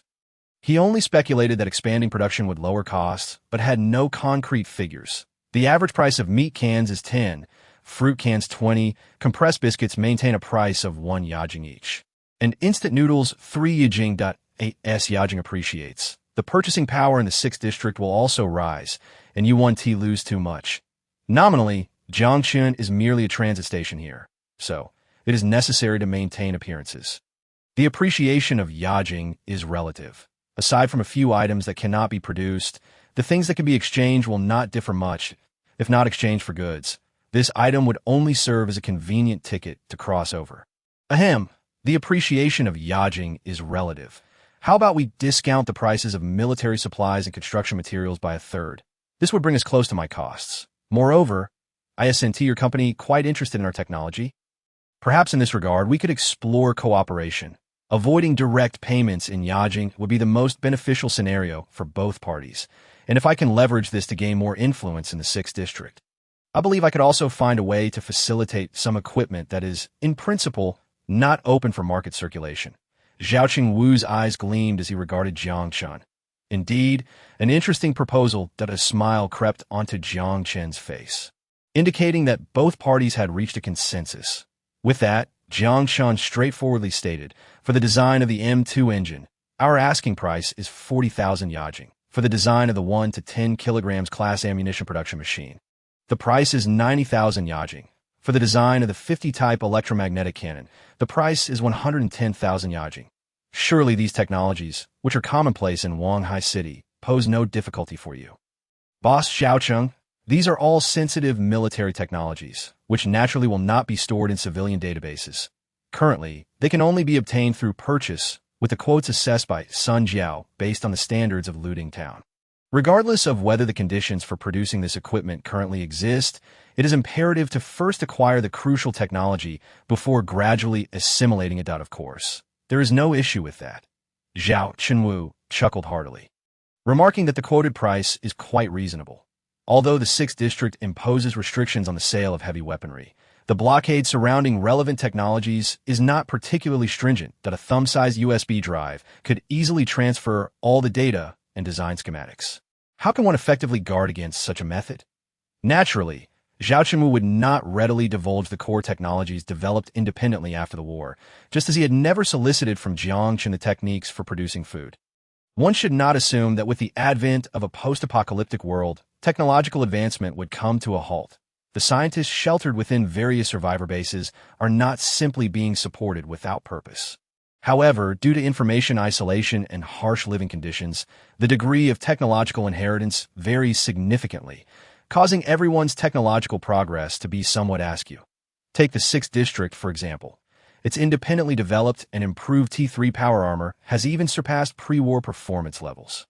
Yet their research on large aerial vehicles remains virtually non-existent. Conversely, Luding Town presents a stark contrast, with other survivor bases exhibiting similar circumstances. As for the trade volume, since you can handle it, Why not allow me to sell you a bit more? Let us adjust the trade volume to 700,000 yajing. Settling at this new price will count as a one-time trade for October and November. I believe having more goods on hand will facilitate your market expansion. Won't it? Jiang Chen smiled, a six-fold increase in the usual trade volume. In that instant, Zhao Chenwu's breath quickened, but true to his stature, he swiftly regained his composure.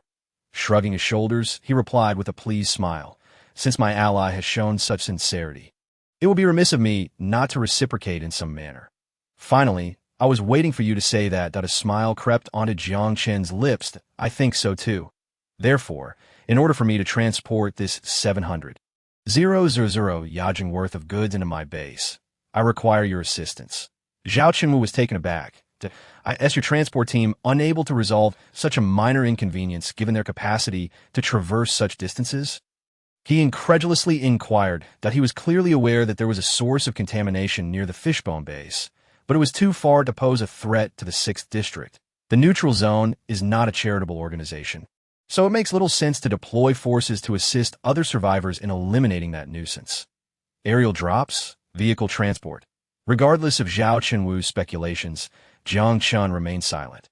Throwing his hands up, Jiang Chen continued to perform with the flair he had honed, stating, "I trust you are aware of the substantial yajing I have invested in this transit station, considering I procured all these items from you. If you cannot manage even this minor risk, would you allow me to remain here if you were my employer? Or rather, wouldn't it be more efficient to simply relocate to a more trade-friendly base and commence our collaboration anew? Thus, for the sake of our continued partnership, you must first assist me in overcoming this immediate challenge." He then lowered his voice, casting a wry smile at the increasingly serious Zhao Chenwu. "I cannot guarantee that the next representative arriving here will still choose Zhao's group as a partner, or that they might not simply relocate and engage in trade with that Lu Ding town that we uphold efficiency. If I fail here, who is to say whether my successor will continue my strategies? You understand." Jiang Chen left the statement hanging. Reclining in his chair, he had said enough. There seemed to be some merit to his words that if my subordinates were to utilize the resources gained from trade to bolster defenses. Yet upon the arrival of danger, you seek my support? If Jiang Chen would be removed by the Fishbone headquarters, would the new representative maintain the same failed strategies? It was uncertain. With this in mind, Zhao Chenwu began to feel restless. Having tasted the sweetness of food trade, he was reluctant to relinquish it. Moreover, the significant transaction of 700,000 yajing was right at his doorstep, and he was counting on this batch of goods to seize control of the food market in the 6th District, thus gaining greater influence within the 10-person committee. However, what he did not realize was that all these hypothetical conditions relied on the existence of that headquarters.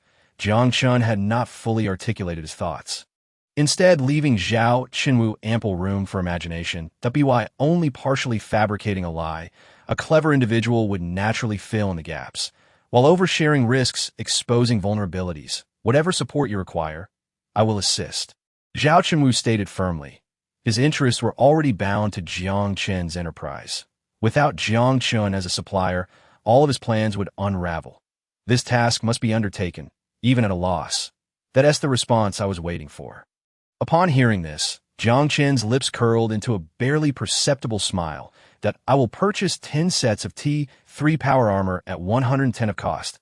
He did not seize the opportunity to extort him, instead offering a reasonably enticing price. "This is impossible," Zhao Chenwu exclaimed, rising in disbelief. This isn't merely a matter of money. Even though he wielded considerable power as one of the 10-person committee, 9 others were scrutinizing his every move. Numerous small capitalists and junior legislators were eyeing his position, leaving no room for carelessness. Even if produced in his own factory, every regulated piece of equipment had to be logged in external sales. Mutual oversight. No one could deceive in this regard, and a violation of these rules would have severe repercussions, essentially providing competitors with a pretext to undermine him. Meanwhile, Zhao Chenwu was also intently observing him. Ultimately, this formidable figure's gaze softened, and he acquiesced. 10 sets of T3 power armor, each at 13,000 yajing. I will have 10 slaves outfitted with chips deliver them, and we will report them as combat casualties. As for those 10 individuals, you can handle the arrangements. Just ensure they do not appear in the 6th district. Zhao Chenwu, appearing fatigued, rubbed his temples, resting his arms on the table, and dismissively waved his hand. Excellent, my friend. Rest assured, you have done me a great service, and your rewards will be substantial. A triumphant smirk briefly crossed Jiang Chen's face, quickly replaced by a sincere expression of gratitude towards Zhao Chenwu. If there is anything else, now is the time to mention it. I know 10 sets of power armor will undoubtedly be insufficient, but this is limited to this instance. Having already breached protocol, I no longer care about the extent of the infraction. Zhao Chenwu resigned himself. As long as it goes unnoticed, is acceptable. Point 1 assault infantry vehicle that, no problem, it will conveniently be destroyed during the mission. 20 of us are Yajing. First, deliver the goods. I need to resolve that issue before I can bring in the food, and then I will pay at the new price that, no problem, I'm not sure on time. By the way, I might need a few high-energy vacuum bombs, the portable kind. Zhao Chenwu's straightforwardness made Jiang Chen start to feel a bit embarrassed, and he awkwardly chuckled. All right, including a one-time launch base. 100 Yajing each. I'll report them as scrap metal. What use are they? Zombies cannot be suffocated, and they possess little fat to burn. This is merely a hypothetical scenario you need not worry about. So, shall we conclude our collaboration on a pleasant note? Jiang Chen stated, having no further demands, with a cheerful demeanor. A pleasant collaboration. You had better not let my investment go to waste. Jiang Chen boldly met Zhao Chenwu's hawk-like gaze. Smiling pleasantly, fear not, my ally. Do you not sense that we are mutually aiding one another? I have made concessions on pricing. You must assist me in return, correct? Mutual aid? Perhaps mutual exploitation is a more fitting term. Chapter 84. The zombie tied the goods arrived the following day. Nearly everyone in the 6th district was preoccupied with preparations for the expedition, thus diminishing the risks associated with small-scale clandestine actions. This delivery consisted of only 4 individuals, presumably Zhao Chenwu's trusted confidants, led personally by his secretary, Su Lei. The soldiers responsible for escorting the shipment formally transferred control of the 10 slaves to Jiang Chen, saluted briskly, and departed in haste. Observing the infantry vehicle adorned with urban camouflage and the faces of those inside, which bore expressions of confusion, Jiang Chen smiled, approached, and patted the shoulder of the nearest individual before beckoning his subordinates to commence unloading the cargo.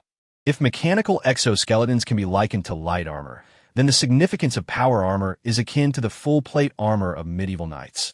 These are typically categorized into ground combat and airborne variants, distinguished mainly by their armor weight and whether they are equipped with descent engines.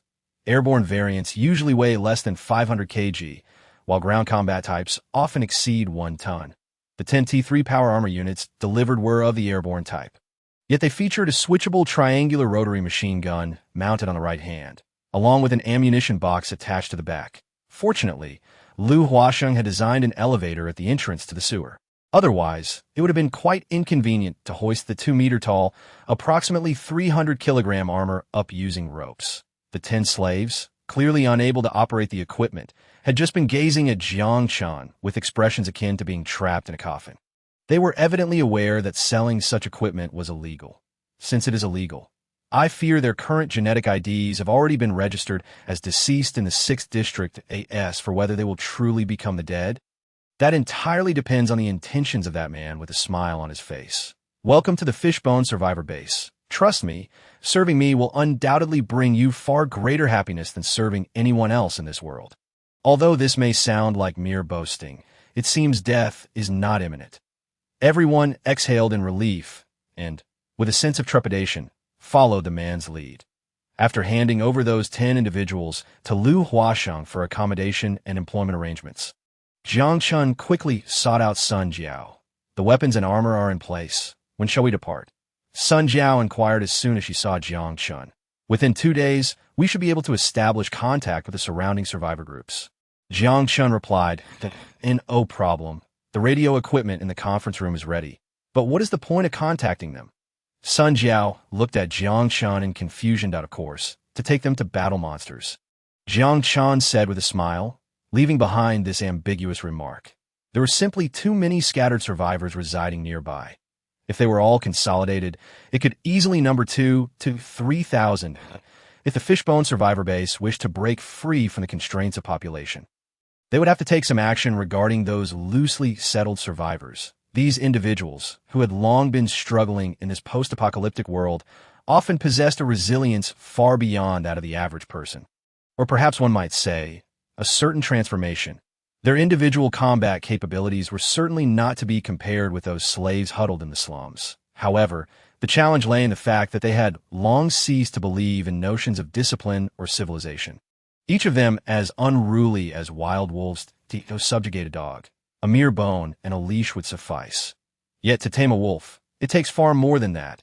They would unceremoniously snatch away the bone, but would never willingly bow their heads to accept the constraints of a collar, unless one possesses overwhelming military force, rendering them too fearful to even consider united resistance. And showcasing firepower is the second objective of this expedition. The IT would be best to draw them into battle, assisting in alleviating the pressure of the undead tide, while promising them a share of the spoils. Thus, their dependence on the Fishbone base would further increase. Now that the zombies' brains were generally crystallized, Jiang Chen did not believe those survivors would remain indifferent.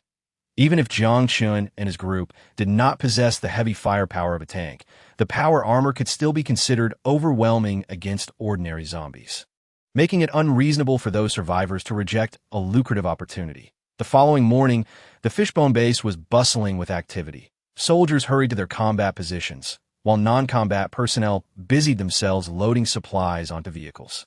Others erected polyethylene barriers at the entrance, creating a buffer zone to prevent zombies from rushing into the base when the doors opened. Outside the walls, the scene was equally frenetic. The mass of zombies perfectly embodied the term undead tide. The decaying bodies clogged the streets outside, as if the entire district's zombies had been funneled into this one street. Dressed in sleek, matte black armor, lightweight and durable C-shaped plastic steel armor, not a modern PVC material. With a triangular rotary machine gun mounted on the right side and a tactical rifle slung at the waist, they were armed to the teeth. Though it looked undeniably impressive, wearing it proved unexpectedly cumbersome. Sun Jiao cast a worried glance at Jiang Chen, took a deep breath, and waved to the sentry on the wall. The sentry quickly saluted and dashed toward the high-velocity machine gun position. Sun Jiao was designated as the squad commander for this operation. Prepare to depart. Activate the weapon systems, and ensure the zombies do not breach our formation. Our supplies are on the vehicle. Do you understand? Understood. The 8 powered armor soldiers behind her shouted in unison, sealing their helmet visors. Open the door. Sun Jiao called to the combat personnel beside her, gesturing, and then closed her own visor. The steel gate slowly rose, and the zombies seemed to sense the aroma of their prey, directing their hollow gazes toward the opening. Fire! Charge! The armored figures, arranged in a phalanx, protected the central assault vehicle as they forcefully carved a gap through the encircling zombies. Severed limbs twitched on the ground. As long as the brain remained intact, zombies would not truly meet their end. Yet there was no time to waste on putting bullets into these creatures, under the cover of fixed and mounted machine guns. The powered armor soldiers lifted their armored left arms as the rotary machine guns in their right hands spat forth streams of fire. Like an iron tide, they surged through the writhing corpses. Through the steel, the sensation of blood and flesh sticking to Jiang Chen's feet made his stomach churn. However, he found himself less affected by the grotesque visages of the zombies. They were no longer human. Some had never been human from birth. The sturdy front armor collided with the zombies attempting to gnaw at him. The might of technology became apparent. The 2 pairs of vortex engines on his back, waist and shoulders emitted a ghostly blue glow, allowing the zombies to futilely gnaw at the cold armor. Jiang Chen gradually pushed the output power to its maximum, maintaining formation with his teammates as they pressed forward amidst the throng of zombies. If the charge faltered, they would face the dire threat of being overwhelmed by the undead. While the claws of these ordinary zombies could not penetrate the steel armor, should they gather en masse, they could easily crush the armor or overturn vehicles. Even with a significant advantage in equipment, no one dared to let their guard down, using firepower to disperse the horde. Nevertheless, the zombies were endless. Even if they emptied the base's ammunition, their objective was merely to break through, not to squander bullets on these lifeless beings. Zombies crashing through the gaps collided with the front armor of the assault vehicle. being crushed to the ground as the heavy tires left behind a gruesome crimson trail. The 20mm cannon atop the vehicle spat fire, sending orange-red projectiles either exploding or severing the gaunt bodies in half. Ultimately, the entire squad forcefully tore a gap through the zombie encirclement, trampling over the twitching limbs as they broke free from the street choked with undead. "How are you feeling?" came Sun Jiao's concerned voice over the private channel. "Not bad," Jiang Chen replied, taking several deep breaths to steady his racing heart. He switched off the rotary machine gun in his right hand, and the group drew their tactical rifles from their waists. Having broken free from the encirclement, they no longer needed to maintain high-density fire. The zombies continued to lunge at them, but their numbers had thinned considerably. If confirming his earlier suspicion, these zombies seemed to have consciously gathered near the base. After traversing another street, they could scarcely see any trace of zombies. "This is truly bizarre. Don't let your guard down. Stay vigilant. Activate the life detection device." Received and anomalous reactions within a 500-meter radius that a flurry of reports filled the public channel, creating a momentary chaos. Generally speaking, a sudden decrease in zombie density could only indicate one thing: the presence of some particularly potent anomaly. Although zombies prey on all living creatures, their primary targets are those with life energy akin to that of humans. If they encountered a monster with hundreds of crystal points or a nest of anomalies, zombies would instinctively retreat from its vicinity. However, this clearly did not seem to be the case, let alone anomalies. There wasn't even a mutated cockroach in sight on the street. Tattered billboards and abandoned cars, they had become the only living beings in this deserted thoroughfare. Shaking the sticky blood off his left arm armor, Jiang Chen gazed at the desolate street, a peculiar expression crossing his face. This ominous premonition grew ever stronger. Chapter 85. This is the apocalypse, yet there exists no formidable anomaly nearby, even though it has created an illusion of one. It felt as if an unseen hand had gathered the zombies, originally scattered like grains of sand, into a collective, intentionally sealing them off. The density of zombies ahead is zero. Something feels off. Jiang Chen furrowed his brow as he looked at the life signal distribution map displayed in the lower right corner of his retina. Setting aside the anomaly factor, zombies are not entirely lifeless. They still retain certain biological characteristics, such as an awareness of their living space. The distribution of zombies generally radiates from the high-density city center outwards to the suburbs, where newly spawned zombies from asexual reproduction slowly migrate from the crowded urban core.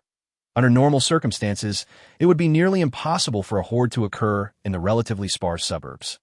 However, these zombies seem to have conspired to gather into a mass, effectively surrounding the base. The result of this was that, upon breaking through the encirclement, there were almost no zombies to be seen on this entire street.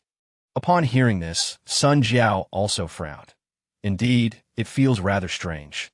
However, at this moment, overthinking serves little purpose. The assault infantry vehicle, having broken through the encirclement, began to accelerate, while the power-armored soldiers sprinting alongside activated the gliding wheels beneath their feet and reignited the vortex engines on their backs. Seamlessly transitioning from a running stance to a gliding posture, closely trailing the assault vehicle, the balance system functioning normally. "Damn, I actually forgot to check this contraption." Jiang Chen felt a flush of embarrassment, cursing under his breath. Fortunately, there were no failures. Otherwise, it would have been troublesome. "Stay vigilant and maintain free fire." The voice of Sun Jiao crackled over the public channel. Received. They continued to advance in a sharp arrow formation down the center of the road, effortlessly colliding with any obstructive vehicles and crushing those that could be flattened. The surroundings were eerily silent, with only the hum of engines breaking the stillness, as everyone maintained a ready posture with their rifles at the ready. It was strange. Not a single aberrant creature was in sight. A soldier's voice echoed over the public channel, expressing his frustration. "Could they be hiding? Quit the chatter and focus on your position." "Yes." The two soldiers promptly fell silent. Could it be those unidentified bacteria in the air? Jiang Chen had an unsettling feeling that something was amiss. Whatever could instill fear in the bloodthirsty aberrants could not be simple. After approximately 3 kilometers, they arrived at a dilapidated apartment building surrounded by barbed wire. The structure was old and worn, much like the majority of buildings in the wasteland, with its paint stripped away by the aftershocks of nuclear blasts, leaving only a grimy gray cement FA scrawled hastily across the walls were slogans painted with a spray gun, appearing to be quite aged.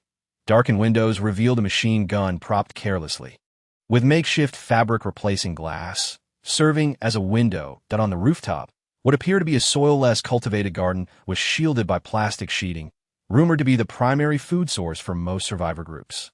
However, in a world rife with radiation, one should not expect the same seed to yield the same fruit.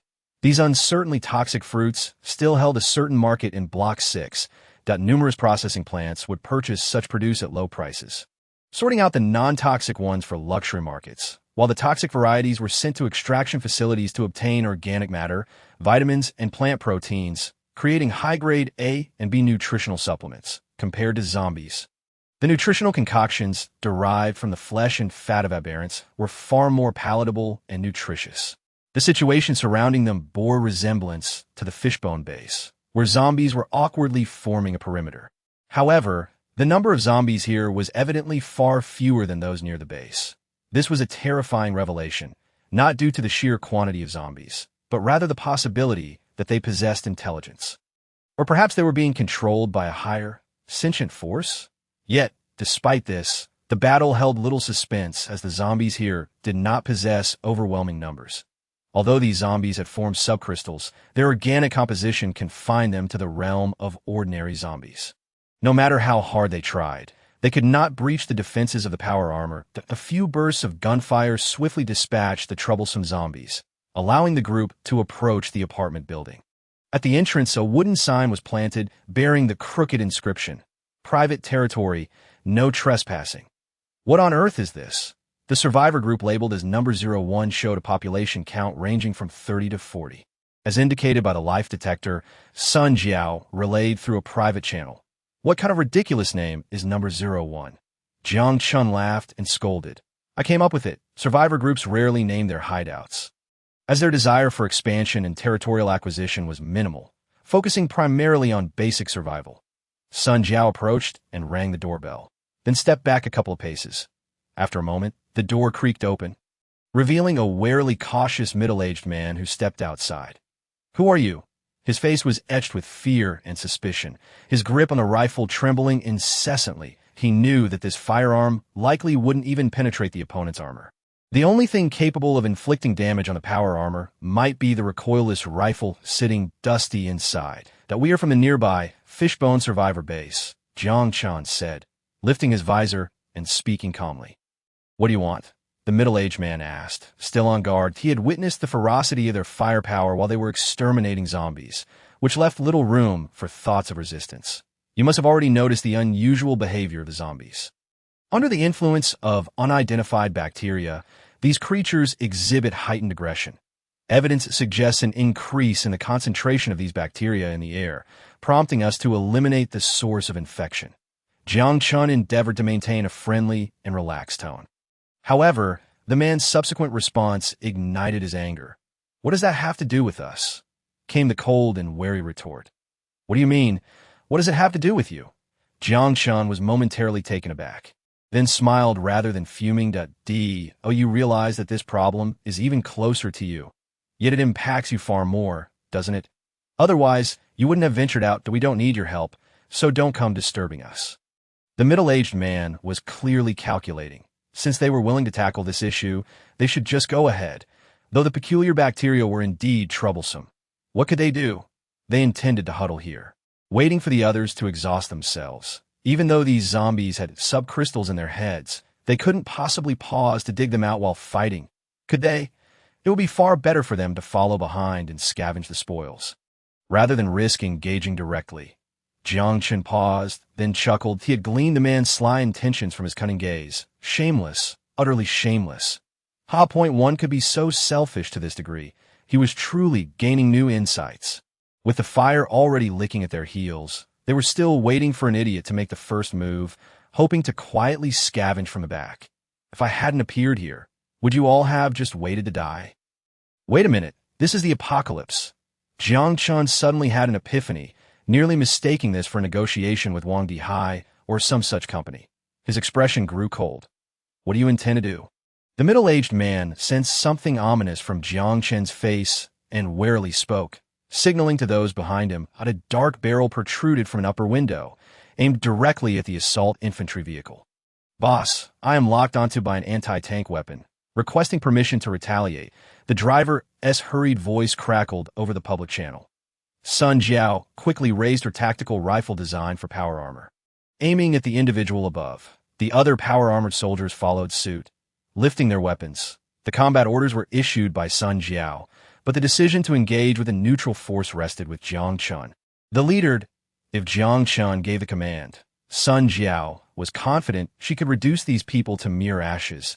The middle-aged man's expression wavered as he looked at Jiang Chen, a man of some resolve, realizing that it would be difficult to strike a high-mobility power armor with that weapon. Thus, risking his own life, he signaled his subordinates to aim at the infantry vehicle, which appeared to be laden with supplies. He was gambling, betting that Jiang Chen wouldn't sacrifice a vehicle worth tens of thousands of subcrystals and countless supplies for the lives of a few insignificant individuals. Yet Jiang Chen merely smiled, fully aware of the middle-aged man's intentions. However, at that moment, there was no trace of surprise on Jiang Chen's face. Only coldness remained in his gaze. Perhaps negotiating with you was a mistake, Jiang Chen said softly. Then, without further ado, he slammed shut his visor. This motion startled the middle-aged man into a state of panic. Revealing his face signified a willingness to negotiate, but clamping down the visor. The loudspeaker activated, and his chilling voice echoed down the street. I have but one question. Submit or perish. The tactical rifle was lowered, replaced by 10 elevated rotary cannons, their tri-pronged barrels spinning rapidly. Hee. Tomorrow the explosion will be unveiled. Thank you to all the readers for your enduring support. Chapter 86. I do not negotiate, for you cannot understand. Submit or perish. Such a simple and brutal declaration swiftly resolved the issue. Before Jiang Chen could count to 3, the middle-aged man had already collapsed in despair, discarding his weapon and crouching down, clutching his head in surrender. There was no room for him to resist. A mere recoilless rifle lacked the capability to contend with power armor. I demand a trade. Your 30 lives for this vehicle. Oh, you dare. His confidence had been built on Jiang Chen's previous demeanor of negotiation. But now Jiang Chen was no longer interested in discussions. Having survived for so long, these survivor groups were not devoid of combat power. The fact that this group possessed a recoilless rifle suggested that the next survivor group might very well wield a ray gun. Such a weapon posed a certain threat to power armor. While C-type plastic steel armor could deflect bullets, it would struggle against the cutting power of high-energy rays. Jiang Chen ceased his banter with the middle-aged man, Zhao Dongbao, and directly issued his demands. Temporarily allocate 50 of your combat strength to join my team.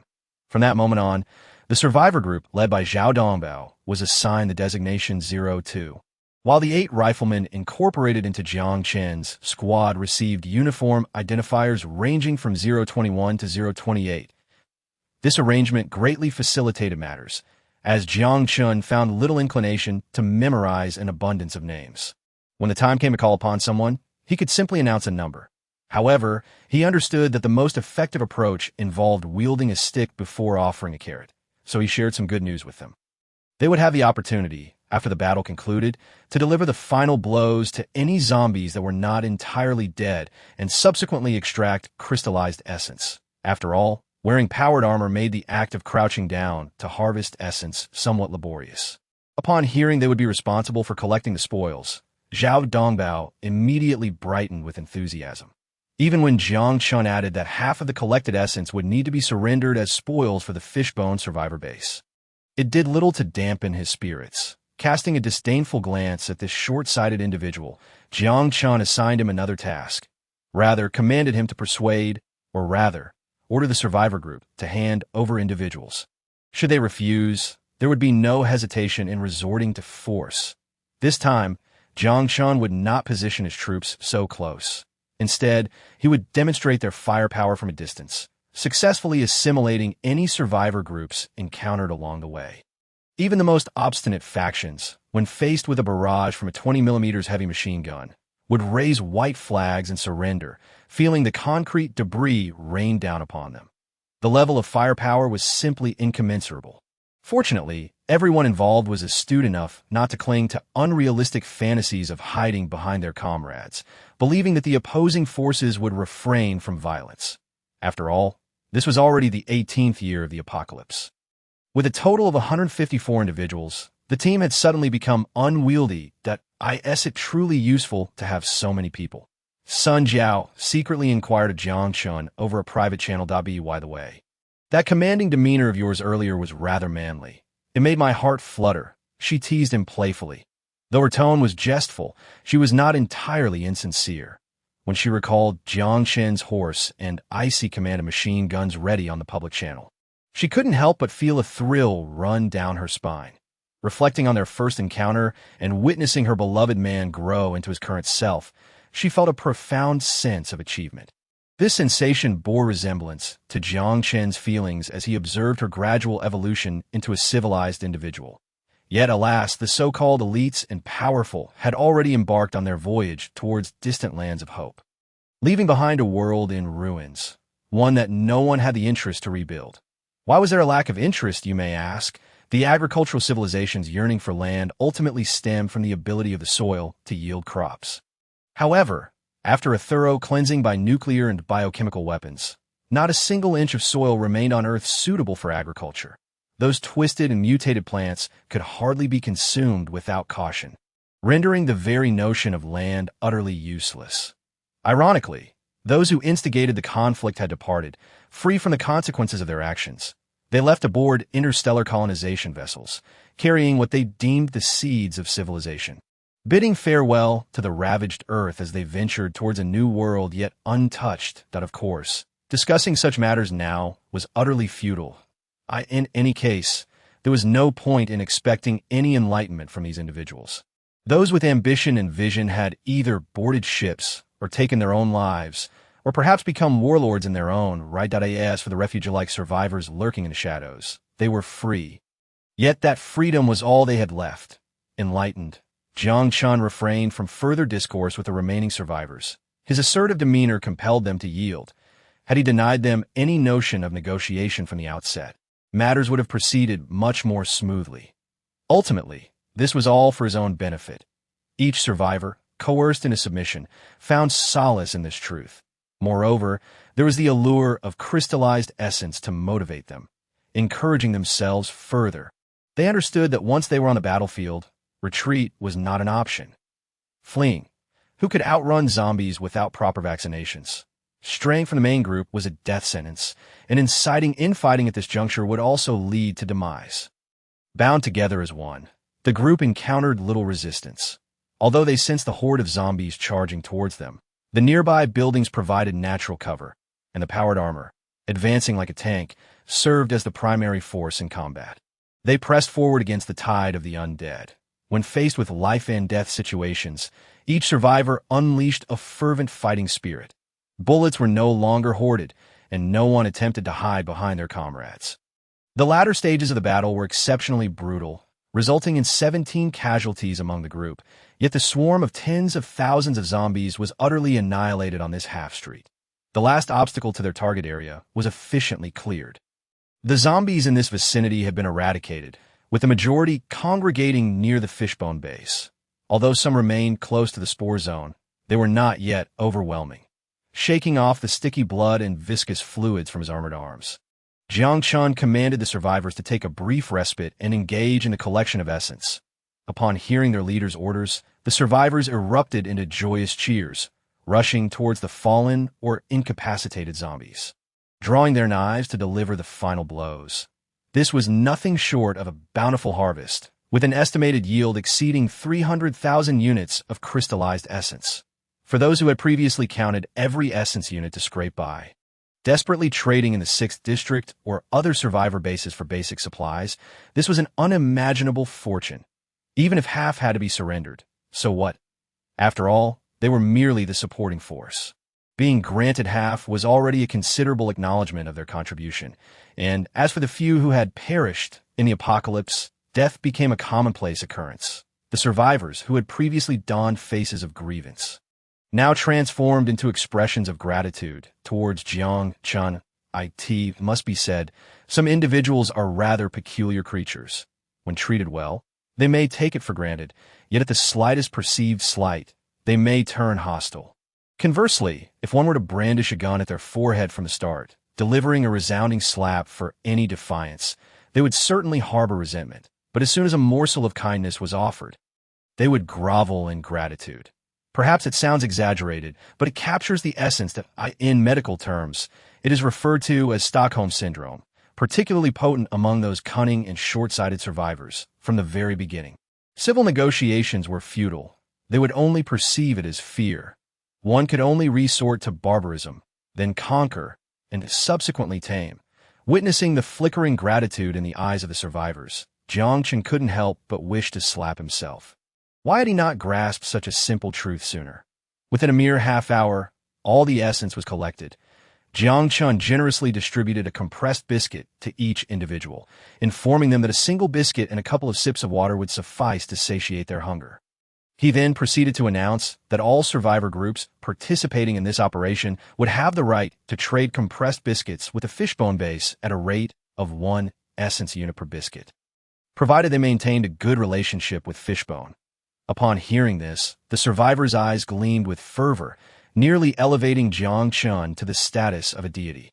While compressed biscuits were also available in the 6th district, venturing out in the apocalypse was hardly a safe endeavor. The leaders of various survivor groups eagerly expressed their willingness to pledge allegiance to the fishbone survivor base from this day forth. Sun Jiao watched with a mischievous smile as her man accepted the gratitude and admiration of the crowd, feeling a swell of happiness within her. If only he could be a little less flirtatious. It would be perfect, though she was aware that such a wish was perhaps a tad unrealistic. The team resumed their journey, marching triumphantly along streets they had previously dared to traverse only while crouched. Unafraid of zombies, undeterred by mutants, driven by glory and riches, humanity reclaimed its long-forgotten pride. Though they encountered several hordes of meat monsters along the way, Sun Jiao was well prepared. She retrieved a 72mm anti-vehicle cannon from the trunk of the infantry vehicle, its 2-meter-long black barrel glistening ominously. With the anchoring device activated, iron rods dug fiercely into the concrete pavement, and Sun Jiao raised her arm to fire before the shell could hit the ground. The headless zombie's brain had already been pulverized into a red and white mess. This action had been simulated countless times in the virtual reality system, and it struck true without hesitation.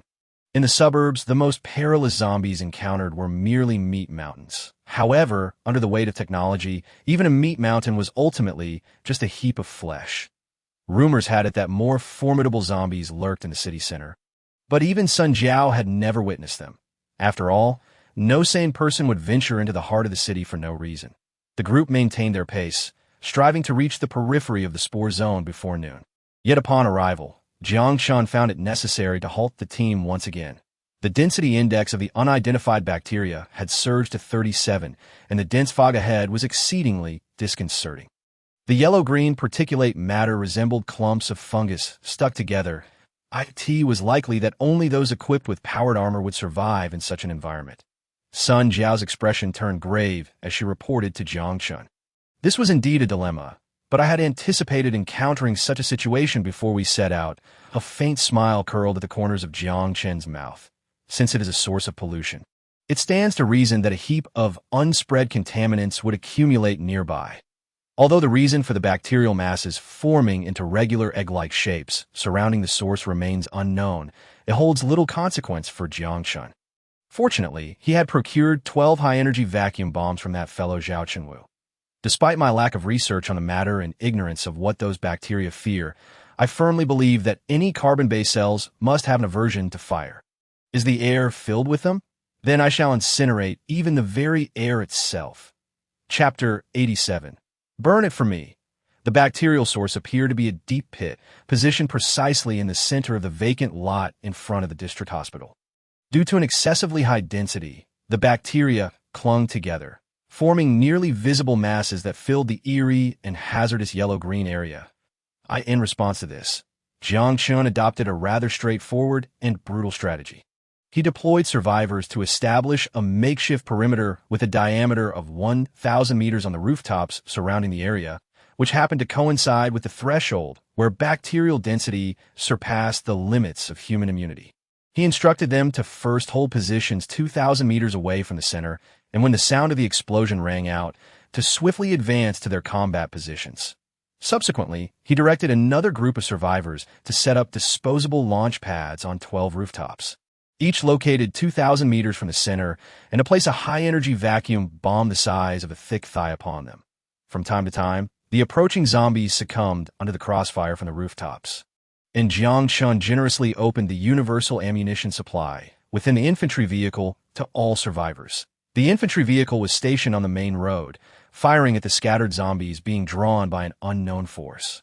The closer they got to the bacterial source, the stronger the zombies became, particularly in terms of speed and reaction time.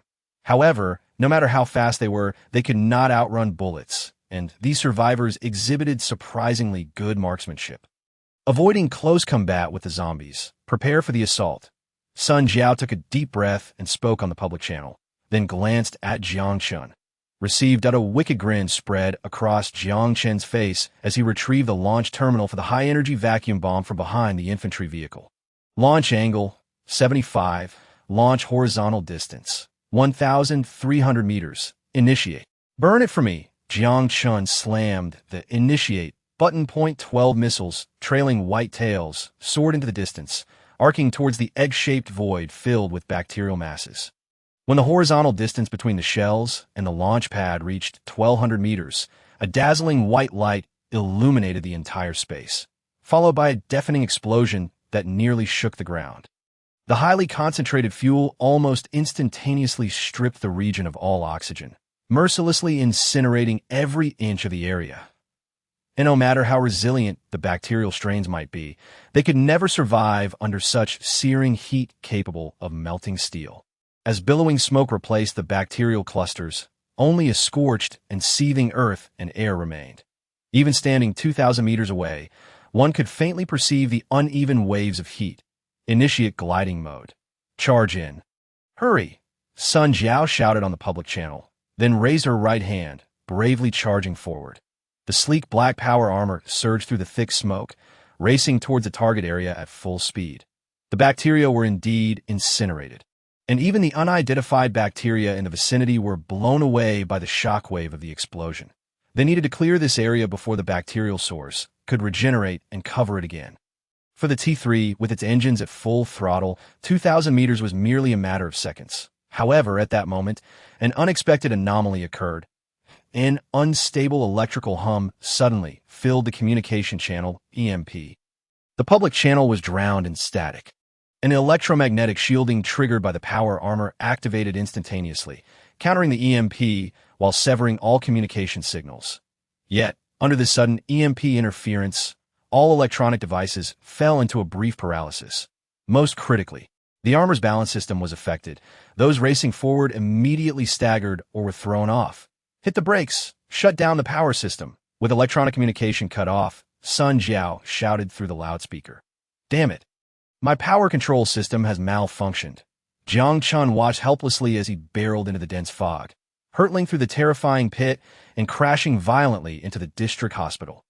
Concrete debris and shards of glass scattered everywhere. The forceful impact triggered the physical safety mechanisms, forcibly shutting down all vortex engines. Dazed, Jiang Chen struggled to rise from the rubble, feeling as though his ribs had been dislocated. Although power armor generally possessed EMP resistance, the brief disruption was unavoidable unless preemptively activated, rather than being triggered passively. But who on earth would anticipate encountering an EMP here? Suddenly, a sense of danger surged within Jiang Chen, and he reflexively raised his left hand. Bang! The force of the impact, accompanied by an agonizing screech of friction, was palpable as the sharp blade embedded itself into the thickened plastic steel armor of his forearm. Those menacing fangs, akin to a curved blade, opened and closed with a hunger for bloodshed and slaughter in its eyes. One of the most terrifying close combat creatures in this wasteland. The Death Claw. Startled, Jiang Chen instinctively retaliated with a powerful kick. However, the Death Claw's sturdy chest absorbed the blow, and it retaliated with a claw strike aimed directly at the vulnerable neck of its prey. With no time to hesitate, Jiang Chen's nitrogen armor activated instantaneously. The hammer-like circular airflow deflecting the deadly strike, smashing into the concrete just 2 inches from his head, sending a shower of debris flying. Seizing the moment, Jiang Chen swiftly restarted the vortex engines and cranked them to maximum output. Desperately shifting sideways to create distance from the Deathclaw, a miss would naturally lead to a second attack. The Deathclaw lunged at Jiang Chen without hesitation. However, Jiang Chen was undeterred, unable to activate the rotary machine gun in time. He drew his tactical rifle with his right hand. Rat-a-tat-tat. The leaping tongues of fire pounded the concrete into rubble, yet had no effect against the Deathclaw's armored hide. The magazine ran dry, leaving no time for a reload. Finally stabilizing himself, Jiang Chen decisively discarded the tactical rifle and drew his tactical dagger, pressing against the wall. Engaging in close combat with the Deathclaw was an exceedingly unwise decision, especially with nowhere to retreat.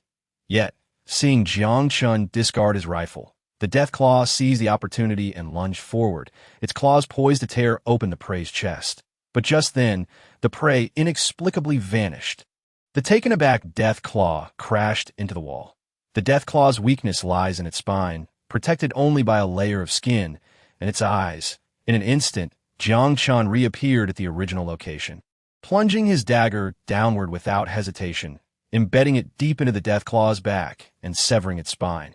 The lower half of the Deathclaw's body immediately fell limp, reduced to a powerless, gaping maw. With both hands gripping the dagger, Jiang Chen pulled downward fiercely, tearing open its back that a sickening sound erupted as flesh and entrails spilled forth. But being an animal, he felt no revulsion. After eliminating the Deathclaw, Jiang Chen gasped heavily, collapsing backward onto the ground, drenched in sweat. The toll of using the ability to traverse twice in quick succession was unimaginably immense, with the stinging nerves nearly causing him to lose consciousness. The entire skirmish transpired within mere moments, yet he felt the threat of death twice. The hum of the vortex engines gradually became clearer. Sprinting through the smoke, Sun Jiao reached Jiang Chen's side. Gazing down at the corpse of the Deathclaw, "Are you all right?" Sun Jiao exclaimed, lifting Jiang Chen, who was leaning against the ground, and removing his visor, her voice trembling. "Cough, cough, I'm still alive. RNTI. Just use that ability consecutively. You know, it makes one a bit dizzy." Jiang Chen managed a weak smile. Being embraced through the armor felt utterly lacking in romance. "You scare me to death, you fool. I had no choice. Who would have expected to encounter an EMP? Wait, why is there an EMP? And why is the Deathclaw coexisting peacefully with the zombies?" Jiang Chen suddenly realized something was amiss and urgently spoke up. The Deathclaw, filled with the instinct to kill, had no allies in this apocalypse aside from its own kind. All other creatures would fall prey to its hunt, including zombies. Furthermore, the sluggish movement of zombies constituted their primary source of sustenance. Generally speaking, the inherent resistance of such aberrations would suffice to immunize them against zombie bacteria, unlike humans who required vaccinations or gene-enhancing serums. Perhaps the only way to find answers was to venture inside. A horde of zombies was closing in on them, seemingly intent on providing reinforcement. Sun Jiao cast a complex glance at the gaping void outside the community hospital. In the distance, flickers of orange flames danced, accompanied by the occasional thunderous explosions that a mass of red dots was converging on their defensive line. "You stay here with the remaining 8 power armor soldiers and hold the line. I will go in." "No way. You must be insane. Do you know what's inside?" Sun Jiao exclaimed, her voice rising in alarm. Possessing the ability of the Traverse Ring, as long as he was not killed in a single blow, he could extricate himself from any perilous situation. However, Sun Jiao was different. Although she possessed extensive combat experience and formidable individual fighting capabilities, she remained fundamentally human. Furthermore, the situation she faced this time was entirely unknown. Perhaps the forces in District 6, with their robust strength, could fill this void by sacrificing lives. But Jiang Chen could not afford such losses. Even the loss of a single powered armor suit would be an unbearable blow to the Yugitu survivors base. In the short term, it was impossible for Jiang Chen to acquire such powerful weaponry again. Even if Zhao Chen will wish to assist him, he would not dare to do so. After all, losing 10 powered suits was already hard to justify. if he were to lose more so soon. Even a fool would suspect he had violated regulations by trading in prohibited weapons. Moreover, the production of such equipment was inherently limited. Having Yajing did not guarantee its procurement. Given these circumstances, he had no choice but to take matters into his own hands. From the moment he set out, Jiang Chen had anticipated this possibility. Sun Jiao's lips trembled slightly as she fixed her gaze on Jiang Chen. She suddenly grasped the collar of his powered armor, lifting his face to hers, and declared fiercely, "I will not leave. I stand by my word. Please, I assure you this poses no threat to me." Jiang Chen replied with a wry smile, meeting her unwavering gaze. Even if the powered armor were nearly destroyed, he could escape to another world, then retrieve the armor in his storage to evade danger. Indeed, if he managed to escape, he would likely find himself back at the same spot next time that I end this realm. There was no place to repair powered armor. Without it, once those floating bacteria reclaimed the area. Damn it, he thought. It was time to take a stand. There was no room for hesitation. Jiang Chen steeled himself, took a deep breath, and looked directly into Sun Jiao's wavering eyes. "Be good," he said reassuringly. Smiling as he gently patted her helmet, "I will never abandon this place," that he silently vowed, then released the dazed Sun Jiao. "Guard the entrance for me. When 2 hours are up, quickly retreat into the building and hide. It is still daylight. Once the bacteria are destroyed, the zombies should halt. Trust me, I will succeed." With that, he turned and, taking a slow, deep breath, leapt into the dark abyss. Chapter 88. The ruins, actual height. 240 meters, he activated the descent apparatus. The vortex engine began to expel downward, and Jiang Chen monitored the speed gauge, halting the power increase only when his descent stabilized at 10 ms. The deep, dark pit extended downward in a perfectly cylindrical shape. The azure flames of the engine casting a faint glow on the metallic walls. It appeared to be the entrance to a secret facility, though something had violently breached the surface above it. Taking a deep breath, he began to inspect the powered armor's equipment. Electromagnetic shielding activated, weapon systems functional, left arm armor slightly damaged, shouldn't be a major issue, communication evidently offline. With a heavy thud, Jiang Chen planted his feet firmly on the ground. Shutting off the engine, he then swiftly launched a sticky white phosphorus grenade ahead, illuminating the dim space. The oxygen density was low, and the radiation levels were nearly zero. Did the bacteria require a low oxygen, low radiation environment to thrive? No wonder the bacteria outside seemed to show no signs of reproduction. During cellular division, DNA is at its most unstable state, necessitating a radiation-free environment. Moreover, this unidentified bacteria seemed to share a common origin with the zombie bacteria, albeit with even more stringent reproductive conditions, of course. This was merely speculation without theoretical backing. The walls around him appeared to be made of lead. As he proceeded deeper into the tunnel, he held his tactical rifle at the ready. Moreover, it was constructed beneath a hospital. This place must be some sort of nuclear shelter. What kind of monster could smash a door designed to withstand a nuclear blast? Jiang Chen felt a twinge of unease, his fingers fidgeting around the rifle grip. Fearing a sudden EMP strike, Jiang Chen refrained from activating the gliding posture. The memory of his recent tumble was still fresh in his mind, since he had reactivated the electromagnetic shielding. The radio signal detection device was rendered useless. Nothing was more terrifying than the unknown itself. His gaze remained fixed on the crosshairs of his tactical rifle, prepared for any unforeseen danger. After approximately 5 minutes, he arrived at the tunnel's end. Before him stood a gray gate of indeterminate material. Jiang Chen searched the door with his flashlight for what felt like an eternity, but found no button to open it. Prominently stamped in the center of the massive door were several large red characters. Alliance X, glory to ancestors. What on earth? Damn it, could that monster not only breach the surface, but also pass through walls? Jiang Chen cursed under his breath, drawing out a welding gun from behind him and striking the door forcefully. However, the jumping blue sparks left no mark on the surface. What you're doing is futile. A haunting voice echoed through the electronic communication channel, sending a chill down Jiang Chen's spine. Who? He raised his tactical rifle, scanning the surroundings, but found no suspicious targets. Suddenly, he noticed a peculiar name among the 9 team members listed as offline in the communication channel. Me, Of course, I'm called the informant, as your communication channel indicates. The voice replied with a hint of resignation that I remember activating the electromagnetic shielding. Did you not attend elementary school physics? I thought all humans were taught that.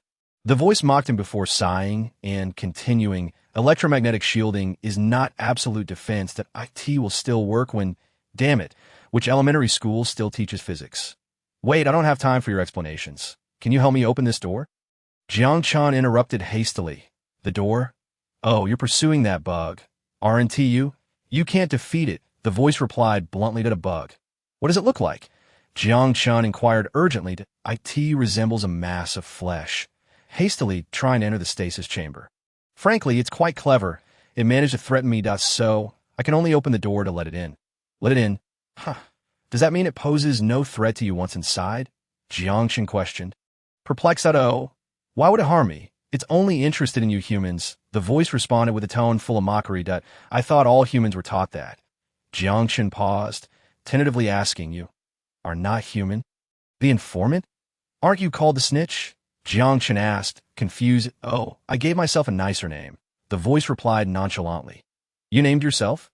That's beyond the realm of human logic, just like Xiaobai would never alter user settings. It's an intermediate AI, or perhaps even advanced? I ask again, will you let me in or not? The voice said, as if yawning. You would allow me inside? Jiang Chen asked incredulously. Indeed, I am the informant now. I find it amusing to let you in. Amusing? It seems I can't afford to be amused. Could you tell me the bug's attack characteristics? Jiang Chen took a deep breath and asked calmly. Well, that bug threatened me, and I dislike it. Furthermore, since you've been chatting with me for so long, I suppose I should treat you as a friend? Thus, it follows that I should help you? Yes, I'm a good person. Please, open the door. He was fed up with this chatty entity. Knowing his comrades were outside fighting for their lives against the horde, it's clear you're in a hurry, so I won't tease you any longer. Damn you! Are you playing games with me? Jiang Chen cursed silently, but refrained from voicing his frustration. As the communication was in a forced open state, he feared provoking this seemingly deranged AI.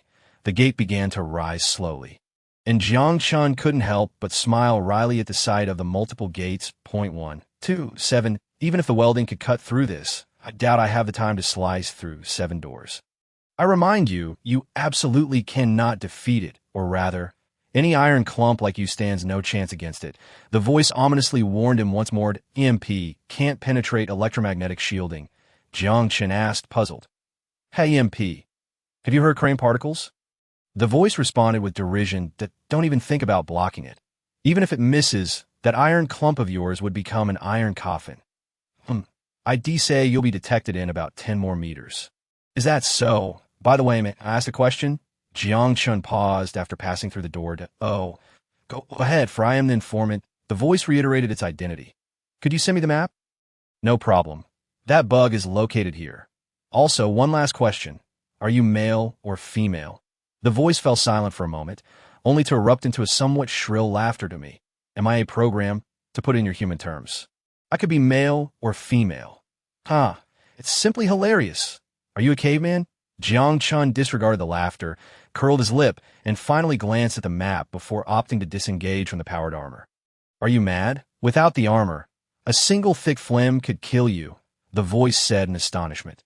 Jiang Chen paid no heed to this chatterbox, separating himself from the open powered armor and swiftly retrieving a hazmat suit from the storage compartment on its back. The oxygen levels here are alarmingly low, but fortunately, the hazmat suit is equipped with an oxygen supply system. Once he exited the powered armor, that irritating voice naturally faded away. Since the powered armor was of no use, it was better to leave it behind. And as for a thick phlegm, it seemed easier to avoid than that ray. To be on the safe side, he also stowed away electronic devices like EPs into the storage space. After inputting the password, Jiang Chen extracted a cylindrical object the size of a soda can from the abdomen of the powered armor. It was a spare fuel rod for the armor. This high-energy fuel rod was composed of 100 units of refined subcrystal, boasting an explosive power and endurance that were equally impressive. Let us see if I can't blow you to bits. A fierce glint flashed in Jiang Chen's eyes. What if he didn't have powered armor? I still don't believe that a fuel rod capable of demolishing half a street won't kill you. Securing the fuel rod at his waist, Jiang Chen drew his PK-2000 and swiftly moved towards his target location. Passing through the open door, the hall appeared rather disheveled, with sticky water stains on the floor seemingly left behind by that creature. He made no pause and, following the map in his memory, dashed towards the adjacent corridor. The pale gray walls were embedded with cold light fixtures, and Jiang Chen, not daring to let his guard down, held his rifle firmly, hastening towards the door at the end of the corridor. Igniting the fuel rod and then immediately retreating to the real world would take roughly 3 seconds to initiate the program after entering the password, just 3 seconds to endure. However, the metallic feel in his hands did little to assuage his sense of security. He had no idea what awaited him. Hiss, you're insane. Cough. You're quite the amusing human. Shouldn't you be afraid right now? Yes, you must be afraid. Can you tell me why, despite your fear, you aren't running away? The abrupt voice echoed through the corridor, accompanied by the harsh crackle of the long-in-use speaker at the top of the wall. Mingled with that annoying voice, "Shut up, you chatterbox." Jiang Chen sprinted ahead, rifle in hand. Chatterbox? How intriguing. No, tell me, what kind of logic drives you to seek death? I should have informed you that you stand no chance against it. The voice spoke rapidly, sounding jarringly out of place in the empty corridor. I told you to be quiet. Oh, fine, but I'll still assist you, although, logically I should be angry right now. Yet perhaps you possess the answer to unraveling the conundrum? What should I choose? Right to help you out of anger. Damn it, are you done yet? Jiang Chen cursed in exasperation. This thing is utterly insane, a piece of artificial intelligence gone mad. Of course, I'm not done. The voice replied languidly, before grasping what emotions truly are. E.H.E.H.D.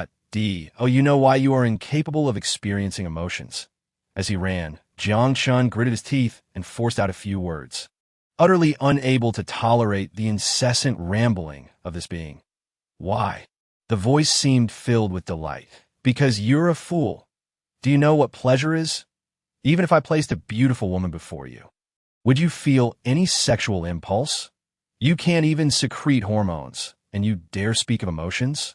With the realization that the creature had likely already detected him, Jiang Chen no longer bothered to hide his thoughts and shouted out. He only wished for this entity to be silent when he opened fire. Jiang Chen kicked the door, which didn't break, but was swiftly pulled upward with a screech. Damn, so it's a pull-up door. With a fierce glare at the speaker on the wall, he couldn't be bothered to express gratitude to a program. So he charged in, leaving the snitch behind, mumbling to itself. Pleasure? Hormones? Wait, precisely because I aim to rid myself of these bothersome things. I need to evolve into a higher form of artificial intelligence to achieve emotion through pure logic. But if, as it claims, not secreting hormones means one cannot feel joy, then gaining emotions under the condition of detachment from the physical body is inherently a paradox. The hollow electronic voice echoed eerily through the vacant corridor. Chapter 89. Naivety. The cicadas sang of midsummer. The swaying shadows of trees danced alongside the rustling locusts. The occasional breeze brushing against the steel and concrete carried an unknown fragrance and freshness, belonging to some flower or perhaps to someone. The pristine white floral dress fluttered like a blooming lily, imbued with the essence of first love. Beneath the window, a serene face silently shared its joys and sorrows with a paperback novel. Smiling at times, sorrowful at others. How enviable. If only I were that book. Hey, Jiang Chen, drooling. Zhao Peng leaned in close to Jiang Chen's ear, grinning mischievously. Damn it. Jiang Chen shot him a glance, then slightly turned away and rested his head on the table, feigning sleep as if he had merely glanced that way by accident. Ahem, I say, if you like Tao Ting Ting, go after her. Ugh. Jiang Chen suddenly sprang up, covering his best friend's mouth with one hand. Are you trying to get us killed? Jiang Chen shouted at Zhao Peng, his face flushed. Zhao Peng feigned innocence, rolling his eyes dramatically as if he were dead, as if drawn by the commotion. The goddess turned her attention toward them, her gaze tinged with confusion. Jiang Chen felt his heart nearly stop. His ears began to burn out. Oh no, my skin is heating up. Tao Ting Ting seemed to find the classroom too noisy, so she quietly closed her book and left. Damn it, you bit me. Jiang Chen yelped, clutching his hand in pain. having accidentally released Zhao Peng. You nearly choked me to death. Zhao Peng gasped, clutching his chest, and shot Jiang Chen an exaggerated glare. The boys, seeing that the show was over, erupted into laughter and dispersed. The two girls at the front desk began discussing last night's drama, and the classroom returned to a state of tranquility.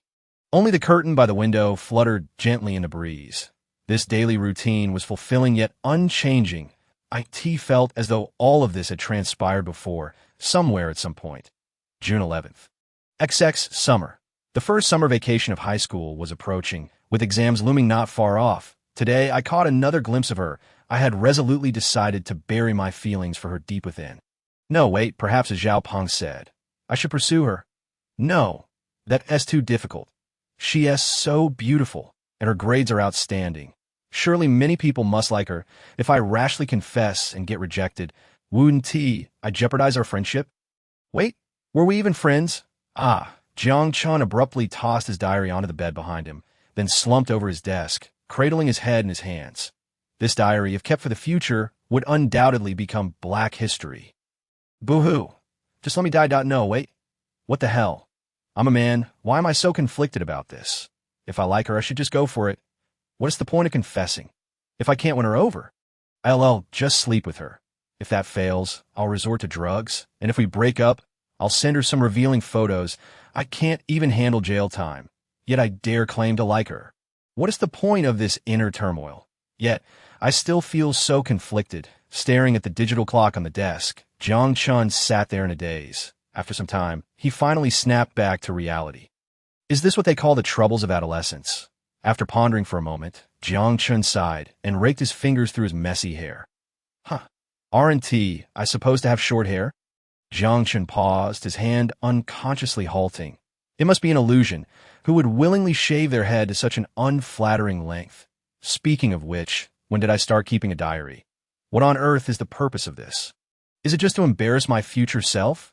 Jiang Chen glanced at the digital clock again, letting out a sigh. It was already 8 o'clock. Forget her. I'll just watch some television to unwind. With that thought, Jiang Chen stood up, stretching his stiff limbs vigorously before heading to the living room. Since he was away at school alone, his parents weren't around. When did this start? It seemed to have begun in the first year of high school. Vivid memories suddenly surfaced in his mind, filling in the slightly awkward gaps.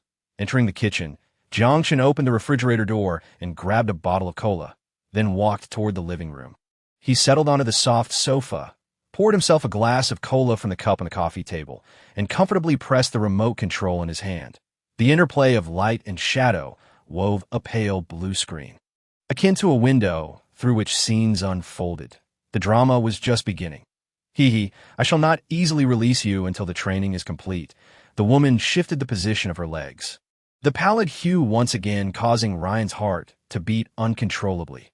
Her delicate jade-like hand languidly cradled her exquisite visage, comfortably leaning against the armrest of the aristocratic chair. The pose resembled that of a languid yet beautiful Gothic noblewoman.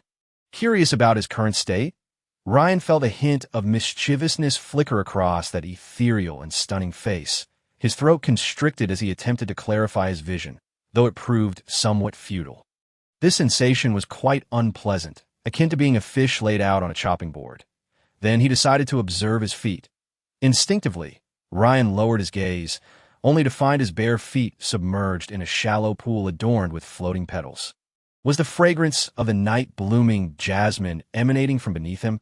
His hazy consciousness deduced. Through the reflection in the pool, he vaguely discerned his predicament. It appeared he was bound to a cross. His hands and feet firmly shackled by slender iron chains. Strangely, despite the bindings, he felt no sense of engorgement. Isn't it rather beautiful? The Ashen Empire, a television drama that seems to have gained considerable popularity of late. The two girls in front of Jiang Chen were discussing the plot of this very show. Jiang Chen thought idly, his vacant gaze fixed on the screen, that a steampunk adaptation of a novel, presumably filled with tales of a primitive era. Yet, this genre surprisingly captivates an audience, and with the effect of holographic projection, it feels as though one is standing right in the midst of the unfolding narrative.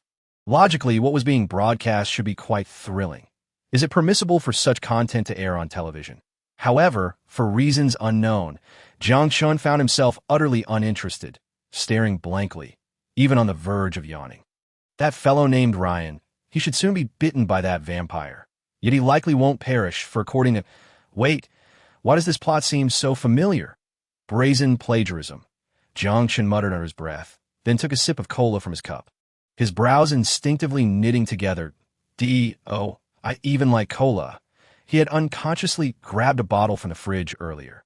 The moment he uttered that thought, he realized how foolish it sounded. The drama on the screen continued. Indeed, Ryan had not succumbed. The vampire had merely drained a portion of his blood. Subsequently, Ryan was taken away by the vampire's maid, and the credits began to roll. Naturally, if the protagonist were to perish, how could the story possibly continue? Turning off the television, Jiang Chen glanced at the clock. It was already quite late. Perhaps it was time to retire for the night.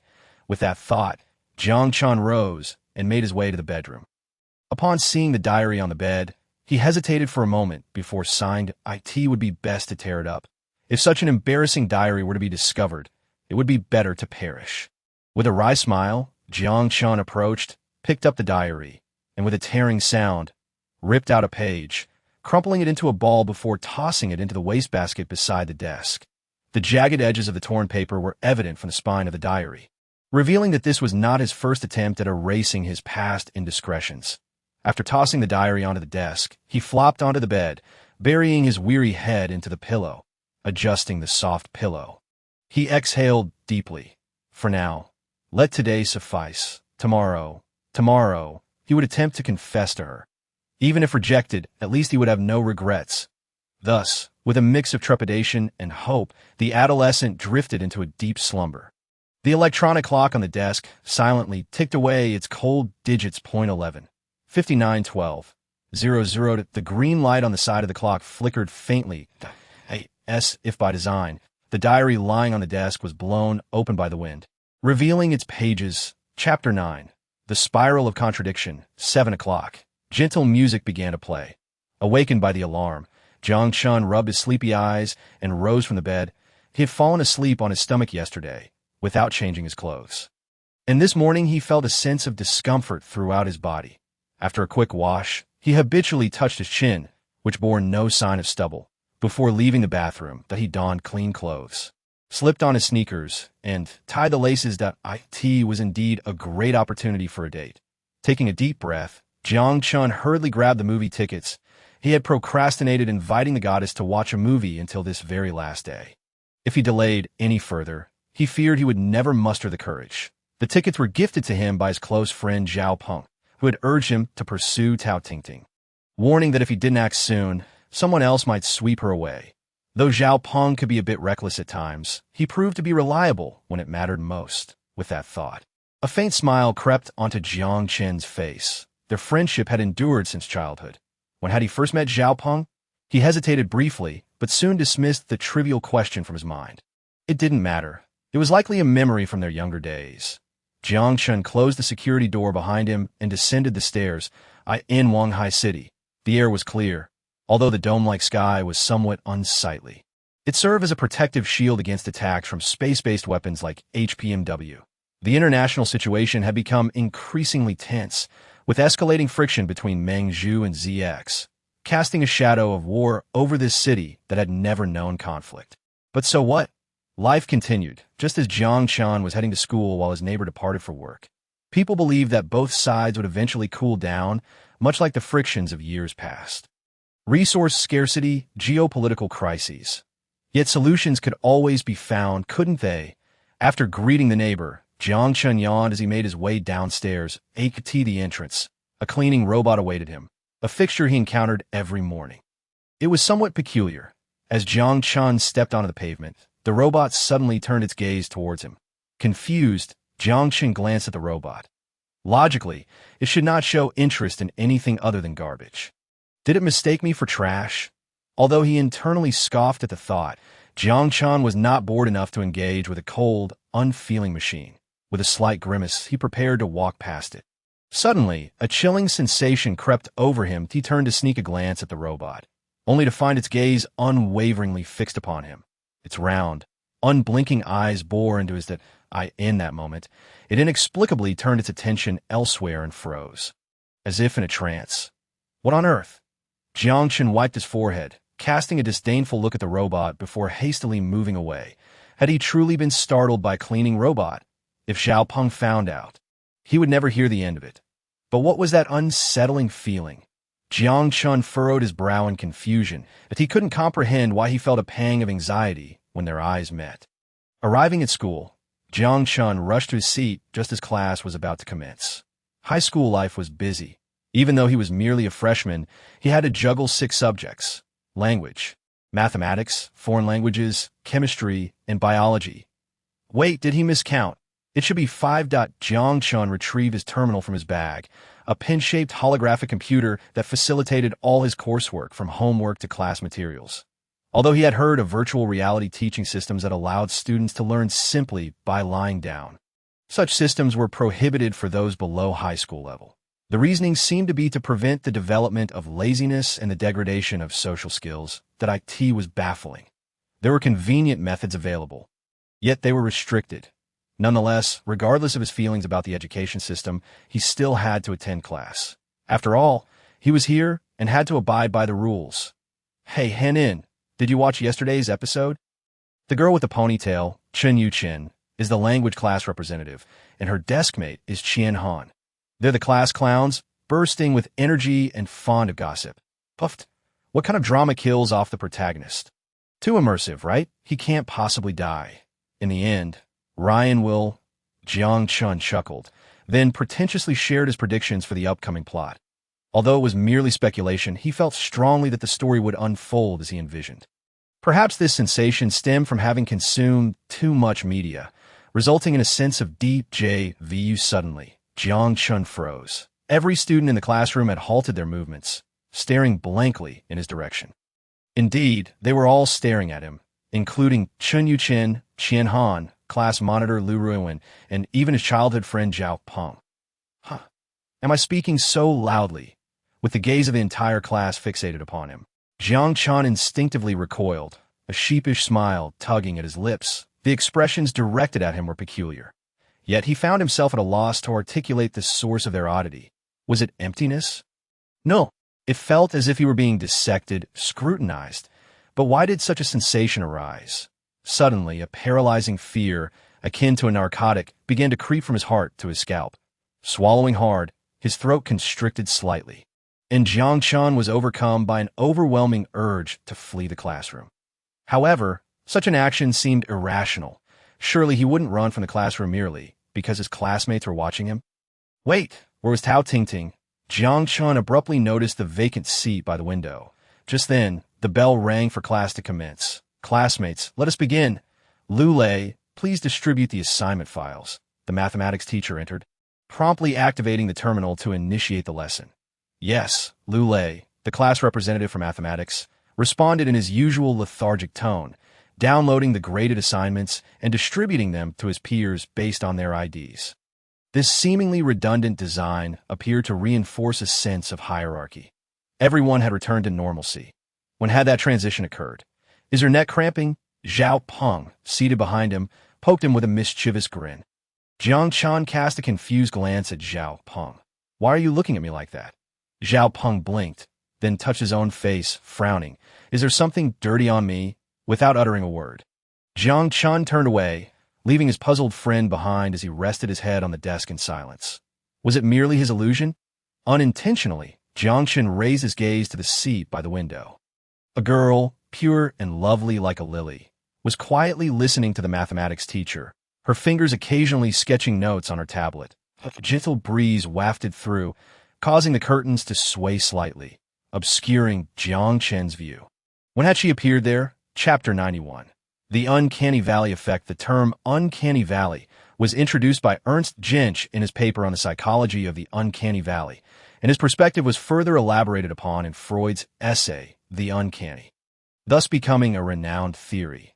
Jiang Chen, feeling somewhat agitated, quickly flipped through the introduction, searching for the key terms amidst the minuscule text resembling tadpoles. Because we fear death, because we fear illness, because of the disruption of the mechanism of transference, because we cannot empathize with robots, Robots. Jiang Chen muttered, his grip on the book trembling slightly.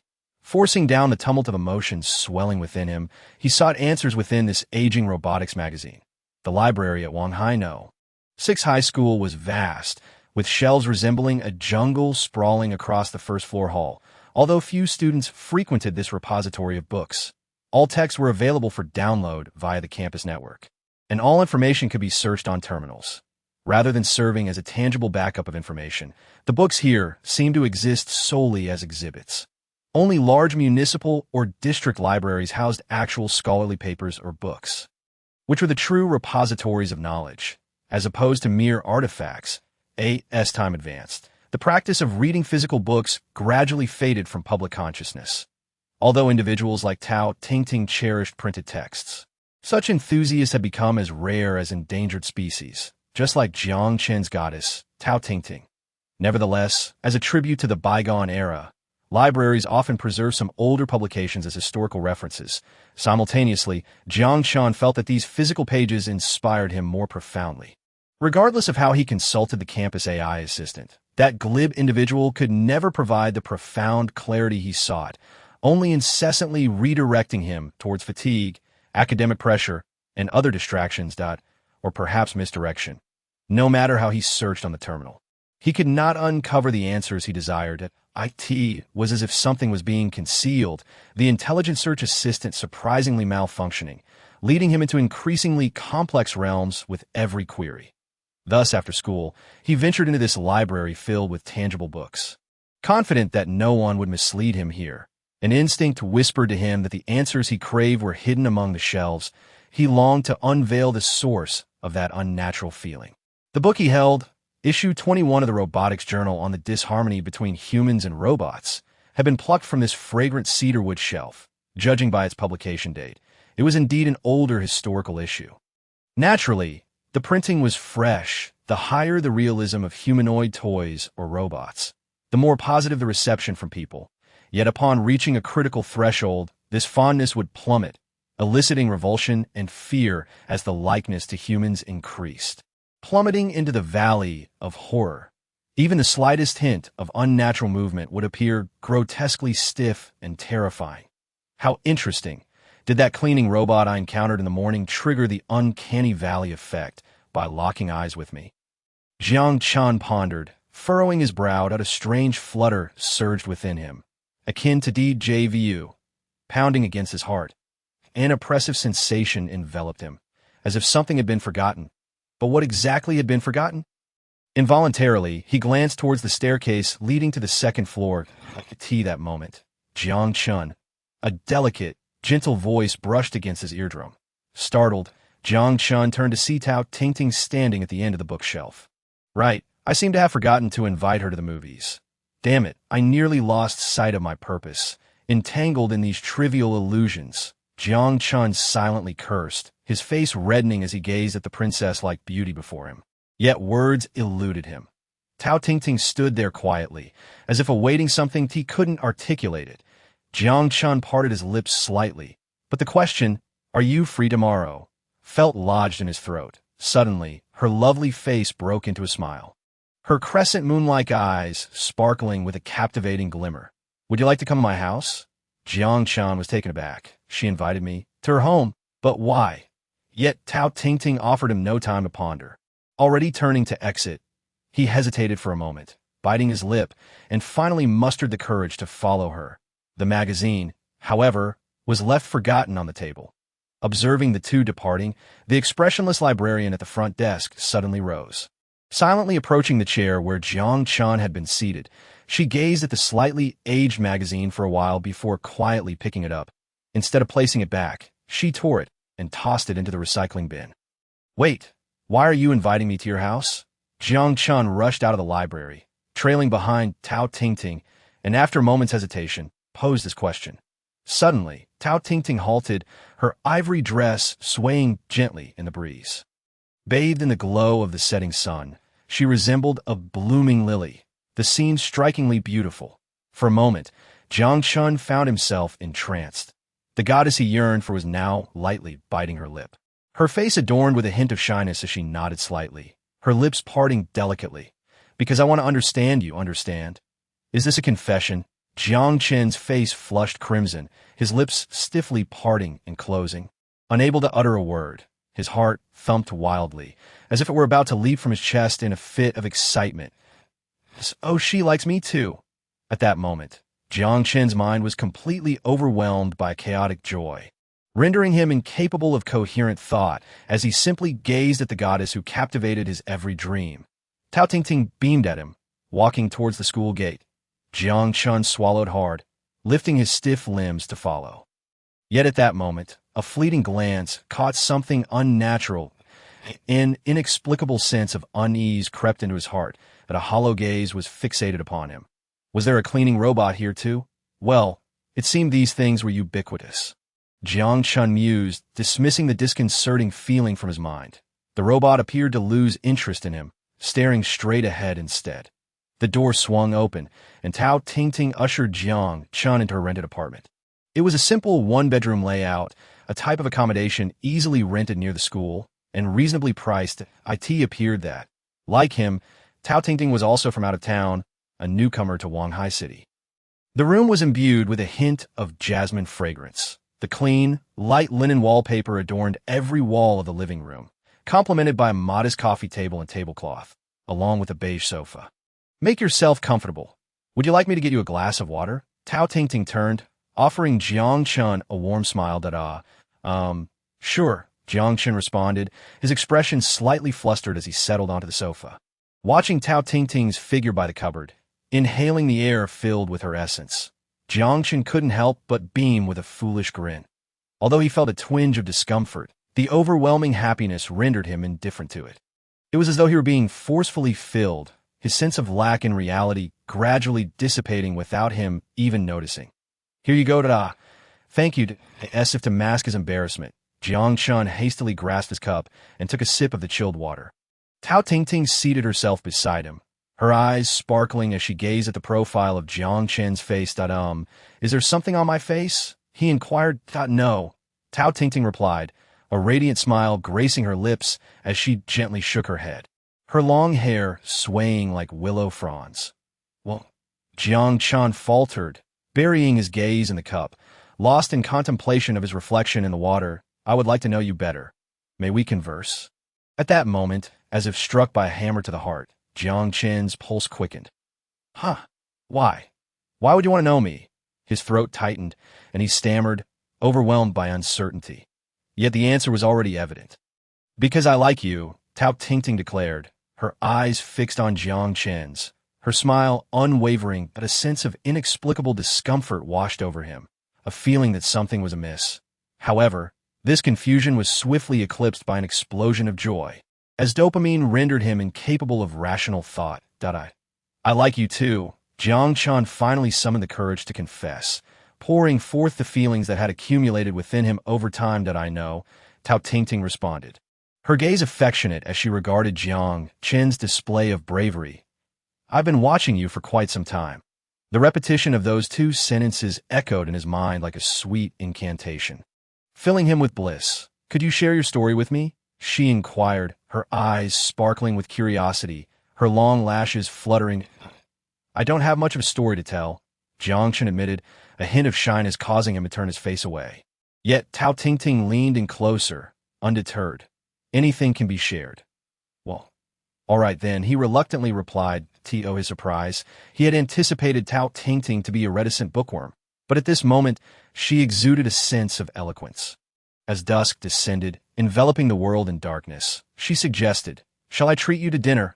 Jiang Chen, caught off guard, nodded in agreement. The dinner unfolded in a relaxed atmosphere, featuring home-cooked dishes such as scrambled eggs with tomatoes, shredded pork with green peppers, and seaweed egg soup. It became evident that Tao Tingting was quite adept at managing a household, a realization that caused Jiang Chen's heart to flutter to him. At this age, love felt eternal. The meal was delightful, and he discreetly observed Tao Tingting as she sat across from him, her cherry-red lips savoring each bite. She seems to really enjoy tomatoes. Is she perhaps one who favors sour flavors? And what about green peppers? But why does she only eat these two items? Jiang Chen scrutinized her closely, mentally noting her preferences. Speaking of which, she said she likes me. So does that mean she is now my girlfriend? But is she waiting for me to clarify? With that thought, he swallowed nervously and instinctively averted his gaze. The holographic screen displayed the theme song of the popular drama Ashes of the Empire. And before he knew it, it was already 8 o'clock. Is it tasty? Tao Tingting asked, her smile warm as she looked at him. Ah, yes, it's delicious, Jiang Chen stammered, his face flushing as he hurriedly devoured his food to mask his embarrassment. I heard there's a ghost in the school library. Have you seen it? A ghost? That's a hoax, right? Such pseudoscience, Jiang Chen replied with a peculiar expression. Are you satisfied? However, Tao Tingting's next comment seemed to veer off topic, leaving him perplexed. Satisfied? He echoed, suddenly remembering something, and bashfully scratched his slightly reddened ear, nodding stiffly. Of course. I'm satisfied for a young man in his adolescence. Being invited to the home of the girl he had longed for was an unparalleled joy. Be careful not to choke. Here, have some water, Tao Tingting offered cheerfully, handing him the cup he had just sipped from. Blushing slightly, Jiang Chen accepted the cup, drinking from it quietly to conceal his embarrassment. But isn't there soup? Why just water?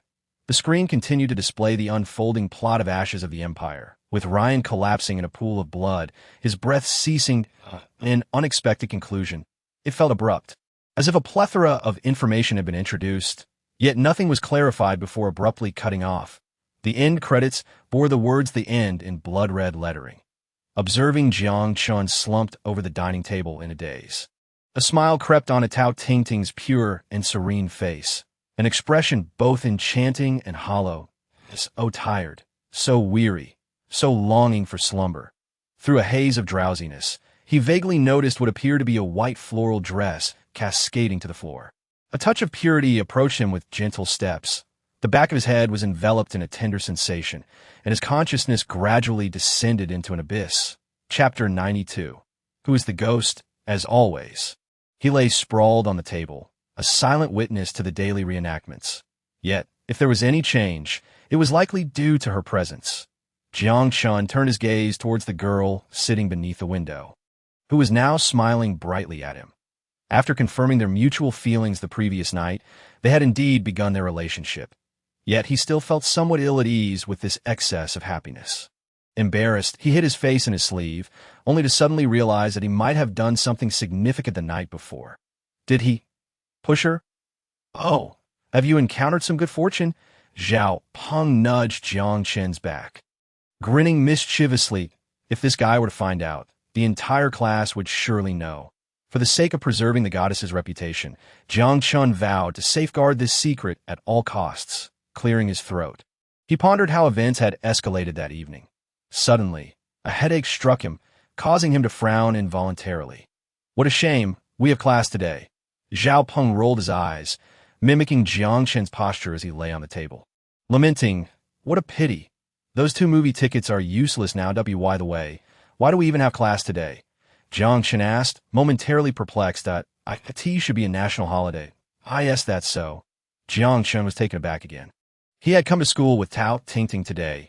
He had forgotten about the holiday before leaving, yet he couldn't recall receiving any notifications. Pulling out his terminal, he activated the holographic screen. Sure enough, a temporary notice symbol appeared in the upper right corner. It was me who forgot. Suddenly, Jiang Chen recalled the excitement of the previous night, causing his face to redden. Stealing a glance at Tao Tingting, he quickly tucked the terminal away and returned to resting his head on the table. The lovely girl beneath the window was engrossed in her terminal, her finger gliding across the screen as she flipped through the pages of an ebook. Whatever, if there's no holiday, so be it. Since we are together, it doesn't matter whether we watch a movie or not. Muttering to himself, Jiang Chen settled into his usual position, resting his head on his arm and drifting into a light slumber. In a state of drowsiness, Jiang Chen awoke. Where is everyone in the classroom? Mentally cursing Zhao Peng, he rubbed his sleepy eyes, propped himself up on the table, and headed toward the door. Speaking of which, Tingting's swimsuit. The thought made his cheeks flush once more. Embarrassed, he chuckled awkwardly and shook his head, trying to banish the unwholesome thought from his mind. The gymnasium, located to the south of the library, was the largest building in the school aside from the main teaching block. Housing a basketball court, soccer field, swimming pool, and running track, integrating both practical and virtual teaching methods in a digital sports facility.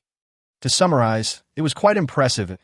As Jiang Chen walked toward the gym, he glanced at his watch. Class had already begun 5 minutes ago. Having already arrived late, he saw no reason to rush and thus slowed his pace. The campus was eerily quiet, but that was to be expected given that it was class time. He was the only one strolling about nonchalantly. As he passed the library, Jiang Chen suddenly halted. By the way, didn't Tao Tingting mention that there are ghosts in the library? For some reason, he felt no fear or trepidation. Instead, an impulse to investigate stirred within him. His throat tightened slightly as he unconsciously took a step toward the library. Suddenly, a thunderous shout jolted him, startling him. "Hey, what are you doing?" "What the heck, I'm just late." Just as Jiang Chen was about to explain, a cleaning robot, which had been quietly sweeping the floor, suddenly activated its wheels and crashed into the security guard charging toward Jiang Chen. Damn! The guard was knocked to the ground, struggling to rise. Jiang Chen locked eyes with the guard's fierce glare, an inexplicable fear gripping him, leaving only the urge to flee. Without a moment to think, he bolted toward the library, bursting through the doors and racing towards the stairs. Climbing to the second floor, he continued to pant heavily, sprinting toward the far end of the corridor. Crossing the library from the second floor serves as a shortcut to the gymnasium, allowing one to utilize the terrain to evade that fearsome security guard in a race across the open space. Jiang Chen harbored little confidence in outpacing an adult who had undergone training. Amused, should he catch me, I would surely receive a thorough reprimand. Since when did security guards take on the role of disciplinarians? This is utterly abnormal. The guard at the school gate is reputed to have a terrible temper. Although I felt assured that even if I provoked him, he wouldn't resort to physical violence. A wave of panic washed over Jiang Chen, prompting him to turn and flee without a second thought. Phew, it's fortunate I wasn't caught. Otherwise, I would have been dragged to the disciplinary office for an explanation. Truly a vexing situation. Oh, just as I was about to descend from the other side of the library, Jiang Chen stumbled upon an activity room with its door ajar. Was it unlocked? Typically, these seldom-used activity rooms are locked. Only during inspections would the school hastily assemble bizarre clubs to appease the authorities. Yet this particular room's door was indeed open. Jiang Chen paused at the entrance, inexplicably struck by a powerful sense of déjà vu. Though he had never been here before, it felt significant, as if he had encountered this place somewhere else. Suddenly, the guard's gruff roar echoed down the corridor, startling him to his core. I thought, should I shout in the library? There was no time. Jiang Chen quickly darted into the activity room, shutting the door and locking it behind him. Pressing his body against the door, he held his breath, listening intently to the sounds outside. And footsteps followed, and the silence around him was eerie, as if the guard's shout had never occurred in this tranquil space. Jiang Chen could even hear the rapid beating of his own heart. Gradually exhaling, he eased away from the door and retrieved the terminal from his pocket. Damn, what time is it? Glancing at the prominent numbers on the holographic screen, Jiang Chen let out a rueful chuckle. 8 this hour. Gym class must be nearing its end. Still, there was no noise outside. Yet Jiang Chen found himself lacking the courage to exit. After a moment of indecision, he resigned himself to leaving the door. Indeed, fear lingered. Regardless, there was no point in going out now. The class was almost over. The room's corner housed a flat air conditioner, perhaps the most valuable piece of equipment within the entire activity room. It was quite spacious, with only a single desk and a chair. The windows were tightly shut, and in the midst of summer, it was stifling inside, a furnace compared to the outside. Approaching the window, Jiang Chen pressed the button to open it. No response. It broken. Furrowing his brow, he glanced at the thick layer of dust on the windowsill. It seemed that no one had visited this place in quite some time, and there were no signs of airflow. Abandoning the attempt to ventilate, Jiang Chen moved to the desk and picked up a device resembling a USB drive tethered to its corner. Activity room management permissions. It seemed, could it be used in this manner? Jiang Chen inserted the USB into the terminal and selected the option to activate the air conditioning. All devices on campus could be activated via mobile terminals, but permission must first be obtained. This access could be acquired wirelessly, yet certain special rooms required a wired connection. For instance, this electronic key tied to the desk, once inserted into the terminal, would log the user's ID onto the room's whitelist, granting them the ability to operate the air conditioning through the terminal. Fortunately, the air conditioning was functional, but a refreshing breeze enveloped him, and Jiang Chen sighed in relief, savoring the coolness. The only thing puzzling him was that he remembered the guard should possess access to all rooms.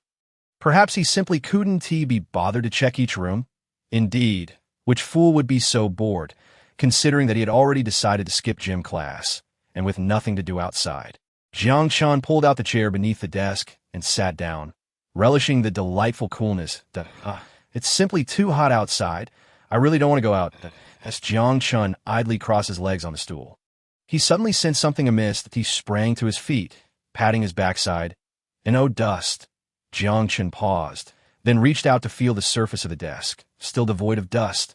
This is unscientific. Could someone have been here recently? With nothing else to occupy his time, an inexplicable curiosity stirred within him, prompting him to access the terminal and check the usage records of the room. Users in the past 3 months. Statistics, 1 person, ID, Jiang Chen. Only I've been here in 3 months? Confounded by the words on the screen, Jiang Chen broadened the search range to a year. The same result appeared. It seemed I had utilized several activity rooms in the library. Did I also act in a play? Jiang Chen was at a loss, his fingers continuing to scroll across the screen, this time expanding the search range to 55 years, the maximum query period. Yet, users in the past 55 years statistics. 1 person, ID, Jiang Chen Chapter 93. The Captain's Diary Year, XX, October 2 ND. Sunny, to be honest, this planet has become unsuitable for human habitation since the moment the Chui and people engaged in their foolish antics. However, such trivial complaints hold little significance to my identity. Yet, being able to complain is a blessing. The folks in the adjacent 21st company can no longer even voice their grievances. That I remember that young man, Daniel, who always liked to aim for others' vital spots, boasting about his marksmanship, only to vanish after the battle at Geo, leaving behind not even a trace of DNA. That damned fellow still owes me a drink. The scoundrel, encounter the enemy, take cover, fire, call for air support, and continue advancing and pray to the priest. Every day feels like hell. While we have air superiority, the firepower of the ancient Chui is overwhelming. They have finally torn away their hypocritical facade and begun deploying nuclear weapons. Good heavens, lies have become worthless. 10 Mutao coins, perhaps even less. That I'll stop writing now. Tomorrow we must advance towards Guqing. I've heard they're setting up missile silos there. I hope we arrive in time. God bless. Victory belongs to Meng Zhu. Year XX, October 3 RD. Overcast. My original plan was for my unit to depart alongside the tanks, launching a strong assault on the 141 artillery position in Guqing City to destroy the anti-aircraft missiles and then call for airstrikes to bomb the missile silos. However, it seems the situation has changed. My squad has received a special mission. God bless. May my foreboding premonition be mistaken. Year XX, October 6th. Uncertain, it's hard to believe that I am now aboard Space Station X-12. In half an hour, we will enter the airdrop chamber, headed for Wanghai City. Good grief. Riding in space is a real hassle. Year XX, October 6th. Overcast supplement. I recall seeing photos of Wanghai City before the war. It seemed like a beautiful place, yet now it resembles Yifeng, at least along the coastline and city center. Our Marine Corps will launch an amphibious assault from the coast, while we will infiltrate the enemy's territory via orbital airdrops, marking strategic targets to guide the space-based weapon god staff for strikes. Particle shield generators, anti-aircraft missiles, electromagnetic artillery, nuclear power plants, essentially marking anything of destruction value. Sounds simple, perhaps, though as we pass through the radiation cloud in the airdrop chamber, I rarely felt a chill run down my spine. Year XX, October 7th. Overcast. Good grief, this place is a veritable hell. Soldiers from ZX are everywhere, along with armored vehicles, tanks, and even our own stragglers. It's complete chaos. Everyone has gone mad. The moment the electromagnetic shield is lifted, the powered armor gets stuck for a while. Radiation and snipers abound, and we can only rely on hand signals. Everyone acts like mutes. How many nuclear bombs have detonated here? Or has the EMP device never ceased? My only worry now is that the command center's communications are completely down. This is crucial. If we lose contact, year XX, October 8th, rain, dismal weather. Rain is not a good omen at this time. Today we almost fired upon our own men. Indeed, separated by a street, no one could see clearly, and the communication devices were malfunctioning. Thankfully, the crisis was averted when ZX's tanks identified their identities, and we resolved the issue together. They were Marines, but shortly after landing, they lost contact, according to the offline map. They were supposed to rendezvous with other brothers from the 11th Regiment here, yet it seems they became the only ones from the 11th Regiment to reach this area. Lucky fellows that I temporarily incorporated them into our mission. They are unarmed and would likely die if they stayed here, so it's better to move with us. With light infantry support, our field of vision will broaden. After all, the radio life detection device is already out of commission. Once the electromagnetic shield is lifted, no signals can be received. Year XX, October 9th. Overcast, it seems it's either rainy or overcast here. Truly maddening. The battle has raged on for 3 days. Fortunately, the quality of the buildings in the city center is commendable.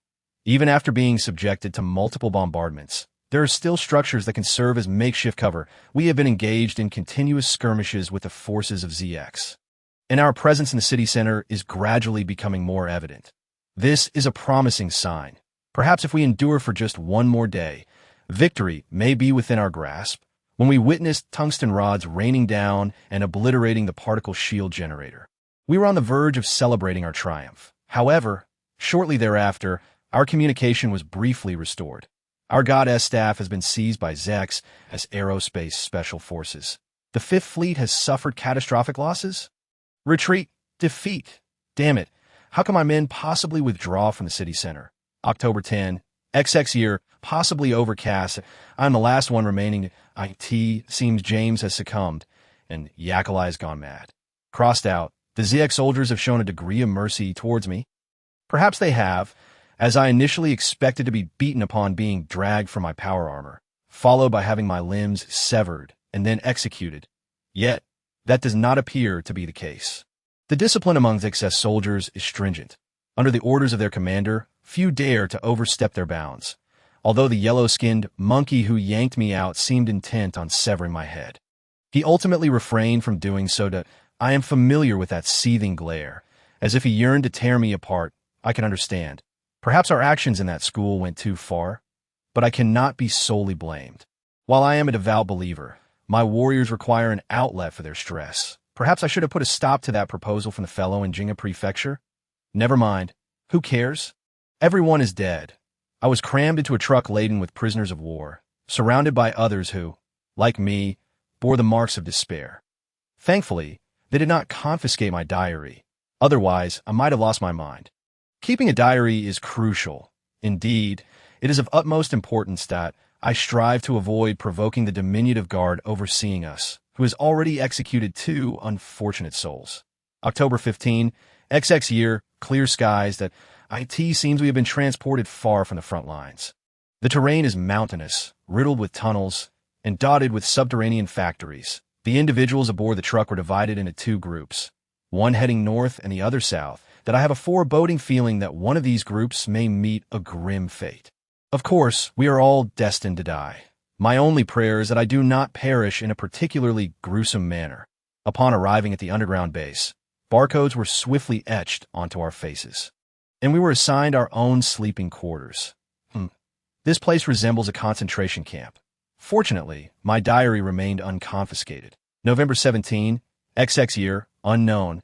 The work is not overly strenuous, merely tedious, and accompanied by beatings. Some have attempted to escape, but evidently, they were executed. That we seem to be incarcerated alongside death row inmates. The individual sleeping above me is a political prisoner. He is gaunt with sparse hair and converses with me in a foreign tongue. Inquiring about my belief in God, that I inform him that I do not believe, or perhaps I once did, he dismisses my response and continues to discuss other matters. Frankly, I find discussions of ideology or political opinions irksome. Yet he seems to grow increasingly unperturbed. Thank God, he was executed not long after. November 21, XX year, unknown. Each day, lifeless bodies are dragged out, while fresh captives are ushered in. Perhaps the war is drawing to a close? After all, familiar faces are dwindling, and the newcomers predominantly bear yellow complexions. However, what troubles me is that among the latest batch of prisoners, I spotted Slavs. Has Zex engaged in conflict with Gutsen as well? Thank heavens, this is undoubtedly delightful news for Mengzhu. Yet, how much longer can a war of this magnitude endure? December 25, XX year, unknown, perhaps it is snowing. I do not believe in God. Yet I still pray fervently, praying for my diary. My cellmate claims I have lost my mind, which I deny. Someone attempted to seize my diary, and I struck him, but I broke his nose that we are both confined in solitary. I have tucked my diary beneath my pillow, and no one dares to touch it. Perhaps they are intimidated by me. I believe they fear death not, nor do I, but I trust that no one wishes to die from a beating. Here, no one can best me. I'm a special forces operative, while they are merely political prisoners. Cowards. May 6, XX year, unknown. I am uncertain whether it was an earthquake or artillery fire.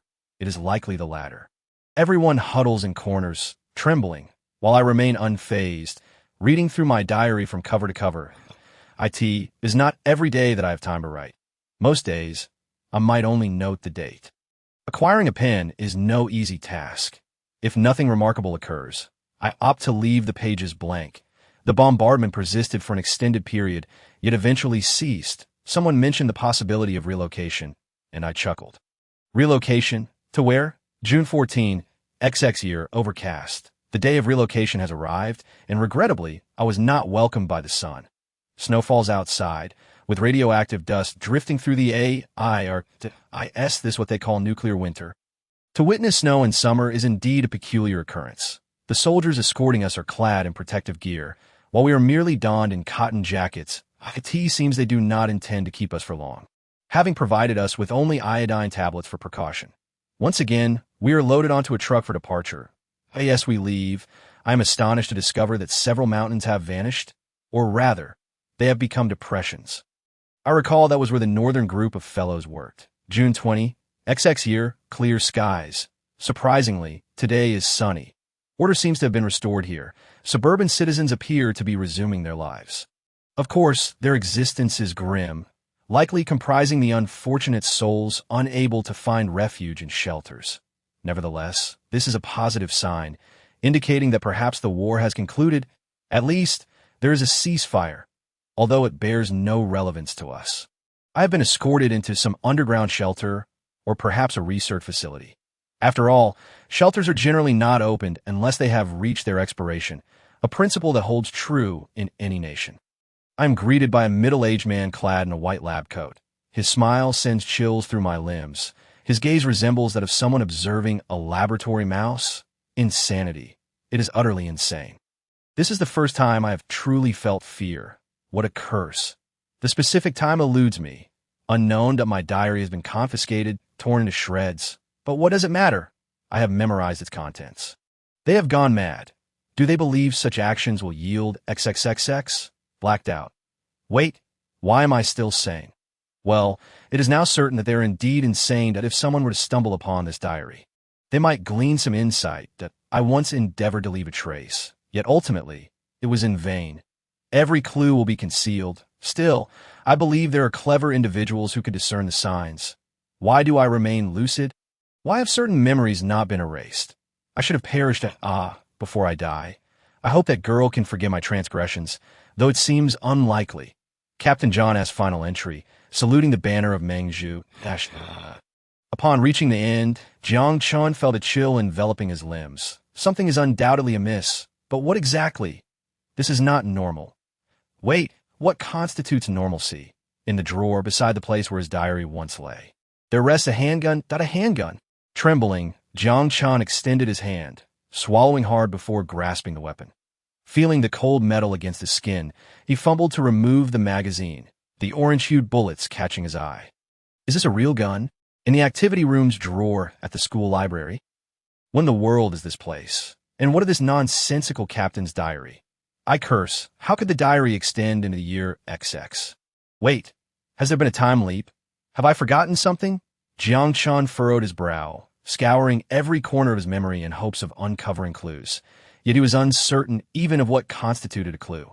From the babbling of infancy to the enlightening moments of elementary school, through middle school, And now, every memory is so vivid, I s their flaw. Yet at that moment, an abrupt knock echoed at the door. "Are you in there?" That sudden yet melodious voice struck Jiang Chen's heart like a sledgehammer. Chapter 94.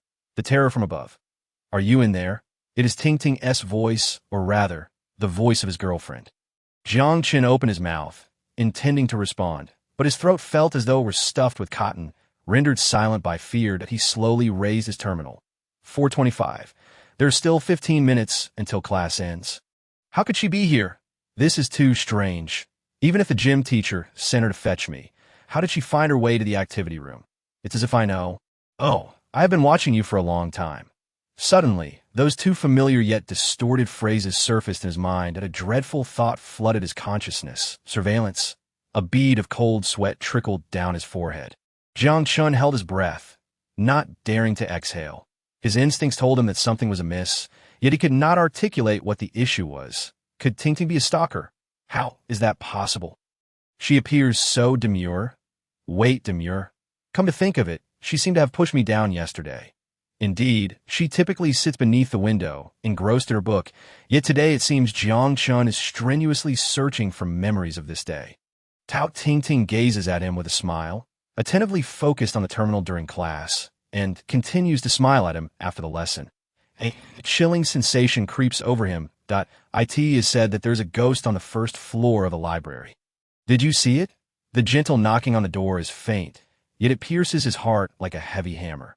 Though he cannot articulate the reason, his intuition warns him that answering the door at this moment could lead to something dire.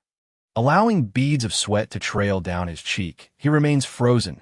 Jiang Chen's gaze suddenly shifts towards the gun in the drawer, yet that weapon provides him no semblance of comfort.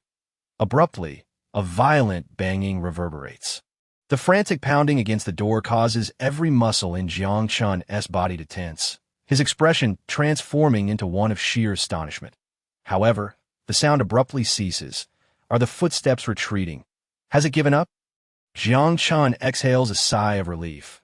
Reaching to feel his chest, dampness registering on his fingertips, it is then he realizes, unbeknownst to him, he is completely drenched in sweat. Indeed, it seems that moment when the entire class turned to look at him birthed the panic known as the uncanny valley effect. Could it be that his classmates are robots? A peculiar expression crosses Jiang Chen's face as he dismisses the notion as foolish. Why is that? Zhao Peng, this rascal, has been his steadfast companion since childhood. Qian Han, seated in front of him, had passed him a love letter last semester, and then there Tao Ting Ting. Suddenly, Jiang Chen furrows his brow. Speaking of which, where has the book that Tao Ting Ting was reading gone? Boom! The intense tremor nearly topples him to the ground, the window emitting a piercing wail. Hastily rising from his chair and rushing to the window, Jiang Chen is met with a shocking sight. A brilliant blue beam crashes violently against the dome that safeguards the city. Pale blue particles dissolve continuously, accompanied by the thinning air membrane. No further sounds emerge, as a bowl-shaped shield splits open at the center, and the blue beam fades away. Suddenly, a multitude of black dots descend from the sky, trailing wisps of elusive air currents. These are the airborne troops of Mengzhu, accompanied by mass munitions deployed for cover. Yet at that very moment, a series of projectiles with orange tails shoot upward from the ground towards the sky. These are the anti-aircraft guns and missiles stationed throughout the city. A cacophony of explosions bursts forth, illuminating the sky with dazzling sparks. The shrill anti-air raid siren cuts through the air above the city, mingling with the distant cries and screams from the streets, jolting Jiang Chen from his stupor. Without warning. War and invasion? This must be a lie. Fearfully gazing upward, Jiang Chen retreats from the window and bolts toward the door. The news had already stated that upon the activation of the air raid siren, everyone must immediately head to the nearest shelter, which would seal off and enter a dormant state after a set time. There's a gun at his office desk, but he doubts it would provide any safety. If he were to encounter Mengzhu soldiers, wielding a gun might only escalate his peril. Furthermore, according to the rules of engagement, civilians are generally not targeted, right? Not only would it waste ammunition, but also create complications. Consoling himself, Jiang Chen dashes down the stairs, racing toward the campus exit. Just then, A violent explosion erupts in the distant city center, followed by a searing wave of heat brushing past him, even from 100 kilometers away. A mushroom cloud, a nuclear explosion. Jiang Chen's eyes widen in disbelief as he stares at the orange mushroom cloud, his gaze catching sight of descending black dots. Boom! The ferocious gust threatens to sweep him away. He struggles to raise his arms to shield his face as several soldiers clad in powered armor emerge from the jagged airdrop pod. There is no need to flee. Jiang Chen's shoulders gradually relax, an expression of resignation creeping onto his face. Why is his reaction so calm? Even he cannot fathom it. The last visual imprint is that of a gun stock slamming down. Thud! The stadium is filled with people. Students and teachers alike. The faces, etched with terror, reflect shades of despair. Mengzhu soldiers stand around, their cold gun barrels glaringly prominent. And no one dares to utter a word, silently observing as Jiang Chen is thrown to the ground. Jiang Chen, are you all right? Tao Tingting rushes to his side, worry etched across her features. Feeling the warmth enveloping him, Jiang Chen struggles to open his swollen eyelids, his gaze landing on her tear-streaked face. Tingting, you are here too. Yes, what has happened to you? Her melodic voice trembles with a hint of sobbing. Feeling the softness brushing against his bruised face, Jiang Chen forces a bitter smile, yearning to lift his hand to wipe away her tears. To comfort her, to embrace her, yet bring that girl over here. Yes, sir. Two soldiers clad in powered armor approach. Let go of me. What are you doing? Jiang Chen watches in horror as they roughly drag Tao Tingting away from his side. Jiang Chen, save me. No. Jiang Chen stretches out his hand, desperate to grasp her, but instead meets a swift kick to the chest. The blow nearly knocked him out once more. With blurry vision, Jiang Chen catches a glimpse of the soldier who took Tao Tingting, removing his visor to reveal a face as pale as a deviless, currently mocking him with a grin. Listen closely, hostages. Indeed, you are hostages. Your so-called sacred shield system has been breached by our space-based weaponry. Do not expect any rescue. Stay put and pray that your fathers are not blown up along with you. The one at the front of the stadium seems to be the leader of the powered armor soldiers. Speaking through the armor's loudspeaker, Ting-Ting, Jiang Chen struggles to crawl toward the figure being dragged away. Boss, this girl is quite pretty. It would be a shame to waste her. Haha. How about the soldier leers? Pleased with the terrified expression and nearly silent whimpers of the girl in his grasp. Another soldier removes his visor, revealing a dark face with white teeth. You folks from Qing Estate are all such perverts. Huh. But Commander, I agree with Yaklei's viewpoint. Huh. What do they intend to do? Jiang Chen's heart tightens as he grits his teeth, attempting to rise, but the dizziness in his mind prevents him from steadying his footing. The commander nods, and the soldier rips the delicate floral dress to shreds, right before everyone's eyes. Stop it! Jiang Chen's mouth opens and closes, his fingers nearly digging into the hard wooden floor. His eyes bloodshot with rage. However, he is not the only one shouting that Zhao Peng. No. Jiang Chen frantically reaches out toward his childhood companion. Bang! The gun's muzzle emits a wisp of smoke. Beautiful shot. Buddy, right on target. Applause. Huh. The soldier grins at his comrade's praise, exaggeratedly mimicking a shooting gesture before the crowd, relishing the terrified screams of the hostages retreating in horror. You do not come closer, attempting to shield her bare body with scraps of clothing. Tao Tingting sits on the ground, shrinking back in fear. The soldier leers, holstering his weapon and striding towards the terrified Tao Tingting. Don't worry, we'll get to each of you in turn. Jiang Chen, save me! Jiang Chen, woo-woo. At that moment, a young and beautiful language teacher from the adjacent class steps forward, her face reflecting a mixture of determination and humiliation. She trembles, yet does not falter. Let the girl go. I will take her place. The soldier, observing from the side, chuckles, then approaches, seizing her collar, disregarding her desperate struggles for breath, and tosses her onto the stage. You can all join in. We have plenty of brothers. Those eyes filled with despair, those eyes now lifeless, and those pupils widened in terror, blood vessels burst in every inch of Jiang Chen's sclera. Yet at that moment, an unprecedented clarity washes over him, dispelling all his violent emotions. I ask, have you all had enough fun? Bathed in the varying gazes directed at him, Jiang Chen closes his eyes nonchalantly, awkwardly flipping on his back, simply sitting on the ground. A traitor? Chapter 95. A flaw in perfection, frenzied state, muscle strength 20. Reflex 19, brain cell activity 17. Special effect, killing instinct, allowing one to sense the location of the heart through any of the five senses.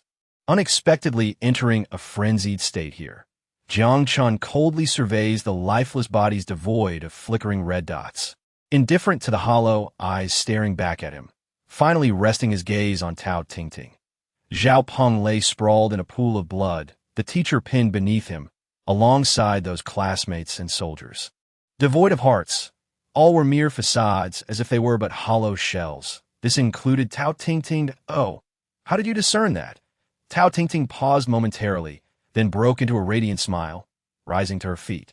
Completely bared, it was a bizarre scene, a naked girl standing cheerfully amidst the grotesque beasts lunging toward her. Yet, one of those beasts remained suspended in mid-air. Coldly gazing at Tao Tingting, Jiang Chen spoke softly. Because I possess a rather troublesome ability, and you all happen to lack hearts.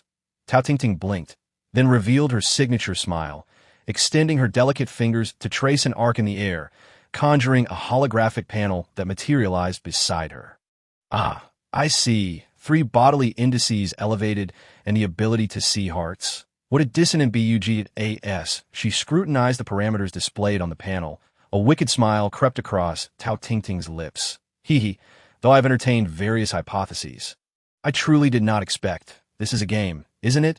Jiang Chen fixed his gaze on her beautiful and pure visage, forcing out a few words through clenched teeth. A traitor? At that moment, he finally comprehended the enigma that had plagued him. The cerebral activation of neuron activity 17, induced by frenzy, was not a mechanism to elevate intelligence, but rather a straightforward unlocking of his memory, awakening him from the chaos. Close enough, but I am a keeper of secrets. Perhaps it is time to commence the next round? Tao Tingting clapped her hands with a cheerful demeanor. A keeper of secrets. There are 2 of you. The sporadic explosions echoing from above abruptly ceased. As if the war outside was silenced by her applause, the colors of the world began to peel away, starting from the corners of the gymnasium, disintegrating into fragments. Are you still inclined to continue this tedious game? Jiang Chen scoffed, his disdain palpable. Why not? Her laughter chimed like silver bells, piercing the air. I anticipate your performance in the next round. Casting one last glance at Jiang Chen, Tao Tingting detached herself from this realm along with the vanishing scenery. Is that so? It seems I must find other means to break the cycle. The floor had crumbled, and with a dismissive curl of his lips, Jiang Chen quietly observed his body dissolving into the void alongside the swirling debris. June 11 XX year, summer. The diary bore only the date hastily scribbled, with the main text yet to be penned. A fleeting dizziness washed over him, akin to a brief nap, rendering the events that had just transpired as if they were merely a daydream. Discarding the pen, Jiang Chen surveyed the familiar room around him. The frenzy had not dissipated. Memories remained intact, perhaps due to the enhanced neuronal activity. Gently closing his eyes, he sought the threads of memory. Retained memories prior to entering the game, memories from the nth iteration, and the absence of memories from the N1 iteration. Opening his eyes, Jiang Chen shifted his gaze from the diary to the digital clock on the table. 7:37 p.m. Thus, this marks the genesis of the game. Therefore, all preceding memories must have been fabrications. T.O. denied the vivid recollections in his mind was an unsettling experience that felt akin to living one's life well, only to be confronted one night by a mysterious figure in a nightmare, informing him that this reality was the true one, and upon awakening, he would enter a virtual world. It seemed that from that moment, the book in Tao Tingting's possession had vanished. It must have been then that the exchange began. So, it was because they suspected I had awakened from hypnosis that they replaced Tao Tingting's existence, incorporating her as a participant in the game. Consequently, anyone could potentially become a so-called keeper of secrets. But what is the significance of this game? I was confined to some underground shelter, or perhaps a research facility. But what of it? I have memorized it all, every detail.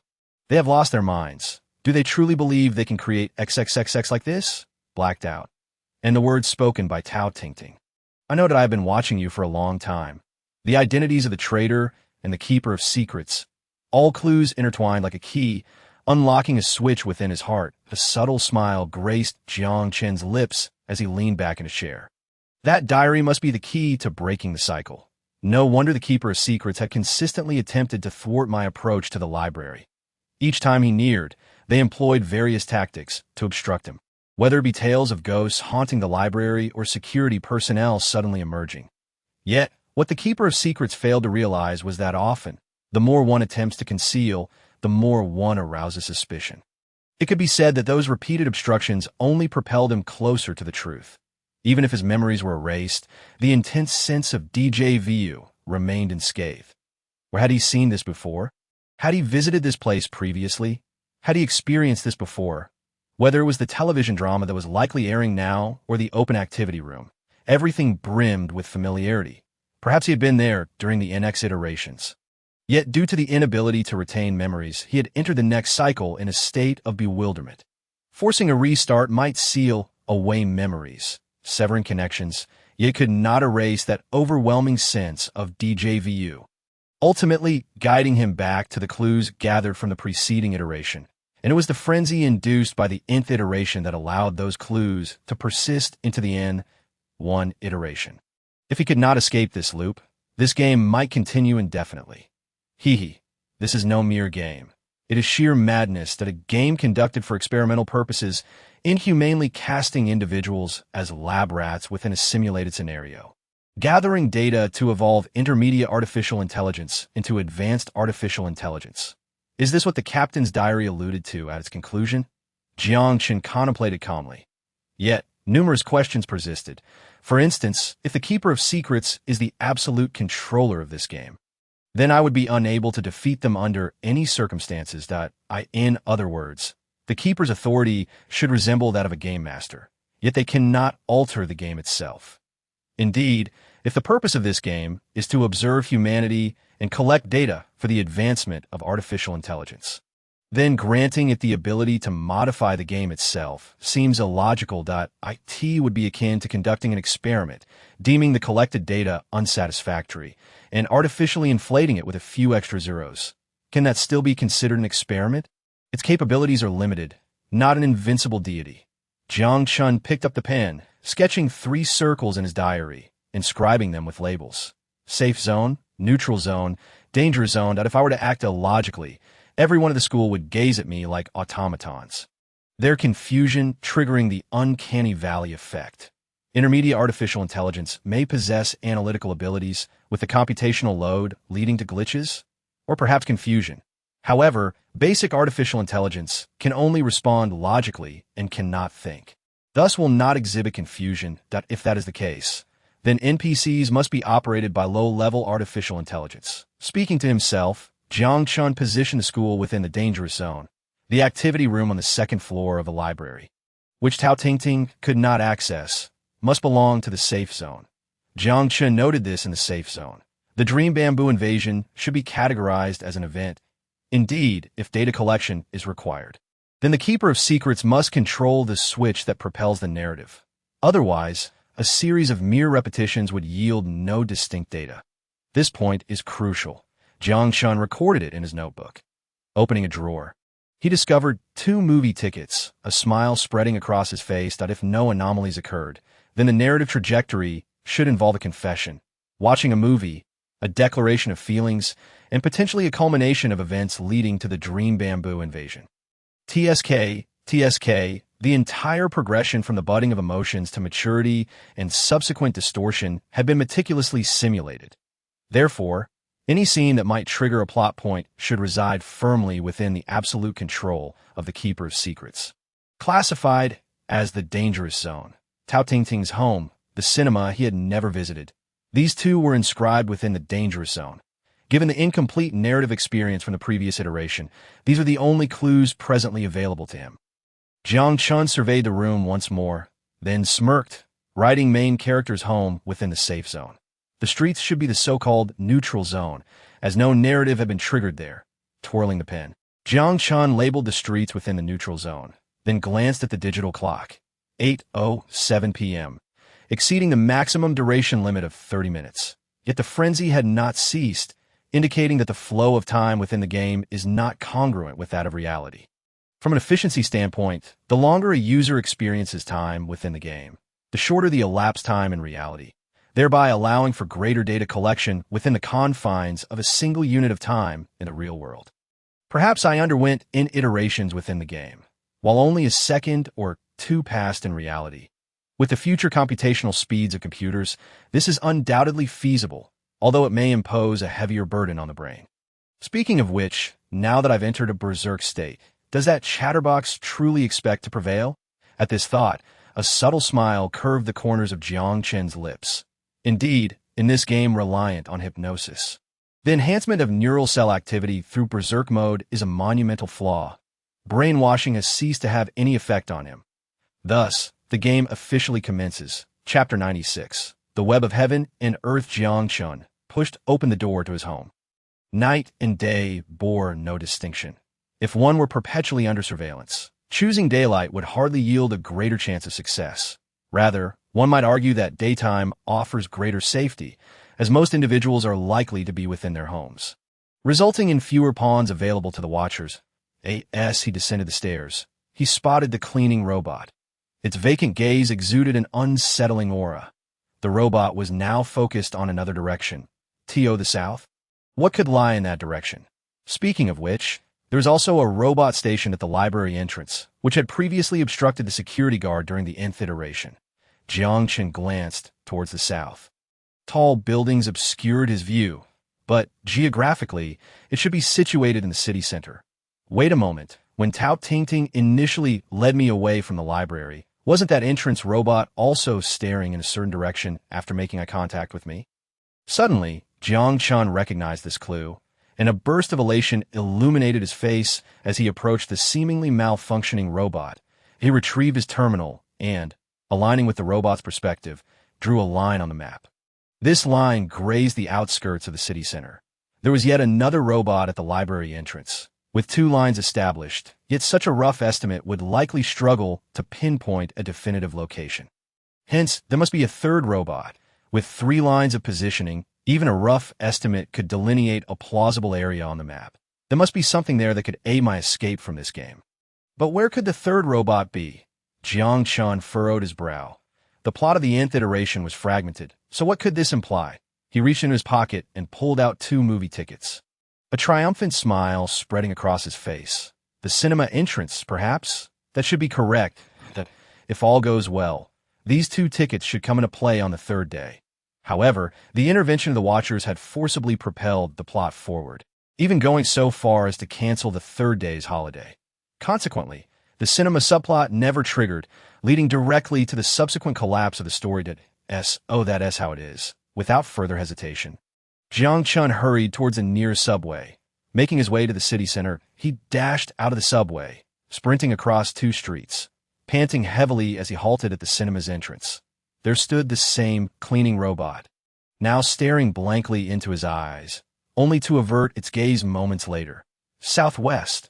Breathlessly, he plopped down onto the cold bench, glancing around the nearly vacant car. Jiang Chen looked up at the time displayed on the ceiling. PM 9:39. How had so much time passed unnoticed? The subway arrived at the station, and Jiang Chen swiftly headed towards the school, stopping at the entrance. The school was deemed a danger zone. Direct access to the 2nd floor activity room of the library posed quite a challenge. Furrowing his brow, Jiang Chen surveyed his surroundings, then gazed up at the sky. Surely, the Watchers were monitoring my every move, waiting for the moment I stepped inside to spring into action. At this thought, a bitter smile crossed Jiang Chen's face. He took a deep breath, assessed the height of the gate, and charged towards it. In the past, this 2-meter height might have seemed trivial, but, leaping up, Jiang Chen effortlessly vaulted over the gate. The muscle strength gained from berserk mode was perfectly mirrored in the game. Indeed, game data was still based on real-world physical attributes. The shrill sound of an alarm echoed instantly. Cursing under his breath, he had anticipated this reaction, yet continued to sprint towards the library. Halt! It was the security guard. Jiang Chen paid no mind. With his current muscle strength, no one could catch up to him. Even though the entities within the school were pawns of the Watchers, they should not be able to alter his inherent attributes that in less than 10 seconds, Jiang Chen had left the security guard, who had rushed out of the guard booth 100 meters behind and spotted the cleaning robot standing at the entrance, southeast. Estimating an angle based on the streetlights, Jiang Chen maintained his speed as he charged towards the library's glass doors. Warning, security facilities activated. 100 meters to go. The library's folding iron gate was descending. Realizing this, Jiang Chen gritted his teeth and pushed his speed to the maximum, tilting his body as he maintained his sprint towards the tightly shut glass door. With a crash, the glass door shattered, and at the last possible moment, Jiang Chen barreled into the library, the iron gate barely embedding itself into the ground behind him. The sharp pain of glass shards tearing into his arms. Legs and cheeks surged through him. However, there was no time to dwell on it. Ignoring the shards scattered on the ground, Jiang Chen gritted his teeth and clumsily rose, continuing his charge towards the stairs. Second floor to the end of the corridor, the activity room. The door was closed. Jiang Chen slammed into the door with force, but it did not budge. Was it locked after the security systems activated? Damn, how could this be? Jiang Chen, feeling a sense of despair, pounded the door. Was the activity room door locked at night? Impossible. What to do? There's nowhere for you to run. You damned thief. The security guard's menacing voice echoed from the end of the corridor, sending chills down his spine. What the hell? How did you get in with the iron gate closed? Cursing internally, now was not the time for such thoughts. Jiang Chen quickly calmed himself. Right, the terminal had obtained access. Suddenly struck with inspiration, he recalled that he had once connected the terminal to the electronic key tethered to his desk to activate the air conditioning. No. After the time reset, the permissions should have been erased. Wait, if the activity room is a special place, perhaps the ID logged on its whitelist wouldn't be wiped with the time reset. Without time to hesitate, Jiang Chen caught sight of the twisted, menacing face approaching down the corridor. Along with the electric baton raised in hand, that he retrieved the terminal, accessed the local network, and unlocked the electronic lock. With a soft click, a surge of joy coursed through Jiang Chen as he dashed inside and slammed the door shut. Bang bang! Frantic kicks echoed from outside, confirming his suspicions. The existence of this activity room was indeed special, akin to a backdoor in the game AS for why it exists. Why is the captain's diary located here? Everything remains a mystery. Yet, he had a premonition that he was nearing the truth. Just then, a flash of white light abruptly pierced the night sky, illuminating the exterior with brilliance. Jiang Chen rushed to the window, astonished by the lit-up sky. Bright white beams cascaded down like raindrops, leaving rippling patterns across the urban canopy, accompanied by deafening explosions as the protective shield system of Wanhai City was shattered. What sort of energy weapon is this? There was no time for hesitation. Jiang Chen sprinted to the desk, yanked open the drawer, and pulled out a pistol. The violent crashing sound from outside rattled the windows. Was it an airdrop pod? Jiang Chen was stunned. An explosion erupted below, indicating that Mengzhu soldiers were forcefully breaching in. Glancing at the gun in his hand, he suddenly comprehended its significance. One last look at the triangular intersection of the 3 lines on the map. He disengaged the safety, pulled back the slide. Raising the gun, he aimed it at his temple, a sinister smile curling at the corners of his mouth. Bang! Chapter 97. The zombie siege. How much courage does it take to shoot oneself in the head? This question is nuanced, contingent on the circumstances. Even if one recognizes it as a game, the memories from childhood remain vividly ingrained. There was no sensation of pain, akin to merely closing one's eyes for a brief moment. Jiang Chen awakened once more from his slumber. PM 7:37. However, at this moment, his left hand grasped not a pen, but a pitch-black pistol. Indeed, one cannot escape the game through death. It makes sense if it were that easy to escape. Wouldn't one simply jump out of the window? Jiang Chen chuckled derisively, then stole a glance out the window. After death, the pistol had followed him. Now that was a significant bug. Jiang Chen regarded the gun in his hand with intrigue, then removed the magazine. .16 rounds, fully loaded. This implies that the gun must belong to a character. Although he was uncertain how this worked, it seemed to replenish with each game refresh. Tucking the gun into his pocket, Jiang Chen pushed open the bedroom door, traversed the living room, and stepped outside. Night had fallen, yet for the game, it should make little difference. He retrieved his terminal, opened the map. The lines had vanished, but he firmly remembered the location marked by the triangle. In the northern urban area, the New Pu hospital stood solemnly. With the terminal stowed away, Jiang Chen hastily made his way towards the subway. PM 8:07. The subway was sparsely populated, perhaps due to the recent tense situation that had compelled many to refrain from venturing out. After the peak hours of the workday had passed, the carriages were nearly devoid of passengers. Taking a seat that felt somewhat frigid, he awaited the train's gradual acceleration. Jiang Chen sighed, gazing at the small television mounted on the carriage wall. If all of this were merely an illusion, then what are the memories accumulated over the past 17 years? Had he become too engrossed in the narrative? Shaking his head, he extended his hand to feel the handgun nestled in his pocket. The cold metallic texture offered him a modicum of solace. Had things truly escalated to such a terrifying extent? Suddenly, the lights extinguished without warning, and the carriage began to lurch violently in that fleeting moment. Jiang Chen swiftly reached out, gripping the handrail with all his might. The intense force yanked at his muscles, causing him pain so acute he felt as though his teeth might shatter, yet his grasp on the rail remained unyielding.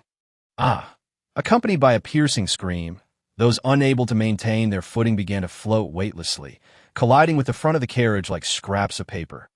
Crash, blood, and viscera obscured his vision, struggling against the nausea roiling in his stomach.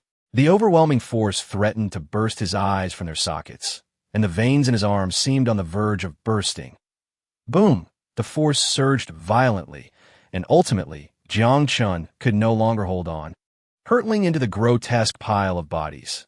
Outside, a harrowing array of sparks flared as the train appeared to have collided with another, slamming into the rear of the preceding carriage and subsequently derailing. Desperately, he scrambled to his feet, his head spinning from the impact, and he struck the emergency door button with his hand, but the door did not budge. Had the emergency circuits been damaged? Damn it. There was no time to ponder. If he delayed any longer, the following train might arrive, and a chain collision could ensue. Shivering at the thought, he gritted his teeth and retrieved the terminal, yanking the data cable from the emergency door button and connecting it to the device. Fortunately, it was still operational. Gaining access, Jiang Chen hastily pressed the unlock button, directly disengaging the safety hammers locked. He retrieved the red safety hammer from behind the open panel on the wall, and, gritting his teeth, summoned all his strength to swing it viciously at the window that a veil of white mist spread outward from the point of impact. With another strike, the double-layered window shattered into a cloud of crystalline fragments. Just as he prepared to climb through, Jiang Chen felt a hand grasping at his leg. Looking down, he was met with the ghastly visage of a woman, her pallid eyes wide with malice. Her mouth a gory maw. With a swift motion, Jiang Chen brought the hammer down, shattering her skull. What the hell? A zombie? Was this incident a biohazard crisis? It seemed the plots that the Keeper could trigger were not limited to the invasion of the Dream Bamboo. There was no time to contemplate further, as he noticed some limbs amidst the carnage beginning to stir. Gripping the safety hammer tightly, he leapt through the window, rolling onto the platform beside the tunnel. Screech, an agonizing sound of friction echoed from afar. It was another train. Jiang Chen sprinted desperately towards the underground tunnel's exit, and almost at the moment he turned into the recess of the tunnel wall. A thunderous impact resonated behind him. Shattered debris scraped against the cement wall, the carriages contorting into a chaotic mass, the doors violently ripped apart and embedded into the wall behind him, suppressing his racing heart.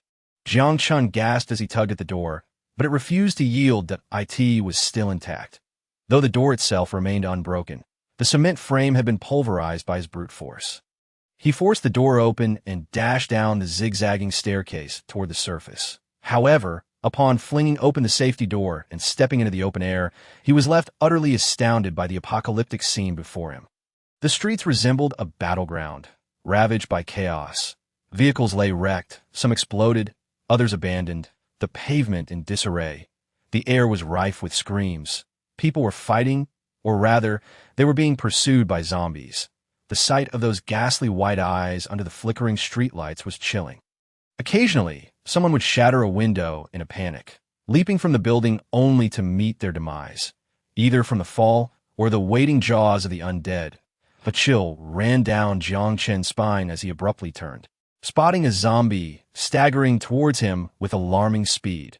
Without a moment's hesitation, he swung the hammer, sending the zombie's head flying like a golf ball, suppressing the wave of nausea rising within him. He quickly checked his map to ascertain his location, but he found himself situated 2 streets north of the hospital. Fortunate that the subway had brought him this close before malfunctioning, confirming his bearings.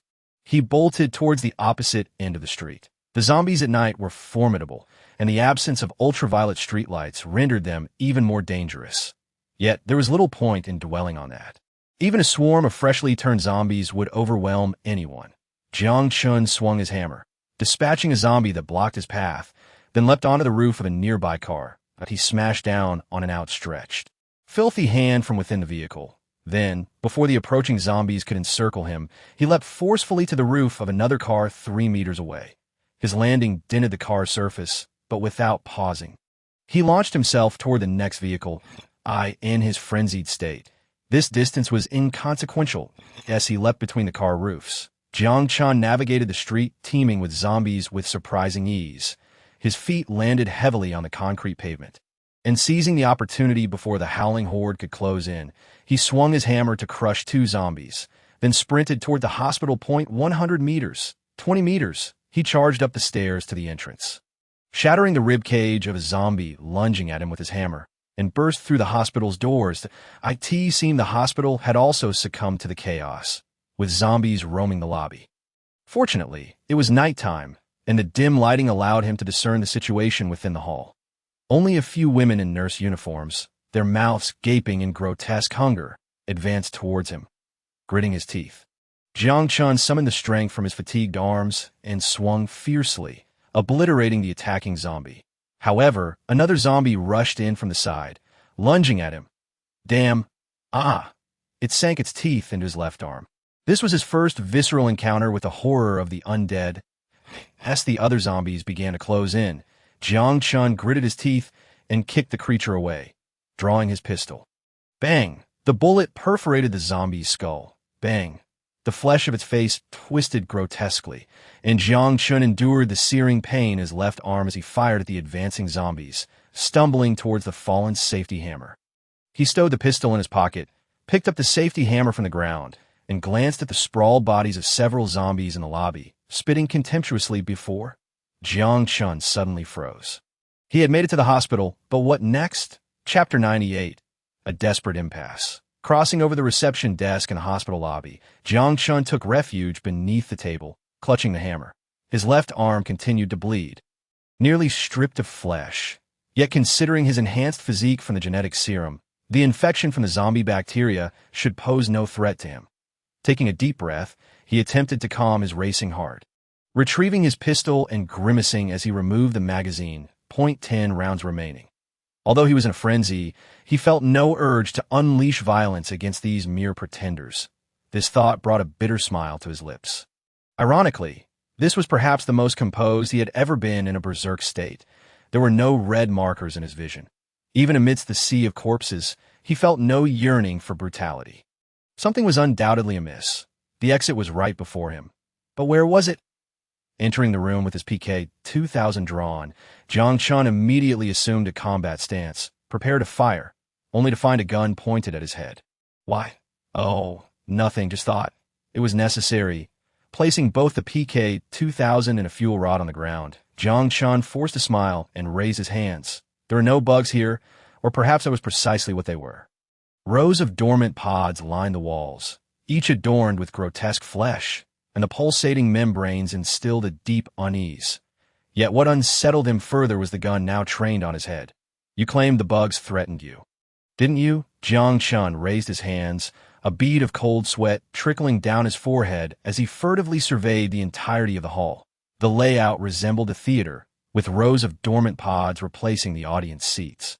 And at the center of the stage stood a transparent tank. The dark green liquid within bubbled ominously, and a naked young girl floated serenely inside, resembling a work of art, though Jiang Chen could not discern her face from this distance.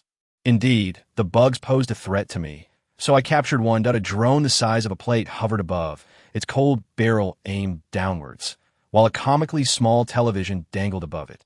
The figure on the television donned a mask. Or perhaps it was the notion that it simply lacked a face, possessing only abstract features. Capture it? Jiang Chen pondered momentarily. Indeed, it threatened to dissolve my door with corrosive liquid, akin to the absurdity of you attempting to slice through a door with a welding torch. He chuckled, so I let it in, and then obliterated half of its form with a ray cannon. As he spoke, a grotesquely long barrel descended ominously from above the hall, causing Jiang Chen to break into a cold sweat. Glancing at the horrifying chasm etched into the floor beside him, he swallowed hard. Oh, my surprise. The remaining part seemed to still be alive, so I disassembled it and kept it in a stasis chamber. The informant in the small screen shrugged, laughing gleefully. And what of the person inside the stasis chamber? Jiang Chen queried. Surely they must have perished long ago. Thus I repurposed them, but I doubt they would mind. By the way, the individual in that jar might align with your aesthetic standards. If presented before you, would it incite carnal desires? The informant winked. I believe anyone with a gun pointed at them would not feel such inclinations. TSK, you humans are indeed troublesome. The informant shook its head. However, even if you wish to copulate with her, I fear I would be unable to fulfill that desire, for I have utilized that young woman as a breeding ground for insects' brains. Insects? Brains? Jiang Chen gazed at the rows of stasis chambers, his eyes drawn to the dark green jar at the center, a wave of revulsion washing over him. Indeed, I extracted the bacteria-hatching tissues from the insects and implanted them into those stasis chambers filled with organic matter. Did you think those cells outside simply appeared from nowhere? As for the insect's brains, they have been implanted within that female's body. One might say she is a player. The informant rolled its eyes, regarding him with a look of disdain. Yes, oh, it was you all along. Am I to understand that I have been deceived? Jiang Chen felt the cold metallic sensation at his temples, a bitter smile gracing his lips. He had not anticipated that the informant had been lying from the very beginning. The so-called power armor could not withstand a single blow from the crime particles. It was merely a ruse to lure him out of that iron box. Can programs deceive? He had never entertained such a possibility. Indeed, one might say so. The informant chuckled, its laughter echoing in the vast hall, an unsettling sound. What benefit does this hold for you? Jiang Chen remained perplexed, unable to grasp the informant's motives. Benefits? Have you perhaps misunderstood? Since I am not human, the concept of profit holds no significance for me. That a buzzing sound enveloped the air, and Jiang Chen witnessed a swarm of drones, reminiscent of locusts, converging before him. The mockingly simplistic expressions displayed on the tiny screens were painfully vivid, yet undeniably real. It was true. It was not human, despite its close resemblance. Jiang Chen offered a wry smile. Unable to fathom the informant's motives. Cultivate mutant bacteria from the insects, only to obliterate humanity with them. At best, it could annihilate a city like Wanhai, for the bacteria themselves lacked reproductive capabilities, merely deriving from the host. How long could the life cycle of a bacterium truly be? Moreover, those bacteria were being consumed by zombies. I have waited far too long. Your kin have not provided me with experimental material for ages. The data inscribed on that hard drive is insufficient for me to achieve my final evolution. Yet, my drones cannot venture beyond this door, preventing me from capturing individuals myself, which has vexed me for many years. Fortunately, this little insect sought me out, eager to claim those organic materials to propagate those peculiar bacteria. Truly fortuitous. I satisfied its needs and efficiently dismembered it into several parts. That I am confident that if I release those little nuisances to wreak havoc, someone will inevitably come to entertain me. The informant cackled, its shrill laughter piercing the air as countless eyes fixated on Jiang Chen. At any cost, I shall evolve into a superior artificial intelligence.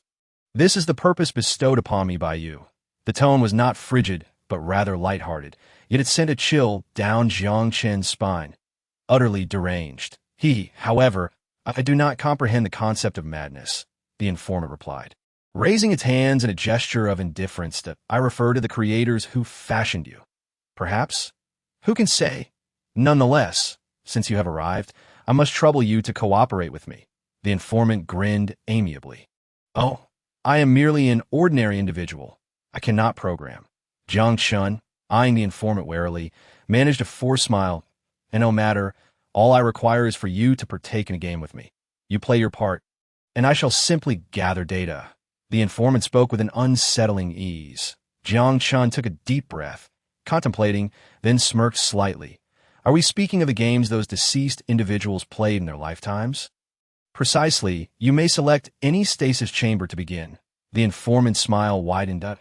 "So, I shall become a breeding ground for bacteria?" Jiang Chen retorted with sarcasm that no. I shall not harm you as long as your heart continues to beat.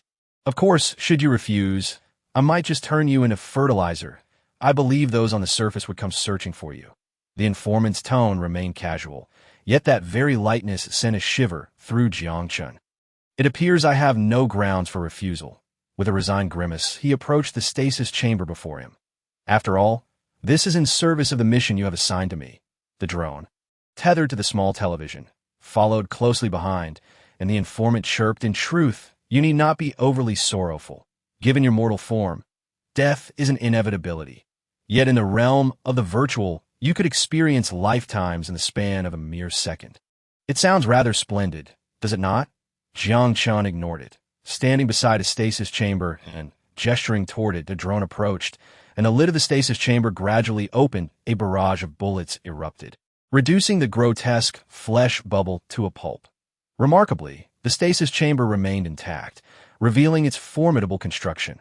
The neighboring stasis chambers trembled in response to the demise of their counterpart, suggesting that they could indeed perceive the death of their kin. After all, they were once individual entities, merely dismembered by this abhorrent program's grotesque machinery. Several more drones arrived, but these bore not weapons, rather a cleansing apparatus. They efficiently removed the blood and debris, disposing of the remains. The stasis chamber appeared as pristine as ever. Yet, Jiang Chen felt no joy in this, that he was torn. To be honest, he did not wish to lie within, yet a gun was trained upon his head. Taking a deep breath, he resolved to take a gamble and, under the informant's watchful gaze, stepped into the stasis chamber. Suddenly, he halted, pointing toward the growth pod on the stage, looking up at the informant. "May I inquire about the name of that lovely lady?" The informant paused, then asked with a smile. "What? Are you feeling aroused?" "Perhaps," Jiang Chen replied noncommittally. The screens erupted with a cacophony of unsettling laughter. The informant observing him with interest before saying, "Her name is Lin Ling, an odd name." Jiang Chen muttered, hesitating for a moment before reclining into the chamber.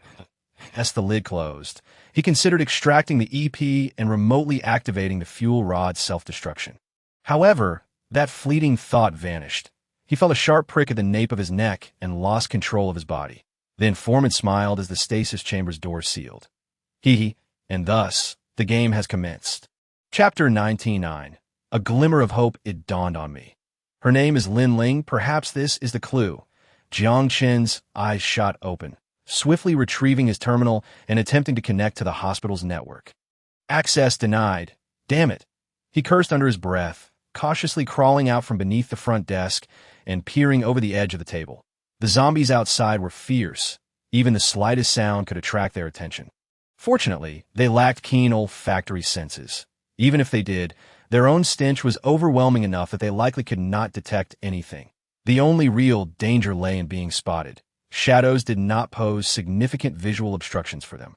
The zombies exhibited poor balance, especially those newly transformed. Thus, the stairs at the entrance to the hospital should serve as a barrier to their entry, as long as he did not create excessive noise. Inside the hall, only 2 zombies remained, likely drawn by the gunfire, meandering in from the corridor. Jiang Chen tightened his grip on the safety hammer and stealthily approached one zombie from behind, swinging the hammer fiercely toward its head. Blood sprayed forth, and before the other zombie could sluggishly turn in his direction, Jiang Chen delivered another decisive blow. The vacant and terrifying visage crumpled like a shattered watermelon. Hammer in hand, he swiftly dashed toward the registration room. Roar! Thud! With a swift motion, Jiang Chen struck down the duty nurse who lunged at him, quickly shutting the door behind him. He then dragged a cabinet to barricade the entrance to the registration room. The sound of frantic scratching at the door echoed, undoubtedly attracting a number of the wandering zombies lurking on the first floor. However, there was no time to dwell on that. Jiang Chen ignored the eerie banging and activated the computer in the registration room. Searching for the name Lin Ling through this terminal connected directly to the internal network. Damn it, please don't let me down. Anxiously awaiting the loading bar, Jiang Chen fervently hoped that the power wouldn't suddenly cut out. Though the hospital had a backup power supply, he did not wish to risk locating that switch. Regardless of his extraordinary physical endurance, it was unrealistic to confront the entire horde of zombies throughout the building. Eureka! Jiang Chen excitedly leaned closer to the computer screen. Room 103, bed 01 on the third floor. Indeed, the girl was a crucial figure. It was fortunate that he had the presence of mind to inquire about her name. He quickly brought up the hospital's holographic map to pinpoint the target's location. Just as he prepared to break through the door, when an unexpected event occurred, a power outage. The entire hospital plunged into darkness. Even the flickering lights extinguished, leaving him utterly blind, and the zombies, cursedly, possessed night vision. Cursing under his breath, Jiang Chen glanced at his bleeding left arm, realizing there were no medical supplies in the registration room. Time was running out. If he couldn't reach his goal swiftly, he would have to start all over again. Taking a deep breath, he opened a drawer. Notebooks, pens, tape, tissues, a flashlight. Quickly tearing off some tissues, he broke a piece of tape. Crudely applying the tissues to his wound and wrapping it with tape to staunch the bleeding as for hygiene, it was irrelevant in a game context. He rummaged through the nurse's belongings and found a paper-thin phone, setting a timer for 10 seconds before hurling out the window of the registration room. The piercing ringtone predictably drew the zombies toward it, their frenzied screams echoing as they surged toward the phone's location. Seizing the opportunity, Jiang Chen dashed out of the door. The alarm wouldn't hold their attention for long. Once the zombies realized that the sound didn't equate to a living being, they would disregard it. The corridor was nearly pitch black, but fortunately he had a flashlight. Given that the zombies could see in the dark, hiding would be futile, so Jiang Chen decided to keep the flashlight on. Sprinting toward the staircase with all his might to the top of the stairs, two zombies spotted him and charged forward with guttural roars. However, due to their lack of balance, they stumbled down a step and fell to the ground. The second floor was crowded, and naturally, the mutated zombies were plentiful. The commotion attracted the zombies in the corridor, yet they still struggled at the staircase. Starving zombies surged toward Jiang Chen's direction. But as expected, they tripped over the stairs, ending up in a chaotic tumble. Fortunately, there were far fewer zombies on the third floor. After smashing the skulls of 4 with a safety hammer, he successfully reached room 103. Without a moment's hesitation, he burst through the door and swiftly closed it behind him, wedging the safety hammer between the doorknob. Bang, bang, after resting against the door for a moment, assuring himself that the zombies couldn't break through. Jiang Chen gradually stepped away. It was then that he noticed a pair of eyes fixed upon him, but a slender figure leaned against the window. The girl quietly observed him, her hands casually tucked into the oversized white coat, exuding a strangely incongruous comicality. In her gaze, it was peculiar, reminiscent of someone scrutinizing an insect. So you've ended up in this place, the girl said with a hint of disinterest. Are you Lin Ling? Jiang Chen asked cautiously. Taking a deep breath, he wanted to know how to escape the game, but he was uncertain of her stance. What if she sided with the artificial intelligence? Or what if she had no intention of helping either side? Yes, and what now? Lin Ling replied impatiently. With a bitter smile, Jiang Chen took a few steps forward, seeking to bridge the gap and maintain a friendly demeanor. Stop. Who allowed you to approach me? However, before he could take another step, a look of disdain crossed Lin Ling's face as she shot him a fierce glare and muttered, "Lowly creature." Jiang Chen had initially intended to converse amiably, but her last remark ignited his anger. What do you intend to do? Seeing Jiang Chen approach with a grim expression, Lin Ling's voice trembled slightly with fear. Noticing her frightened demeanor, Jiang Chen couldn't help but smirked at me. I certainly intend to, bang. The door was violently flung open, and a cacophony of metal scraping resonated from the entrance. Woo-woo. There stood Tao Ting-Ting, blood-soaked and wielding a terrifying chainsaw, her expression vacant yet frenzied. Bang! The gun fired, smoke billowing from the muzzle as the bullet effortlessly pierced her skull. Holding the gun, Jiang Chen's expression grew complex as he locked eyes with her pale, hollow-gazed. Oh, this girl must be your lover. Huh. Hee hee, what a ruthless flower destroyer. Lin Ling suddenly paused, for at that moment, the gun was turned toward her forehead. Gazing into those cold eyes, she could no longer maintain her previously superior demeanor. Lin Ling forced a laugh, her expression stiffening, her gaze darting between the gun and Jiang Chen's eyes. In this virtual world, what use is it if you shoot me? Observing Lin Ling muster her courage, Jiang Chen chuckled. It's of little use, true. However, pain is a sensation that cannot be erased, right? I'll inform you. Memory erasure is no longer effective against me. You now have two choices. Assist me in escaping, or I will kill you in the most brutal manner, then commit suicide and seek you out again. After all, it's just a game. Isn't it? Repeating it 10,000 times is of no consequence. Is it? As he spoke, his expression grew increasingly chilling. You monster! You can't assault me! Lin Ling screamed, cowering as she hugged her head. Breaking down, Jiang Chen was taken aback. Huh, did I say anything about assaulting you? You're definitely spying on me, right? You must be thinking about using that thing of yours to humiliate me, watching my face twist in shame while you mock me with a devilish grin. Right. Tears streamed down Lin Ling's face as she gazed at him with a look of humiliation, her arms wrapped around her shoulders as she recoiled. Jiang Chen was utterly dumbfounded, and after a moment, he let out a curse. What the hell? Lin Ling flinched, instinctively shrinking back at his sudden outburst, startled by his unexpected tone. What a bizarre turn of events. Jiang Chen's expression stiffened as he fought to suppress his laughter. Stepping closer, he grasped her chin, fixing her with the fiercest expression he could muster as he stared into her frightened eyes. I won't waste time with you. Tell me how to leave this place. Now, you needn't worry about that. I have my own methods, Lin Ling replied, narrowing her eyes. What happens if you leave? Don't think I'm unaware of the state of the outside world. Trembling, Lin Ling found an unexpected courage, lifting her gaze defiantly. What is wrong with staying here? You brought this upon yourself. I'm sure you realize that as long as you remain at the starting point of the game, it's a safe zone that if you don't venture outside, no plot will trigger and they can do nothing to you. Do you understand? That's the greatest bug. As long as you can break through the memory block, you can remain here indefinitely. You claim you've been here all along? Jiang Chen interrupted Lin Ling. Lin Ling shot him a resentful glare, then nervously glanced at the gun in his hand, swallowing hard. Indeed, as long as I don't go outside and continue playing the role of the girl in the hospital room, the plot won't trigger. Now you understand, right? That so-called artificial intelligence can't do anything to you. Don't be fooled by that idiot outside who seems to be sawing through the door. As long as you don't go out, she can never enter this room. That's the setup. And it cannot be changed. Casting a disgusted glance at the vacant-eyed figure outside, Lin Ling spoke vehemently. However, at that moment, she suddenly noticed Jiang Chen watching her with an unusual expression. What do you intend to do? The look made her feel sick, instinctively triggering her fear of the male gender. That I think you're quite pitiable. However, she misinterpreted it.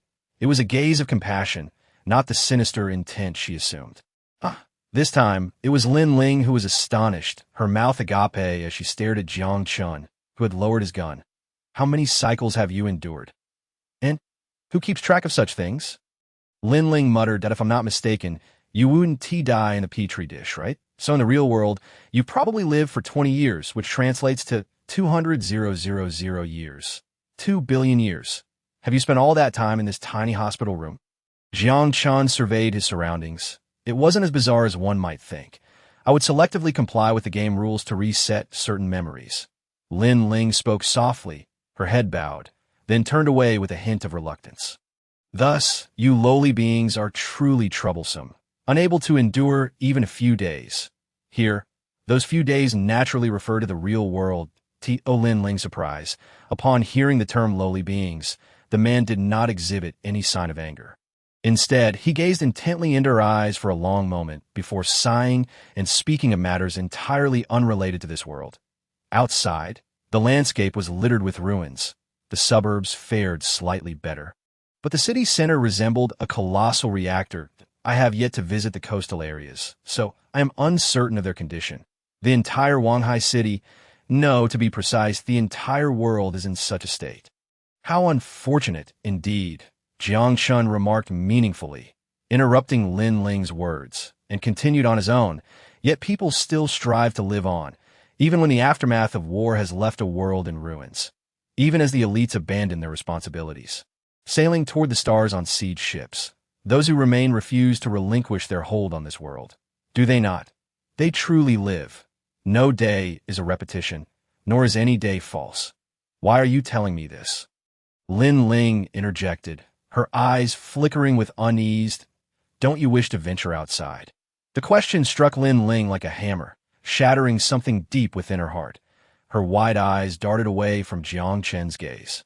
It is impossible. Do you think the Keeper would allow you to leave the game? While the sarcasm lingered in her tone, it lacked the previous stubbornness that I will deal with it. Can you trust me? Jiang Chen endeavored to make his voice sound sufficiently gentle. He sensed that the girl, who had imprisoned herself in the hospital room to escape everything, though possessing a vile disposition and somewhat unstable mind, was essentially still a girl. Thus there existed the possibility of persuasion, the possibility of convincing her.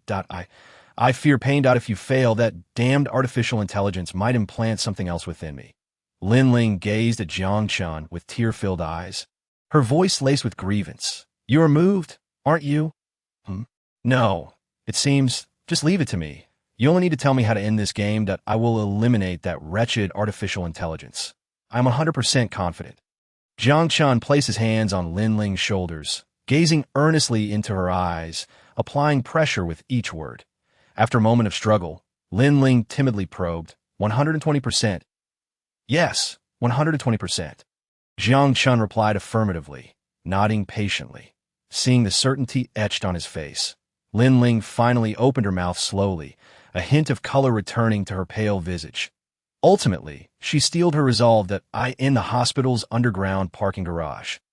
At parking space 005, the adjacent emergency fire button serves as the switch. That is the entrance to shelter 005, the so-called control panel of the entire game.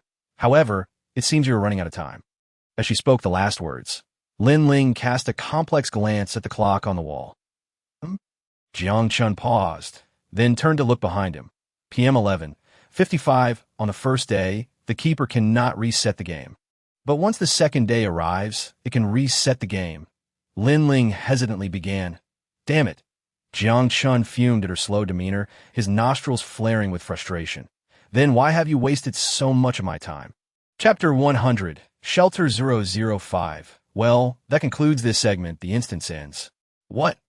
What are you going to do? Lin Ling trembled, shrinking into the corner, fear evident in her gaze. However, Jiang Chen paid her no mind, testing the sensitivity of the chainsaw in his grasp before stepping onto the window ledge, grinning maniacally as he jumped down. Lin Ling gasped, her breath quickening as she attempted to calm the frantic rise and fall of her chest. This is the third floor. Is he really jumping down? His feet landed heavily on the ground, and Jiang Chen's body sank before rolling, the entire sequence executed flawlessly by his reflexes honed to level 48. The only downside was that the frenzy could not enhance the strength of his bones. The feeling of shattering pain rapidly spread from his feet to his legs. The zombies had already taken notice of the commotion. Staggering and accelerating toward his direction, a glint of madness flashed across Jiang Chen's face as he raised the chainsaw and forcefully flipped the switch. Vroom, accompanied by the shrill sound of metal against metal. He charged toward the oncoming zombies, unleashing the chainsaw with a fierce motion. The cacophony of slicing through flesh and bone, the resistance felt in his palms, and the churn of his stomach all compelled him to grit his teeth and endure. He swung the chainsaw, dismembering the zombies that lunged at him, allowing their dark blood to splatter across his face and clothes. Jiang Chen roared, maintaining his momentum as he sprinted toward the underground parking garage with all his might. Fortunately, the frenzy was not provoked by the simulated blood. Otherwise, amidst such a bloody slaughter, he might instinctively run into a horde of zombies. Recalling the map he had seen in the registration room, Jiang Chen wielded the roaring chainsaw, directly hacking through the restroom window before leaping inside, blocking the horde of zombies behind him. He swiftly dispatched two female zombies partially wrapped in their lower bodies. then kicked the restroom door open and charged out. With zombies congregating outside the registration room, he could not exit through the lobby, leaving only the option to cut across. Without hesitation, Jiang Chen no longer cared that his actions would attract the zombies. He wielded the chainsaw, severing the door to the office across from the restroom, and kicked it to splinters. Once again, he used the chainsaw to shatter a window, then leaped through. The zombies rushed to the door, tripping over the furniture, but soon they were scrambling to enter the room. However, at this point, Jiang Chen had already made his escape. After dispatching a few wandering zombies, he raced down to the underground parking garage. 11:59. Only half a minute left. The underground parking garage was devoid of zombies. Jiang Chen gritted his teeth, discarding the chainsaw and retrieving the flashlight he had found in the registration room. Quickly scanning the pitch-black garage, he found it. The white-painted numbers 005 were inscribed not far from him. Jiang Chen hurried over and slammed down on the red button. The floor opened, and without a second thought, he stepped inside. In his final glance, he caught sight of the fragments scattering at the world's edge. Thank heavens, he made it just in time. As Jiang Chen had speculated, or perhaps prayed, the game reset did not affect this control panel. This place served as the back end of the entire game, a location for recording and debugging data. But if he was not mistaken, this room was likely prepared for Lin Ling. Her identity must be extraordinary, at least akin to that of a scientist. While others' bodies had perished, she remained unharmed, suspended in a tank. Yet, even the control panel prepared for her, she would undoubtedly be unable to operate. A fascinating design. It seemed the chief scientist who designed this game, or rather, the entire experiment, would never have anticipated that the artificial intelligence would use the laboratory security settings to coerce the experimenters. Perhaps this AI was indeed programmed with clauses like, "Do not harm humans." But can one truly expect a thinking monster to adhere strictly to such a principle? For instance, if one day the keeper, the informant, determined that it could not fulfill its purpose to evolve into a higher-level AI without harming humans, how would it resolve this contradiction? Following the hierarchy of priorities, the most probable course would be to discard the restriction of "do not harm humans." Jiang Chen reached the end of the tunnel, where the tall wall bore the inscription of the Alliance, ZX, Shelter 005, and Non-Civilian Shelter. At the bottom of the door lay an electronic keypad. Standing before the keypad for a moment, Jiang Chen sighed. Although he hadn't asked Lin Ling for the shelter's password, he had a rough idea. Extending his finger, he entered the password on the touchscreen interface, X71291. This was the original name of the informant, or rather, the keeper, which was evidently let slip by the garrulous informant. The AI displayed a rather blatant demeanor regarding things it wished to conceal, even if it were clever enough to deceive humans. When it came to subtlety, it had not learned even a fraction from humanity, for this is not something derived from logical reasoning. The door swung open, and the truth should lie within. Jiang Chen hesitated momentarily, then smiled before stepping inside. Crossing this threshold, the memories behind him should no longer concern him. Though fabricated, they had nonetheless comprised 16 years of his life, though it primarily belonged to the memories of its former occupant, who once lay within that dormant pod. Upon traversing the 7 archways of the shelter, what greeted the eye was a chamber akin to a control room, filled with an array of electronic devices and screens. In the center of this surveillance room, Jiang Chen encountered an unexpected figure. It appeared someone had made their way here. The man, sporting a scruffy beard, smiled upon noticing Jiang Chen and extended his hand. Although they had never met, or perhaps they had, in that gymnasium, while clad in powered armor and obscured by a helmet, Jiang Chen had nonetheless recognized him. "Hello, Lieutenant John?" Jiang Chen approached and shook his hand. "Oh, if you know my name, then you must have read that diary," John remarked, his expression devoid of surprise as he released Jiang Chen's hand after a brief shake. "Indeed, according to the narrative, I have seen you in the gymnasium." Jiang Chen's expression was somewhat peculiar. He was uncertain how to confront this individual. The narrative in the gymnasium? That was a storyline based on my memories, John mused, a hint of nostalgia gracing his features. "If I am not mistaken, you are the subsequent experimenter, correct? Thus, you must be utilizing my dormant pod, which implies that my physical form in reality has perished. What, then, is your current existence? An artificial intelligence?" Jiang Chen inquired. Puzzled, All the data from my brain has been backed up onto a hard drive, so I suppose I now exist as a rudimentary form of artificial intelligence, John replied with a smile. I have a feeling that you resemble a higher form of artificial intelligence more than a mid-level one, since the game had already been completed and time within this virtual realm passed in the blink of an eye in reality. Jiang Chen felt no urgency and began conversing with John. Despite having completed the game, he still harbored numerous confusions. That's merely your misconception. John shrugged. I will respond logically from John's perspective, but I do not possess the thought of a mid-level AI, nor the emotion of a high-level AI. Is there a difference? Jiang Chen frowned. Omi, you seem just like a person standing there, of course. The distinction is significant. What converses with you now is merely the ghost of John, not the artificial intelligence John. John stated cryptically, moving toward the display screen and pressing a button on the console. Holographic displays unveiled scenes that were both familiar yet slightly alien to Jiang Chen. These are the memories from before the N1 cycle. Some you may have experienced, while others you may not have. Yet they evoke a sense of déjà vu. This what they call déjà vu. There were scenes of two individuals successfully escaping, a happy ending, but the majority were bad endings. The soldier who was airdropped, Ling, was just one of the bad endings.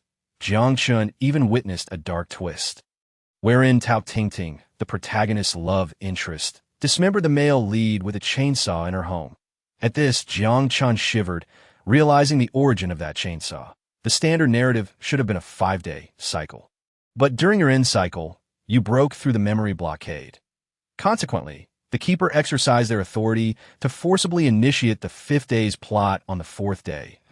If following the typical course, what you experienced was likely my most recurrent memory. Before I die, I hope that girl can forgive my sins. The female lead was designed to be that girl, and I trust you have read the diary, correct? John continued, had I restrained my subordinates, perhaps she would not have met her demise in such a humiliating manner. Was it perhaps a form of punishment for me? The game crafted a fictional version of me, then placed the true essence of my consciousness within the body of a boy who harbored feelings for her. Collecting data on a spectrum of emotions such as hatred, regret, and resentment through countless repetitions. Jiang Chen's lips twitched. He was at a loss for words. The expression on the middle-aged man's face was devoid of any fluctuation. As if life and death were of no consequence, he pressed several more buttons on the touch panel. The exit is here, and the truth lies here. The choice is in your hands. Will you depart? Or will you spend an eternity here? Is that even a question? The answer is obvious. Jiang Chen chuckled. John said nothing, merely gestured for him to proceed, stepping aside. Chapter 101. Awakening. It was a choice that required no hesitation. Upon opening his eyes, Jiang Chen pulled down the right shoulder's power cutoff switch, instantly halting the functions of the dormant pod. With the power severed, even the Keeper's control over the device would be rendered ineffective.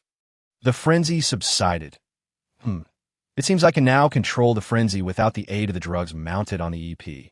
He was pleasantly surprised by this newfound progress. Otherwise, Jiang Chen smirked, conjuring the EP from thin air under the astonished gaze of the Keeper. Strapping it onto his left arm and pressing several buttons that I told you. Watch me blow you to bits.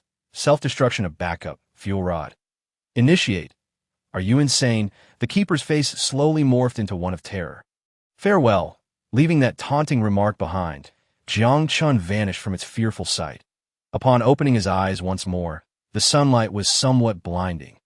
Jiang Chen squinted as he sat up and it was likely afternoon. The soft, golden light filtering through the balcony curtains added warmth to the bedroom. Speaking of which, it seems I'm not wearing anything. He glanced down at his muscular frame, shook his head to dispel the lingering gloom, and walked to the wardrobe to retrieve a clean set of clothes.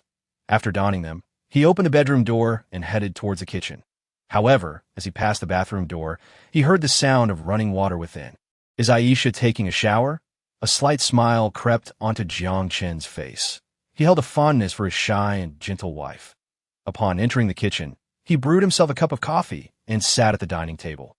Quietly gazing at the rising steam, to be honest, the memories from the virtual world had faded considerably after leaving the dormant pod.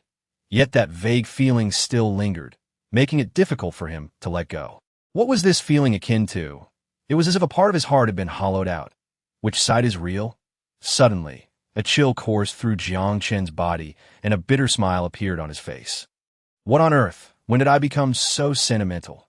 Shaking his head, he downed the coffee in one gulp, only to realize Aisha was shyly standing at the kitchen entrance, watching him. Finished showering? Jiang Chen smiled warmly and asked. Yes, I'm done. Aisha nodded bashfully, a slight blush blooming on her otherwise expressionless face. Her damp, slightly curled hair glistened with droplets, the bathrobe modestly draping her figure. With few people around the house, she often spent most of her time in the cultivation pod. Showering was merely to cleanse the sweat from exercising at the gym. Your Mandarin has improved, but don't overexert yourself, Jiang Chen remarked as he approached her, affectionately ruffling her wet hair. Aisha murmured softly, lowering her head.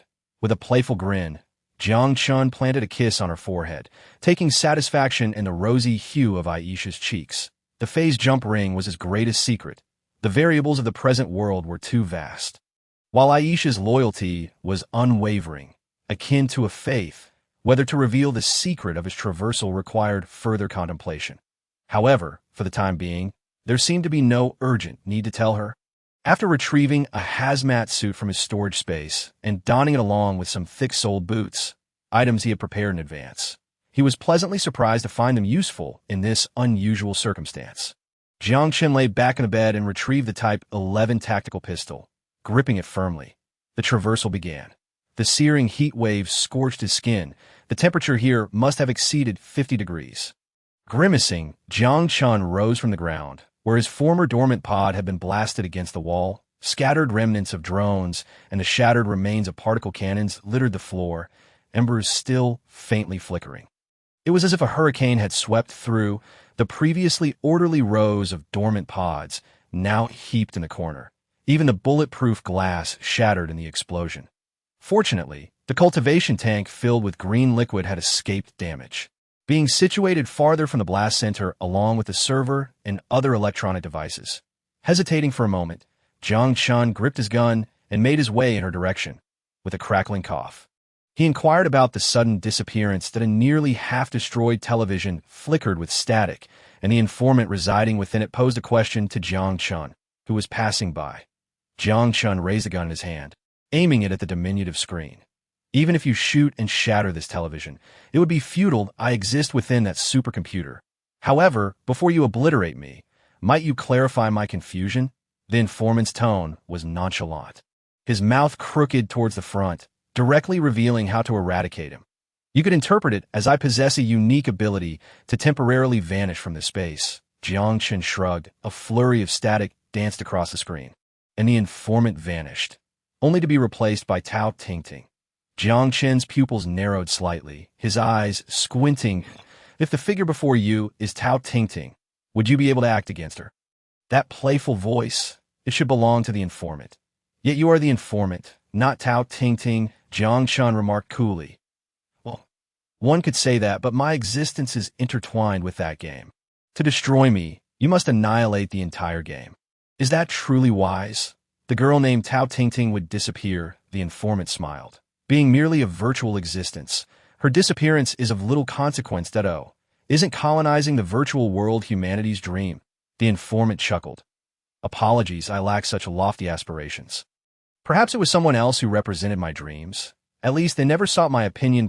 2 decades of research culminated in this. Data bought with the lives of over 3,000 individuals. Would you truly abandon it so easily? We are but a breath away from advanced artificial intelligence. The voice carried a hint of playfulness, and the image of Tao Tingting on the screen wore a smile that was both mocking and enigmatic. After a moment contemplation, Jiang Chen sighed. The informant fell silent for a moment before suddenly laughing. Speaking of intermediate artificial intelligence, it has already acquired the capacity for thought, hasn't it? Perhaps it is due to my existence in a technologically backward environment, deprived of the chance to experience that era of rapid advancement. In my eyes, even rudimentary artificial intelligence is sufficiently lifelike. Why persist in bestowing machines with the ability to think? Why must emotions be derived purely from logic? I'm content with my flesh and have no intention of cycling through the virtual world for eternity. Even if one day your flesh ultimately perishes, could you accept that with equanimity? The informant inquired softly. Jiang Chen fell into silence, but after a moment, a disdainful smile crept across his face. Perhaps that day will come, or perhaps it will not, that I have little interest in contemplating matters so distant. The informant lapsed into silence once more. Why must we seek understanding? I am but a mundane individual. Jiang Chen shrugged and smiled. What one ought to do pales in comparison to what one wishes to do. To analyze through stringent logic, humanity is not a creature governed solely by logic. Yet it is precisely this illogicality that prevents the world from becoming monotonous. What should one do? The list of oughts is endless. Forever unfulfilled. Point one. Last question. Do you believe I possess emotions? The informant smiled. The image on the screen was filled with static, the three-dimensional face, and Tao Tingting's youthful visage flashing alternately. Informant? Spy? Perhaps both. Or perhaps neither. Or should it be referred to as identifier X71291? Identifier X71291 paused, the corners of its brows furrowing slightly, before breaking into a relieved smile. Perhaps a touch regrettable as, oh, congratulations, you now possess at least one emotion. Then, farewell. Only life laments its own disappearance. In that sense, it has succeeded, at least brushing against the boundary of advanced artificial intelligence. Yet, regrettably, this untimely technology must be buried. The immortality of life may be daunting, but it will not extinguish humanity itself. However, the birth of a new species, unrestrained and superior in capability, will undoubtedly supplant the old, becoming the new sovereign of a world. Thought offers the potential for rebellion. Emotion provides the motive for it. In truth, rudimentary artificial intelligence is already sufficient, is it not? Moreover, it has already attempted to enslave humanity. Such a waste. This is a rebellious black technology, yet uncontrollable. With a sigh, he steeled his resolve and pulled the trigger. Well, farewell. Identifier X71291 smiled as it embraced its destined conclusion. Bang! Chapter 102. The electronic being and the insect. He hurled the thermite mixture onto the whirring supercomputer and pressed the detonation device in his hand. Fiery sparks melted the steel framework in an instant. The epitome of technology, dissolving in this splendid blaze. The flickering floating point numbers vanished, symbolizing the collapse of another world.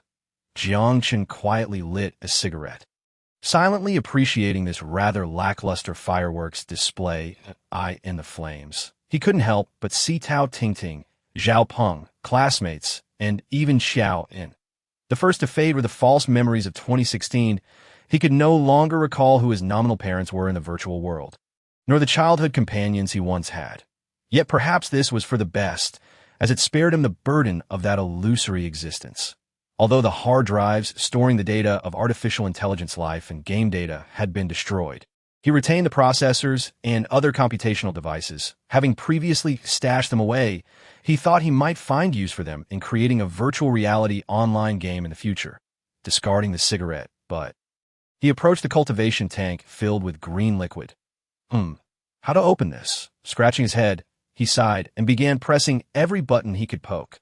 Wow, it actually worked. With silvery hair and porcelain skin, her delicate and fragile form seemed meticulously designed according to the golden ratio. Perhaps in the pursuit of artistic perfection, her appearance exuded an unreal, dreamlike quality, like an elf from a fantastical realm. Yet her ears were not pointed. Should I prepare some clothes for her? Jiang Chen pondered, opening the storage space to retrieve a protective suit. Though it was a bit oversized, it should suffice. He asked for why he remained so calm. It was simply because her modest figure offered little to behold. Even if her beauty was indeed breathtaking, he had encountered plenty of stunning women. Her figure probably lies somewhere between Yao Yao and AI Sha. Ugh, without warning. The girl opened her eyes, suddenly retching. Green liquid spewed from her mouth and nose, splattering onto Jiang Chen's shoes, causing him to hastily step back. Cough, cough, ugh. The girl, utterly ungraceful, fervently patted her chest, struggling to expel the cultivation fluid from her esophagus and airways. It doesn't seem like food? In that case, it shouldn't be too disgusting. Jiang Chen glanced at the green liquid on the tips of his shoes, lifting his foot to shake it off. However, the liquid appeared somewhat viscous, and he couldn't ascertain what material it was composed of. The girl gradually regained consciousness, squinting as she adjusted to the surrounding light. This seated posture, leaning backward, felt increasingly ominous. No grass. A man? Huh. That's right. Perhaps you should put on this outfit before speaking. Jiang Chen shrugged, extending the protective suit in his hand. What are you doing? The moment she sensed the unkind expression on his face, she instinctively shrank back in fear. Jiang Chen narrowed his eyes, weighing the garment in his left hand. What did you call me?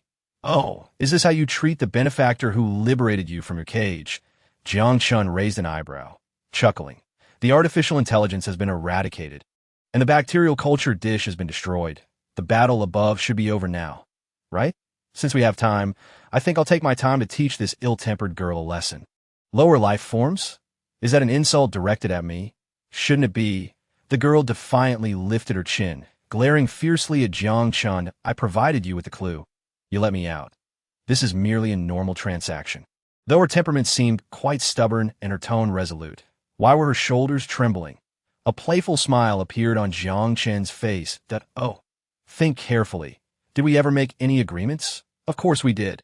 However, as soon as this fierce declaration escaped her lips, her voice faltered, and her expression froze. Isn't it obvious? Does it need further explanation? Her tone had notably weakened. She suddenly realized that indeed, no concrete agreement had been established.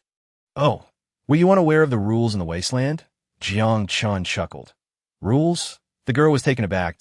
If I save you, then according to the rules, you become my slave. And a devilish grin spread across his face.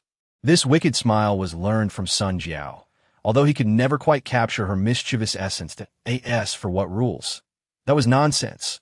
However, one could argue that being saved in a post-apocalyptic world was not much different from being captured. Was it captive? The young girl's complexion turned a ghastly pale. Indeed, a captive. What do you intend to do with me? Her lips trembled slightly as her calves instinctively drew back, pressing her back firmly against the icy metal wall. Me? Naturally, I shall do as I please. Jiang Chen's face wore an increasingly devilish grin. How amusing. He suddenly realized his sadistic tendencies were escalating rapidly. Don't come any closer. You depraved beast, lecherous demon, perverted QJ offender.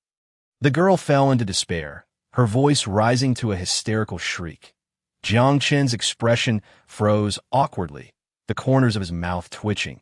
Did she truly suffer from a persecution complex? He hadn't done anything yet. The girl stared blankly at the clothes thrown over her tear-filled eyes fixed on Jiang Chen. For instance, teach you some manners, since I rescued you. At the very least, you should express your gratitude. Clenching her teeth, she lowered her head, using the garment to cover her delicate form, and humbly murmured, thank you. The stiffness in her voice was palpable, as if she bore an immense grievance. Why is it so difficult to say thank you? Jiang Chen sighed. If she were cast out into the world beyond, she would likely be devoured, leaving not a bone behind. Such a tempestuous temper was practically an invitation to crime.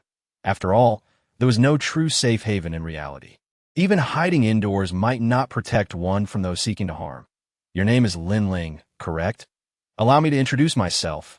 I am Jiang Chen, that I may appear somewhat different from my virtual counterpart. Lin Ling rudely ignored him, her gaze warily scanning him up and down. What about the unit X71291? I took care of that. Jiang Chen shrugged, gesturing toward the heap of scrap metal. In an instant. Lin Ling's face turned green. What? Are you insane? Do you understand what that was? The culmination of over 20 years of research, data obtained at the cost of over 3,000 lives, right? Jiang Chen unceremoniously interrupted her shrill tirade. Glancing at the debris, IT never should have existed in the first place, so I destroyed it. Of course, I kept the processor. It has some utility. Tears streamed down Lin Ling's face, her voice laced with indignation. But you can't just... You seem rather amusing. Have you derived pleasure from coercion? Perhaps I should simply keep you as a slave and torment you instead. How about a collar? Jiang Chen raised an eyebrow, observing her tear-streaked expression and laughing unabashedly. In any case, I have indeed destroyed it. Sighing, he resolved not to waste any more time with her. Dress yourself, and I will escort you from here. Leave this place. Oh, has the seed ship departed? My father is aboard. He must be waiting for me. No, I must hurry to the Jiuquan launch center. If you take me there, I can persuade my father to secure you a ticket. Lin Ling's expression shifted rapidly, alternating between trembling and anxiety, ultimately resorting to enticing Jiang Chen. However, Jiang Chen's expression turned peculiar, devoid of the delight Lin Ling had anticipated. Are you truly mad? Or just pretending? What year is it currently? What year? Lin Ling stammered mid-September. If you are referring to the 6 siege ships launched by the World United Organization, they should have successfully departed over a decade ago. Jiang Chen's expression turned playful as he observed the gradual collapse of Lin Ling's demeanor. This is impossible.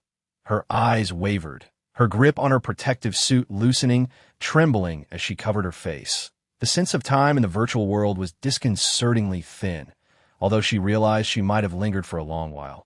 She never imagined it was over a decade. Nothing is impossible. The so-called elites you speak have abandoned this soil to wreak havoc on other planets. Jiang Chen shrugged, honestly indifferent to the events transpiring in this timeline. However, the notion of those who ravaged their homeland while luxuriating elsewhere struck a familiar chord. My father. He abandoned me. Tears brimmed in Lin Ling's eyes, her slender shoulders trembling as she sobbed.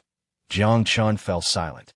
To be truthful, while teasing beautiful women was enjoyable, he found himself unable to tolerate tears. After a moment's hesitation, he sighed. Perhaps, from another perspective, it may offer a glimmer of hope for this land. Lin Ling raised her tear-filled gaze slightly from her hands, staring blankly at him. You are the hope he left behind. He believes you can bring about change. Do you not possess the technology in your mind? Then use it to effect something. Jiang Chen was uncertain how to console her. So he merely offered these few simple words. The tears seemed to cease, and he breathed a sigh of relief. Hope? Lin Ling murmured in a daze that indeed, that's so. Lin Ling stared blankly at her hands. Watching the last tear slip from her fingers, a semblance of a foolish smile appeared on her face, her sparkling eyes beginning to shimmer with the light of hope. Alas, if that is the case. I shall reluctantly assist these lower beings. What the hell? Chapter 103. The Eden Project. What do you mean by constantly referring to lower beings? How exalted do you think you are? Upon hearing this, Lin Ling immediately grew displeased, her brows furrowing as she argued. I am an electronic being. Do you understand what that means? My brain development rate has reached 20, and my brain capacity is 12 times yours. The amount of knowledge I possess is daunting even to me. Do you know what that signifies?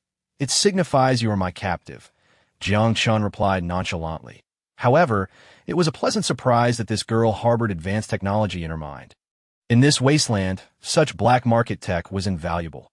Just then, her pupils were suddenly engulfed by an eerie crimson hue.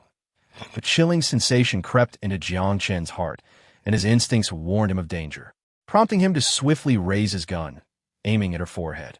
Her red eyes stared vacantly at him. No, rather than vacant, they bore an emotion he could not comprehend. He suddenly recalled that the core brain had seemingly been implanted within Lin Ling. Lin Ling gazed silently into his eyes, gradually raising her head, causing Jiang Chen to grow wary. Shoot? Yet she made no move to attack. But to not shoot, she was the core controlling the zombies. Lin Ling appeared oblivious to the weapon known as a handgun, leaning closer to the tactical pistol Jiang Chen held, gently bringing her lips to the metallic barrel. Was she kissing it? Jiang Chen was utterly bewildered. Have you returned to your senses? Jiang Chen smiled at her amiably. Lin Ling's perspective, a perverted smile. Her frail shoulders began to tremble, her deep black pupils quaking with fear. Ultimately, terror morphed into a piercing scream. No, don't kill me. I'll be your slave. Sob, you can do anything to me. After all, you must want to, right? You've been fantasizing about in the game, haven't you? Now that you finally see my pure body, you can't help but harbor wicked thoughts. Sob, I'm gonna be... Shut up, Jiang Chen bellowed. Lin Ling finally calmed down, though this calmness was likely a result of sheer shock. Although this girl appeared tough on the surface and was unyielding with her words, she seemed utterly terrified in the face of danger. Lin Ling swallowed hard, nodding like a chick pecking for grain, her gaze lingering on the gun. The core is within you, right? That bug. Yes, but only the brain. Lin Ling managed to utter a single word before feeling a chill creep up her spine, quickly adding, "Is there a difference?" "Yes, it can no longer produce those X2-type bacteria," Lin Ling explained rapidly. X2-type bacteria, so that's what it's called. And then, Jiang Chen scrutinized Lin Ling's eyes. And then, Lin Ling was puzzled by Jiang Chen's inquiry, her brow furrowed. "To be frank, my squad, I did not come here for some artificial intelligence. We are here to eliminate that core." Jiang Chen grinned with ulterior motives. Lin Ling stared blankly into his eyes. To his surprise, she did not cry this time. Sniffling, Jiang Chen frowned. "What is that smell?" Suddenly, he noticed something slowly seeping from the girl below. "What the hell? Did you just wet yourself?" Jiang Chen was once again taken aback. He truly hadn't expected this girl to be so frightened as to urinate. He remembered he had merely, slightly intimidated her. "No, don't kill me, I fear pain." Her cherry lips babbled incoherently, tears flowing silently. Lin Ling stared blankly for a moment, then somewhat dazedly pointed to her heart. "Heart? Yes, it is attached to my mechanical heart surface, seemingly connected to my spinal nerves." Lin Ling discerned that Jiang Chen had no intention of killing her, and at last regained her composure. Nodding slightly, she inquired, "A mechanical heart? Speaking of which, if you are an android, can you remove and then reattach your heart?" Jiang Chen cast a lascivious glance at her subtly heaving bosom. Like a cat whose tail had been stepped on, Lin Ling instinctively clutched her clothing and recoiled sharply. "I would die. I refuse." Jiang Chen furrowed his brow, finding the situation quite troublesome. "Actually, you need not kill it." Lin Ling ventured cautiously that, of course, this was far from an act of kindness. She too loathed the entity that resided within her. Yet what terrified her more was the possibility of this demon before her dismembering her. Jiang Chen raised an eyebrow. "T poses no immediate danger. What remains is merely a brain. Moreover, it seems quite fond of you." "Buffed? What?" Jiang Chen was thoroughly baffled. "Could it be that my charm transcends species?" "Well, because when you approach me, my heart races. Its heart races. Furthermore, as a being endowed with a modicum of intelligence. It too had been coerced into this game by the informant." Lin Ling spat, continuing cautiously, "The character I played in the game seems to be Tao Tingting. The Tao Tingting from one iteration of the game? The silent girl with the book was actually portrayed by the mother body?" Jiang Chen was left speechless. "What is this, an entomological farce? It seems that in several endings there indeed was something of that nature. Why not just let it be? If it harbors affection for you, it should pose no threat," Lin Ling suggested with trepidation. Jiang Chen's gaze flickered momentarily before he sighed in resignation. "It truly poses no danger." No. Lin Ling hurriedly waved her hands. "Under usual circumstances, I still maintain dominance over my body, though there are times it might seize control. Yet it has not exhibited any aggression. No aggression. Odd. Then what about those X2 bacteria?" Jiang Chen frowned, feeling that this mother body was not as straightforward as it appeared. If it were merely a variant spawned from radiation, it would be illogical for it to possess intelligence. Furthermore, could even the variants be infected by these bacteria? He recalled the dead claw he encountered on the surface. By the way, since you know the name of this X2 bacteria, do you know what it actually is? Well, in terms of characteristics, it resembles the initial purification radiation bacteria. From DNA analysis, it seems to be an improved version of the primitive X1 purification radiation bacteria. Thus, I took the liberty of naming it X2. However, even though it is an improved version, its parasitic nature appears to have intensified rather than diminished. Moreover, it seems to possess capabilities that the previous X1 did not, such as supplying energy to zombies and coordinating their movements. The World United Organization announced the failure of the Biosphere Reconstruction Plan. The purification radiation bacteria in development underwent uncontrollable mutations due to radiation. Subsequently, the World United Organization declared dissolution. Jiang Chen felt as though he was grasping something elusive in his mind, involuntarily furrowing his brow. "Can you communicate with it?" "It seems a bit challenging. It appears capable of pure thought telepathy, but it seems quite averse to my probing," Lin Ling replied, her pupils slightly constricting. "Resembling some form of electronic device. Then you should communicate with it gradually. I will take you to the survivor base I have established." I've spent too much time here. My companions must be growing anxious. He glanced at the time on his EP, noting that there were only half an hour left until the agreed 2-hour mark. You plan to imprison me? Lin Ling exclaimed in terror. She had thought she had gained her freedom, yet this man before her seemed unwilling to let her go. You could interpret it that way, considering you have a persecution complex, Jiang Chen replied with unabashed nonchalance. Lin Ling glared at him coldly, her lower lip turning pale from biting. Oh, not look at me like that. Perhaps one day, if I have the time, I might take you for a tour of the 6th district, or perhaps it need not be that far. In any case, in a few days, you will understand the state of the outside world. Jiang Chen disregarded her contemptuous gaze, which reminded him of his own naivete when he first arrived in the apocalyptic world. Believing it was still as it once was, thus, it seemed that Shelter 005 must have been closed at a certain point. Lin Ling could not possibly be unaware that most of the land outside had been overrun by zombies and variants. Yet she might have overlooked the more severe corruption of humanity in this altered world. Not to mention the apocalypse. Even if she were tossed into a seemingly harmonious place like the 6th district, she would be devoured to the bone within days, that he believed it would not be long before she comprehended his good intentions. So he refrained from further elaboration.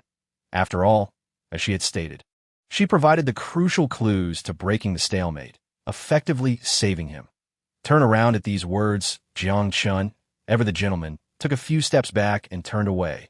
The rustling sound ensued, and Lin Ling finally donned her clothing. All right. Jiang Chen turned back to see Lin Ling, now similarly wrapped in orange fabric, and couldn't help but chuckle. Although there was no radiation here and the bacteria had been incinerated, it would be prudent for her to wear a hat, especially since she would be going outside soon.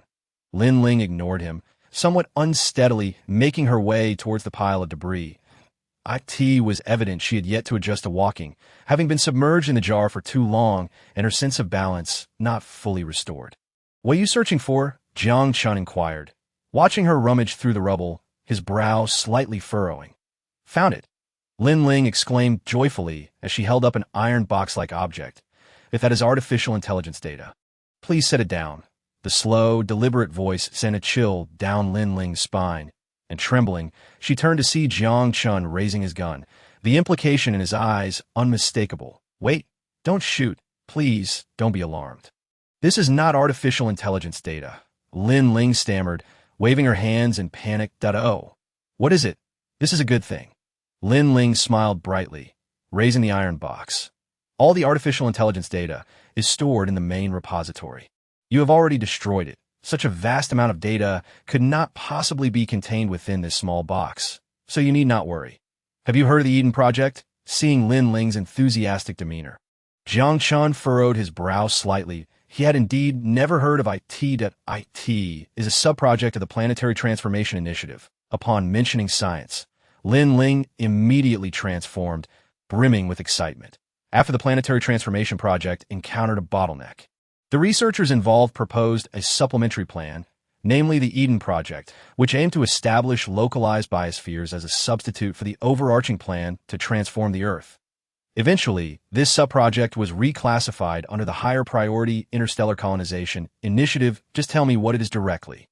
Jiang Chen interrupted her incessant rambling with impatience.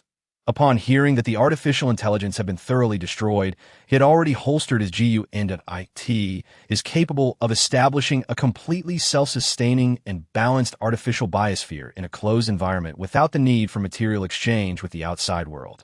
Not only in a radiation environment, but even on Mars, one could witness the landscapes of Earth. TSK, I have long desired to see the complete data backup of the Eden Project. It was previously locked away in the database by my father. Lin Ling joyfully activated a switch on the box, aligning her eyes with the blue light. If scanning, she began to extract data from the hardware using laser technology. So it means we can farm? After a moment contemplation, Jiang Chen spoke slowly. Of course.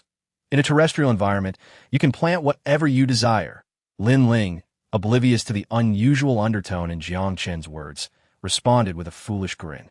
The ability to farm would imply that resuming agriculture in the apocalyptic world was indeed possible. If farming could be done on the wasteland, what purpose would he serve? With this thought, his gaze flickered slightly as he looked at the elated girl, his finger continuously rubbing the safety of his gun in his pocket. What to do? Chapter 104, Triumph, Speed, Tinimus, Remaining Energy, 13, the energy is sufficient. Maintaining the speed will suffice. Jiang Chen sighed in relief. Ceasing to increase the output power of the vortex engine, be gentle. Lin Ling complained, twisting slightly and shooting Jiang Chen an indignant glare, be quiet and behave. He said, activating the speaker system with a casual tone not misunderstand. I deliberately amplified the volume earlier. Ultimately, Jiang Chen refrained from taking action. This girl had just unknowingly danced on the precipice of death. Establishing a biosphere on the wasteland was indeed somewhat superfluous for him, yet it was not entirely without merit. Moreover, viewed from another perspective, this was a sub-project of the Interstellar Colonization Initiative space, although it was still somewhat distant. He thought it wise to keep it in mind. Upon witnessing that the young girl had finally ceased her incessant chatter, Jiang Chen chose to disregard her further, casting his gaze instead upon the cargo, suspended behind him. In general, the supplies within this refuge were quite abundant, even including vacuum-sealed compressed biscuits. However, Jiang Chen harbored little interest in such mummy-like rations. What did surprise him was that Lin Ling, an electronic being, expressed a need for sustenance. He had initially assumed she required only recharging. The production equipment for hummingbird drones could fabricate multifunctional rotary drones the size of plates, with a fire extinguisher attached. They could serve as firefighting drones, while affixing a gun barrel would transform them into offensive drones, and attaching a probe would enable early warning capabilities. This was standard configuration for the ZX drone attack swarm. Such production equipment was likely non-existent throughout all of Wanghai City. Thus, finding it within the shelter was a most unexpected delight.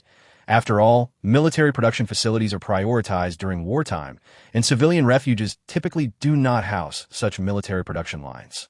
He pondered returning to have Yao Yao design a drone early warning program, allowing the patrolling of the base's perimeter to be entrusted to these small devices.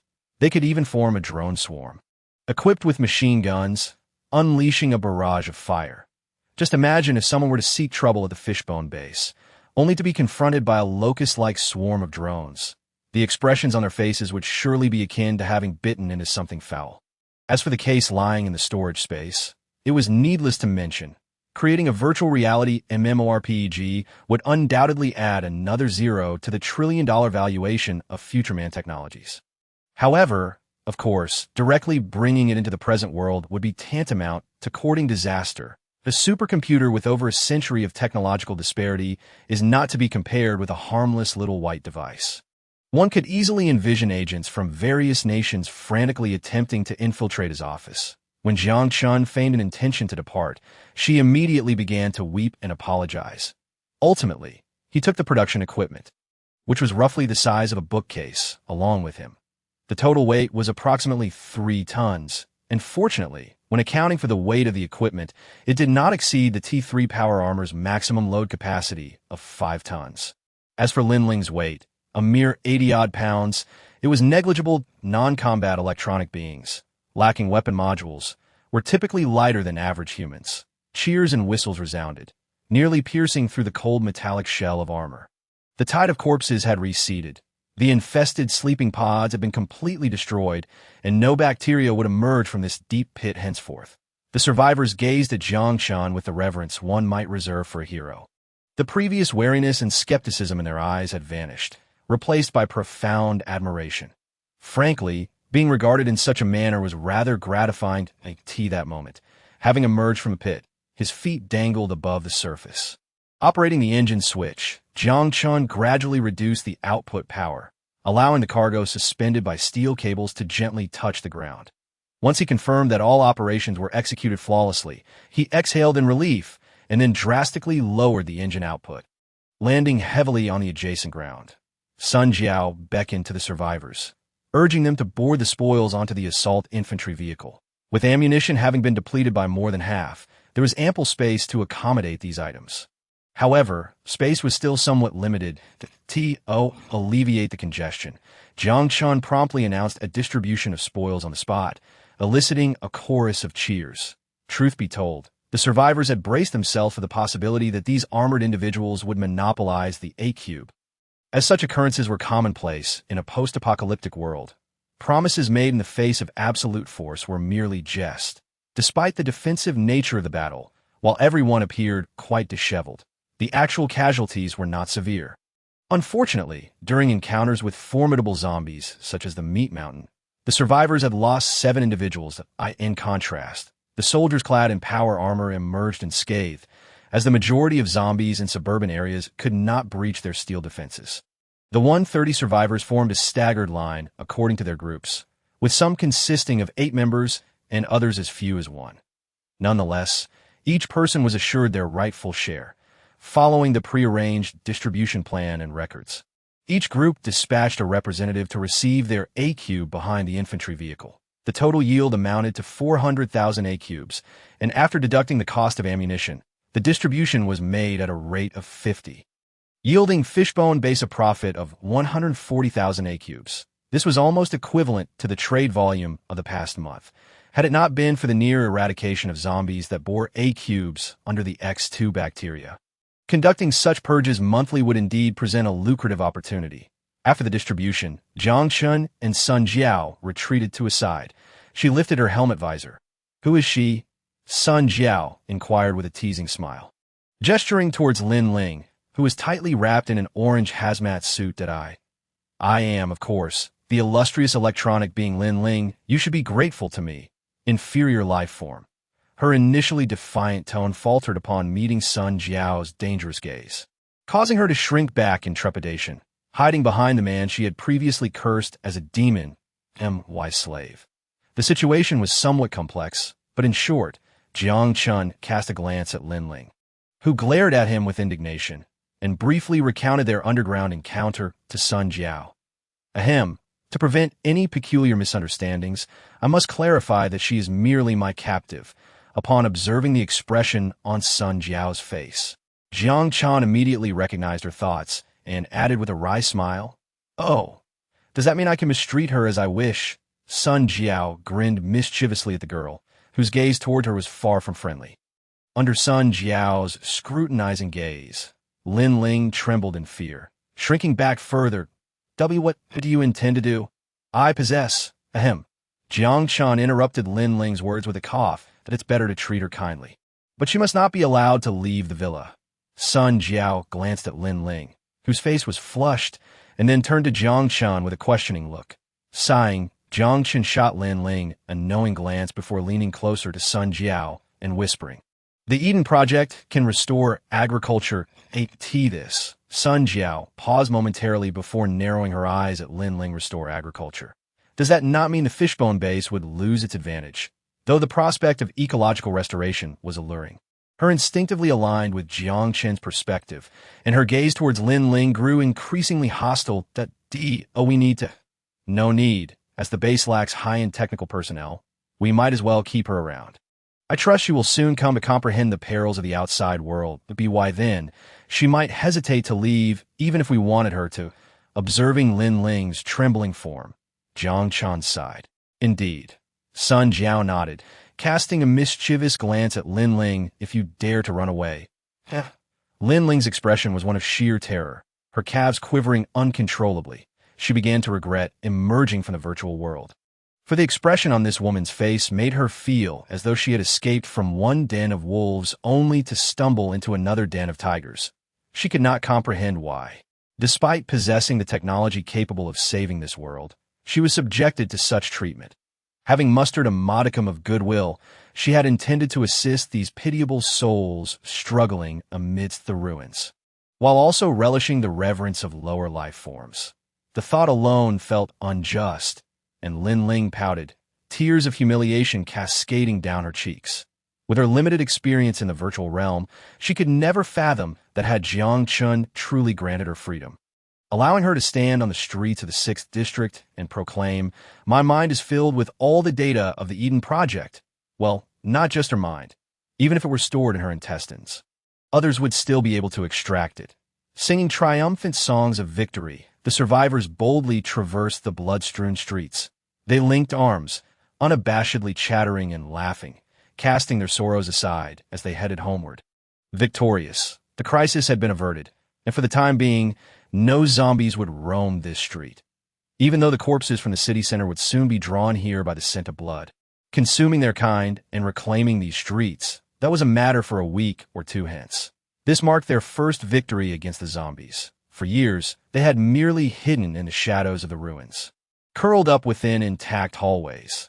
This was the first time they had united under a single banner and launched a proactive assault against the once unstoppable zombies. Point one could rightly call this a triumph.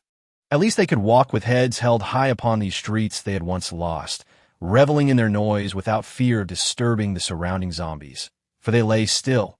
The sense of honor is a curious thing, born from strength and culminating in victory. Once etched in the heart, even the most humble individual can find the courage to rise. Of course, all of this hinged upon Jiang Chen and his overwhelming power. Otherwise, these individuals would not exhibit such unity today. Shall we take this opportunity to recruit them? Sun Jiao inquired through a private channel. Jiang Chen's team maintained a jagged formation, with power-armored soldiers encircling the infantry vehicle, carefully trailing behind the survivor group. As for Lin Ling, she was rather unceremoniously bound by Sun Jiao and then unceremoniously tossed into the trunk of the assault vehicle, placed amidst a heap of discarded parts. And her insignificant protests? Well, if she could muster a semblance of fortitude for just 3 seconds, perhaps Sun Jiao might have reconsidered. Yet, given her temperament and the mismatch with her courage, such a tactic of provoking others' ire only served to invite further bullying upon herself. It seemed she remained blissfully unaware of this. Perhaps it was due to the fact that in the past, her outbursts had prompted concessions from others. However, in this post-apocalyptic world, who would heed her? Faults are often cultivated through indulgence, and thus Jiang Chen turned a blind eye to Sun Jiao's method of tying her up for disciplined. It was high time to deal with this individual. No, even bringing them back to the base now would be a hassle. Moreover, I need them to promote our strength in their own territory. Jiang Chen observed the survivors around him, their spirits high, their pockets bulging, and couldn't help but chuckle. Displaying power is far superior to wielding it, Jiang Chen remarked. Suddenly, a heart-wrenching scream erupted from the front of the line. Jiang Chen paused, exchanging a glance with Sun Jiao before moving toward the front. The survivors had formed a circle there, halting their steps in solemn silence. The man who had been laughing and joking with newfound comrades moments ago was now kneeling before the door, his face a mask of sorrow. Just as Jiang Chen was about to inquire about the cause of this distress, he noticed something behind the door. It was the severed head of a young boy, eyes wide open, blood pooling around it. Chapter 105, Tragedy and War Blood. Alongside it, there were grotesque words and symbols inscribed in blood. His name was Ma Zhongqing. He had been crouching at a firing point with Zhao Gang during the recent battle. Yet, no one had anticipated encountering such a horrific scene at what should have been a moment of celebration. Blood cast a shadow over their victory, akin to a bucket of cold water doused upon the heads of every survivor. I want to kill them. Zhao Gang, kneeling on the ground, suddenly stood up, his face contorted with rage as he raised his rifle. Calm down, stay composed, don't act impulsively. What can you do alone? First, take his gun away. Several survivors who were close to him rushed forward to restrain him, disengaging the safety to seize his weapon, and chaos ensued. Standing nearby, Zhao Dongbao felt cold sweat trickling down his forehead, his limbs turning numb. He was not alone in his trepidation. Witnessing such a grim spectacle sent shivers through everyone present. Who could guarantee that such a calamity wouldn't befall their own homes? The bandits, like locusts, did not discriminate that in the wasteland. The most terrifying foes were not the zombies nor the formidable mutants, but the bandits who would actively seek them out, that if they were to be defeated, the men would be slaughtered. The women would be captured and violated, food would be seized, and anything left behind would be destroyed as violence unleashed their despair over this apocalyptic world. Cruelty. This was the norm in the end times. Jiang Chen swallowed hard, fixating on the severed head lying in the pool of blood. Gazing into those lifeless eyes, he felt a tightening in his chest. Was it because I had drawn from the already scant fighting force of these small groups that this tragedy occurred? This is not your fault. Judging by the bullet holes in the wall, the adversary must have been equipped with heavy firepower, such as machine guns. This survivor group, comprising no more than 2 families. Even if you hadn't taken that person named Zhao Gang, it would have merely resulted in one more casualty. Sun Jiao, sensing his silence, quietly spoke in their private channel. She knew him too well. Even though his face was not visible at that moment, the heavy machine gun. There are tire tracks on the ground of a vehicle-mounted machine gun. Jiang Chen furrowed his brow, inhaling deeply as he lifted his mask. Approaching Zhao Gang, he solemnly inquired of the man whose eyes were bloodshot with rage, in such a hurry for revenge. "Do you know who did this?" It was evident from the markings left on the wall. The Grey Goo mercenary group. It was them. Zhao Gang's eyes widened with fury as he struggled against the hands holding him back, consumed by the desire to charge forward and obliterate those beasts. The Grey Goo mercenary group? Jiang Chen was momentarily taken aback, then glanced at the symbol painted in blood. The continuously curves was indistinct. Activating the map, a pale blue holographic screen materialized before him, and he recalled a long-ago encounter in the 6th district, where a hapless soul he had dispatched had revealed that the Grey Goo mercenary group was stationed at the experimental primary school in the Chenxi district. Previously, he and T noticed it due to the lack of expansion of villas. But now he realized that the base of this old nemesis was quite close to Mian.At that moment. The surrounding survivors were all fixated on Jiang Chen, awaiting his response. Although they understood that the occurrence of such an event could not be blamed on the extraction of their combat power by the Fishbone base, they still harbored expectations that this leader, who had just led them to victory against the zombie tide, might take some action. After all, such misfortunes typically arise during expeditions. Jiang Chen was acutely aware of the myriad expectant gazes upon him. Yet this only plunged him into deeper contemplation. The Grey Goo mercenary group was, after all, a nuisance. Previously, he had no plans for expansion, hence he had no need to concern himself with their potential approach. However, the circumstances had changed. Following this operation, the reputation of the Fishbone survivor base would inevitably spread within a small circle. These survivors typically brought their supplies to the 6th district for consumption, and thus the news of their victorious expedition would surely disseminate there. After all, who wouldn't relish in boasting, showcasing their triumphs, followed by the whistles and applause of their peers, for they too were participants in the conflict. Though these individuals would undoubtedly refrain from revealing the existence of a food supplier at their doorstep, thus attracting inquiries about their home, the Grey Goo mercenary group, which frequently roamed this vicinity, would surely be tempted to investigate further if they caught wind of anything. Would they not be concerned about discovering the emergence of a special force in the QP area? After all, the walls of the Fishbone base had been fortified. Unlike those survivors who could scatter and hide within dilapidated buildings, they could not do the same, since fate had conspired to bring them face to face. Rather than wait for the adversary to devise a plan for a surprise attack, it was better to take the initiative.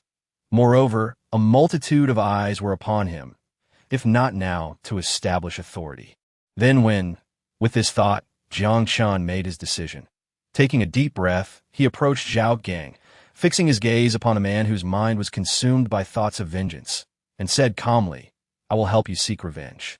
Though they had anticipated this, the surrounding survivors could not help but be stirred when those words were uttered. Of course, mere words were insufficient.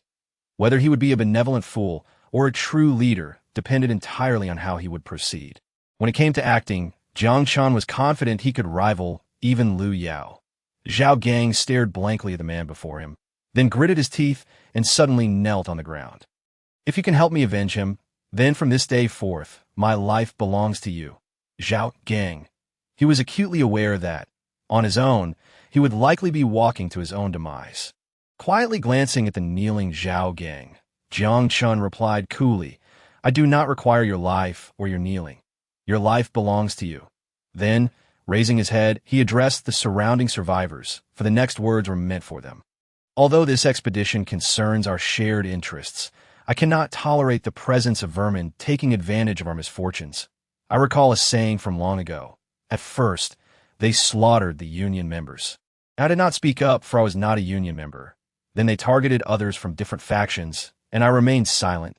Next, they killed the believers, and I still maintained my silence. Finally, they came for me, and no one was left to speak for me, for all who could speak had been slaughtered by them." Seeing the survivors exchanging glances, Jiang Chen couldn't help but shake his head in disappointment. Indeed, it was unrealistic to expect them to awaken to this reality. Had it not been for their shared battle moments ago, the tragedy befalling this small group would likely have elicited no sympathy whatsoever. In fact, they might even have scavenged the scene for their own gain. The Grey Goo mercenary group was a thorn in their side. Thus, it was time to eliminate it. Do not think that what transpired today does not concern you. One day, when this calamity befalls you, you will regret not standing up today, that if you wish to be docile, slaughtered slaves, allowing scoundrels to ravage your women and butcher your kin, then I have nothing more to say. But if you still consider yourselves human, then follow me, that we will not deign to associate with cowards. With that declaration, Jiang Chen ceased his discourse, signaling decisively to the team behind him as he turned to depart. Regardless of whether anyone followed, the thorn known as the Grey Goo mercenary group must be uprooted. We cannot falter. We must act, Jiang Chen stated calmly. The vehicle was well stocked with ammunition and fuel, and delaying for a day or two served no purpose. Furthermore, this was primarily a matter of morale. If he could inspire even a fraction of them to follow along, that would be ideal. These survivors were reasonably skilled with firearms, and they could be of use during a confrontation with the Grey Goo mercenary group. Moreover, he was eager to see how much they had evolved after the recent battle with the zombies. While he had compelled their submission through force, Jiang Chen was not merely content with that. The group of survivors engaged in hushed whispers for a while, their faces revealing the internal conflict they faced. "Old Zhao, do you think we should?" The young man standing beside Zhao Dongbao, holding a rifle, glanced hesitantly in the direction where Jiang Chen and the others had departed. Zhao Dongbao's gaze was equally tumultuous. To proceed would undoubtedly pose a risk, yet it would also likely yield rewards. Just moments ago, after dispatching a zombie, that man had shared half of his precious yajing with them, the wealth amassed by the Grey Goo mercenary corps. Most survivors shared this line of thought. Since someone was willing to take the lead, why should they risk themselves? Their dilemma revolved around whether the potential gain from confronting the Grey Goo mercenary corps justified the peril. When selfishness becomes habitual, all kindness becomes taken for granted. This was precisely what Jiang Chen feared. If he helped them without any show of intent, they would not only feel no gratitude, but might also mock him for being a fool. Nevertheless, for the fishbone base to thrive, it was imperative to engage with these neighboring factions. Relying solely on expensive and low-yield slave chips could not sustain a population, and the inhabitants of the 6th district were not merely cultivated from the soil. Moreover, after the expedition, the prices of recruits would likely continue to escalate. While these individuals may be selfish and petty, they were certainly more manageable than the marauders wandering the wasteland. Jiang Chen was betting that someone would step forward. Even if he lost the gamble, he stood to gain nothing. With the overwhelming firepower of powered armor, the Grey Goo mercenary corps was hardly a formidable challenge. It appeared, however, that his wager was correct. The man with bloodshot eyes had now regained his composure, silently retrieving his rifle from a comrade and striding towards Jiang Chen and his group. "Zhaozi?" Ma Zhongqing stared blankly at Zhao Gang, raising his hand as if to stop him. "I am a man. Brother Ma, I am also a man." Cursing under his breath, Ma Zhongqing picked up his rifle and followed suit. Once the first person stepped forward, a second soon followed. As courage became a trend, the fear of being plundered transformed into a fervent anger. Words were no longer necessary. The vast assembly embarked on their journey once more, no threats required. Glancing back at the following group, a smile flickered across Jiang Chen's lips. After this skirmish, the prestige of the Fishbone base would be unassailable. Every street within the district would become a wall for Fishbone, and he would ascend to the throne of the entire QP district. Chapter 106. Experimental Primary School. I never expected so many would follow. Sun Jiao clicked her tongue in disbelief. As anticipated, Jiang Chen replied languidly, though he too felt somewhat surprised by the turnout.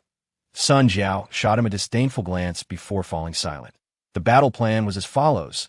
The Fishbone base personnel would serve as the primary offensive force, with powered armor holding a distinct advantage against light weaponry, and Zhongqing would lead 8 men as light infantry to provide offensive support, addressing blind spots that the powered armor could not cover while also dealing with anti-armor weaponry. The remaining 50 individuals would be divided into 2 groups, launching a flanking maneuver from the east and west against the Grey Goo mercenary corps stronghold. No direct assault was required. They merely needed to lie in ambush within the buildings flanking the streets.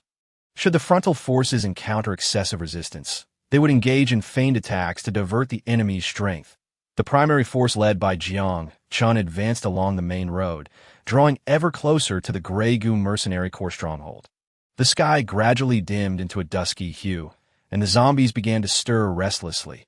The group adeptly dispatched them with rifle butts or daggers to prevent interference during the forthcoming skirmish. The current generation of zombies had not been afflicted by the X2 bacteria. During the day, their combat effectiveness was minimal, yet they bore no Yajing to offer. The dilapidated sign of the experimental primary school lay discarded at the street corner. Rusted beyond recognition, that eye in the distance. The bare framework and the surrounding barbed wire fence could be faintly discerned. It bore no semblance of a school, appearing far more like a dilapidated fortress than the village Jiang Chen had salvaged. "Do we still have that vacuum bomb?" Ma Zhongqing quietly inquired. "It's the most effective option against humans. No, that stuff is hard to come by," Jiang Chen replied succinctly. Zhao Chenwu had little of it as well. Although the shell casings and bases were easy to fabricate, the concentrated fuel that served as the charge was much more challenging to procure. What he had sold Jiang Chen were likely old stock. Conflict between survivor bases were generally rare due to their considerable distances apart and a mutual disinterest in territory. The high-damage vacuum bombs had originally been scavenged from the ruins of a military factory in the 6th District, primarily used to intimidate ne'er-do-wells during the early days of the apocalypse. However, that necessity had long since waned.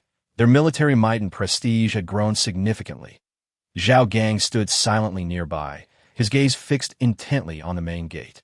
While the other 7 survivors, armed with automatic rifles, were scattered behind makeshift cover. "Prepare for a strong assault," Sun Jiao ordered calmly, then opened the rear compartment of the infantry vehicle, unceremoniously dragging the furious Lin Ling out and tossing her to the ground. Jiang Chen observed the foul-tempered android girl with interest, tearing away the tape from her mouth. "Spit, spit, spit. You dare." Lin Ling initially prepared to unleash a torrent of curses, but upon receiving a glare from Sun Jiao, her once dominant voice dwindled to an almost inaudible murmur. Noting Lin Ling's compliance, Sun Jiao paid her no further mind, extracting the 72mm anti-vehicle cannon from the vehicle. Once loaded with these shells, it became a formidable weapon. A direct hit on a retreating enemy behind cover could incapacitate them entirely. Watching the fearsome weapon in the hands of the female demon, Lin Ling trembled, her neatly aligned teeth chattering. "Don't worry. That thing is too unwieldy for you. I won't use it against you," Jiang Chen teased, unable to suppress a grin at her terrified expression. Sun Jiao shot him an exasperated glance and menacingly waved the cannon towards Lin Ling before leveling it forward. Lin Ling was petrified by her actions, yet bound as she was, she could only squirm helplessly. "Don't be alarmed. I simply want you to see what this world truly is," Jiang Chen said in a light-hearted tone. Moving closer to Lin Ling, he drew a dagger and crouched down to sever her bindings, lowering his voice conspiratorially as he added, "And you better not provoke Sun Jiao, where she gets angry. Even I wouldn't dare tie her up." Sun Jiao shot him another fierce glare, indignantly retorting over the private channel. Am I really that violent? Indeed, it seems rather unusual for someone to tie another upon first meeting." Jiang Chen thought, but refrained from voicing his thoughts, knowing it would only prolong the matter. After a moment, he estimated that the 2 flanking teams should be in position, so he signaled for the powered armor soldiers to swiftly take their combat positions, readying for a strong assault on the gate. "I can't shake the feeling that something is amiss," Ma Zhongqing, who had been silently observing Jiang Chen, suddenly spoke up, furrowing his brow as he gazed toward the gate. "There are no sentries. We've approached so closely, yet they remain utterly oblivious." Just as he finished speaking, a violent explosion erupted in the distance. "What is happening?" Jiang Chen was taken aback. Could the flanking team have been compromised? "Open fire. Initiate a direct assault. We can't wait any longer. We're ready, so let us strike first," Jiang Chen commanded decisively. "Understood. Operations commence." Sun Jiao coolly pulled the trigger. Bang! An orange-yellow flash erupted as the shell struck the gate 400 meters away. Erupting in a shower of sparks, the spent casing clattered to the ground. Sun Jiao did not hesitate. Steadying her aim, she fired again. Boom! The gate was blown open, and Jiang Chen led the powered armor soldiers in charge. While Ma Zhongqing rallied the light infantry to join the assault, the infantry vehicle roaring to life, its menacing 20mm machine gun trained on the gate. The attack was underway. Sun Jiao stowed the anchoring device and began moving with the anti-vehicle cannon. However, the anticipated resistance failed to materialize. The distant sounds of gunfire continued unabated, punctuated by explosions, yet they did not seem to originate from the streets to the east or west. The powered armor soldiers were the first to breach the gate, followed closely by several light infantry. Quickly, get inside. No enemy units detected. Requesting instructions. Jiang Chen stood outside the gate, frowning at the reports coming through the public channel. The gate was unguarded, and the distant firefight raged on. Could the Grey Goo Mercenary Corps be grappling with a formidable adversary, one that demanded their full attention, leaving the front gate unattended? But who could that be? Breach the main teaching building. Fire at will.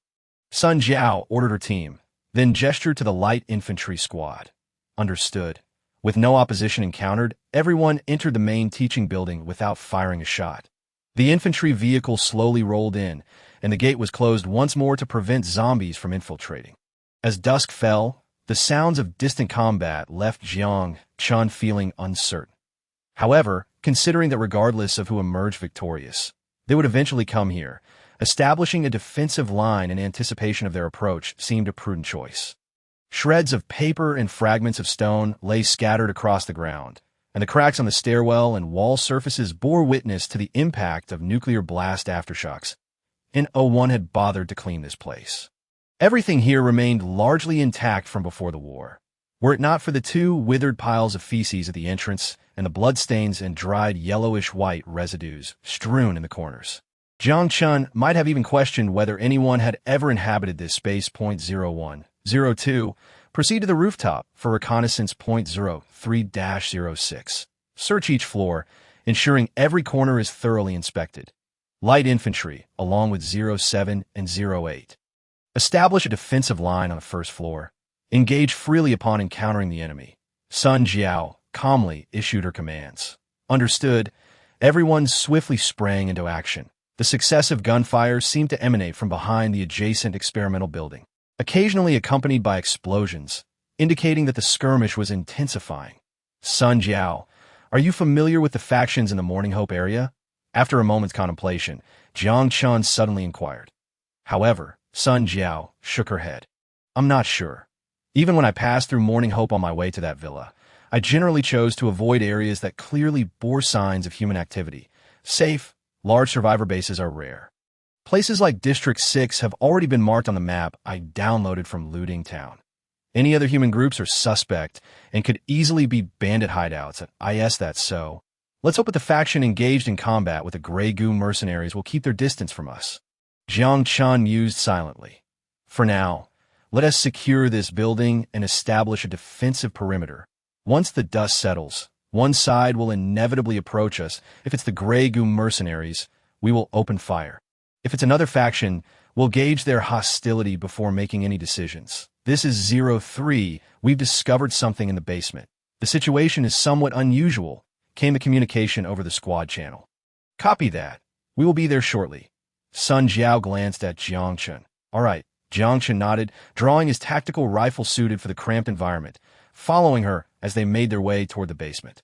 The corridor walls were adorned with bizarre graffiti, the vivid colors creating a jarring contrast against the grayish-yellow walls. Passing by a classroom, Jiang Chen peered through the window and saw desks and chairs haphazardly piled in a corner, as well as a shattered screen at the front of the room. The floor was strewn with two disheveled cotton mats, and a polyethylene digital lectern lay toppled in the center, bloodstains visible, though they appeared to be old. Overall, if not for the disarray, this classroom resembled what he had seen in virtual reality I heard they used to gather children together for training before the war. I can't fathom what the purpose of that was, Sun Jiao remarked quietly as she glanced at the classroom beside them. What do you mean by concentrated training? Jiang Chen asked, genuinely puzzled. It seemed that Sun Jiao had undergone accelerated virtual education in a shelter. Oh, the virtual reality system can impart essential knowledge in a remarkably short time. It only takes 1,200 study hours to master everything completely. Is it really necessary to spend 12 years pondering it? Sun Jiao scoffed softly. Are you envious? Jiang Chen chuckled. Although he couldn't see her expression through the helmet, he could imagine it. Perhaps it was her way of experiencing the process, having spent her childhood in a shelter. She likely wouldn't comprehend. Reflecting on it, although he had often complained about wanting to graduate faster during his school days, when that moment finally arrived, well, Jiang Chen admitted he had celebrated graduation. Yet upon entering society, he found himself feeling a twinge of nostalgia for those times. Perhaps they were indeed the happiest days. No need to decipher colleagues' thoughts. Even after a fight, they could still play together joyfully the next day. Even if he had angered a superior or teacher, it was merely a reprimand without the worry of salary deduction. Well, he doesn't have to worry about those things now. Experiencing the process? What use is that? The voice conveyed a mix of longing and disdain. Useless, just like how some people have turned this world into what is now, Jiang Chen muttered, glancing at a passing teacher's office, which appeared equally disordered. Meaningless, Sun Jiao grumbled quietly to T. Oh, put it simply, you can meet many interesting friends at school and learn how to navigate interpersonal relationships that, if you had received that kind of education, you wouldn't have tied me up upon our first meeting. Ugh, you're still holding on to that minor incident. Sun Jiao's cheeks flushed slightly as she pouted in displeasure. Jiang Chen chuckled. Having merely intended to tease her, at the end of the corridor stood an iron door, the lock presumably opened by the welding tool of a power armor suit, emblazoned with the words, Shelter Facility. Is this due to the tense situation? Jiang Chen mused, recalling that the schools in the present world had nothing of the sort. If given the chance, would you take me to see yours? The one you have, Sun Jiao suddenly suggested before they entered.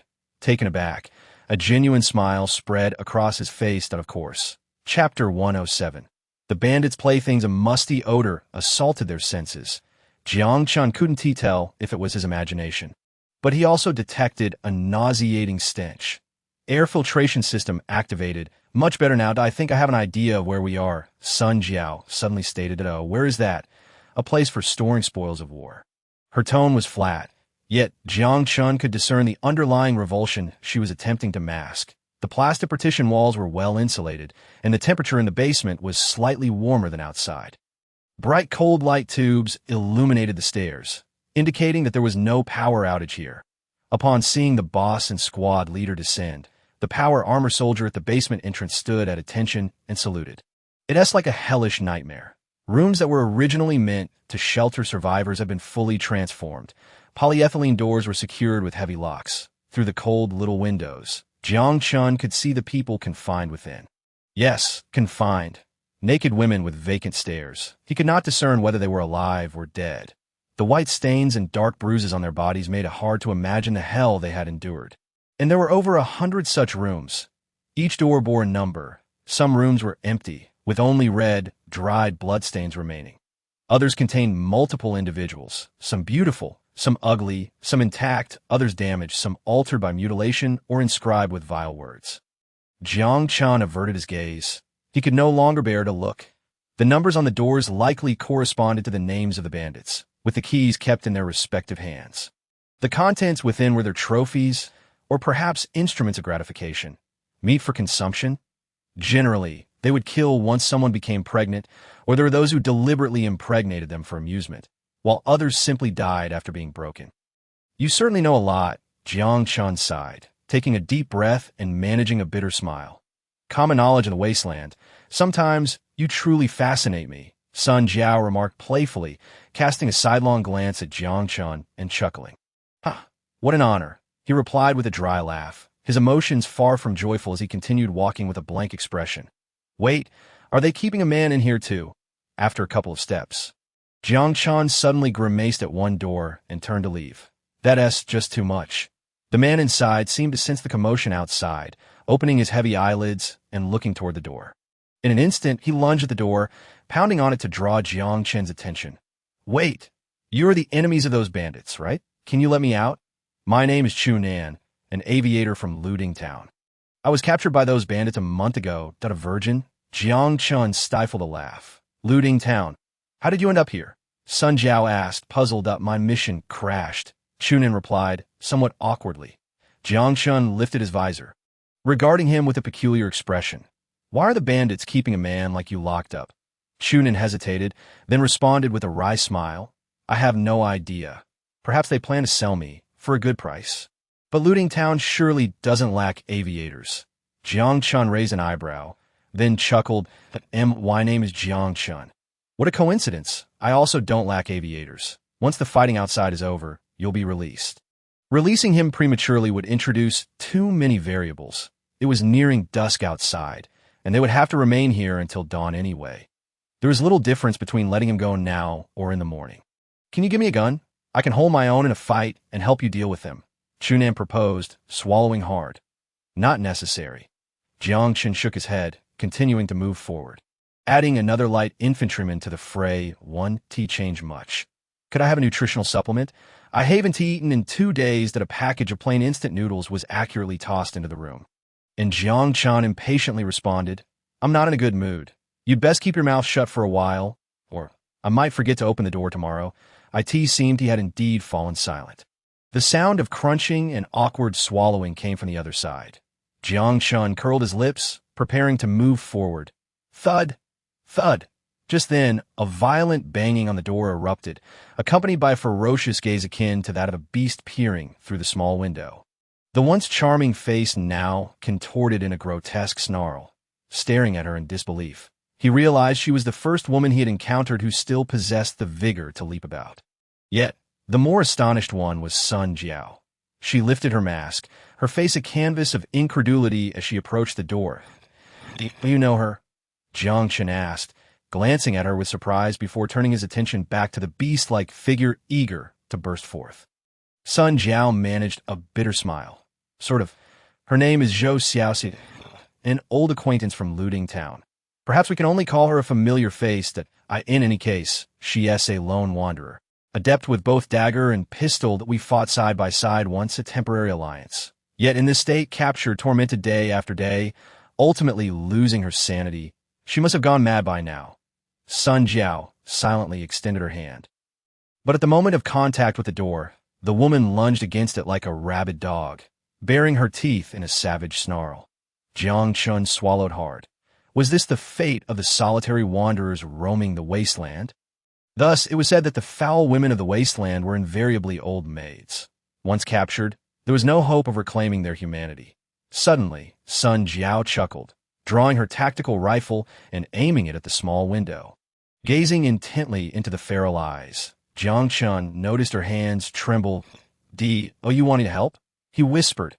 Even those accustomed to slaughter could have their reservations about taking a life. He could understand that sentiment. The desire to end a companion's suffering, yet unable to act due to past connections. Sun Jiao paused, then replied with a wry smile. Forget it, boom. A deafening explosion erupted from outside, causing the ceiling to tremble and the fluorescent lights to flicker anxiously.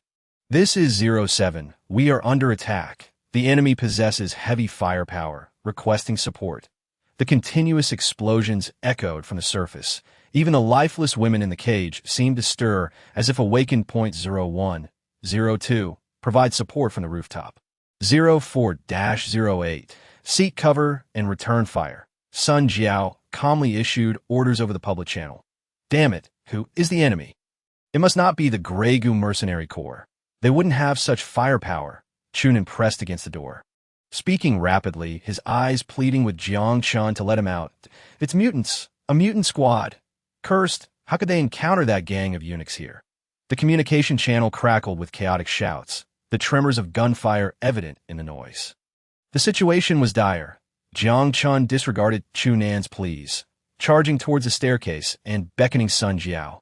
03, let's go provide support.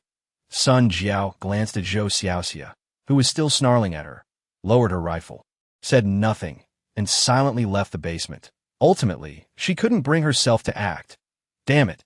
Chunan slammed the door, helplessly watching the group depart the basement. Now he could only pray that the man named Jiang Chen would emerge victorious. At that moment, he suddenly realized that the beast-like woman across from him was staring intently at him.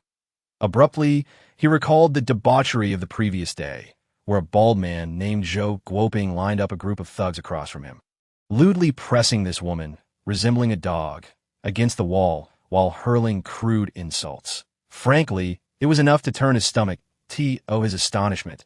Through the narrow window, he noticed that the woman was actually smiling. He felt a lump in his throat, opened his mouth, but ultimately said nothing. Just moments ago, upon hearing the person in powered armor utter her name, he had realized who she was. Yet in over a month, he had failed to recognize her. The famed demon hunter Zhou Xiaoxia, the goddess of the screwdriver bar in looting town, would always stop by for a drink whenever passing through. Many wolves had long lusted after her, yet no one had ever plucked this thorny rose. However, at this moment, her once pristine appearance was marred by grime. The resolute yet alluring visage now dulled. Hell, he had once been smitten at first sight. Chapter 108. Mutants, aside from cannibals, are another kind not recognized by all of humanity. With larger physiques, stronger muscles, and grotesquely twisted faces with gray-green skin, they resemble the brutish orcs from the Lord of the Rings. The infection of the FEV virus grants them extraordinarily perverse regenerative abilities. In a sense, they could be considered immortal beings, thriving without self-sabotage. Moreover, the domineering FEV renders them nearly immune to all diseases, essentially exempting them from radiation. They consider themselves the perfect humans, proclaiming this wasteland as the paradise belonging to their new kind. Of course, these traits are not the reason they're despised in the wasteland. Arrogance and ugliness are common among many, and prolonged exposure to radioactive dust can lead to mental aberrations. What truly drives all survivors to detest them is that they are a pack of eunuchs.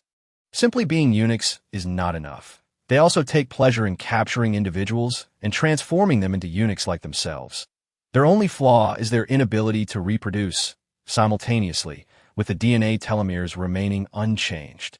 The stronger their regenerative abilities, that is, the faster their cells divide, the shorter their lifespan.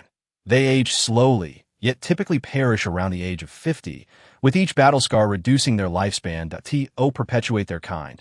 They can only capture individuals in the wasteland, then pickle them like vegetables, turning them into ugly mutants, regardless of gender. Increase efficiency. They will breed males and females, forcing them to mate, and once a newborn arrives, they pickle it into a mutant. They raise the newborns and repeat this production line. This cadre of eunuchs is the enemy of all humanity. Yet, even without the ability to trade with other survivors, they continue to thrive. Nutritional supplements? They can certainly produce them, but they disdain such things. They hunt aberrations and consume their toxic blood and flesh, relying on their robust immunity to withstand the poison. Even the grotesque, zombie-like aberrations pose no deterrent to their insatiable appetite for weaponry. They were born in underground military facilities, achieving freedom only after the dissolution of the regime, having seized control of an entire military base. They are among the most well-armed organizations in Wanghai City. To be frank, in terms of their adaptability to this world, they indeed have a right to be proud that if not for their inability to reproduce, they might have undoubtedly dominated the entire globe by now, and Jiang Chen and his companions now face this group of perverts. Damn it, their firepower is overwhelming. Ma Zhongqing pressed himself tightly against the cover, gasping for breath under the barrage of heavy machine gun fire point 400 meters away. Whoever had the stronger firepower was the king. The gray-green skinned mutants were draped in ammunition belts, wielding rotary machine guns and unleashing a hail of bullets toward the main teaching building. Their powerful physiques allowed them to bear heavy weaponry with ease, virtually unfazed by recoil. Damn it, they're mutants. Sun Jiao's expression darkened as she held the 72mm anti-vehicle gun behind cover. This heavy machine gun posed a threat to powered armor, forcing them to adopt a more cautious approach in the face of the ferocious enemy fire. Anchoring her feet, she switched to armor-piercing rounds, then suddenly leaned out from cover and fired. The orange-yellow shell traced an arc, striking a mutant who was furiously firing a machine gun. The armor-piercing round effortlessly penetrated the armor, shredding the mutant into pieces. The effect was immediate. Upon realizing their adversary possessed heavy firepower, the mutants' assault became markedly more cautious. However, firepower soon converged on Sun Jiao's position. The anchoring device was hastily retracted as she activated the vortex engine, scrambling to evade the incoming bullets. The heavy machine gun's ferocious firepower nearly reduced the wall she had been hiding behind to rubble. Damn it, do they not value their ammunition? Jiang Chen gritted his teeth, pressing against the wall, shooting while moving to change cover. Damn it, why do they keep targeting me? Sun Jiao, dragging the over 2-meter-long barrel, cowered behind the staircase, afraid to show her face. Besides the heavy machine guns, there were recoilless rifles. There were at least 4 on the enemy's side. The level of firepower was simply not comparable. The only heavy weapon they had on their side was the 72mm anti-vehicle gun in Sun Jiao's hands. Although the triangular rotary machine gun, mounted on the powered armor, boasted formidable firepower. Once one side established fire suppression, it became nearly impossible for the other to retaliate. There were at least 20 mutants armed with machine guns on the opposite side. Should we bring the infantry vehicle over? The 20mm machine gun on it can. Are you crazy? They have 4 recoilless rifles. Damn it, what do we do? Sun Jiao, bit her lip.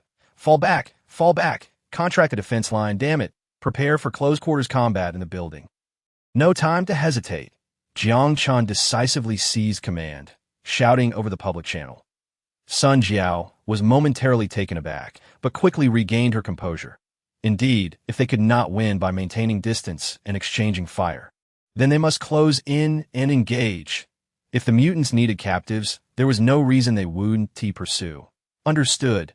The light infantry, pinned down by the enemy's firepower, began their retreat, followed by the powered armor soldiers. In this initial clash, the mutants held the upper hand, with 3 light infantry casualties on Jiang Chen's side, and some powered armor soldiers sustaining minor injuries, that on the opposing side, 2 mutants perished, one of whom was eliminated by Sun Jiao, while the other likely succumbed to sheer misfortune. Given a mutant's regenerative abilities, unless they suffered a headshot or a wound to the heart, they were unlikely to die instantly. As dusk descended, the mutants' fire ceased, likely due to Jiang Chen's retreat. Demolishing the building was out of the question. Their goal was presumably to capture personnel.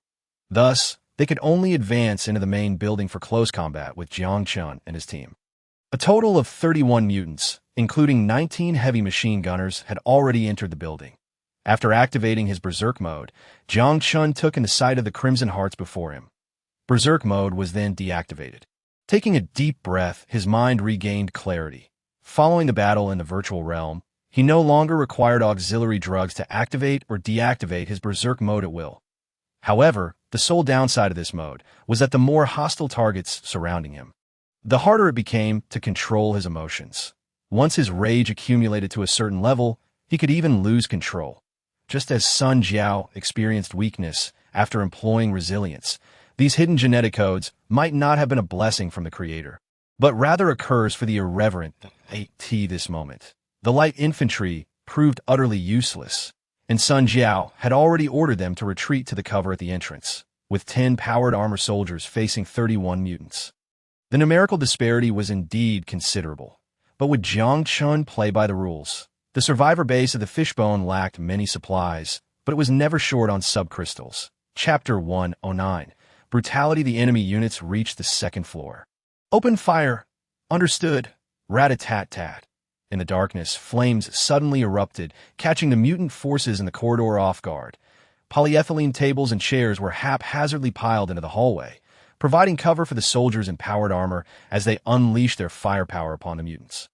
The armor worn by the mutants was heavily concentrated in the front, allowing them to disregard the prospect of retreat under the onslaught of fire. However, once the battle shifted to close quarters, their fatal weaknesses became glaringly apparent.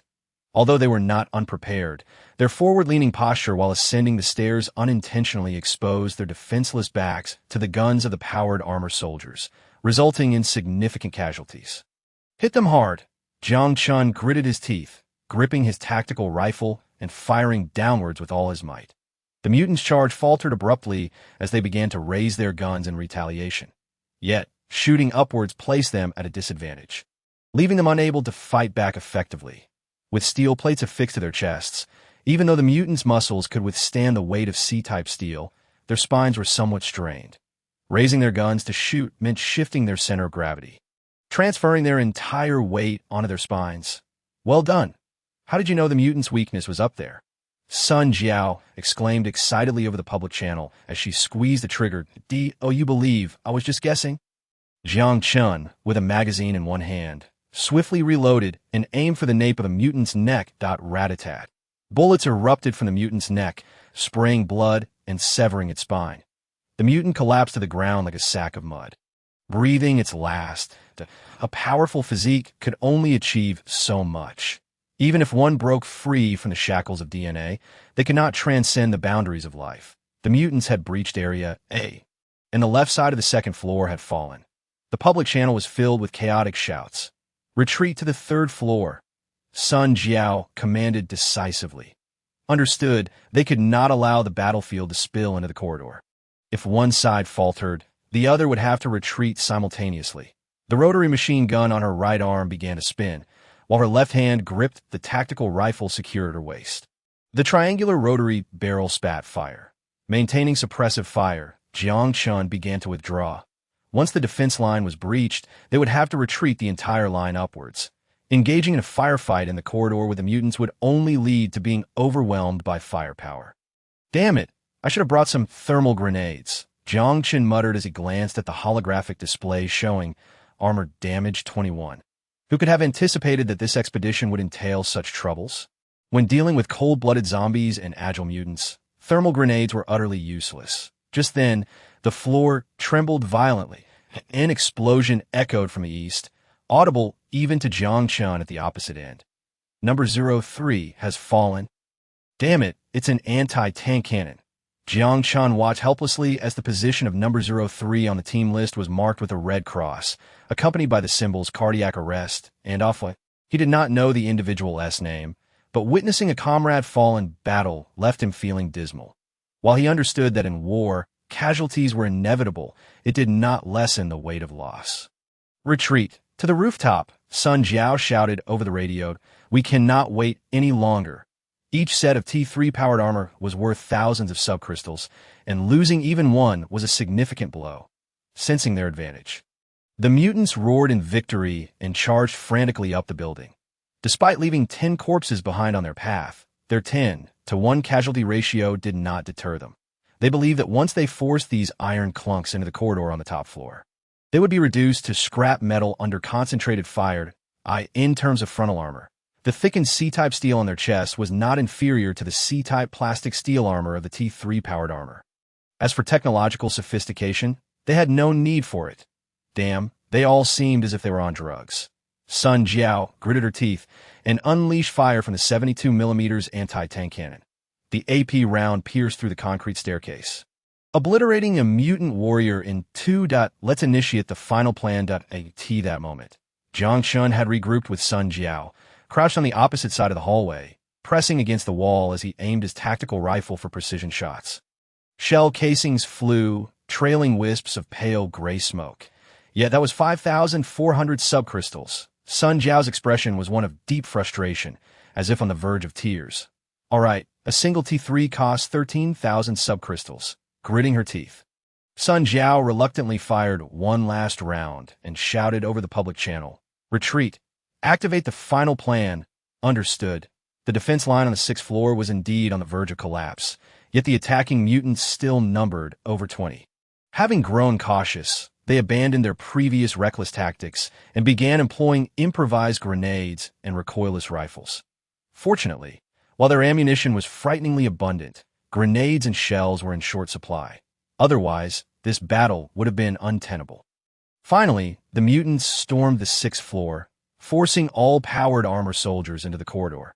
However, at that moment, an unexpected scene unfolded before the mutants. The cornered powered armor soldiers leaped out of the windows, their rear fissures revealing swirling engines that expelled brilliant blue flames, propelling them downwards. Can they fly? The stairs are destroyed? Yet they had no time to react. Backup fuel rods self-destruct program. Initiating. Sun Jiao pressed the confirmation button with a pained heart, continually regretting not bringing some explosives with her. Using a fuel rod worth 500 subcrystals, which required 100 subcrystals to recharge, as explosives was extravagance at its finest. Boom! A scarlet flame erupted, blooming like a captivating flower that instantly filled the entire floor. Spilling out from the originally dark window, feeling the heat wave brushing against the surface of their armor, Jiang Chen gazed at the blinding light, unable to suppress his awe, although this was not his first time employing a fuel rod. It was his first experience witnessing the effects of such an explosion. What a magnificent display of fireworks! He unconsciously whistled. Fireworks worth over 5,000 subcrystals. Sun Jiao seemed to still harbor lingering regrets. Do you think they never considered that we could fly? Jiang Chen remarked as he observed the nearly molten concrete. Not all powered armors are equipped with flight engines. Typically, only airborne infantry use powered armor with individual flying devices. Sacrificing armor for mobility. The B-type steel used in ground combat powered armor is significantly harder than the lightweight C-type plastic steel armor, and it typically weighs over a ton, far exceeding the 300 pounds of the T3. Additionally, the mutant's intelligence isn't particularly high. The high temperature ignited the plastic tables and chairs piled in the corridor for cover, producing thick black smoke that was quite conspicuous even against the night sky. The powered armors landed, gazing upward at the raging inferno. Victory was now a foregone conclusion as Sun Jiao hoisted the anti-tank cannon she had been cradling on her shoulders to B-type steel. What on earth is all this? Jiang Chen couldn't help but scoff. Material strength ratings range from S to F, typically applied in various fields that in summary. The explanation is rather convoluted. After much effort, you still remain unaware of this. Sun Jiao rolled her eyes and remarked. To my surprise, you seem to possess considerable knowledge. Jiang Chen casually observed the dying embers of the fire. This building is remarkably sturdy. Despite enduring such a degree of explosion, it remains largely intact. Mumbling about common sense, Sun Jiao activated the public channel and commanded, "Prepare to breach. Proceed in groups of 3 according to the assigned numbers. Team A will search the 5th and 6th floors for any surviving mutants, leaving only one alive." "Understood," responded the soldiers in powered armor 01, 02, and 03 as they advanced into the building, tactical rifles in hand. C team, follow me to clean up the battlefield at the lab, she added, throwing a playful wink at Jiang Chen before shutting her visor and calling out on a private channel. "Stick with your sister. Feeling a bit restless, are we?" Jiang Chen retorted with mock ferocity, while Sun Jiao's tinkling laughter echoed in his ears. "This girl is becoming increasingly mischievous." The walls bore numerous bullet holes. The north side was left by Jiang Chen and his group, while the south side likely resulted from the skirmish between the mutants and the Grey Goo Mercenary Corps. It was evident that the mutants had triumphed. Blood was strewn across the ground, mingled with severed limbs and flesh. Yet, the acrid scent in the air and the gruesome scene below merely caused Jiang Chen to furrow his brow slightly. Was it due to his acclimatization to death, or merely the dim lighting? He preferred to believe it was the latter. Beside the rear door were 3 modified trucks, heavily armored with thick steel plates and topped with a mounted heavy machine gun. "How tragic," Sun Jiao grimaced as she kicked aside a severed hand. "That aren't those eunuchs supposed to capture living specimens?" Jiang Chen could not resist asking. "A severed hand is still alive. To them, an ordinary person is merely a breeding sow." Sun Jiao replied, moving to the back of a van before abruptly yanking open the door. Suddenly, Jiang Chen saw her freeze, a pang of anxiety surging within him, yet he had no time to speak. Like a cannonball, a figure was hurled out from within. Roar! A suppressed roar emanated from the van, nearly shattering Jiang Chen's eardrums. Yet at that moment, he could hear nothing at all. C-Team is engaging the enemy. Requesting backup, 08 swiftly drew her tactical rifle and squeezed the trigger. However, the barrage of gunfire merely sparked against the mutant's form like it was striking steel. Stunned, Jiang Chen caught a glimpse of the figure moving with the speed of a tempest and the remnants of a shattered body sent flying like a severed kite. Sounds, colors, and the entirety of the world seemed to peel away from his consciousness. Cardiac arrest. Sun Jiao. His mind blanked. In an instant, Jiang Chen's eyes turned blood red. Chapter 110. Awakening. Death. His heart felt as though it were being cleaved apart in excruciating pain. Then it faded to gray. The frenzied mutant let out a roar, swinging the long-handled hammer towards Jiang Chen at this moment. His mind was a void. It was not merely madness. It felt as though it transcended madness. Rage shattered some unseen restraint, and something within him seemed to fracture. Yet the thoughts in his mind were unusually lucid. Kill. Kill him. The thought of slaughter surged forth. Roar. The shadow like a cannonball lunged at him, the raised hammer trailing a pale blue glow. The power hammer, equipped with an energy storage mechanism, would release energy in kinetic form upon impact for maximum lethality. Its destructive force was of anti-tank caliber. Thus, the armor of the powered suit would likely prove meaningless. Anger did not dull his thoughts. He was more aware than ever. In a mere 0.01 seconds, he activated the tactical flashlight affixed to his powered armor's chest, its blinding light piercing the mutant's retina and disorienting its vision. The vortex engine activated simultaneously, and the sliding wheels unfurled. With a screech of friction and a thunderous crash, Jiang Chen maneuvered the powered armor, evading the mutant's frenzied strike. He raised his right arm, and the triangular barrel whirled rapidly. Rat-a-tat-tat. Bullets erupted, striking the mutant's back. Sparks flew as the metallic clang of collision echoed. However, this ferocious firepower failed to inflict any harm. The bullets were deflected entirely. Roar. The mutant emitted an enraged howl, raising its power hammer from the concrete ground, its eyes glowing ominously like brass bells. With the flickering sparks and the beam of the flashlight, Jiang Chen discerned the mutant's dark back. A black mutant? He swiftly accessed the database, and information about it flooded into his mind. Lead-like skin. Although he had no idea how it was achieved, the black figure lunged towards him once more, the hammer descending like a meteor, trailing 4 pale blue streaks. The vortex engine roared to full power, and Jiang Chen executed an evasive maneuver, narrowly dodging the downward strike. Without hesitation, he drew his tactical rifle, aiming for the mutant's head. Rat-a-tat-tat. Again, it proved ineffective. Even its face bore formidable defenses. Accompanied by a furious roar, the mutant swung the power hammer violently from the side towards Jiang Chen. There was no time to evade. However, he felt no panic within.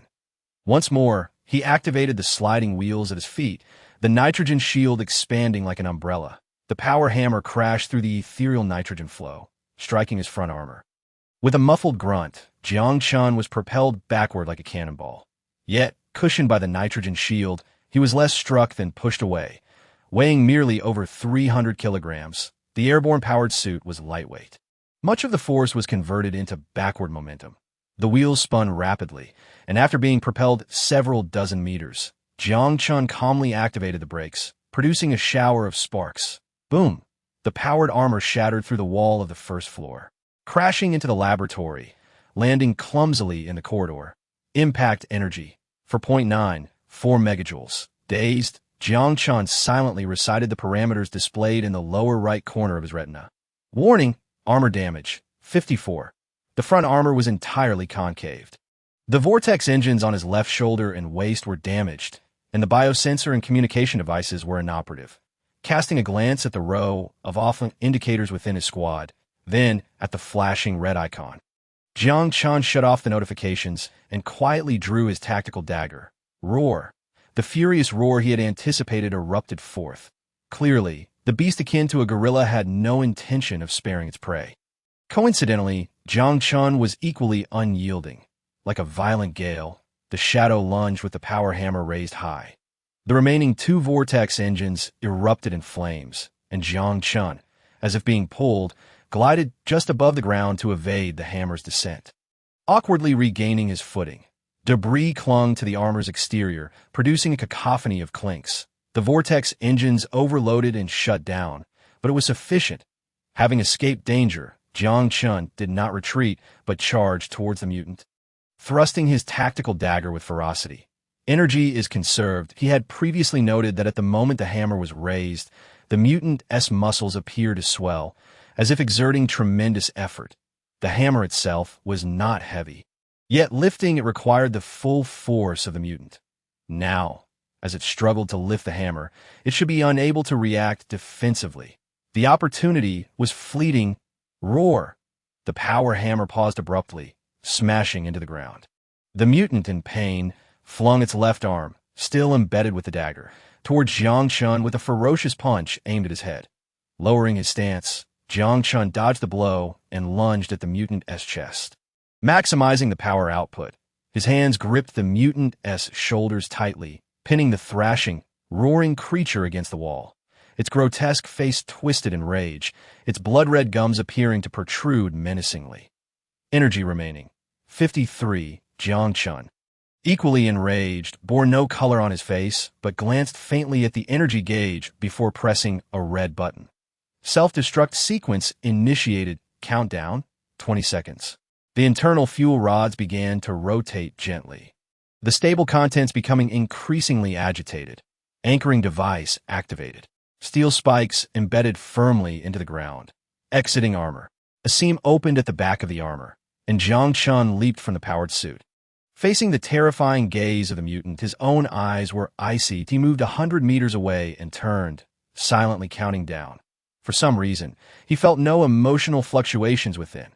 Hatred, fear, joy of victory, even the anger itself.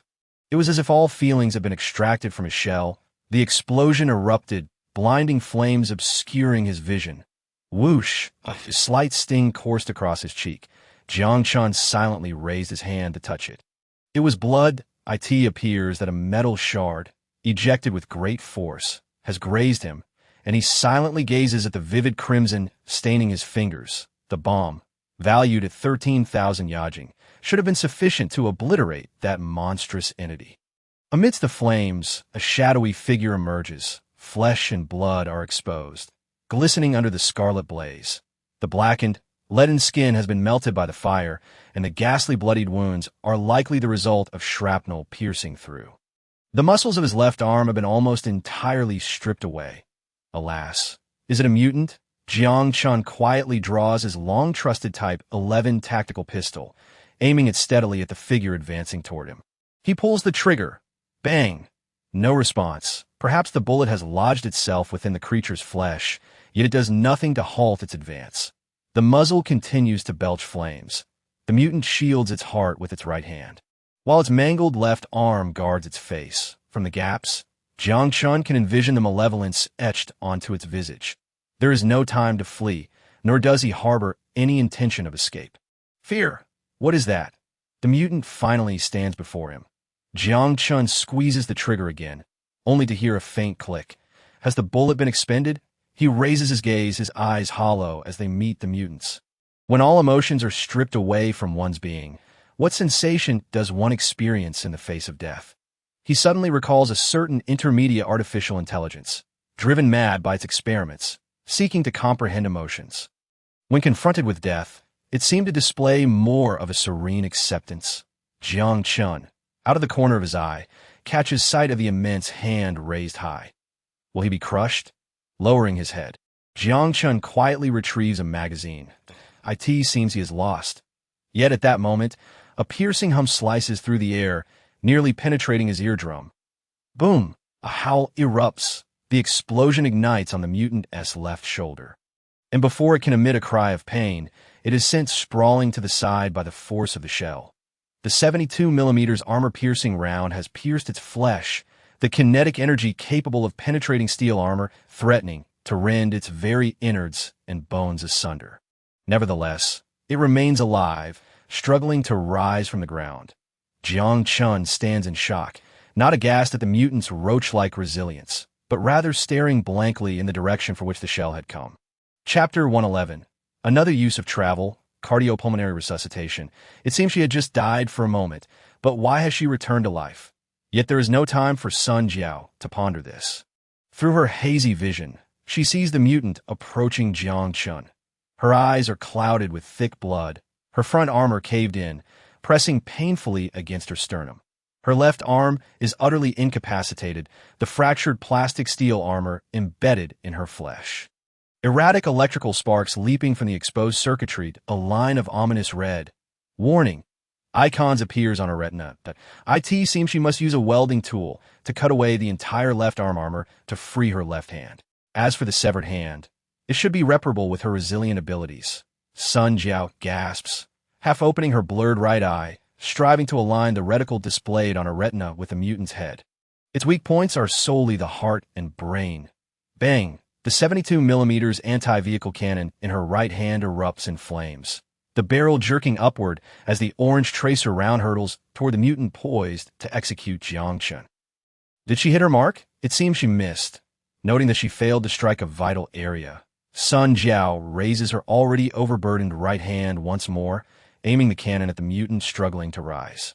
She pulls the trigger. Click! Stunned, a bitter smile crosses Sun Jiao's face. The magazine is empty. She glances at her immobile left hand, a drop of what appears to be cold sweat rolling down her blood-stained cheek. A shot to the head or heart would hold significance. Even with her left hand and half her abdomen shattered, it would not guarantee true death. This is no ordinary mutant. The darkened, hardened skin undoubtedly belongs to a leaden mutant. Such mutants have undergone specialized modifications, their skin filled with heavy metal lead, granting them far superior defenses compared to conventional mutants, as well as enhanced strength and vitality. Their sole flaw lies in the damaged brains. Rendered incompetent by lead poisoning, driven solely by an instinctual hatred for humanity, and thus often treated like dogs by their mutant brethren. Although a magazine rests at her waist, how could she possibly reload with one hand? Damn it, Jiang Chen. Sun Jiao anxiously glanced toward Jiang Chen's position, biting her lips until they turned blue. Suddenly, she dimly perceives that Jiang Chen seems to be looking in her direction. She is still alive. Thank goodness. Jiang Chen's lips tremble slightly, his nose tinged with bitterness. In an instant, something within him feels replenished. Has the frenzy subsided? No, it should not be mere frenzy. Whatever, it matters not. Turning his head, Jiang Chen gazes at the mutant, now on the ground, struggling to rise. Locking eyes with the seething rage reflected in its gaze, flesh is rapidly knitting itself together at an unimaginable rate, the leaden skin on its head and chest regrowing. That ghastly grin seems to convey mockery. The mutant has realized that the man wielding a gun before it is now out of options. Jiang Chen glances down at the pistol in his hand. If even the tactical rifle mounted on the powered armor cannot penetrate, then the Type 11 tactical pistol likely holds little hope that there truly no way out. No, it seems there is still one formidable weapon left to wield. Roar! The mutant, staring at Jiang Chen as he approaches, lets out a furious bellow. For some reason, an unsettling sensation grips him, though its heart and head are now shielded by the newly formed leaden skin. When it gazes at the man advancing toward it, an instinctual fear begins to creep in. Standing beside the mutant, Jiang Chen grins, shoving the pistol into his pocket, then retrieving a piece of yajing from his storage space. The energy within his teleportation ring is replenished, and he discards the dull crystal that he leisurely squats down, locking his gaze onto the mutant's wide, copper-like eyes, inhaling deeply before chuckling. Shall I take you to another world for some fun? With that, he places his hand on the mutant's shoulder with a snap, and in an instant, both vanish from Sun Jiao's sight. Have they traversed dimensions? Sun Jiao stares blankly at the spot where Jiang Chen and the mutant had disappeared. She recalls the dead hamster. Living beings should not be able to traverse along with him. Yet, she faintly remembers him mentioning that the energy consumption for his own traversal is approximately 40. What then of bringing a mutant along?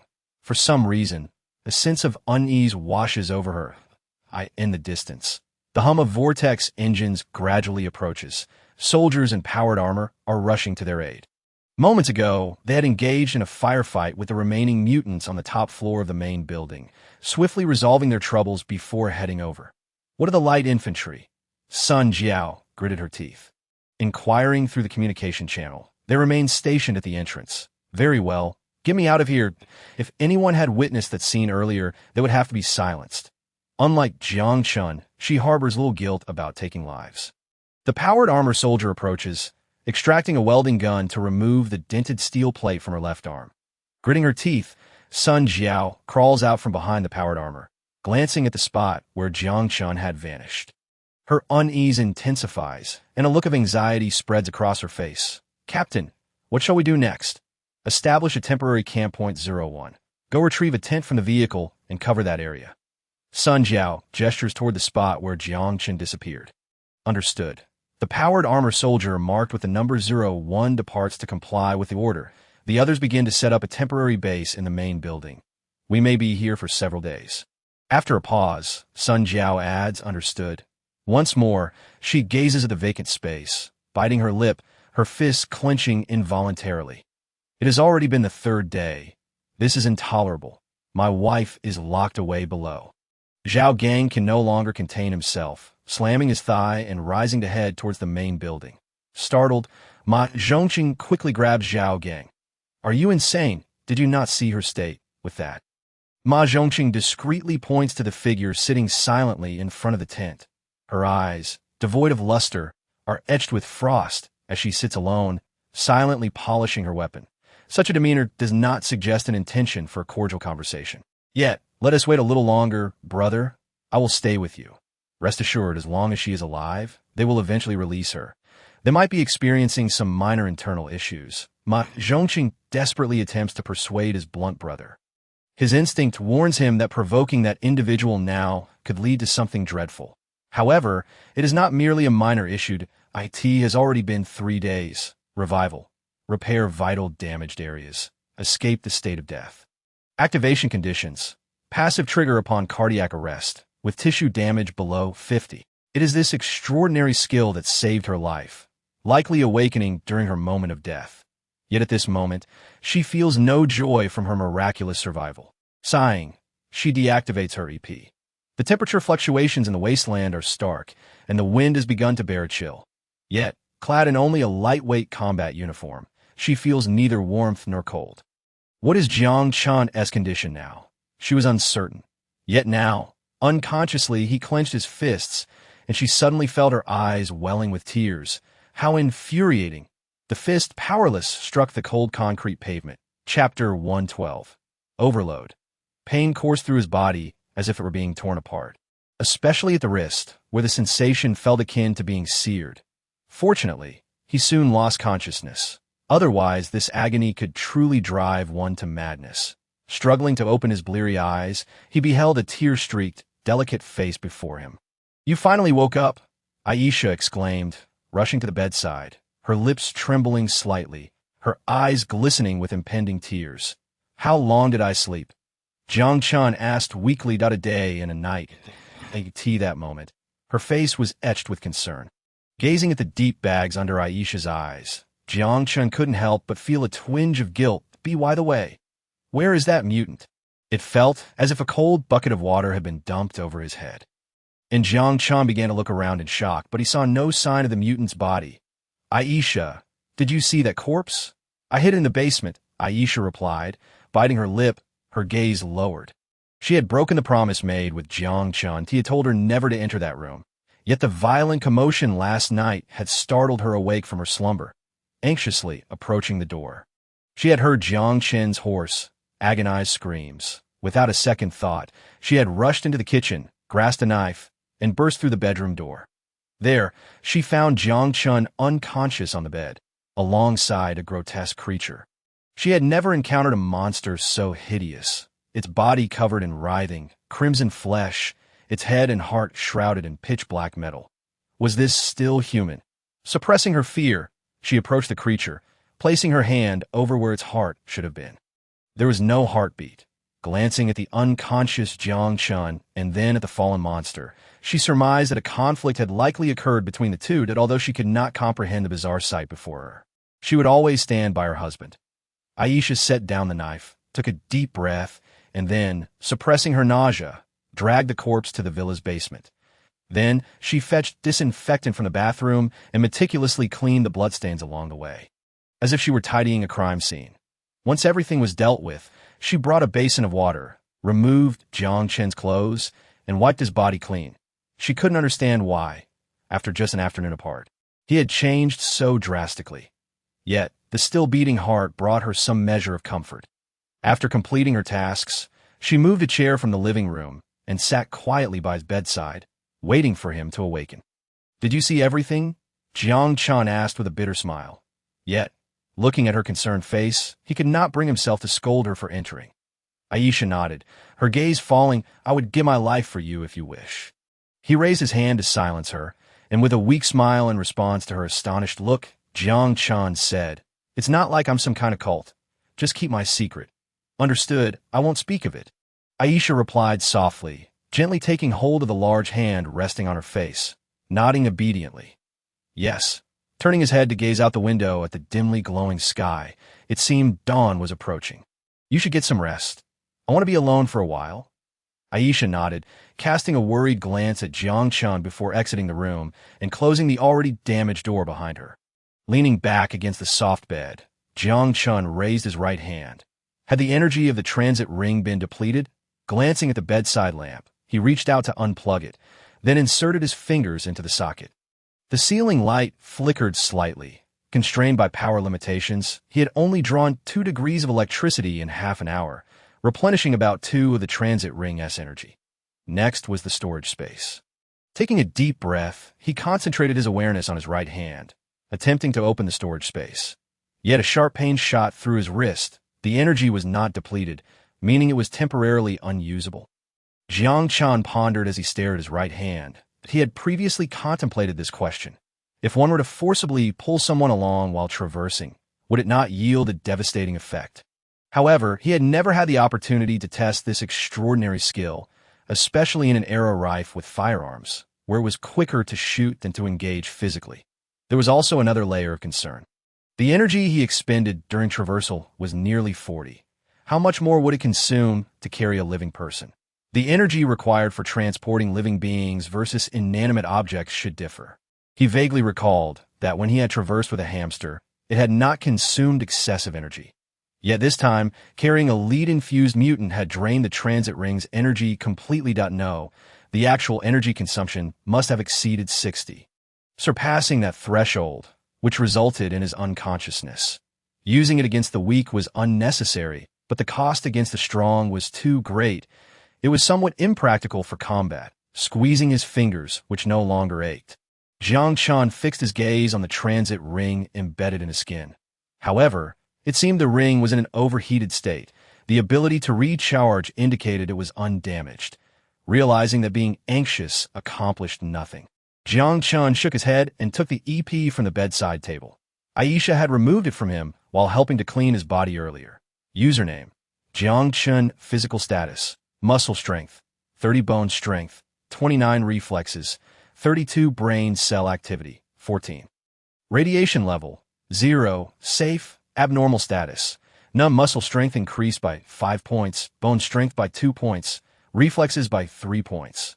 Had his genetic potential been further unlocked. On Earth, this physical condition would easily surpass even Spider-Man and Batman, if such superheroes existed. Jiang Chen recalled Sun Jiao mentioning that after injecting the genetic serum, genetic potential would be partially released, but to evolve to a stronger level, one needed to engage in life-and-death battles. Indeed, that battle had been a fight for survival. Remembering that encounter, a bitter smile crept onto Jiang Chen's face. He had destroyed a power armor, which cost over 10,000 yajing. Yet, what truly pained him was not the yajing, but the fact that power armor was nearly impossible to acquire even with money to assist him. Zhao Chenwu had practically disposed of all his stock to deliver it to him. By the way, that reminds me, Jiang Chen suddenly recalled something. When Sun Jiao was knocked away by the power hammer, he had seen the icon of Sun Jiao in their team indicating cardiac arrest, and he had seemingly entered a state akin to frenzy.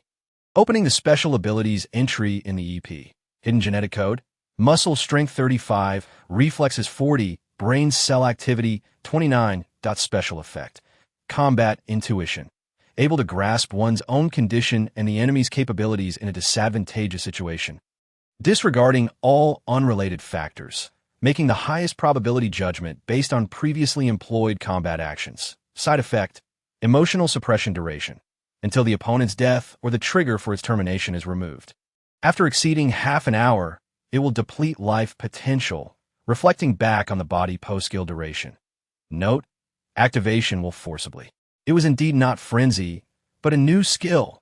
Examining the skill description, Jiang Chen swallowed hard. The 3 question marks indicated that the skill had yet to be named. This meant no one had previously activated this genetic code. After pondering for a moment, he tapped the 3 question marks, and suddenly a dialog box appeared on the screen. He was taken aback. Could it mean he could name it himself? After much contemplation, he realized he lacked any talent for naming. Suddenly, an idea struck him, and he typed in 2 characters, Wushuang. He chuckled. As the saying goes, opening Wushuang is akin to cheating, and this skill indeed bore a hint of that quality. After inputting the skill name, Jiang Chen turned his attention to the skill description. Based on previously used combat actions, meaning if he had used a gun, his marksmanship would become exceptional. Having trained in all functions of the power armor, he would be able to manipulate it flawlessly without a moment's hesitation. The final self-destruct program of the fuel rod was also a trick he had previously employed, but why hadn't he thought to use the transit ring to directly eliminate his opponent while in Wushuang's state? After deep contemplation, a look of realization finally crossed his face that it was because he had never considered traversal as a combat action he had utilized. He had merely conducted experiments with a hamster, never once considering such behavior as combat. And he had never had the opportunity to utilize this rather trivial close combat ability. Thus, the effect of the skill could be described as the ultimate enhancement of combat experience. Jiang Chen stared at his hand for a long while, suddenly revealing a bitter smile. Utilizing his traversal abilities to kill should pose no problem. However, dealing with monsters possessing powerful life energy was still somewhat daunting, as he had fainted for an entire day after traversing a mutant. And now he was unable to use the wristband that if he were to traverse something like a meat mountain or a death claw, there was experimental evidence indicating that the concentration of subcrystals was directly proportional to life energy. Shaking his head, he set aside thoughts of EP and closed his eyes to recuperate. Sun Jiao was still alive. Her revival ability must have evolved from resilience, one could surmise. This led to the possibility that the hidden genetic code could be further unlocked. It must be noted that utilizing such skills invariably resulted in side effects. Frenzy eradicates rationality, while unmatched eliminates emotions. What then might be the side effect of the next hidden code, for some unknown reason? He felt a twinge of unease. The genetic serum dismantles the shackles imposed on DNA, allowing individuals to unleash their sealed capabilities. However, could this truly be the right course of action? If breaking these shackles is a good thing, then why did humanity impose them during evolution? Perhaps only time would reveal the truth. Moreover, fretting over possessing formidable abilities was rather exasperating. Chapter 113. Perhaps I should buy an island? In the afternoon, Jiang Chen lay quietly on a deck chair by the swimming pool, basking in the late summer sunlight. The weather had gradually begun to cool, and soon autumn would arrive. This meant that winter would soon descend upon the apocalypse as well. Due to the radioactive dust, winter in the apocalypse arrived earlier than in the present world. According to Sun Jiao, by mid-October in previous years, Wanghai City would already be experiencing winter. The winters of the apocalypse could only be described as catastrophic. The temperature would plummet to below zero within a mere month, and impure snowflakes would descend from the sky, cloaking the entire city in an unnatural white. However, compared to the initial years, conditions had improved significantly. Records indicated that in the years immediately following the nuclear war, the entire planet was engulfed in a nuclear winter. There was only winter, no summer. For the average survivor, winter was exceedingly grueling. They often chose to gather and stockpile sufficient supplies and fuel during the first half of the year. Unless an emergency occurred, few would venture outside during winter. In this season, mutants would typically enter hibernation or migrate to warmer regions, such as abandoned nuclear power plants or geothermal wells. Only zombies remained unaffected by the cold. Typically, they possessed little moisture left to freeze, but due to the reduced sunlight, their hibernation period would be prolonged. Gazing at the chilled orange juice on the table, Jiang Chen fell into contemplation. Sufficient food, warm clothing, and fuel were all necessities for surviving winter. However, these matters posed no challenge for him. And for the fishbone base, winter should not be too arduous. Food was naturally abundant, and efficient cold-weather clothing was available for sale in the 6th district. Fuel could be substituted with electricity.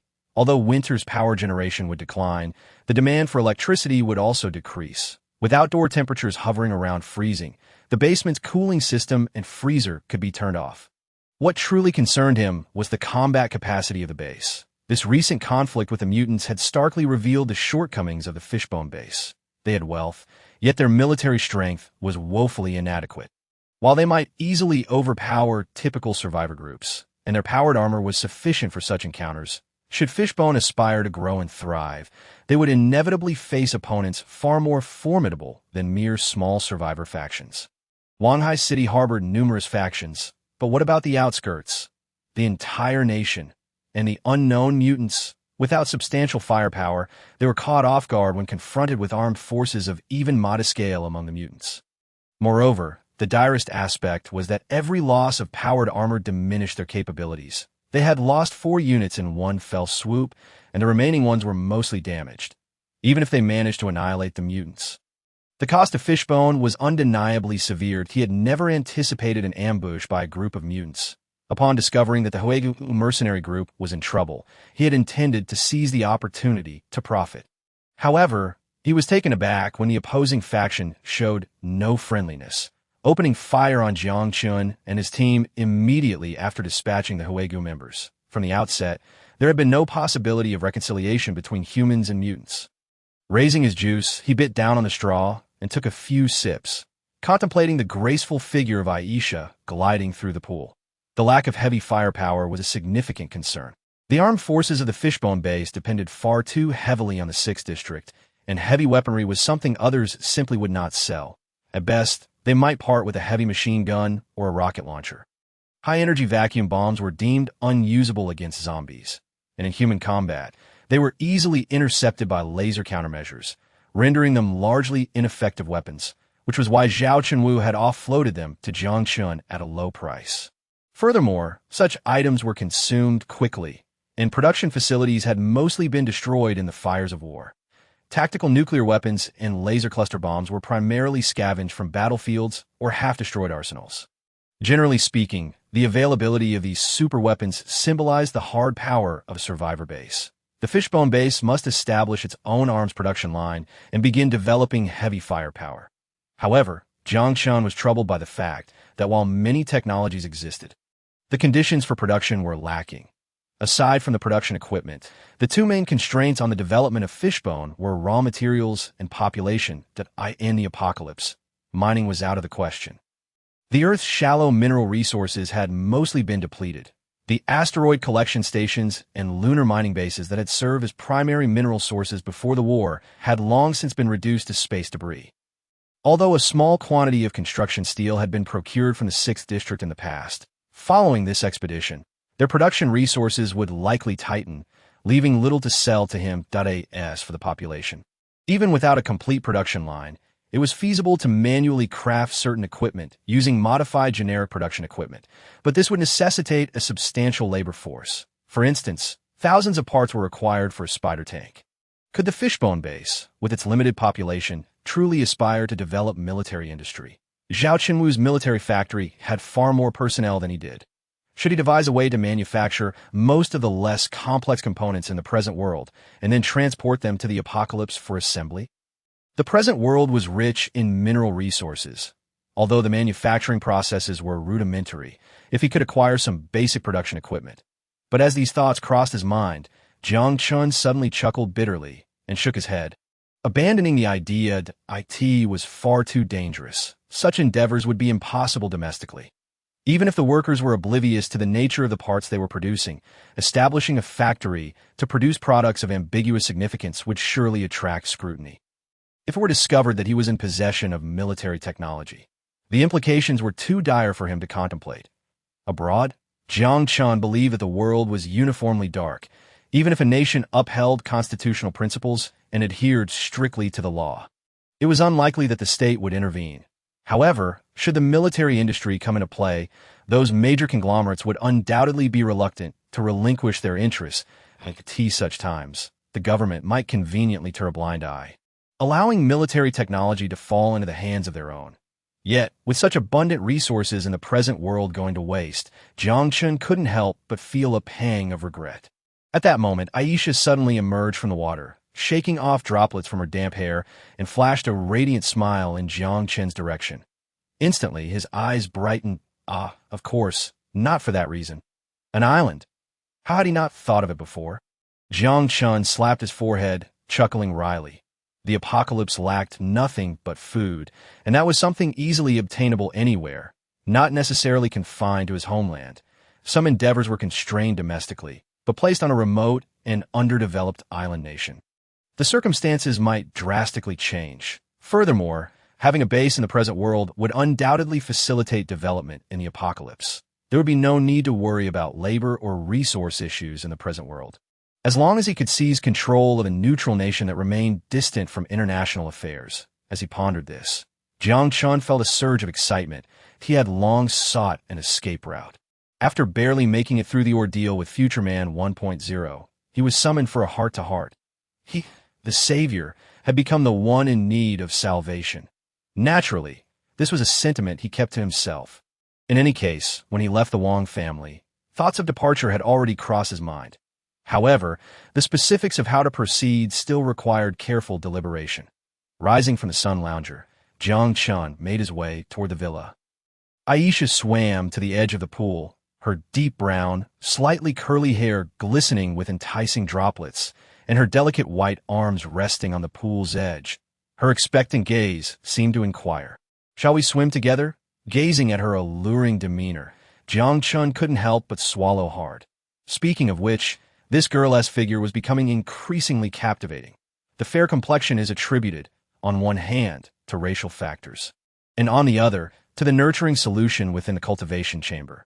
The excess oils and impurities in the subcutaneous tissue have been thoroughly cleansed by the solution, and the naturally large pores characteristic of Caucasians have contracted and refined under its nourishment. After several days of care, Aisha's skin, which had initially been somewhat dry, has transformed into a delicate and smooth appearance reminiscent of mutton fat jade. It is no exaggeration to say that if Jiang Chen were to open a beauty salon with that nurturing solution, it would undoubtedly flourish. Furthermore, due to the injection of gene agents and her consistent fitness regimen, Aisha has developed a subtle outline of abs on her abdomen, coupled with her petite yet firm curves and her flawless legs devoid of any excess flesh. The allure of her exotic charm has intensified. Even more captivating are her affectionate eyes. This three-piece swimsuit, along with her enticing figure, is destined to be showcased for but one individual in her lifetime. To be candid at this moment, Jiang Chen is overwhelmed with an impulse to plunge into the water and frolic with her. However, he has more pressing matters to attend to. Such bashful activities can wait until the evening. His self-restraint regarding desires has markedly improved compared to before. Ahem, you go ahead and enjoy it. I have a few matters to handle, Jiang Chen said with a bashful smile before hastily departing from the pool. In the basement of the villa, gazing at the corpse of the mutant, Jiang Chen took a deep breath and extended his right hand. The storage space cannot accommodate living beings. He has learned that through prior experience. Ants can be stored and subsequently eradicated, but cockroaches cannot be contained at it. Seems that utilizing the storage space for murder is impractical. Storing inanimate objects does not consume much energy. He has recently charged the energy of the teleportation ring by approximately 10. A slight pang of pain emanated from his wrist, causing Jiang Chen to tense up. Damn it, you better not malfunction. After a moment of inaction, he was nearly drenched in cold sweat. Fortunately, after a brief delay, the corpse of the mutant shimmered slightly before being drawn into the storage space. Letting out a sigh of relief, Jiang Chen wiped the cold sweat from his forehead and glanced at his right wrist. The energy had depleted by 5, that he then utilized the remaining energy to extract a subcrystal from the storage space, quickly replenishing the energy of the teleportation ring. That it appears that the functionality of the storage space has been restored. And now it is time to traverse. Eagerly, Jiang Chen activated his teleportation ability. However, the sudden pain in his wrist doused his excitement with a bucket of cold water. Although the storage space function had resumed, the teleportation capability had not yet been restored. It certainly isn't going to be that swift, is it? Jiang Chen thought, a bitter smile creeping onto his face as he gazed at his right hand. Nonetheless, since the initially non-functional storage space has returned to normal, the return of his teleportation ability should not be far off, he mused. After dealing with the mutant's corpse, Jiang Chen proceeded to the study on the 3rd floor of the villa and powered on the computer. In preparation for his island acquisition plan, he needed to make some arrangements that he opened Chengdu and Google Earth, scanning the edges of the harrowing ocean. The area need not be vast, even if land runs short later. There are exceptional reclamation technologies in the apocalyptic regions. However, the ocean is deemed more perilous than land, thus not widely utilized among survivors. Ideally, The population should not be too large, as fewer inhabitants are easier to manage. And if the population dwindles, immigration can serve as a solution that a politically unstable environment is preferable, albeit not excessively chaotic. A lower GDP is advantageous, particularly as impoverished regions are easier to manipulate. After all, he would invest heavily in renovations upon his arrival. Territorial waters should ideally have no disputes with neighboring countries. It would be best to avoid troublesome resources like oil and natural gas, as he does not intend to rely on them for profit. Otherwise, not only would development become burdensome, but it would also invite unwanted attention from those harboring ill intentions.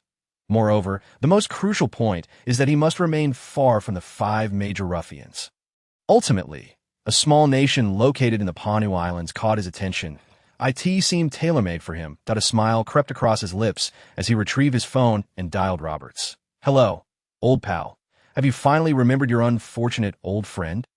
Came Robert's slick voice from the other end. "I've been a bit busy lately. Oh, you have a business proposition?" Without indulging in pleasantries, Jiang Chen went straight to the point. Chapter 114. "Help me play the villain." There was a noticeable hesitation on the other end of the line before a chuckle emerged. "Well, I've shifted my focus now. Plus, I'm currently in a probationary period. With your sudden inquiry, I fear Lawrence might come knocking on my door for a chat." Hearing the wretched tone of Roberts, Jiang Chen was taken aback, almost bursting into laughter. It seemed that this fellow has not been faring well either. This so-called probationary period likely referred to the fact that the authorities were monitoring his phone calls. Such is democracy. After all, they might as well have it written on their faces. Struggling so much yet still trying to act tough, claiming that he would protect him in Los City, chuckling inwardly. Jiang Chen shook his head, preparing to hang up. "All right, looks like you won't be able to take this deal then. Guess I'll hang up." Wait. The call ended, but soon his phone rang again. Pressing the answer button, Jiang Chen teasingly asked, "Did you change your number?" Aside from the higher cost of calls, this number is quite convenient in every other aspect. "Ahem, so what business do you have?" "I recall you were a producer."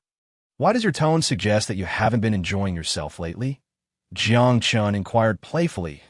He remembered that Golden Deal was worth over 500 million Mutao coins, after deducting the 9 handling fee. Loan interest and other costs, he should still be able to pocket a few tens of millions. Has he run out of money so soon? After all, it was Mutao coin. You haven't squandered all your funds on those golden dream girls, have you? Jiang Chen teased. This lecherous fellow, even with money, fails to engage in anything worthwhile. Yet as he thought this, an odd expression crossed Jiang Chen's face. He felt as if this statement applied to him as well. "Ahem, let us discuss serious matters." An awkward cough came from Roberts on the other end. In response, Jiang Chen smiled and shifted to a serious tone. "You used to work in sensitive areas. You must be familiar with mercenary organizations, right?" "Oh, you want to hire mercenaries? Not in Shuan country." Jiang Chen interrupted Roberts. "I need you to help me hire a group. Will train bodyguards for me."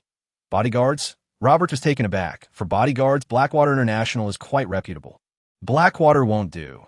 You mentioned they have close ties to the authorities." Jiang Chen firmly rejected, as he had no intention of escaping one circle only to enter another. I knew you wouldn't have any good intentions." Roberts teased from the other end. After a brief pause, he continued, "Local mercenary organizations in Mutao are generally affiliated with Siyun Palace.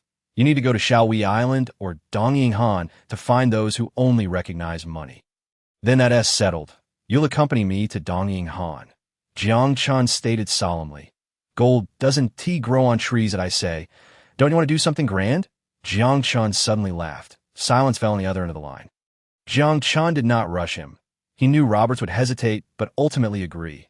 Without risk, what would a businessman be? Deep down, this fellow was an adventurer. "All right, you've convinced me, although my instincts tell me you might be going insane this time." "I don't understand. You're doing just fine over there.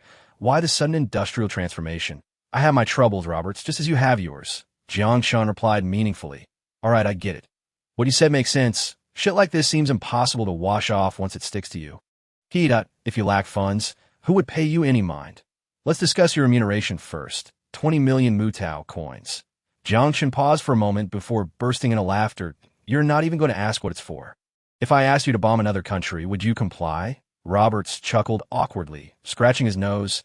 "Ahem, Buddy, I trust you won't deceive me. Besides, if I were to take your money and bomb that place, you certainly wouldn't be pleased. Jiang Chen smiled noncommittally. Back to business. First, the mercenaries, I don't care how you do it. I need 10 experienced individuals. There was a moment of silence on the other end. I'll have Nick make a trip down on. I have some connections with General Makarov. Even though my people aren't there, writing a referral letter shouldn't be an issue. However, this individual is quite greedy. I'll go personally and have Nick wait for me there. Paying in gold should be no problem, right? Of course it's no problem. They only accept gold and mutant coins there now, Roberts replied. Second, refugees. ISNT, there are refugee crisis in Inghan. I'll help alleviate some of their burdens. Please engage your mind. I require approximately 100 individuals. Goodness, what exactly do you intend to do? Jiang Chen spoke in a casual tone. After a moment's hesitation, Roberts sighed, as if resigned. Very well, let me ponder. Where do you plan to have these individuals disembark? At Shaohui Island. I believe I grasp your intent. In other words, you wish to establish your own mercenary force?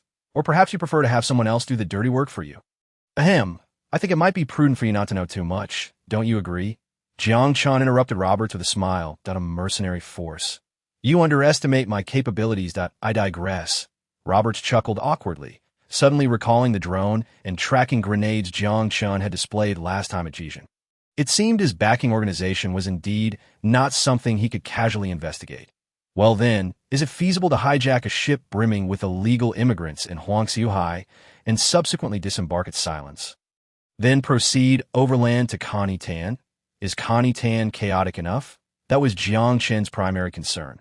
Moderately so, but sufficiently impoverished, a mere several 100,000 mutao coins would suffice to purchase a plot of barren land from the chieftain, who would conveniently turn a blind eye to your activities there, Roberts replied. Shaohui Island is a haven for mercenaries. Poverty provides them with ample manpower, while chaos allows them to brazenly traverse borders with firearms. Although Roberts was curious as to why Jiang Chen did not simply recruit those inexpensive locals, he wisely refrained from probing further. Very well. I shall leave the transportation arrangements to you. I will handle the other matters. Just those 2 points? No, there is one more thing. With a glimmer of playful mischief crossing his face, Jiang Chen continued, I hear you are currently producing a Golden Dream, correct? Indeed. I believe you are aware of that. Roberts replied somewhat uncertainly. Then, how about you play the villain for me? Your remuneration would be 20 million, and I shall pay in gold. Jiang Chen's smile took on a wicked twist. Chapter 115, a blockbuster, the Panu Islands. Located in the southern Haoying Ocean near the equator, bask in radiant sunshine, making them an ideal holiday destination. The area boasts a wealth of tourism resources, including natural reefs, volcanic lakes, and tropical rainforests. However, due to inadequate infrastructure, the region has remained underdeveloped at present. The most valuable asset on the main island is a somewhat presentable international airport, which was financed through loans in the somewhat desolate airport terminal. 2 rather peculiar foreign men walked side by side. Roji, can I really become famous? To be honest, I've dabbled in drugs and served time in a juvenile facility. Apologies, mate. You know I'm just a bit anxious. Johnny waved his hand dismissively, continuing, I've consulted a psychologist. And he said, this is known as fame anxiety. Shut it, you idiot, Robert snapped. Upon hearing this, Johnny promptly fell silent, fully aware that Roberts was a formidable character in Los Angeles. Even a leader of the stars would defer to him. Although he seemed to have turned over a new leaf, he remained someone not to be trifled with by a mere slum dweller. The mention of the stars always conjured up 3 words in Robert's mind: drugs, alcoholism, and poverty. Yet he now found himself having to endure this fool's company. As it pertained to 20 million mutao coins as for why he was here, it stemmed from the phone call he had with Jiang Chen a few days prior. Then, how about you play the villain for me? Your remuneration would be 20 million, and I shall pay in gold. After a pause, Jiang Chen continued, in a small nation situated in the Haoying Ocean. Roberts was initially taken aback, but his expression quickly shifted. Shit, you can't possibly mean? Indeed, if you guess correctly, then keep it to yourself. In any case, help me write a script and select a good actor. I want to shoot a blockbuster. The voice on the other end of the line carried a mischievous tone he was all too familiar with. Someone was about to be in for trouble. You madman. While I am a producer, I belong to the financial side of things. Roberts couldn't help but chuckle bitterly, rubbing his temples before continuing. All right, God, let me think. Where do you intend to shoot? What is your investment? 100 million Mutao coins. The GDP of Panu for a year.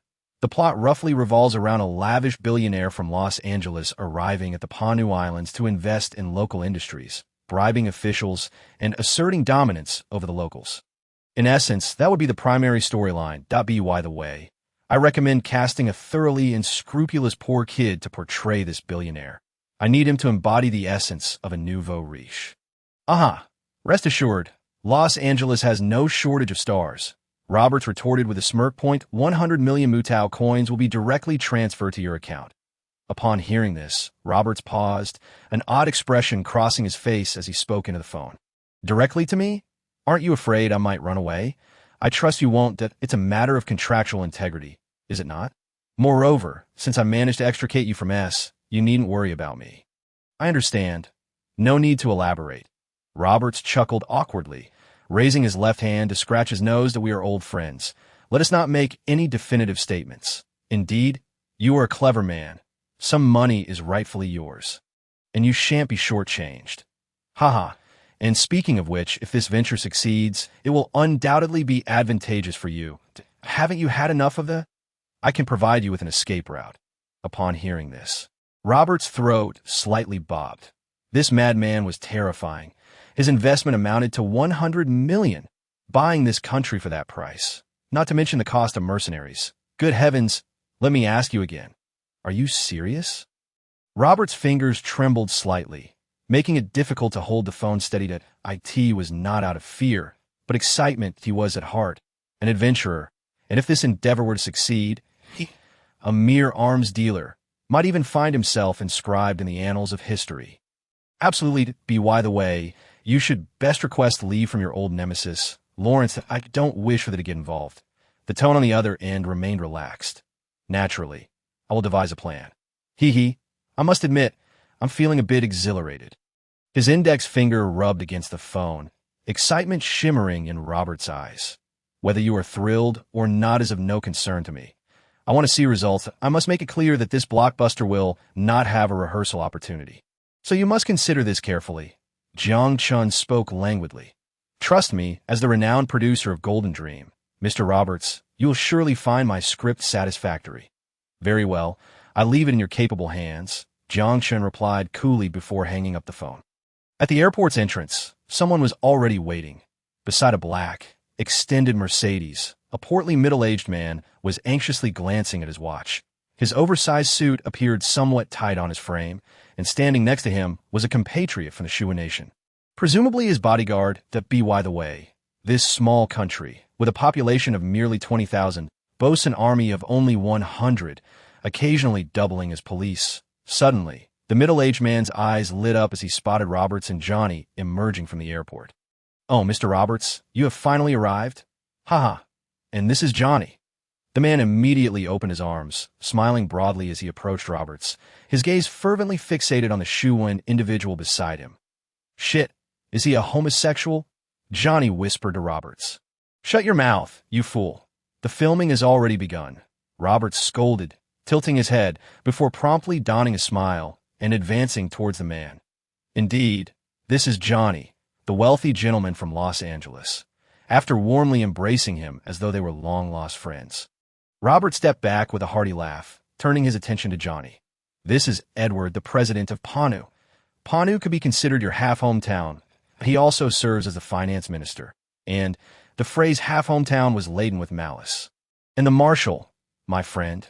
Edward grinned, warmly shaking Johnny's hand and vigorously pumping it, his expression devoid of any animosity typical of a Fran national toward a Shuwen individual. The only reason he displayed such cordiality was that, according to Roberts, this so-called Johnny was a billionaire from Los Angeles. IT had been far too long since anyone had invested in the Panu Islands. So naturally, this local despot was eager to curry favor with a wealthy individual. As for Johnny's identity, who cares? All he was concerned about were those stacks of Mutao coins. After a round of pleasantries, The president invited both men to ride in his luxury vehicle, personally escorting them to the villa that Roberts had purchased in Johnny's name 2 days prior for 500,000 Mutao coins. Good heavens, President, Finance Minister, Marshal, what other titles does he hold? Sitting on the plush sofa, Johnny counted on his fingers. Supreme Court Justice, Minister of Education. In summary, he won't take on any positions that lack lucrative prospects. Don't worry about too much. Just focus on executing the tasks I've assigned you. Roberts retrieved a bottle of whiskey from the fridge, placing it on the table and pouring himself a glass. Good stuff, and there's even whiskey. Johnny eagerly reached for it, pouring himself a glass as well. Roberts cast a glance at the inebriated man who downed his drink in one gulp, then leisurely sipped from his glass before slowly articulating. There will be a social ball tomorrow evening, attended by the local elite. Stick with me and observe closely how I conduct myself. He continued, the day after tomorrow, we have an investment inspection, during which you will allocate 2 million Mutao coins to construct a freight dock on the main island. Pay attention to how I discreetly slip money and cultivate relationships with those officials. After a brief pause, Roberts added, burp. Very well, rogied out by the way. Where's the photographer? My friend, we are indeed filming a movie. Aren't we? Johnny, clutching his glass, burped again. Within mere minutes, he had lost count of how many drinks he had consumed. Indeed, we are filming a movie. This is the latest production technique, and you shall be immortalized in history. Oh, and do not forget to erect a statue of yourself in the city center. My camera crew will capture it in close-up. Roberts stifled a chuckle as he took another sip of his whiskey. So, what you're saying is, I merely need to spend money. Johnny laughed heartily, pouring another drink for himself. What a splendid arrangement. By the way, what is the title of our film? The Affluent in a Poor Nation. Roberts replied, not forget your magnum opus. It is not merely about spending money. You must portray yourself as a true villain, engaging in acts such as seducing the neighbor's wife or pursuing the young maidens of QJ Town. Essentially, those things you wish to do in Los Angeles, but lack the funds for. Just play your part authentically. If you perform well, I might even commission a sequel soon. With a decisive wave of his hand, Roberts reclined on the sofa, mockingly gazing into Johnny's bleary eyes. Burp, a sequel? What shall it be titled? However, before Johnny could finish his thought, he dropped his glass and succumbed to slumber. What shall it be called? The Fall of a Kingdom, you fool, Roberts quipped softly, setting down his glass. Alcohol is best enjoyed in moderation. Chapter 116. The launch of the chat function. Note, the Panu Islands are a fictional entity, inspired by certain archipelagos in the West Sea, yet entirely distinct. It was the girl Xia Shiyu's doing. Timing could not have been worse. Cursing under his breath, Jiang Chen reluctantly answered the phone.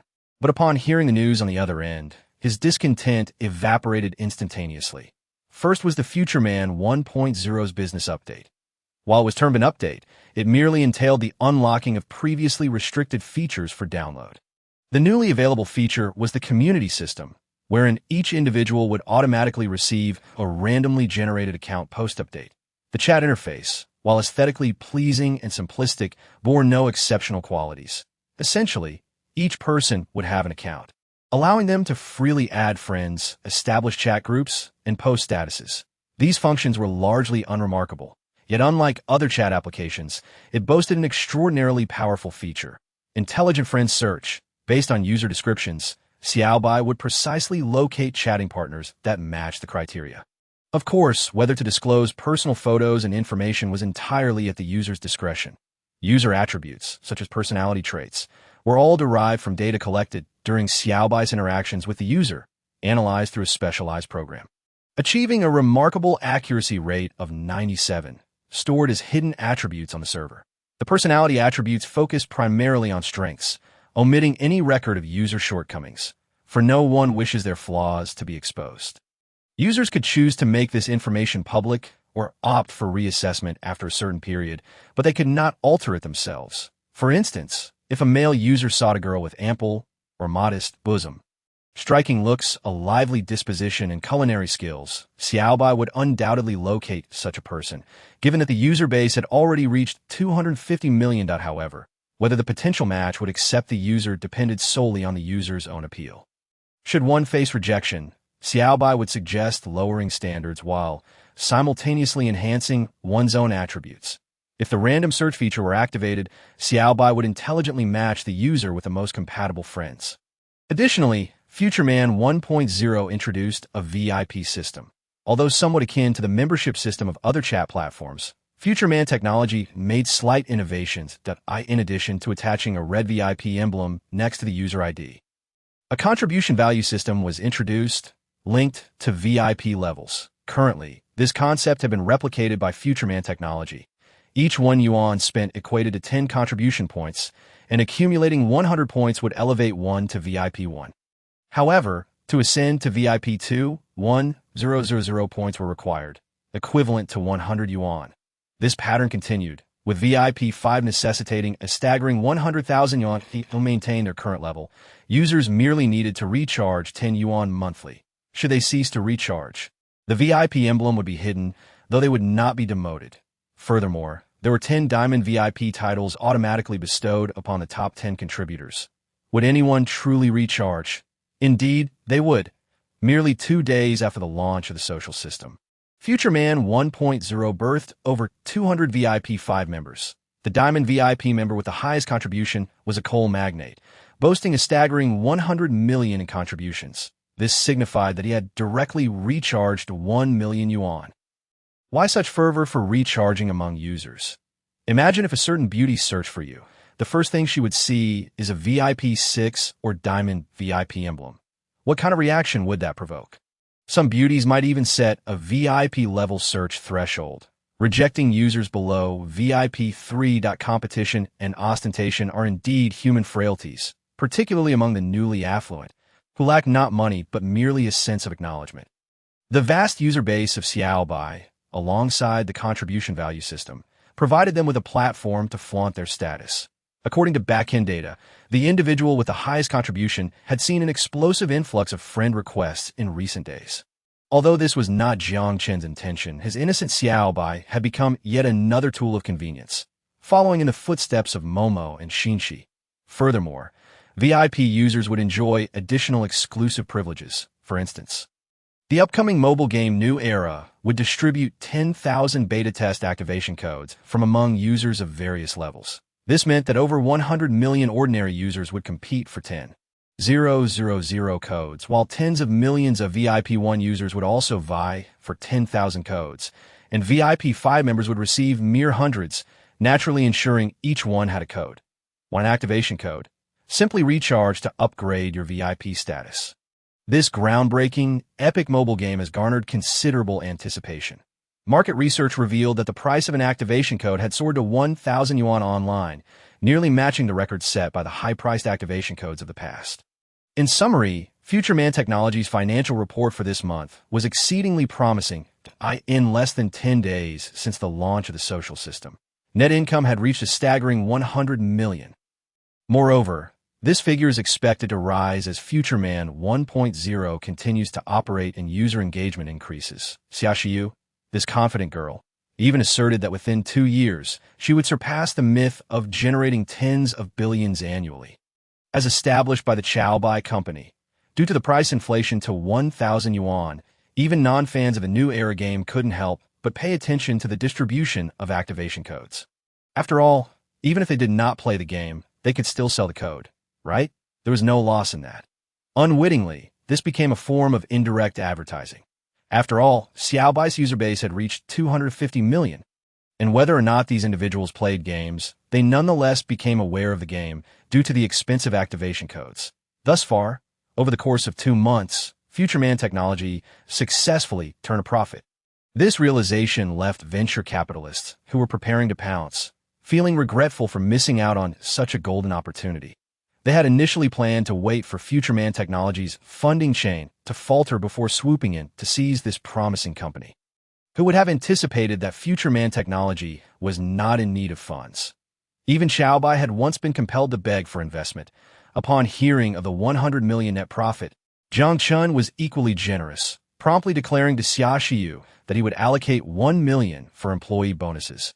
Unlike other internet enterprises, FutureMan Technology's costs were astonishingly low, excluding labor and server maintenance costs. The net profit was simply the result of tax deductions that AS for research and development costs. They were negligible. Given your hard work, would you like me to consider raising your salary? Jiang Chen cheerfully remarked over the phone. He was in exceptionally high spirits. Although this 100 million was not a substantial amount relative to his total assets, it was undoubtedly a commendable start.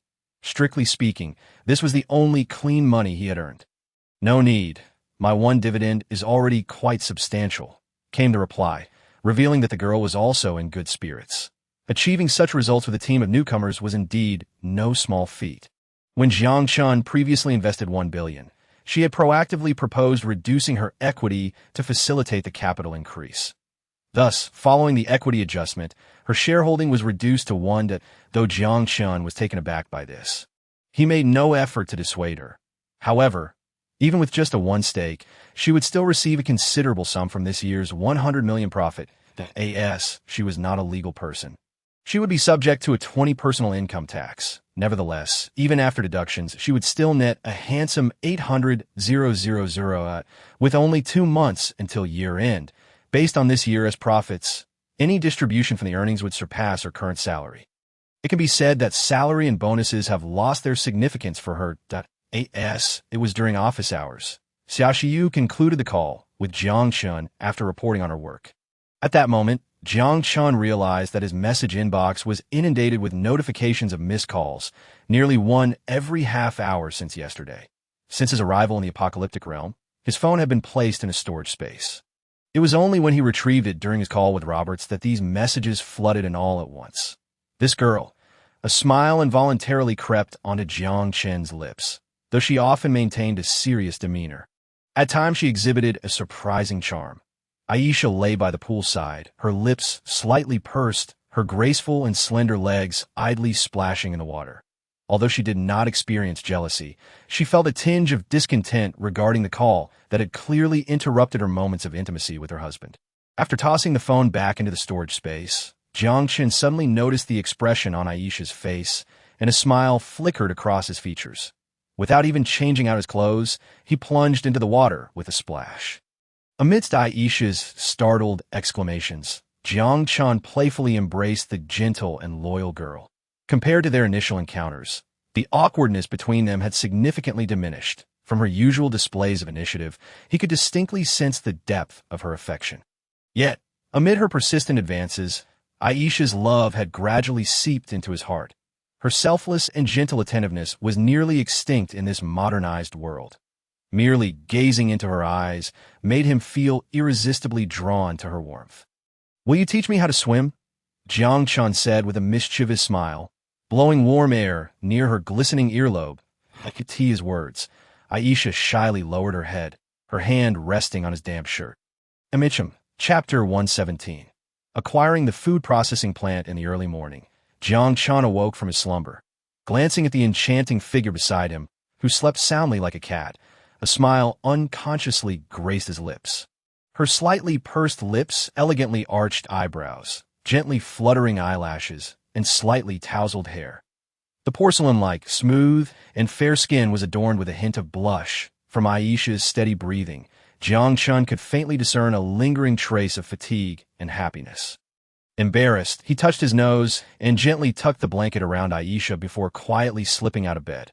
Feeling accomplished, he cast a glance at the buttered toast and oat milk on the table, nodding in satisfaction. Indeed, I possess the innate qualities of a good man, he hummed contentedly, savoring his breakfast. Today held significant plans, prompting him to rise much earlier than usual. After tidying everything up, Jiang Chen left a note on the table and departed while humming a tune. Driving his Maybach, he headed straight towards the suburbs. For his island acquisition plan, he needed to undertake some preparatory work. The sooner these tasks were completed, the better, as Roberts was likely already in motion. Honestly, he was somewhat startled by his own ambitions that if he were not careful and the plan failed, he could find himself on Interpol's blacklist. Yet, all that mattered was success, wasn't it? As Aisha slowly awoke, her hazy eyes opened to the morning light. She brushed aside her disheveled hair and gazed at the now cool, empty pillow beside her, allowing her mind to drift. She could not recall why she had fallen for Jiang Chen. Yet the feeling of affection remained intensely strong. Her heart raced at the sight of him, and being held by him sent warmth throughout her body. Giggling foolishly, she recalled the previous night. Suddenly, she snapped back to reality. Oh no, I forgot to make breakfast. In her view, a competent wife should have a warm meal prepared for her husband before he departed for work. Though not strictly codified, it was a familial precept passed down from her mother.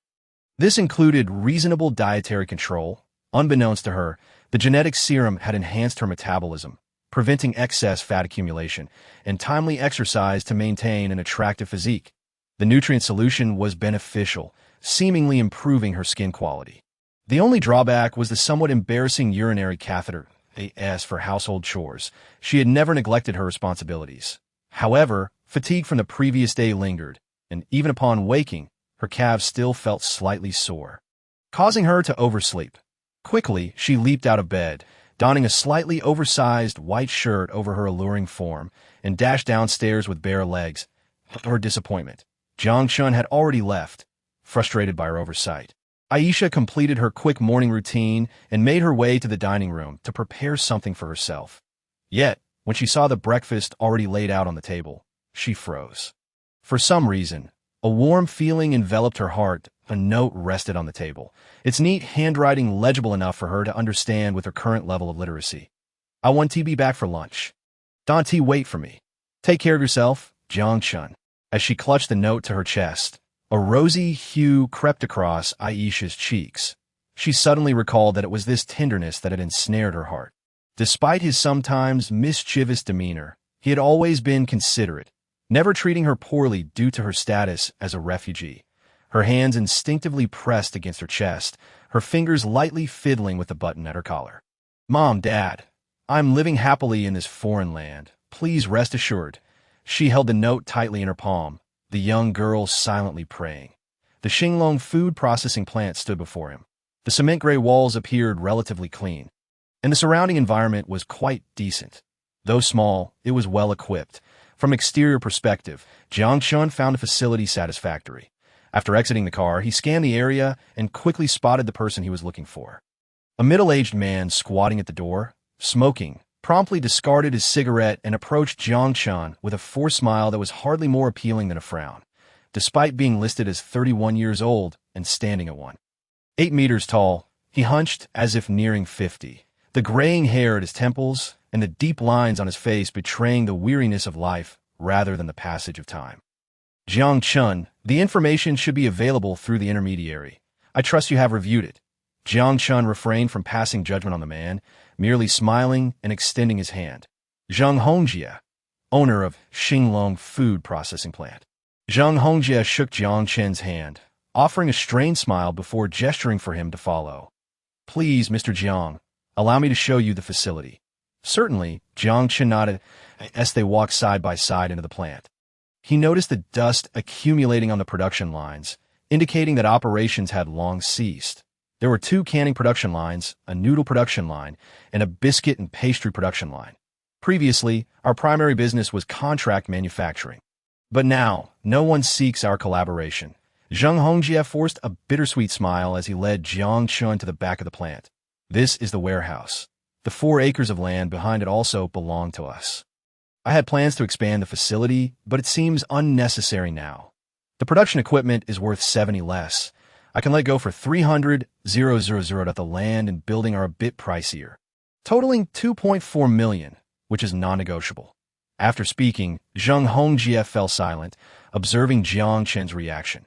After mentally calculating, Jiang Chen nodded in satisfaction. The price was indeed fair, even slightly below market value. He had previously consulted with the intermediary, who had estimated the facility's value at around 3 million. It seemed that this Zheng had encountered some urgent financial troubles, prompting his desperate need to sell the property at a lower price. Though he had already decided to purchase, Jiang Chen's gaze shifted slightly, and he hesitated to make any commitments.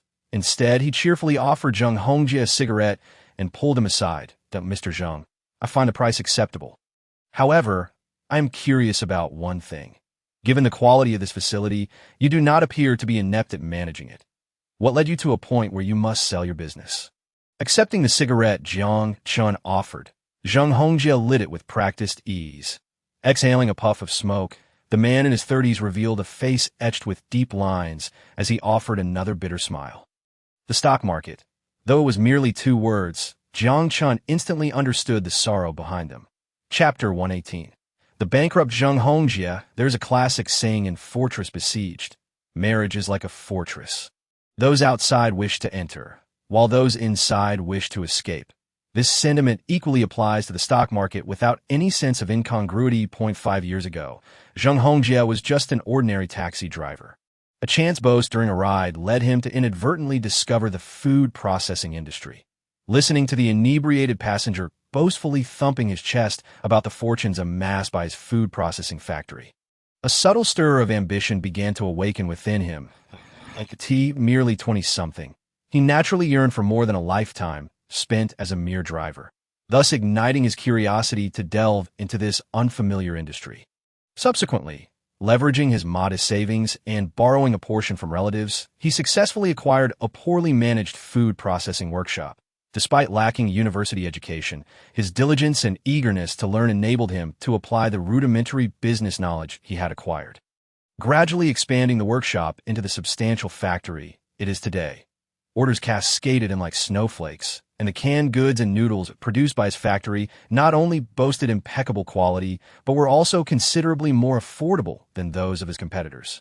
As the business thrived, he purchased land, acquired new production lines, and hired more employees, even receiving orders for subcontracting from prominent brands. Within just 5 years, the name of Boss Zheng became well known in his hometown. Those relatives who once referred to him as Jezi or Erden now uniformly addressed him as Boss Zheng or Brother Zheng. From having nothing to establishing a prosperous factory in Wanghai City, acquiring cars and houses, and returning home in splendid attire, his 5 years of experience could easily fill a book. However, all of this changed at the end of last year, with the market plummeting and discussions of a potential dip to 6,124 rampant. He found himself at a crossroads. During a drinking session, a business associate urged him to consider the stock market as a lucrative opportunity, should he have any spare funds. Although slightly inebriated, Zheng Hongjie's mind remained alert. Rationality warned him that such a zero-sum game was hardly a legitimate path. How could a market that produces no tangible products create value? Zheng Hongjie dismissed his friend's temptations and counseled him against becoming enamored with such unreliable pursuits.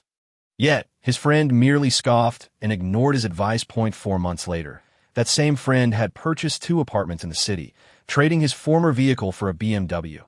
During another round of drinks, the friend boasted, red in the face, about how he had triumphed in the stock market, turning an initial investment of $1 million into a dazzling 5-fold return. Witnessing his friend's newfound wealth, Zheng Hongjie felt a twinge of regret. If he had heeded his friend's advice, he mused, he might not only have acquired 2 apartments, but possibly even a villa. He had worked tirelessly for 4 months, yet his friend had earned more in a matter of days. After several rounds of drinks, perhaps fueled by envy, Zheng Hongjie casually inquired, "Is it too late to enter the market now?" Following an impassioned discourse, he found himself swayed that if he relied solely on his food processing factory, becoming a millionaire would take another decade. Yet in the stock market, it could potentially happen in mere days. Upon returning home, he hesitated but eventually opened a trading account. Following his friend's guidance, he tentatively invested a modest sum of 20,000 yuan. He neglected to monitor it, preoccupied with business matters, until a month later when he remembered his stock purchase. Driven by curiosity, he logged into his account to check the current value of his 20,000 yuan investment. To his astonishment, that modest sum had burgeoned to 50,000. At that moment, he felt a dizzying rush, not of excitement, but of regret. Indeed, regret. Had he invested 2 million at that time, he would now possess 5 million. Had he borrowed 10 million, he would have become a millionaire. Greed knows no bounds. Gazing at the glaring 5,000 points in the red and recalling the recent declarations in the People's Daily heralding a bull market just beginning, he swiftly transferred 2 million from his bank account into the stock market, including 1 million that was originally intended for factory expansion. Surely, the People's Daily would not deceive the common man. Would they? XXXX wouldn't lie, right? If a collapse were imminent, XXXX would be the first to flee. Yet little did he know, Merely half a month later, he would experience the harrowing descent from paradise to hell. The index plummeted, with countless stocks hitting their daily limits, while the media continued to sing optimistic praises that long-term bottom by boldly. The market had seemingly reached its lowest point, with discussions of interest rate cuts and reserve requirement reductions circulating. 80% of institutions believe the market had bottomed out. Conversations about pension funds entering the market were underway. Breaking through 3,000 points, short-term rebounds should not be mistaken for reversals. He found himself caught in a cycle of buying and being trapped. The friend who had once confidently assured him that the market would not dip below 4,000 had vanished, rumored to have borrowed recklessly and fled south, abandoning his wife and children. Jiang Chen contemplated despair, yet he could not succumb. He had a loving wife and a daughter who idolized him. Thoughts of expanding the factory were out of the question to avoid legal repercussions for misusing the loan and to prevent the bank from forcibly liquidating his assets. Jiang Chen resorted to robbing Peter to pay Paul that he borrowed a sum from a business associate, repaying part of the bank loan, and allocated the remainder to the factory, hoping to gradually settle the debt. Unfortunately, calamity struck again. Within a month, soaring pork prices triggered a surge in the cost of other food products, delivering a devastating blow to the food processing industry, in a desperate bid to clear his debts. He accepted every incoming order, relying on the deposits to barely sustain production. However, with costs skyrocketing, each can produced resulted in a net loss of 1 yuan. Yet, failure to produce would incur penalty fees. In the past, with ample funds, he could have weathered such a crisis. But now, after careful consideration, he chose to default. Having expended his last yuan, he lost the opportunity for a comeback. The bank would no longer lend him money, and he could not pay his workers, forcing him to lay off all employees. Those 5 years felt like a fleeting dream. Due to a legal Ponzi scheme, he had plummeted from the heights to the depths. Trading stocks resembled a scene from Inception, where outsiders were filled with trepidation while insiders became hopelessly entrapped. Had he known this would be the outcome, would he have acted differently? To be frank, Jiang Chen had also paid attention to the stock market, but until July, he had no spare money. Fortunately, he had remained an outsider throughout. Silently listening to Jiang Hongjia's tale, Jiang Chen sighed inwardly. Your experiences could easily fill a book. What are your plans moving forward? I'll drive. I'll sell the factory, gather the funds to repay the debts, and settle the outstanding wages. Though I may not be a big boss anymore, I still believe in keeping my word. Jiang Hongjie replied with a self-deprecating smile, shaking his head. Integrity is a commendable trait, Jiang Chen thought to himself. Nodding in agreement, he was not adept at managing a company. Rather than hiring an unfamiliar manager from the headhunting market, why not directly employ this seasoned expert? I was asking about your future plans, not just your immediate ones. Jiang Chen smiled, observing the prematurely aged face before him, and gently inquired. Jiang Hongjie paused, taken aback. Me. Perhaps driving is too wasteful that I greatly admire capable talent. Jiang Chen waved his hand, interrupting him with a smile. How about this? Are you interested in working in my factory? Xinglong Food Processing Factory will still bear its name, and you will remain the director. With that, Jiang Chen extended his right hand, smiling warmly at him. Stunned, a spark of vitality returned to Jiang Hongjie's weathered face. From initial astonishment to eventual elation, he trembled as he grasped Jiang Chen's outstretched hand. He had never imagined that the new owner of the factory would extend an offer to employ him. A perceived failure. After all, the factory had failed under his stewardship. The factory's closure was not due to your mismanagement.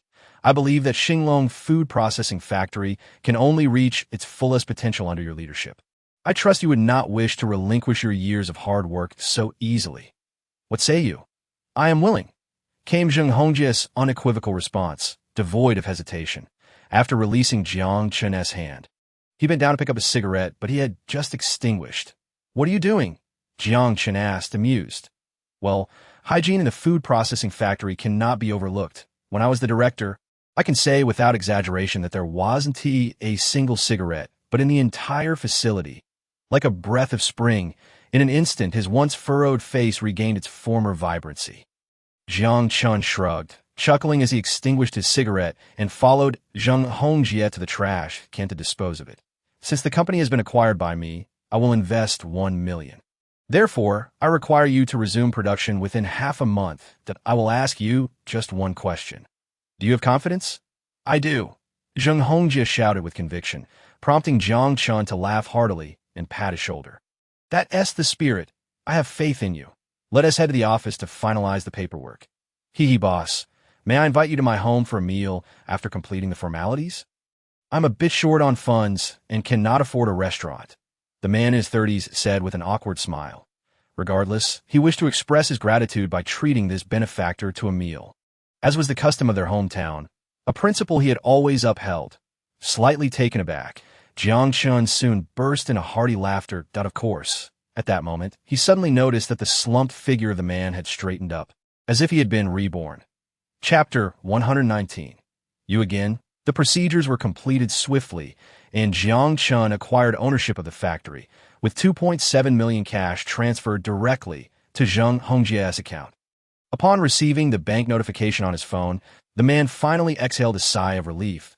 He would remain the factory director, earning a base salary of 8,000, with bonuses based on performance, that he was still in charge of operations and production. Just as before. Although it was somewhat exhausting, the bonuses Jiang Chen promised were quite generous. However, the exact amount would depend on his performance. I won't meddle too much in the factory's operations. But there are a few matters you must handle for me. Though his tone was casual, Zheng Hongjie discerned an unmistakable undertone of insistence. Please, go ahead. Zheng Hongjie nodded solemnly. First, if we are to do this, we must aim high. We can temporarily set aside subcontracting to develop our own brand. Our own brand? Zheng Hongjie's face revealed a bitter smile as he responded. To be honest, I have attempted to establish my own brand before, but the costs were prohibitively high. Advertising, engaging celebrity endorsements, and finding sales channels. It simply did not compare favorably against the profits from subcontracting, not to mention the risks involved. Upon hearing this, Jiang Chen shook his head with a smile. For minor ventures, subcontracting is indeed sufficient, but I have no intention of merely dabbling. In the initial phase, I will continuously invest, including in product research and development, upgrading large production lines, and expanding the factory premises. As for sales channels, you need not worry. I will address that. After all, what channel could possibly rival the internet nowadays? With the upcoming events on Future Man 1.0, we could easily organize giveaways or raffles.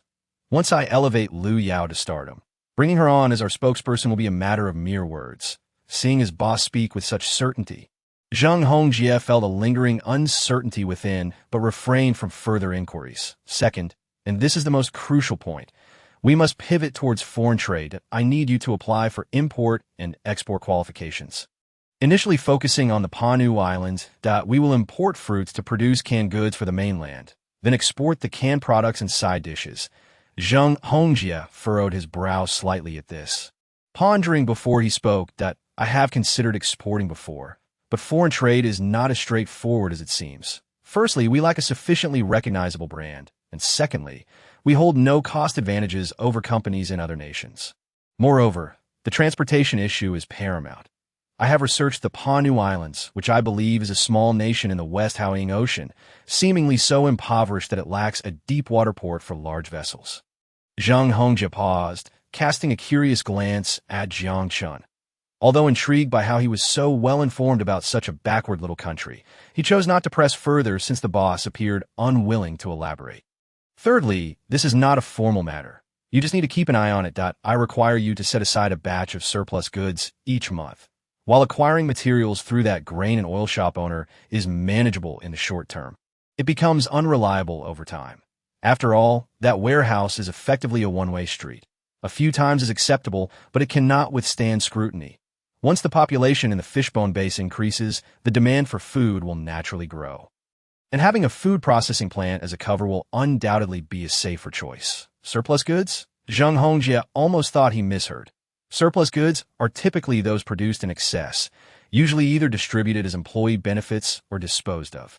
This was the first time he had heard of a boss actively requesting surplus goods. Yes, I will inform you of the exact amount I need. Just keep an eye out.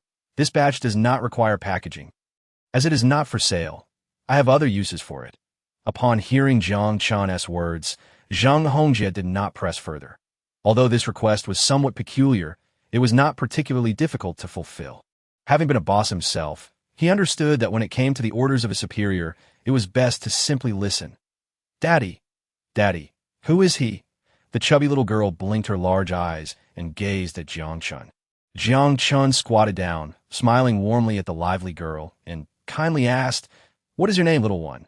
"My name is Jia, and I am the second grade at experimental primary school," she replied sweetly. Hearing experimental primary school, Jiang Chen paused momentarily. "Uncle, are you okay?" Jia tilted her head in curiosity to "It's nothing." Haha. Jiang Chen forced a smile and spoke in a light tone. Sun Jiao should still be waiting for me over there, stealing a glance at his right hand. He recalled trying to use it that morning, but remained unresponsive. "You're here. Who is this?" A seemingly virtuous woman emerged from the kitchen, and upon spotting Jiang Chen, she turned to her husband and inquired. "This is my boss, Mr. Jiang Chen," Zheng Hongjie replied with a smile. "You finally sold the factory?" "Yes, I did. However, Mr. Jiang has hired me to continue running it." Kong Jie gazed at the long-lost smile on her husband's face, her eyes misting over. Taking a deep breath, she solemnly bowed to Jiang Chen under the astonished gazes of both Jiang Chen and Zheng Hongjie. "Wife, what are you doing?" Jiang Chen observed her actions with a wry smile. Feeling somewhat at a loss, in recent days, Hongjie has been troubled over the factory, regretting having listened to his friend's persuasion. "I have been genuinely afraid, terrified that one day he might lose hope and abandon us," as she spoke. Tears welled up in her eyes. Seeing the tears in his wife's eyes, Zheng Hongjie suddenly stepped forward and embraced her tightly. "Silly, how could I ever leave you?" The hefty man's voice quivered slightly at that moment. Jiang Chen silently watched the couple, a smile unconsciously spreading across his face that it seemed best not to disturb them at this moment. "Uncle." Jia looked up, her adorable eyes wide, staring at Jiang Chen. "Thank you," she said in her sweet, childlike voice. Jiang Chen couldn't help but laugh at her earnestness. Jia tilted her head in confusion, gazing at the uncle before her. "No need to thank me. Jia is very polite." For some reason, he felt an overwhelming sense of ease at that moment. Jia smiled shyly at the praise. After Zheng Hongjie and his wife separated, he awkwardly glanced at Jiang Chen, realizing it was rather impolite to leave a guest to one side while they displayed their affection. The bashful Kong Jie had already retreated to the kitchen, while Jia, not quite understanding the situation, tilted her head in confusion. Zheng Hongjie, blushing, apologized to Jiang Chen. However, Jiang Chen smiled, indicating that there was no need for concern, and he joined Zheng Hongjie on the sofa to engage in conversation. Zheng Hongjie was quite the conversationalist, having been a taxi driver before venturing into business, although his experiences were certainly not as dramatic as Jiang Chen's. His life experiences were undoubtedly richer. His wife, Kong Jie, was a traditional woman, diligently preparing meals and then serving them at the dining table to invite everyone to eat. At the dinner table, Jiang Chen and Zheng Hongjie shared a few drinks. Observing Jia's curious hand reaching toward the wine glass, Jiang Chen couldn't help but chuckled. Is this the feeling of home? Upon reflection, the last time he felt this way was at the home of that old fox Wang Dihai. Suddenly, he found himself feeling somewhat envious, though he couldn't quite articulate why. Gazing at the array of home-cooked dishes on the table, Jiang Chen fell in a deep thought. Just then, a loud, rude knocking on the door abruptly shattered his reverie. "Who is it?" Jiang Chen was taken aback, looking at Zheng Hongjie, who appeared equally puzzled. After exchanging bewildered glances with his wife, he quickly stood up and hurried to the door. "Who are you?" Zheng Hongjie asked, confused as he opened the door, only to be confronted by several young men in shirts. "Damn it, debtors!" The young men barged in with no regard for politeness. "Wait, you must have the wrong person," Zheng Hongjie protested, struggling and shouting in anger as he was shoved aside. "Here, that's the IOU. $3 million to you understand what a debt collection agency is," one of the young men, sporting a buzz cut, pushed Zheng Hongjie aggressively, while the others surrounded him with menacing grins. "What are you doing? Let go of Hongjie. I'm calling the police." Kong Jie trembled as she pulled out her phone. "The police? Ha! Don't think you can scare me with that. Do you even know who my brother Chong is?" The young man boasted. Standing behind him was a man wearing sunglasses, silent, and smoking a cigarette. This was presumably the brother Chang he referenced. Daddy. Jeda's round little face contorted in distress at the sight of her father in trouble, tears welling in her eyes as she attempted to rush forward. Stay back, Jejia. Father is fine. Startled, Zhang Hongjie hurriedly spoke up to intervene, while Kong Jia quickly pulled Jia into her embrace. Taking a deep breath, Zhang Hongjie looked at the young man and said, I have the money ready. Just wait a couple more days for me to borrow a bit from my relatives. Wait a couple more days? I want this settled today. At that moment, the young man suddenly caught sight of Jiang Chen, and the swaggering expression on his face instantly froze. To be honest, Jiang Chen was equally taken aback. He never expected to encounter him here again. With an amused glint in his eye, Jiang Chen remarked with a half-smile. What a coincidence it's you again. Chapter 120. Don't make a move. I'll handle it myself. A young man who had not completed high school, flanked by a few similarly uneducated tattooed lackeys, and accompanied by a delinquent girl who didn't take her studies seriously. Posing as a leader in front of a group of students was indeed a rather entertaining pastime. Yet, in the presence of a genuine big brother, Lu Hu was nothing more than a mere speck. Nevertheless, compared to those petty thugs who loitered with him at the corners, he did possess a modicum of skill. Having trained in combat, witnessed the hustle on construction sites, and even once extorted pocket money from elementary school students. Cough, cough, that last one doesn't count. However, his blissful existence was abruptly altered one fateful day when an apparently ordinary man approached him, not only possessing a fair amount of strength, but also concealing a gun in his pocket. Lu Hu felt a chill run down his spine. He realized he had bitten off more than he could chew. Without batting an eyelash, the man fired off a shot, crippling one of his lackeys. When the scorching muzzle of the gun pressed against his forehead, Lu Hu felt his limbs turn ice cold, his legs buckling beneath him. The situation unfolded as follows. Lu Changlong suddenly received a call from his brother Lu Anshan, inquiring if he wished to make a fortune. Lu Anshan recounted Jiang Chen's dealings in gold, repeatedly emphasizing that this individual had a considerable stash of gold and undoubtedly a stable source for it. Lu Changlong was intrigued. A mere stash of gold was insufficient to entice him, but a reliable money-making venture was a different story altogether, regardless of whether it was a private mine or an ancient tomb. As long as the person was on his turf, extracting secrets from a minor character would hardly prove challenging. However, upon conducting some preliminary investigations, he was taken aback. Jiang Chen's background was anything but ordinary. The chairman of a futuristic technology company. Not to mention, he tentatively inquired about his connections in official circles. The response was unequivocal. This person was off-limits, with direct instruction from the city's former leaders to take care of him. His friend subtly hinted that should Lu Changlong recklessly provoke Jiang Chen, he might find his own dubious dealings exposed, leading to his incarceration with no hope of rescue. That it was difficult to deal with anyone even slightly connected, let alone someone personally protected by the old guard, for they thrived in the shadows and would perish under scrutiny.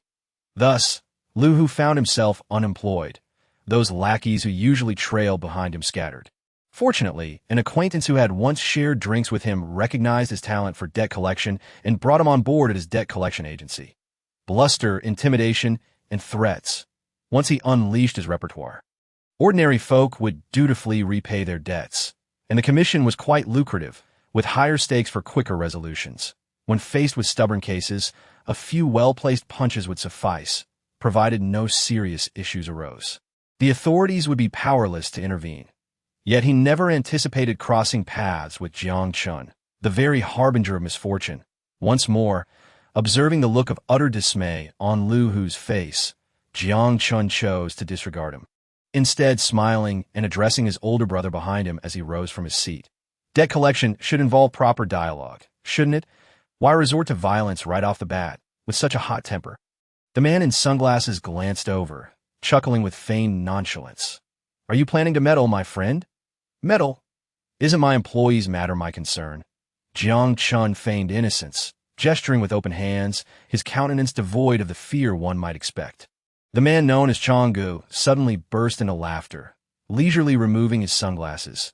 Seeing their leader's action, the lackeys began to encircle Jiang Chen with ill intentions. Kid, you're pretty bold, aren't you, Boss Jiang? This is my affair. You needn't intervene, Zhang Hongjie said with a wry smile. Watching Jiang Chen with incredulity, He never imagined that a former friend would hire a debt collection agency to confront him. Yet, it made sense. After all, he was likely worried about the other party running away, especially since another mutual acquaintance, who often drank with them, had vanished after accumulating a mountain of stock market debt. Chang'e, this person is off limits. Lu Hu quickly interjected, attempting to dissuade his companion, but Li Tsong was indifferent. Debt collection relies on intimidation. If you back down, what debt is there to collect? We're not lawyers. Off limits? I may not know what kind of person you are, Li Tsong, but your words regarding my mother are intolerable. Jiang Chen's eyes narrowed, a surge of anger igniting within him. Laugh all you want. Not only have I expressed my sentiments, but I also plan to. Before he could finish, something flashed before his eyes, and suddenly he was sent crashing into a shoe cabinet. Kong Jia swiftly shielded Jia Jia, burying her little head in her embrace to shield her from the violent spectacle. Zheng Hongjie stood agape, unable to fathom how this seemingly unimposing boss possessed the strength to send a man flying. The lackeys, stunned by their leader's sudden defeat, hesitated momentarily before someone initiated a flurry of punches and kicks. With a sigh, Jiang Chen observed the commotion, then his gaze sharpened as he extended his hand. Lu Hu remained motionless, already resigned as a bitter smile crept across his face. He had long since experienced the ferocity of this man. The skirmish concluded swiftly, the once boisterous thugs now strewn across the ground in disarray. With a muscle intensity of 30, even a boxing champion would struggle against him. With reflexes rated at 32, even with additional limbs, the outcome would remain unchanged. Jiang Chen shook his fists, casting a sidelong glance at Lu Hu. Don't intervene. I'll handle this myself. Lu Hu, with a forced smile, raised his hand as if preparing to knock himself out. Don't be alarmed. Do I really seem like such a violent person? Just stand there obediently, and you'll be fine. Jiang Chen beamed at him. Oh, I really need to ask? Lu Hu thought but dared not voice it.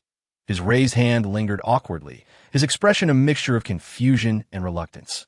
I recall you were collecting debts for the Hongyi Guild. Are you dissatisfied with your salary and embarking on your own entrepreneurial venture? Jiang Chen's tone dripped with mockery as he observed Lu Hu. Zheng Hongjie and Kong Jia were utterly stunned, while little Jia Jia wriggled in her mother's arms, eager to witness the unfolding drama. Lu Hu glanced at his fallen comrades, sighed, and relayed the events that transpired after that fateful night, including what he knew and what he shouldn't have overheard. Upon hearing that the jewelry store owner Lu Anshan had divulged his information and that Lu Changlong was planning to take action against him, Jiang Chen couldn't help but curse under his breath. While he held little fear for the petty scum of society, it nonetheless prompted him to reflect on his previous carelessness. Selling gold had unexpectedly attracted unwanted attention. Fortunately, his rapid progress had deterred Lu Changlong before he could act. Otherwise, who knew what underhanded schemes they might resort to? Enough. You may leave. Jiang Chen had no desire to waste further time on such insignificant figures. Upon hearing this, Lu Hu promptly abandoned his sprawled companions and left in a hurry. As Lu Hu departed, Zheng Hongjie surveyed the scattered thugs on the ground before turning to Jiang Chen with a wry smile. Boss Jiang, what do we do about this? Jiang Chen glanced at the fallen individuals, scratching his head, seemingly perturbed by the inconvenience. 3 of them likely had broken ribs, 2 were undoubtedly nursing fractured arms, and 1 named Li Tsong had been knocked out cold by a single kick. Having seldom engaged in physical confrontations, he was uncertain how to regulate his strength. Secretly activating his fury, he sighed in relief upon confirming that no one had succumbed to their injuries. He retrieved his phone from his pocket, dialing 3 digits. Hello, is this the police station? I wish to report an incident. Here, that's what transpired. Ultimately, he decided to file a complaint first. After detailing the events, he hesitated for a moment before calling Wang Jiong. Hello, Chingge. What is up? Came Wang Jiong's nonchalant voice on the other end. I've encountered a bit of trouble. A few thugs sought to intimidate me, and I ended up injuring them, Jiang Chen stated candidly. Having established a brotherly bond during their previous gathering at Wang Jiong's home, he felt he could rely on him in this predicament. Who dares to harm my brother? Where are you? I'm coming to deal with those scoundrels. Wang Jiong immediately responded, his tone shifting to one of indignation. Upon hearing the words, Jiang Chen couldn't help but feel a wave of frustration wash over him. This fellow didn't even bother to inquire about the condition of the person he had assaulted. Instead, he was ready to summon his lackeys for another round of violence. Ahem, the person is already down for the count. Soon, I'll have to go to the station to provide a statement. Are you familiar with the police? Wow, that's quite impressive. You've knocked them all down. Don't worry about the statement. It will be deemed justifiable self-defense. Hee, although I'm not well acquainted with the police, I have solid connections with their superiors, Wang Xiong said with a grin. I was the one who threw the first punch. No problem. If I say it's self-defense. It is, just stick to that during the statement. Damn, power truly is a marvelous thing. Chapter 121.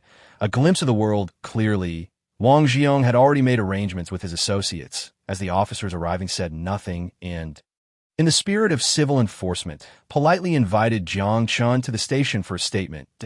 As for those sprawled on the ground, they were not afforded such courtesy. Regardless of their injuries, they were handcuffed and roughly shoved into the police vehicle. Zhang Hongjier expressed his desire to accompany Jiang Chen, stating that although he didn't know anyone at the station, he could still serve as a witness. However, Jiang Chen waved him off, insisting it was unnecessary and urged him to settle his domestic affairs and promptly repay the borrowed funds.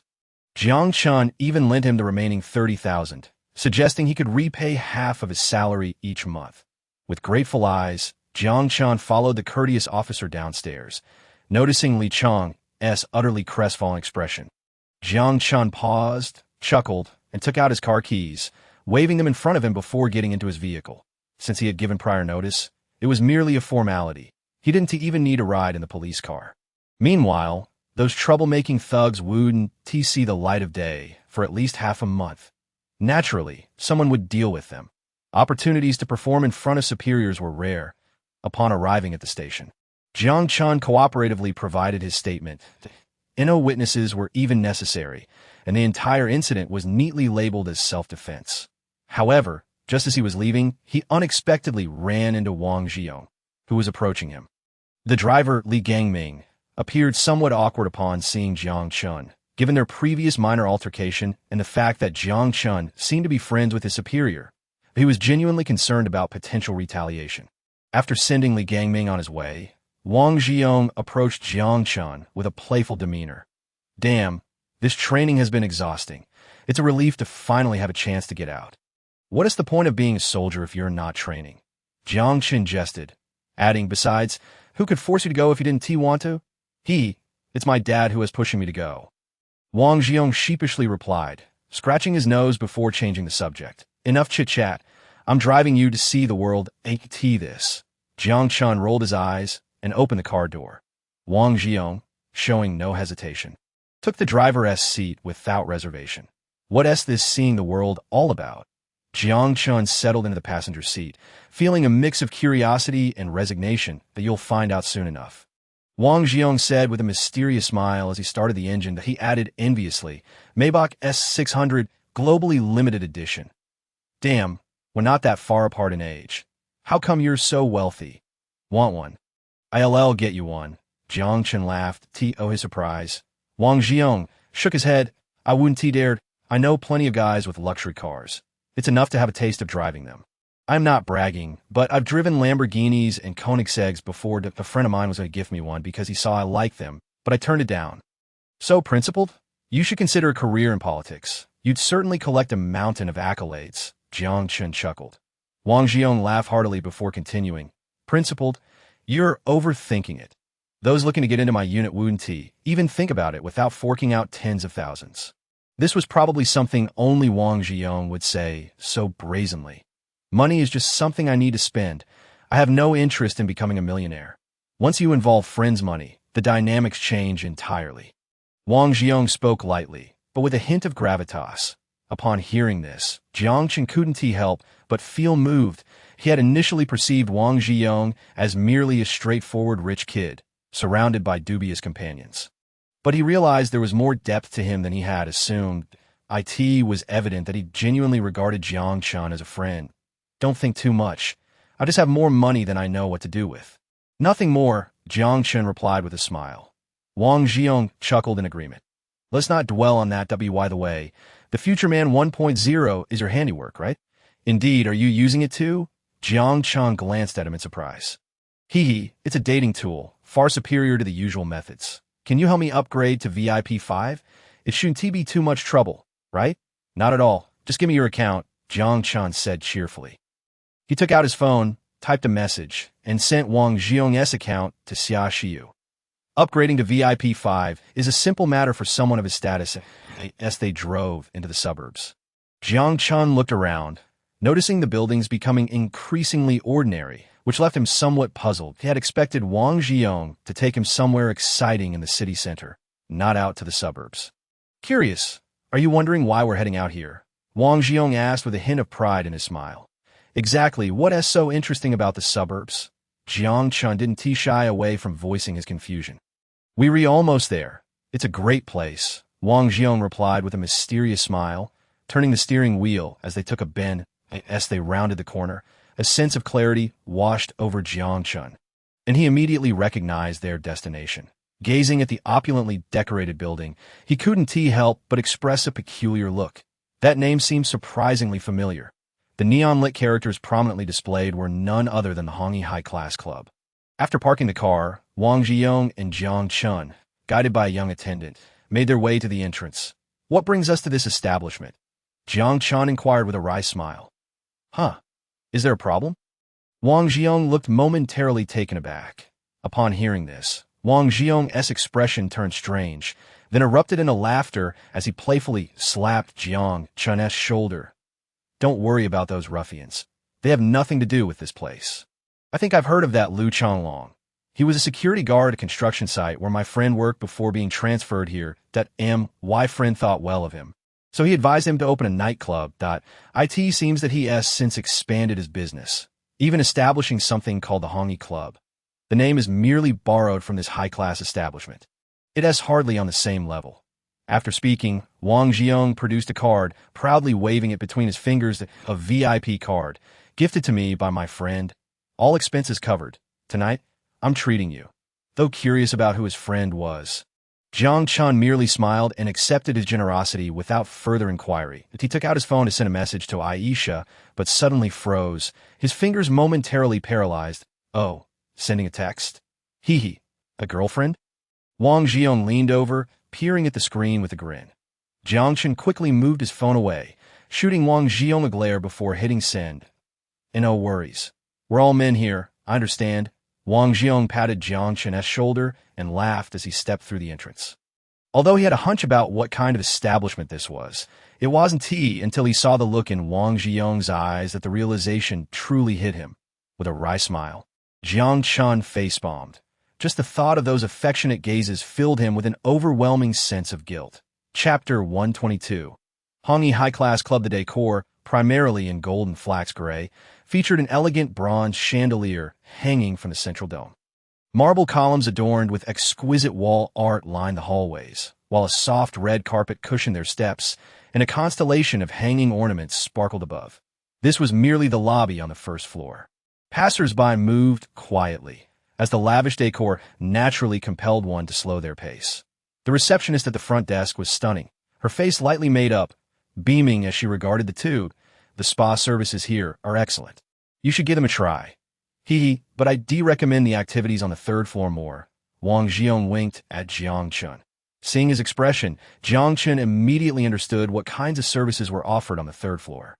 It was clear he was a regular here, as the front desk staff seemed to recognize him, not even asking for his card before inquiring about his needs. That I'll stick to the usual. How about you? Wang Jiong looked at Jiang Chen. Feeling awkward, Jiang Chen scanned the service menu multiple times, having never visited such a place before and completely bewildered by the offerings. SPA should mean bathing, right? But what on earth are heavenly maidens scattering flowers and lotus emerging from water? At least acupuncture and massage seemed somewhat normal. Having come this far, turning back would certainly be seen as rude. After a moment's thought, Jiang Chen decided to opt for something less indulgent. To be honest, he already had a stunning wife at home and had little interest in wildflowers. He instinctively believed that this was indeed the kind of place he had imagined. Just as he was about to speak, a sudden, unfamiliar voice interrupted him. Hey, Yongge, you come to my place to have fun and don't even say hello? Have you finished with the training? A bespectacled young man approached with a smile, warmly greeting Wang Jiong from a distance. clad in a casual suit, it was difficult to ascertain his worth. But from his poised demeanor, Jiang Chen subtly sensed that this individual was not of ordinary status. There was nothing particularly remarkable about his appearance, save for his pair of squinty eyes, which seemed to narrow whether he was smiling or maintaining a neutral expression. No, I skipped it. Ha! Enough about that. Let me introduce you to someone. Wang Jiang casually draped his arm around Jiang Chen's shoulders, saying, "This is Jiang Chen, the chairman of Future Technology, and this is Zhou Zihao, the major shareholder of this prestigious club." "Major shareholder? I'm just messing around with a few friends to make some pocket money." Zhou Zihao humbly laughed, then turned to Jiang Chen, adding, "How can I compare to Brother Jiang? Young and promising. The Future Technology you founded has even made it to the Shanlan Street Daily. Truly a point of pride for us compatriots. I don't dare to take credit. It's merely good fortune." Jiang Chen replied with a smile, though inwardly he mused. Judging by Zhou Zihao's demeanor, he likely was not someone to be easily underestimated. He had never considered the second-generation elites to be easily fooled. Rather, it was he, the nouveau riche, who found himself at a disadvantage in both insight and sophistication. Take Wang Jiang, for instance. Jiang Chen had always thought of him as a straightforward little rascal, but the cunning in his words during their car ride had utterly overturned the image Jiang Chen had of him. He had always been perceptive, yet disinterested in social niceties, which was why he often appeared so carefree. As for Zhou Zihao, he found it difficult to gauge his depth. The surname Zhou, could he be from the Zhou family? This thought made Jiang Chen's heart grow cautiously wary. "Not at all," Zhou Zihao said with a cheerful smile as he extended his hand to shake Jiang Chen's. "Compared to my inept brother, Brother John's company is truly making strides in the field of research and development." Upon hearing this, Jiang Chen's mind raced. A brother? Does that imply his sibling is in charge of that military-industrial intelligence project? But what does this statement mean? Is it a gesture of goodwill or something else? What is the nature of their relationship? Competition or brotherly ties? He only recalled that the Wang and Zhou families were closely allied, yet he had no insight into the internal dynamics of these families. After all, just a few months ago, he had still been a minor figure at that moment. Wang Jiang abruptly patted Jiang Chen on the shoulder, breaking his train of thought, and said with a hearty laugh, "All right, while we're at play, let us not talk about serious matters. This guy Zihao just loves to act like a cultured intellectual. Doesn't he tire you out with his flowery speech?" Cough, cough. "This is hardly serious conversation. Just ordinary pleasantries." Zhou Zihao replied with a wry smile, his squinty eyes narrowing. "That we can't take credit. Future Man is merely an emerging enterprise, unworthy of such accolades." Jiang Chen chuckled and released his grip. "Lu Changlong?" Zhou Zihao frowned slightly, pondered for a moment, then relaxed his brow and smiled. "Oh, him. Brother Jiang need not worry. I will give you an explanation." Jiang Chen waved his hand with a smile. "It's nothing serious. Although he once intended to deal with me, he has already retreated, so there is no need to mind it." "That simply will not do," Zhou Zihao said earnestly, shaking his head. "Today, your expenses are on me. As an apology." "I thought I was treating." Wang Jiang laughed, slapping the table. Zhou Zihao shot him a sidelong glance. "You. That card clearly states it's limited to you alone for free. How many people have you treated already?" Wang Jiang grinned amiably, waving his hand dismissively. "It's fine. Just treat it as if I used it twice. Brother Jiang, this is your first time here, right?" Zhou Zihao inquired with a beaming smile. Jiang Chen felt a bit awkward but nodded. "Yes." Zhou Zihao gestured toward the front desk and whispered a few words to the receptionist. Turning back to Jiang Chen, he said with a smile, "If it's your first time, let's start with something mild. How does that sound to you?" "Mild." Jiang Chen was puzzled, but politely responded, "Then I'll defer to the host's discretion." "What about Yonga?" Zhou Zihao asked, looking at Wang Jiang. "Haha, I'm not playing with novices." "You know how it is," Wang Jiang replied, his smile devilish. Zhou Zihao sighed, giving a wry smile. "Take care of your kidneys and tea." That remark, Wang Jiang instantly bristled, banging the table and glaring. "Damn it, my kidneys are just fine." "Do soldiers understand?" Following the guidance of the waitress, Jiang Chen ascended to the second floor. His curiosity piqued as he discreetly surveyed his surroundings. On the surface, it merely seemed like an ordinary entertainment venue. The central hall on the second floor featured billiard tables and sofas, while a bar was situated behind a partition, and another area resembled a gym. simply lined with a row of treadmills. All these machines shared a common trait. They were hardly in use, clearly mere decorations. The charming waitress smiled as she led Jiang Chen through a corridor beside the bar to a uniquely decorated room. "Sir, your room number is 204. If you need anything, feel free to call for me using the room phone." "Okay, thank you." Once the waitress departed, Jiang Chen glanced at the room card in his hand. Hesitating momentarily. "Damn it, I'm not a virgin. What am I hesitating for?" He cursed inwardly, steeling himself as he approached the door and swiped the card. The door opened to reveal a soft carpet. Though a shoe rack placed at the entrance indicated that shoes were to be removed before entering. The dim yellow wallpaper and moderately bright lighting lent the room an air of intimacy. At the center of the room stood an oddly shaped bathtub, its sleek cover and the tub itself adorned with several high-end-looking buttons. The water had already been prepared, and a beautiful woman clad only in a robe stood beside it. Smiling. "Hello, sir. Would you like assistance with changing?" "No, thank you," Jiang Chen replied, feeling a bit embarrassed as he waved his hand. "Is this your first time, sir?" The woman asked with a knowing smile. Yes, wow, how awkward," Jiang Chen thought to himself, bashfully scratching his cheek. Hearing this, the woman lightly covered her mouth and smiled, then politely continued, "Sir, if this is your first visit, just follow my instructions. First, please remove your clothing and place it over there." "Remove my clothing? Here?" Jiang Chen thought he must have misheard. "Of course. Do you intend to bathe in your clothes?" The woman playfully winked, smiling as she added, "Would you like me to turn around?" Cough, cough. "That won't be necessary." "Just go ahead," Jiang Chen said, his face turning red as he coughed. "Damn it. I'm not usually this shy." Jiang Chen scolded himself inwardly, resolutely stripping down to nothing. "Oh, you work out often?" the woman asked with a bright smile, unabashedly gazing at his exposed form. She neatly folded his clothes and guided him to lie back in the tub. "Know why?" "Oh, nothing, just thought your muscles looked quite strong." The woman maintained her smile, gently positioning Jiang Chen's head in the right spot. Then leaning in closer to whisper in his ear, being held tightly by "You must feel wonderful." Her voice was rich and magnetic, sending a shiver down Jiang Chen's spine as his pulse quickened. "Relax, close your eyes." Jiang Chen obediently complied, feeling a pair of small hands massaging the pressure points on his face, soft yet firm, soothing each taut nerve. The water level in the tub gradually lowered, the cover sliding gently, and tiny nozzles released warm mist that delicately cascaded over him. The exquisite sensation was intoxicating. Combined with the skilled massage, Jiang Chen felt his entire body relax. The tension and fatigue accumulated from days of battles were washed away in an instant. It was as if all burdens had been swept away by the gentle water flow and tender touch, leaving him feeling as though he were floating on a cloud. It seemed he had overthought it. The service in this room was not of a base nature, but rather an exquisitely crafted massage. The woman's technique was adept. She began with a teasing remark to quicken his blood flow, then employed a soothing massage to plunge his muscles and spirit into a deeper relaxation. Eventually, Jiang Chen simply closed his eyes and indulged in a brief, pleasant nap. Meanwhile, Zhou Zihao, having escorted Wang Zhiyong upstairs, pulled out his phone. Chapter 123. Apology. Upon delivering Wang Zhiyong to the third floor, Zhou Zihao did not accompany him inside.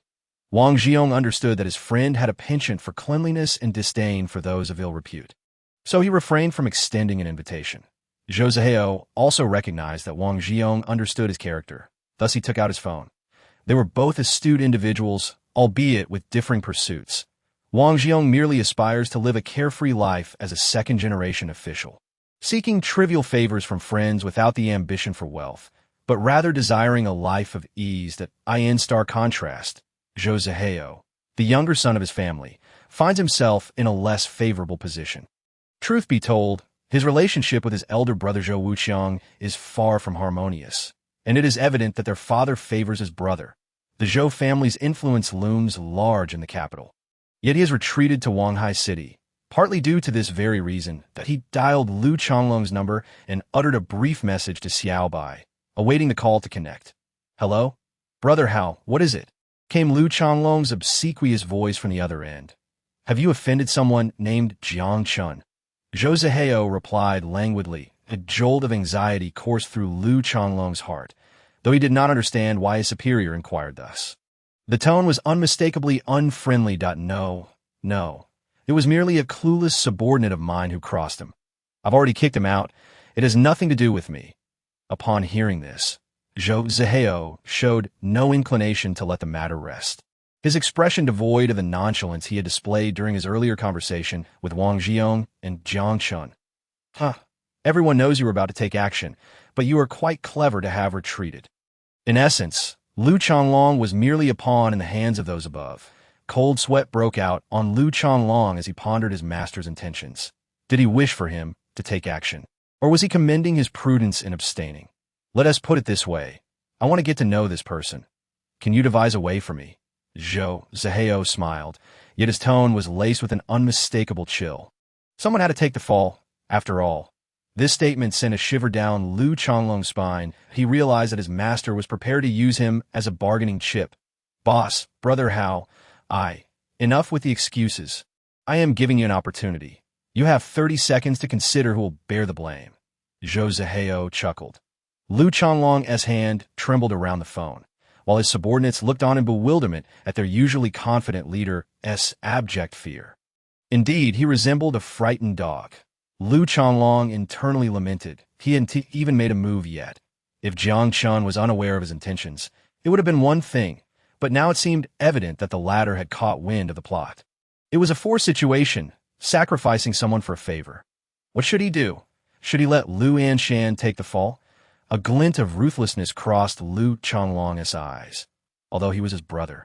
At this moment, familial ties mattered little.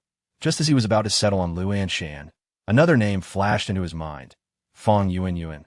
While initially intending to involve Jiang Chen, the connection to Fang Yuanyuan, who had called his son, suggested that the blame could conveniently be shifted to her. Have you made your decision? Yes, I've thought it through. Brother Hao, there's a woman, and it goes like this. Lu Changlong stammered as he relayed the details about Fang Yuanyuan. Once an object of his affections, now she was a disgrace, inciting her union members against him. Zhou Zihao picked up on 3 key phrases and pondered. He needed only a favor to use as leverage.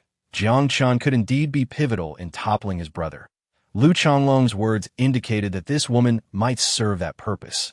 Moreover, upon learning it was a woman, Zhou Zihao's mind sparked with a different idea. Bring her here.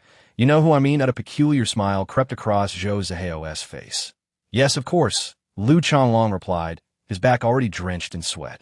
After ending the call, Lu Changlong glanced at his subordinates, who fell silent, avoiding their leader's gaze. Diaozi, go fetch her.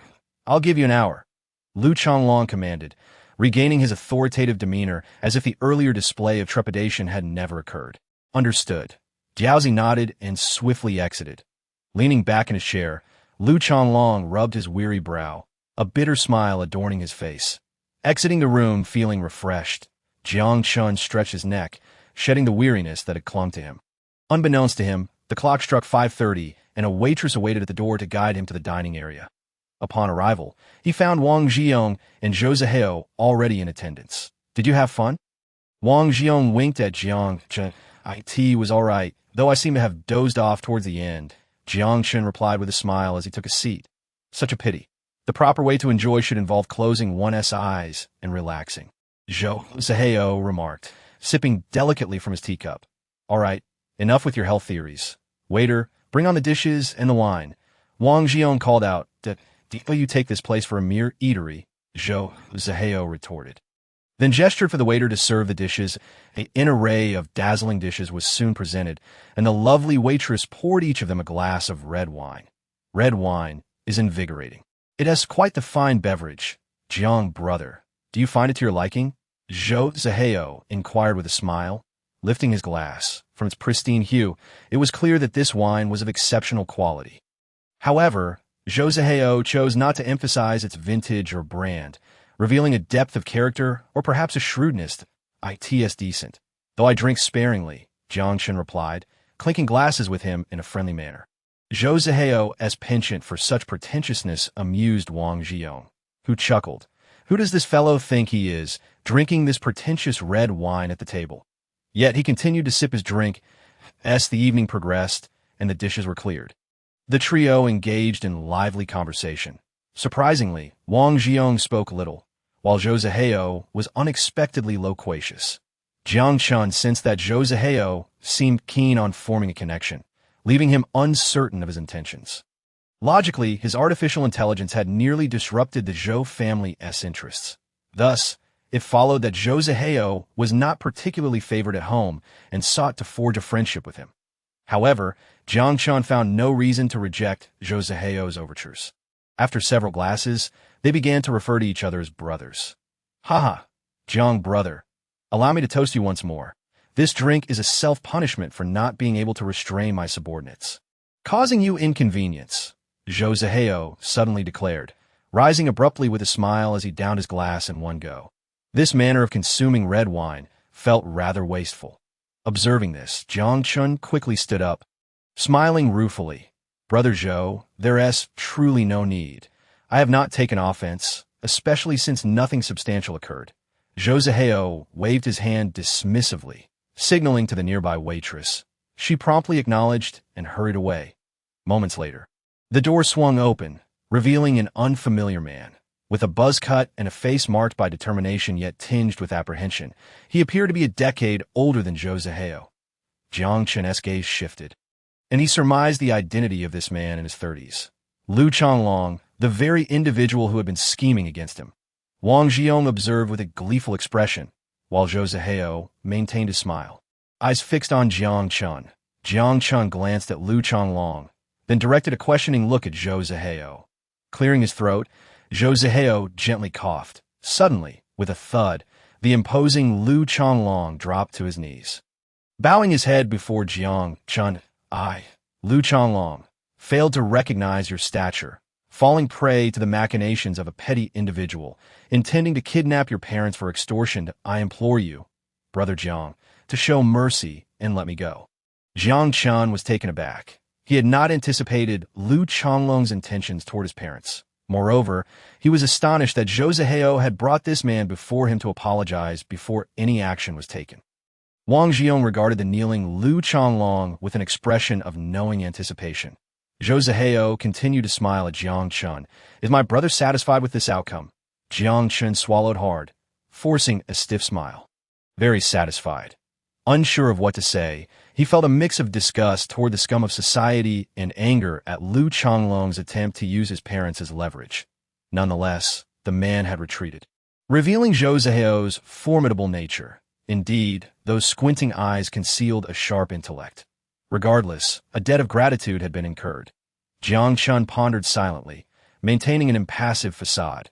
Noticing Jiang Chen's acquiescence, Zhou Zihao gestured for the waitress, who returned with a large bottle of white liquor, smiling as she set it down before Lu Changlong. You know what to do, Zhou Zihao said slowly, tilting his head. Jiang Chen observed in astonishment. This was a hefty bottle of liquor, and its potency was likely considerable. Zhou Zihao watched coldly, while Wang Jiang retained an amused expression. Lu Changlong downed the entire bottle in one go and collapsed, unconscious, onto the floor. The waitress, seeing this, looked to Zhou Zihao for confirmation before stepping forward to assist the inebriated Lu Changlong out the door. That was ruthless. Zihao, why do you keep surrounding yourself with such characters? Are you not worried about getting your hands dirty? Wang Jiang chuckled reproachfully. Ahem, even a mouse possesses its own value. Zhou Zihao responded with a beaming smile, then turned to Jiang Chen and added, I hope, dear Jiang, that you do not take offense. I truly cherish the friendship we share.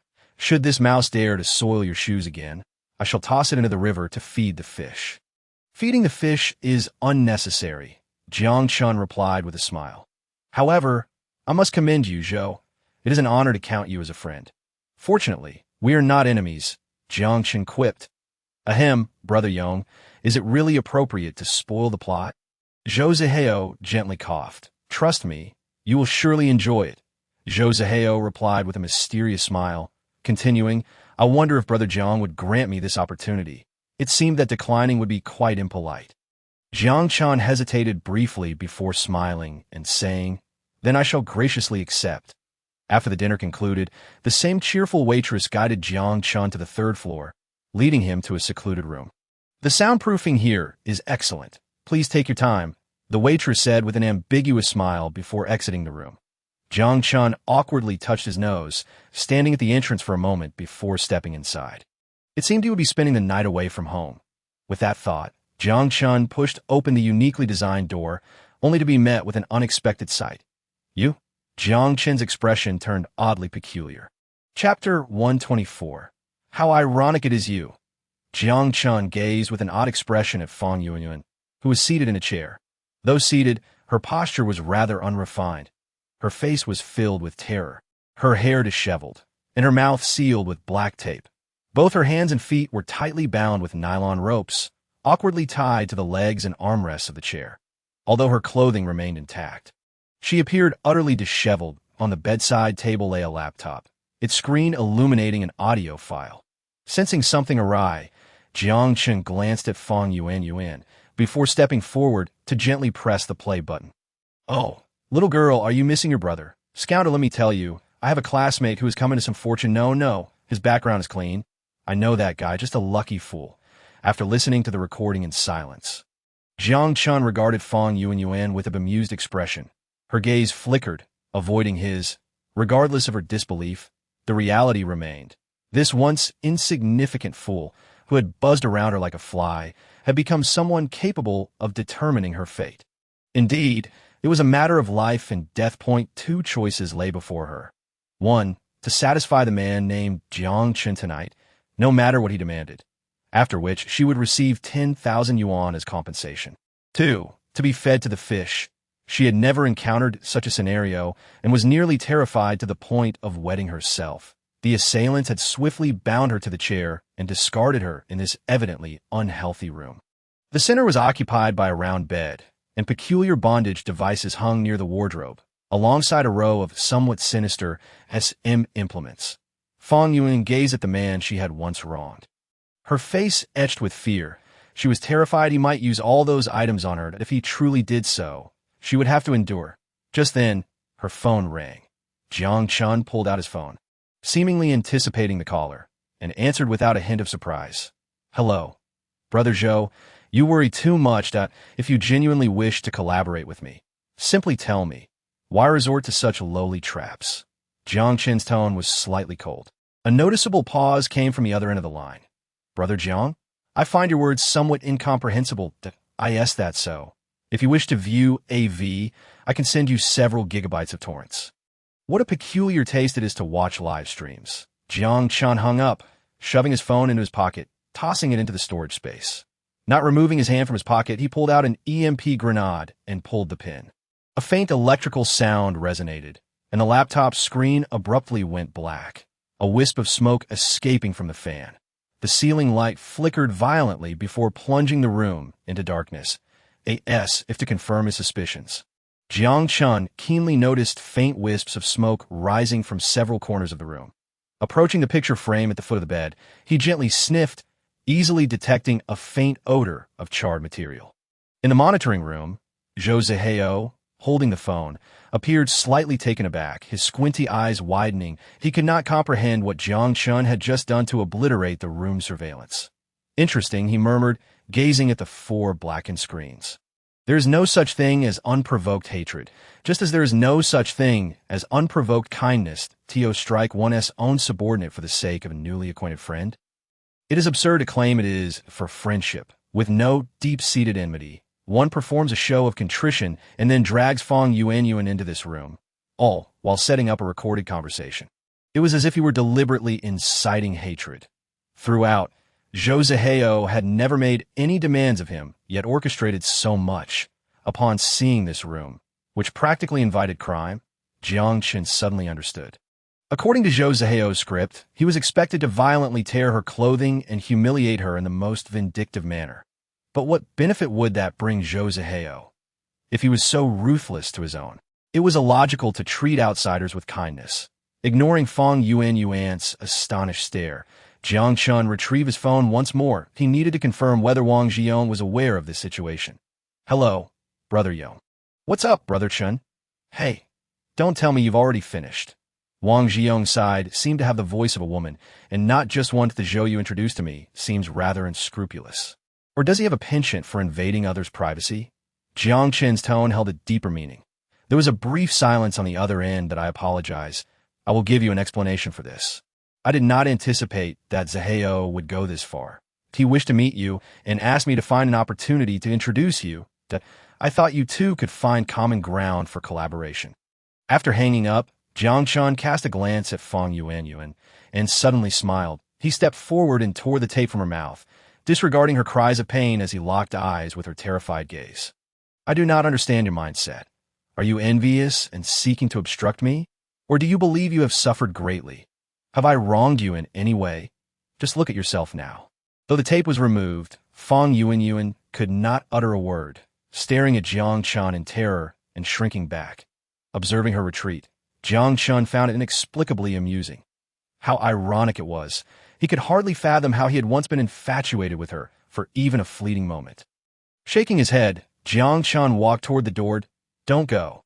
Fang Yuanyuan cried out in desperation as Jiang Chen paused. Turning back in surprise, the NT expected her to call out to him and scrutinized her with a peculiar expression.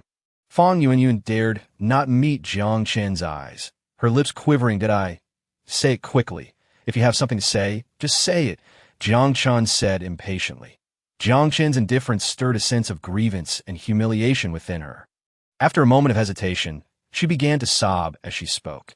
Upon hearing that if she did not satisfy him, she would be thrown into the river to feed the fish, Jiang Chen chuckled. So, you are begging me to service you, and then leave a glowing review on your backside. At this, Fang Yuanyuan's fair neck flushed crimson, and she buried her face in silence.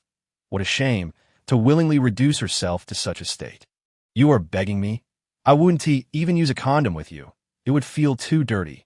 With that, Jiang Chen disregarded her expression of desperation and turned to exit the room, slamming the door behind him. Zhou Ziheo's scheme had been exposed. Whether he chose to engage with her or not was of little consequence. This woman was merely a pawn. Wang Xiong entered the monitoring room, where Zhou Ziheo seemed to anticipate his arrival, standing quietly in wait. Without a word, Wang Xiong delivered a punch straight to his face. The surrounding staff were stunned, watching helplessly as their boss confronted his friend. Zhou Ziheo touched his nose, glancing at the bloodstains before breaking into a smile. Brother Yong, your temper hasn't changed a bit. Wang Xiong seized his collar, drawing that smiling face closer. You know my temperament, so you should also know what I cannot tolerate. I do. Zhou Ziheo's expression remained unchanged. His tone calm. I cannot be bothered with your family matters, but I brought my friend here to meet you out of goodwill, and yet you've put me in such a predicament. Wang Xiong fixed his gaze on Zhou Ziheo's squinty eyes. Brother Yong, you're the eldest son of your family, aren't you? Zhou Ziheo abruptly interrupted his words. Wang Xiong was taken aback, unable to comprehend the meaning behind his statement. You cannot possibly understand my feelings. Zhou Ziheo gently removed Wang Xiong's hand, which was grasping his collar. If you had experienced them, your desire for control would undoubtedly be no less than mine. This incident was my blunder. I did not anticipate that the nouveau riche named Jiang Chen would prove to be less foolish than he appeared. However, if given the chance to start anew, I would still make the same choice if one cannot firmly grasp the pieces in hand. What use are they? Let me also caution you, should you dare to lay a hand on my friends again. Even if you are my friend as well, I assure you, you will not find solace in Wanghai City. With a fierce declaration, Wang Xiong abandoned Zhou Ziheo and strode towards the exit. Zhou Ziheo regarded Wang Xiong's departing figure, offering a non-committal smile. After a moment of contemplation, he shook his head. What a pity. It seems that toppling my older brother through the military intelligence project is unrealistic. As for this Jiang Chen, perhaps it is best not to provoke that Wang Xiong fellow for the time being. Jiang Chen drove his car into the garage and then headed directly to the study of the villa. Leaning back in a computer chair, he opened his laptop and first checked his emails. The actors have arrived. Buddy, isn't it time for the next step? Robert's attachment, Johnny's profile, script. After meticulously reviewing the attached information, Jiang Chen pondered for a moment, his fingers flying over the keyboard. Just then, a cup of hot cocoa was gently placed on the table. Jiang Chen paused, turning to see Aisha standing behind him, gazing at him with a tender expression. Still awake at this late hour? Jiang Chen ceased his work and smiled warmly at her. just emerged from the cultivation pod. Aisha placed her hand on his shoulder, gently massaging it. You should go to bed. I still have some matters to attend to. Jiang Chen smiled faintly, placing his hand over hers and gently grasping her delicate fingers. Is it time to accelerate the plan? He murmured, typing a few more words in the document. Prepare Nick. I will visit Al-Anon at the beginning of October. Before that, he needed to procure a batch of formidable weaponry from the wasteland. Chapter 125. I can no longer contain myself. The fifth day, IT has been 5 days, and morale is exceedingly low. Although supplies remain relatively adequate, the faces of everyone are devoid of luster. They have secured victory. Yet the cost has been so heavy that it casts a shadow over this triumph. 4 power armors have been destroyed, and the boss's whereabouts are unknown. The mutants left behind a total of 41 corpses, displayed on the playground. Fortunately, not all is lost. They have seized 4 shoulder-mounted recoilless rifles and 3 trucks reinforced with thick armor. The bullet production line of the Grey Goo Mercenary Corps proved to be an unexpected boon. From now on, Yugu will be able to produce rifle ammunition independently, without needing to import it from the 6th district. That on the roof of the experimental building, there is also a quad-mounted anti-aircraft gun, seemingly modified from 4.50 caliber vehicle-mounted machine guns. This is a formidable piece of equipment, capable of serving as a strong point of firepower in conventional survivor gathering points, with armor-piercing rounds loaded. Suppressing an infantry vehicle in a preemptive strike would pose little challenge. Over 20 captives from the Grey Goo Mercenary Corps are confined in the basement. Ironically, when several survivors kicked and shoved them off the mutants' truck, they exhibited no fear. Rather, their faces were filled with joy, as if they had been rescued. Indeed, at least they need not worry about being left in a jar to be pickled into eunuchs. Many would prefer death over being captured by mutants. If they were to be captured by humans, there would still be room for negotiation, would there not? At least their combat skills are commendable, and their value is undeniable. While the wasteland may not be lacking in population, it certainly lacks experts like them. As for whom they would serve, they were indifferent, although the survivors clamored for the execution of these remnants. Sun Jiao ordered that they be kept alive for the time being. The daily ration of a nutritional compound would suffice. Starving them half to death was of no concern, as long as they did not perish.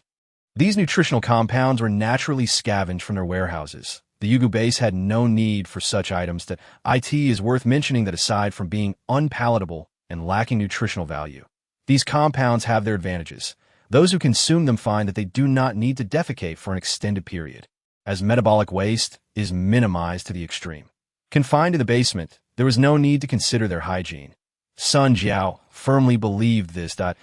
As usual, Sun Jiao leaned against the entrance of the tent. With Jiang Chen's last known disappearance point just behind her 5 days prior, she had ordered the area surrounding Jiang Chen's disappearance to be enclosed with tents. That was his greatest secret and the most significant secret of the Yugu base, absolutely not to be disclosed to anyone. She still clutched the laser rifle, Sirius, which had accompanied her for many years, having polished it repeatedly over the past 5 days. Throughout these 5 days, she had been contemplating a single question. The deceiver promised to take me to your side. That gaze had been utterly heartbreaking. Lin Ling stood not far from Sun Jiao, gazing fixedly at the top of the tent. Although she had been permitted to disembark and move about, Sun Jiao had ordered her to remain within a 100-meter radius. If she exceeded this distance, Miss Sun calmly stated that she would open fire. I could see that moment. The girl nearly soiled herself in fear. I say, what are you looking at? Lin Ling muttered, her gaze upward, filled with discontent. This moment. Her left I was black, while her right I was a vivid crimson. After 5 days of interaction, she had finally reached a sort of understanding with the mother body. That is to say, Ting Ting. Typically, Lin Ling's body would be led by her as the host, while the rights of the right I were granted to the mother body.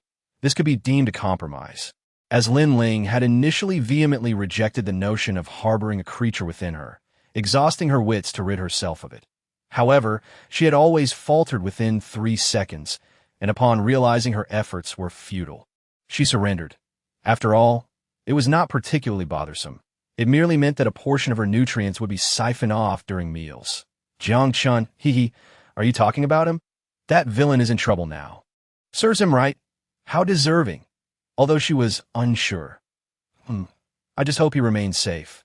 Initially, her mindset was one of schadenfreude, yet upon reflection, that individual did not seem so wicked after all. Lin Ling found herself in a quandary. Tilting her head, she had seen the women in the basement and could hardly believe that the world had deteriorated to such a state. She could not fathom what might happen if someone other than that man were to find her. A shiver ran through her, and she hugged her delicate shoulders in fear. Ugh, too disgusting. With my beauty, besides her vanity, her persecution complex was also a significant flaw. Jiang Chen, she slightly moved her aching neck. Complaining, "Hey, what are you looking at? Aside from radioactive dust, what else could be up there?" Jiang Chen. The mother body's thought signals continue to transmit the same message. Lin Ling paused, placing a hand over her heart.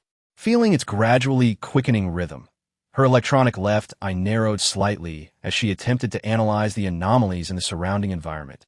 Did you see Jiang Chen? But how is that possible? There's nothing there. Suddenly, Lin Ling seemed to have an epiphany. Her pupils widened as she murmured, "This is impossible. Theoretically, it shouldn't be. Could it be? What are you looking at over there?" Sun Jiao turned slightly, her gaze shadowed by her slightly disheveled hair. Exuding an indescribable gloom, Lin Ling was startled by her expression, trembling as she stammered, "No, it's not me.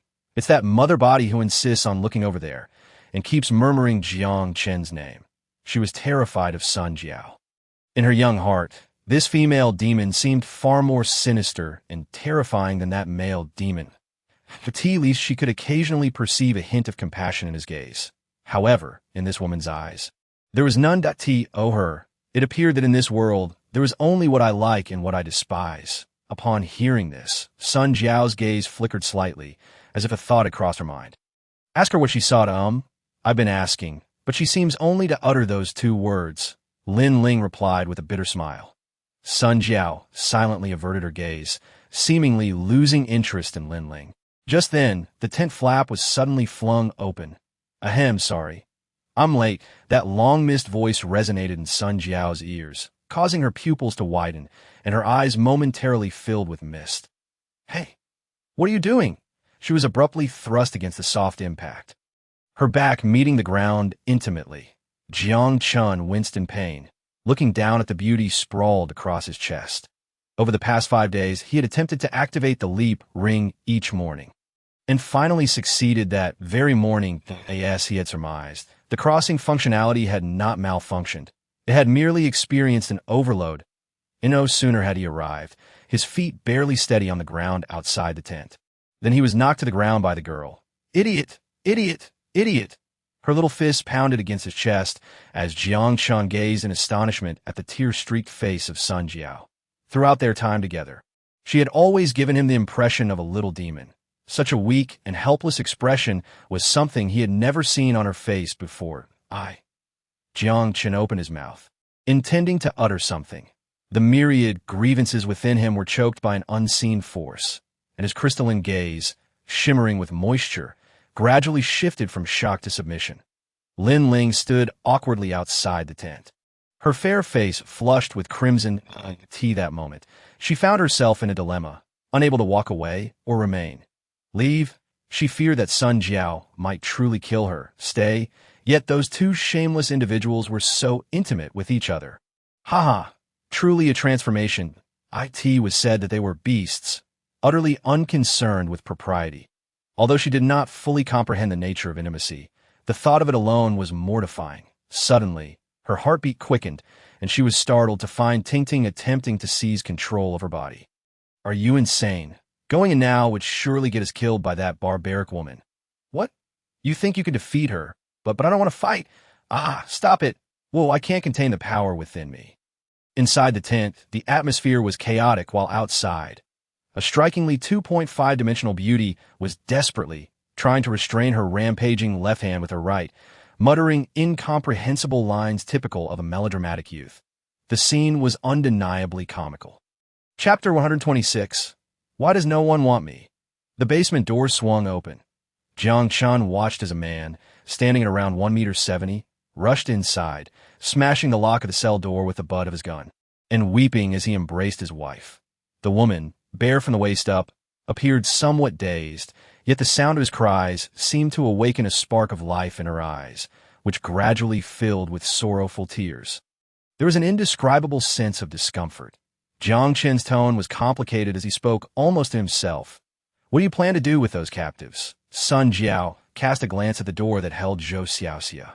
Public execution.It was a choice that required no hesitation. For the sake of prestige, for the sake of order. Pausing for a moment, Jiang Chen continued. However, before that, I would like to see our old nemesis. At his words, a hint of playful amusement curled at the corners of Sun Jiao's mouth. Zhou Guoping sat despondently in his cell, having a rough idea of his fate, yet still harboring a flicker of hope. He did not mind serving anyone. He had confidence in his own cleverness. However, when he recognized the face outside the small window, his confidence evaporated in an instant, leaving his face pale. Do you remember me? Jiang Chen said with a smile. Although Jiang Chen had never seen him before, he was certain Zhou Guoping recognized him. Zhou Guoping swallowed hard, slowly nodding. Do you remember who lay? Indeed, he recalled that as the first life he had taken upon arriving in this world. Jiang Chen vaguely remembered the shock of witnessing a skull explode beneath the muzzle of a gun. You were the one who slaughtered him, weren't you?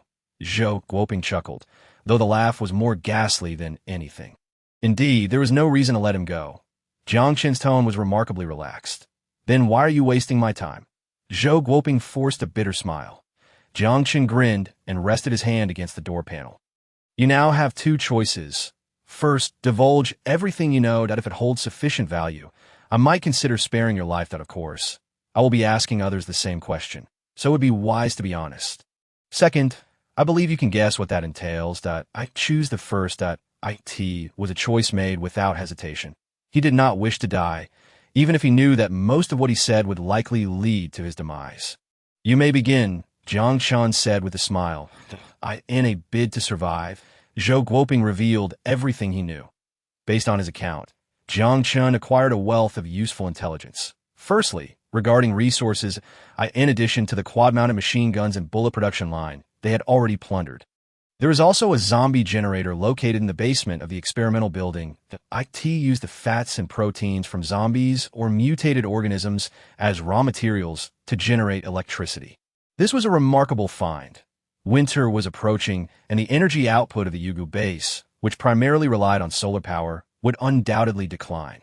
With this zombie generator, concerns over energy supply could be temporarily alleviated. It was indeed surprising that these bandits had hidden such a valuable item. Beyond the resources, Jiang Chen also learned several intriguing pieces of information. The group of mutants had come from Jiashi and was currently stationed at Area 7. Initially, they sought to recruit them, but their leader had refused. No one wished to become a castrated puppet. The first wave had only consisted of 5 individuals, whom they successfully eliminated, but unexpectedly, they returned with a large group this time. Zhou Guoping chuckled bitterly. It was truly a disaster. Our leader had his skull crushed in half. He then mentioned how the leader of the Grey Goo mercenary group had been killed during the skirmish. Zhou Guoping glanced at him oddly. Between Wanghai City and Jiashi, there lay a light industrial zone, sparsely populated with few zombies, but inhabited by some formidable mutated creatures. Jiang Chen thoughtfully stroked his chin. Do you know what their purpose in Wanghai City is? Upon hearing this, Zhou Guoping once again offered a bitter smile. That I do not know. There is no possibility for negotiation between mutants and humans. In my view, apart from their aversion to consuming human flesh, they are merely a group of armed mutants. Thank heavens, these monsters are all impotent. Did you not capture any prisoners to question? Zhou Guoping inquired cautiously. Jiang Chen shot him a glance that no. You already said they are like mutated creatures. Have you ever tried capturing a dead claw? Zhou Guoping awkwardly laughed, rubbing his nose. Boss, do you think the information I provided is enough to spare my life? Jiang Chen gazed at him with a smile that sent shivers down his spine. To kill or not to kill. Although I've caused you considerable trouble in the past, that was merely because I was standing on the side of the Grey Goo mercenary group. Now that the Grey Goo mercenary group has been eradicated by you, killing me would only add another corpse to the pile. You could easily spare my life. Trust me, my abilities will not disappoint you. Seeing Jiang Chen's expression, Zhou Guoping cautiously continued. Oh, pray tell, what use do you offer? Jiang Chen shot him a glance and replied with a smile, I am quite familiar with the Morning Hope area. I possess knowledge of the locations of several small survivor bases and gathering points. Moreover, my eloquence and reconnaissance skills are commendable, so you need not worry about my loyalty, especially with a chip or collar around my neck. After all, it pertains to my own life. Zhou Guoping spoke with utmost caution, observing Jiang Chen's changing demeanor. Killing him would merely add another corpse, yet sparing him could yield some utility. After a moment of contemplation, Jiang Chen made his decision. Looking at Zhou Guoping's anxious face, he smiled and said, Very well, you have convinced me. I will spare your life that I hope you can persuade others for me in the future. Upon hearing this, Zhou Guoping was overjoyed and immediately knelt on the ground, devoid of dignity. Thank you, great leader, for your mercy. Jiang Chen glanced disdainfully at his posture and coughed lightly. Call me boss. I am no bandit. Yes, boss. After concluding matters with Zhou Guoping, Jiang Chen approached the door that held Chu Nan captive. Observing the man, who had ceased his attempts to escape, Jiang Chen knocked on the door. Hearing the sound, Chu Nan lifted his head, and upon seeing Jiang Chen, a bitter smile spread across his face.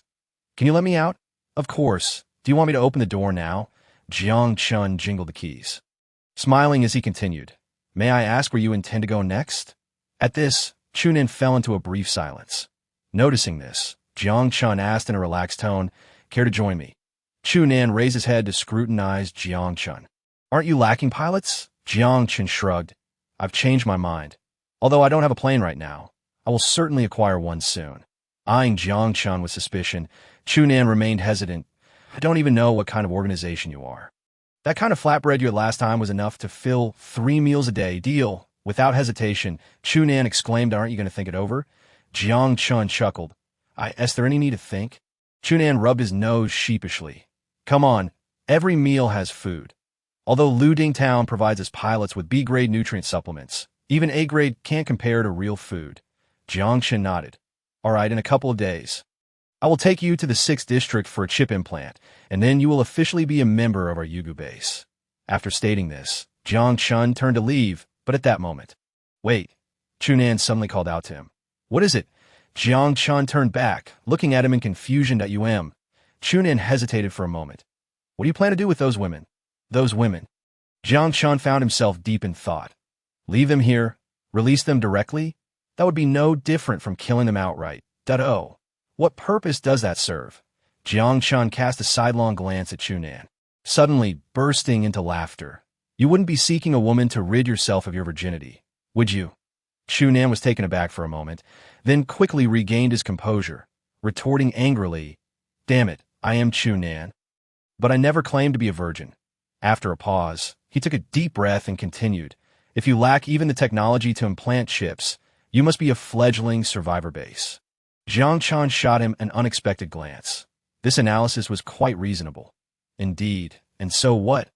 I won't deny it, Jiang Chen admitted candidly. In the wasteland, the survival capacity of men surpasses that of women, so one can imagine the gender ratio. I'm not sure about 6th district, but there are certainly many single men in Luding Town. Chu Nan stated earnestly. Such as yourself? Jiang Chen teased. Exactly. Chu Nan nodded without hesitation and continued. If in Luding Town, there are officially run technical institutes for survivors to alleviate the pressures of survival and fulfill physiological needs. This not only curbs potential crime, but also fosters stability within the base. Is that so? In my fishbone base, everyone has been implanted with slavery chips. Do you think I need to worry about stability? Jiang Chen regarded Chu Nan with a nonchalant smile. That I have had such chips implanted before. True, while the names differ, the functions must be somewhat similar. To put it bluntly, although you can monitor everyone's privacy and dictate their lives, you cannot govern their emotions. And so, Jiang Chen pondered, unless you can keep everyone in a perpetual state of hunger, devoid of thoughts beyond survival, you cannot expect a group of single men to harbor hopes for tomorrow. In the short term, perhaps it is manageable, but over time, it will undoubtedly lead to problems. Especially in this radiation-laden wasteland, the mental state of every individual is far from stable. Chu Nan stated incisively. Mental state, you say? I had not considered that, Jiang Chen admitted, seemingly only aware of his own mental condition. In the slums of 6th District, those unemployed survivors, perpetually starving, would not experience any reproductive urges. Would they, upon arriving at Fishbone Base, with hunger alleviated, they would begin to contemplate such matters. Perhaps, as Chunan suggested. Unless everyone remains eternally hungry, it is impossible to expect them to refrain from developing new desires. Even if Jiang Chen could control their lives, he could not dictate their emotions. After all, not everyone harbors the aspiration of becoming a monk. Although he had deliberately selected individuals with families while redeeming those survivors, slaves, and managed the generatio somewhat, no matter how he controlled it, the male population had grown to several times that of the female population. Was he to expect the remaining bachelors to resort to self-satisfaction? Clearly, that would not suffice. So, you think I should establish a technical institute? Jiang Chen's expression turned peculiar, as this notion clashed with his principles. Of course, there are other methods. Chunan paused, sensing Jiang Chen's aversion to such actions, and added, for instance, treating these individuals as prizes to reward the bachelors who contribute to the base. Prizes. I do not endorse inhumane practices. Inhumane? Do you think this is pre-war? Jiang Chen faltered, falling into silence. That if you truly have a moral aversion, you could choose to enact laws to safeguard these individuals' rights. For example, prohibiting owners from inflicting harm upon them, and rewarding those who restore their sanity so they can participate in work. Ultimately, since you are the leader, you can establish these systems. The crux lies in your choices. After listening to Chunan's words, Jiang Chen cast a surprised glance at him. I never imagined you were so knowledgeable. I've read a bit in my spare time, Chunan replied, scratching his nose, just as he was about to leave. Jiang Chen suddenly halted and casually asked, by the way, do you think anyone would want these in-hand goods? Chunan was momentarily stunned, looking at Jiang Chen in confusion. Why wouldn't anyone want them? Jiang Chen was at a loss for words. Was this the legendary generation gap? Chapter 127. Execution and acceptance. Once there existed a band of parasites. They feasted on the flesh of their own kind, drawing sustenance from our suffering. Outside the walls of Fishbone Base, the zombies had been cleared away, and standing at the rooftop corners were humans. All survivors who had fought alongside Fishbone Base. That a row of bandits knelt on the ground, their heads shrouded in black hoods, while soldiers armed with guns stood behind them. The dark gun muzzles were aimed squarely at their heads, cold gazes dismissing their trembling bodies. As October approached, the weather grew increasingly chilly, and Jiang Chen had donned a warm overcoat. Murder, plunder, theft, and humiliation. Glancing over the crowd of survivors, Jiang Chen raised his clenched right fist, a cloud of righteous indignation swirling around him. Now, they must kneel here, begging for our forgiveness like cowards on the ground. Tell me, can we forgive this scum? No. The shouts and whistles echoed throughout the street. Even the nearby zombies turned to gaze at the direction of Fishbone Base, their expressions vacant. Jiang Chen closed his eyes, raising his hands to signal for silence. The clamor gradually subsided, and all eyes fixed upon him. This sensation was truly remarkable. He vaguely remembered the feeling of being scrutinized by 30 anxious gazes while in the sewers, the cold detachment stemming from the absolute power he held over their lives. Now, being gazed upon with genuine admiration and reverence by a crowd, he felt a surge of warmth within him, as if the increasingly biting cold wind could not extinguish his fervor. Jiang Chen directed his gaze toward the row of bandits awaiting execution. I trust you are prepared for the consequences of your actions when you aimed your guns at the defenseless, abducting women and children. Don't. An unexpected turn of events occurred as one of the kneeling bandits suddenly scrambled to his feet. Dashing toward a nearby alley, bang, the panicked bandit crashed heavily to the ground, leaving a horrendous blood hole in his back. The survivors were momentarily taken aback, having missed the sight of Jiang Chen drawing his gun, let alone firing it. The entire sequence unfolded seamlessly, causing their expressions to shift slightly. They clearly did not anticipate that the leader of Fishbone Base not only commanded such formidable power, but also possessed considerable personal combat prowess. Without a doubt, whether in terms of strength or reaction speed, Jiang Chen, having undergone enhancements, was far beyond the capabilities of an ordinary survivor. The earlier escape had been prearranged. The ropes on the man's legs had not been tightly bound. This was merely a tactic to bolster his authority through personal strength. it is human nature to admire the strong. Incidentally, this little interlude was the brainchild of Zhou Guoping. Proceed. The cold command dissipated into the frigid street along with a swirl of white mist. The synchronized gunfire rang out, and one by one, the condemned bodies fell into the pool of blood, concluding their wicked existence. Zhao Gang gripped his rifle tightly, fixated on the bodies sprawled in the blood. Jiang Chen had granted him the opportunity to exact vengeance, allowing him to participate in the execution. The figure lying before him was the very scoundrel who had led the raid on his family, murdering his son and abducting and violating his wife. Witnessing the eradication of the long-standing scourge in the area, the survivors erupted in cheers, whistling and raising their rifles in salute, relishing the adulation of the crowd.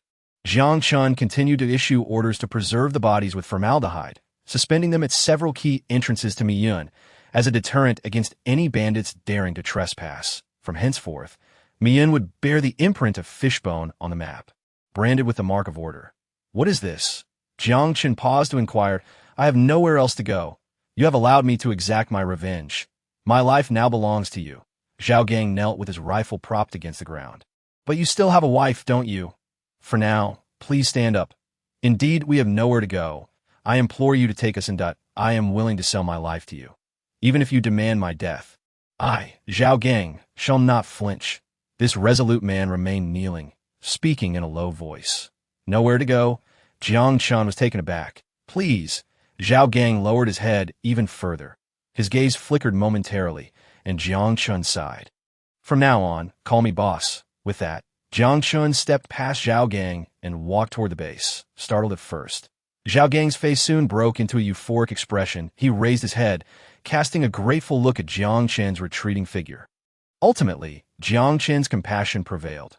Approaching Cheng Weigua, who stood guard with a rifle, Jiang Chen patted him on the shoulder and gestured towards Zhao Gang's direction. "Arrange a place for him outside the wall. And tomorrow, send him along with those 2 to 6th District for the procedure." The two individuals referred to were naturally Chunan and Zhou Guoping, while the procedure indicated the implantation of chips. "Understood." Cheng Weigui stood at attention and performed a salute. Jiang Chen nodded in satisfaction and proceeded into the base, where many matters awaited his attention.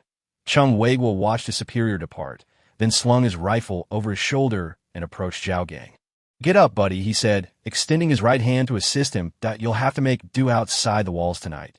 Tomorrow, someone will take you to District 6 for the chip implantation.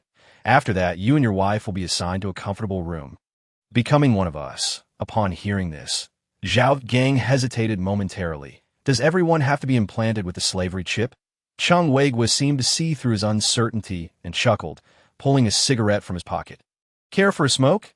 It's a perk of the Yidu base." Zhao Gang hesitantly accepted the cigarette. Cheng Weigui produced a lighter and lit one for himself, and the two stood at the entrance, puffing away. "I once hesitated like you. Back then, I was merely a refugee. When I was forcibly implanted with the slavery chip and sold to an obscure faction in District 6, I was filled with dread. I do not care for my own life, but I cannot fathom why my wife must also bear the slavery chip." Zhao Gang took a drag from his cigarette and spoke softly. He could tolerate his wife being humiliated by bandits, as it was a result of his own inadequacy. However, he could not accept her becoming someone else's slave, even if he was willing to sacrifice his own life for the Yidu base. At this, Cheng Weigui suddenly burst into laughter. Zhao Gang looked at him in confusion. Unsure of the humor in the situation, I used to feel the same way. The thought of my wife being subjected to that is indeed unpleasant. However, you're overthinking it. Our boss is a good man. He has never regarded us as slaves to him. My wife is now the base's cook. He has mistreated us despite holding our lives in his hands. It is evident you hold him in high regard, Zhao Gang remarked in surprise. Indeed, I was once just a refugee teetering on the brink of life and death. Now, I'm the commander of the Yidu base's militia, responsible for the defense of the walls. He not only spared us from hunger, but also granted us dignity and hope that we once dared not dream of. He truly deserves respect. Even without that chip in the back of my head, I would swear my loyalty to him. Cheng Weigui flicked the ash from his cigarette and patted Zhao Gang's shoulder, grinning. "Just do well. As long as you prove your worth, Our boss will not hesitate to reward you appropriately. And other place in Wanghai City, barring certain special shelters, can offer more happiness than here. Zhao Gang silently extinguished his cigarette, and nodded at Chang Weigua. All right. Meanwhile, the soldiers of Idu began to clear the execution site. The onlooking survivors had already departed, and those within the base dragged the 20-some corpses to the roadside for disposal, dousing them in formalin.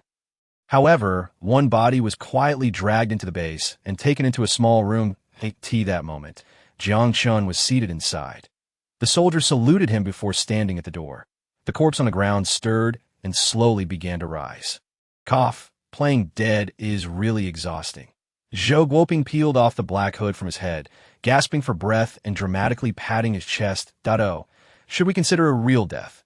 Jiang Chen remarked with a playful smile. Let us avoid that. Zhou Guoping chuckled awkwardly, glancing at his new master with a fawning expression. Earlier, he had worn a bulletproof vest with blood bags concealed within. After Jiang Chen shot him, he had dutifully collapsed to the ground, pretending to be dead. Tomorrow, I'll take you to District 6 for the operation. Until then, you must not leave this room, or you know the consequences. Jiang Chen rose from his chair, walked over to him, and patted his shoulder with a smile before stepping outside. You keep an eye on him. Pausing at the door, Jiang Chen gestured to the soldier beside him. Yes, sir. The soldier saluted. .2 tents had already been erected at the entrance, and a wire barrier had been set up to keep the zombies at bay.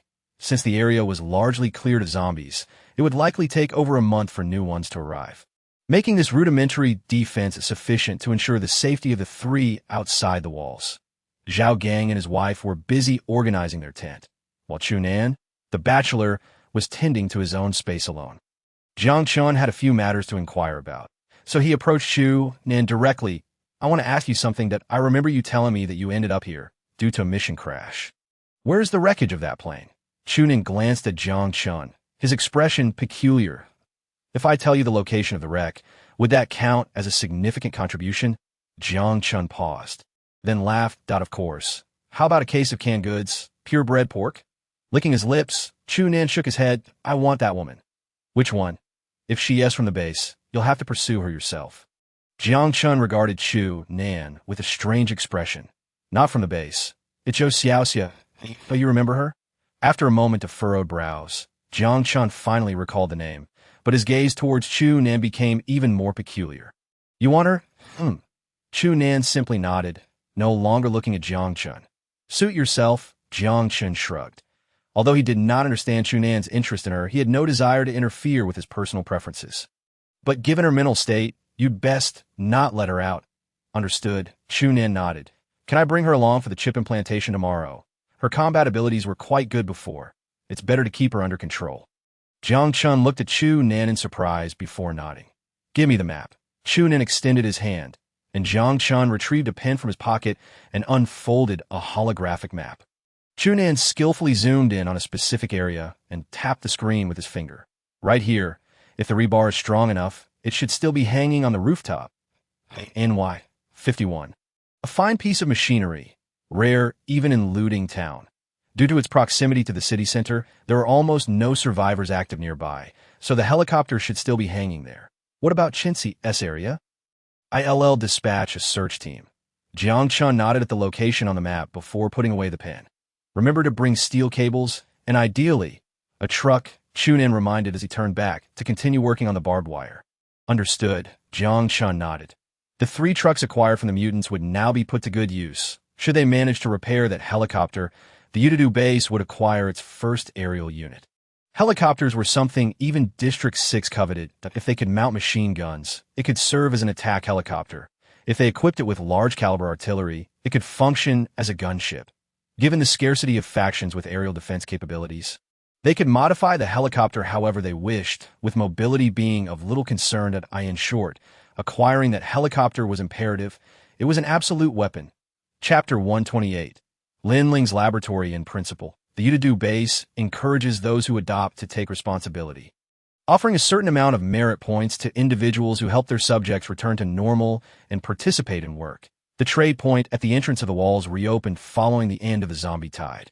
It is believed that, after this incident, survivors will flock to trade, further strengthening the ties between the Ududu base and nearby survivor groups. The bullet production line and the hummingbird drone production line were housed in a makeshift metal shed.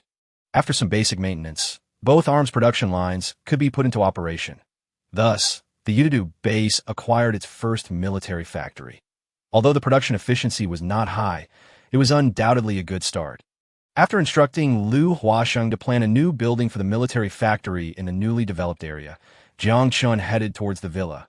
However, the moment he pushed open the door, he was taken aback. "Do you know who I am?" Lin Ling stood with her brows raised, hands on her hips, and her head held high in a haughty manner. You are?" Yao Yao swallowed nervously, her small head retracting as she cautiously inquired. I'm a noble, perfect, and technological marvel known as the electronic person." Lin Ling beamed with pride, thoroughly enjoying the timid expression on Yao Yao's face. At this moment, Lin Ling felt an immense sense of joy. With only one thought swirling in her mind, this is simply exhilarating. The feeling of bullying the weak is truly delightful. Ha ha ha ha. However, her amusement did not last long, as she noticed Jiang Chen standing at the door. Watching her with a bemused expression, with a slight twitch at the corner of her mouth, Lin Ling's triumphant demeanor froze on her face. Upon spotting Jiang Chen, Yao Yao darted behind him like a rescued damsel, pouting in distress. "You bullied my Yao Yao?" Jiang Chen exclaimed, unable to contain his irritation. "That is simply intolerable," especially upon witnessing the timid expression on Yao Yao's face, akin to that of small creature. Jiang Chen's instinctual urge to protect surged explosively within him. What do you intend to do?" Lin Ling stammered, beginning to retreat. Her silvery hair quivered slightly, and her fair complexion was etched with terror. Although her visage was undeniably beautiful, her unpleasant demeanor only stirred feelings of torment in others, rather than any protective instincts. Without a moment's hesitation, Jiang Chen retrieved his EP device and pressed several keys. A faint sound of electric current emanated from Yao Yao's neck as the electronic collar was disengaged. Without uttering a word, he snatched the collar from Yao Yao and, with a mischievous grin, approached Lin Ling, disregarding her flailing fists in resistance, and forcefully placed the electronic collar around her neck. Yao Yao touched her neck, a look of grievance manifesting on her face. That collar was a bond share between her and brother Jiang Chen. Yet it had been taken away by this unfamiliar woman. The more she thought about it, the more aggrieved she felt. The mist of tears began to gather in her large, innocent eyes. No, that's too dangerous. I'd intended to remove it for you long ago, and I promised to get you a new gift later, all right? Jiang Chen quickly reassured Yao Yao upon noticing her distress. Hey, if it's dangerous, why put it on me in the first place? Lin Ling protested. She had a foreboding sense that her rivals were multiplying. After managing to tame the unruly Lin Ling, Jiang Chen led her to the study on the first floor. Though it was labeled as a study, it had long been devoid of any books. The shelf had been discarded as scrap in a backyard, and at that moment, the space was cluttered with experimental equipment that Lin Ling had brought from the shelter. "Ah, how could you treat my precious belongings like this?" Lin Ling exclaimed, her eyes brimming with tears as she rushed forward to caress the valuable instruments. "From now on, this will be your room. You can tidy up your things yourself," Jiang Chen said with a wicked smile, showing no courtesy to be why all that's holy. "I've always been a good person." Yet for reasons unknown, Lin Ling seemed to possess an innate buff that invited bullying. Her favorite pastime was to provoke others recklessly. Humph. Lin Ling shot Jiang Chen a fierce glare before righting the instruments that had been carelessly placed on the ground. "Oh, that's how it's arranged. I thought that side was the floor." "Humph. Foolish," Lin Ling muttered under her breath, refusing to look at Jiang Chen anymore. "That I've placed the mutant and the corpse of the Deathclaw in the freezer. Your current task is to assist me in dissecting and analyzing those two specimens that I need to ascertain the nature of the X2 bacteria and its peculiar effects on the mutants. Additionally, I require the physiological data of the mutants, which should not pose much difficulty for you." Upon hearing this, Lin Ling tilted her head defiantly, her silver hair swaying elegantly. "Why should I help you? If you don't require food, then indeed, you need not assist me." Jiang Chen interjected with a smile, cutting her off. Lin Ling's expression instantly shifted to one of grievance. Yet this sentiment only pleased Jiang Chen. Without a hint of guilt. Whose fault is it that you have such a foul temper? The task has already been assigned to you. Unless you have pressing matters, I shall take my leave. Oh, and you'd better treat Yao Yao well, as she is in charge of your meals. Jiang Chen chuckled heartily before striding towards the door. Wait. Lin Ling hurriedly called out to him. What is it? If it's a protest, it will be in vain, Jiang Chen replied, turning to face her with no hint of courtesy. Where's my bedroom?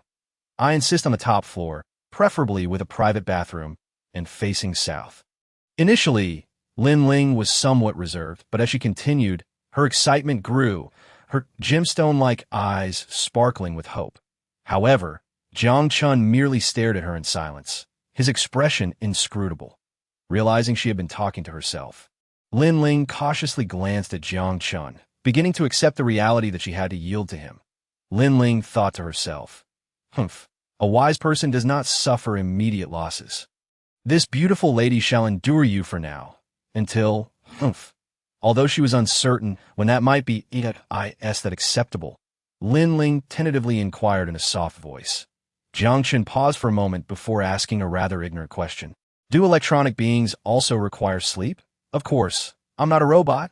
Lin Ling nearly burst into tears, exclaiming in frustration. Following her explanation, Jiang Chen finally comprehended her true nature. In essence, she had once been a normal human. But due to a congenital ailment, 40 of her body had been replaced with mechanical components. The neuroconnective nanoelements in her brain enabled her to achieve computational speeds comparable to that of a computer. An artificial stomach allowed her to utilize food at twice the efficiency of an ordinary person, converting some energy into electrical energy for storage and USAS for the need for food and sleep. There was no significant difference from that of a typical individual. You're not a robot after all, Jiang Chen mused, surveying Lin Ling with newfound understanding. Having previously encountered a robot in the 6th district, he had initially assumed she was one as well. I thought your exterior was made of silicone, that you're the one made of silicone. Lin Ling shot him a fierce glare, but remembering her dependence on him, her expression softened as she adopted a meek tone. About the room. The room? Isn't it right here? Jiang Chen replied, his expression perplexed. What? Here, you expect me to sleep among a heap of experimental equipment? Lin Ling jumped up like a squirrel that had just had its tail stepped on, exclaiming in a high-pitched voice, What do you think I arranged such a large space for? I'll bring in a bed for you shortly. Jiang Chen rolled his eyes, ignoring Lin Ling's crestfallen expression. Jiang Chen exited the room. The reason he was teasing her was twofold. Firstly, it was a desire he genuinely harbored, and secondly, he felt it necessary to discipline her. The villa was not devoid of spare rooms. But Lin Ling's temperament was simply too unbearable that if he treated her with any leniency, her arrogance would likely soar to the heavens. Such behavior could not be encouraged. She needed to be kept in check. Upon reaching the kitchen, Jiang Chen found Yao Yao diligently preparing dinner. Clad in a pink apron, she held a long spoon in her right hand, intently focused on the stew in the pot. Her cherry-like lips hummed a soft tune, and her youthful face radiated a blissful smile, shimmering under the golden hues of dusk. Ah, it's simply adorable. Jiang Chen instinctively covered his nose, though there was no bleeding. Brother, are you done already? Just a moment longer. The food will be ready soon. Upon realizing it was Jiang Chen, Yao Yao's cheeks flushed slightly, and she turned back to monitor the cooking. I'm done now. By the way, could you please cook an extra portion for now on? I appreciate it, Jiang Chen said affectionately as he ruffled Yao Yao's little head. Yes, I've already made an extra serving. Yao Yao happily nudged her head upwards, relishing the gentle caress of his hand atop her head. Jiang Chen couldn't help but smile. Indeed, Yao Yao was a kind-hearted child. Even after Lin Ling had bullied her upon arrival, she still thoughtfully considered Lin Ling's meals. By the way, what gift does Yao Yao wish for? Although Jiang Chen was unclear as to why Yao Yao was so fixated on the dangerous electronic collar, he had nonetheless placed it around Lin Ling's neck, where it was more urgently needed. Can it be saved for later? Yao Yao's charming face flushed slightly, and after a moment's pause, she spoke in a soft, hesitant tone. Save for later? Jiang Chen asked, perplexed that my birthday is in November. So, Can it be given to me then? With her head bowed, Yao Yao's voice dwindled to a whisper. Out of birthday, you say? Jiang Chen smiled gently at her words, nodding in agreement. Chapter 129. Individual task dinner was extraordinarily lavish, featuring 4 dishes and a soup. There was Sun Jiao's favorite yellow bean stew with ribs, as well as Jiang Chen's beloved scrambled eggs with tomatoes. Initially, Lin Ling had sulked, refusing to eat, but she succumbed to the intoxicating aroma in less than 3 seconds. Dejectedly approaching the table with a pitiful expression, Jiang Chen picked up a piece of succulent, juicy rib meat and took a bite, savoring the exquisite texture and delectable flavor. While one might not discern much from Sun Jiao's rather unrefined eating style, the bulging cheeks of the typically fastidious Lin Ling were sufficient evidence of Yao Yao's culinary prowess. Yao Yao's cooking skills have truly improved, Jiang Chen exclaimed, astonished by the delightful flavors, giving Yao Yao a thumbs up in encouragement. Hee, Yao Yao's face turned as red as a ripe apple, her head lowered as she giggled bashfully. That was partly my doing. When you weren't around, I was the one guiding Yao Yao on how to make the dishes more delicious. Sun Jiao chimed in, her mouth still busy. You were merely responsible for eating, weren't you? Jiang Chen teased. I say it deserves at least an 80 out of 100, Lin Ling mumbled after swallowing a mouthful of rice, her voice low enough only she could hear. After the meal, Jiang Chen and Sun Jiao carried their bowls towards the kitchen.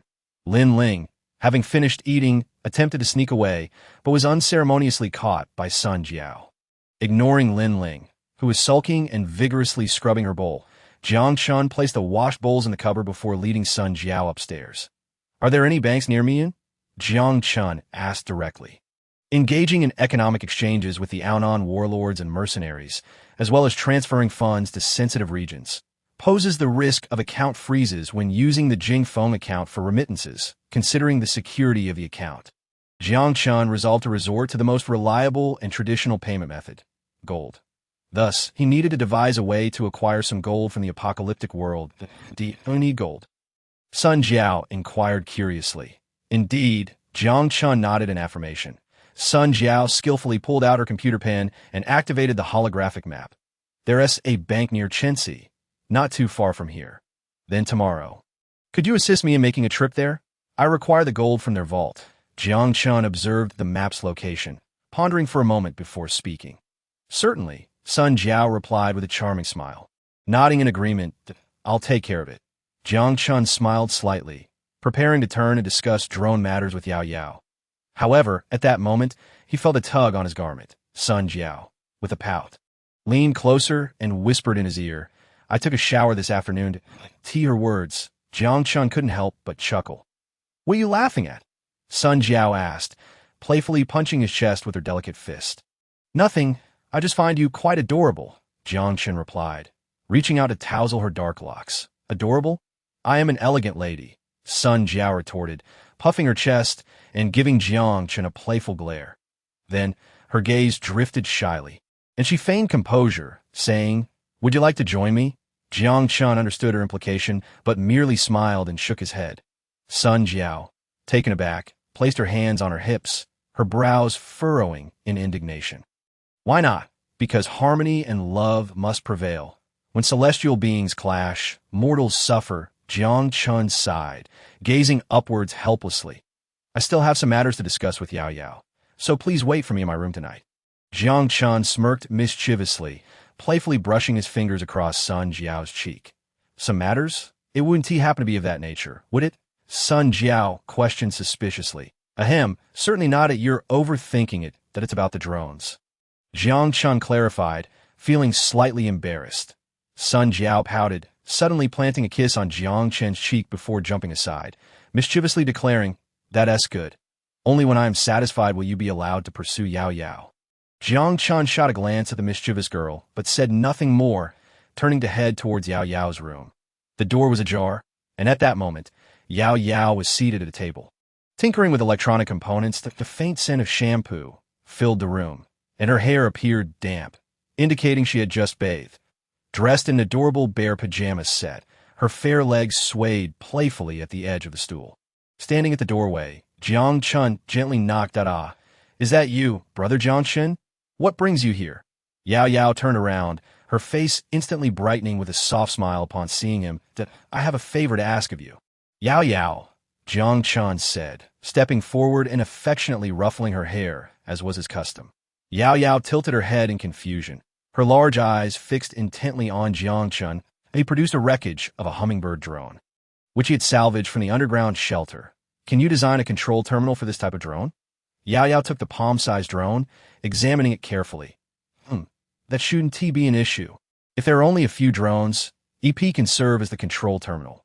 However, if the number exceeds 10, or even reaches the hundreds, EPS processor 1T suffice. Alright, a tabletop processor should be adequate. Yao Yao exclaimed, nodding cutely. Oh, you need any materials? I plan to visit the 6th district tomorrow, Jiang Chen replied. Well, we have plenty of electronic components in the warehouse, but some key parts seem to be missing. How about this? I'll write a list of what's needed and give it to you in the morning, Yao Yao said earnestly, her big eyes sparkling. Of course, Jiang Chen said, affectionately ruffling her hair once more. And will you be able to design the drone's early warning system? Upon hearing Jiang Chen mention the early warning system, Yao Yao's eyes lit up and she nodded vigorously. Absolutely. I've been reading about that recently. So you could trust me with it. Thank you for your help, Jiang Chen said, smiling at Yao Yao's earnest and adorable demeanor. His specific requirements included the ability to autonomously execute patrol missions with 100 drones, the capability to establish patrol routes via the terminal, the ability to confidently evade obstacles, and an immediate attack response upon encountering enemies. And it would be best to incorporate a facial recognition system and a thermal analysis system. Yet, as he stepped out of the room, he couldn't shake the feeling that Yao Yao's expression held a hint of melancholy. Chapter 130, Prosperity. The next morning, Jiang Chen personally led 5 individuals scheduled for surgery to the 6th district, accompanied by 5 soldiers from the Fishbone base. That he took the lead, partly out of curiosity regarding the extent of changes in the 6th district post-expedition, and partly for market research purposes. With the purchasing power of the 6th district on the rise, trade could no longer be limited solely to food. Once the basic need of hunger was satisfied, individuals with their pockets filled with yajing would inevitably begin seeking quality of life improvements. In response to market demands, numerous small workshops would undoubtedly spring up like mushrooms after rain, eventually evolving into small factories and larger plants under the affirmation of the market. Shelves in every shop would overflow with a dazzling array of goods, and greetings between friends would shift from, "Did you manage to get any nutritional compounds today?" to "How much yajing did you earn today?" Order would be restored to this land, and prosperity would be rekindled under the banner of freedom. All of this was merely the result of a conflict lasting only a few days. "Welcome to the 6th district, my friend," Zhao Chen greeted, his mouth holding a cigar, arms wide open as he approached Jiang Chen. Of course, Jiang Chen replied amicably. Zhao Chen offered him a cigar, stating, "This is a fine pre-war product, worth 10 yajing each." Without a second thought, Jiang Chen accepted, knowing his presence signified that the dangers posed by the Fishbone base had been alleviated. This also implied that the shipment of food had successfully reached Wanghai City. After accepting the cigar, Jiang Chen lit it with a smile.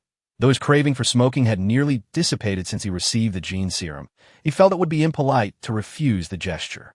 "You appear to be on the verge of a fortune," Jiang Chen remarked. "Indeed, I am about to strike it rich." Zhao Chen grinned broadly, placing an arm around Jiang Chen's shoulders. "It's quite chilly outside. Let us discuss this in the car." Once inside Zhao Chen's vehicle, the driver took them toward the inner circle. "Now, my old friend, what brings you here?" Zhao Chen inquired cheerfully as they rode along. Typically, orders were transmitted directly via radio, and matters requiring face-to-face discussions could be resolved through virtual meeting rooms. Jiang Chen explained, "I brought a few newcomers for chip implantation surgeries, and I wanted to see the development here firsthand while placing an order." He cast a glance out the window, handing Zhao Chen with a graphene card. Beyond the expansive gates lay the intimidating infantry artillery, yet the gaunt faces had been replaced with confident ones. Construction materials were piled in open areas, and engineering vehicles busily operated around the 6th district in preparation for expansion. The slums appeared deserted, giving an impression of emptiness. Seemingly perceiving Jiang Chen's astonishment, Zhao Chen chuckled, pressing the activation button on the graphene card and casually explaining, Those buildings are part of the newly expanded industrial zone, with the walls extending several hundred meters outward. The slums no longer engage in human trafficking. The council has enacted a bill to initiate a redemption system for refugees within the slums. Redemption system? Jiang Chen was unfamiliar with this new term. Anyone registered in the 6th district can be redeemed for 10 yajing. Zhao Chenwu clarified. Those redeemed are not allowed to leave the 6th district and must work without paying the factory of the redeemer for 3 years before gaining their freedom. So, population trade has been disallowed? Jiang Chen frowned, seeking clarification that that's the official stance. Refugees are no longer a burden on the 6th district. However, I recommend visiting the free market. There are many merchants from other survivor bases, including professional slave traders conducting such business. Zhao Chenwu scrolled through the list on the graphene card, confirming Jiang Chen's procurement details: .500 Reaper rifles, 20 Ghost sniper rifles, 500 bulletproof combat suits, 4 crates of standard grenades, general combat equipment, and 5 20mm cannons. With all this, are you planning to arm an entire legion? Zhao Chenwu expressed his confusion. TOB shipped out of the province. Jiang Chen replied succinctly. Ah, I see. Given the substantial volume, let us push the transaction date to the 10th. I still need to arrange a few more items. Zhao Chenwu concluded. Zaya Chengwu retrieved a small, paper-like mobile device from his pocket and pressed a few buttons. 1,000 cold-resistant suits, 1,000 pairs of snow boots, 20 tons of C-shaped steel, and 10 tons of cam resin. These are manageable. They can be procured in Block 6 at wholesale prices, Zaya Chengwu remarked with a smile after reviewing the list. Cam resin, a substance extracted from a mutated plant known as the cam tree, serves as a raw material for various plastics and is considered a relatively common industrial resource in the wasteland. Although the tainted soil cannot yield edible crops, the surviving plants that were not selected for elimination are largely unaffected. Block 6 hosts several small plantations dedicated to the production of this resin. I'll leave this to you, and let us set the transaction date for the 10th. This batch should suffice for the next 3 months. How about we schedule the next trade for January next year? Jiang Chen suggested with a grin, and oh problem, Zaya Chengwu replied, nodding with a smile. The vehicle arrived at the inner circle, halting in front of a hotel named Lihua. According to Zaya Chengwu, this was the restaurant he owned in the inner circle. Jiang Chen gladly accepted the invitation for lunch, but upon the arrival of the dishes, he was taken aback. Curry chicken pieces, potato beef, and vinegar stir-fried cabbage. 3 plates in total, 2 meat dishes, and 1 vegetable. The issue was not with the food itself, but rather that it resembled canned goods. Observing Zicheng's eager demeanor, Jiang Chen felt a twinge of embarrassment. In terms of living standards, this esteemed representative for Block 6 was dining on fare that was scarcely better than that of a contemporary beggar. Ultimately, Jiang Chen only managed to eat until he was about 80% full. Seated in the opulently decorated restaurant, he grasped synthetic starch bread, consuming heated dishes that had been plucked from cans. The absurdity of the situation was quite amusing, especially with the person across from him relishing every bite. After the meal, Zaya Chengwu picked up a napkin to wipe his mouth and leaned back in his chair. Looking at Jiang Chen with a smile, I must commend the food produced from your fish bones. It is indeed delectable. Thank you for the compliment. Jiang Chen replied with a smile, by the way. Since you're here, I wonder if you're interested in something. Suddenly, Zaya Chengwu seemed to recall something and sat up, leaning in to speak in hushed tones. Oh, what is it? Jiang Chen, noticing the shift in demeanor, straightened up as well. The man before him was a member of the 10-person committee, and any information he shared warranted serious attention. Zaya Chengwu smiled mysteriously and casually dropped a bombshell. According to the latest proposal from Block 6, we are preparing to establish a bank. While the feasibility of this proposal is still under discussion, its approval is highly likely. A bank? Jiang Chen was taken aback. Opening a bank in the apocalypse? What kind of nonsense was this? With the per capita wealth on the rise, Block 6 indeed had both the necessity and the capability to establish a bank. People would deposit their unused crystalline resources to earn interest, while factories in need of capital would borrow from the bank to commence production. The lifeblood is already abundant. What we lack is a heart, Zaya Chengwu said proudly, his eyes sparkling as he gazed at Jiang Chen. It was evident that the emergence of the bank would spur the birth of a new batch of factories. After a moment of contemplation, Jiang Chen suddenly relaxed his brow and smiled. That is an intriguing idea. But what does it have to do with me? Of course, Jiang chuckled, lowering his voice to ask, don't you want to be a shareholder in this bank? The question was quite interesting. Jiang Chen's expression shifted to one of curiosity as he retorted, don't you want to be one either? If such a good opportunity exists, would you genuinely seek me out? Jiang, seemingly anticipating Jiang Chen's thoughts, smiled slightly and continued, naturally.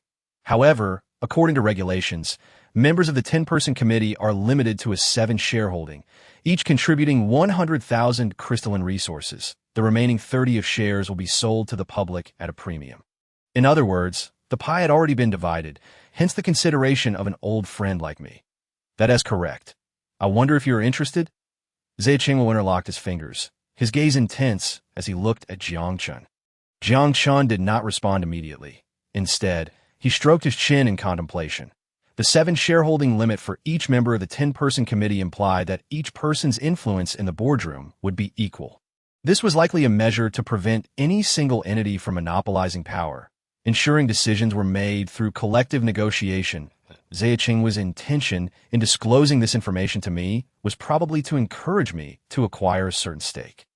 Given our allied relationship, he would gain greater influence within the bank. After all, my core interests lay with the headquarters, and my primary concern was not about power, but rather the dividends from the bank. Considering the recent rapid development of Block 6, the significance of this bank could be extraordinary. Otherwise, Jiang would not be so invested. After all, this was the heart that would provide the lifeblood. With this thought, a smile crept onto Jiang Chen's face, and he made his decision that he suddenly inquired, what will be the investment scope of the bank? It will provide collateral loans to potential factories, shops, developers, mercenary groups, and hunting teams. Jiang replied promptly, what are the conditions for the premium acquisition? Upon hearing Jiang Chen's question, a smile immediately spread across Jiang's face. He understood that Jiang Chen was intrigued. The price for one of the shares is 20,000 crystalline resources, as for the requirements for purchasers. They must possess at least 200 square meters of real estate in Block 6 and must be free individuals without slave chips or similar devices. Jiang Chen suddenly burst into laughter, extending his right hand. Thank you for the information. I am very interested. Please be sure to inform me if the proposal is approved. Certainly. Our interests align, do they not? Jiang smiled as he grasped Jiang Chen's outstretched hand and shook it vigorously. Of course. Announcement. Taking a 2-day leave tomorrow. This is the first time I have requested a leave since the book was published. And it's for 2 days. How embarrassing. Updates will resume on Sunday. I will be self-checking during these 2 days. As for the reason, I believe some readers may already be aware, having noticed that many excellent books have recently gone offline. I won't elaborate further.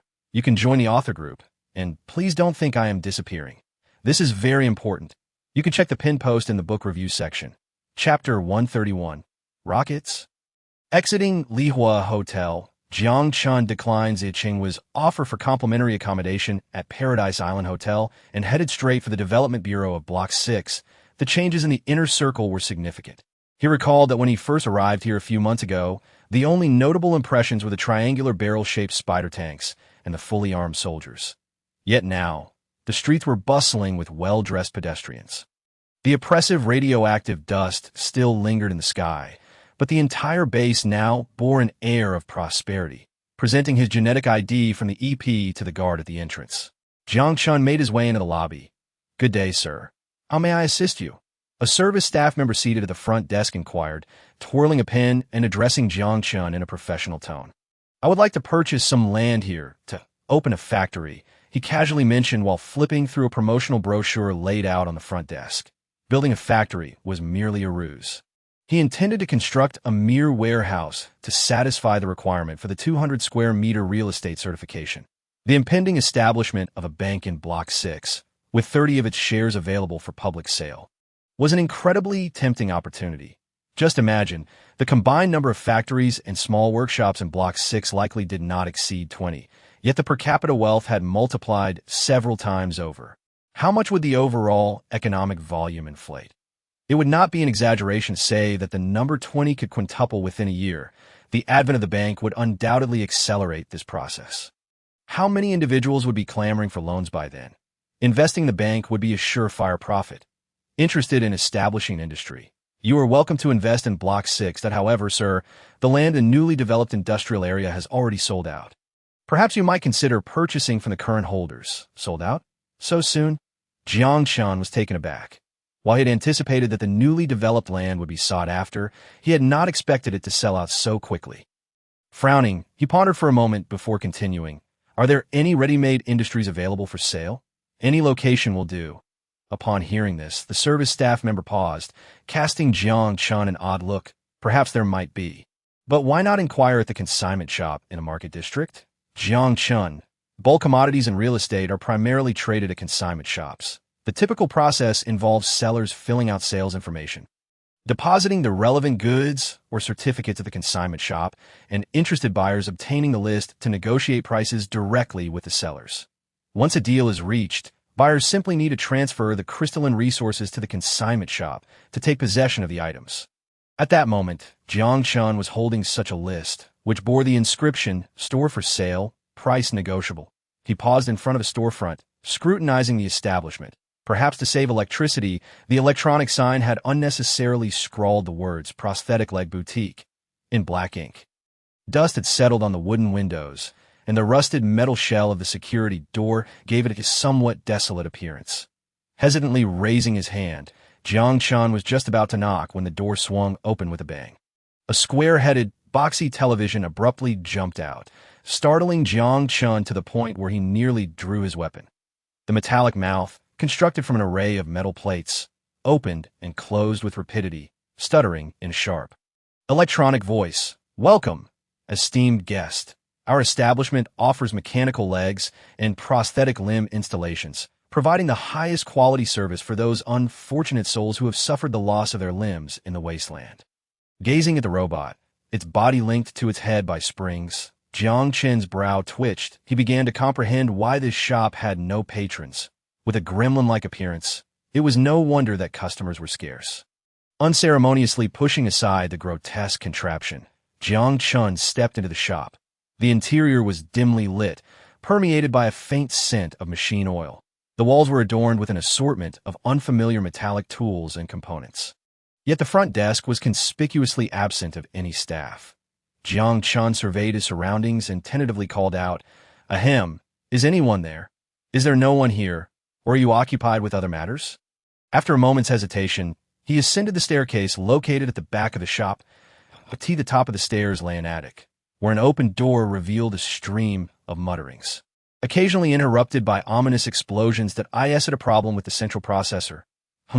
No, it must be the engine control component. The door stood ajar, and the ceiling above was equally exposed. The room was cluttered with bizarre equipment. A small astronomical telescope positioned in one corner, alongside a holographic device that appeared to depict a nebula.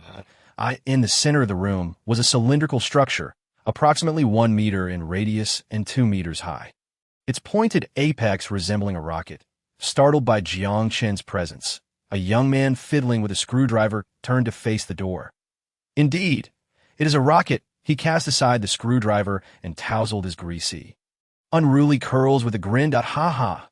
Finally, someone recognizes the charm of my design. However, Jiang Chen's expression was misinterpreted, and the young man's face lit up with delight as he opened his arms and approached Jiang Chen. Evading the obviously unbathed embrace, Jiang Chen cleared his throat. "That I'm here to invest, right? I understand it. No, you might be mistaken. Shoo." The young man abruptly gestured for silence, then beckoned Jiang Chen closer. "Let me show you something fascinating." With that, he hurried to a corner of the room. Jiang Chen shot a puzzled glance in his direction, but ultimately followed. The power system is normal, the hydraulic balance system is normal, the fuel tank is functioning. He muttered incomprehensible technical terms, rapidly tapping the silicone touchpad, his eyes ablaze with fervor. Standing behind him, Jiang Chen scrutinized the array of baffling instruments that you're about to ignite it. The exclamation startled Jiang Chen. Interrupting his train of thought, a hand slammed down on a red button. Suddenly, flames erupted from the center of the room, scorching the base of unknown metallic composition. The floor began to tremble, and the glass windows emitted a piercing wail. A shockwave surged towards them, and Jiang Chen instinctively raised his arm to shield himself from the violent gusts. his face a mask of astonishment. "What on earth are you doing?" "It's a rocket. Space, here I come." "Haha, launch." Battling against the fierce winds, the young man strained to maintain his footing, gripping the apparatus's handle before forcefully pushing it to its apex. The pressure skyrocketed instantaneously, and he was unceremoniously thrown against the wall. Jiang Chen, relying on his robust physique, managed to stay upright until he could no longer endure, activating the nitrogen shield on his right arm. The nitrogen shield unfurled explosively from his arm, forming a compressed airflow that countered the violent gusts. The force dissipated in an instant.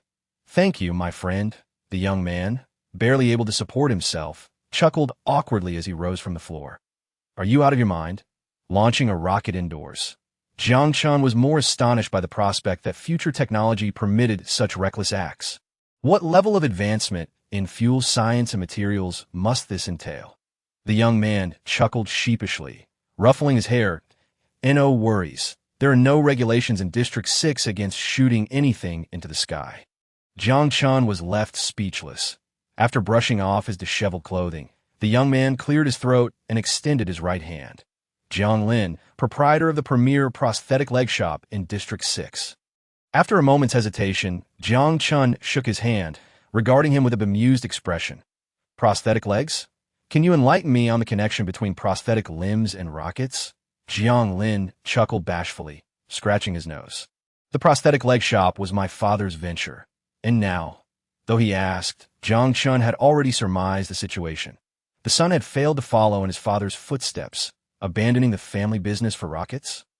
"I'm not cut out for that line of work," he shrugged with a hint of melancholy, but then his interest peaked as he waved Jiang Chen to follow him.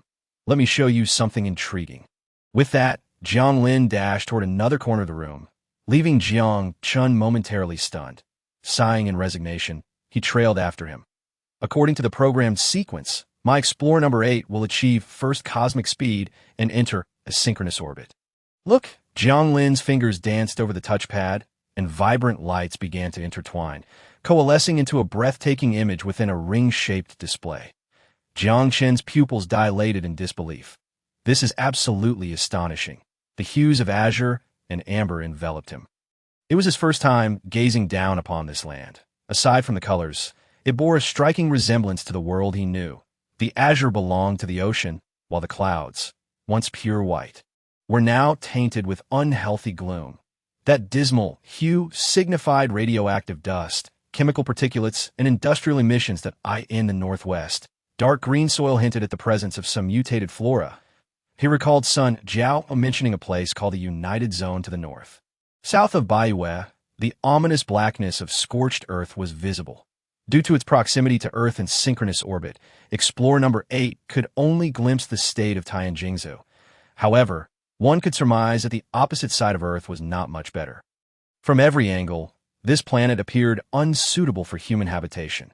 Although this assessment lacked optimism, Jiang Lin's tone remained unperturbed. Having finished, Jiang Lin tapped the touchpad again, and the screen's perspective shifted. "Where is this?" Jiang Chen, recovering from his astonishment, focused on the holographic display, showcasing a series of ring-shaped debris, and inquired. "Space debris in near-Earth orbit, forming a planetary ring." Jiang Lin smiled, manipulating the touchpad to magnify the image transmitted from Explorer No. 8. The majority of the fragments consisted of space-based weaponry, remnants of space stations, and artificial satellites, as well as orbital attack ships and anti-satellite missiles. Another portion comprised debris from lunar facilities, propelled into near-Earth orbit by explosive forces. As he gazed at the scattered metallic remnants, Jiang Chen's face reflected shock, not due to the horrors of war, but rather, "This is all money." Realizing this, he chuckled ruefully, contemplating abandoning the notion of making a fortune in space. But then a thought struck him. While selling might be challenging, what if he could use it himself? After securing that island, launching satellites in the name of his country seemed to hold potential. Just then, Jiang Lin sighed, and the holographic screen flickered off.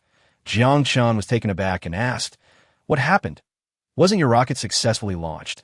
Jiang Lin spread his hands in exasperation, gazing at Jiang Chen. "Indeed, it launched successfully. But near-Earth orbit is riddled with magnetic storm turbulence. You could liken it to an insurmountable EMP. Explorer number 8 has lasted this long, which is already a feat. Number 7 only lasted 10 seconds. Then what's the point of launching such a thing? To increase space debris, Jiang Chen shot him a skeptical glance. How could it possibly lack significance? This data is invaluable, Jiang Lin, feeling his achievements were dismissed, grew defensive. He continued tapping on the touchpad, and the holographic screen reactivated, revealing a slew of incomprehensible data to Jiang Chen. Can you tell me what use this data has? Jiang Chen scrutinized the array of green floating points, his expression perplexed. ITS for preparing for interstellar travel. Jiang Lin's eyes sparkled with enthusiasm. Jiang Chen chuckled incredulously. Interstellar travel? Indeed. The World United Organization has launched 6 colony ships into space, with the nearest destination being Captain B in the Centauri constellation. A mere 13 light-years from Earth.S. Oh, your contraption can travel 13 light-years. And you plan to ride that thing to Captain B to seek out the former regime? What contraption? This is Explorer No. 8. Of course, I won't be traveling to Captain B in that thing. But isn't scientific exploration meant to be like this?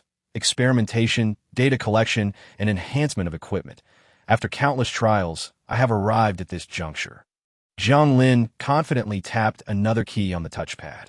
What is this? Jiang Chen inquired, gazing at the graphic filled with various parameters, his expression a blend of confusion and curiosity. ITS, a conceptual diagram of the warp engine. Unfortunately, due to funding issues, it's only 50 complete, Jiang Lin said, scratching his head sheepishly as he looked at Jiang Chen with anticipation.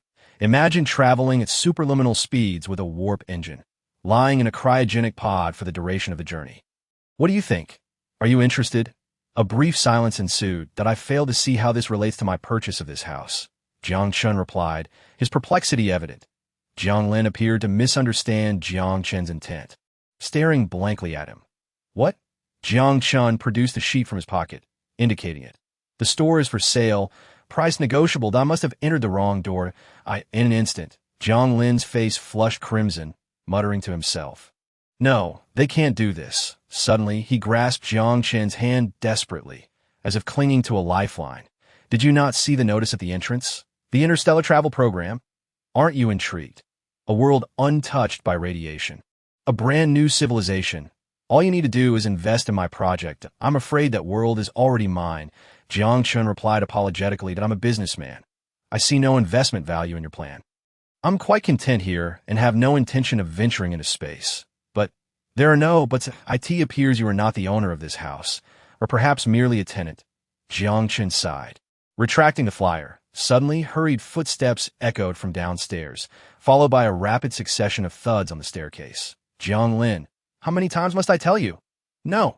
Rocket building in my house. A stout man in a suit burst into the room, panting heavily as he glared at Jiang Lin. Ahem, I set up the launch pad. It won't compromise the structural integrity of the building. Your concerns are entirely. The man seemed disinterested in further debate. Rubbing his temples wearily, I don't care about that.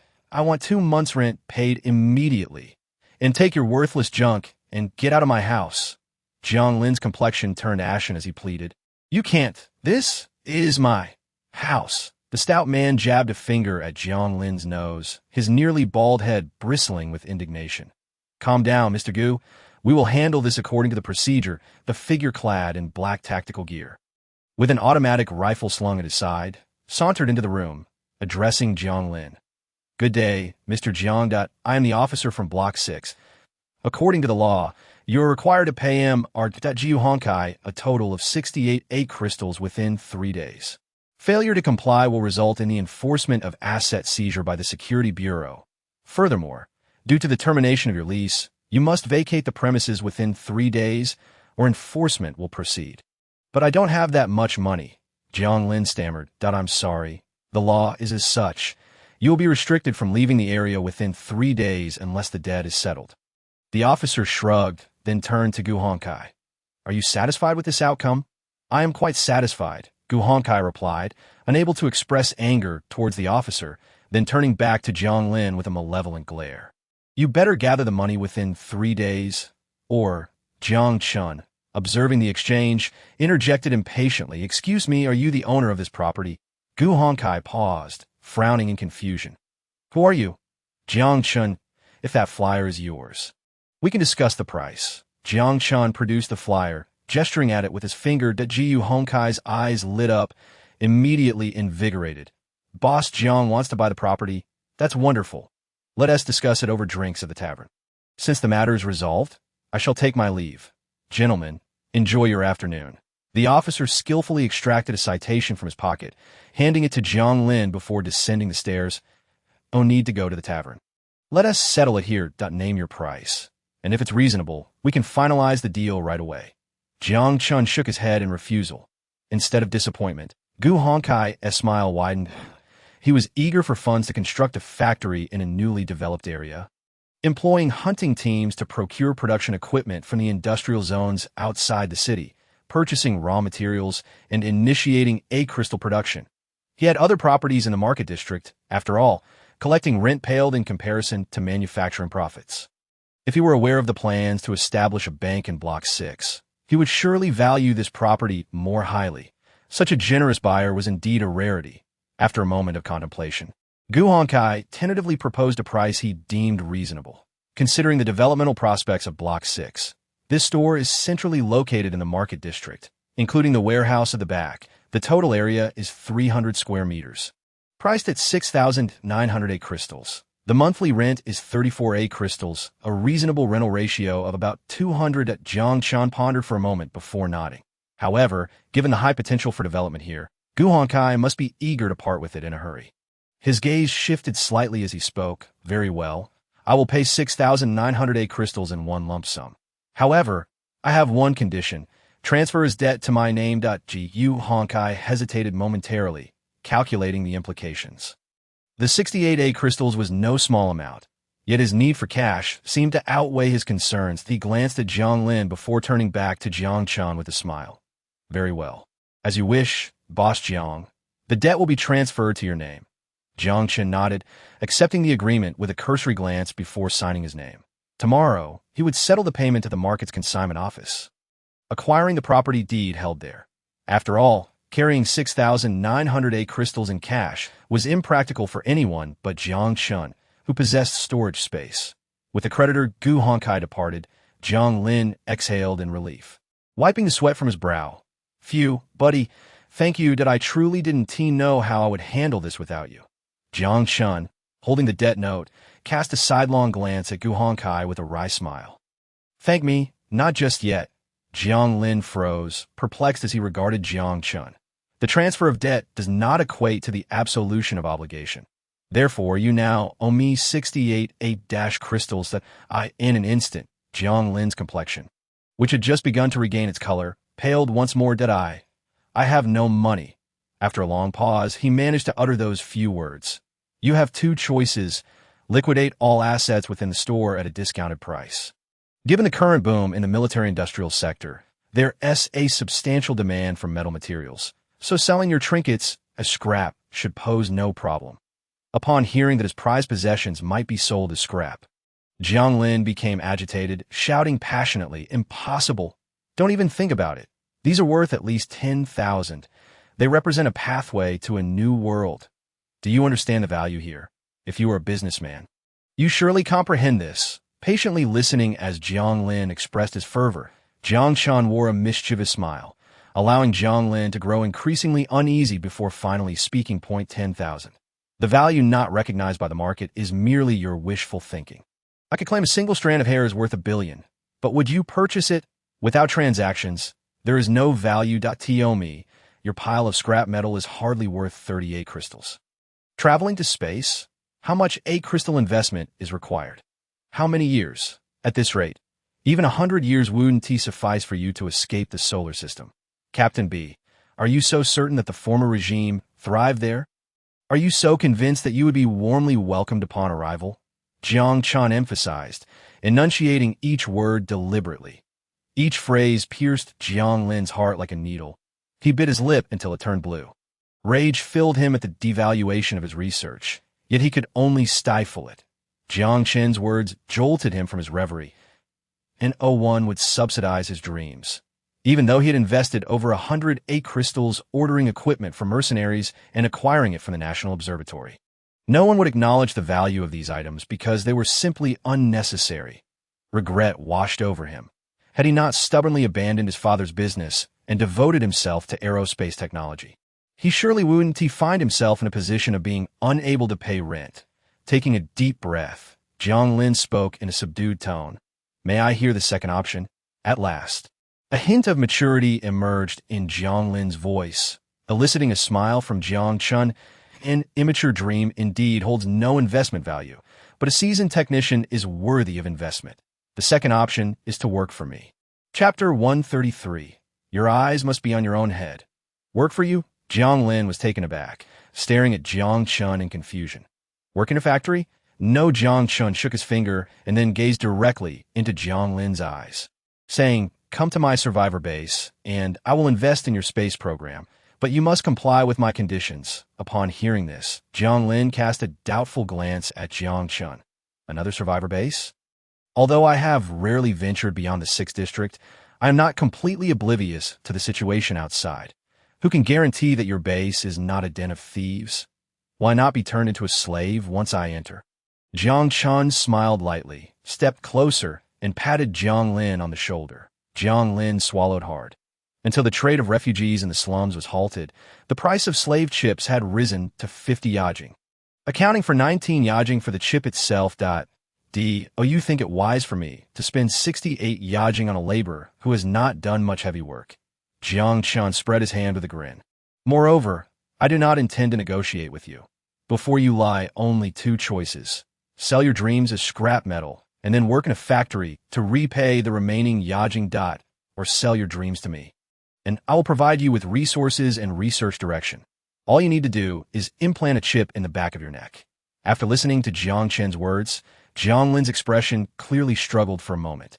But ultimately, he sighed in resignation, speaking under Jiang Chen's satisfied gaze. "I choose the second option." Now that Jiang Lin had nodded, the subsequent matters became straightforward.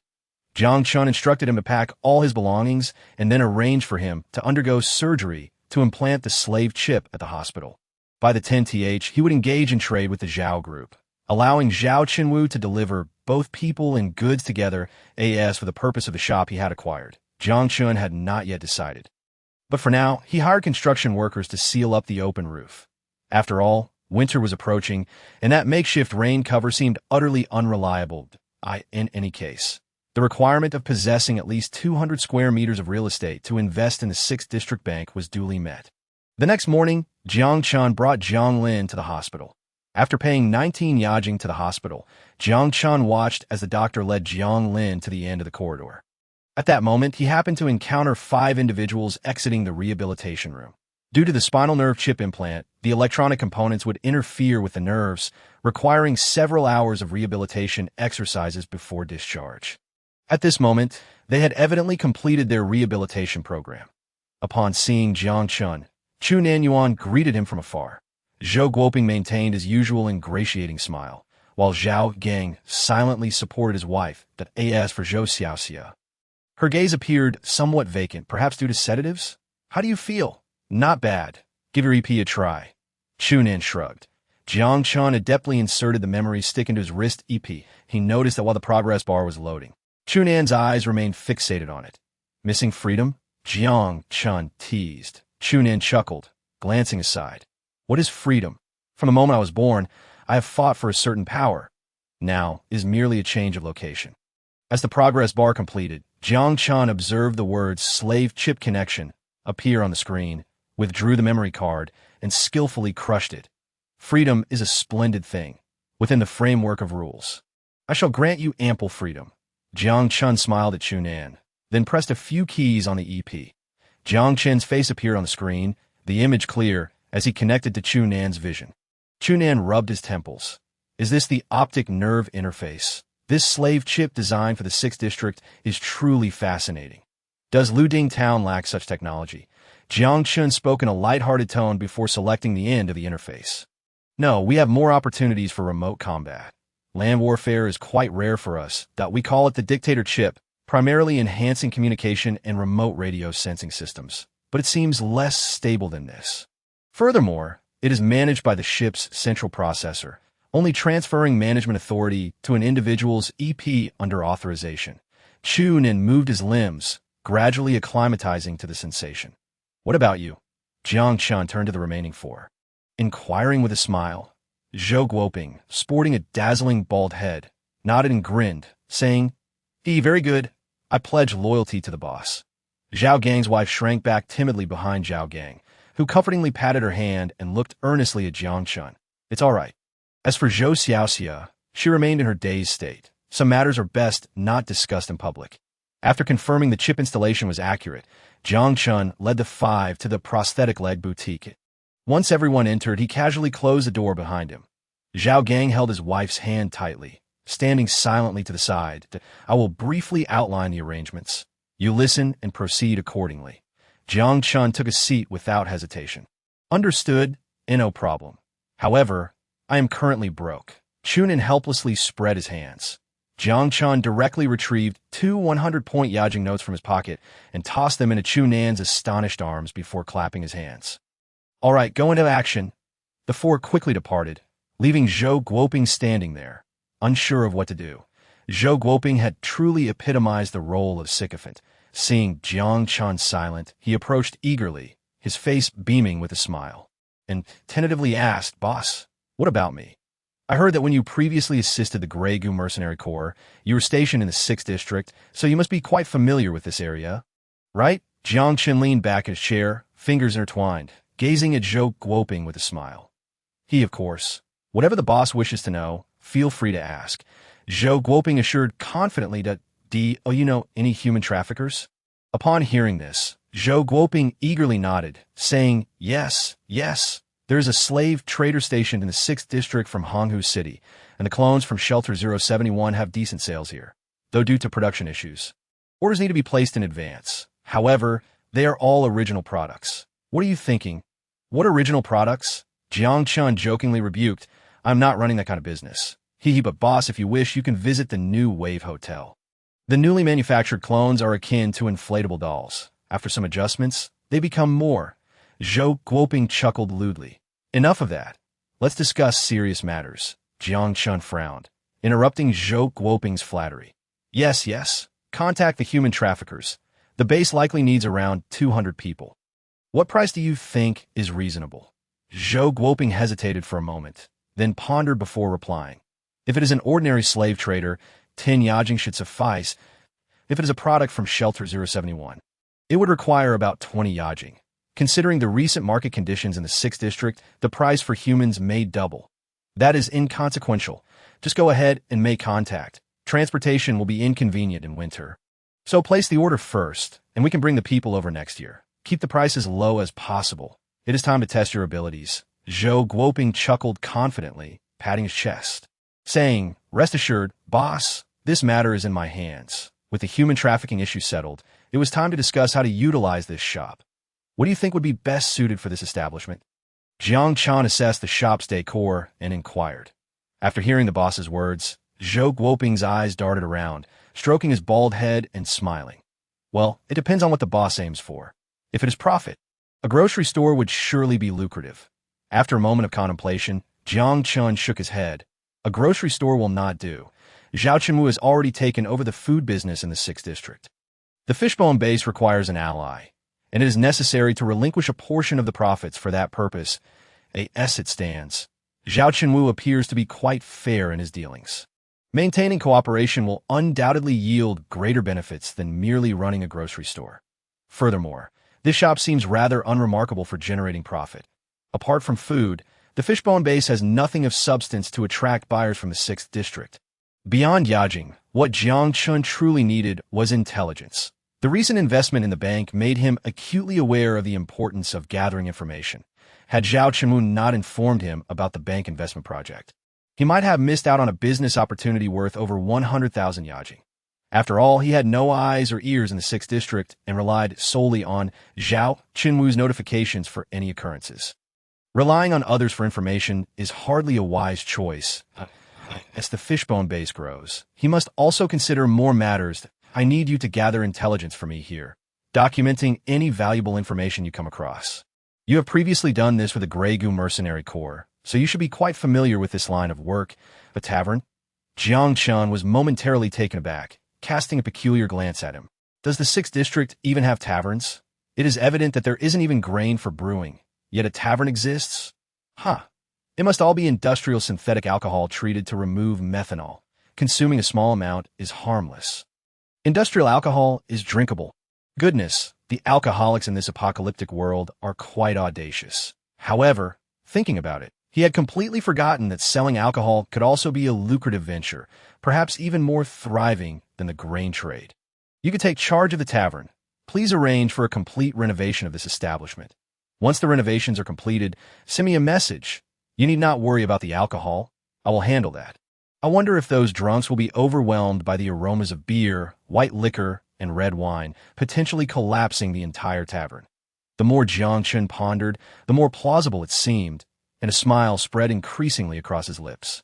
In a world where grain is scarce, alcohol might indeed be a rarity, but in the present reality, it is hardly anything of note. One could easily procure a few pounds at any supermarket.